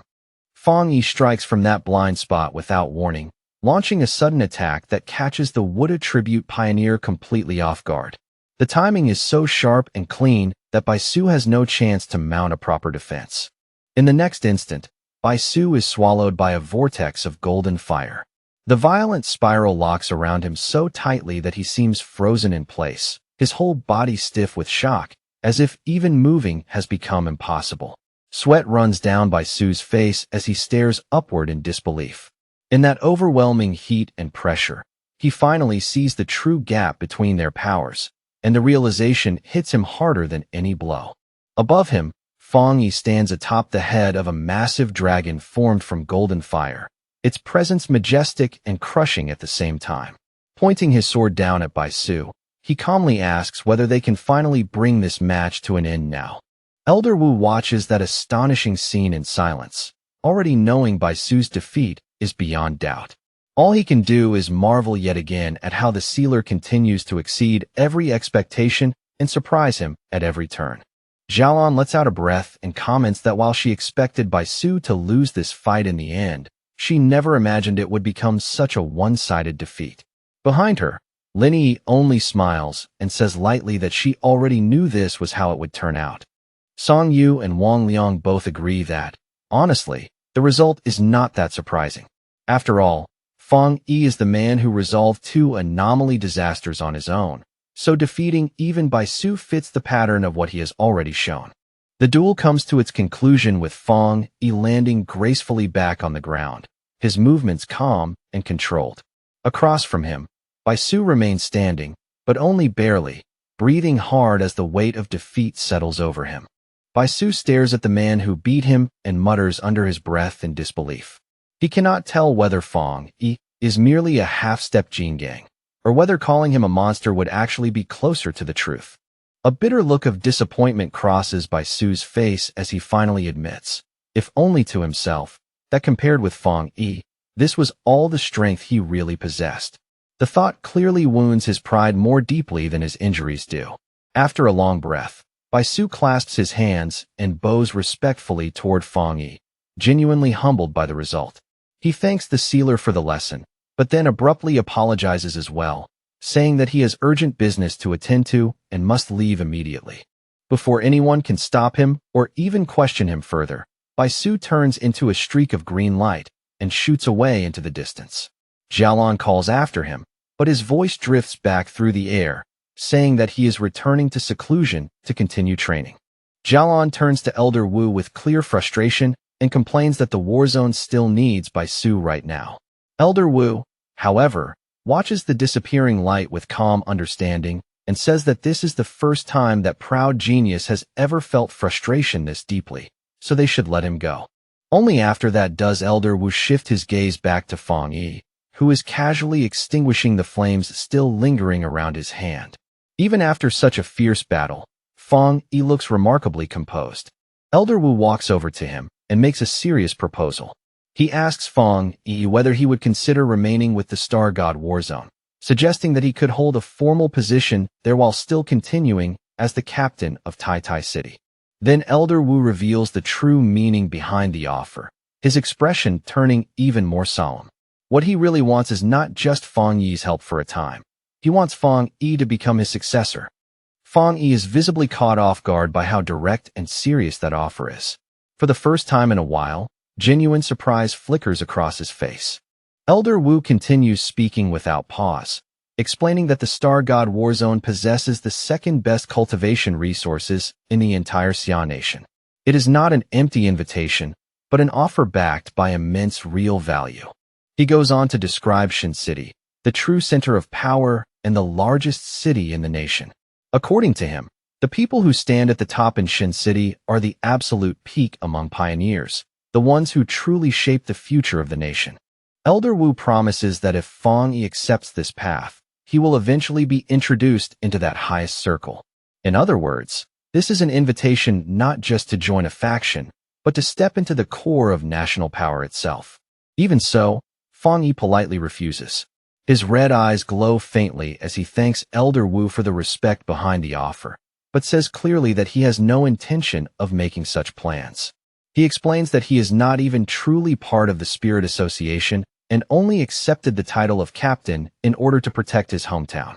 More than anything, he says firmly that he does not want to belong to any single group. Song Yu and Wang Liang are both stunned when they hear that answer.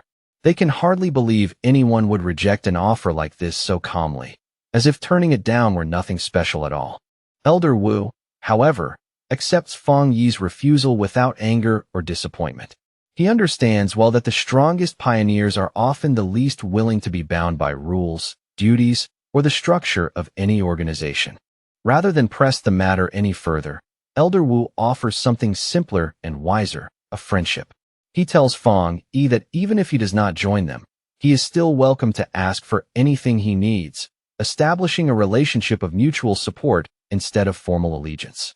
Fang Yi then states that he and Jialan will remain in the forest a while longer to continue training on their own. His tone makes it clear that he has already decided how he wants to use the rest of this opportunity. Just then, the sky begins to darken rapidly as heavy storm clouds gather overhead. Elder Wu lifts his head and notes that the forest is rich with elemental energy, and that a thunderstorm is about to break over the area. He quickly realizes that the violent battle they just witnessed must have stirred the natural energy of the forest, causing the thunder attribute to grow especially intense. That thought reminds him that Fang Yi did not even use his thunder power during the match. Laughing aloud, Elder Wu praises Fang Yi's terrifying potential once again. Then he immediately orders everyone else to withdraw from the forest and leave the area to Fang Yi, making sure that no one interferes with his next phase of training. As he watches Fang Yi, Elder Wu thinks to himself that as long as Fang Yi remains a pioneer of the Xia nation, that alone is already one of the greatest blessings the country could hope for. Fang Yi smiles faintly, understanding at once that Elder Wu has seen through his intentions. There is no need for further explanation between them. As he leaps into the air, Fang Yi reflects that the Star God Warzone will not try to pressure him precisely because his strength is already too great. At that moment, he clearly understands that true power is what grants him the greatest freedom of all. Blue electricity begins to flicker in Fang Yi's eyes as he senses the storm building above him. The thunder in the sky seems to answer his awareness almost immediately. Floating high in the air, Fang Yi opens himself to the lightning without fear. He activates his divine thunder technique, and a huge web of electricity spreads around his body as he begins a new round of training in the heart of the storm. In Tianhai Forest, under a sky growing darker by the second, Fang Yi flies directly into the raging storm of lightning. His figure rises into the chaos as though he is entering a battlefield made purely of thunder. On the ground below, Bai Su, still recovering from the humiliation of their fight, raises a protective barrier and looks up in disbelief. To him, it seems insane that someone with such a powerful fire attribute would dare reach for an equally pure thunder power. Bai Su knows exactly how dangerous that is. Two extreme powers of that level should clash violently and lead to self-destruction. Even pioneers who possess dual attributes usually have one dominant force and one supportive one, never two pure, opposing extremes this terrifying. As Bai Su watches Fang Yi become completely wrapped in violent electricity, disbelief fills his mind. He cannot help wondering whether the sealer really does not understand such a basic rule about conflicting elemental power. Then, without warning, a massive bolt of lightning tears down from the sky and strikes Fang Yi directly. The flash is so fierce that it seems to split the storm itself open. And yet, instead of being wounded, Fang Yi's lips curl into a confident smile. Blue electric light ignites in his eye as he calmly absorbs the thunder's power, as though the lightning had come not to destroy him, but to feed him. From a safe distance, Song Yu panics and shouts toward Elder Wu and Jialan, demanding to know why they are not stopping him.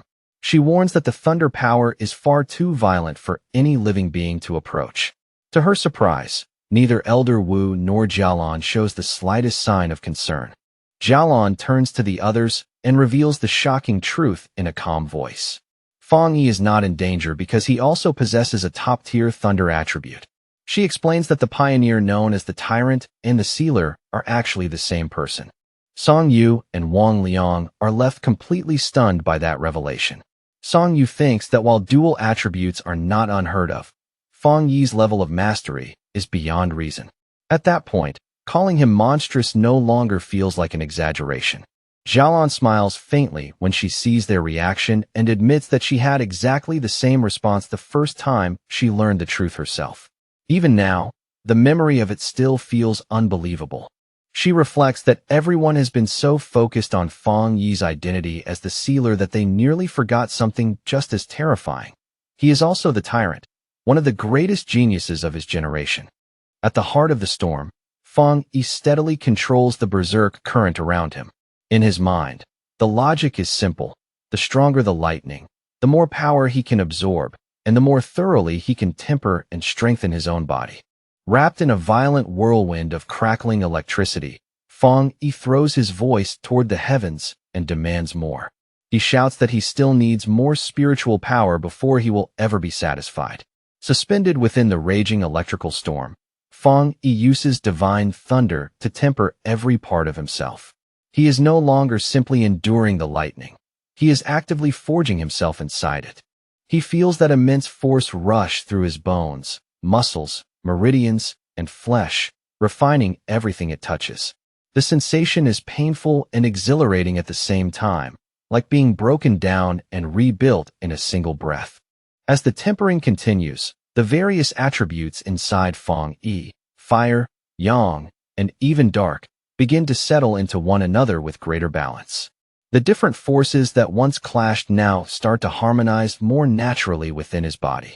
One after another, system notifications appear and confirm the changes taking place. Each of his attributes has undergone tempering, and each one has become more refined than before. At last, a final message appears, announcing that the divine thunder tempering is complete. It states that his body and spiritual power are now fused more smoothly, and even the energy he had spent has been restored. A confident smile spreads across Fang Yi's face as he feels the difference for himself. In that moment, he has the overwhelming sense that he has been reborn all over again. To test this newly tempered power, Fang Yi casually flicks out a bolt of thunder toward a distant mountain.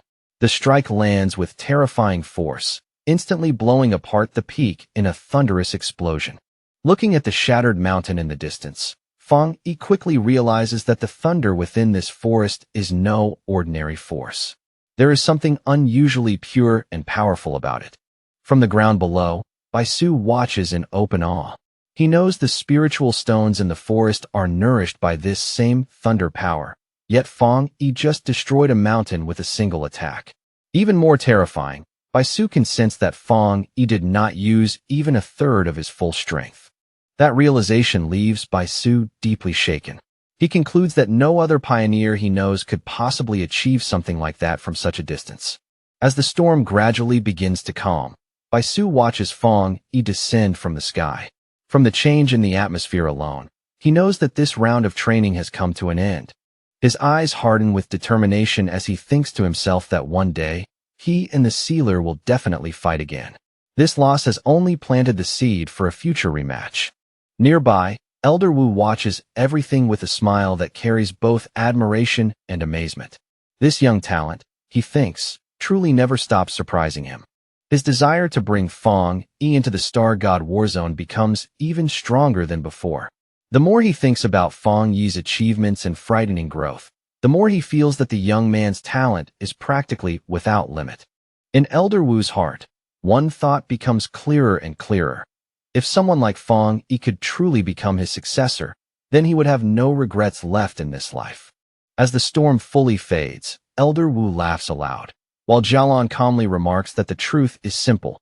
The Star God Warzone needs the Sealer's support far more than the Sealer would ever need theirs. Elder Wu then turns toward Jialan and comments on how much she has grown as well, which only makes him feel more confident about the future ahead. Slightly flustered by the praise, Jialan asks if he truly means that.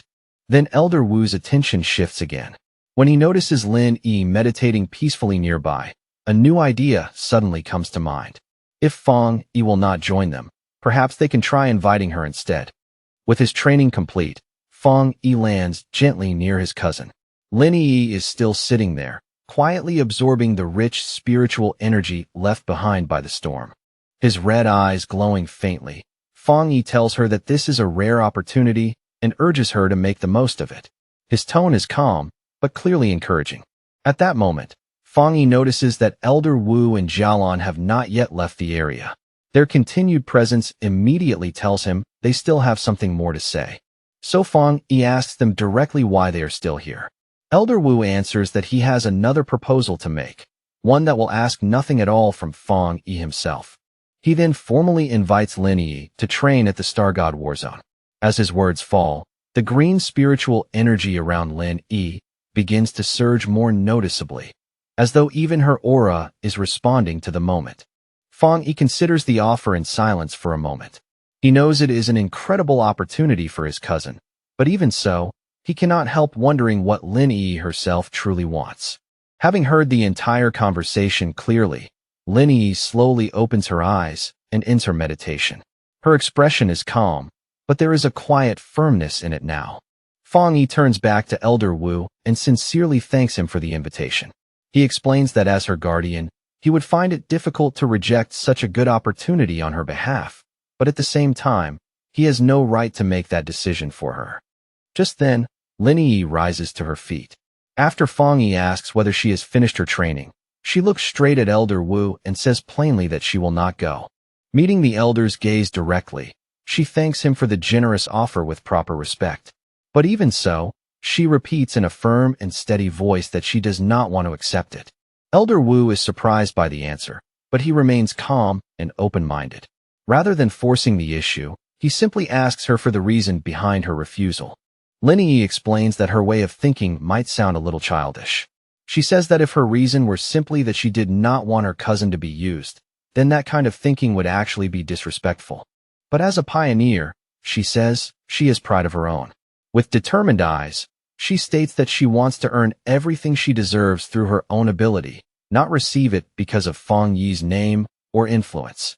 Fang Yi is left speechless for a brief moment, clearly caught off guard. For the first time, he realizes that his cousin really has begun to grow up.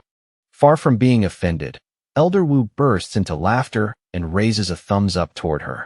He apologizes for thinking too one-sidedly, then tells her that they will continue watching her growth and encourages her to do her best. A bright and genuinely happy smile appears on Lin Yi's face. Full of spirit, she promises that she will not let that encouragement go to waste. Later that night, the scene shifts back to Fang Yi's villa, where the atmosphere is quiet and still after the chaos of the forest. As he and Lin Yi walk up the stairs together, Fang Yi reflects on the gains he has made recently. In his mind, the issue of spiritual energy reserves is basically solved for now, and what he needs next is to figure out how to fully develop and use his new Twilight Fire attribute. At the same time, he also thinks about the much more troublesome Death Brand ability he acquired. That power feels less like a reward and more like a difficult problem he will eventually have to understand and resolve. When they reach the upper floor, Lin Yi suddenly stops walking and points ahead in confusion. She asks her cousin why there is someone squatting right in front of their door. The person lifts her head at those words, revealing herself to be Su Qingying. Looking tired and a little stiff, she stretches her body and tells them that they have finally come back.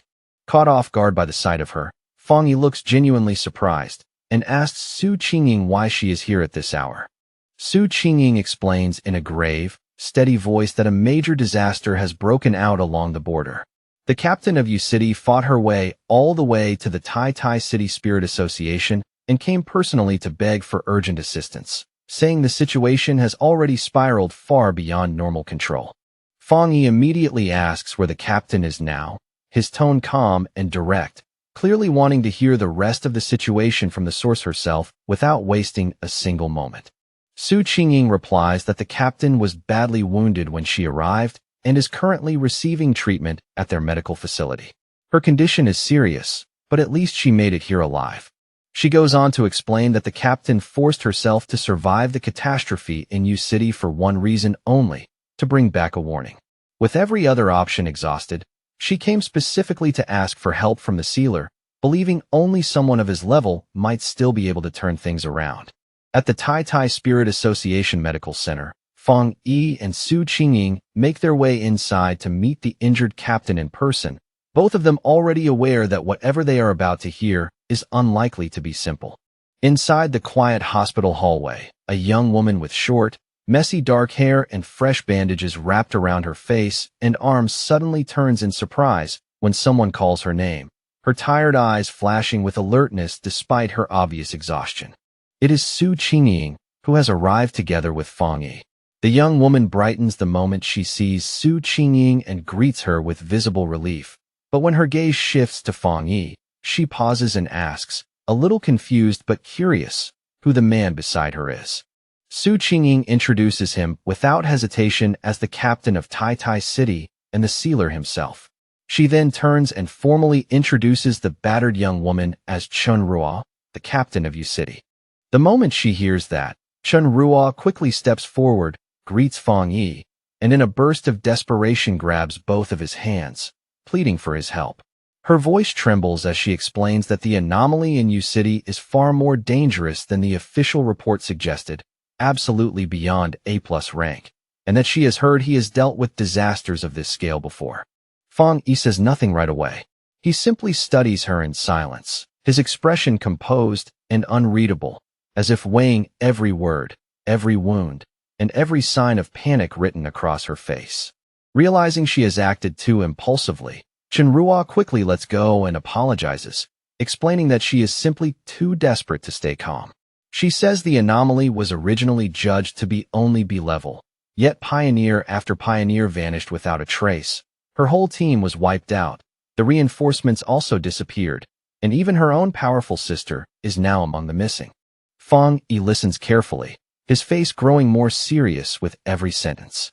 Inwardly, he finds it deeply suspicious that something classified as a B-level anomaly could cause this many disappearances, especially in a border city where even ordinary pioneer standards should be higher than usual.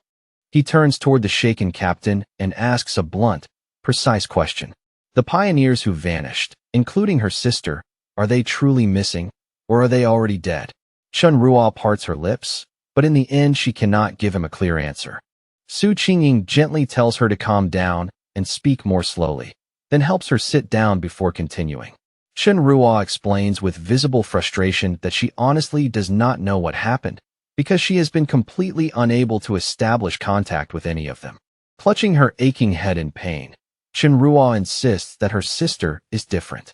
She says the two of them share a special connection, and because of that bond, she can still feel, faintly but clearly, that her sister is alive somewhere.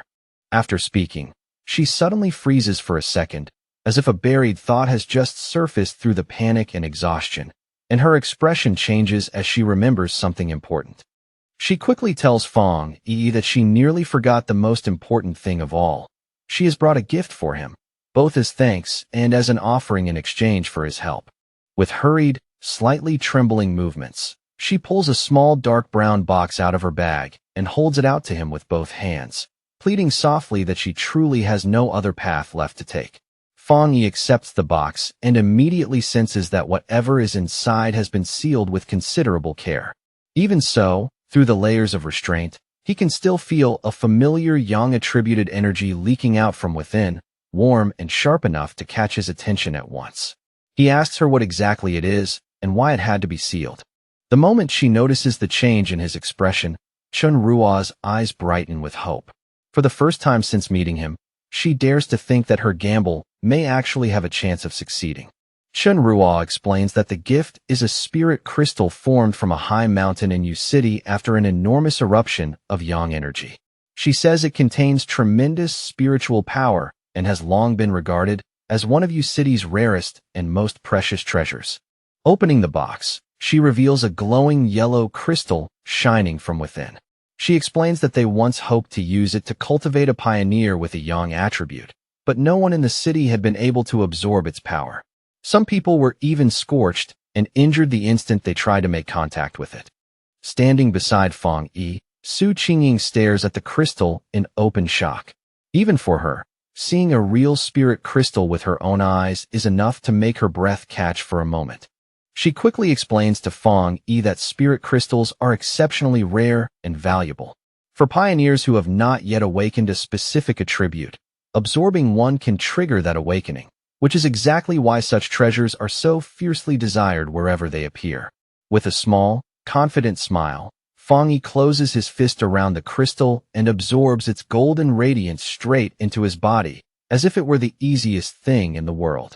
He tells Qinruo that they have a deal, then asks whether they should leave right now. Startled by how effortlessly he handled it, yet visibly relieved, Qinruo stammers that there is no problem at all.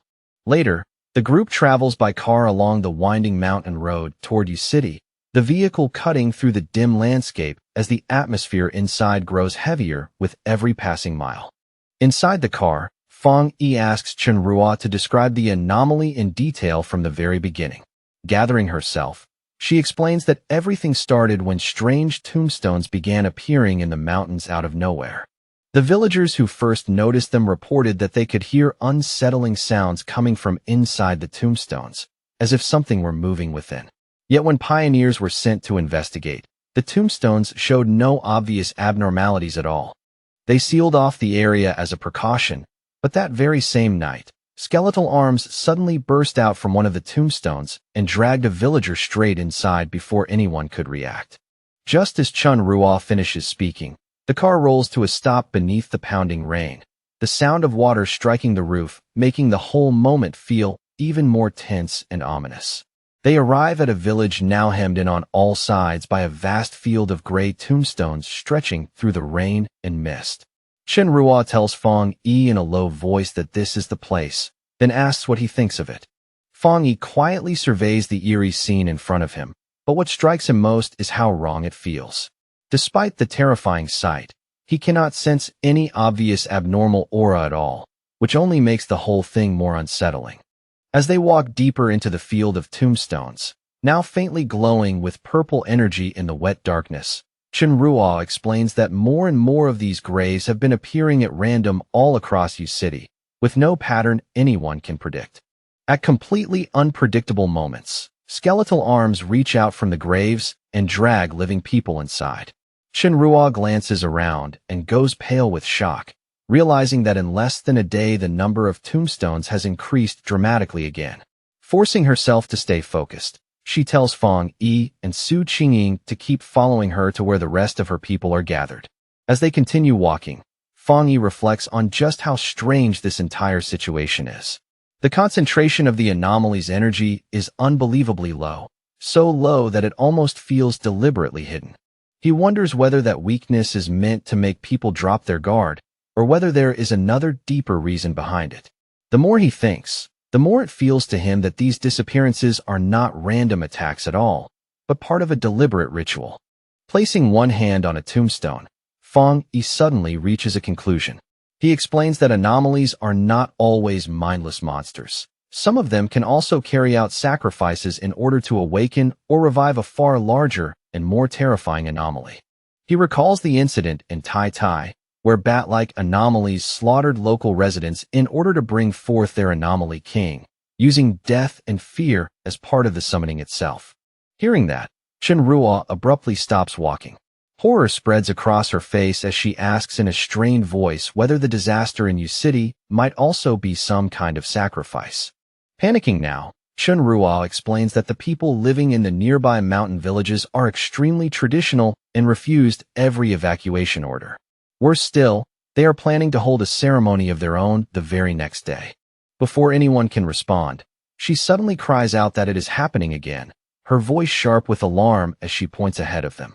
A skeletal purple hand explodes out of the ground directly in front of Fang Yi, dirt and broken stones spraying into the air as it lunges toward him without warning. Fang Yi slips aside with effortless ease, avoiding the attack in a single clean movement. As he watches it, he calmly notes that the creature's power is not impressive at all, and is indeed only around the reported B level. Without hesitation, he summons his flaming sword, its heat flaring brightly in the rain, and brings it down in a swift strike that cuts the skeletal arm cleanly in half. But before the broken limb has even finished falling, another skeletal hand bursts violently from the ground and clamps down around his glowing blade, stopping it with eerie precision. Fang Yi does not panic. He simply watches the movement with a sharp, focused gaze, carefully observing the reaction as if he has been waiting to confirm something. That skeletal hand is attached to something far worse, a much larger monstrous skeleton with multiple limbs, which tears its way up from underground in a brutal eruption of earth and grave dust. All around them, more skeletal creatures begin bursting from the ground one after another, rapidly closing in on Su Qingying and Chen Ruo from every direction.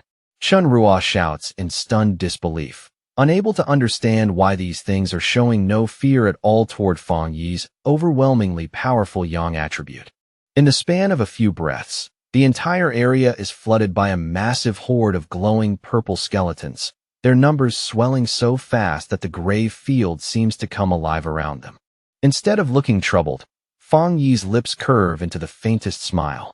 He thinks that his theory seems to be proving correct, though he still needs one final confirmation, and quietly remarks that this mission has suddenly become far more interesting than he expected. Amid the chaos, Chen Ruo raises her flute and plays through the storm of bones around her. Green blasts of spiritual energy burst outward with every sharp note, slicing through the surrounding skeletons and tearing them apart one after another. Chen Ruo says through clenched teeth that these skeletons are not especially high level, but they are terrifyingly relentless. Because they feel no pain and never hesitate, they keep coming forward like a tide that refuses to stop. Then she realizes with sinking despair that their numbers are far greater than before, so many that they seem impossible to fully wipe out. The hope in her eyes starts to dim as she cannot help wondering whether even the sealer might be powerless against something like this. Seeing her struggle and the fear rising in her face, Su Qingying kicks several skeletons away in one swift motion and tells her not to lose heart. Her voice is firm and steady, cutting through the panic like a hand dragging someone back from the edge. Suddenly, Su Qingying finds herself surrounded by a massive surge of hellish red flames that explode outward and burn the skeletons crowding around her to ash. She stares in shock at the blazing firelight, wondering what kind of terrifying new power this is. From the very center of the battlefield, Fang Yi unleashes his twilight fire domain. He rises into the air above a huge red sphere of energy, his figure suspended like the eye of a storm as blazing power pours out around him. Below him, the ground is swallowed by a rolling sea of fire that spreads in every direction. The skeletal horde is engulfed almost instantly, their bodies collapsing and vanishing as though they had never stood there at all. As this new power fully activates, a system notification appears, stating that a special death attribute has been detected. The system then explains that his domain is continuously absorbing this unusual attribute and converting that energy into nourishment for his own yang attribute, steadily making it stronger. A moment later, one final notification flashes before him, confirming that the enhancement process has been completed. The message is brief, but the change in power is immediate and unmistakable. Su Qingying and Chen Ruo can only watch in stunned silence as a huge burst of fire erupts across the battlefield and wipes out the last remaining skeletons. The final wave disappears in the flames, leaving behind only heat, smoke, and disbelief. Chen Ruo is visibly shaken and impressed, admitting that Fang Yi's reputation as the sealer is absolutely deserved. Relief washes over her at last, and for the first time she feels that Yu City might actually be saved. She apologizes for her earlier behavior, then says she will take them to meet the rest of her team. Chen Ruo leads them back to a camp that now serves as the temporary base of the Yu City Spirit Association. As soon as she arrives, a group of tired, battered pioneers looks up and greets her at once, calling out to their captain with obvious relief. Chen Ruo quickly introduces Fang Yi and Su Qingying to them, explaining that she managed to bring back reinforcements. She tells them that the famous sealer himself has come, along with the captain of the Tai Tai Association. Her three teammates, Chen Feng, Chen Xing, and Chen Shi, all stare at Fang Yi in disbelief. They find it hard to accept that someone this young could really be the legendary pioneer who once resolved a disaster on his own. One of them comments in a low, uneasy voice that his age may not matter, but the problem here in U City is completely different. Whatever they are facing now is not something ordinary strength can solve so easily. The tension sharply rises when Chun Feng angrily scolds Chun Ruo for coming back and even bringing outsiders here to die with them. He shouts that almost nobody is left, that the city is about to be devoured whole, and that they were all tricked from the start and lured here only to become sacrifices. As Chun Ruo tries to explain that her team has already suffered enough and that she had no other choice, Feng Yi simply watches them in calm silence. His eyes move over their expressions, taking in every trace of fear, anger, and exhaustion. With a serious, unshaken look, Feng Yi finally speaks and says that he accepted this request, so he will do what he came here to do. His tone is steady and absolute as he declares that he will solve the problem in this place himself. Meanwhile, Chen Shi explains to the upset Chen Feng that their city is remote and cut off, and because of that, many local customs remain deeply traditional. When the people face troubles they cannot solve, they do what they always have done for generations. They pray to the gods for help. From a clifftop, Feng Yi looks down toward a village wrapped in strange purple mist drifting from the tombstones below. Watching the eerie scene in silence, he wonders whether the people there are preparing to hold some large ceremony to beg for blessings. As he thinks about those old customs and ritual practices, Feng Yi begins to suspect that these traditions are not unrelated background at all. In his mind, the connection between the village's beliefs and the strange anomaly becomes more and more likely. All at once, a strange wind sweeps through the forest, rustling the trees with an unnatural hiss that makes the atmosphere turn cold. The sudden movement startles Chen Feng and Chen Shi, both of them instinctively going tense. Following the direction of the wind, they soon reach a clearing and see a large crowd of villagers already gathered there. The people are packed together in silence and tension, clearly preparing for some kind of ritual. Chen Ruo immediately realizes that the ceremony is about to begin, and worry floods her face. She says it would turn into a complete disaster if the tomb anomaly erupts again right in the middle of all these people. Feng Yi, however, seems more intrigued than alarmed. With a calm, confident smirk, he asks who wants to go watch the whole thing from up close, then starts walking straight toward the crowd without the slightest hesitation. The group soon arrives at Yueyuan Square, where a huge bonfire is burning fiercely in the center. Firelight flickers across the stone ground and the anxious faces of the gathered villagers. The villagers are in complete despair, crying out to their god to look upon their suffering. One man, his voice breaking with grief, offers up his own life and begs that his children be spared instead. All around the square, people kneel and bow low to the ground, their foreheads nearly touching the stone as they plead again and again for the heavenly God's mercy. The whole place is filled with fear, desperation, and trembling faith. Then, without warning, the bonfire suddenly goes out. The stone platform beneath it shatters with a violent crack, and long fractures begin spreading across the square like something underneath is forcing its way upward. That is when the real horror begins. Skeletal hands start clawing their way out from behind the tombstones, and someone in the crowd screams that the monsters from the tombs are coming out again. Out of the swirling purple mist, several skeletons slowly rise into view, their red eyes glowing with a sinister light. They stand there staring at the terrified villagers like predators, choosing where to strike first. Panic explodes across the square. An old man trembles so badly he can barely speak, insisting that this must be some kind of test from their god, while the rest of the villagers break apart and run wildly in every direction. A mother clutches her crying child tightly against her chest, her face drained of color and filled with terror. Through tears, the child asks in a trembling voice whether their god is still going to save them. The chaos only gets worse as the skeletons suddenly charge into the crowd. The villagers scatter in total fear, stumbling over one another and screaming desperately for help as the square collapses into madness. In the middle of that panic, one skeleton slams into the mother and knocks her away, tearing her apart from her child in an instant. The little girl can only watch in horror, crying out for her mother with helpless, broken sobs. Just as the child is left standing there all alone, an even larger, ghostly skeleton slowly emerges from the mist behind her. Its towering form feels far more terrifying than the others, like death itself stepping out of the fog. The creature stretches out its bony hand toward the crying little girl. The motion is slow but inescapable, casting a shadow over her as she freezes in terror. But before that skeletal hand can so much as touch her, the creature is instantly blown apart in a flash of golden light. The strike is so fast and overwhelming that it vanishes before anyone fully understands what happened. Right after that, a huge wave of holy fire surges across the square, sweeping through the attacking skeletons and burning them down where they stand. In a heartbeat, the entire area is transformed into a blazing inferno of sacred-looking flames. The surviving villagers gradually stop running, too stunned to move any farther.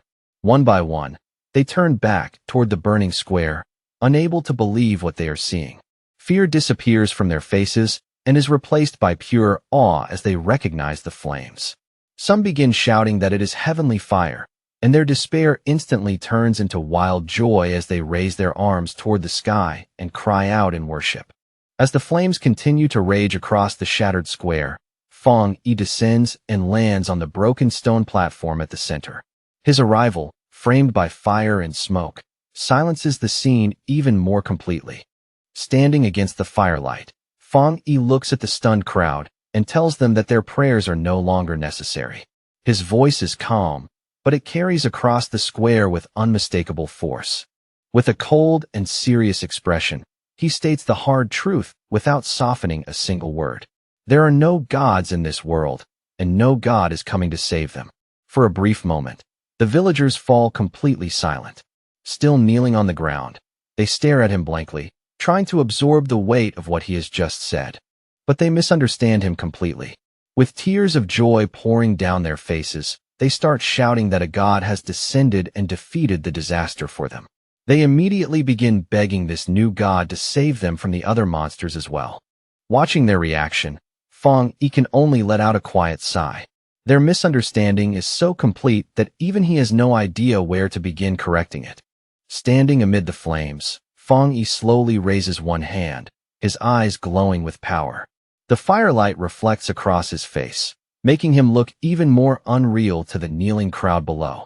Then he activates his Twilight Fire domain once again. In an instant, a massive swirling red sphere appears in the sky, spinning like a vortex and pulling in all the deathly energy, and broken skeleton remains scattered across the ground. After that, Fong Yi turns to the stunned villagers and makes himself clear. He tells them that he is not a god at all, but a pioneer captain from Tai City, a man known by one title alone, the Sealer. The villagers and Chun Rua's team can only stare at the terrifying red sphere hanging in the air, their faces frozen with shock. The sight is so strange, so overwhelming, that for a moment no one can even find the words to react. Still reeling from what he has just seen, Chen Feng asks in disbelief what Fong Yi is actually doing. Chen Rua, already frustrated by her teammates' doubts, snaps back that she warned them from the very beginning that Fong Yi was no ordinary pioneer. She goes on to explain that Fong Yi is the very person who single-handedly resolved the disasters in both Tai City and Kong City. She reminds them that even the highest-ranking authorities treat him like an honored guest, which should be enough to show what kind of figure he really is. After absorbing the immediate threat, Fong Yi shoots into the air like a blazing golden comet and heads straight toward the main village. In the distance, it is still smothered in thick purple mist, with countless skeletons moving beneath it like a living nightmare. At that moment, a system notification appears before him, confirming that the Twilight Fire domain has successfully absorbed a massive amount of the death attribute. As a result, his own Yang attribute has been strengthened even further, becoming noticeably more powerful than before. Looking down from above at the sea of skeletons crawling through the village below, Fong Yi narrows his eyes and quietly gathers his strength. He is already preparing to unleash the power he has just gained. He summons his blazing sword once more, and this time the flames burning along its edge are brighter and fiercer than ever. The weapon hums with heat, as if it too has become sharper after the recent surge in power. With one powerful swing, he releases an enormous wave of fire and declares that he will free you city once and for all. His voice cuts through the chaos with absolute certainty, carrying both force and judgment. The flames, now laced with a strange purple color drawn from the absorbed energy, roar through the village like a storm. They sweep across the streets and tombs alike, burning through everything in their path with terrifying speed. From a safe distance, a group of survivors watches the scene unfold in utter disbelief before bursting into cheers. They cry out joyfully that the tombstones and skeletons are gone, celebrating through tears that heaven has not abandoned their city after all. Once the attack is over, Su Qingying quickly checks the readings on her device and reports that the anomaly levels in the Anding district have returned to normal. Her voice is steady, but there is clear relief beneath it. Standing beside her, Chen Ruo confirms that the Baimu district has also been cleared. She explains that only the Jinming district remains now, and that area has always had the highest concentration of the anomaly's power. However, just as they are about to move out again, Su Qingying's expression suddenly changes. The relief drains from her face and is replaced by sharp, unmistakable shock. She urgently asks whether none of them have noticed that something is terribly wrong. The tension in her voice is enough to make everyone's attention snap back toward the village at once. Pointing toward the village, she explains that the pillars of purple light have not disappeared at all. Instead, they have actually multiplied, which means the situation has not improved in the slightest and may in fact be getting much worse. Chen Ruo also cries out in alarm as she confirms that an enormous energy surge is erupting from the Jinming district. She can clearly feel the anomaly's power rapidly gathering and compressing into a single point. Right before their eyes, a horrifying change begins. A swirling vortex of dark green and purple energy twists together in the mist, slowly taking on the outline of something huge and monstrous. From that rolling mist, a giant skeletal being emerges at last, a newly born anomaly king whose empty eye sockets shine with a menacing green light. Even in the face of that crushing presence, Fong Yi does not retreat. He stands his ground calmly, without the slightest sign of fear. As Fong Yi faces this new threat, two system windows appear in succession before him. The first states that an unknown power has been detected and is being analyzed. A moment later, the second window delivers the result and identifies that strange force as the death attribute. The enormous anomaly king, wrapped in layers of green and black energy, glares down at Fong Yi from above. Its sheer size is so great that it dwarfs the entire village beneath it, turning the scene into something almost apocalyptic. Floating in midair within his golden aura, Fong Yi stares back without blinking. As he measures the monster, he senses a deeply strange presence from it, heavy and hostile in a way that is far more difficult than anything he has dealt with before. Watching from a safer distance, Chen Ruo and Su Qingying are both stunned speechless. Chen Ruo finally stammers out a question, asking what kind of creature this thing even is, and says its bizarre energy feels even more oppressive than the S-class disaster in Tai City. In that moment, the group realizes that this new anomaly king must be the true source behind the pillars of light. Su Qingying suddenly shouts a warning to everyone, telling them that the creature is about to attack. Her voice is sharp and urgent, breaking the stunned silence around them. The anomaly king releases its power at once, sending out a swarm of shadowy black tendrils that rush forward like a living flood. They spread through the air in twisting waves, fast and vicious. That strange energy crashes over Fong Yi in an instant, and even he is visibly shaken by what it does. The reaction hits him so abruptly that his expression changes for the first time. He feels a sickening force invade him, something foul and oppressive that seems to twist at his thoughts themselves, as if his brain is being poisoned just by being exposed to the creature's presence. In that moment, Fong Yi realizes with genuine alarm that this is a fully evolved anomaly king. The aura of death pouring off it is far more terrifying and complete than that of any monster he has ever faced before. The black tendrils then come crashing down toward Fong Yi from all directions, trying to bury him beneath their overwhelming numbers. They close in like a net meant to swallow him whole. His expression hardens instantly, and his red eye burns with sharp focus as he prepares his counterattack. The momentary shock disappears, replaced by cold concentration. He reacts with astonishing speed, swinging his flaming sword through the air and slicing apart the shadowy arms one after another. Each strike is clean and forceful, carving bright arcs through the darkness. Even while fighting, Fang Yi is already analyzing the battle in his head. He knows that yang power should naturally suppress dark and deathly forces, which means his flames ought to be highly effective here. But what troubles him is that, despite that advantage, his powerful yang energy still is not completely shutting down the enemy's attacks. Just as Fang Yi cuts through one wave of tendrils, the Anomaly King's power surges again with even greater intensity. At the same time, the surviving villagers in the distance begin chanting and praying once more, desperately calling for their god to descend and save them. The Anomaly King finally unleashes its full power. The pressure in the air spikes so violently that the whole battlefield seems to tremble under it. From outside the storm of power, Su Qingying can only watch with wide, disbelieving eyes. Shock is written all over her face as the scene in front of her grows more and more dangerous. Inside that violent storm of energy, strange green tendrils suddenly erupt and coil tightly around Fang Yi's body, locking him in place. Seeing him bound like that, Su Qingying screams his name in terror, unable to hide her panic anymore. A moment later, Fang Yi's sword slips from his grasp, falls to the ground below, and shatters apart. The sound is brief, but to everyone watching, it feels devastating. Far away in Tai Tai City, Lin Yi is suddenly struck by a wave of dread so intense that she instinctively calls out for her cousin. It is as if, from that distance, she can somehow feel his pain reaching her.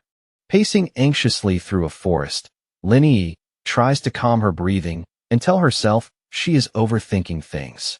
She cannot understand why she feels this afraid when, on the surface, it should be just another mission for Fang Yi. She keeps reminding herself how strong Fang Yi is, how many impossible things he has already survived, yet that heavy feeling of worry refuses to leave. Regret begins to creep in, and she finds herself wishing she had ignored his advice and gone with him anyway. Her unease only deepens as she keeps staring down at her phone. Then suddenly, her phone rings. The screen lights up with an incoming call, and the name shown is Jialan. When Lin Yi answers, Jialan's voice is serious and unusually heavy as she delivers the bad news. They have received word that Yu City is now completely surrounded by a massive expanse of tombs, and an official lockdown order has already been issued. She then bluntly tells Lin Yi that Fang Yi is in danger. As her words hang in the air, a large convoy of military vehicles races through the mountain roads, clearly moving fast in preparation for a major emergency operation. The report that Fang Yi may have died sends shock through the Tai Tai Spirit Association. Officials who had only recently begun to feel hopeful are suddenly crushed by despair again. Gathered around a table, they ask in disbelief whether their greatest hero, the sealer himself, has truly fallen. Some even begin to wonder whether humanity's struggle is meaningless if someone as powerful as Fang Yi can still be brought down. At the headquarters of the Spirit Association, a high-level meeting is already underway. One senior official speaks with visible regret about what has happened in Yu City and says that the appearance of an anomaly king from what was originally a B-level threat confirms an important theory. Such kings must be eliminated before they are allowed to fully evolve. Before he can continue, Guyuro abruptly interrupts him. Rising from her seat, she asks coldly whether this is really the moment to be calmly discussing theories. She states without hesitation that she will personally go to Yu City. Another official immediately tries to stop her, reminding her how important she is to Shin City and insisting that the military has already taken over the situation. Guyuro turns her gaze away, her thoughts growing darker as she considers the cost of their current strategy. First, they had nearly lost Elder Wu, and now it feels as if they are prepared to sacrifice Fang Yi as well. Her frustration finally spills over, and blue energy begins glowing around her body. She angrily confronts the official, accusing them of being willing to abandon an entire city simply because the battle has become too difficult. The man, shocked by the force of her outburst, demands to know exactly what she means. He fires back that Fong Yi went to use city of his own accord. In this brutal new era, he says, one wrong move is enough to get someone killed, and it should not be surprising that even a hero like Fong Yi might die. Guiro's anger erupts completely. Her blue aura surges outward as she glares at the officials and demands to know what the point of fighting even is if all they are going to do is sit back and wait to die. She reminds him of what happened in Shin City and asks, with open anger in her voice, why Elder Wu would have risked his life back then if their real plan was simply to abandon any city they could not save easily. To her, that kind of logic is not strategy at all, but cowardice dressed up as reason. Ignoring the calls behind her, she brushes past several officials who try to stop her and talk sense into her. Their words mean nothing to her now, and she does not slow down for even a second. With a look of complete disgust, she calls them all a pack of fools. Deep down, she is certain of one thing. She has seen the sealer's true strength with her own eyes, and she refuses to believe that someone like Fong Yi could be brought down so easily. On the outskirts of Yu City, an enormous military convoy has already established a blockade. Vehicles line the roads in layers, lights flashing through the gloom, while the whole area feels tense with the pressure of an approaching catastrophe. Inside one of the command vehicles, Elder Wu watches the battlefield situation through a monitor, his expression grave. He explains that this new anomaly king possesses a mutated variation of the dark attribute, a strange power they are now identifying as the death attribute. Seated with Jialan and Lin Yi inside the vehicle, Elder Wu gives his assessment in a low voice. He guesses that Fong Yi's defeat likely happened because he encountered some kind of unavoidable rule or fatal law imposed by the monster, something ordinary strength alone could not escape. Elder Wu and Jialan step out of the vehicle and are immediately met by waiting soldiers. One of them quickly reports that none of their military vehicles have been able to break through the outer zone at all. Jialan tells the soldier to explain the situation clearly and from the beginning. Her tone is sharp and controlled, but the urgency in it is impossible to miss.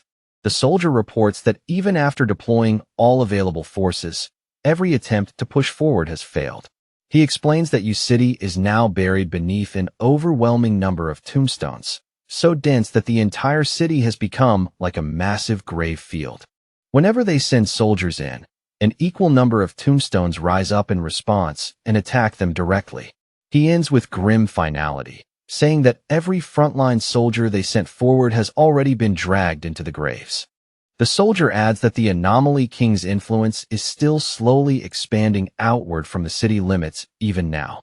Hearing that, Lin Yi's body trembles uncontrollably, fear tightening across her face. With a dark expression, the soldier says the chances of restoring Yu City to normal are effectively zero. He then asks Elder Wu whether they should issue a retreat order before the situation spreads any farther. He continues by saying that the Anomaly King appears to be immune to every power they have tried against it.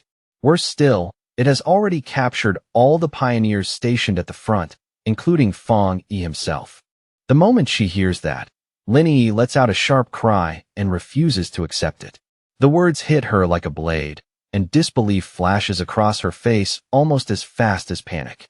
She turns toward Elder Wu and Jialan, thanks them for everything they have done, then firmly declares that she will go back to Yu City by herself. She says she will not drag anyone else along on what she believes may be a suicide mission. Deep within the anomaly zone of Yu City, the land has already changed beyond recognition into a terrifying and silent graveyard. The whole place is soaked in eerie green light, making everything feel cold, dead, and far removed from the living world. The ground suddenly trembles, and massive tombstones burst violently from the earth one after another. Carved into these newly risen stones are two names that strike like a curse, Su Qingying and Chun Ruo. Above that ghostly graveyard, the Anomaly King manipulates the dense death energy like a weaver handling threads. The power twists and braids together in the air with sinister precision. As the energy continues to gather, it condenses into the shape of a stone coffin standing upright in the middle of the graveyard. It looks ancient, oppressive, and completely unnatural, like a tomb prepared for something that should never return. Inside that coffin, Fong Yi is trapped motionless, his body hanging limp. From the outside, he looks as though all strength has already left him. Ghostly green centipedes crawl over his body in clusters, coiling around him layer after layer. They bind him in place with a slow, horrifying persistence, as though determined to keep him sealed there forever. He appears utterly lifeless inside the monster-made tomb, sealed away like a corpse offered to death itself. His eyes are hollow and dark, making it seem, at least on the surface, that the sealer has truly died. But in the deepest darkness of that death-like silence, a system notification suddenly flashes to life. The death brand ability Fong Yi obtained earlier has now been successfully activated, and the system confirms that he has acquired a new power, infinite death. Not long after that, the system announces that the death brand trial has officially come to an end. The message is simple, but it carries the weight of something immense having just been completed. Fong Yi is completely exhausted, but he is awake. Letting out a long, strained breath, he thinks to himself that the death brand trial was far more intense and brutal than he had expected. He lifts his gaze toward the enormous green skull-like face of the anomaly king looming above him and notices, with dry irony, that the king of death now feels much less threatening than before. Even so, as power glows in his eyes, he admits to himself that he never wants to go through a rebirth trial like that ever again. Just before he was sealed inside the coffin, Fong Yi realized what had happened. The anomaly king had targeted him with an unavoidable death ability, a fatal rule that could not be dodged or blocked through normal means. Faced with certain death, he made a desperate gamble. He chose to manually implant the dangerous death brand skill into his own body, the same ability he had obtained earlier from the magma, but had hesitated to learn because of how risky it was. The system immediately confirmed that the implantation had begun and started the learning process. From that moment on, there was no turning back for him. A violent surge of red, agonizing energy then burst out from Fong Yi's body as the skill fused into him. The pain was explosive and overwhelming, as though something alive were being carved directly into his soul. While the system prepared to activate the skill fully, that terrible energy compressed tighter and tighter around him. Every second of it felt like being crushed from the inside out. At the same time, Fong Yi could only stand there before the anomaly king, unable to escape, as the monster calmly prepared to kill him. It was a brutal moment of helplessness balanced on the edge of death. Then the system informed Fong Yi that the anomaly king's inevitable death rule had begun to take effect. The warning came with cold precision, leaving no room for hope or misunderstanding. In the next instant, Fong Yi truly died. His eyes rolled back, his body went limp, and all signs of life vanished from him. The system confirmed his death and stated that step 1 of the ability had been completed.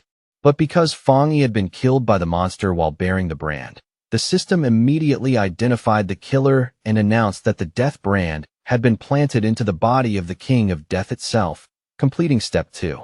As Fong Yi's lifeless body fell, wrapped in the monster's dark and deadly power, the system began its final phase.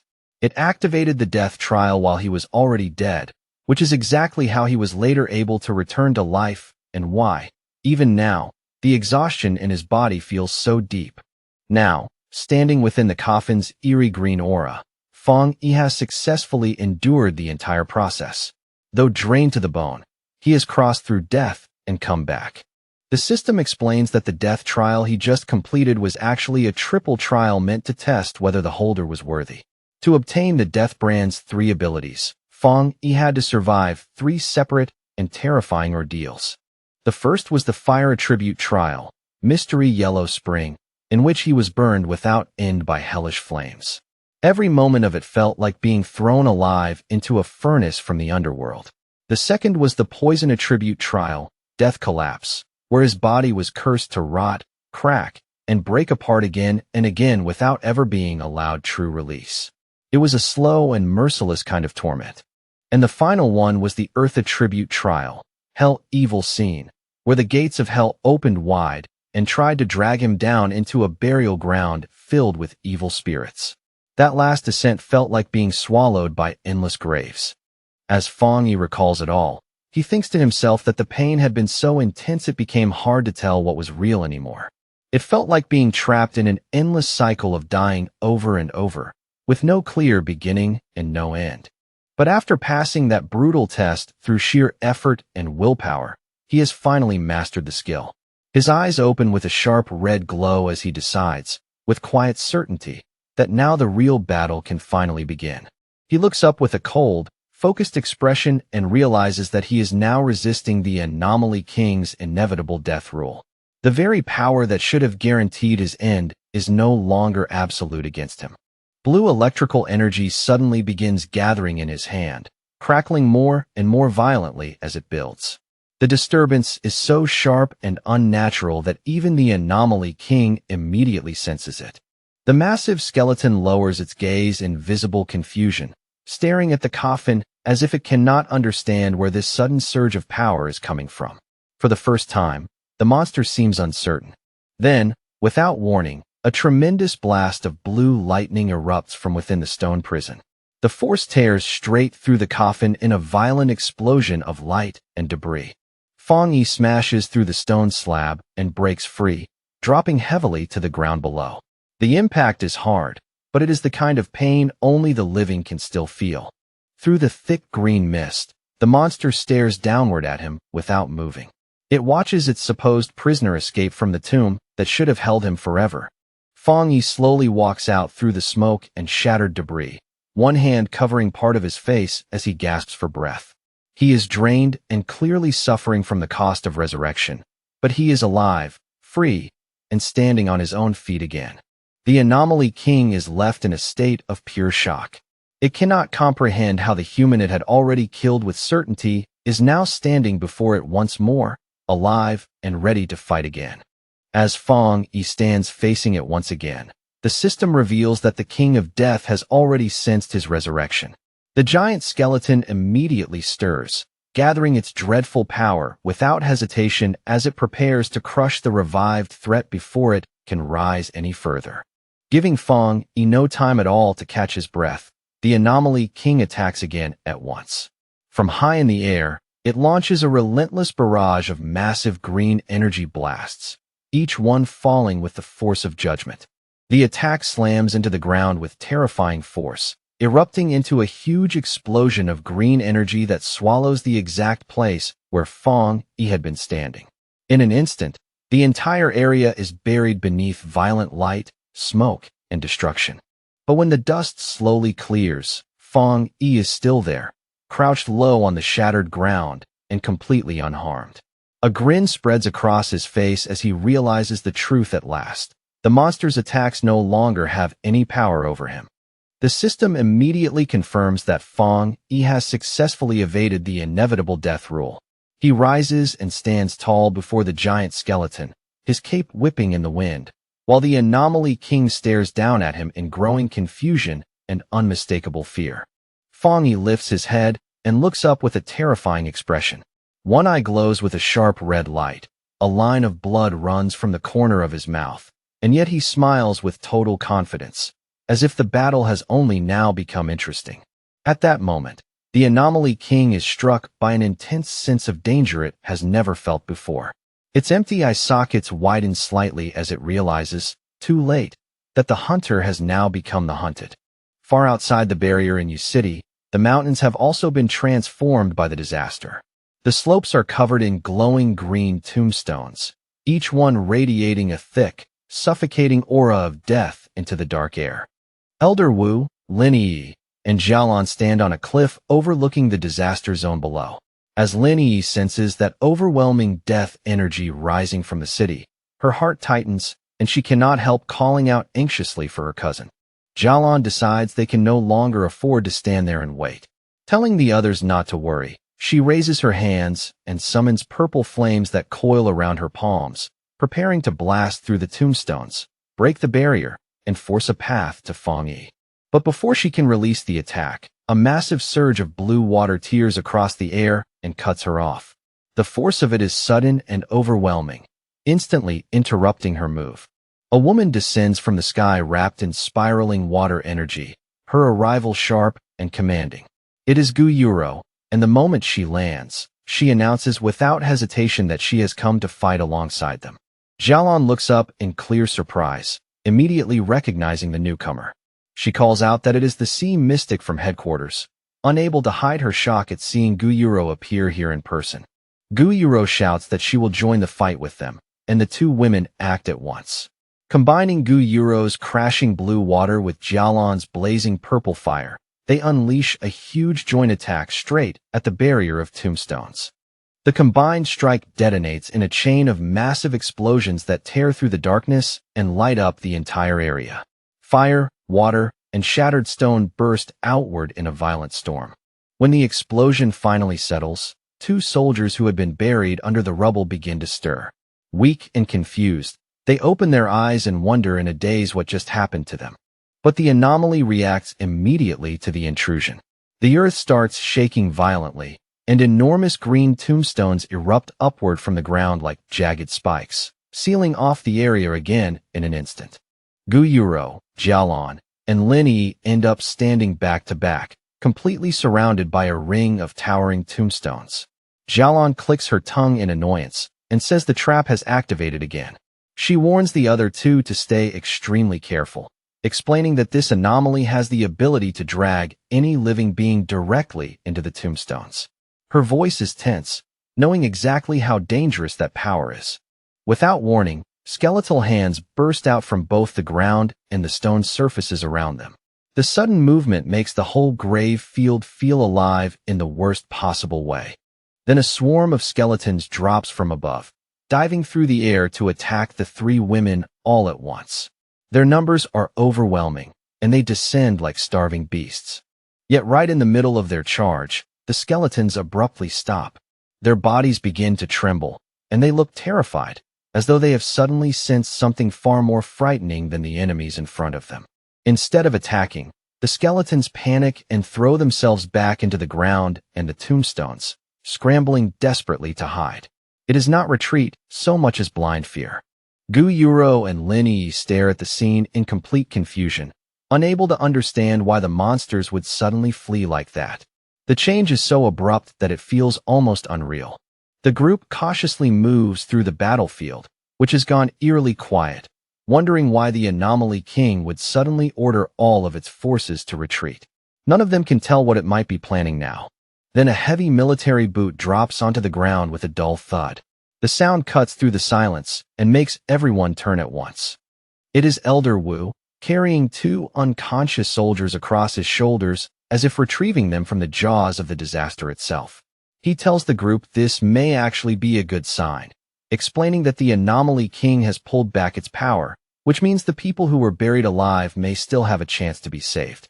Elder Wu looks out over the field, where many soldiers now lie unconscious but alive instead of dead.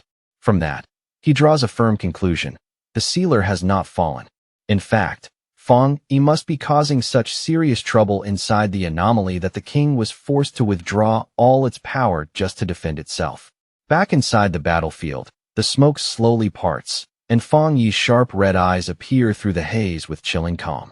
His gaze is steady, clear, and very much alive. He stands completely unharmed at the center of the ruined battlefield, as if the previous attack meant nothing at all. At that moment, the system updates his status and displays a new count, Death Count 2. The system explains that because the King of Death used its own power to kill Feng Yi, it has now been dragged into a cycle of death itself. As a penalty, the monster's strength has already been reduced by 10%. Feng Yi quietly considers what this means, noting that being targeted by the King of Death would normally guarantee certain death. He understands now that this inevitable death rule is precisely what makes the creature so uniquely dangerous and so difficult to fight. But then a dark, satisfied smile curls across Feng Yi's face as he realizes he has completely reversed the situation. The inevitable death rule that once belonged only to the monster will now return to haunt it instead. High above, the monster stares down in shock, unable to understand why the human it killed is still alive. Panicking, the Anomaly King attacks once more. From within its giant ribcage, it fires out a storm of green energy beams, each one screaming down through the air with violent desperation. The beams rain toward Feng Yi in a merciless barrage, but he does not even attempt to dodge. He simply stands there and lets the attack come, as though inviting the monster to continue. The assault lands head-on with full force, producing another massive explosion of green energy that engulfs Fong Yi completely. For a moment, he vanishes inside the blast. The monster grins, convinced it has finally succeeded, but the system appears again before it can celebrate. The death count rises to 3, and the system announces that because the king has killed Fong Yi again, its power has now been weakened by another 30%, and its body is beginning to collapse. At once, the monster's body starts to break apart under the backlash. Cracks spread across its face, and pieces of bone split loose and fall away from its massive frame. Then, out of the fading smoke, Fong Yi walks forward slowly. His body reforms as he moves, whole and unharmed, as though the explosion had done nothing but buy him another step forward. The monster stares in absolute horror, its green eyes widening with raw fear as it realizes the truth. Every attack it uses against Fong Yi is only destroying itself instead. With a crooked smirk, Fong Yi wipes the blood from his mouth and mocks the creature without mercy. He is fully prepared to keep repeating this deadly cycle until the monster is ground down and erased completely. Focusing his mind, Fong Yi gathers his power and fires a massive beam of energy straight at the monster. The attack tears through the air in a bright, violent line. However, the monster lifts one hand and easily knocks the beam aside, deflecting it with almost casual force. Even weakened, it is still monstrously strong. At that exact moment, a system notice appears and announces that a new mark has been activated. Instantly, red hellfire erupts across the monster's body, burning through and mixing with its eerie green aura. The monster glances down at its own arm in baffled confusion, as though it cannot understand when or how that fire attached itself to it. For the first time, it looks thrown off balance. Seizing that brief opening, Fong Yi leaps high into the air and draws his sword. The blade is blazing with intense fire, its heat flaring so violently that it lights the space around him.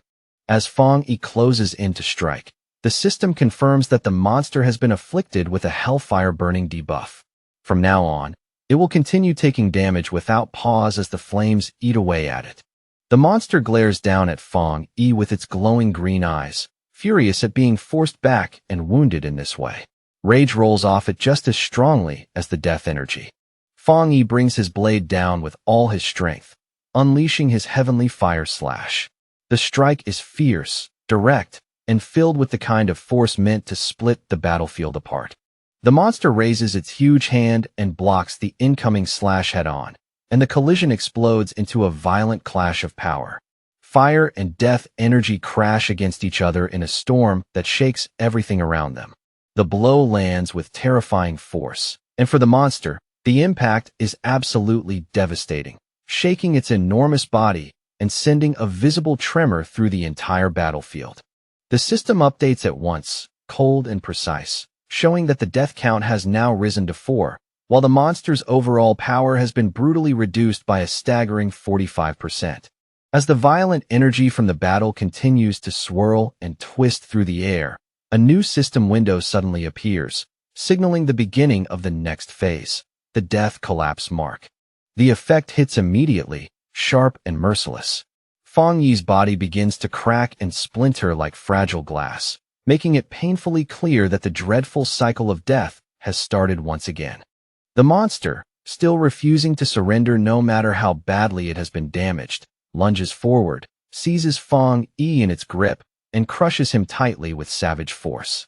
It drags him right up to its face, looming over him at close range, clearly trying to intimidate and terrify this human who somehow still refuses to die. But instead of fear, Fong Yi meets its stare with a calm, almost taunting smile. Even with blood and cuts across his face, he looks completely unfazed as he coolly tells the monster to take a good look at its own condition. The monster hesitates for a moment, visibly thrown off and confused by Fong Yi's eerie confidence, unable to understand why someone standing at death's door could still smile like that. Then, without warning, fierce flames burst out around Fong Yi in a violent surge of heat and light, yet he only lets out a faint smirk, standing untouched and completely unharmed inside the blaze. The flames quickly race along to the monster's hand, and it stares in horror as its own bones begin to blacken, crack, and crumble away into drifting ash before its eyes. The system confirms the next terrifying update. The death count has now reached 5, and the monster has been weakened even further, its strength dropping by a crushing total of 60%. Another system notice flashes into view, announcing that the Hell Evil Scene mark has been activated, accelerating the destruction of the monster's body with ruthless speed. The monster throws its head back and roars in blind fury, its voice full of rage and disbelief. But no matter how violently it struggles, it still cannot stop its body from crumbling apart. Outside the barrier, the giant tombstones surrounding the city begin to crack, tilt, and collapse one after another, as if the entire unnatural structure holding the disaster together is finally failing. Wang Lan stares in utter disbelief, quickly realizing that the anomaly itself is falling apart on a massive scale and that the whole cursed domain is beginning to break down. High above, the thick dark clouds start to scatter, allowing long-hidden light to pour through. Lin Yi lifts her head and smiles brightly, relief washing over her as she realizes her cousin is still alive.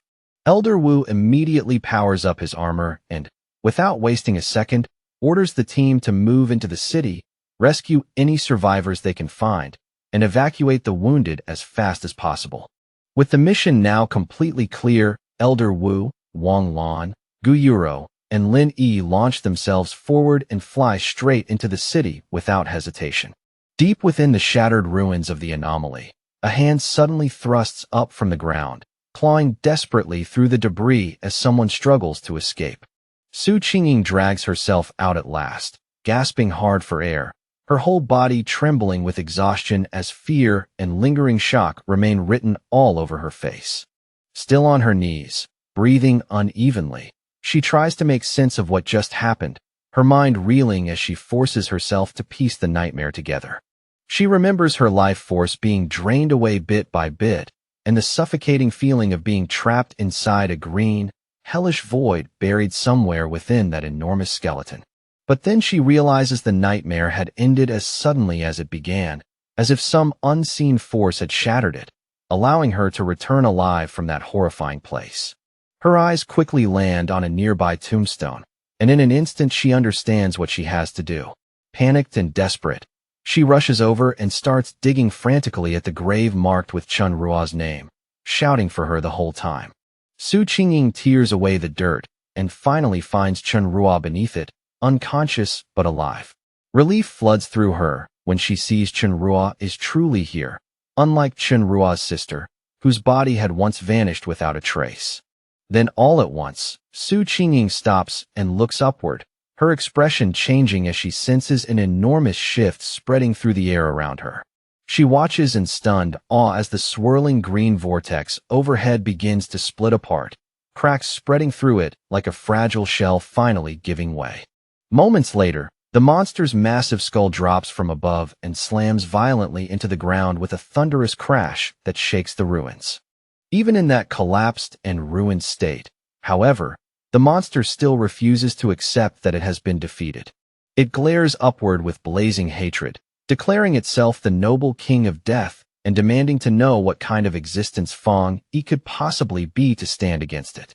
More than anything, it is enraged that a mere human would dare look down on it. Then, from the surrounding darkness, Fong Yi's undead army appears, countless red-eyed shadow spirits emerging in silence. Their glowing crimson eyes burn through the gloom as they lock onto the monster. The system delivers another merciless update, announcing that the Hell Evil Scene mark has now weakened the monster by a crushing total of 80%. The monster goes completely rigid in shock, and more cracks spread across its face as the horrifying truth sinks in. It no longer has any real power left. Its destruction suddenly accelerates. The system progress bar surges all the way to 100%, and the monster's green soul finally shatters into nothing.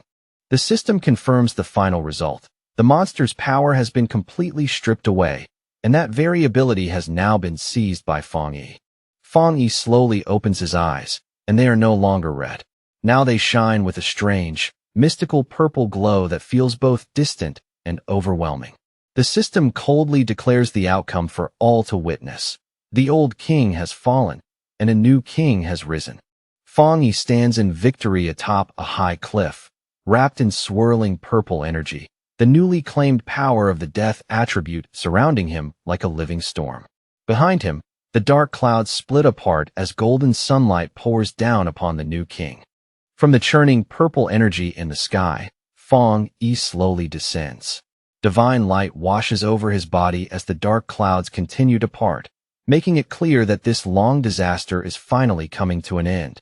On the ground below, the survivors can only stare in stunned disbelief. Su Qingying supports the injured Chenruo, while Gu Yuro adjusts her glasses with trembling hands, still shaken by what she has just witnessed. She cannot understand how Fang Yi not only survived the anomaly king's unavoidable death rule, but also seemed to summon hellish spirits that rose up and swallowed the monster whole. Elder Wu looks up at Fang Yi with awe in his eyes and a heavy realization in his heart, silently thinking that Fang Yi's true power may be far greater than any of them had imagined. Fang Yi has accomplished the impossible. Since he could not escape the rule of death, he shattered it instead and took hold of the very power that governs life and death itself. Gu Yuro turns to Elder Wu and asks in a shaken voice whether a human being should really be capable of wielding power on such an unbelievable level. As she stares at Fang Yi, she suddenly thinks she can see the ghostly skeletal face of the King of Death overlapping his own. Panic rises in her at once, and she wonders if the anomaly king has awakened inside him. But Wang Lan steps forward with a calm, confident smile and tells Gu Yuro to stop panicking and look more carefully at the battlefield. Across the barren, ruined land, something miraculous is unfolding. The shadow spirits Fang Yi summoned are not attacking anyone at all. Instead, those who had been believed dead are slowly sitting up again, completely unharmed. The very power of death is now being used to save them. Amid the scattered rubble, the villagers discover Chen Xing. He looks battered, bruised, and barely conscious, but he is unmistakably still alive. As Chen Xing slowly wakes, still dazed and confused, he weakly asks whether he was not already dead, making it clear that he has somehow truly been brought back. All across Yu City, the surviving villagers lift their eyes toward the floating figure of Fang Yi, staring up at him as if they are witnessing something beyond human understanding. Some people in the crowd stare at the dark aura around Fang Yi and call him a god of death in frightened voices, while others immediately argue back that he is the sealer, the one who saved all of them when no one else could.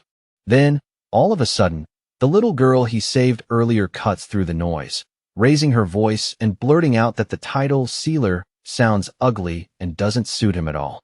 With a bright, innocent smile on her face, she remembers the golden flames that protected her before. To her, Fang Yi is not some cold title or distant legend. He is their god, the one who defeated the evil and brought them hope. High in the night sky, Fang Yi decides that it is finally time to put an end to this conflict once and for all. He slowly raises one hand, and a massive, jagged scythe formed from dark purple energy gathers into shape above him. His face turns cold and serious, and with one eye still glowing an ominous red, Fang Yi declares in a low, final voice that everything must end here and now. The next instant, he swings the enormous energy weapon downward, unleashing a colossal slash of purple light that rips across the sky with overwhelming force. On the ground below, the pioneers of Yu City, including Feng Chun, lift their heads in complete shock, their eyes wide as they watch this unbelievable display of power unfold above them. Fang Yi's attack crashes forward and tears straight through the dark energy barrier that had surrounded the city for so long, splitting it apart in one clean, terrifying strike. The slash does not stop there. It plows directly into the swarm of red, ghostly spirits in the air, shredding them apart and dragging them in with a frightening force that seems impossible to resist. Amid the chaotic storm of red and black energy, where light and shadow twist violently together and the air itself seems to howl, Fang Yi gives a calm but absolute command, ordering the spirits to return to the place where they truly belong and end this unnatural chaos. Then he shifts the flow of power inside his body, and calls on his yang attribute to perform a large-scale purification. Extending his hand, he releases a blinding wave of golden light that sweeps across the battlefield and washes away the remaining death energy. The survivors can only watch in awe as that brilliant golden radiance tears through the darkness and lights up the night sky like a second sun rising over the ruins. As the technique finally comes to an end and the last traces of corruption fade away, Fang Yi lets out a quiet breath, deeply relieved that the battle is at last truly over. Nearby, Chen Ruo breaks down in tears and throws herself into Feng Chen's arms, overcome with joy and disbelief that the two of them actually survived this disaster. But Fang Yi knows very well that fighting the King of Death consumed an enormous amount of his spiritual power, and he cannot help worrying about what unknown side effects the death brand he absorbed may still carry. Fang Yi slowly descends from the sky after the battle, his figure lowering through the fading light before he lands softly among the broken ruins below. Before he can even steady himself, Fang Yi is suddenly caught off guard as Lin Yi rushes straight at him and slams into him with a fierce hug, crying out for her brother in overwhelming relief and leaving him momentarily stunned. He gently comforts his cousin, softly patting her on the head as she blurts out that she was terrified he had died. Fang Yi only smiles faintly and reassures her that everything is fine now and the worst is over. Just then, Fang Yi's sharp gaze catches something nearby, and his expression shifts slightly as he notices someone standing not far away. He turns and sees Su Qingying there, wearing a bright and heartfelt smile as she thanks him sincerely. Fang Yi looks a little confused by the sudden gratitude. Su Qingying then looks past him toward the survivors, where City Captain Chen Ruo is sitting on the ground, crying in relief as she clings tightly to her teammate. Fang Yi watches that scene with a warm, quiet smile and asks whether Chen Ruo's sister is still alive. In his heart, he thinks that amid so much death and bad luck, being able to save her is one rare piece of good news. Meanwhile, away from the emotional reunion, the atmosphere among the leaders is far heavier. Elder Wu receives the final damage report, and the weight of the aftermath settles over everyone at once. The scene before them is grim, with rows of body bags and coffins lined up in painful silence. According to the report, nearly half of City's population has been lost, most of them ordinary civilians. Of the 1,500 pioneers who came to help, 50 are confirmed dead, 30 are missing, and more than 1,000 are injured. Elder Wu lowers his eyes with a grave expression and speaks about the urgent need for reconstruction, as well as making sure the victims' families are properly compensated. Behind him, Gu Yuro adds that Shun City will also provide support to help the ruined city recover. Wang Lan looks down, guilt and frustration plain on her face. She asks her teacher whether they can finally make the truth about spiritual energy recovery public, saying she feels painfully useless when they could not save everyone while still keeping so many secrets. Elder Wu looks at her with both kindness and firmness in his eyes, then explains that a decision of that scale is far beyond the authority of any of them. He tells her that ordinary people are not nearly as fragile as she believes, and that many of them have already started figuring out the truth on their own and are quietly preparing themselves for what lies ahead. Then he places a steady, reassuring hand on her shoulder and tells her gently that she does not need to carry the weight of the whole world by herself. Gu Yuro gives a small smile and says that she originally came here just to meet the sealer, but now it looks like her help is no longer needed after all. The leaders look on as Fang Yi becomes surrounded by a crowd of cheering pioneers, and in that moment they all realize the same thing. This battle has turned him into a central figure for the entire nation. The crowd begins chanting Fang Yi's name over and over, calling him their god and thanking him with raw emotion for saving their lives when all hope had seemed lost. Meanwhile, the impact of this battle is already spreading far beyond City. Elder Wu understands that once it becomes public that Xian Nation's pioneer, the Sealer, defeated the Anomaly King, it will serve as a powerful warning to every other country. Spies from various nations immediately begin scrambling for information, growing more frustrated by the minute because they still know almost nothing about Fang Yi's true abilities. Elder Wu knows that once the details of the City incident are revealed, the entire world will believe Xian Nation has become the first to understand the king's deadly rule through Fang Yi. something no other nation has managed to do. Because of that fear and uncertainty, other nations will no longer dare act rashly against Xia Nation. Fang Yi's victory has won his country an enormous strategic advantage. Elder Wu turns to his team and orders them to head back immediately and study every piece of data gathered from the scene. He gives them a firm, powerful reminder that the road ahead is still long, and they cannot depend on the sealer to solve every crisis for them. Wang Lan and Gu Yuro smile and agree with their teacher. Gu Yuro says with confidence that retirement is impossible for people like them, and that the Shun City team will be the one to deal with whatever comes next. Later, back at his villa in Tai Tai City, Fang Yi is finally able to relax a little as he lies in a large bathtub, casually scrolling through his phone in the quiet aftermath. His thoughts drift back to the battle. After the area was cleared, the officials found a dark attribute spirit crystal left behind by the King of Death and gave it to him as a gift of thanks. Holding his phone in one hand, Fang Yi silently counts through the rewards he has gained. He also remembers the yang attribute spirit crystal Chenrua gave him earlier.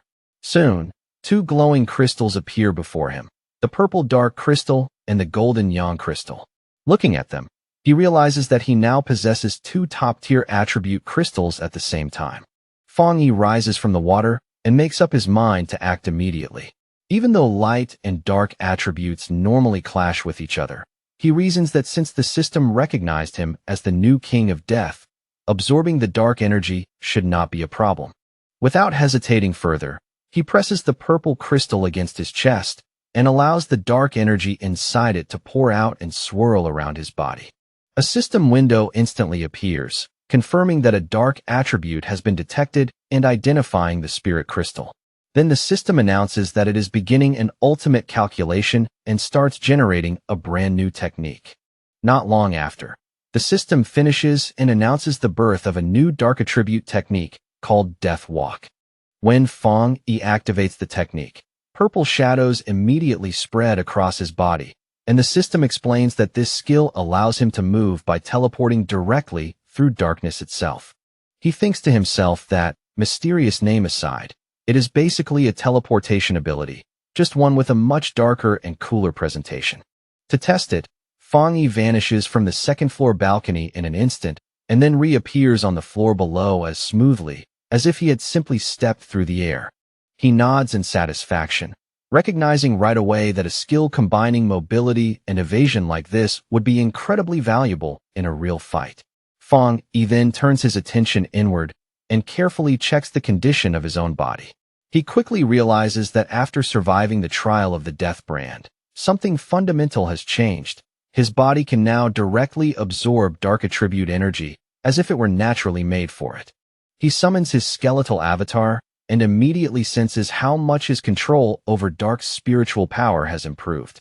After absorbing the energy from the Anomaly King's spirit crystal, Fang Yi can clearly feel that he is now standing just one step away from breaking through into the legendary Jingang realm. His gaze then shifts toward a cabinet nearby, where a warm golden light is quietly shining. Inside rests the Yang attribute spirit crystal, the precious reward that Chenrua had promised to give him. Fang Yi recalls with a faint sense of amusement that after the battle, the city officials felt it was far too casual for Chenrua to hand over such a treasure in private. Because of that, they organized a grand formal ceremony just to present it to him properly, and he even heard that they had built a statue in his honor afterward. Setting that memory aside, Fang Yi reaches out and picks up the golden crystal, thinking to himself that possessing two top-tier spirit crystals at once is an unbelievably rare stroke of luck. He slowly lifts the crystal to eye level, watching the pure yang energy swirling inside it like liquid sunlight, bright, steady, and full of intense life. The moment he channels his own power into it, a fierce swirl of fiery red energy erupts around his body, filling the room with heat and a heavy, burning pressure. The system activates once again, instantly detecting the powerful yang energy. Just like it did with the dark crystal, it announces that it is beginning an ultimate calculation to derive a brand new technique from this source of power. Fang Yi focuses all of his energy on refining and processing the crystal, and after a tense moment, the system confirms that the new technique has been successfully created. Without warning, a blinding burst of golden light explodes from Feng Yi's body, radiating outward with such intensity that it shines as brilliantly as the sun itself. The system announces that he has obtained a new Yang attribute technique called Sun God. Surrounded by roaring, swirling flames, Feng Yi releases the full force of this newly born power and feels its terrifying heat rise around him. The system explains that Sun God allows him to summon a solar avatar capable of burning through anything in its path. At the same time, a glowing golden mark appears on Feng Yi's forehead, shining with divine brilliance. High above the city, a gigantic golden bird made entirely of blazing fire suddenly appears in the night sky, spreading light in every direction and illuminating the darkness below. On the streets beneath it, a reporter hurriedly broadcasts the astonishing scene while online comments pour in by the second. People joke that the light is so bright they are getting blinded even in distant cities.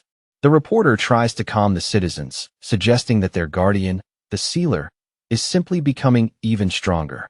Online, others speculate that the godlike figure who saved them before is now going through yet another terrifying trial. On a Pioneer forum, users quickly confirm that the event is happening in Tai City, and many recognize the familiar Yang energy at once, guessing that the sealer has awakened yet another new ability. Elsewhere, in a dense forest glowing with strange spiritual light, a small group of pioneers is taking a break. Among them is Feng Yi's ex-girlfriend, Chu Qingli. One male pioneer in the group excitedly praises the sealer for being so overwhelming and for humiliating Country B. He angrily complains about a so-called great prophet from Country B who had confidently predicted that Xia Nation would not survive the first year of spiritual energy recovery. Chu Qingli looks uneasy and quietly asks whether that prophecy could still turn out to be true. The male pioneer immediately reacts with irritation and sharply dismisses the idea. But despite his confidence, Chu Qingli lowers her eyes and remains troubled, thinking to herself that many dangerous and unsettling things really have been happening across Xia Nation lately. The mood around the group quickly turns cold and hostile as several people begin aiming their frustration at Chu Qingli. The male pioneer openly mocks her for her weak cultivation level. Another man sneers and asks whether she is some kind of traitor, then ridicules her for still being stuck at the one-star Ghost Axe realm. He points out with cruel satisfaction that she used to be a rich young miss, but in this new world, she is the one everyone looks down on as trash. Chu Qingli folds her arms tightly, forcing herself to hold onto her pride. She fires back that their strength is nothing impressive compared to the sealers, and says they have no right to mock her unless they can first become as powerful as he is. The male pioneer bursts into laughter and mockingly asks whether she is seriously thinking about joining forces with the sealer. The three men laugh at her together and remind her that the sealer is famous for working alone. Then, without any hesitation, they coldly inform her that she is no longer part of their team. As the men start to walk away, Chu Qingli desperately reaches out and shouts after them that if they are kicking her out, then they at least have to give her the share of the reward she earned. The leader turns back with a greedy, contemptuous smile on his face and coldly tells her that she should be grateful they are not demanding payment from her instead. Without another word, he unleashes a blast of wind energy that slams into Chu Qingli and knocks her backward, while he yells at her to get lost and disappear. Chu Qingli trembles on the ground, her body aching with pain and her chest burning with humiliation and anger. In silence, she swears to herself that they will pay for what they did. At the same time, social media is overflowing with fear and panic as a great prophet from Country B publicly predicts that Xia Nation will be destroyed within a year. Inside the Tai Spirit Association office, a superior discusses the situation with Feng Yi, explaining that these spreading rumors are already having a serious effect on the morale of local pioneers. Su Qingying explains that Country B is clearly using psychological warfare, trying to shake the confidence of their people and weaken them before any real battle begins. The superior adds that news of Feng Yi's strength has already spread widely, and that this is exactly why Country B has started behaving so aggressively. There are even rumors that they secretly manipulated events behind the scenes and nearly caused a catastrophe in another city. The superior admits that the incident was deeply strange, because every sign originally pointed to the disaster happening in Country B. Yet in the end it nearly wiped out their own elite forces instead. To counter the growing panic and stabilize public morale, the association decides that Fong Yi must make a public statement himself. Standing in front of a computer, Fong Yi calmly places his hand on the keyboard and sends out his message with a single, decisive keystroke. On his verified profile, Sealer 5, he posts a short sentence. Brief, sharp, and impossible to ignore. The apocalypse won't catch up to my speed of breaking through. The internet erupts instantly. Comments flood every platform as survivors step forward to confirm that they personally witnessed Fong Yi destroy the King of Death. In response, people begin openly mocking Country B's prophecy. In Fong Yi's view, the simplest and most effective way to silence all of them is to state one undeniable truth plainly. His strength speaks for itself. All across the nation, pioneers stare at their screens in shock as they realize Fong Yi is breaking through once again. They cheer for the god of Great Xia, knowing that even if the hell the prophet predicted truly comes to their land, Fong Yi will stand there to stop it. Meanwhile, at the enemy's headquarters, inside Country B's information center, the atmosphere has already fallen into complete chaos. Staff members work frantically in a panic, complaining bitterly about the sealer and the terrifying scale of his power. Even now, they still have not managed to obtain any real personal data on him. Country B's Pioneer Network data expert finally snaps in fury, screaming at his team for failing to track down even this one person and threatening to fire every last one of them. Back at the Tai Tai Spirit Association, the situation has mostly settled down. Fong Yi tells the superior that his statement should be enough to quiet things for now, and the superior laughs in relief and thanks him. But then an assistant suddenly rushes in carrying a tablet, his face full of panic. He reports that a new restricted zone has appeared in Western Xia Nation after the collision of two extremely powerful attributes, and that the military has already sealed the area off. Fong Yi immediately asks what kinds of attributes are involved in this newly formed restricted area. The assistant explains that it is a collision between Yang attribute and Dark attribute. Because these two opposing forces are violently clashing, the area is unimaginably dangerous, but it may also contain tremendous opportunities. He adds that Sea Mystic and Gu Yuro from headquarters specifically sent this notice for Fong Yi, inviting him to head there the next morning. Fong Yi accepts without hesitation. Clenching his fist, he thinks that this is the perfect chance to test the limits of his two new abilities in a real environment. Not long afterward, in the barren and desolate lands of Western Xia Nation, a convoy of military vehicles moves steadily toward a swirling vortex known as the Black Sun Pool. One of the armored vehicles slowly grinds to a stop, and from it, Fong Yi and Jialan step out into the harsh, unsettled air, their arrival instantly drawing everyone's attention. Fong Yi quickly notes that so many people had to be brought here for monitoring because of the black wind and rain curtain, the natural barrier ahead of them that has to be broken through before anyone can enter safely. He stands calmly in front of the storm, his expression steady as he studies the magnificent yet chaotic collision of Yang and Dark attributes raging inside it. Beside him, someone from the team asks in a serious voice whether he is ready. Facing that enormous tornado of dark energy head-on, Fong Yi quietly gathers himself and prepares to take on this new and dangerous challenge.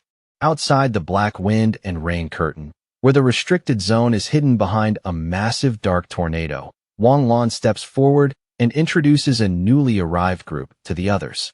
She explains that these newcomers are elite pioneers dispatched from headquarters in Xin City and Haisher City, all of them specially selected for a mission of this level. She goes on to note that these arrivals are top-tier geniuses just like Fong Yi, all standing at the 3-star spirit creation realm and widely expected to break into the Jingang realm in the near future. Behind her, the new team members step forward one after another, each radiating powerful spiritual pressure. A blue-haired man introduces himself as Wang Zhong, the new captain of Haisher City and a 3-star water attribute pioneer. Beside him stands a spiky-haired man named Song Yiming, an elite pioneer from Xin City who possesses powerful dual wind and fire abilities. Wang Zhong politely apologizes for arriving late. Wang Lan then addresses the whole group and reminds them of the rules inside the restricted area. She challenges them to rely on their own abilities to break through the dark curtain and enter the zone. Fang Yi remains silent, his red eyes faintly glowing as he notices that the two new captains are openly staring at him and sizing him up. Song Yiming lets out a dismissive snort, clearly unimpressed by Fang Yi at first glance and unwilling to hide it. Eager to prove himself, he immediately steps forward and declares that he will go first. With a sharp motion, he pulls a large blade from his back, ready to show everyone exactly what he can do. As he gathers his energy, he admits to himself that half the reason he accepted this mission was because of the sealer. He had heard rumors about Fang Yi's rare yang attribute, and came here wanting to measure his own strength against that legend. Flames burst from Song Yiming's body as he leaps into the air and activates both of his attributes at once. Blue wind energy coils around his blazing fire sword as he boasts that his fire attribute is the purest of all, while his wind power pushes its destructive force to the absolute limit. With one massive swing, he sends a roaring wave of fire and wind crashing straight toward the dark barrier in front of him. Watching closely, Wang Lan remarks that Song Yiming truly is a genius, someone who has already pushed both of his attributes close to their peak. Song Yiming lands as the force of his attack tears open a path through the energy ahead. He scoffs with obvious pride, saying that the dark barrier is nothing more than a bad imitation of foul weather and is easy for him to break. After seeing that, Wang Zhong decides it is now his turn to make a move. He activates his spiritual power and summons a sharp blue water construct, its surface shining coldly as it forms in his hand. Then he charges into the dark storm, forming a protective umbrella of water around himself, and using that defensive skill to force his way through the brutal environment. Inside the twisting darkness, the water shield gives off a bright blue glow, standing out sharply against the black storm surrounding him. Wang Zhong immediately feels the terrifying pressure of the dark climate pressing in from all sides, and he realizes with a chill that if he had entered this place right after first reaching the 3-star spirit creation realm, he might not have survived. He lifts his head in amazement, struggling to understand how the yang attribute and the dark attribute could truly exist together in one place without tearing everything apart. Ahead of him, a massive vortex of conflicting energies churns through the sky, swallowing light and shadow into one unstable, violent spiral. Nearby, Song Yiming holds a trace of dark energy in his hand and notes that it feels deathly cold and naturally repels the human body. To him, just enduring that force at close range is already impressive enough. Wang Zhong grows concerned and guesses that Fang Yi may only be handling the pressure this well because his fire attribute is naturally closer to the yang attribute than theirs is. He comments with a serious tone that simply passing through the curtain is already far more difficult than it first looked. At that exact moment, Fang Yi suddenly releases a burst of golden flame and cuts forward with a blazing slash, cleaving straight through the surrounding darkness. The force of it is so overwhelming that Wang Zhong and Song Yiming are both forced to leap away to avoid being caught in the path of the attack. Wang Zhong watches the golden figure streak past and cannot stop himself from trembling as he recognizes that unmistakable, pure yang attribute power. Fang Yi tears through the final layer of the barrier in one smooth motion, opening up a huge gap filled with blinding light. Then he stands there casually beside Jialan and greets the others as if nothing unusual happened, calmly saying that they have all been waiting a long time. Even standing still, his presence feels crushing. Song Yiming and Wang Zhong can only stare at him in total shock, stunned that the sealer moved through the deadly barrier as easily as if it were not there at all. Unable to hold back his curiosity, Wang Zhong asks Fang Yi how he is managing to keep the black wind and rain curtains split open like that. Holding a sphere of golden energy in one hand, Fang Yi calmly explains that the method is actually very simple. As long as someone uses a yang attribute stronger than the surrounding dark attribute, the darkness can be suppressed. He admits that it consumes a great deal of spiritual power, but says it can be sustained as long as the user has enough reserves. Song Yiming is immediately irritated that Fang Yi would describe something so ridiculous as simple. At the same time, Wang Zhong cannot help wondering whether Fang Yi is even truly in the same realm as the rest of them. Wang Lan only smiles and tells him that he will get used to it, because every genius pioneer reacts the same way after seeing Fang Yi's abilities for the first time. Fang Yi merely smiles back, completely unbothered by their stunned reactions and lingering disbelief. Then, without warning, the system sends him an alert that a source of pollution and an A-level dark anomaly have just appeared nearby. At the same time, the ground beneath them begins to shake violently. Song Yiming's eyes light up with excitement. He says that if it is only an A-level anomaly with a dark attribute, then he wants to test himself against it personally. With Fang Yi taking the lead, the entire group immediately rushes toward the source of the disturbance. Up ahead, 3 mysterious figures slowly emerge from the mouth of a cave, walking out with no sign of fear at all. Fang Yi narrows his eyes at once and instantly recognizes from their presence and bearing that these people are from Country B. Wang Lan and Song Yiming are both shocked to find other people already inside the area, while Jialan quickly realizes that these strangers are the ones who destroyed the anomaly first.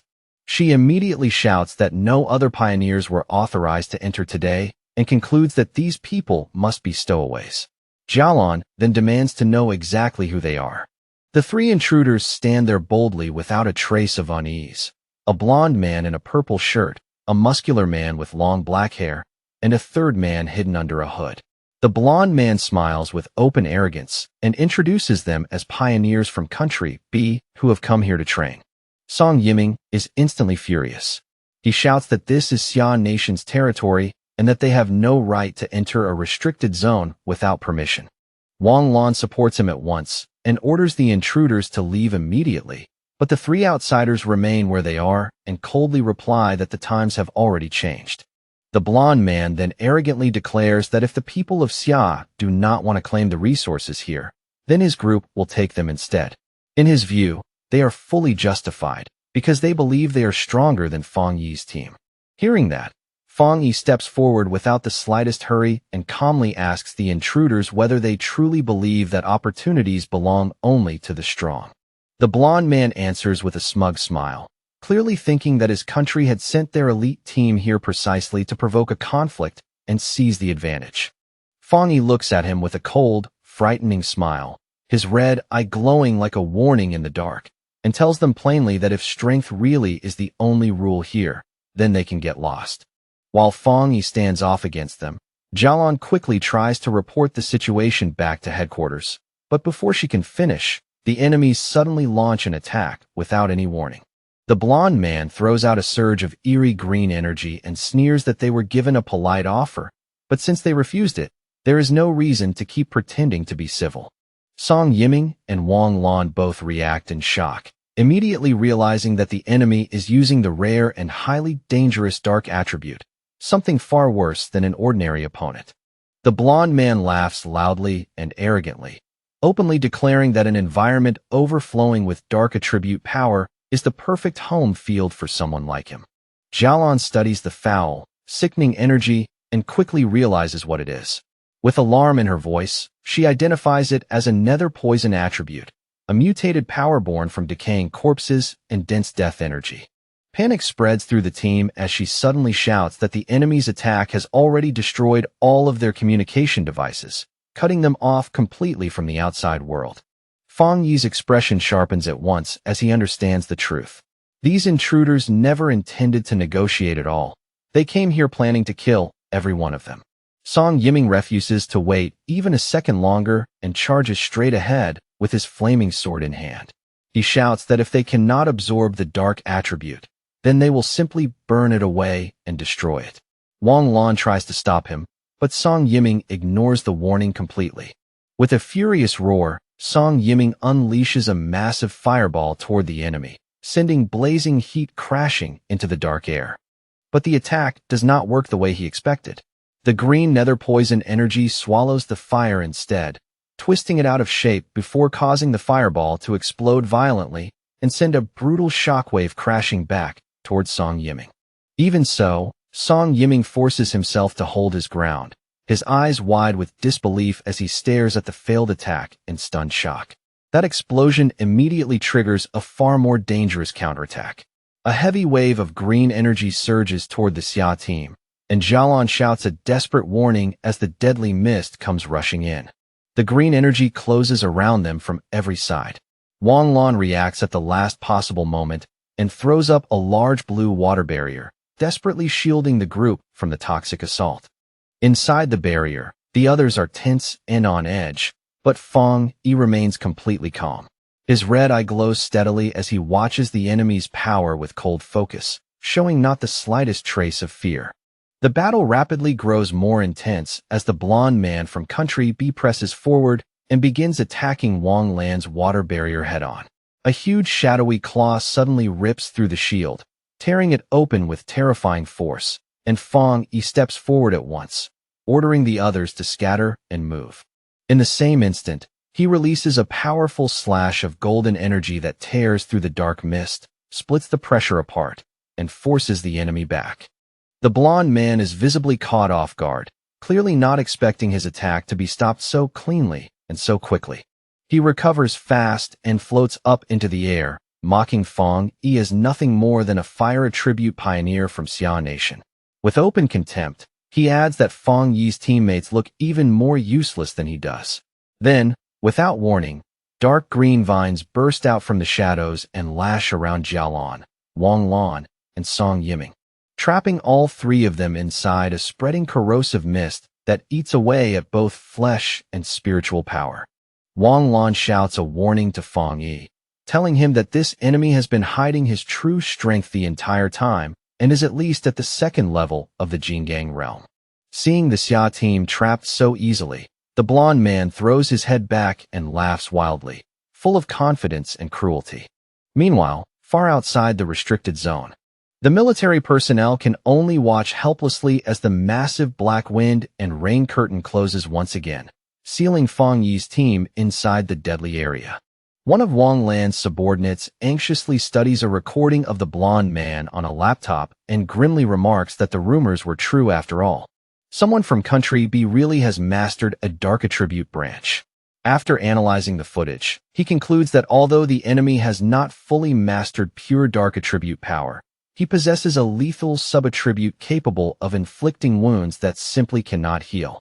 The blonde man gloats shamelessly, saying that Fang Yi's companions have already been poisoned and will soon rot to death, and that all of their spiritual power will eventually become nourishment for him. Then he demands that Fang Yi return with him to mighty Country B and become part of him, speaking as if Fang Yi has already lost the right to refuse. Trapped and furious, Wang Lan screams at Fang Yi to stop holding back and fight back immediately. At that moment, golden flames erupt from Fang Yi's body and force the surrounding darkness backward.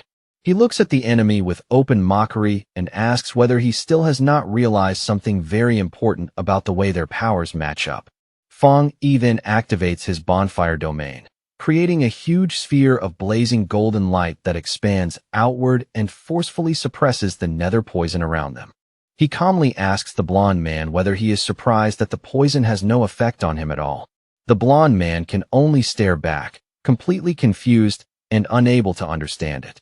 With a confident smile, Fang Yi unleashes a massive stream of fire, but instead of aiming for the leader, he sends it straight at the two subordinates standing below. The blonde man's face twists with fury as he sees his defense broken apart and realizes that his men are the true targets of Fang Yi's attack. Fang Yi rises into the air and taunts him from above, asking with obvious contempt whether he is really not going to save them. The blonde man snarls that Fang Yi is arrogant, then summons a huge sphere of concentrated poison mist and shouts that as long as Fang Yi is still human, there is no way he can escape that power. Ignoring the threat completely, Fang Yi charges straight into the attack, his flaming sword carving a fierce line across the sky as he advances without hesitation. As Fang Yi closes the distance, the blonde man's expression suddenly changes from rage to shock. At last, he recognizes the true nature of Fang Yi's power and realizes in horror that it is the Yang attribute, the natural counter to everything he has. Fang Yi lifts his flaming sword high above him and coldly announces the name of his attack, Skyfire Slash. Then, with one clean and devastating swing, Fang Yi cuts straight through the enemy's defense and body alike, slicing the blonde man in half in a single strike. Overwhelmed with disbelief, the blonde man cannot understand how a human could possibly master a power so close to that of an anomaly king.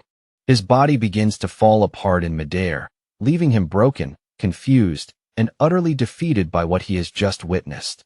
Song Yiming and Wang Lan can only watch the scene in absolute shock, their expressions frozen by the sheer absurdity of Fang Yi's strength. The blonde man coughs up blood, yet even in that state, he stubbornly refuses to die. Using the dense dark energy saturating the area, green vines drag his two severed halves back together. He shouts madly that as long as the dark attribute here remains this rich, Fang Yi will never be able to kill him. Fang Yi floats in the air with a bored, almost disappointed look on his face, quietly judging that the nether poison attribute is far too weak and that even its regenerative ability is pitifully low. In Fang Yi's eyes, this opponent is so underwhelming that he decides the man is not even worth using his ultimate move against. Suddenly, the blonde man stares down at his own hands, his face twisting with confusion as he realizes something is terribly wrong. His regeneration has stopped completely, and the flesh that should have been repairing itself remains broken and still.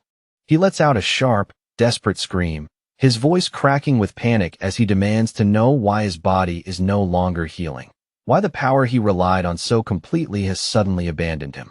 Fang Yi calmly snaps his fingers, the small, crisp sound cutting through the chaos with chilling certainty.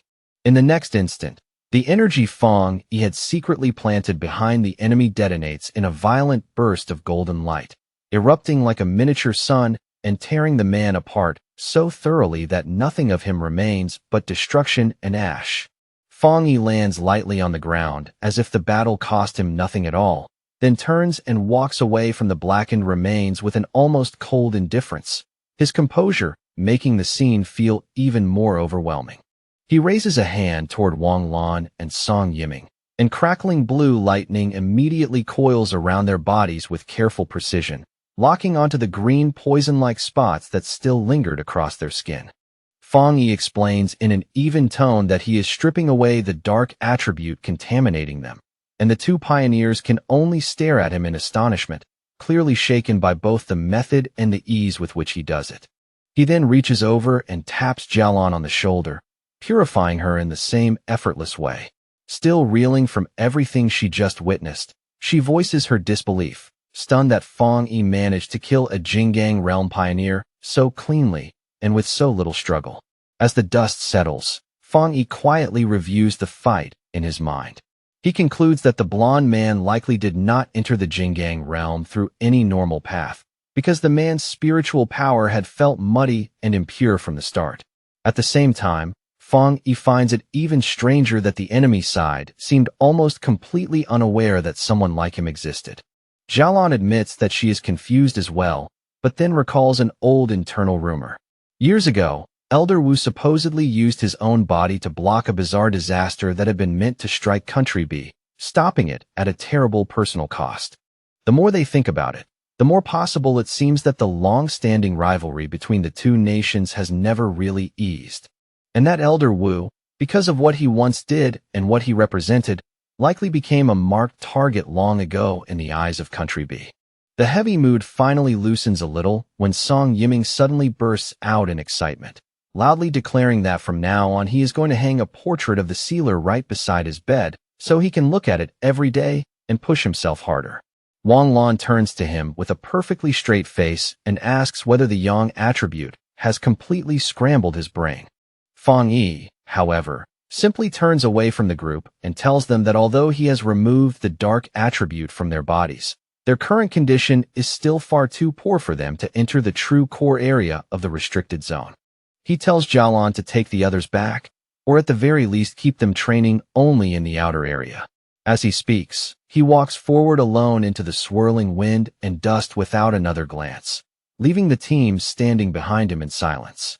With his eyes glowing a deep, radiant gold, Fang Yi finally reveals what he truly wants, to see the real face of this restricted zone's core with his own eyes. Alone, he stands before a monstrous storm of blue lightning and dark energy, vast and terrifying enough to distort the sky itself. Power cracks through the heavens as he prepares to step into the deadly center that no one else there can even hope to reach. As Fang Yi walks deeper into the storm-filled heart of the restricted area, Jialan, Song Yiming, and Wang Lan can only stand back and watch his figure disappear further into the chaos. Song Yiming stares at him in complete disbelief, so stunned by Fang Yi's courage that for a moment he cannot even find the words to speak. After a long pause, Wang Lan turns to Jialan and asks her in a low voice what their chances of success would really have been if they had come here alone, without Fang Yi. Jialan gives a bitter, self-mocking smile and admits that she once believed she was the strongest candidate to inherit Elder Wu's position. But ever since the sealer appeared, she has already come to terms with the fact that she can only stand in second place. Song Yiming and Wang Lan are both left visibly shocked. Neither of them expected their proud, fiercely competitive leader to speak with such calm acceptance, and the change in her attitude feels almost unreal. Without warning, the dark energy high in the sky suddenly begins to crackle and churn with violent intensity, as if the entire atmosphere is being torn open. Song Yiming instantly panics, shouting out in alarm as he demands to know what is happening now. The moment she senses the danger, Jialan's expression changes and she screams at her teammates to dodge immediately. A defensive barrier rises just in time, shimmering into place a heartbeat before a massive wave of dark energy erupts outward in a gigantic explosion that swallows the surrounding area. Even with their defense up, Jialan, Song Yiming, and Wang Lan are blown away like leaves in a storm, their bodies thrown helplessly through the air by the sheer force of the blast. When the explosion tears across the land, it carves huge burning trails through the ground, leaving behind scars that stretch across the battlefield. Bruised, disoriented, and sprawled across the scorched earth, the three pioneers finally understand with chilling clarity that this devastating force is the true face of the restricted area's core. They slowly lift their heads and stare in awe at the terrifying scene before them, a landscape shaped like a giant burning eye, eerily identical to the satellite images they had seen before entering. Jialan points ahead through the storm and says that Fang Yi is still in front of them, floating right at the center of that terrifying maelstrom. Fang Yi hovers in midair, his body seeming to act as a bridge between two extremes, golden fire wings blazing behind him, while jagged spikes of dark purple energy twist and surge around him like living weapons. He lowers his gaze to the sphere of dark power gathered in his hand, his expression turning uncertain as he senses a strange and unfamiliar reaction beginning inside it. Very quickly, Fang Yi realizes that the two opposing attributes, yang and dark, are not merely clashing, but slowly fusing together into an entirely new kind of spiritual power. The two forces spiral together in a chaotic, unstable vortex, purple and gold grinding against each other in violent waves. At that moment, the system alerts Fang Yi that it has detected a major change in heaven and earth triggered by the collision of the yang and dark attributes. The reaction grows even more intense, and Fang Yi's body appears almost split in two, with one half turning into a skeletal shadow while the other half burns brightly with pure golden light. Then the system announces the birth of a completely new and previously unknown attribute, turbid yang. Fang Yi steadies the fused power in his hand, now stable at last, and the system immediately begins gathering and analyzing data so it can construct a brand new technique based on this unprecedented energy. Fang Yi narrows his focus and draws the swirling vortex of purple-black energy toward himself, guiding it into his head and absorbing the newborn attribute directly into his body. His eyes suddenly blaze with a blinding white radiance. The system confirms that he has obtained a new technique, the Spirit Turbid Eye technique, a power capable of governing endless transformations and touching both illusion and reality. At the same time, all the dark energy filling the crater suddenly disappears, drained away in an instant as though the vortex has swallowed the entire abyss dry. Watching from afar, Song Yiming is completely dumbfounded, muttering in shock as he wonders whether the dark attribute really merged with the yang attribute just to create some kind of monster. Jialan, however, quickly notices that something about the atmosphere has changed. She frowns and asks the others whether they can feel it too. The three of them soon realize that although this new spiritual power looks frightening and oppressive on the surface, the instinctive revulsion and fear that normally came with the dark attribute are completely gone, leaving behind a force that feels strangely pure instead of corrupt.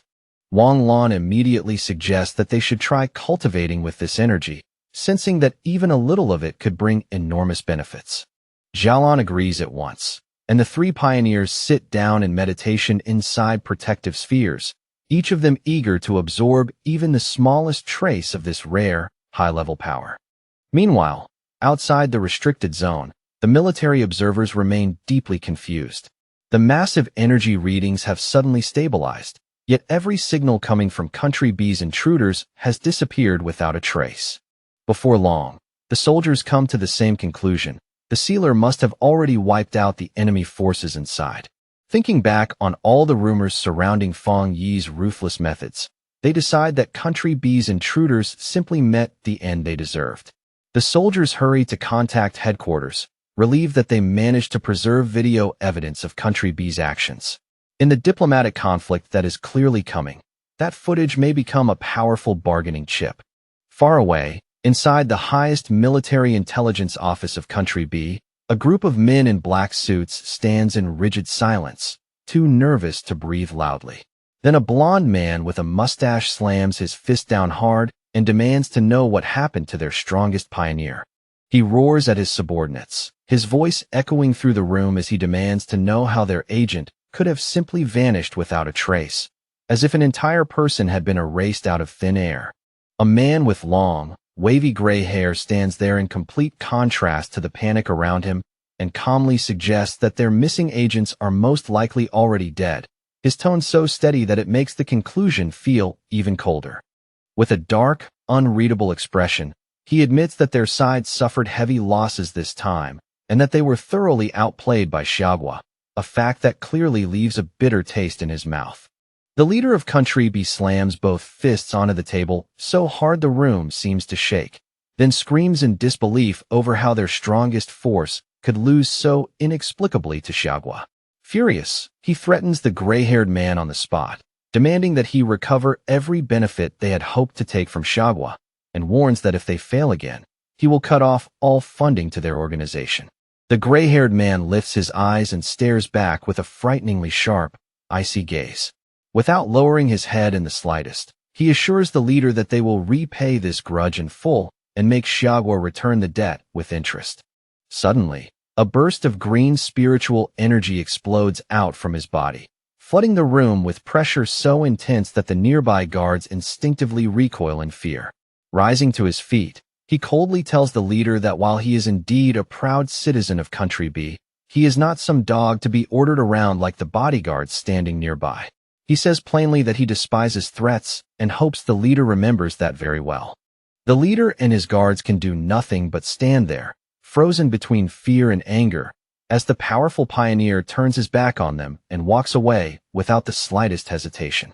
As the gray-haired man leaves, the leader shouts after him in humiliation and rage, yelling that he will contact Xiaogua's leaders immediately and demanding that the pioneers teach them a brutal lesson they will never forget. Walking through a dim, silent hallway, the gray-haired man asks his subordinates for the latest results of their investigation. 3 figures in dark cloaks follow close behind him like shadows, and one of them reports that they were unable to enter Xiaogua's restricted zone and have completely failed to locate the second young master. The subordinate goes on to explain that the tracking instrument implanted inside the target's body was most likely destroyed, although they still cannot completely rule out the possibility that the enormous energy fluctuations in the area interfered with the signal. The moment he hears that, the gray-haired man's face twists with naked hatred. He finally accepts that the loss is real, and in that cold instant, he silently swears that Xiaogua will pay the price for it. Meanwhile, far inside the core of the restricted area, Feng Yi floats alone in the violent center of the storm, surrounded by unstable power and eerie silence. The system begins feeding him detailed information about his new ability, the Spirit Turbid Eye technique. It describes it as a terrifying illusion art capable of dragging any living creature into a realm of despair so deep they may never escape. The most frightening part, according to the system, is that Fong Yi does not even need to move.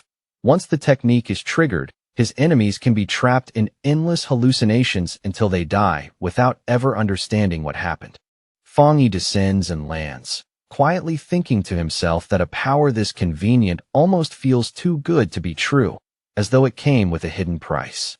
But the instant his feet touch the ground, a sharp pain tears through his body without warning, locking him in place as the spiritual energy inside him begins fluctuating wildly and violently. He drops to one knee at once, coughing hard as his body strains to contain the newly formed power, every breath turning rough under the crushing pressure. Wiping the blood from the corner of his mouth, Fong Yi lets out a low remark about just how tyrannical and overbearing this dark power truly is. Dark purple energy surges around him in unstable waves, and Fong Yi quickly realizes that even though he successfully created a brand new attribute, that power is still resisting him from within and producing a severe backlash. And yet, despite the pain tearing through him, a twisted, excited smile slowly appears on Fong Yi's face. Rather than feeling intimidated, he finds the whole situation genuinely interesting and admits to himself that it has been a very long time since he faced a challenge this difficult and this stimulating.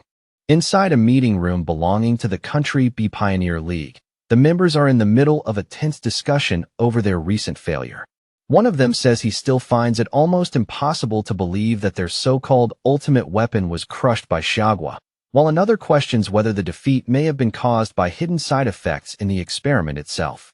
Before the discussion can continue, the gray-haired pioneer leader suddenly strides into the room, bringing with him a terrifying pressure that instantly silences everyone present. Without the slightest hesitation, the leader releases his power. Dark, ghost-like shadows lunge toward the members like living nightmares as he sneers sarcastically that they all seem to have such unique and clever insights now that everything has already gone wrong. He then points at one terrified subordinate and coldly orders that person to serve as bait in their next experiment, as though he were assigning a trivial task instead of a death sentence. The subordinate immediately drops into desperate pleading, begging for mercy, but the leader ignores every word. With complete contempt, he declares that the previous leader was nothing but a useless straw bag who deserved no respect. His voice growing colder, he vows that he will personally give Xiagua a proper display of power and make them understand exactly what they have provoked. Inside the Blue Star United Supreme Council Hall, the atmosphere is tense and heavy, with anger and suspicion hanging over the chamber like a storm about to break. A representative rises and angrily declares that Xiagua has gone far too far this time, his accusation ringing sharply through the hall. The envoy from the E-Federation follows with a formal condemnation, accusing Xiagua of killing important pioneers from another nation. He argues that in the face of a global disaster threatening all humanity, countries should not be destroying each other's elite forces like this. Then, without warning, loud laughter suddenly echoes through the chamber, and a voice openly shouts, "Killed well," leaving the representative stunned on the spot. Elder Wu, commander of Xiagua, walks into the hall wearing full combat armor, his presence instantly dominating the room. He sweeps a mocking glance across the representatives and casually orders his men to replace their drinks with chrysanthemum tea, saying they clearly need something to lower their internal fire and calm themselves down. The gray-haired pioneer leader is briefly startled to see Elder Wu appear in person, but he quickly suppresses that reaction and cuts past any formality, demanding an explanation for why his country's powerful pioneer died within Xiagua's borders. As he stares at Elder Wu, suspicion flashes through his eyes, and he cannot help wondering how Elder Wu managed to recover so completely. Elder Wu lets his golden aura flare outward and gives a scornful scoff, asking whether the gray-haired leader truly thinks he has the right, or the worth, to stand there and demand an explanation from him. He then accuses Country B's pioneers of attacking first, and says they are shamelessly pretending to be victims while acting as the real aggressors from beginning to end. The gray-haired leader asks for proof of those accusations, but underneath his outward calm, fear is already beginning to gnaw at him. If Elder Wu has really returned to his peak condition, then their plans may already be falling apart. Elder Wu calmly raises a remote control and says that if proof is what the man wants, then proof is exactly what he is going to receive, right here in front of everyone. On the screen behind him, a video begins to play, clearly showing the blonde leader and his team and proving that Country B's pioneers illegally crossed the border to steal resources. Elder Wu narrates in an even, cutting tone that the intruders destroyed their own recording equipment afterward, but were ultimately killed in self-defense by Xiaogua's pioneers. He finishes by declaring that those arrogant invaders deserve to die. The audience is left visibly shocked by the solid, unmistakable evidence of Country B's treachery, and the mood in the hall shifts all at once. Elder Wu fixes the gray-haired leader with a hard stare and coldly quotes that those who commit injustice will bring about their own destruction. He warns the entire hall that if any other nation dares to come and steal Xiaogua's resources, they will meet exactly the same end. Enraged by the humiliation, the gray-haired leader secretly gathers green energy in his hand beneath everyone's gaze, preparing a sneak attack. In the next moment, he violently hurls 3 blades of green spiritual energy straight at Elder Wu, each one sharp and fast enough to kill. However, Elder Wu responds with effortless ease, summoning a golden barrier that instantly reflects the attack and sends the green energy rebounding straight back toward its source. The reflected force crashes into the gray-haired leader head-on and blasts him backward through the air with brutal force. Elder Wu bursts into hearty laughter, openly mocking the sneak attack as nothing more than a petty little trick not worth taking seriously. The gray-haired leader slams onto the stairs in a painful crash, and his subordinates rush to him in panic, their earlier arrogance gone in an instant. Elder Wu watches the scene with a deeply satisfied expression, and as he does, his thoughts drift to Feng Yi and to how many more miracles that sealer may still create for Xiaogua. Back at the restricted area, a massive vortex of dark energy continues to churn and roar like a living disaster. Xiaolan, Wang Lan, and Song Yiming stand at the very edge of it, staring into the chaos with tense, fixed expressions. Xiaolan looks deeply troubled, her eyes full of worry as she fears that even someone like the sealer may have run into real danger inside that terrifying storm. Deep within the eye of the storm, where the pressure is at its worst, Feng Yi stands there alone, surrounded by unstable power on every side. Then, all at once, his eyes erupt with blazing golden light as the energy inside him surges to its limit and reaches a critical breaking point. He throws his head back and screams as a massive burst of golden power erupts from his body, exploding outward with such force that the entire space around him seems to shake under the pressure. As the violent blast slowly settles, it condenses into a deep, dark purple aura that clings tightly to him. The system confirms that the spirit turbidite technique has now been completely absorbed, and that his body will no longer reject the dark attribute. Feng Yi lifts a hand to his eye and smiles with quiet confidence, deciding to test this brand new technique for himself. The moment he commands it to open, reality fractures apart into countless purple shards, and a chaotic, otherworldly dimension unfolds around him. Feng Yi slowly scans his surroundings, his expression sharpening for a brief moment as alertness flashes through his eyes at the strange new world forming before him. He quickly notices that the floating shards are filled with images of monsters he fought in the past, and he realizes at once that these illusions are drawn directly from his own experiences. The discovery makes him even more intrigued by how dangerous and fascinating this power really is.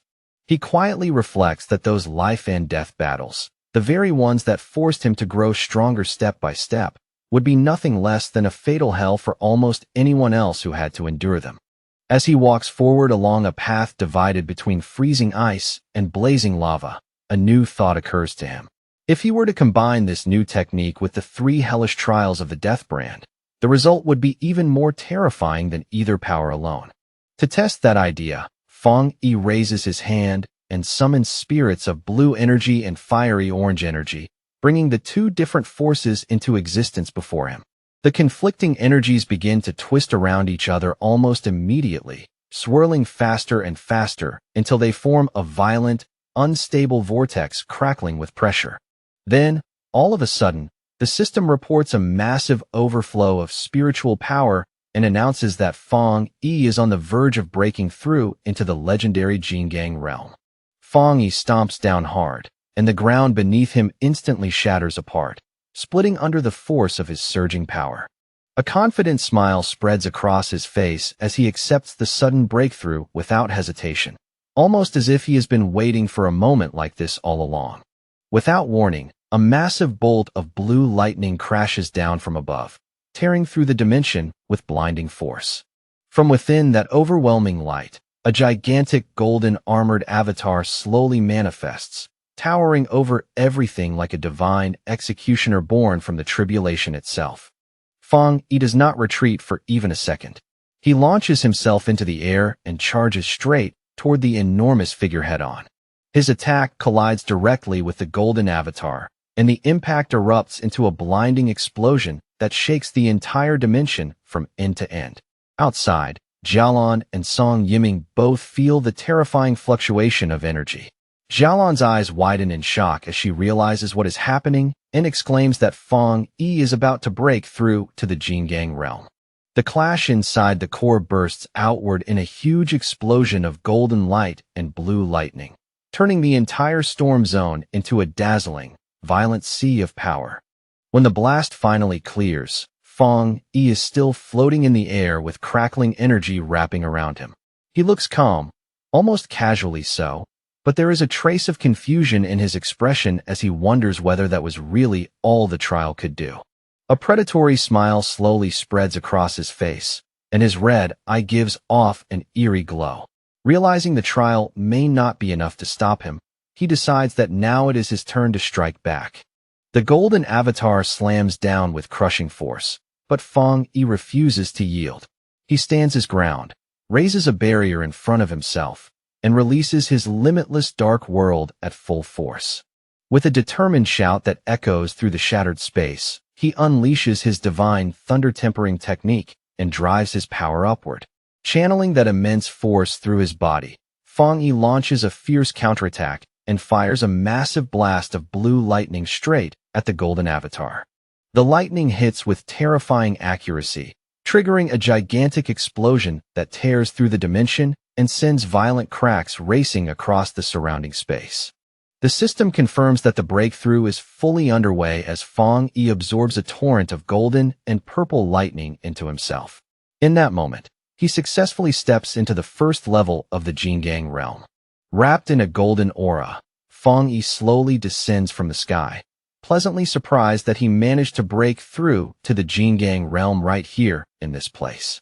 He gathers an enormous amount of power into one hand, his eyes glowing red, and with a simple swing releases a devastating force that instantly shatters the surrounding rocks into fragments. The impact is so overwhelming that Jialan and Song Yiming can barely remain standing, the sheer weight of Fong Yi's spiritual power pressing down on them from a distance. The storm created by his breakthrough roars across the area, hurling dust, stones, and broken debris wildly in every direction, and even tossing an armored vehicle into the water as if it were nothing more than a toy caught in a flood.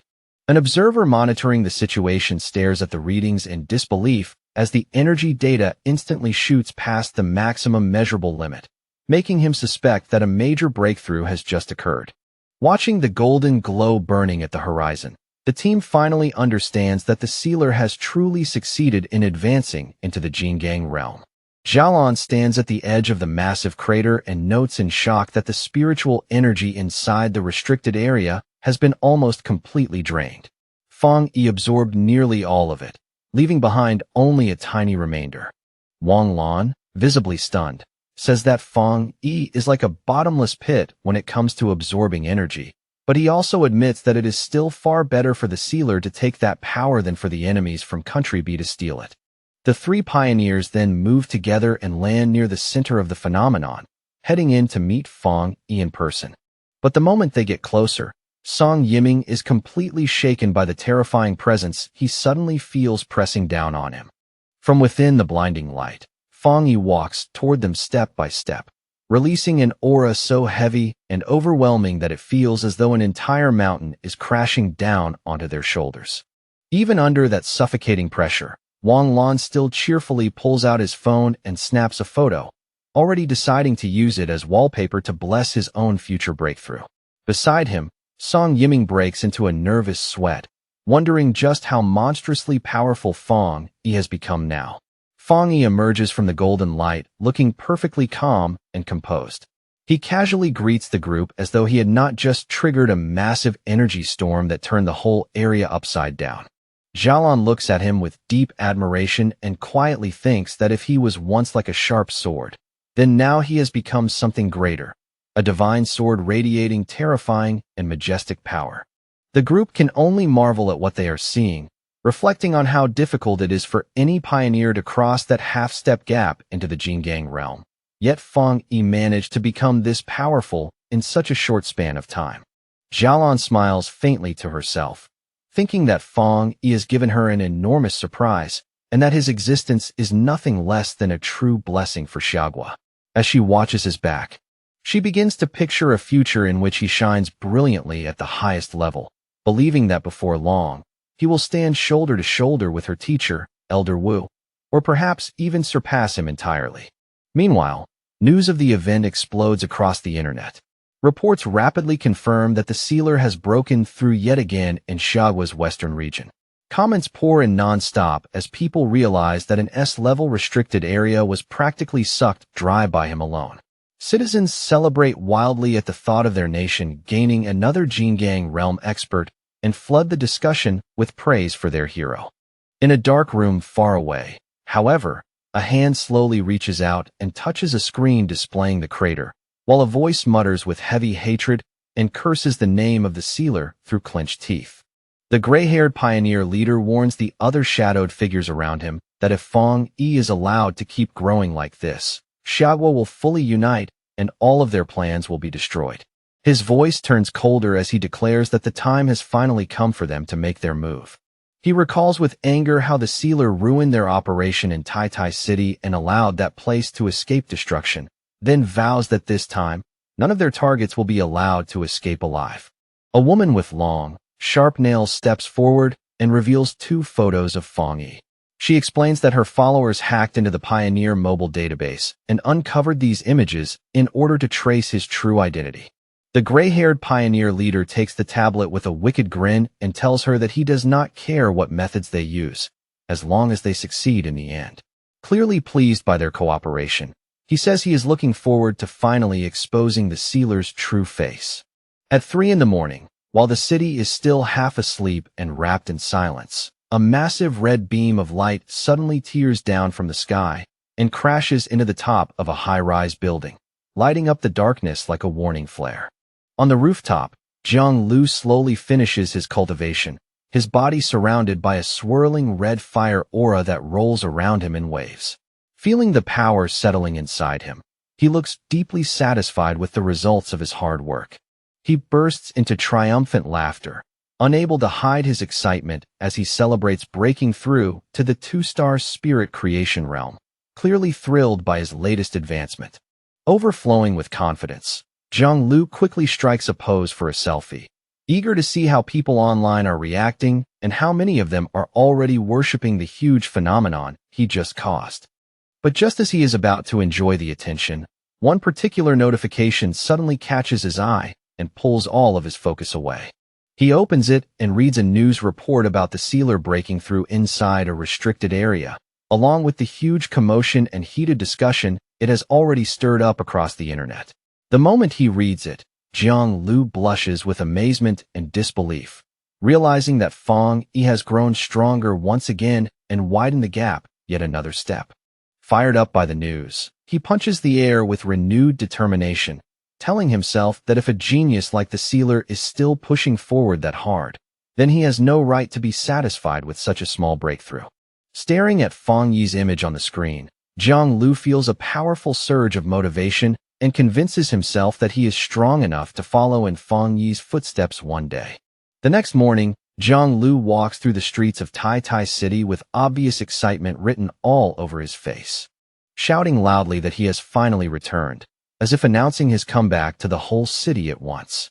Still full of energy as he walks, he accidentally bumps into a woman wearing high heels, the collision making both of them pause.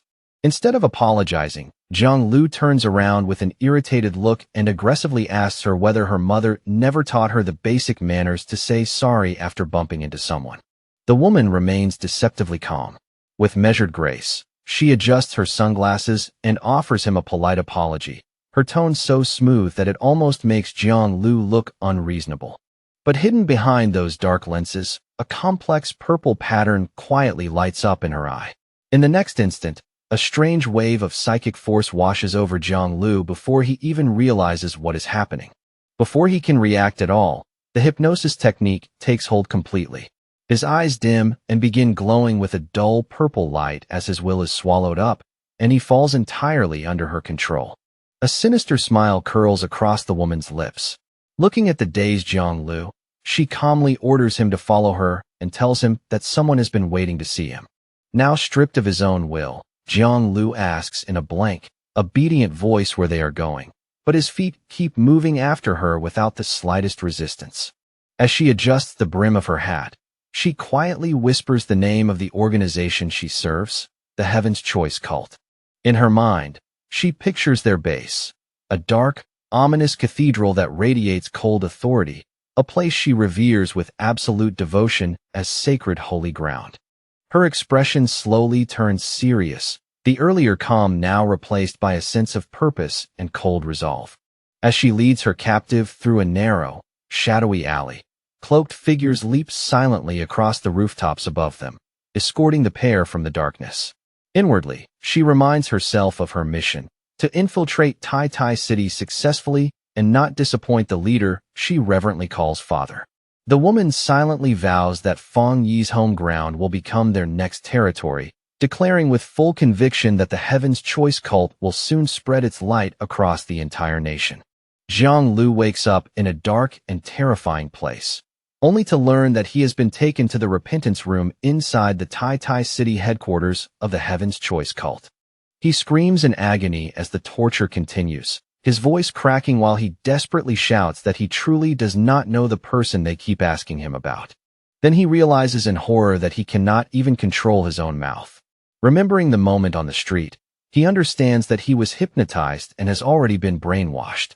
These cruel people are trying to drag information out of him about the man he hopes will one day become his master, Feng Yi. In the middle of all that pain, Zhang finds one strange bit of comfort. He genuinely knows almost nothing, which means there is very little he can actually betray. Elsewhere, in a grand hall filled with oppressive silence, a subordinate reports to a woman dressed like a nun and respectfully asks whether the prisoner has said anything useful yet. The woman continues praying as she answers that although she forced him to speak, the boy seems far too ignorant to provide anything of real value. Hearing that, the subordinate grows uneasy and questions whether Zhang is even qualified to be used as bait in the first place. He voices his concern that someone like the sealer may not come personally to save a person of such little apparent importance. The woman declares without hesitation that she will intensify the torture, fully determined to complete the mission given to her by Father no matter what it takes. At the Tai Spirit Association office, Feng Yi and Su Qingying sit across from two unfamiliar visitors. Su Qingying gets straight to the point and asks whether they came to Tai City to seek help in finding Zhang. One of the men, who is Zhang friend, quickly explains that Zhang came to the city hoping to find the sealer and asked to become his disciple, but he disappeared shortly after arriving. The red-haired man adds that they later received a tip saying Zhang had been taken away by a mysterious group, a group known by the name of the Heaven's Choice Cult. At those words, both Su Qingying and Feng Yi show clear surprise. Su Qingying immediately recognizes the name and identifies it as an evil cult supported behind the scenes by pioneer forces. The red-haired man admits honestly that his side has no confidence in facing such a dangerous organization on their own, which is why they came all this way to ask Feng Yi for help. Su Qingying explains more about the enemy. She says they are a group that opposes the Spirit Association and specializes in spiritual and mental attacks. On the surface, They disguise themselves as an ordinary church to blend into the general population, but their true headquarters lies in Chuanchi City, where they already have close to 1 million believers under their influence. She goes on to explain that although the local spirit association has tried more than once to suppress them, the cult is extremely slippery and difficult to pin down. Fang Yi's expression hardens as he realizes the danger immediately. If the cult's true headquarters is in Chuanchi City, then their presence here means they have already infiltrated Tai City. Su Qingying urgently adds that she needs to inform the association at once so a citywide search can begin. A sharp smile appears on Fang Yi's face as he pieces the truth together. He points out that the cult slipped into the city without being noticed and then kidnapped the very person who came looking for him. That means the Heaven's Choice cult was never really after Zhang Lu. They came for him. Fang Yi falls into deep thought. He reasons that if this elusive organization was willing to travel thousands of miles just to target him, then they would never leave obvious traces behind if they intended to remain hidden. His expression then turns even more serious. He begins to suspect that the idea of them merely infiltrating Tai City may itself be a false lead. Su Qingying and the red-haired man both look at him in surprise. Fang Yi asks for confirmation that Chuanchi City is currently the place in Xiagua with the fewest spiritual anomalies. Su Qingying confirms it and explains that the city is widely known as a peaceful retirement destination for the elderly, to the point that many people living there do not even realize how much the world has already changed. Fang Yi quickly analyzes the enemy's strategy and theorizes that the cult likely plans to create scattered weak points in Tai City first, then use those openings to slowly expand and take control bit by bit. And in that whole plan, he realizes that his own existence is the single greatest obstacle standing in their way. Suddenly, Fang Yi rises from his seat and reaches a conclusion. Zhang Lu has most likely already been transferred to the cult's headquarters in Chuanchi City. Rather than waiting around for the enemy to move again, he decides to seize the initiative himself and orders Zhang Lu's friend to book the earliest possible tickets to Chuanchi City so they can confront the cult directly. The two men immediately agree, their faces lighting up with excitement as they eagerly declare that they are willing to follow Lord Sealer without hesitation. Fang Yi then turns to Su Qingying and tells her to notify her superiors as soon as possible, while also launching anti-cult propaganda across the city to keep the people alert and safe during his absence. Su Qingying responds with cheerful confidence and says she will handle it right away. As he gets ready to leave, Fang Yi silently concludes that this cult cannot be allowed to exist any longer and must be wiped out as quickly as possible. He admits to himself that he is genuinely surprised such a powerful organization had remained outside his notice for so long, and then suddenly remembers that his aunt is currently living out her retirement in that very city. Meanwhile, back at the Heaven's Choice cult headquarters in Chuanchi City, a subordinate steps forward and approaches the leader with careful respect, reporting that the sealer and his companions are already on their way and flying toward the city at this very moment. The leader, dressed in spotless white religious robes, reveals a sinister smile. She sounds almost amused that such useless bait actually worked, and even more pleased that Fang Yi is coming straight into her territory on his own. She slowly clenches her fist, crushing the energy gathered inside it, and decides that since such an important guest is coming, they must prepare a proper welcome for him. Summoning a glowing white clock into her hand, she studies it with a wicked grin and wonders whether even a powerful heretic like Fang Yi can be broken and turned into a useful tool for her church. She remarks coldly that heretics are always stubborn by nature. Standing nearby, the subordinate reassures the leader that she has no need to worry about such a thing. The woman agrees with a sinister smile. Then she turns away, and dark purple energy begins erupting from her body in thick, ominous waves, as she declares that there is only one final fate awaiting heretics: to have their bodies burned away and utterly destroyed. At Chuanchi Airport, which looks far more peaceful than expected, Fang Yi finds it genuinely surprising that flights within Xiagua are still operating despite how much the world has changed.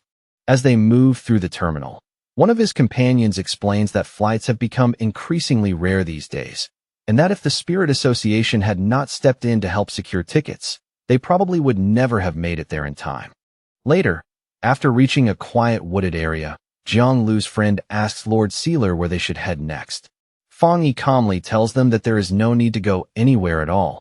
They only need to wait. The two companions glance at each other in confusion, clearly caught off guard by such an unexpected order when they had been ready to keep moving. Fang Yi raises a single finger and signals for silence.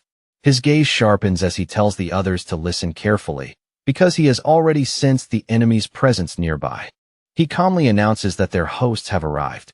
The moment the words leave his mouth, a group of cloaked figures begins emerging from the seemingly empty air around them. The enemies hover in the air beneath dark hoods, their faces wrapped in bandages and their exposed eyes glowing with eerie purple spiral patterns that seem designed to drag people in. Fang Yi immediately warns his companions to stay alert. He reminds them that the Heaven's Choice cult specializes in mental attacks and orders them not to look directly into the enemy's eyes no matter what happens. The red-haired man and Jiang Lu's friend both acknowledge the warning at once and instinctively shift into fighting stances, doing their best to stay focused. But while Fang Yi's attention is on the cloaked minions ahead, a figure silently emerges from the purple mist behind him. It is the mysterious woman again, now floating close and draping herself over his shoulders as she leans to his ear and teasingly asks why. If he warned his friends not to look, he has not bothered to close his own eyes. The woman instantly releases her spirit creation realm power. Her eyes blaze with intense purple light as she activates a technique called disarming charm. In a mocking tone, she asks whether he wanted to keep her beauty all to himself, while trying to invade and control his mind. But Fang Yi remains completely unaffected. A terrifying red light slowly begins to shine from his eye, and a menacing smile spreads across his face as he asks her whether she truly thought a trick like that would work on him. The woman's confident expression changes in an instant, replaced by naked shock. A massive and horrifying red eye opens behind Fang Yi in the spiritual realm, instantly crushing the woman's purple energy beneath its pressure. Fang Yi tells her that since she was brave enough to be the first one to get close, she deserves a little reward. He adds that illusion-type pioneers like her are actually quite interesting to him. Inside the spiritual realm formed by their clash, Fang Yi fully releases his mental power and activates the spirit turbid eye technique without holding anything back. The woman from the Heaven's Choice cult recoils in terror, shocked beyond belief that the sealer can actually wield illusion arts, something none of their reports had ever mentioned. Even so, she quickly forces herself to calm down and lets out a disdainful scoff, declaring that illusion techniques are the greatest strength of her cult. She reaches into her clothing and pulls out a pocket watch glowing with strange purple light, then sneers that Fang Yi is beneath her and boasts about the power her father personally bestowed upon her. Within her own illusion, she sees herself slicing Fang Yi cleanly in half, convinced for a brief moment that she has already won. However, when the vision clears, Fang Yi is standing there completely unharmed, wearing nothing but a smug, knowing smile. He calmly tells her to keep going if she wants, and that casual challenge leaves the woman visibly stunned and deeply unsettled. Now it is Fang Yi's turn. Remarking that such a lively opponent makes a perfect test subject, he causes a massive sphere of red energy packed with dark spirits to materialize right in front of her. She is swallowed whole by Fang Yi's power and begins screaming as the illusion becomes terrifyingly real, while her own mental techniques fail one after another under the pressure. Chains burst out from the surrounding darkness and bind her in place, crucifying her above a roaring inferno as heat and terror rise together. Desperate and panicked, she screams that she is a chosen child of her god, utterly unable to accept being defeated in such a humiliating way. She remains trapped in that nightmare world, surrounded on all sides by darkness and countless hostile red eyes staring at her without mercy. Bit by bit, her confidence completely collapses, and under the crushing pressure, even her mind begins to splinter and crack. The illusion devours her sense of reality until she falls into total panic, forgetting even who she is as monstrous shadows gather around her from every direction. Fang Yi descends before her like a judge delivering final sentence, his presence so overwhelming that it crushes what little resistance she has left. In that moment, The woman realizes her own skills are far too weak, and that if she keeps resisting, she will absolutely die.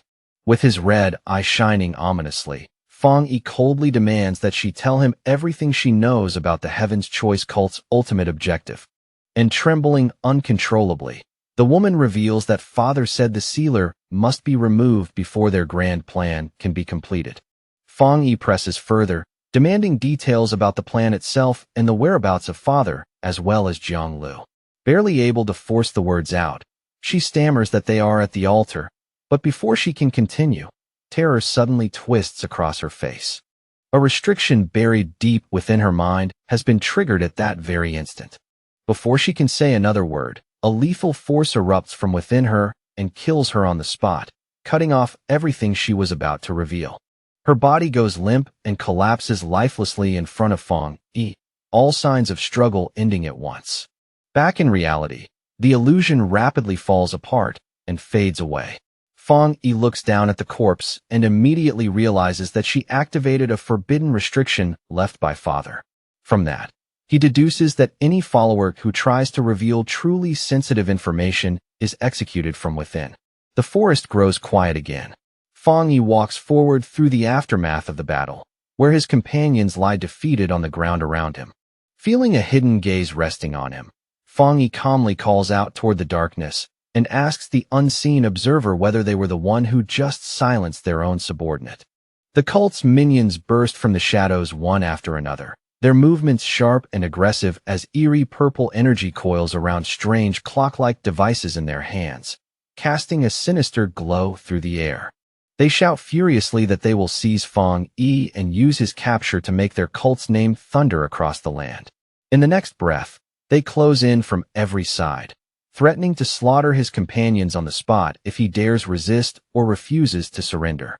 Fong Yi lets out a cold, dismissive scoff, then raises his hand and summons a blade of pure fire, its burning edge roaring to life with a heat fierce enough to distort the air around it.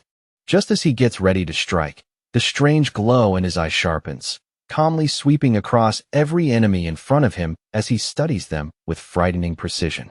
On the surface, their power level looks impressive enough on paper, but Fong Yi quickly sees through it. Their foundations are unstable, their aura scattered, and all that apparent strength is nothing more than hollow force with no real substance behind it. The result leaves him visibly disappointed. Tightening his grip around the flaming sword, Fong Yi's expression turns even colder, as if these opponents are not even worth the effort. Then, with one enormous slash blazing like heavenly judgment, Fong Yi tears straight through their defenses in a flood of fire. As the attack crashes through them, he remarks with quiet contempt that their real combat ability is laughably pathetic. The cultists are blasted away by the overwhelming flames, their shrill screams echoing through the area as they tumble helplessly through the air, completely broken and utterly defeated in a single exchange.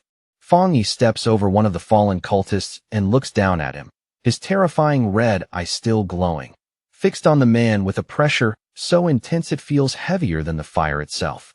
The cultist trembles uncontrollably under that gaze, finally understanding just how monstrous the gap between them really is.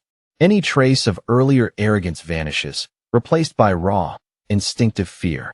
At that moment, another terrified subordinate slowly approaches, hands shaking as he presents a strange oval mirror wrapped in flickering purple energy, as though even he fears the thing he is carrying.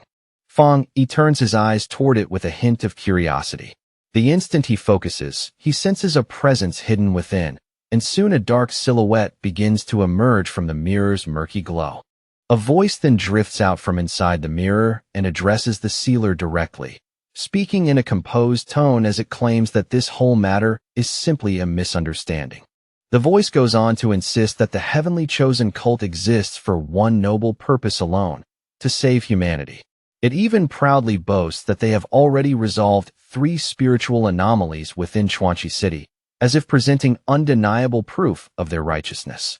With growing arrogance, the leader declares that compared with the cult's so-called sacred mission, the spirit association is useless, incompetent, and far beneath them in both vision and action. Fong Yi gives a mocking laugh, clearly unimpressed by the performance. He tells her bluntly not to get drunk on her own propaganda or start believing the lies she feeds other people. In a calm, almost casual tone, Fang Yi tears her argument apart piece by piece. He points out that Chuanchi City has long been classified as a secure zone with no record of beast-related disasters, which means the so-called anomalies they claim to solve were never real to begin with. From there, Fang Yi exposes the truth of their scheme without hesitation. In his eyes, the cult manufactures fake crises, plays savior to frighten civilians, and uses that fear to gather followers and wealth for their own cultivation. He dismisses the whole operation as filthy, shameless, and utterly despicable. Hearing that, the woman inside the mirror lets out a low, condescending laugh, the kind that drips with disdain rather than amusement. Then she reveals a glimpse of her true power, taking what looked like an ordinary pocket watch and transforming it into a vessel brimming with thick, sinister, dark energy. Her voice turns sharp with fury as she declares that Fang Yi completely misunderstands their noble cause. In her eyes, pioneers like him, who keep risking their lives for the Spirit Association, are nothing but hopeless fools who have been brainwashed beyond saving. She sneers at the very idea of protecting ordinary weak people, questioning what logic there is in preserving burdens who cannot contribute. To her, they should simply be abandoned and left to die, while the strong pioneers rise up and rule instead. Her face twists more and more with fanatic obsession until she is nearly shouting, screaming that they are walking a glorious road of evolution and that history itself will prove them right. Fang Yi remains completely unmoved. Blue lightning begins to crackle along his flaming sword, weaving through the fire in violent arcs, and in the next instant he surges forward with such speed that he becomes little more than a blinding streak. The cultist holding the mirror lets out a terrified scream, nearly dropping it on the spot, while the leader watching through the connection can only stare in visible shock at Fang Yi's sudden charge. With an expression as cold as winter steel, Fang Yi says that if she truly believes the weak deserve to die first, then she should set the example and be the first one sent on her way. Without another wasted motion, he swings. His blade becomes a savage blur of fire and lightning as it cuts toward both the cultist and the mirror in one merciless strike. The leader watches in utter disbelief as Fang Yi's attack seems to slice through reality itself. The mirror explodes apart, their connection is severed on the spot, and even the sacred link she relied on is torn open like fragile glass. She screams in outrage and disbelief, unable to understand how Fang Yi managed to break an object they regarded as holy and untouchable. The woman jerks back instinctively as the fire slash appears to pass dangerously close to her, and for a brief second, even she is shaken by the sense of imminent death. Then, still reeling, she realizes the attack was not truly physical at all, but an incredibly powerful illusion. Even so, the shock lingers. She thinks with alarm that she had nearly been dragged fully into Fang Yi's illusion, and only luck spared her because her real body was not there in person. Inside her mind, the cult leader had already lived through a horrifying scene in which an enormous Fang Yi, red-eyed and monstrous, pulled her into his mental domain and decapitated her without mercy. Yet despite it being an illusion, the damage is not entirely false. A genuine wound appears on her forehead in the form of a purple energy crack, clear proof that Fang Yi's strange power can cross the line between mind and reality. Back in the forest, one surviving cultist still holds up a mirror reflecting his leader's shocked face. After a brief silence, the woman remarks that Fang Yi's methods are quite interesting, though the comment carries both caution and grudging attention. Once she regains her composure, she slowly smirks and tells Fang Yi that he is indeed very strong. Then, with her tone turning smoother, she asks whether the two of them should sit down and talk. Fang Yi notices at once that the mark on her forehead is not blood. It looks more like corruption, tainted by some dark attribute. From that, he concludes that his illusion still was not powerful enough to fully trap her from such a distance, while her physical body remained elsewhere. So he gives her a direct ultimatum. She and the heavenly chosen cult must leave Chuanchi City within 3 days. The warning is clear and unambiguous, and Fang Yi already knows that if she refuses, then in 3 days he will make a major move himself. Blue electric energy crackles in Fang Yi's hand as he demands that they release the person they captured. At the same time, he stays realistic. He knows this cult will not retreat so easily, so for now he decides to watch the situation carefully and respond as it develops. The woman smiles and agrees to the terms with surprising ease, saying that the Heaven's Chosen cult will withdraw from Chuanchi City. She adds that as long as she is allowed to leave safely, his companion will be returned in 3 days. Inside the mirror, the image shifts to the cult's base, where 2 cultists drag an unconscious Zhang Lu forward and throw him hard onto the floor without the slightest bit of care. After seeing that, Fang Yi calmly accepts her conditions, his face steady and unreadable as though he is already calculating what comes next. With the agreement reached, the purple portal snaps shut with violent force. As dark energy surges and twists, the cult leader offers Fang Yi a final farewell before the connection collapses completely. The severed connection triggers a brutal backlash that instantly engulfs the remaining minions. They cry out desperately for their father to save them, but the dark energy devours them all the same, while Fang Yi quietly shields himself behind a barrier of light and watches it end. When the battle is finally over, the aftermath proves too much for one of the men present. The mental pressure breaks through his composure, and he begins screaming in pure terror.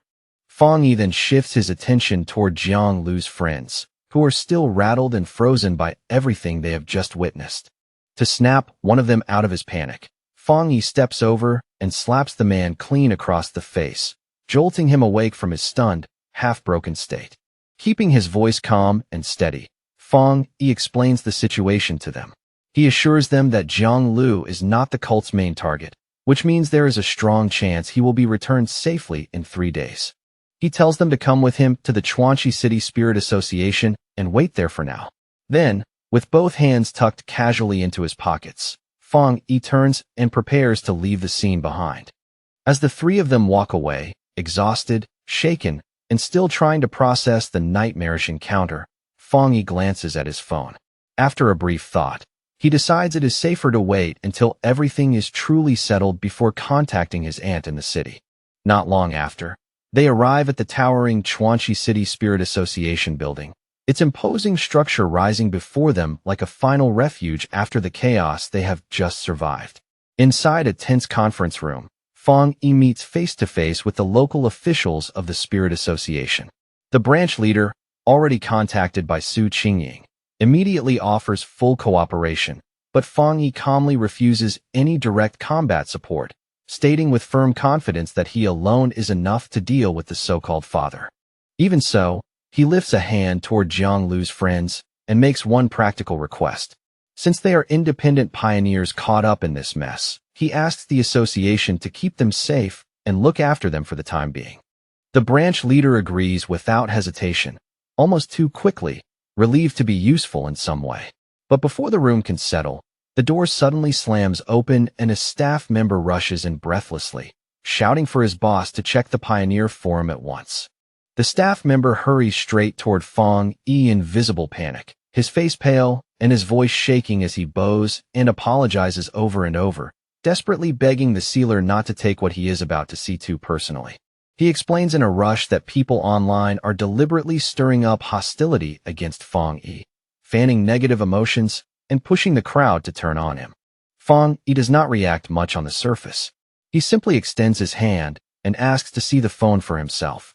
On the screen, post after post pours past his eyes in an ugly flood of hatred. They claim the sealer is unfit to lead the pioneers, accuse him of killing innocent people, and paint him as arrogant and cruel. But among all the noise, one detail stands out immediately. Every one of these hateful posts comes from IP addresses inside Chuanchi City. Within the Spirit Association, the atmosphere turns chaotic in an instant. Phones ring, voices overlap, and the entire office feels like it has been shoved into sudden disorder. The local superior is already on the phone, barking orders for all local IP addresses to be blocked from posting further. Even as he speaks, dread settles into his face. He realizes the Heaven's Chosen cult must be eliminated immediately, or this situation will swell into a full-scale disaster for the entire city. At the same time, deep inside the cult's headquarters, the cult leader stands before her followers in a dark cathedral-like hall, preaching from the shadows as if delivering some sacred revelation. She claims she has foreseen a future in which the chosen ones are trapped inside a cage of fire. Twisting the truth with practiced ease, she tells them that the lightning and flames they encountered were not judgment, but vicious oppression from their enemies. Floating high above her kneeling followers, she continues her performance, deliberately painting Fong Yi as a villain. She accuses the sealer of murdering their people in cold blood and declares that this evil obstacle must be removed no matter the cost. Then the cult's propaganda machine fully roars to life. A giant hologram is projected onto the side of a skyscraper, displaying a manipulated video of Fong Yi attacking someone, carefully edited to frame him as a monster. Below, the crowd erupts in cheers, welcoming the cult's so-called justice. The propaganda takes hold fast. Soon the streets are flooded with a massive protest, citizens waving banners that praise the cult as the savior of the world while accusing the Spirit Association of throwing the city to demons. The furious crowd surges all the way to the front of the Spirit Association building, shouting that harming the cult is the same as harming Chuanchi City itself, their anger growing louder with every chant. High above the chaos, Fong Yi stands beside a window and looks down at the brainwashed citizens below. His expression is cold and unreadable, but his silence carries an even heavier pressure than anger would. Inside the office, the mood is grim to the point of suffocation. The branch leader sits there with his head buried in his hands, bitterly lamenting that the association has now lost nearly all public support. After a long breath, he walks over to Fong Yi and explains helplessly that as pioneers, they are not allowed to use force against ordinary civilians, no matter how badly the situation spirals. Fong Yi cuts him off before he can say more, bluntly telling the official not to worry. His tone is flat and almost dismissive as he adds that he never expected much from them in the first place anyway. By now, Fong Yi clearly understands the cult's plan. They are using the people of Chuanchi City as both weapons and hostages, trying to bind his hands with public outrage. Even so, in his eyes, these are still cheap and petty tricks. Elsewhere, the leader of the heavenly chosen church grins beneath her hood, her expression hidden but her mockery unmistakable as she taunts the sealer and asks whether he likes the gift she has prepared for him. She smugly declares that every citizen has already become one of her puppets. If Fong Yi wants to destroy the cult, then he would have to destroy the whole city first. Satisfied with that advantage, she decides to retreat and orders her subordinates to withdraw while returning the trash they captured. One of her subordinates sneers and, under the guise of mercy, hurls a body down toward the furious crowd below, as though tossing away something worthless. Before the crowd can even fully react, a violent explosion tears through the Spirit Association building, shaking the structure and blasting the windows apart in every direction. A blinding burst of golden light erupts from within, so brilliant and sudden that the mob below screams and throws up their arms, shielding their eyes from the overwhelming glare. The church leader turns back in confusion, her confidence faltering for the first time as she realizes that something completely unexpected is unfolding behind her. There, outside the skyscraper, Fong Yi floats in midair, wrapped in a terrifying aura of golden flames that burn like judgment itself. His voice is ice-cold as he reminds them that he already warned them. If they failed to leave within 3 days, they would face the consequences. The cultists can only stare upward in shock, their faces stiff with disbelief as they wonder whether he is truly not afraid of turning the whole scene into a massacre. At that moment, it becomes painfully clear that the cult leader has made a serious miscalculation. With violent energy twisting around her, she screams in frustration and blurts out that she should have killed the hostage earlier when she had the chance. Then she glares at Fong Yi and demands to know whether he truly does not care about all the lives surrounding them. Fong Yi responds with a mocking calm that cuts deeper than anger. He tells the cult leader there is one thing she still does not understand, then swings his sword down and reveals that his technique was built specifically to counter dark attribute anomalies. The woman is left stunned as the enormous fire slash crashes down and strikes her subordinate directly, shattering her expectations in a single instant. Then, using sheer speed, Fong Yi vanishes from sight and reappears behind her in the next breath, catching her completely off guard before she can adjust. Without giving her time to recover, he brings his sword down hard, forcing her to hastily summon a magical barrier just to block the crushing weight of the blow. Locked in that brief but deadly stalemate, Fong Yi stares straight into her eyes, his own glowing with a cold red light. A dangerous smile slowly appears on his face as he asks a chilling question and calmly deduces that she is not human at all. At once, the woman's expression changes. A crack splits open on her forehead, glowing with strange purple light, and she admits with reluctant admiration that she is impressed he managed to figure it out so quickly. The crack spreads wider and wider until it reveals a grotesque purple eye hidden beneath the skin. She stares back at him and admits that truly nothing escapes his sharp vision, fully exposing the fact that she is no longer human.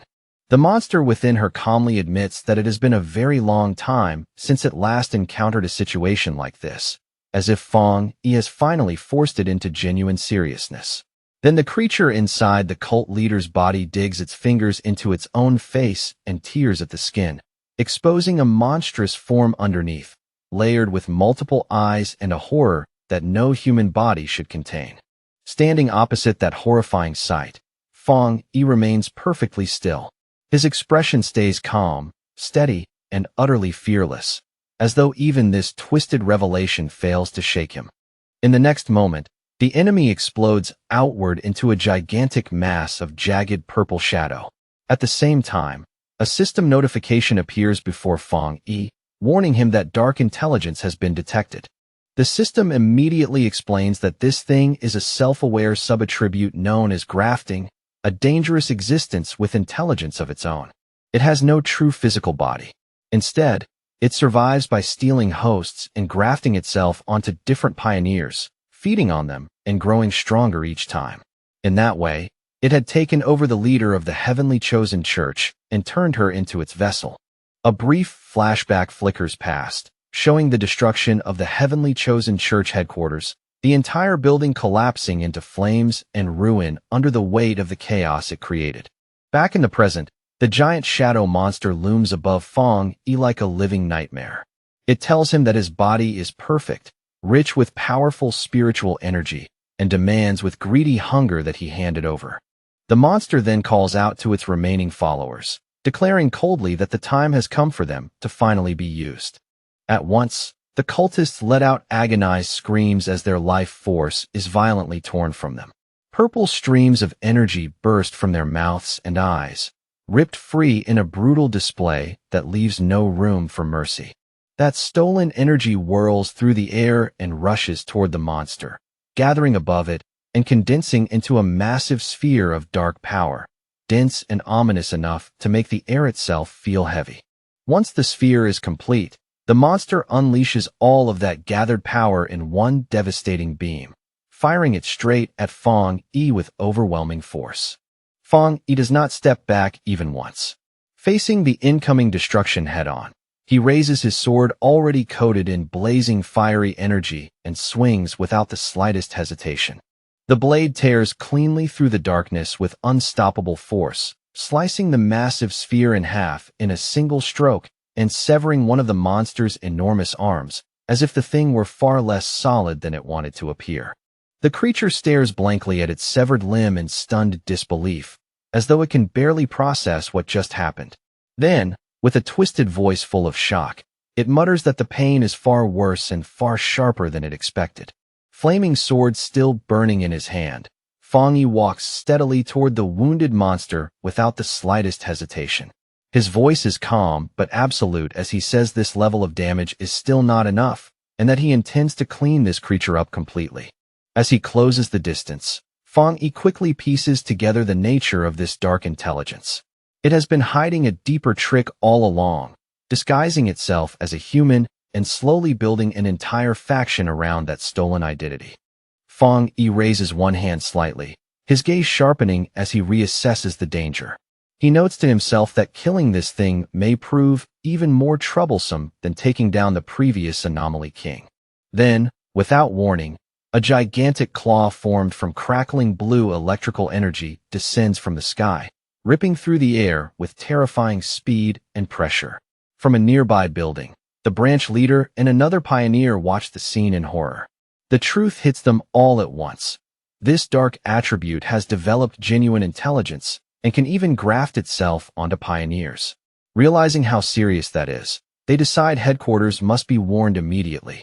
The enormous lightning hand crashes down with overwhelming force and clamps tightly around the shadow monster, locking it in place with a violent burst of electric power. Fong Yi slowly clenches his fist, calmly controlling the giant energy construct as though crushing the monster is only a matter of will. But even within that crushing grip, the monster bears a menacing grin. It mocks Fong Yi in a shrill, ugly voice, shouting that no matter how special he is, he will still become just another vessel for it to wear. In the next instant, dark energy surges toward Fong Yi and begins swallowing him whole.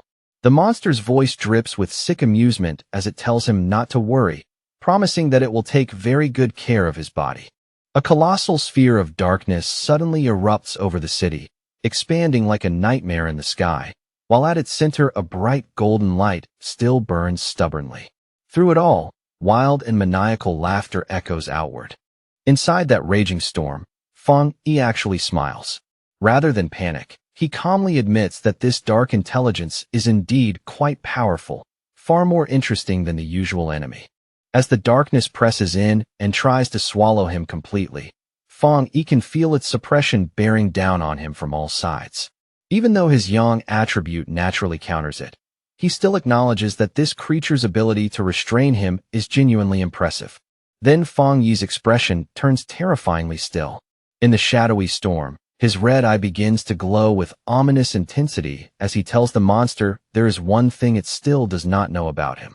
Behind him, a massive red demonic face made of energy slowly takes shape, towering and unnatural. Fong Yi declares in a chilling voice that he cannot be killed, and the monster, sensing this sudden horror, screams in confusion and demands to know what he just said.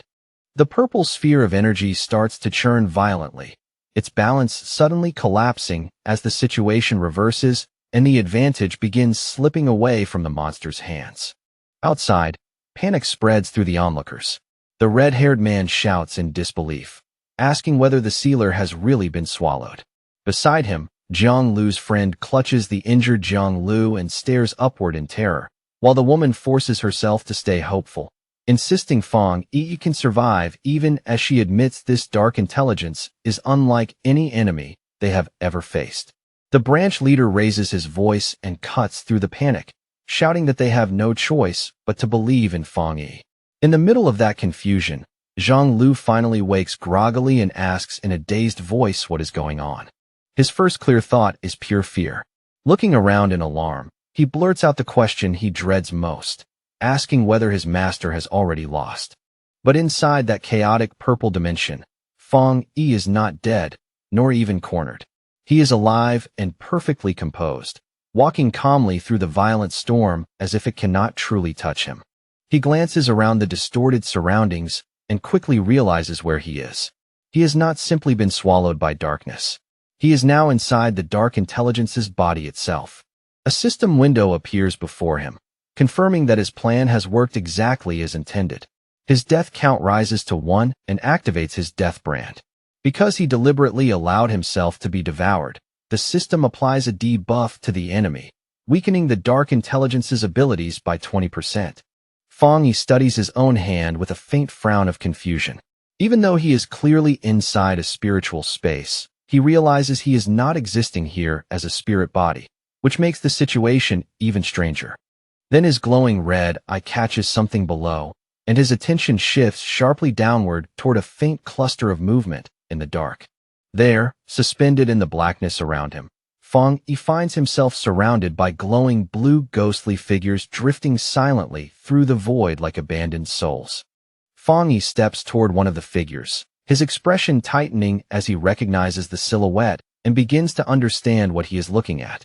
He asks whether she is the pioneer most recently grafted by the monster, the very woman who once led the heavenly chosen church. The blue spirit does not answer with words. She simply floats there in silence, her face filled with sorrow and exhaustion. Then, all at once, the female spirit and the other blue ghosts surrounding her slowly sink to their knees, bowing before Fong Yi in a silent plea that speaks louder than words ever could. Fong Yi looks down at them, his red eyes narrowing as understanding settles over him. Without anyone saying a word, he can already grasp what they are trying to convey. In a low voice, he asks whether they are begging him to release them, to finally grant them freedom from the monster that has imprisoned them for so long. After taking in the scene, Fong Yi reaches a grim conclusion. These pioneers are already long dead. What stands before him now are only the remnants of their soul breaths, trapped and bound inside the monster's body. Fong Yi summons his sword again, fully acknowledging the cruel reality before him. These imprisoned souls and the monster now share the same life force. That means if he destroys the dark intelligence, he will also destroy what remains of them. He quietly gathers his strength and makes his decision. If there is any mercy left to offer, then burning them all away with his pure world divine fire is the only true release he can give them. With no hesitation left in his heart, Fong Yi swings the massive blade with all the strength he has, pouring resolve into the strike. The slash of fire carves straight through the darkness, clean and absolute, splitting the enormous shadow entity in two as the burning edge tears across its core. As that purifying fire washes through the space, the spirit of the female pioneer begins to fade. For the first time, peace softens her expression, and she disappears at last in quiet release. The dark intelligence shrieks in agony, but even then it refuses to surrender. Its form twists and morphs into a jagged, spiked shadow as it roars that Fong Yi's resistance is meaningless and threatens to tear off his limbs one by one. Yet another system window appears, calmly confirming that contact with such an enormous dark attribute has successfully triggered the Hell Evil Scene mark. The system announces that the monster's power is being drained at terrifying speed. First, its strength drops by 50%, and then, almost immediately, the weakening surges to an 80% reduction as the Hell Evil Scene swarms over the enemy.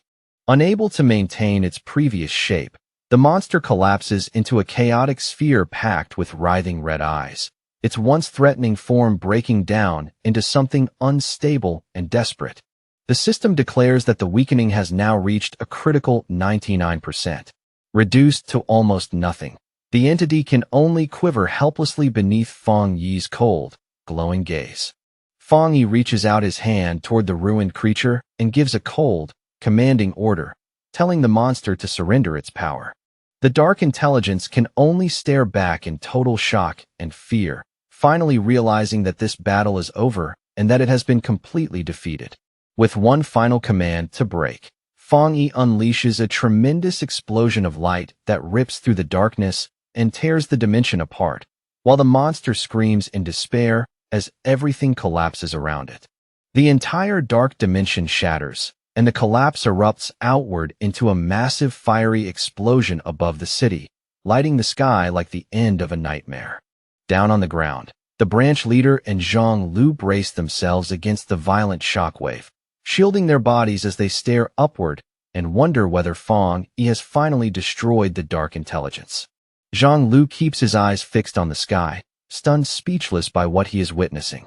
In that moment, he is overwhelmed by the sheer limit of human power Fong Yi is displaying before them all. High above the city, Fong Yi raises his power and summons a radiant sun that illuminates the entire sky, its brilliant light scorching away the last traces of dark energy. With the evil completely purged, Fong Yi slowly floats back down through the fading light, calm and composed, his cape billowing behind him as the city stares up in silence. A faint look of satisfaction crosses Fong Yi's face as he lifts his hand and summons a thin wisp of dark purple energy, holding it before his eyes to calmly inspect the strange new power he has just taken for himself. The system quickly confirms that the dark intelligence has been completely destroyed. At the same time, it reports that Fong Yi's body shows no sign of rejecting the dark attribute, and that his illusion and domain-based techniques have both been noticeably strengthened by the result. Then, unexpectedly, a large red spirit flower suddenly pokes out from Fong Yi's clothes, swaying eagerly as if it has been waiting for this moment. It clearly wants the dark energy in his hand, and Fong Yi cannot hide his surprise, realizing the little plant has evolved far enough to communicate its desire. Without the slightest hesitation, the red flower lunges forward and aggressively absorbs the dark purple energy from Fong Yi's palm, devouring it with a greed that feels almost childlike and fierce at the same time. Resting lightly in his palm after feeding, the flower softly thanks him. Fong Yi lowers his gaze and listens for a moment, then notes with some surprise that the spirit flower's voice sounds unmistakably female. Bathed in a warm and gentle glow, Fong Yi looks at the spirit flower with clear fondness in his eyes. He realizes that it has been quietly growing stronger in the shadows ever since he stepped into the Jingang realm, especially after taking in so much dark spiritual energy over time. A moment later, the flower suddenly shrinks back down and slips into Fong Yi's clothes to sleep, as if it has exhausted itself all at once. Fong Yi lets out a small smirk, remarking that it seems much sleepier now, and decides he can study it properly later. By now, the whole city has been washed in the bright light of a clear morning, the darkness of the night finally gone, and the streets glowing under a calm new sky. The branch leader, Jiang Lu, the red-haired man, and Jiang Lu's friend all gather together with relieved smiles on their faces. Their tension finally breaks as they celebrate the fact that their city has been saved, speaking with open awe about how Fong Yi actually annihilated a sentient dark attribute. Smiling brightly, Jiang Lu openly says how satisfied he feels after witnessing Fong Yi save the entire city with his own eyes. To him, that alone is enough, and in that moment he feels he has no regrets at all. But without any warning, a sinister purple aura suddenly begins to coil and swirl behind Jiang Lu, quiet and deadly, like a hidden threat that had been waiting for the right moment to strike. Then, from high above the sky, a lethal beam of dark purple energy shoots straight down toward him with frightening speed, aiming to kill before anyone can react. Just before the attack can land, a powerful blast of golden energy cuts across and intercepts it head-on, triggering a massive explosion that shakes the ground and leaves Jiang Lu completely stunned where he stands. Confused, shaken, and still trying to process how close he came to death, Jiang Lu stares blankly and asks in a trembling voice what just happened. At that moment, Fong Yi lands calmly on the street, his hand still wrapped in blazing golden flames. Without needing to say much, it becomes obvious that he was the one who noticed the ambush and blocked it in time. The branch leader quickly hurries toward Fong Yi with a huge, grateful smile on his face, his relief so obvious that he almost looks ready to collapse from it as he thanks him for the rescue. He keeps thanking Fong Yi again and again while Jiang Lu stands safely behind him, still stunned. Around them, the concrete has been split and badly cracked by the intercepted strike, making it painfully clear just how powerful Fong Yi's counterattack was. Jiang Lu stares at Fong Yi with wide eyes full of pure awe, then blurts out with complete sincerity that Fong Yi is the greatest idol he has ever had. With the crisis seemingly over, the branch leader warmly shakes Fong Yi's hand to say goodbye, while Jiang Lu and his friends stand nearby, all deeply grateful that the evil cult has finally been wiped out. Fong Yi, however, does not return their relaxed mood. He keeps a serious expression and warns them that destroying the cult alone is not enough, and that they still need to remain vigilant from this point forward. He explains that although their city appears peaceful on the surface, its location is rich in natural resources and spiritual conditions. Because of that, a future large-scale spiritual mutation is not just possible, but inevitable. The moment those words leave his mouth, the branch leader freezes on the spot, his earlier relief draining away as shock takes over his face. Cold sweat begins to form on the branch leader's face as he hurriedly tries to assure Fong Yi that they are always prepared, insisting that patrols are carried out in the restricted areas every single day without fail. But before they can settle themselves, the branch leader, Jiang Lu, and Jiang Lu's friend are all stunned when Fong Yi reveals that a trace of the dark attribute had almost grafted itself onto Jiang Lu's body without anyone noticing. Without waiting for them to fully absorb the shock of that revelation, Fong Yi simply turns around, already moving on to the next matter. He walks away calmly and tells the branch leader to take him to the city's restricted mountain area at once, because he believes the approaching spiritual mutation is already close at hand. As he walks, Fang Yi checks his phone with a serious look and quietly decides to postpone visiting his aunt, choosing instead to deal with the threat in front of him before anything else. Not long after, an official SUV races up a dirt road that cuts through a lush mountain forest, its tires throwing dust behind it as it heads deeper into the highlands. Inside the vehicle, the branch leader drives while trying to lighten the mood, cheerfully asking Fang Yi whether he wants to see pandas or eat hot pot after they finish dealing with the mission. Sitting in the passenger seat with his eyes closed, Fang Yi politely refuses the suggestion and reminds him that they need to keep their attention on official business first. Even so, Fang Yi cannot help silently reflecting on how relaxed the locals seem. At the same time, he wonders whether this dense spiritual energy might one day cause even pandas to mutate into terrifying beasts. Then suddenly, a sharp flash of energy cuts across Fang Yi's forehead as his senses activate. His eye begins to glow red at once, signaling that he has picked up something unusual. He turns to look out the window toward a distant dark mountain peak, and a confident smile slowly spreads across his face as he confirms that he has found the exact location of the anomaly. Without any hesitation, Fang Yi throws open the door of the moving SUV and jumps out, startling the branch leader as he orders him to lock down the mountain highway immediately. Fang Yi dives down the steep cliffside with his red eyes fixed ahead, and as he descends, he firmly commands the branch leader not to follow him under any circumstances. Left behind alone, the branch leader parks the car and walks to the edge of the cliff, scratching his head in bafflement as he wonders what Fang Yi detected, since he himself sensed absolutely nothing. Meanwhile, Fang Yi lunges straight into the shadowy forest below, descending rapidly through the trees with clean, controlled speed. As he falls, his eye glows red and blue electricity begins to spark around his hand. He can sense an immense power nearby, and he notes that the resonance of the lightning aura is growing stronger and stronger as he nears the peak. With practiced agility and total control, Fang Yi lands lightly on a massive tree branch, his body settling as naturally as if he had stepped on solid ground. The instant he straightens up, intense blue lightning surges up his arm and wraps around his entire body, giving him the look of a figure forged from stormlight. That raw power crackles loudly as it races down the enormous tree trunk, spreading a deep blue glow throughout the surrounding woods and making the whole forest tremble under its light. Fang Yi lifts his eyes and sees it at last, a terrifying, massive vortex of swirling purple and pink lightning hanging above like a violent wound in the sky. The system immediately confirms what he is seeing, identifying it as the detection of a massive thunder attribute boundary. Narrowing his eyes, Fang Yi slowly raises his glowing hand toward the violently churning sky, measuring the force above him with steady confidence. Then he unleashes his divine thunder tempering technique, firing a colossal blast of blue lightning upward with explosive force and absolute precision.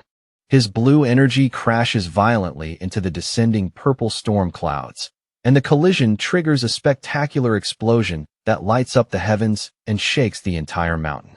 But in the very next moment, Fang Yi's expression sharpens, because he immediately notices a dangerous and unnatural shift taking shape in the atmosphere. The purple storm clouds begin to whirl together more violently, tightening and compressing with an intensity that feels ominous even to him. The system suddenly issues a critical warning as a gigantic, spear-like bolt of purple energy plunges down from the sky. It identifies the attack as the legendary divine punishment thunder, an unstoppable force of destruction. Reacting instantly, Fang Yi slams his hand onto the tree branch beneath him and channels blue lightning into the wood to ground his body. Crouching low with fierce determination, Fang Yi grits his teeth and shouts a command, choosing not to evade the devastating heavenly thunder, but to draw that terrifying power directly into his own body. The apocalyptic purple lightning crashes down from the heavens like divine punishment itself, slamming head-on into the massive surge of blue lightning erupting up from the forest below, where Fang Yi stands firm and faces the impact without retreating a single step. The collision between Fang Yi's blue energy and the descending purple thunder instantly explodes into a blinding flash, so fierce and overwhelming that it seems to swallow the entire mountain in raw, violent light. That violent clash surges upward into a towering pillar of light, shaking the forest as it rises. At the center of it all, Fang Yi remains rooted in place, resisting the crushing force with unshaken resolve. Inside the storm of chaotic energy, Fang Yi's system detects an enormous concentration of thunder power and immediately begins processing it at high speed. In the next moment, it confirms that the absorption is working. The system announces that Fang Yi has gained a powerful new skill, one that allows him to summon thunder to strike his enemies and also absorb that same force to push beyond the normal limits of his own body.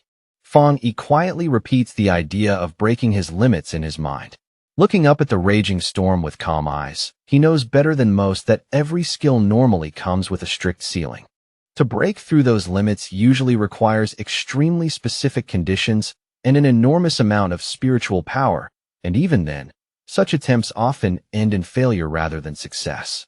Even so, a confident smile slowly appears on Fang Yi's face as he reaches out and firmly grabs a cluster of crackling purple lightning with his bare hand. He quickly realizes what makes this new skill so extraordinary. It bypasses the usual rules entirely. Standing there unharmed within the violent purple lightning, Fang Yi understands that he can now use heavenly thunder itself as fuel to keep making himself stronger. He also knows thunder is not some ordinary force, but a natural power that even most cultivators cannot resist, making it a terrifying weapon in battle. The thought leaves him genuinely pleased to have gained such a deadly trump card in what should have been an ordinary mountain. Then, just as his thoughts settle, a sharp warning tears through his focus. He suddenly senses an intense and unusual wave of energy coming from the mountain peak above. Now that the thunder energy no longer rejects him, Fang Yi wraps his body in crackling purple lightning and shoots toward the source at once, moving through the air like a bolt himself. He lands in a clearing where pink and purple energy keeps striking the earth in violent pulses. As soon as he arrives, the system detects a descending entity and identifies it with a single strange word, throne. As Fang Yi steps closer to the strange glow, the system continues its explanation. This is a thunder throne, and before his eyes, a throne formed entirely from pure purple energy slowly reveals itself. The system explains that these thrones contain ancient spiritual power and descend into the world in search of suitable masters. Hearing that, Fang Yi's curiosity deepens immediately. Without wasting time, Fang Yi walks straight toward the glowing object and reaches out his hand, intending to touch and examine the newly descended thunder throne for himself. But the instant his fingers brush the purple structure, a sudden spark of force bursts out and knocks his hand away, rejecting his touch with surprising strength. A system alert appears at once, informing him that the thunder throne already has a master and is rejecting him. Startled, Fang Yi looks more carefully and notices a small gourd vine growing from the throne itself. He is genuinely amazed that such an ancient entity chose a simple plant as its master. A small smile touches Fang Yi's face as he reflects on what that means. In this new era of spiritual awakening, all living things, even something as ordinary as a flower or a blade of grass, can receive incredible opportunities and rise far beyond their original form. Just then, the red spirit flower pokes out from Fang Yi's coat and asks in confusion who is calling for it, as if it has suddenly heard a voice meant only for its kind. Fang Yi lifts the red flower toward the floating gourd vine and quickly guesses what is happening. The vine must have sensed the flower and started speaking to it directly. The glowing purple gourd sways happily in the air, its movements bright and lively, clearly greeting the red spirit flower with simple excitement. The flower then translates the gourd vine's message for Fang Yi. According to it, the vine is saying hello and wants to be friends, because they are the first beings like itself that it has ever encountered. Fang Yi is both amused and a little puzzled at being grouped into a plant circle of kin. Still, he quickly realizes why the gourd vine feels drawn to him. It probably likes him because he has just absorbed the same thunder energy that empowers the throne. The red flower explains that the vine cannot leave yet. It has swallowed a large amount of energy and now needs to enter a deep sleep in order to digest and refine it properly. Understanding this, Fong Yi realizes the vine has stumbled upon an extraordinary chance. Once it fully digests the Thunder Throne's immense power, it will likely evolve at an astonishing rate, just like his own spirit flower once did. With a relaxed and friendly smile, Fong Yi extends his hand toward the glowing vine, offering a handshake to the new master of the Thunder Throne as if greeting an equal. Fong Yi accepts the fact that he arrived too late to claim the throne himself, but he has no intention of stealing it by force. In his view, building a friendship with its chosen master is far better, especially since fighting over it would cost far too much for little gain. As he watches the vine gently brush against his flower in a playful, harmless way, Fong Yi notes that it is mild and friendly despite controlling such powerful thunder energy. That puts him at ease, because if it is willing to communicate, then it is far less likely to become a threat to humanity. Even so, Fong Yi's expression gradually turns serious. He understands at once that this throne cannot be the only one. The moment he imagines other thrones awakening around the world, securing one of them immediately becomes a top priority in his mind. He also sees the danger clearly. If a throne can choose a plant, then it could just as easily choose a vicious monster instead. At the thought of some lightning-born beast attacking a city after receiving such a blessing, Fong Yi knows humanity's survival would become far more difficult. Rising to his feet, he decides he must report the existence of these thrones to the Spirit Association and the military so they can begin monitoring them as soon as possible.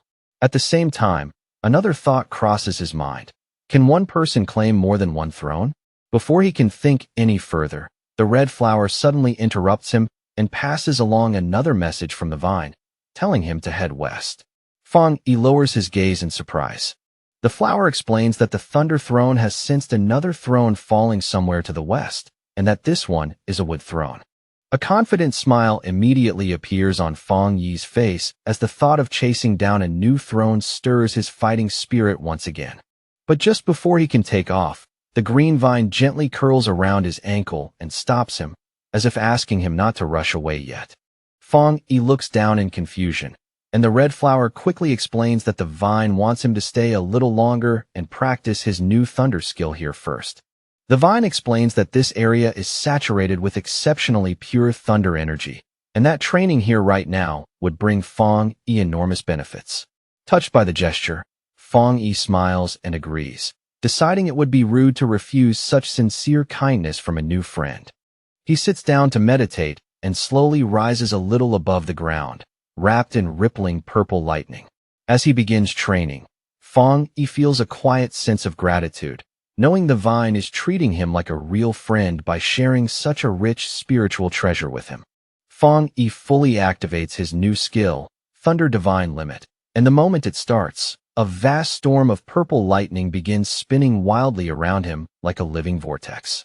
Wanting to test exactly where his new limits lie, Fong Yi thrusts out his power and fires a huge blast of thunder energy straight into the dark sky above.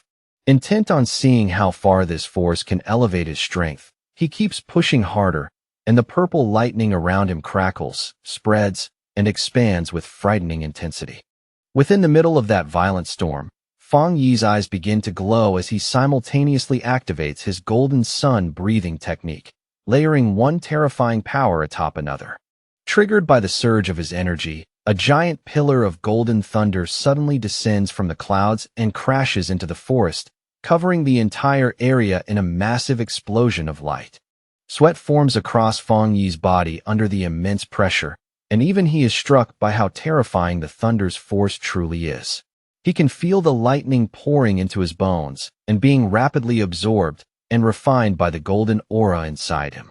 To his surprise, the two overwhelming powers do not clash against each other at all. Instead, they merge with perfect harmony, making his whole body burn with heat, while his soul feels as if it is stepping into an entirely new realm. Then, all at once, a sudden change catches his eye and forces him to look upward in complete surprise. High above him in the pale dawn sky, a giant blue image of a meditating god appears, solemn and majestic beyond words. The system immediately informs him that his golden sun breathing technique has broken through its limits and fully evolved. Fang Yi lowers his gaze to his own hand, staring quietly at the radiant golden energy now wrapping around him after the evolution of his skill. The system identifies the evolved technique as the Divine Sun Swallowing Heaven technique. It explains that Fang Yi now functions like a living sun, granting him a far greater ability to absorb, process, and refine the spiritual energy of the world around him. As he activated the skill, the surrounding spiritual energy thickened at once, condensing into dense golden streams that drifted down over the forest like a radiant rain, turning the entire woodland into a shimmering sea of light. Suspended high in the air with his arms spread wide, Fang Yi reveled in the astonishing sensation. Pure spiritual power poured out from the mountains and forests below, rushing toward him in endless waves and washing over his body like a warm, living storm. Then, without warning, his expression changed.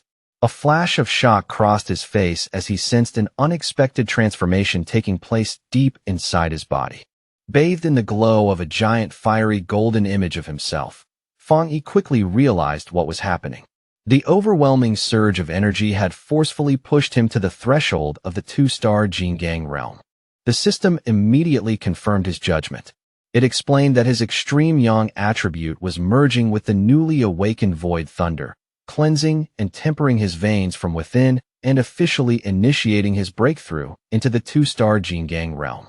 A confident smile slowly spread across Fang Yi's face. Golden energy burned brightly in his eyes as he stood there in awe, marveling at just how rapidly his strength had risen in such a short time. Wrapped inside a roaring vortex of golden lightning, Fang Yi continued to absorb the violent energy around him, drawing it into himself as the storm crackled and churned with terrifying intensity. His eyes soon began to shine with a brilliant yellow light, bright and piercing, as raw power surged through every part of his body and made the air around him tremble. At that moment, a towering golden silhouette of himself rose behind him like a divine shadow, majestic and overwhelming, clearly signaling that his breakthrough into the two-star Jingang realm had succeeded. Afterward, he descended lightly and landed in the golden forest below, where sunlight poured through the trees in dazzling sheets.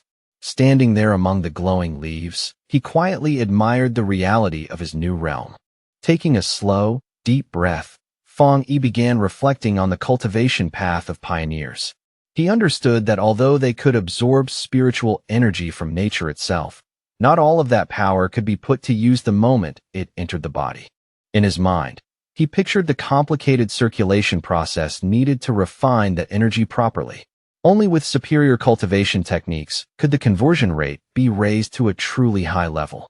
That was why, despite the world's spiritual energy becoming richer and richer, the current peak of human power still remained stuck at the three-star Jingang realm, because the refinement itself was simply too difficult. Thinking of that, he found it even more remarkable that he had managed to break into the two-star realm so quickly. But soon, his thoughts shifted away from his own progress and returned to the imposing dark throne he had discovered earlier. His gaze turned serious as the realization settled in. The era of accelerated spiritual recovery had clearly arrived far sooner than humanity had ever expected. Just as he was lost in thought, his attention was pulled downward.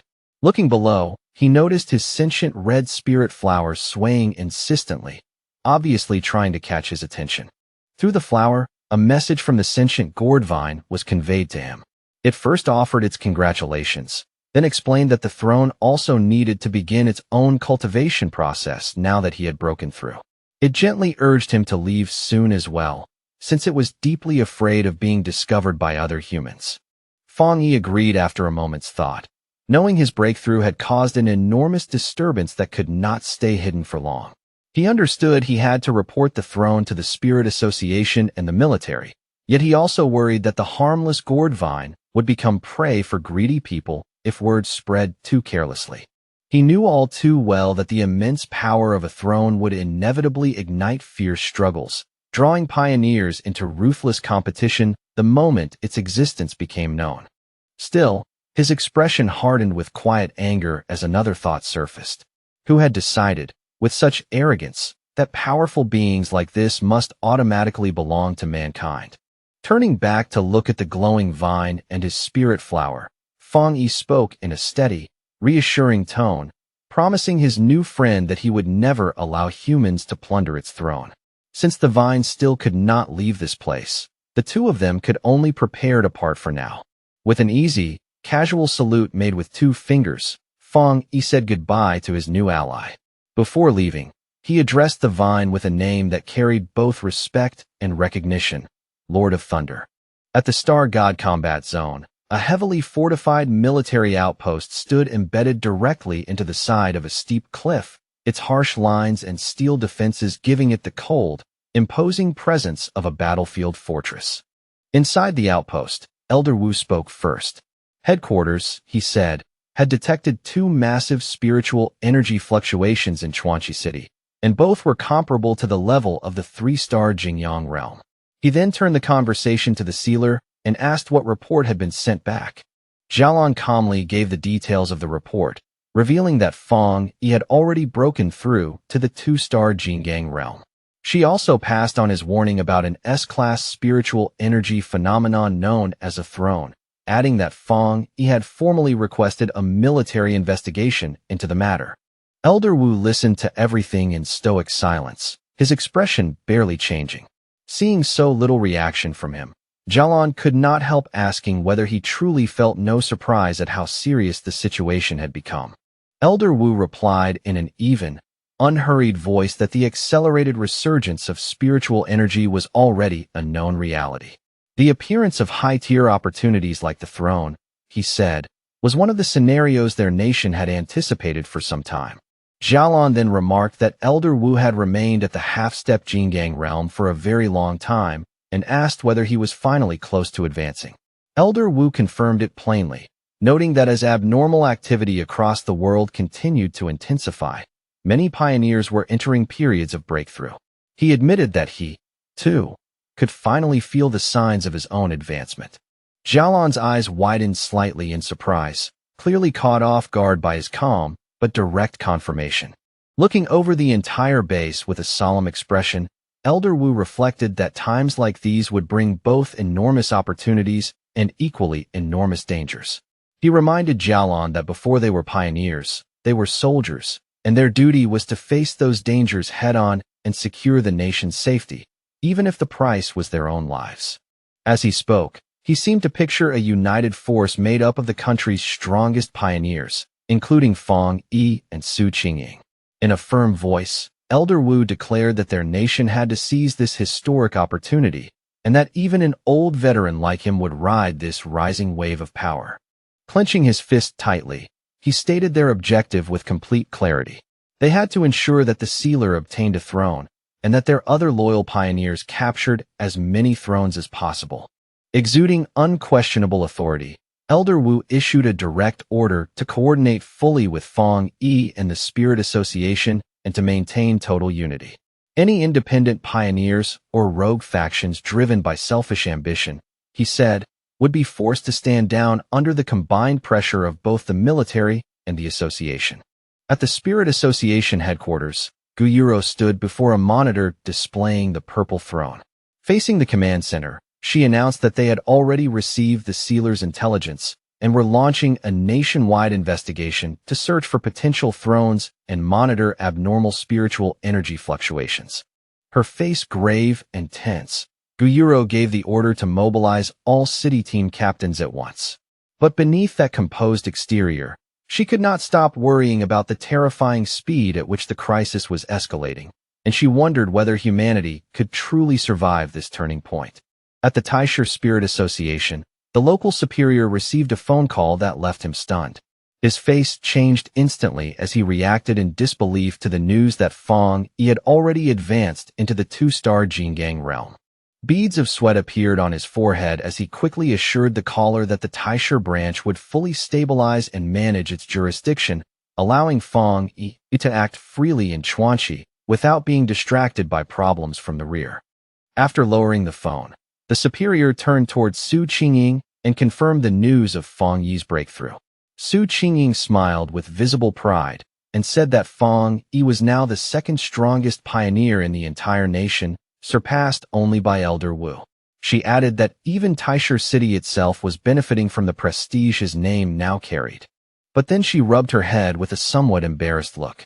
She admitted that she had been a little too arrogant after reaching the half-step Jingang realm herself, and had completely failed to anticipate the enormous worldwide spiritual energy surge that Fong Yi had ended up triggering.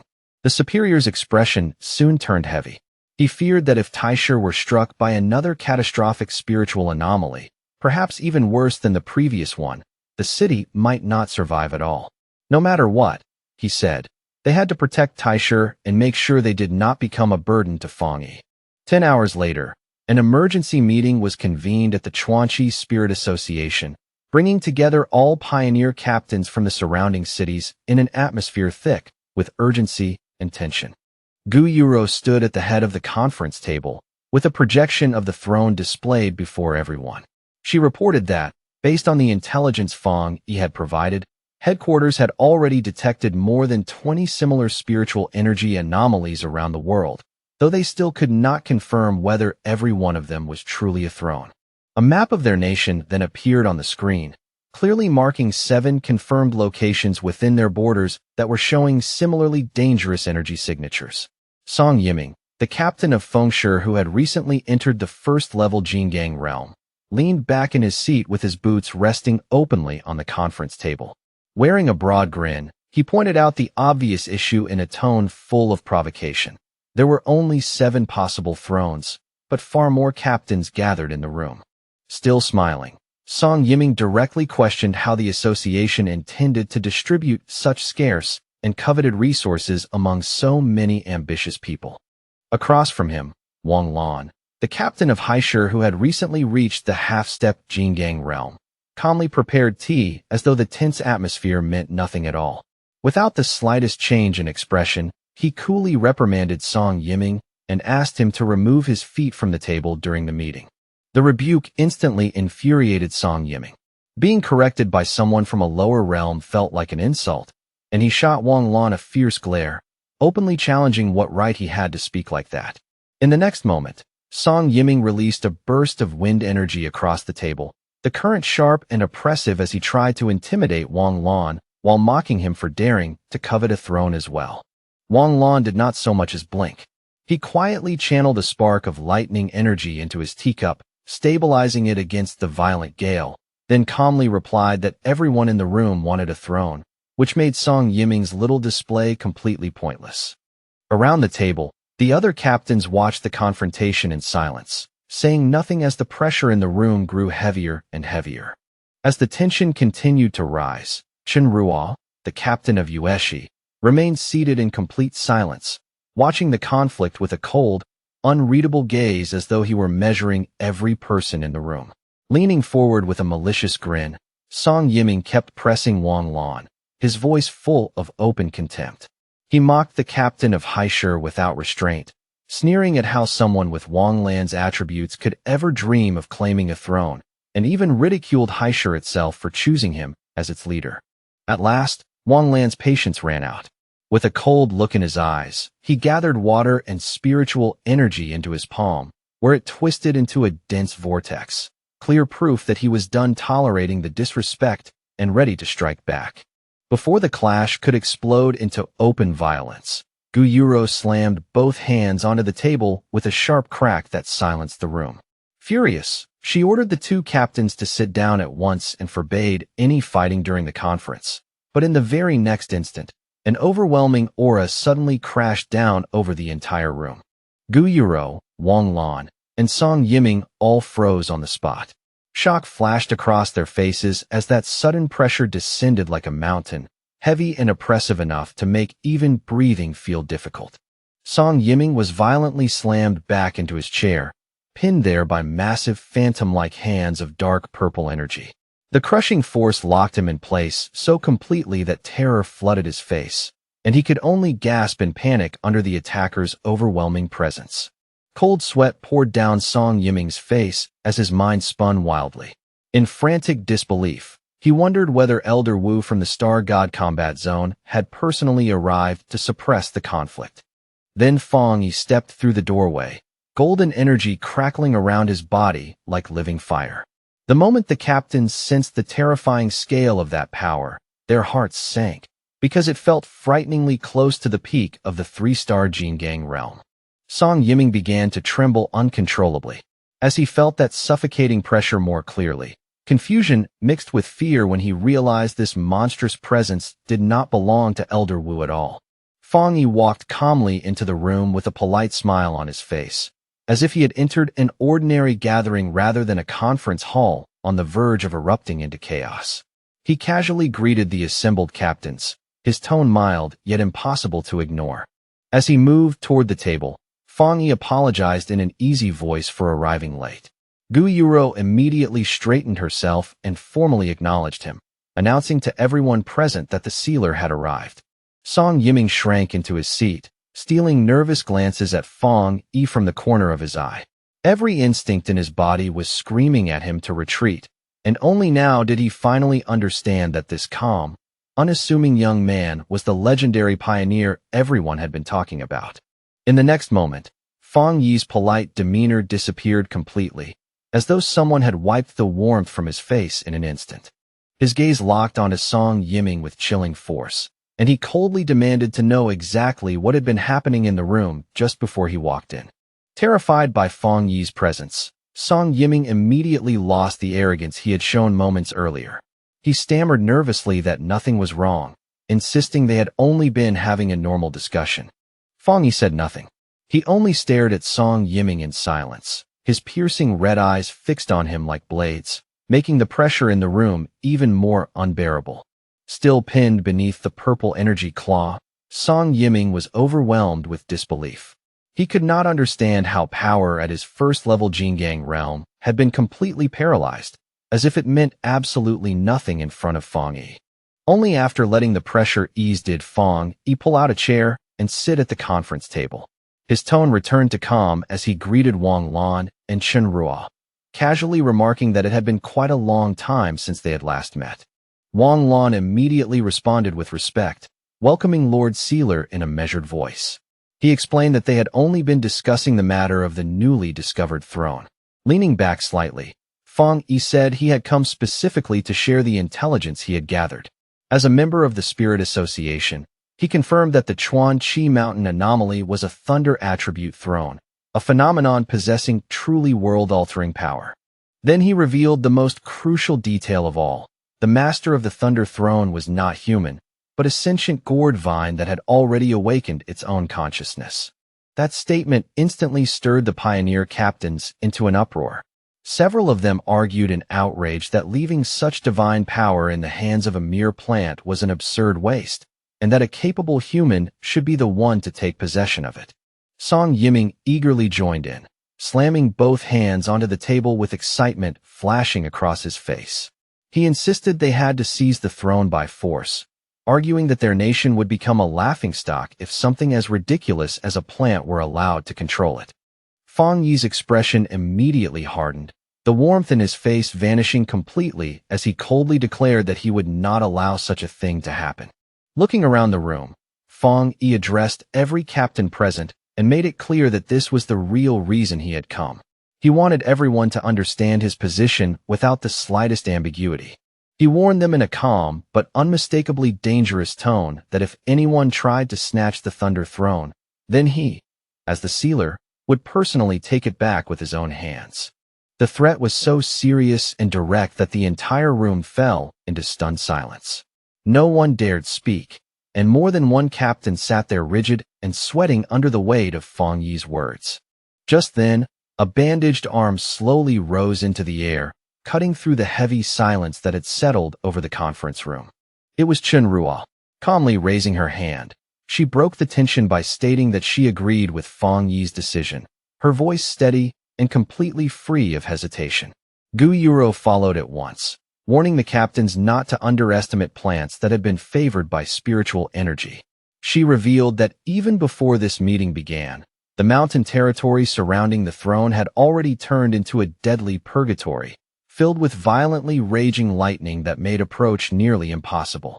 After that, Wang Lan also lifted his hand and openly voiced his agreement with Fang Yi, making his stance clear without any attempt to waver or hide behind caution. Seeing the situation turn against him, Song Yiming could only grit his teeth and concede for the moment. In a disgruntled tone, he muttered that they should simply focus on finding new thrones that had not yet been claimed. Gu Yuro quietly let out a breath of relief. Inwardly, she had to admit that Fang Yi's intimidating presence had been incredibly useful in forcing the room back into order. At the same time, she could not help reflecting on how difficult it had become for the Spirit Association to control these top-tier pioneers. As their strength continued to rise, managing them was becoming more and more dangerous. Gu Yuro then turned toward the map and began assigning search zones, dividing the captains among 4 regions according to the abnormal energy fluctuations detected there. She made one thing especially clear. The association would not interfere in fair competition, but anyone who discovered a throne and tried to hide it would be in direct violation of the rules. At that very moment, a panicked staff member burst through the doors and interrupted the meeting, breathless as he shouted that the Lord of Thunder had already evolved. The staffer hurriedly explained that their drones could no longer get anywhere near the mountain. On top of that, the entity's power readings were still climbing rapidly, far beyond what anyone had expected. He then announced the most alarming detail of all. The plant's power had already reached the level of the 3-star Jingang realm. The news sent fear through the captains, who instantly realized that such an entity could dominate the entire nation if left unchecked. Unlike the rest of the room, which had fallen into alarm, Fang Yi remained calm and composed. In his view, such rapid growth was not surprising at all, considering the Thunder Throne carried immense ancient power to begin with.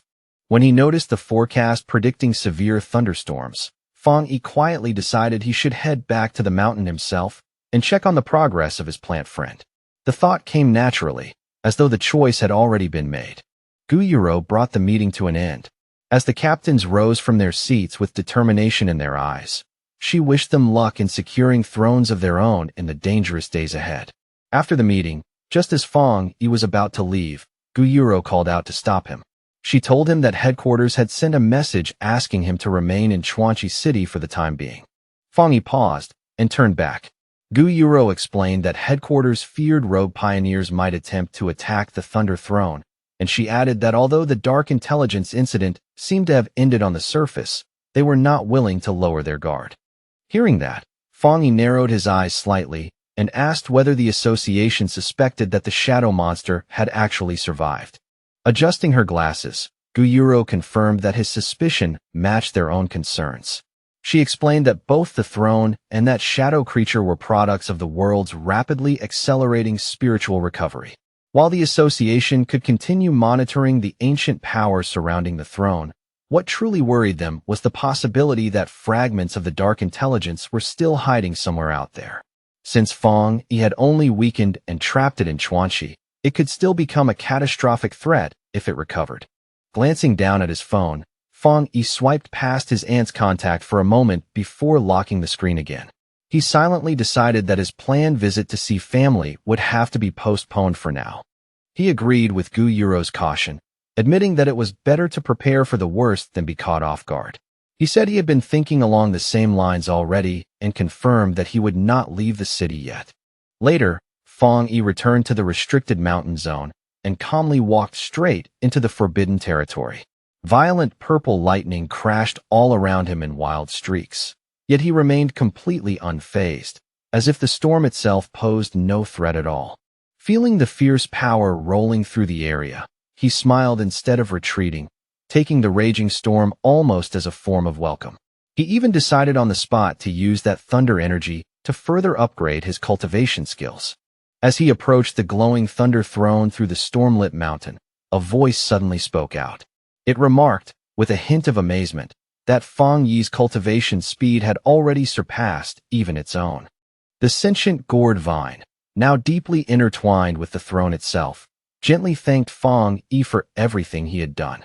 Its voice carried a sincerity that made the gratitude feel unexpectedly warm in the storm-filled air. Caught slightly off guard, Fang Yi wondered what exactly he had done to deserve thanks. But as he looked at the Lord of Thunder more closely, He quickly realized that it had already developed intelligence strikingly close to that of a human, something that was only natural for a being standing at the peak of cultivation. The vine explained that the throne's own awareness had told it what happened at the meeting and how Fong Yi had protected them from greedy hands. Wanting to repay that kindness, it offered him spiritual energy without hesitation, while honestly admitting that it had been worried he might never return. The moment those words were spoken, the sentient red spirit flower eagerly popped out from Fong Yi's clothes. It swayed excitedly in front of him, clearly wanting its own share of the rich spiritual energy being offered. Golden fire flickered softly in Fong Yi's hand as he smiled at the sight. In an easy tone, he admitted that he had already planned to include the little spirit plant in this round of training from the very beginning. Accepting the offer, Fong Yi sat down cross-legged without delay and entered meditation. Beside him, the red spirit flower settled in place as well, happily bathing in the throne's dense aura like a child soaking in sunlight. In response, the gourd vine began channeling its power in earnest. Streams of purple lightning and concentrated spiritual energy surged outward in waves, rushing toward Fong Yi and the spirit flower with a violent, crackling force. Inside that whirling vortex of power, the red spirit flower spun joyfully through the currents. It absorbed the fierce energy with surprising ease, using the intense spiritual pressure to feed its own rapid growth. Engulfed by lightning and a blazing golden aura, Fong Yi sharpened his focus completely. He deliberately used the crushing pressure of the environment to force his red fireblade technique toward its next stage. As power surged through him and lit up his glowing eyes, Fong Yi gave silent command to his weapon. In response, a fiery golden blade began to manifest above him, vast and radiant like a heavenly weapon taking shape in midair. The massive sword came down with overwhelming force, radiating blinding heat and violent pressure as it slammed into the storm itself, meeting thunder and lightning head-on in a spectacular clash. At once, a notification from the system appeared, reporting that an enormous influx of thunder power had been detected in the surrounding environment. As the blade continued absorbing the wild lightning pouring into it, the system confirmed that the red fireblade technique had finally reached the point where a true breakthrough was now possible. Keeping his mind steady, Fong Yi refined the chaotic power wave by wave, drawing order from violence. At the same time, the system announced that his blade technique was entering the process of evolution. He remained in deep meditation while pillars of golden fire and blue lightning rose around him like twin storms. The skill continued charging higher and higher until it was pushed right to its absolute limit. Then his eyes snapped open, blazing with fierce red light. At that exact moment, the system confirmed that the red fireblade technique had successfully evolved at last. Gripping his newly upgraded sword, Fong Yi swung it with devastating force. The technique had changed completely now, no longer pure fire, but a terrifying fusion of his flame power and the thunder attribute. The strike exploded outward in a monstrous blast of fire and lightning, roaring across the mountain and tearing through the ground in one terrifying sweep. Earth, stone, and scorched debris were obliterated under the sheer violence of his new strength. The system then informed Fong Yi that heavenly thunder had successfully tempered his blade technique, shattered its former limits, and evolved it into a fully fused thunder-fire attribute skill. As Fong Yi raised the weapon and felt its transformed power humming through his grip, the system gave its final confirmation that the enhancement of the blade was now completely finished. The raw force released by that breakthrough triggered a huge and dazzling eruption of fire and lightning at the mountain peak. The explosion lit up the night sky so brightly that it looked like the mountain itself had awakened. Watching from a distance, Wang Lan and Chen Ruo immediately recognized the distinctive fiery display. Both of them stared toward the restricted area of the Thunder Throne, wondering what exactly Fong Yi was doing inside that forbidden zone. Not far away, an already agitated Song Yiming narrowed his eyes and suspected that Fong Yi had gone back on his word and returned to seize the throne for himself. But his subordinate quickly reminded him that Fong Yi did not treat that entity as prey at all, but as a friend. Back at the Spirit Association, red warning alarms began blaring through the building. Staff members hurriedly reported that the energy concentration inside the restricted zone had risen beyond observable limits, forcing them to pull back every surveillance drone they had deployed. The branch leader stood watching the distant glow with a heavy expression. The scene filled him with deep concern, and he could not help fearing that Fong Yi might already be locked in a brutal battle with the throne itself. Back on the mountain, Fong Yi tightened his grip around his newly evolved sword. The blade shone with an intense, almost unbearable brilliance, as though it had been reborn in the heart of the storm. With his eyes still glowing red, Fong Yi smiled in open satisfaction.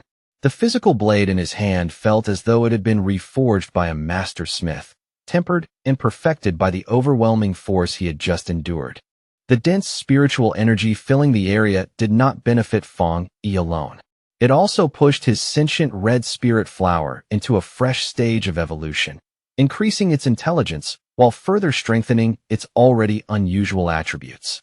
Delighted by the surge of power running through it, the now much larger flower playfully wound itself around the glowing structure of the throne. Amid the drifting flames and crackling light, it moved with pure, childlike excitement. The flower eagerly conveyed its delight to Fong Yi, who, after sensing its joy, decided that the time had come for them to move quickly and begin searching for the next throne. Just then, the sentient gourd vine floated down and hovered above him, clearly trying to catch his attention before he left. The vine spoke warmly to Fong Yi, sincerely congratulating its friend on achieving such a powerful breakthrough in such a short time. It then told him about a premonition it had received during cultivation. Very soon, another throne would descend, and the aura of that new entity shared a deep connection with his spirit flower, one that felt opposing in nature yet strangely complementary at the same time. Hearing about that unusual opposition and complement, Fong Yi quickly pieced the meaning together. In his judgment, the incoming entity had to be a wood attribute throne. The glowing gourd vine immediately confirmed his guess, telling him that the new throne was already descending somewhere in the distance even now. Then, sending a wave of green spiritual energy toward Fong Yi, the vine offered to share the general location it had sensed through the psychic connection linking them. Fong Yi closed his eyes and focused his thoughts, silently opening his mind to receive the vine's sensory transmission without resistance. A confident smirk slowly appeared on his face before he opened his eyes again, already certain that he had grasped the exact coordinates. The scene then shifted to a vast neon-lit metropolis at night, which Fong Yi immediately identified as Yuan City. He noted that Yuan City was an autonomous municipality located about a 2-hour drive from Chuanchi City. Across the nation, it was widely known for its extreme luxury, extravagant lifestyle, and dazzling reputation. But beneath that glamorous surface, another side of the city existed, one far uglier and far more dangerous. Hidden under all the glitter was a chaotic and brutal underworld. The city was infamous for the ruthlessness of its locals, and for years it had carried the notorious distinction of having the highest crime rate in the nation. When Fong Yi arrived in the downtown district, he walked calmly through the crowded streets under dim neon light. The city pulsed around him with noise, shadow, and restless energy. As he moved forward, Fong Yi recalled the intelligence reports from the Spirit Association. Their attempts to establish a local branch here had been repeatedly stalled, largely because the city remained under the firm control of deeply rooted local gangs. Looking around at the rough-looking pioneers loitering beneath the flashing signs, Fong Yi reflected that none of the awakened people in this city had any interest in joining official authority. Because of that, Yuan City remained a lawless territory, with no proper Spirit Association branch and no assigned captain to maintain order. Then, without warning, Fong Yi noticed a sharp change in the atmosphere around him. The shift was subtle but unmistakable, like something powerful had just stirred in the dark. His sentient red spirit flower immediately emerged from his coat and urgently tugged at his sleeve, trying to direct his attention. Fong Yi quickly confirmed its reaction, noting that both of them could clearly sense the new energy source rising from the west. To the west, at the foot of a dark and looming mountain, stood a massive private mansion blazing with extravagant lights, its scale and luxury impossible to miss even from a distance. Inside the walls of the estate, A lavish pool party was underway beneath the night sky. Music, laughter, and wealth spilled into the air as the local elite indulged themselves in shameless luxury. A bodyguard wearing sunglasses stepped toward the host and leaned in to quietly report some news. The host raised an eyebrow at once, visibly intrigued by the report that other pioneers had appeared nearby. That host was Zhang Jinsheng, the notorious kingpin of Yuan City. He let out an arrogant laugh and flung open his jacket as he boasted that in his territory, no one had the right to make waves without his permission. His arrogant laughter was cut off almost instantly when a blinding burst of green light exploded from the mountain directly behind his estate. The sudden radiance tore through the night like a second sunrise, forcing everyone present to look back in shock. A colossal sphere of pure green energy, the descending wood throne, slammed into the mountain peak with overwhelming force. The impact unleashed a devastating shockwave that tore across the surrounding area and sent the entire mountainside trembling. The sheer force of that collision reached the mansion in the next instant, shattering glass and sending debris flying through the air. Zhang Jinsheng stood there visibly stunned as his guests broke into terrified screams and the luxurious party collapsed into chaos. Snapping out of his shock, Zhang Jinsheng's face twisted with fury. He immediately marched toward the mountain with his bodyguard at his side, aggressively swearing to find out who had the nerve to cause trouble on what he considered his property. 2 minutes later, Zhang Jinsheng and his bodyguard were already making their way up the forested mountain. The entire slope was now swirling with thick, lingering green spiritual energy, turning the dark woods into an eerie and unnatural landscape. Before they could go much farther, Feng Yi appeared and calmly blocked their path, standing in that strange green glow as if he had been waiting for them. In an even tone, he noted that the true source of the disturbance was just ahead. Infuriated by the sight of an outsider in his way, the bodyguard exploded into motion and lunged through the air at Feng Yi. He shouted furiously, demanding to know who dared trespass on young Master Zhang's so-called private property. As the heavy punch came speeding toward his face, Feng Yi merely let out a dismissive scoff. To him, the arrogant talk of private territory in a place like this sounded not just absurd, but laughable. Without even bothering to take his other hand out of his pocket, Feng Yi casually reached up and caught the bodyguard's fist in midair. The man's full momentum died on the spot, and the sudden, effortless stop left him completely stunned. His eyes glowing red in the dark, Feng Yi looked at them coldly and spoke like he was correcting children. He told them that this mountain was national land, belonging to all the people of Yuan City, and firmly declared that from this moment on, the area fell under the strict jurisdiction of the Yuan City Spirit Association. The next second, Feng Yi released a burst of fiery power from his palm and blasted the bodyguard away with ease. As the man was sent flying, Feng Yi coldly mocked their ridiculous claim that they could treat public land like private property. Meanwhile, deeper in the forest, Zhang Jinsheng was already confronting the newly descended wood throne. He fought violently against the dark green vines the sentient entity was using to repel him, struggling in open frustration as they wrapped and lashed around him. Refusing to accept rejection, the arrogant kingpin shouted furiously that the throne had no right to resist him.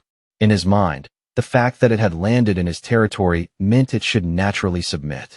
Forcing his way through the thick vines with brute aura alone, Zhang Jinsheng stubbornly insisted that the seat of power belonged to him. He even threatened to destroy the ancient relic completely if it continued refusing to acknowledge him. Watching that pathetic struggle from the side, Feng Yi let out a faint, amused scoff. The whole display was so ugly and desperate that he could not even be bothered to hide his disdain. Startled by the sound, Zhang Jinsheng spun around at once, fury flashing across his face. He shouted into the dark and demanded to know who was hiding there and laughing at him. Feng Yi then walked past the local boss as casually as if the man were invisible. In a calm voice, he explained that high-tier treasures possessed their own awareness and chose their own masters, then bluntly informed Zhang Jinsheng that he simply did not have the qualifications to command the wood attribute. The word struck Zhang Jinsheng like an insult to his core. He stood there fuming in disbelief, while Feng Yi calmly moved closer to the throne, stepping toward the chaotic mass of swirling green energy without the slightest hesitation. Unable to swallow that humiliation, Zhang Jinxing finally snapped. With wounded pride and murderous rage twisting his face, he lunged at Feng Yi's exposed back and screamed a threat to kill him. But in the very next instant, the kingpin came to a dead stop. His body froze so suddenly it was almost unnatural, and his eyes widened in absolute terror. Without even needing to turn around, Feng Yi summoned his massive sentient red spirit flower to silently stand in the attacker's path. Faced with that giant and imposing spirit plant, Zhang Jinxing began trembling uncontrollably, completely paralyzed by fear. Feng Yi glanced back only slightly and casually remarked that the gang boss somehow seemed even weaker than his own bodyguard. The comment was light, but the contempt in it was impossible to miss. With a faintly condescending smirk, Feng Yi dismissed the notorious kingpin of Yuan City as nothing more than a complete disappointment. For someone with such a fearsome reputation, Zhang Jinxing had turned out to be pitifully unimpressive. Leaving the terrified boss behind without another look, Feng Yi stepped forward alone and came to a stop before the colossal wood throne. Surrounded by its crackling green energy, he quietly prepared to make contact.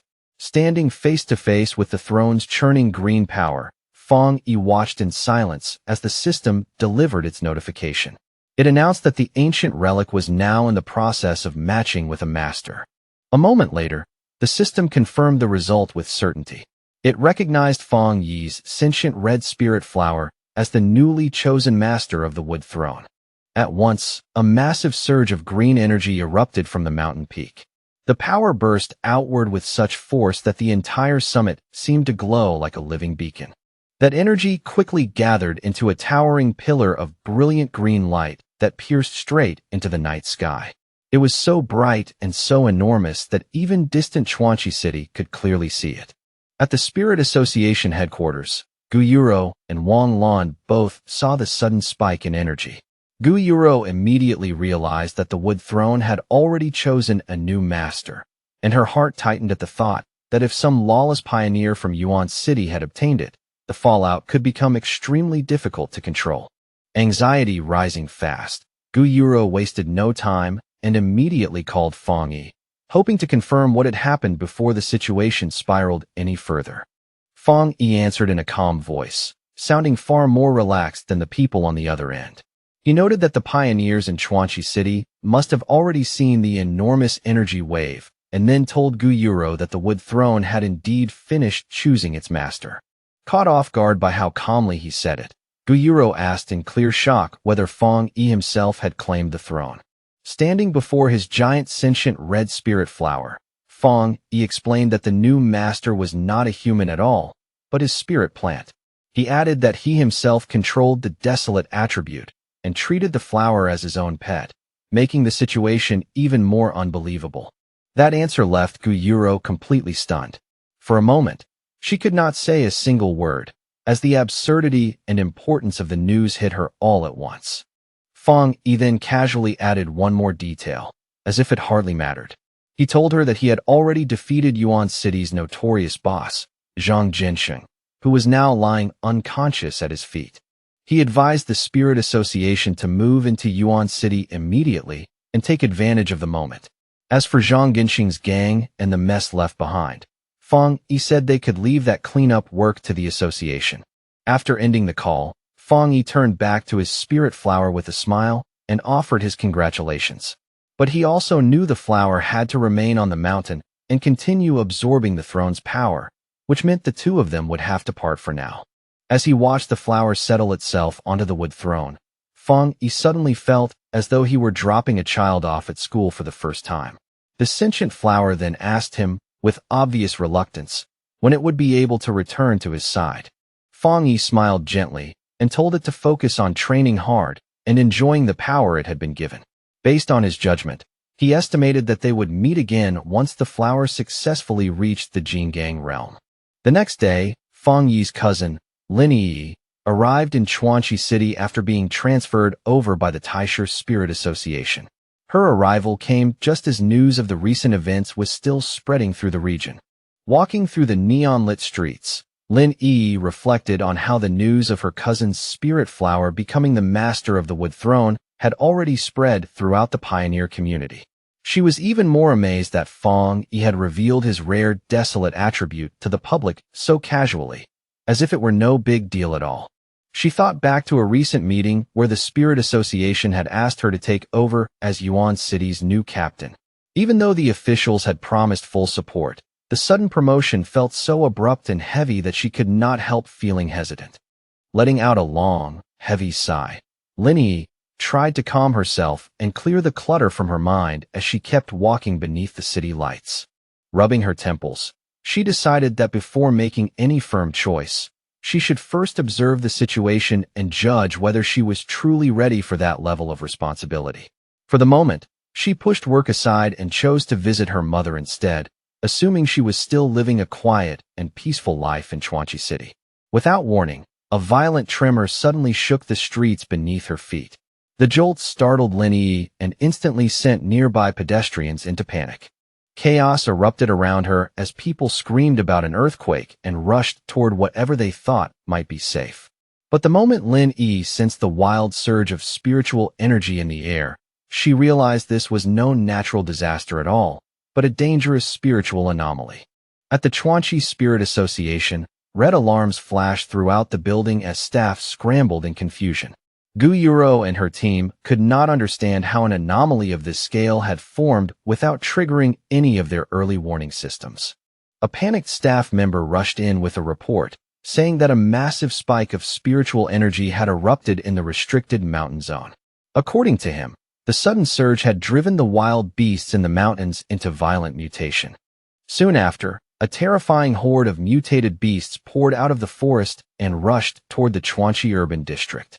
Among them were giant armored flying creatures and enormous predators covered in savage spikes, each one looking like a living nightmare. The monsters swarmed straight into the city streets, smashing through buildings and tearing apart everything in their path. All around them, terrified civilians screamed desperately for their lives as the urban district fell into chaos. Caught in the middle of the chaos, Lin Yi reacted instantly, her body moving on instinct as she narrowly dodged a savage strike from a huge beast covered in multiple staring eyes. The creature's attack tore through the air where she had been standing only a heartbeat earlier. While weaving desperately between the rampaging monsters, Lin Yi tried calling her mother again and again, only to find the connection completely dead. Then, as a shadowy beast silently rose behind her, her heart dropped and she realized with chilling clarity that her mother was now in terrible danger. The monster lunged at her with violent force, its jaws thrown wide open and its glowing eyes fixed on her like a predator that had already chosen its prey. Lin Yi turned her head sharply, and the moment she saw the beast closing in, her eyes widened in shock. The attack was too close, too sudden, and for one brief instant it seemed impossible to avoid. But right before the beast could reach her, a blinding arc of purple energy came crashing down and sliced the monster cleanly in half. The familiar spiritual power hit her at once, and Lin Yi recognized it immediately. Fong Yi stepped out through the dust and debris, calm even in the middle of disaster, and observed that Chuanchi City had already fallen into a mutation outbreak. Relief flooded Lin Yi so hard it almost broke her, and she ran straight to him in panic, begging him to help find her mother since the phone lines were no longer working. Elsewhere in the ruined Chuanchi urban district, inside a shattered supermarket, a trembling little voice called out weakly for a father in the dim, broken silence. Not far away, beneath a collapsed metal shelf, a man lay completely motionless. Nearby, the same small voice cried again, this time calling desperately for a mother. A terrified young boy stood alone among spilled groceries, fallen packaging, and flickering overhead lights, his face pale with fear as he looked around and wondered where his parents had gone. Overwhelmed by the horror around him, the boy trembled from head to toe while tears streamed helplessly down his face. At last, unable to contain his fear any longer, he dropped to his knees and began crying loudly into the empty supermarket, his voice echoing through the wreckage.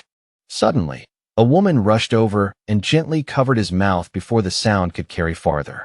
It was Fong Yi's aunt, Lin Yi's mother, and she pulled him close as she whispered that crying that loudly would attract the beasts wandering nearby.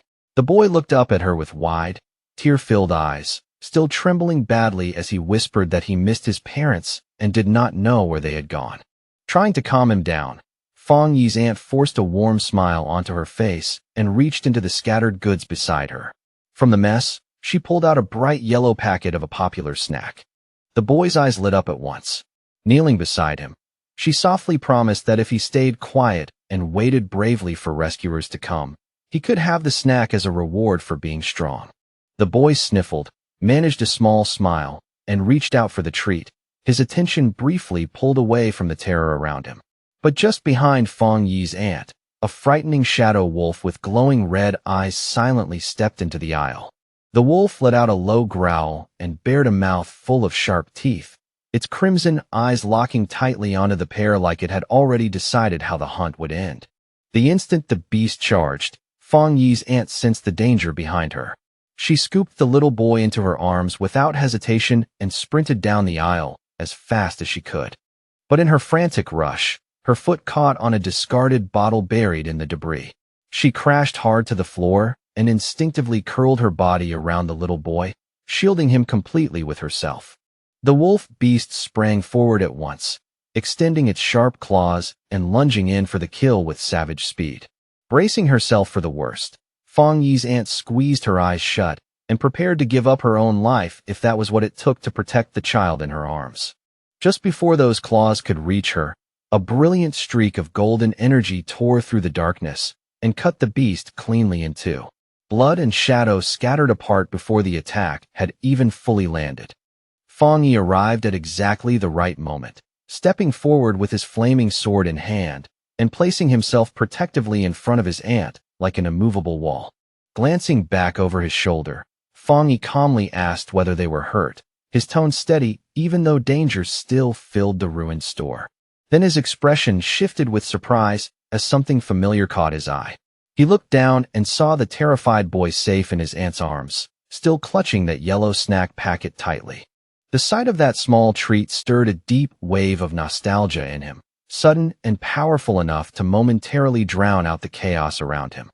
He remembered a painful scene from his childhood, when he had stood crying in front of a gravestone while his aunt stayed quietly by his side through his grief. In that memory, she had gently stroked his head and handed him that exact same snack, using something simple and warm to comfort him when words could not. Back in the present, his aunt slowly looked up at him in disbelief. Then her eyes widened with overwhelming relief as she finally recognized that the one who had saved them was her nephew. Fong Yi's expression softened noticeably, and he quietly asked his aunt about the child she had just risked her life to protect. Smiling despite everything she had just gone through, she explained that the boy had been separated from his parents during the chaos in the supermarket. No matter what, she said, she could not leave a child like that behind for the monsters. That tender moment was suddenly interrupted by a familiar voice crying out for her mother. Fong Yi's aunt turned in surprise just as Lin Yi rushed into the ruined supermarket. With tears already spilling down her face, Lin Yi threw herself straight into her mother's arms and choked out that she had been terrified something had happened to her. Smiling gently, her mother stroked Lin Yi's hair again and again, comforting her in a soft voice and assuring her that she was safe now. Fong Yi stood quietly to the side and watched the emotional reunion between his aunt and his cousin, a faint, warm smile appearing on his face despite the disaster around them. Then his attention shifted downward when he felt a small hand tug lightly at the sleeve of his clothes. Fong Yi lowered his gaze in mild surprise, curious about what the child wanted from him. The little boy looked up at him with bright, hopeful eyes and called him a superhero. Then, holding out his yellow snack with all the courage he could gather, he offered it as a reward and asked if the hero could take him home. Clearly touched, Fong Yi knelt down with a warm smile and accepted the snack. He told the boy to make a wish on it and promised that somehow, some way, it would help him find his family again. But then an alert suddenly flashed through Fong Yi's mind. The warmth vanished from his face at once, replaced by a deadly glare as he sensed a massive spiritual presence rapidly approaching. Shouting for everyone to get back immediately, Fong Yi grabbed the little boy and leaped away just as a giant claw smashed through the building and sent heavy debris crashing down all around them. The ceiling collapsed in a thunderous crash, tearing the ruined supermarket wide open and exposing the wreckage to the cold night air outside. Staring upward through the dust with glowing red eyes, Fang Yi felt the overwhelming aura of the new enemy pressing down over the shattered store. As the smoke gradually cleared, a towering, heavily muscled monster came into view, with a wild mane, glowing red eyes, and massive prayer beads hanging from its body. Fang Yi's face turned grim as he realized this was no ordinary monster at all, but the Beast King leading the mutated horde. At once, Fang Yi released a powerful surge of golden energy and formed a barrier around his aunt, Lin Yi, and the little boy, shielding them from the danger closing in. Because his own spiritual energy was by far the strongest present, Fang Yi understood that he would become the anomaly's primary target. That gave the others a better chance to escape and greatly reduced the danger to them. He told Lin Yi to take the other two and run at once, because he could not fight at full strength while also protecting them. Lin Yi immediately understood and quickly agreed. As they prepared to flee, the colossal Beast King towered above Fang Yi and released a deafening roar that shook the ruined building and the streets beyond. Fixing his eyes on the monster, Fang Yi sensed that it carried both thunder and wood attributes. The coincidence felt far too exact, since those were the same attributes as the two thrones that had only recently descended. The Beast King moved first, smashing its enormous fists down into the ground with brutal force. Fang Yi reacted instantly and leaped backward, swiftly evading the devastating blow. As Fang Yi raises his glowing golden sword and steadies his breath, he senses the Beast King's violent aura surging like a storm. In that instant, he realizes the creature has already been tainted by a dark attribute, its power twisted into something far more dangerous. Fang Yi's blazing slash tears through the air and strikes true, carving a searing wound beside the monster's blood-red eye. The burn glows fiercely against its flesh, lighting the beast's furious face with fire. Even after taking the hit, the enormous Beast King shows no fear at all. Instead, it lowers its body, gathers force through its massive frame, and prepares to launch yet another brutal attack with terrifying momentum. The monster lunges straight at Fang Yi with its jaws wide open, fangs flashing like blades. Fang Yi remains calm under the pressure, then lightly kicks off the ground and leaps backward with practiced ease. Suspended in midair, Fang Yi twists his body and swings his flaming sword down with overwhelming force. The arc of fire trails behind the blade like a burning comet, fierce and unstoppable. The strike lands with explosive power, forcing the giant beast to stumble backward under the impact. The blow finally drives a clear gap between them, giving Fang Yi a brief but crucial bit of space. At the front of the retreat, Lin Yi runs while projecting a protective green energy shield around them. Her mother stays close behind, clutching the little boy tightly as they push forward in panic and desperation. Their escape comes to a dead stop when another massive shadowy beast suddenly emerges in front of them. Its glowing blue eyes shine through the darkness, blocking their path like a living wall. Lin Yi freezes for a moment, horror washing across her face. Only then does she fully understand the nightmare in front of them. They are not facing one Beast King, but two. The second Beast King towers above them, its glowing blue eyes filled with cold menace, and its aura so heavy it is hard to breathe. Lin Yi immediately raises her green energy shield higher, planting herself in front of her mother and the terrified boy. Knowing there is no time to hesitate, Lin Yi forces herself to stay steady and reassures her mother in a low, urgent voice. At the same time, she begins gathering her power, her expression tightening with resolve. To keep her family safe, Lin Yi suddenly leaps away from the civilians and rushes toward the towering monster instead. By throwing herself into danger, she deliberately pulls the Beast King's deadly attention away from them. The Beast King responds at once, opening its massive jaws until they seem large enough to swallow her whole. Deep inside its mouth, a dense, swirling sphere of greenwood attribute energy begins to gather and compress. A devastating beam erupts from the monster's jaws with violent force. Lin Yi meets it head-on, her own green aura flaring brightly as it collides against the beast's overwhelming breath attack in a violent clash of power. Driven to the edge of her limits, Lin Yi strains against the crushing force of the beam. Every second feels heavier than the last as the pressure threatens to break through her defense. Fear grips her heart, and the strain burns through her body. But Lin Yi still refuses to give way.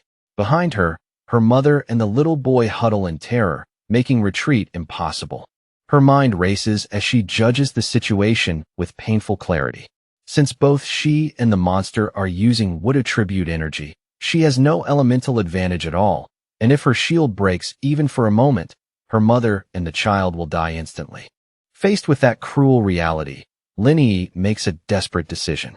She resolves to offer up her spiritually rich body to the beast, believing it would gain nothing from devouring ordinary humans, and hopes to trade her own life for theirs.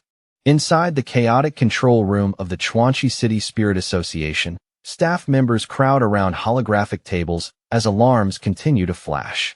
Watching the rapidly worsening battlefield data, they are horrified to confirm that an S-class disaster has truly been born. On the tactical map, two huge anomaly king signals burn inside the city limits like warning beacons. Nearby monitors show hostile energy levels spiking rapidly, while local pioneers throw themselves into danger to cover the evacuation of civilians. Out in the burning streets of the city, cloaked pioneers battle the invasion from the air amid smoke and flame. A frantic field pioneer reports that endless waves of mutated beasts are pouring out of the restricted mountain zone, threatening to wipe Chuanchi City off the map.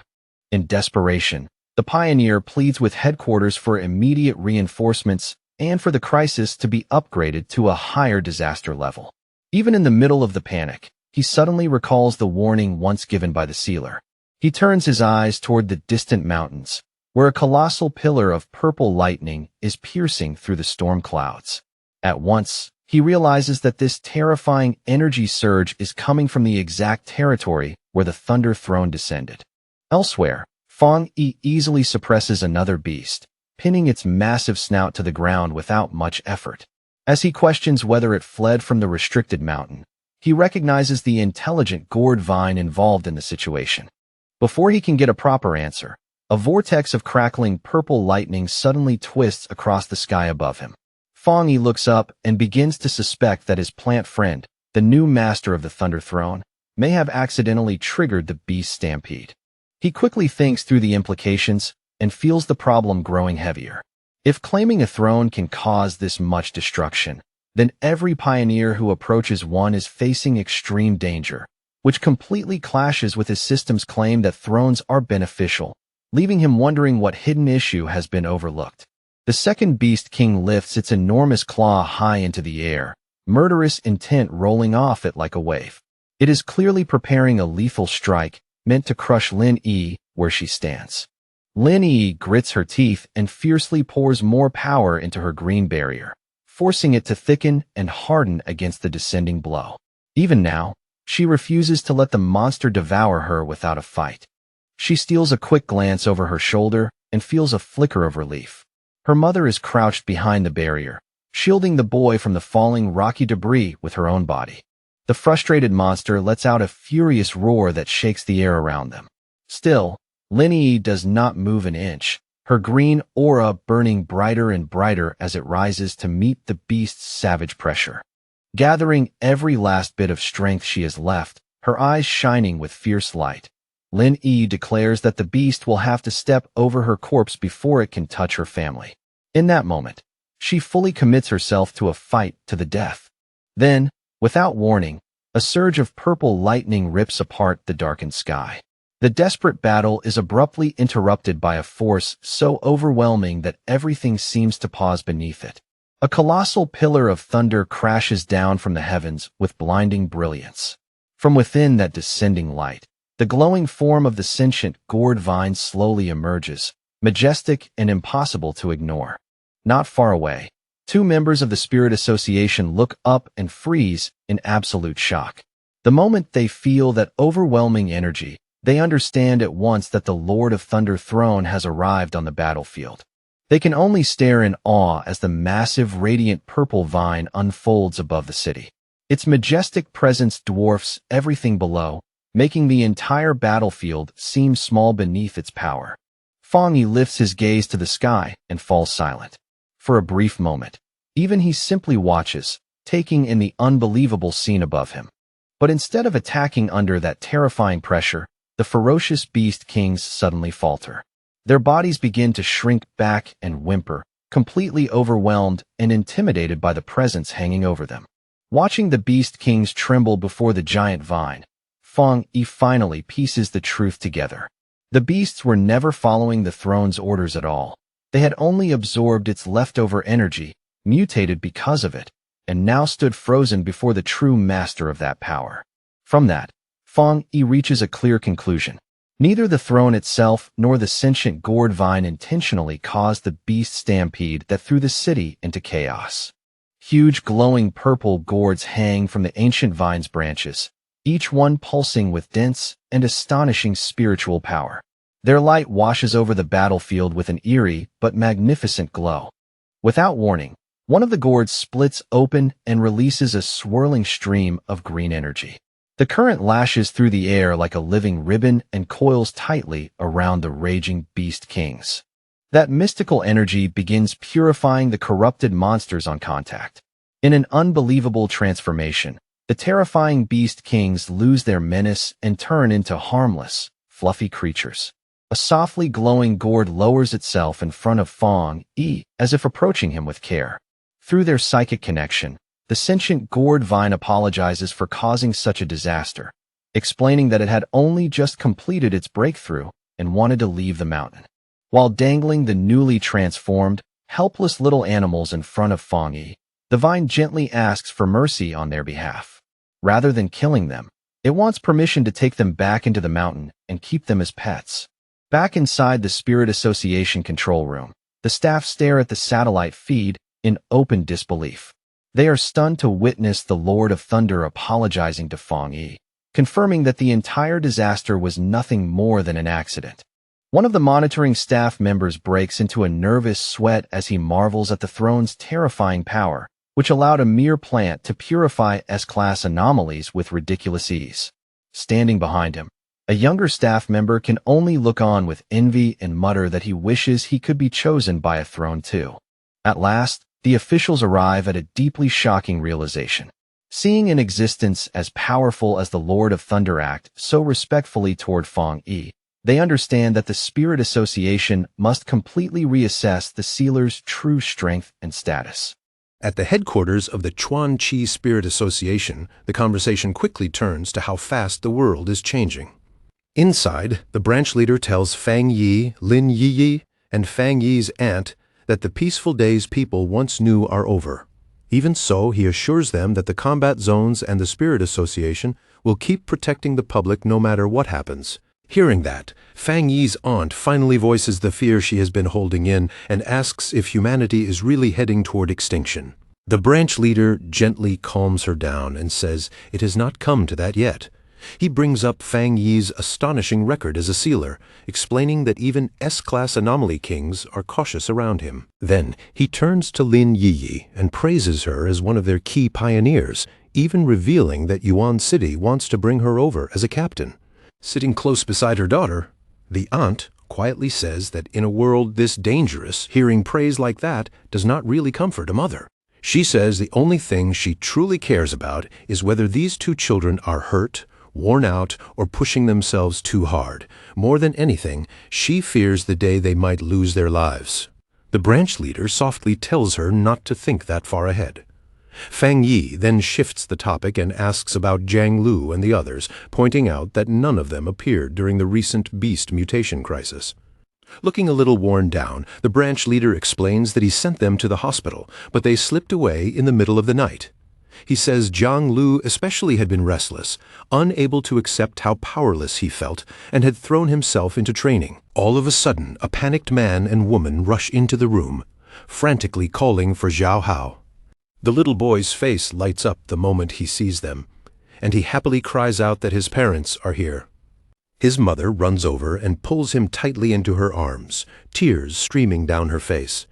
Then she notices Fang Yi's aunt and the others, and immediately starts thanking them over and over for saving her son. The father bows deeply to Fang Yi and his aunt, saying that even though they are ordinary people, they will come the moment they are ever needed. Fang Yi's aunt quickly brushes it aside and says they only did what anyone else would have done. Not long after, the family leaves the building in pure relief, with the boy laughing happily from his father's shoulders. Watching them leave, Fang Yi turns to his aunt and suggests that she move back to Taishi City with him and Lin Yiyi. Soon after that, a plane cuts across the sky, carrying Fang Yi, Lin Yiyi, and his aunt back to Taishi City. When they arrive, a whole crowd is already waiting outside a large modern villa, holding up a red banner to welcome the sealer home. Among them is Su Jingying, who warmly greets Fang Yi as he returns with his family. Once they step inside, Fang Yi's aunt slowly looks around the massive living room, clearly stunned by just how huge and luxurious the place is. With a playful smile, Lin Yiyi reaches over and covers her mother's eyes, obviously setting up some kind of surprise. Fang Yi grins and asks his aunt if she can guess what they prepared for her. Still smiling, Fang Yi pulls out a property deed and reveals the answer. He tells her they bought this villa for her, so she can live safely close to his home and the family can see each other whenever they want. His aunt is left completely speechless, but Fang Yi keeps going. He explains that they also bought her another home in Chuanxi City, so even if Lin Yiyi accepts the transfer to Yuan City, she will still be able to live comfortably. Deeply moved, the aunt says she could not be prouder of them. But once the emotion settles, she notices the troubled look on her daughter's face and points out that Yiyi is clearly still carrying something inside. Fang Yi explains that his cousin is still struggling with whether she should move to Yuan City. Yiyi admits that she still has not made up her mind about the Spirit Association's promotion offer. Yiyi then explains what has been bothering her. She suspects the officials in Yuan City are not truly interested in her talent, but in the connection she has to Fang Yi.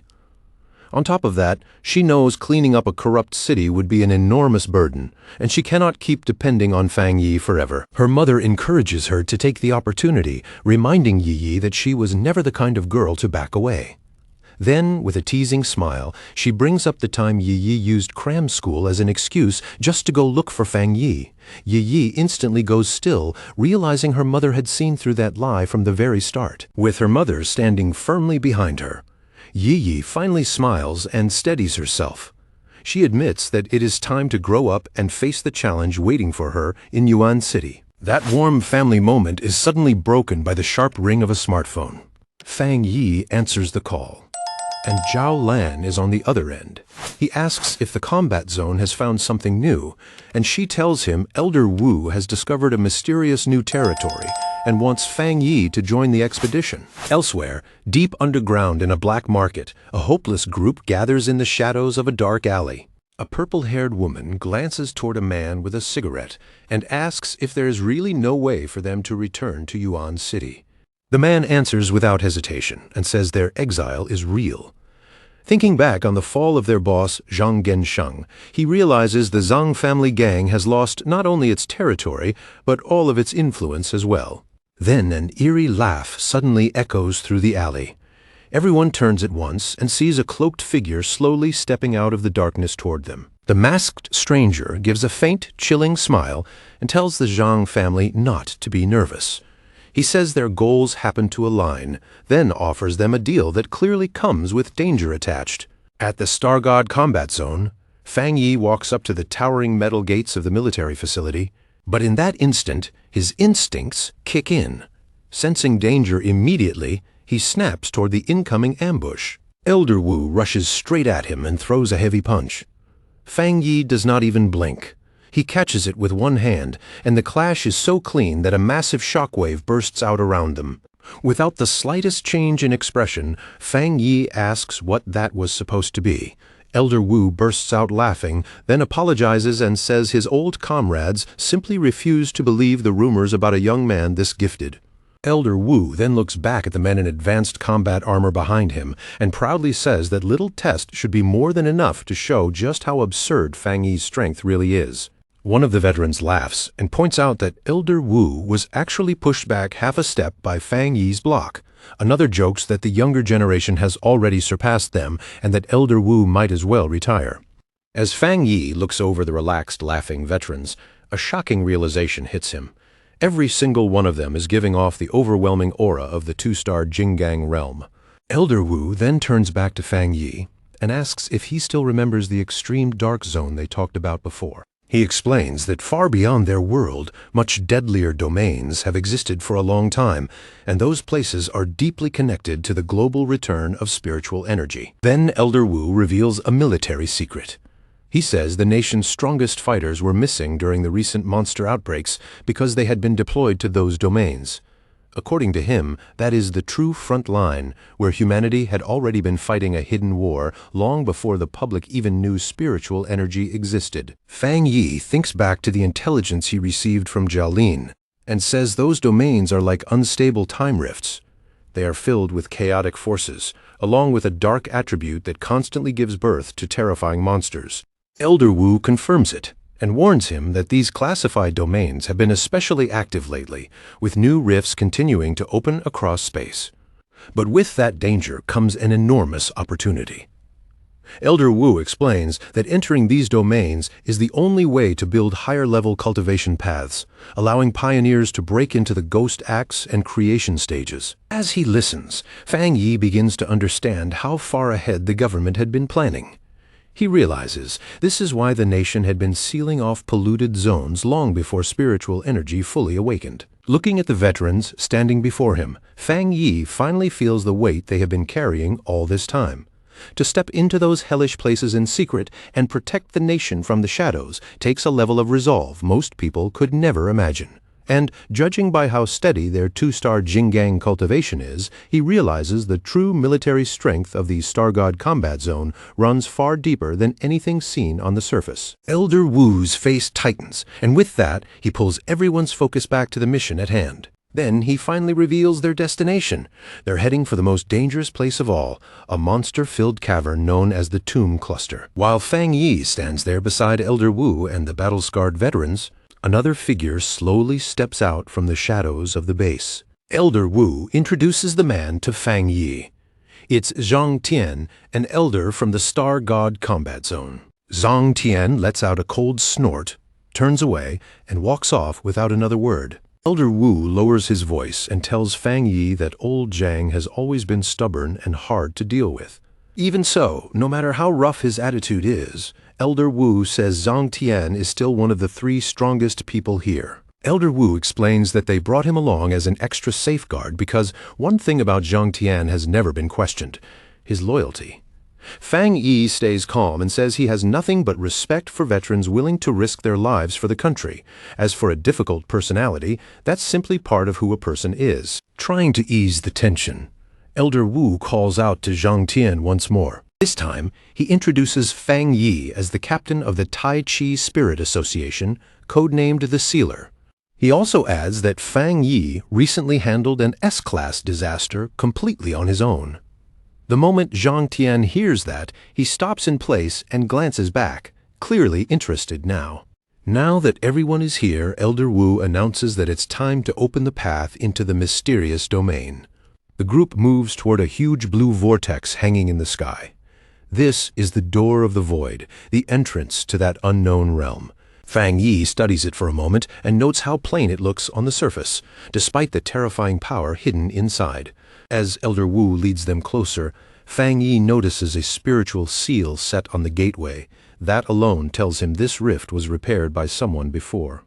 The instant his hand touches the swirling blue light, he feels how unstable the place really is, and quietly reminds himself not to relax for even a second. What catches him even more off guard is just how dense and violent the energy pouring out of the vortex really is. A powerful force drags the entire group upward into the massive blue tunnel. As they drift through it, Fang Yi wonders if the strange sights around them are just distortions caused by the overwhelming energy. But then he feels something far deeper than that. Inside the void, he catches flashes of warped space and ghostly shapes resembling enormous whales. Their aura feels completely foreign, like creatures that were never meant to exist in this universe at all. As they pass clusters of green energy vines, Elder Wu warns everyone not to get close and not to stare too long. The power inside them could wipe them out in an instant. Fang Yi can feel the chaos around them, elemental force and void energy all twisted together. He knows even the slightest contact could destroy both body and soul. And since these dangers are made of raw elemental power rather than living beings, his death seal won't help him here. Looking out at the shattered reflections of countless worlds suspended in the void, Fang Yi finally grasps just how enormous this threat really is. If a rift on this scale ever broke loose, it would bring a world-ending disaster down on their planet. At last, the tunnel opens into a dark and empty space. Elder Wu's expression hardens as he says they've arrived. The group stops in front of a massive dark tier floating inside the blue energy, and Elder Wu tells everyone to prepare themselves. Wrapped in bright blue light, Elder Wu tells the team to release their power and keep themselves suspended before stepping into the deadly domain ahead. The moment they come out of the portal, the team finds itself floating inside a dark, eerie cavern called the Tomb Cluster. Right away, the heavy stench of death hits them. Below them, a thick pool of green energy starts to bubble, like something beneath it is about to rise. The second Elder Wu sees it. He orders everyone into battle formation and says they need to end this quickly. Then, without the slightest warning, a massive pillar of dark green energy erupts from deep within the cave. That energy rapidly takes form, turning into a terrifying shadow monster with glowing green eyes. Its sudden appearance makes the whole team freeze for a moment. Elder Wu and Zhang Tian don't hesitate. Both of them rush straight at the giant creature. The shadow monster reacts at once, firing a deadly beam of dark green energy from its hand. Elder Wu and Zhang Tian answer with golden power of their own, combining their strength to form a Jinggang realm barrier and block the blast together. But the monster's attack is simply too overwhelming. The beam smashes through their defense on contact and sends both men flying back, blood spraying from their mouths. The other veterans can only stare in shock, horrified that their two strongest fighters were taken down that easily. Realizing how dangerous the situation is, Fang Yi says they can't afford to hold back and that everyone needs to attack the creature together. As the veterans rush to catch Elder Wu and Zhang Tian, they quickly realize the monster's dark energy is suppressing a pioneer's spiritual power. One veteran points out that the suppression is so severe. Elder Wu and Zhang Tian couldn't even bring out a tenth of their real strength. Fang Yi, however, remains calm. Golden light erupts around him as he summons his sword and says he'll test the creature himself. Fang Yi jumps into the air, wraps his blade in golden flames, and gets ready to unleash a powerful dragon slash. His flaming sword crashes into the giant shadow monster, and the impact sets off a violent explosion of clashing energies. When the smoke finally clears, Fang Yi is still hovering in the air, though it's obvious some of his power has been drained away. He calmly says the dark energy in the cave weakened him badly, otherwise that one strike would have been enough to kill the creature. Watching from below, the veterans are left speechless. One of them says Fang Yi nearly destroyed the giant monster by himself, proving the rumors about him weren't exaggerated at all. Zhang Tian watches in silence, then repeats Fang Yi's codename, the Sealer, but this time there's unmistakable respect in his voice. Elder Wu then says the veterans would be even more shocked if they knew what that title truly meant. Ignoring the pressure that's wearing everyone else down, Fang Yi sharpens his focus. Dark energy bursts out of him, forming huge shadow claws around his body as he activates his Twilight Fire domain. With a single swift motion, Fang Yi sends those massive shadow claws straight toward the green monster. His system confirms that the domain has opened successfully, and the dark claws immediately begin tearing into the creature's raging energy. The system detects the thick, dark energy right away, but it also tells Fang Yi that his special technique won't be affected by the suppression. As the monster lets out a painful roar, the system locks onto it and begins draining its strength, instantly cutting its dark energy in half. Above the weakened beast, Fang Yi's sword flares back to life. It spins through the air, wrapped in a deadly blend of golden fire and deep dusk-like energy. Fang Yi's gaze stays icy and unmoving as he prepares the finishing blow. Then he gives one cold order, "Kill it." He swings without hesitation, sending a blazing arc of fire straight at the monster. The instant the strike lands, it erupts in a blinding burst of force.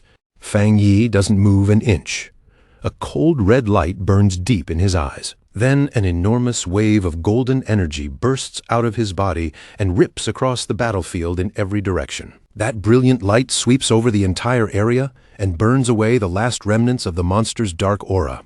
Off to the side, Zhang Tian can only stand there and stare, visibly shaken by the power unfolding in front of him. Next to him, Elder Wu watches carefully and realizes Fang Yi is using an intense yang attribute to force back the dark energy around them. At that same moment, far away in Yuan City at the wood attribute throne, the sentient gourd vine suddenly begins glowing bright green among the jagged rocks. The sentient red spirit flower lights up as well, sensing that its master is in danger and needs help. In response, a massive beam of condensed green energy violently erupts from the mountaintop where the sentient gourd vine has taken root. Back on the battlefield, wild golden power crackles around Fang Yi as he keeps pressing the attack. But even after taking all that damage, it becomes clear that the Dark Giant, master of the throne and wielder of death power, is still unbelievably difficult to kill. When the Dark Giant still refuses to go down, Elder Wu tells Zhang Tian that Fang Yi needs backup. Zhang Tian grunts in agreement, and the combat zone elders rush in together. Zhang Tian, Elder Wu, and the other two armored elders gather their strength at once, each of their hands glowing with a different elemental force. Then the four elders attack together, firing powerful multicolored beams down toward the battlefield. Those streams of power slam into Fang Yi's back and pour into him as he pushes his own golden energy to its very limit. The combined force explodes in a massive flash of golden light that swallows the entire area. The blast sends out a violent shockwave, forcing Elder Wu, Zhang Tian, and the others to shield themselves as they're driven backward. When the smoke and raging energy finally begin to clear, the entire landscape looks different. The elders look down and realize the explosion has exposed what this place really is. Deep inside the torn open chasm lies a vast and gloomy burial ground packed with countless tombstones. Fang Yi walks back over to the group and politely thanks the seniors for stepping in when they did, admitting that without their help, bringing down the Dark Giant would not have gone nearly so smoothly. He also admits he misjudged the enemy earlier, then asks if anyone was hurt in the blast afterward. Caught off guard by Fang Yi's humility, Zhang Tian awkwardly apologizes for how hostile he was before and sincerely thanks Fang Yi for saving his life. Elder Wu smirks at the scene and jokes that Zhang Tian must have been possessed because that stubborn old man actually said thank you for once. But that brief moment of relief disappears in an instant when the ground suddenly splits open and skeletal hands glowing with eerie green light burst out of the earth. A horrifying swarm of green glowing skeletons crawls out from the freshly exposed graves and starts closing in on Fang Yi and the stunned elders. Still calm, Fang Yi asks Elder Wu if he remembers the mutated natural disaster in Moon City. Elder Wu grimly says yes, then suddenly goes still as he realizes they're looking at that same nightmare all over again. The moment Zhang Tian sees the undead, disgust flashes across his face. He steps forward without a second thought, yellow energy gathering in his hands as he declares that he'll make the first move. A second later, he unleashes a barrage of explosive energy blasts straight into the advancing skeleton horde.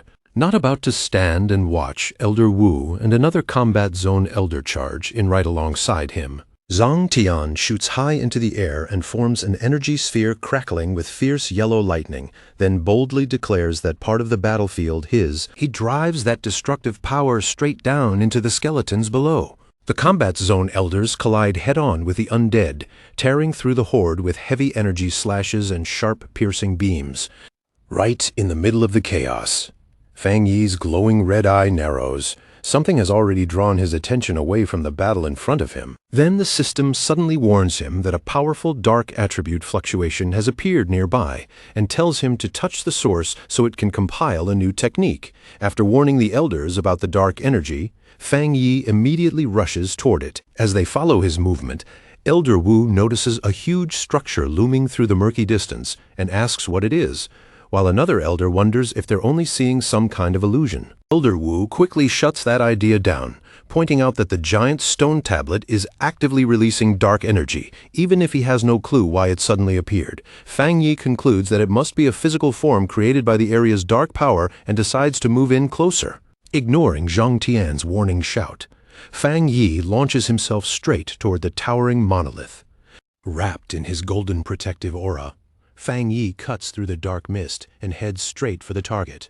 He reaches the massive weathered face of the stone tablet, its surface surrounded by swirling shadows that feel deeply ominous. The moment Fang Yi presses his hand against the cold stone, dark red energy reacts at once and coils around his fingers.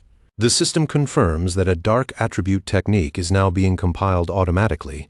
The process finishes, and Fang Yi obtains the Great Hell Saber method. The system explains that with a single slash, the technique can summon undead from the burial grounds to fight for him for 3 minutes, and their strength will scale directly with his own. Fang Yi quickly reviews the dark attribute techniques he already has. There's the boundless dark realm, which traps enemies and wears them down over time, and the hellish evil scene, a dangerous move that only works by triggering his own death to call forth spirits. He also realizes that his illusion-based eye technique works best against enemies with high intelligence, which makes it far less effective against a mindless horde of skeletons. As a blade of red energy forms in his hand, Fang Yi feels the overwhelming power of this ancient burial ground and instantly understands that the undead here are far stronger than the ones they faced in Moon City. He realizes it almost right away. This new saber technique is absurdly powerful. It can control those terrifying creatures, and as his own strength keeps climbing, their power can rise with it too, with no clear limit in sight. While Feng Yi is still trying to wrap his head around that new ability, the elders from the combat zone gather around the huge stone tablet. The moment they figure out it was formed from condensed dark energy, they decide to take a piece back to the research institute. Zhong Tian is especially excited. To him, if they can fully study this thing, it might change everything going forward. But just as he gathers energy into his palm and gets ready to strike the stone, Feng Yi notices what they are about to do and immediately feels a bad premonition. Zhong Tan slams a heavy punch into the monolith, and beside him, Elder Wu is already thinking ahead. If they can recover even a fragment of this never-before-seen solid dark energy, it could push their research forward and give them a better way to deal with dark attribute threats in the future. But the instant that punch lands, the whole cavern lurches violently, and everyone goes still. Elder Wu's expression changes on the spot. Realizing they have made a huge mistake, he panics and shouts that the stone tablet was never supposed to be touched. Cracks race across the massive structure, and a moment later, huge slabs of dark stone start splitting apart and crashing down. The elders understand the danger at once and shout for everyone to fall back, scrambling out of the way as the giant chunks rain down from above. And in the middle of that collapse, Fang Yi suddenly feels a terrifying wave of spiritual energy sweep through the entire area. Then he understands. In that instant, he finally sees the real and catastrophic source behind the Black Sea anomaly. From the broken remains of the tablet, a monstrous surge of red and black malevolent energy erupts upward like a tidal wave. Without realizing it, they have just released an ancient dark tide from beyond this world, and the destructive force pouring out of it is beyond anything they have ever faced. That massive wave of dark red and black power, the dark tide blasts straight out from the ruins. The second Zhong Tian sees it, he instantly shouts the first rule of exploration. If you encounter the dark tide, retreat immediately. The dark energy quickly twists into shape, forming terrifying shadow beasts that flood the area. The elders of the combat zone pull back at once, cutting through the swarm as they retreat. Amid the chaos, Elder Wu turns and yells for the sealer to wait. But Feng Yi does not move. He stays exactly where he is, standing motionless in front of that towering wave of destruction. As the red energy surges closer, Elder Wu desperately shouts at Feng Yi, demanding to know what he is doing and ordering him to get back. Feng Yi ignores every warning. He just keeps staring into the tide with that glowing red eye. Then he hears it, a strange voice calling to him from somewhere deep inside the dark energy. Drawn toward it, Feng Yi slowly raises his hand toward the swirling red mass, determined to find out what is hidden inside. As he faces that otherworldly power head-on, he quietly steels himself for death. Then, without warning, a massive burst of red light explodes outward and swallows Feng Yi whole. Elder Wu and Zhong Tian can only watch in horror, screaming his name as the blast engulfs him. Unable to accept what just happened, Zhang Tian throws himself toward the deadly wave, trying to save him, but Elder Wu instantly forms a glowing energy hand to stop him, shouting that Fang Yi is beyond saving and that rushing in now would only cost Zhang Tian his life too. Zhang Tian snaps back in fury, saying, "Fang Yi is the future of the nation." He blames himself and the other elders, insisting he would trade his own life without hesitation for those young pioneers. Clearly hurting, Elder Wu says Fang Yi is most likely already dead. He warns that if they lose even more people here, then the nation's future really will be over. Taking responsibility for bringing Fang Yi here, Elder Wu orders the remaining elders to retreat and stay alive. But just as the elders are preparing to flee, a massive pillar of golden energy suddenly erupts from inside the dark tide. They all turn back in shock, and the moment they recognize Fang Yi's signature golden power, hope sparks to life again. Meanwhile, deep in the abyss, Fang Yi calmly falls through a twisting tunnel of red and gold energy. The blast did not injure him at all. Even stranger, there are no monsters anywhere inside the core of the dark tide. As he sinks deeper into that dark red void, Fang Yi follows his instincts. Even though the voice has gone silent, he can still feel that if he keeps going, he will eventually reach whatever was calling him. Wanting answers, he tries to contact his system and have it analyze the strange place around him. Wrapped in a golden aura, he keeps descending deeper into the endless abyss. He can tell his defenses are holding with no problem at all. The dark energy surrounding him cannot touch him in the slightest. Then a strange voice suddenly echoes through the red emptiness and speaks directly to him. Caught off guard, Fang Yi immediately stops descending. Under the pressure of that overwhelming energy, his system interface flickers violently before finally stabilizing again. The system tells him that the ancient power is interfering with its functions, but it still managed to identify the source, and the coordinates are straight ahead. Following the glowing blue prompt from his system, Fang Yi moves through the dark mist. At the same time, he cannot help wondering if this ancient power might be another world-shaking artifact on the level of the thrones. As he picks up speed, the pressure around him grows heavier and heavier, making it clear that he is getting close to the unknown source. The moment he finally sees what is waiting ahead, his eyes narrow. He stops in front of a massive black vortex crackling with red lightning, and the pressure pouring off it is so intense that even the space around him feels suffocating. From the center of that vortex, a hollow suit of demonic armor slowly rises, covered in spikes and glowing faintly from within with red light. Fang Yi analyzes it and realizes that every single scale on that armor carries terrifying destructive power. A red warning flashes across Fang Yi's system, confirming that this mysterious armor is the true source of the catastrophic dark tide. Without hesitating for even a second, Fang Yi reaches out, ready to suppress the artifact, but the armor reacts immediately. Its chest splits open, revealing a jagged mouth made of glowing red energy. Fang Yi is forced to pull back as a massive burst of dark power erupts from inside. Even he is left stunned, realizing this relic holds far more energy than any of the thrones he has encountered before. Caught completely off guard by the armor's sudden attack, Fang Yi quickly throws up a golden energy barrier to protect himself.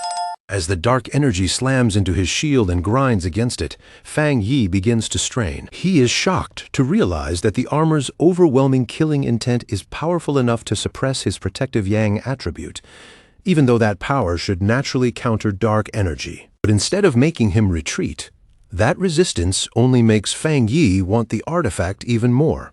He releases a burst of golden energy to force the pressure back, then activates his boundless dark realm, surrounding himself with a massive sphere of dark purple power. Fang Yi pulls out his blade and summons the Great Hell Saber.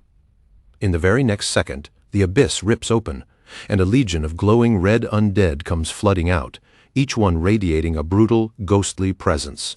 With a single command from Fang Yi, that shadowy army plunges from the sky and slams down toward the floating demonic armor in one perfectly timed strike. Fang Yi stares straight at the impact without even blinking, but the confidence on his face starts to crack the instant the armor moves. A violent burst of razor-sharp red tendrils suddenly erupts from the armor and rips clean through the spectral legion, wiping them out in the blink of an eye. Watching his strongest move get crushed that easily, Fang Yi finally realizes just how terrifying this thing is.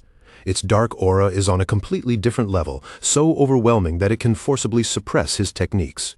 The demonic armor does not give him a second to recover. It immediately unleashes a lightning-fast storm of red energy slashes and blasts Fang Yi backward. Even after seeing power like that, Fang Yi still refuses to retreat. He fixes his eyes on it and declares that this battle will decide which one of them ends up subduing the other. The entity speaks again, tempting Fang Yi to surrender and become the same kind of existence it is. At the same time, dark energy creeps across his face and forms a jagged mask, making it clear that it is trying to corrupt his mind and take over his body.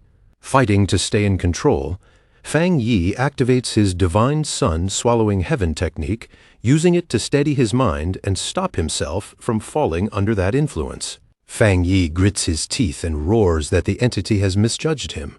Then a huge wave of blue energy explodes out from his body. Driven all the way to the edge, he orders his system to release every bit of power and every technique he has at the same time. The system immediately issues a critical warning. It reports that although Fang Yi is only at the 2-star Jingang realm, his true combat power is already beyond calculation. But the system also tells him the price. If he forces all that power out at once, his body will almost certainly collapse, with a 99% chance of complete destruction. Even so, Fang Yi keeps staring into the darkness without flinching, ready to bet everything on this one move.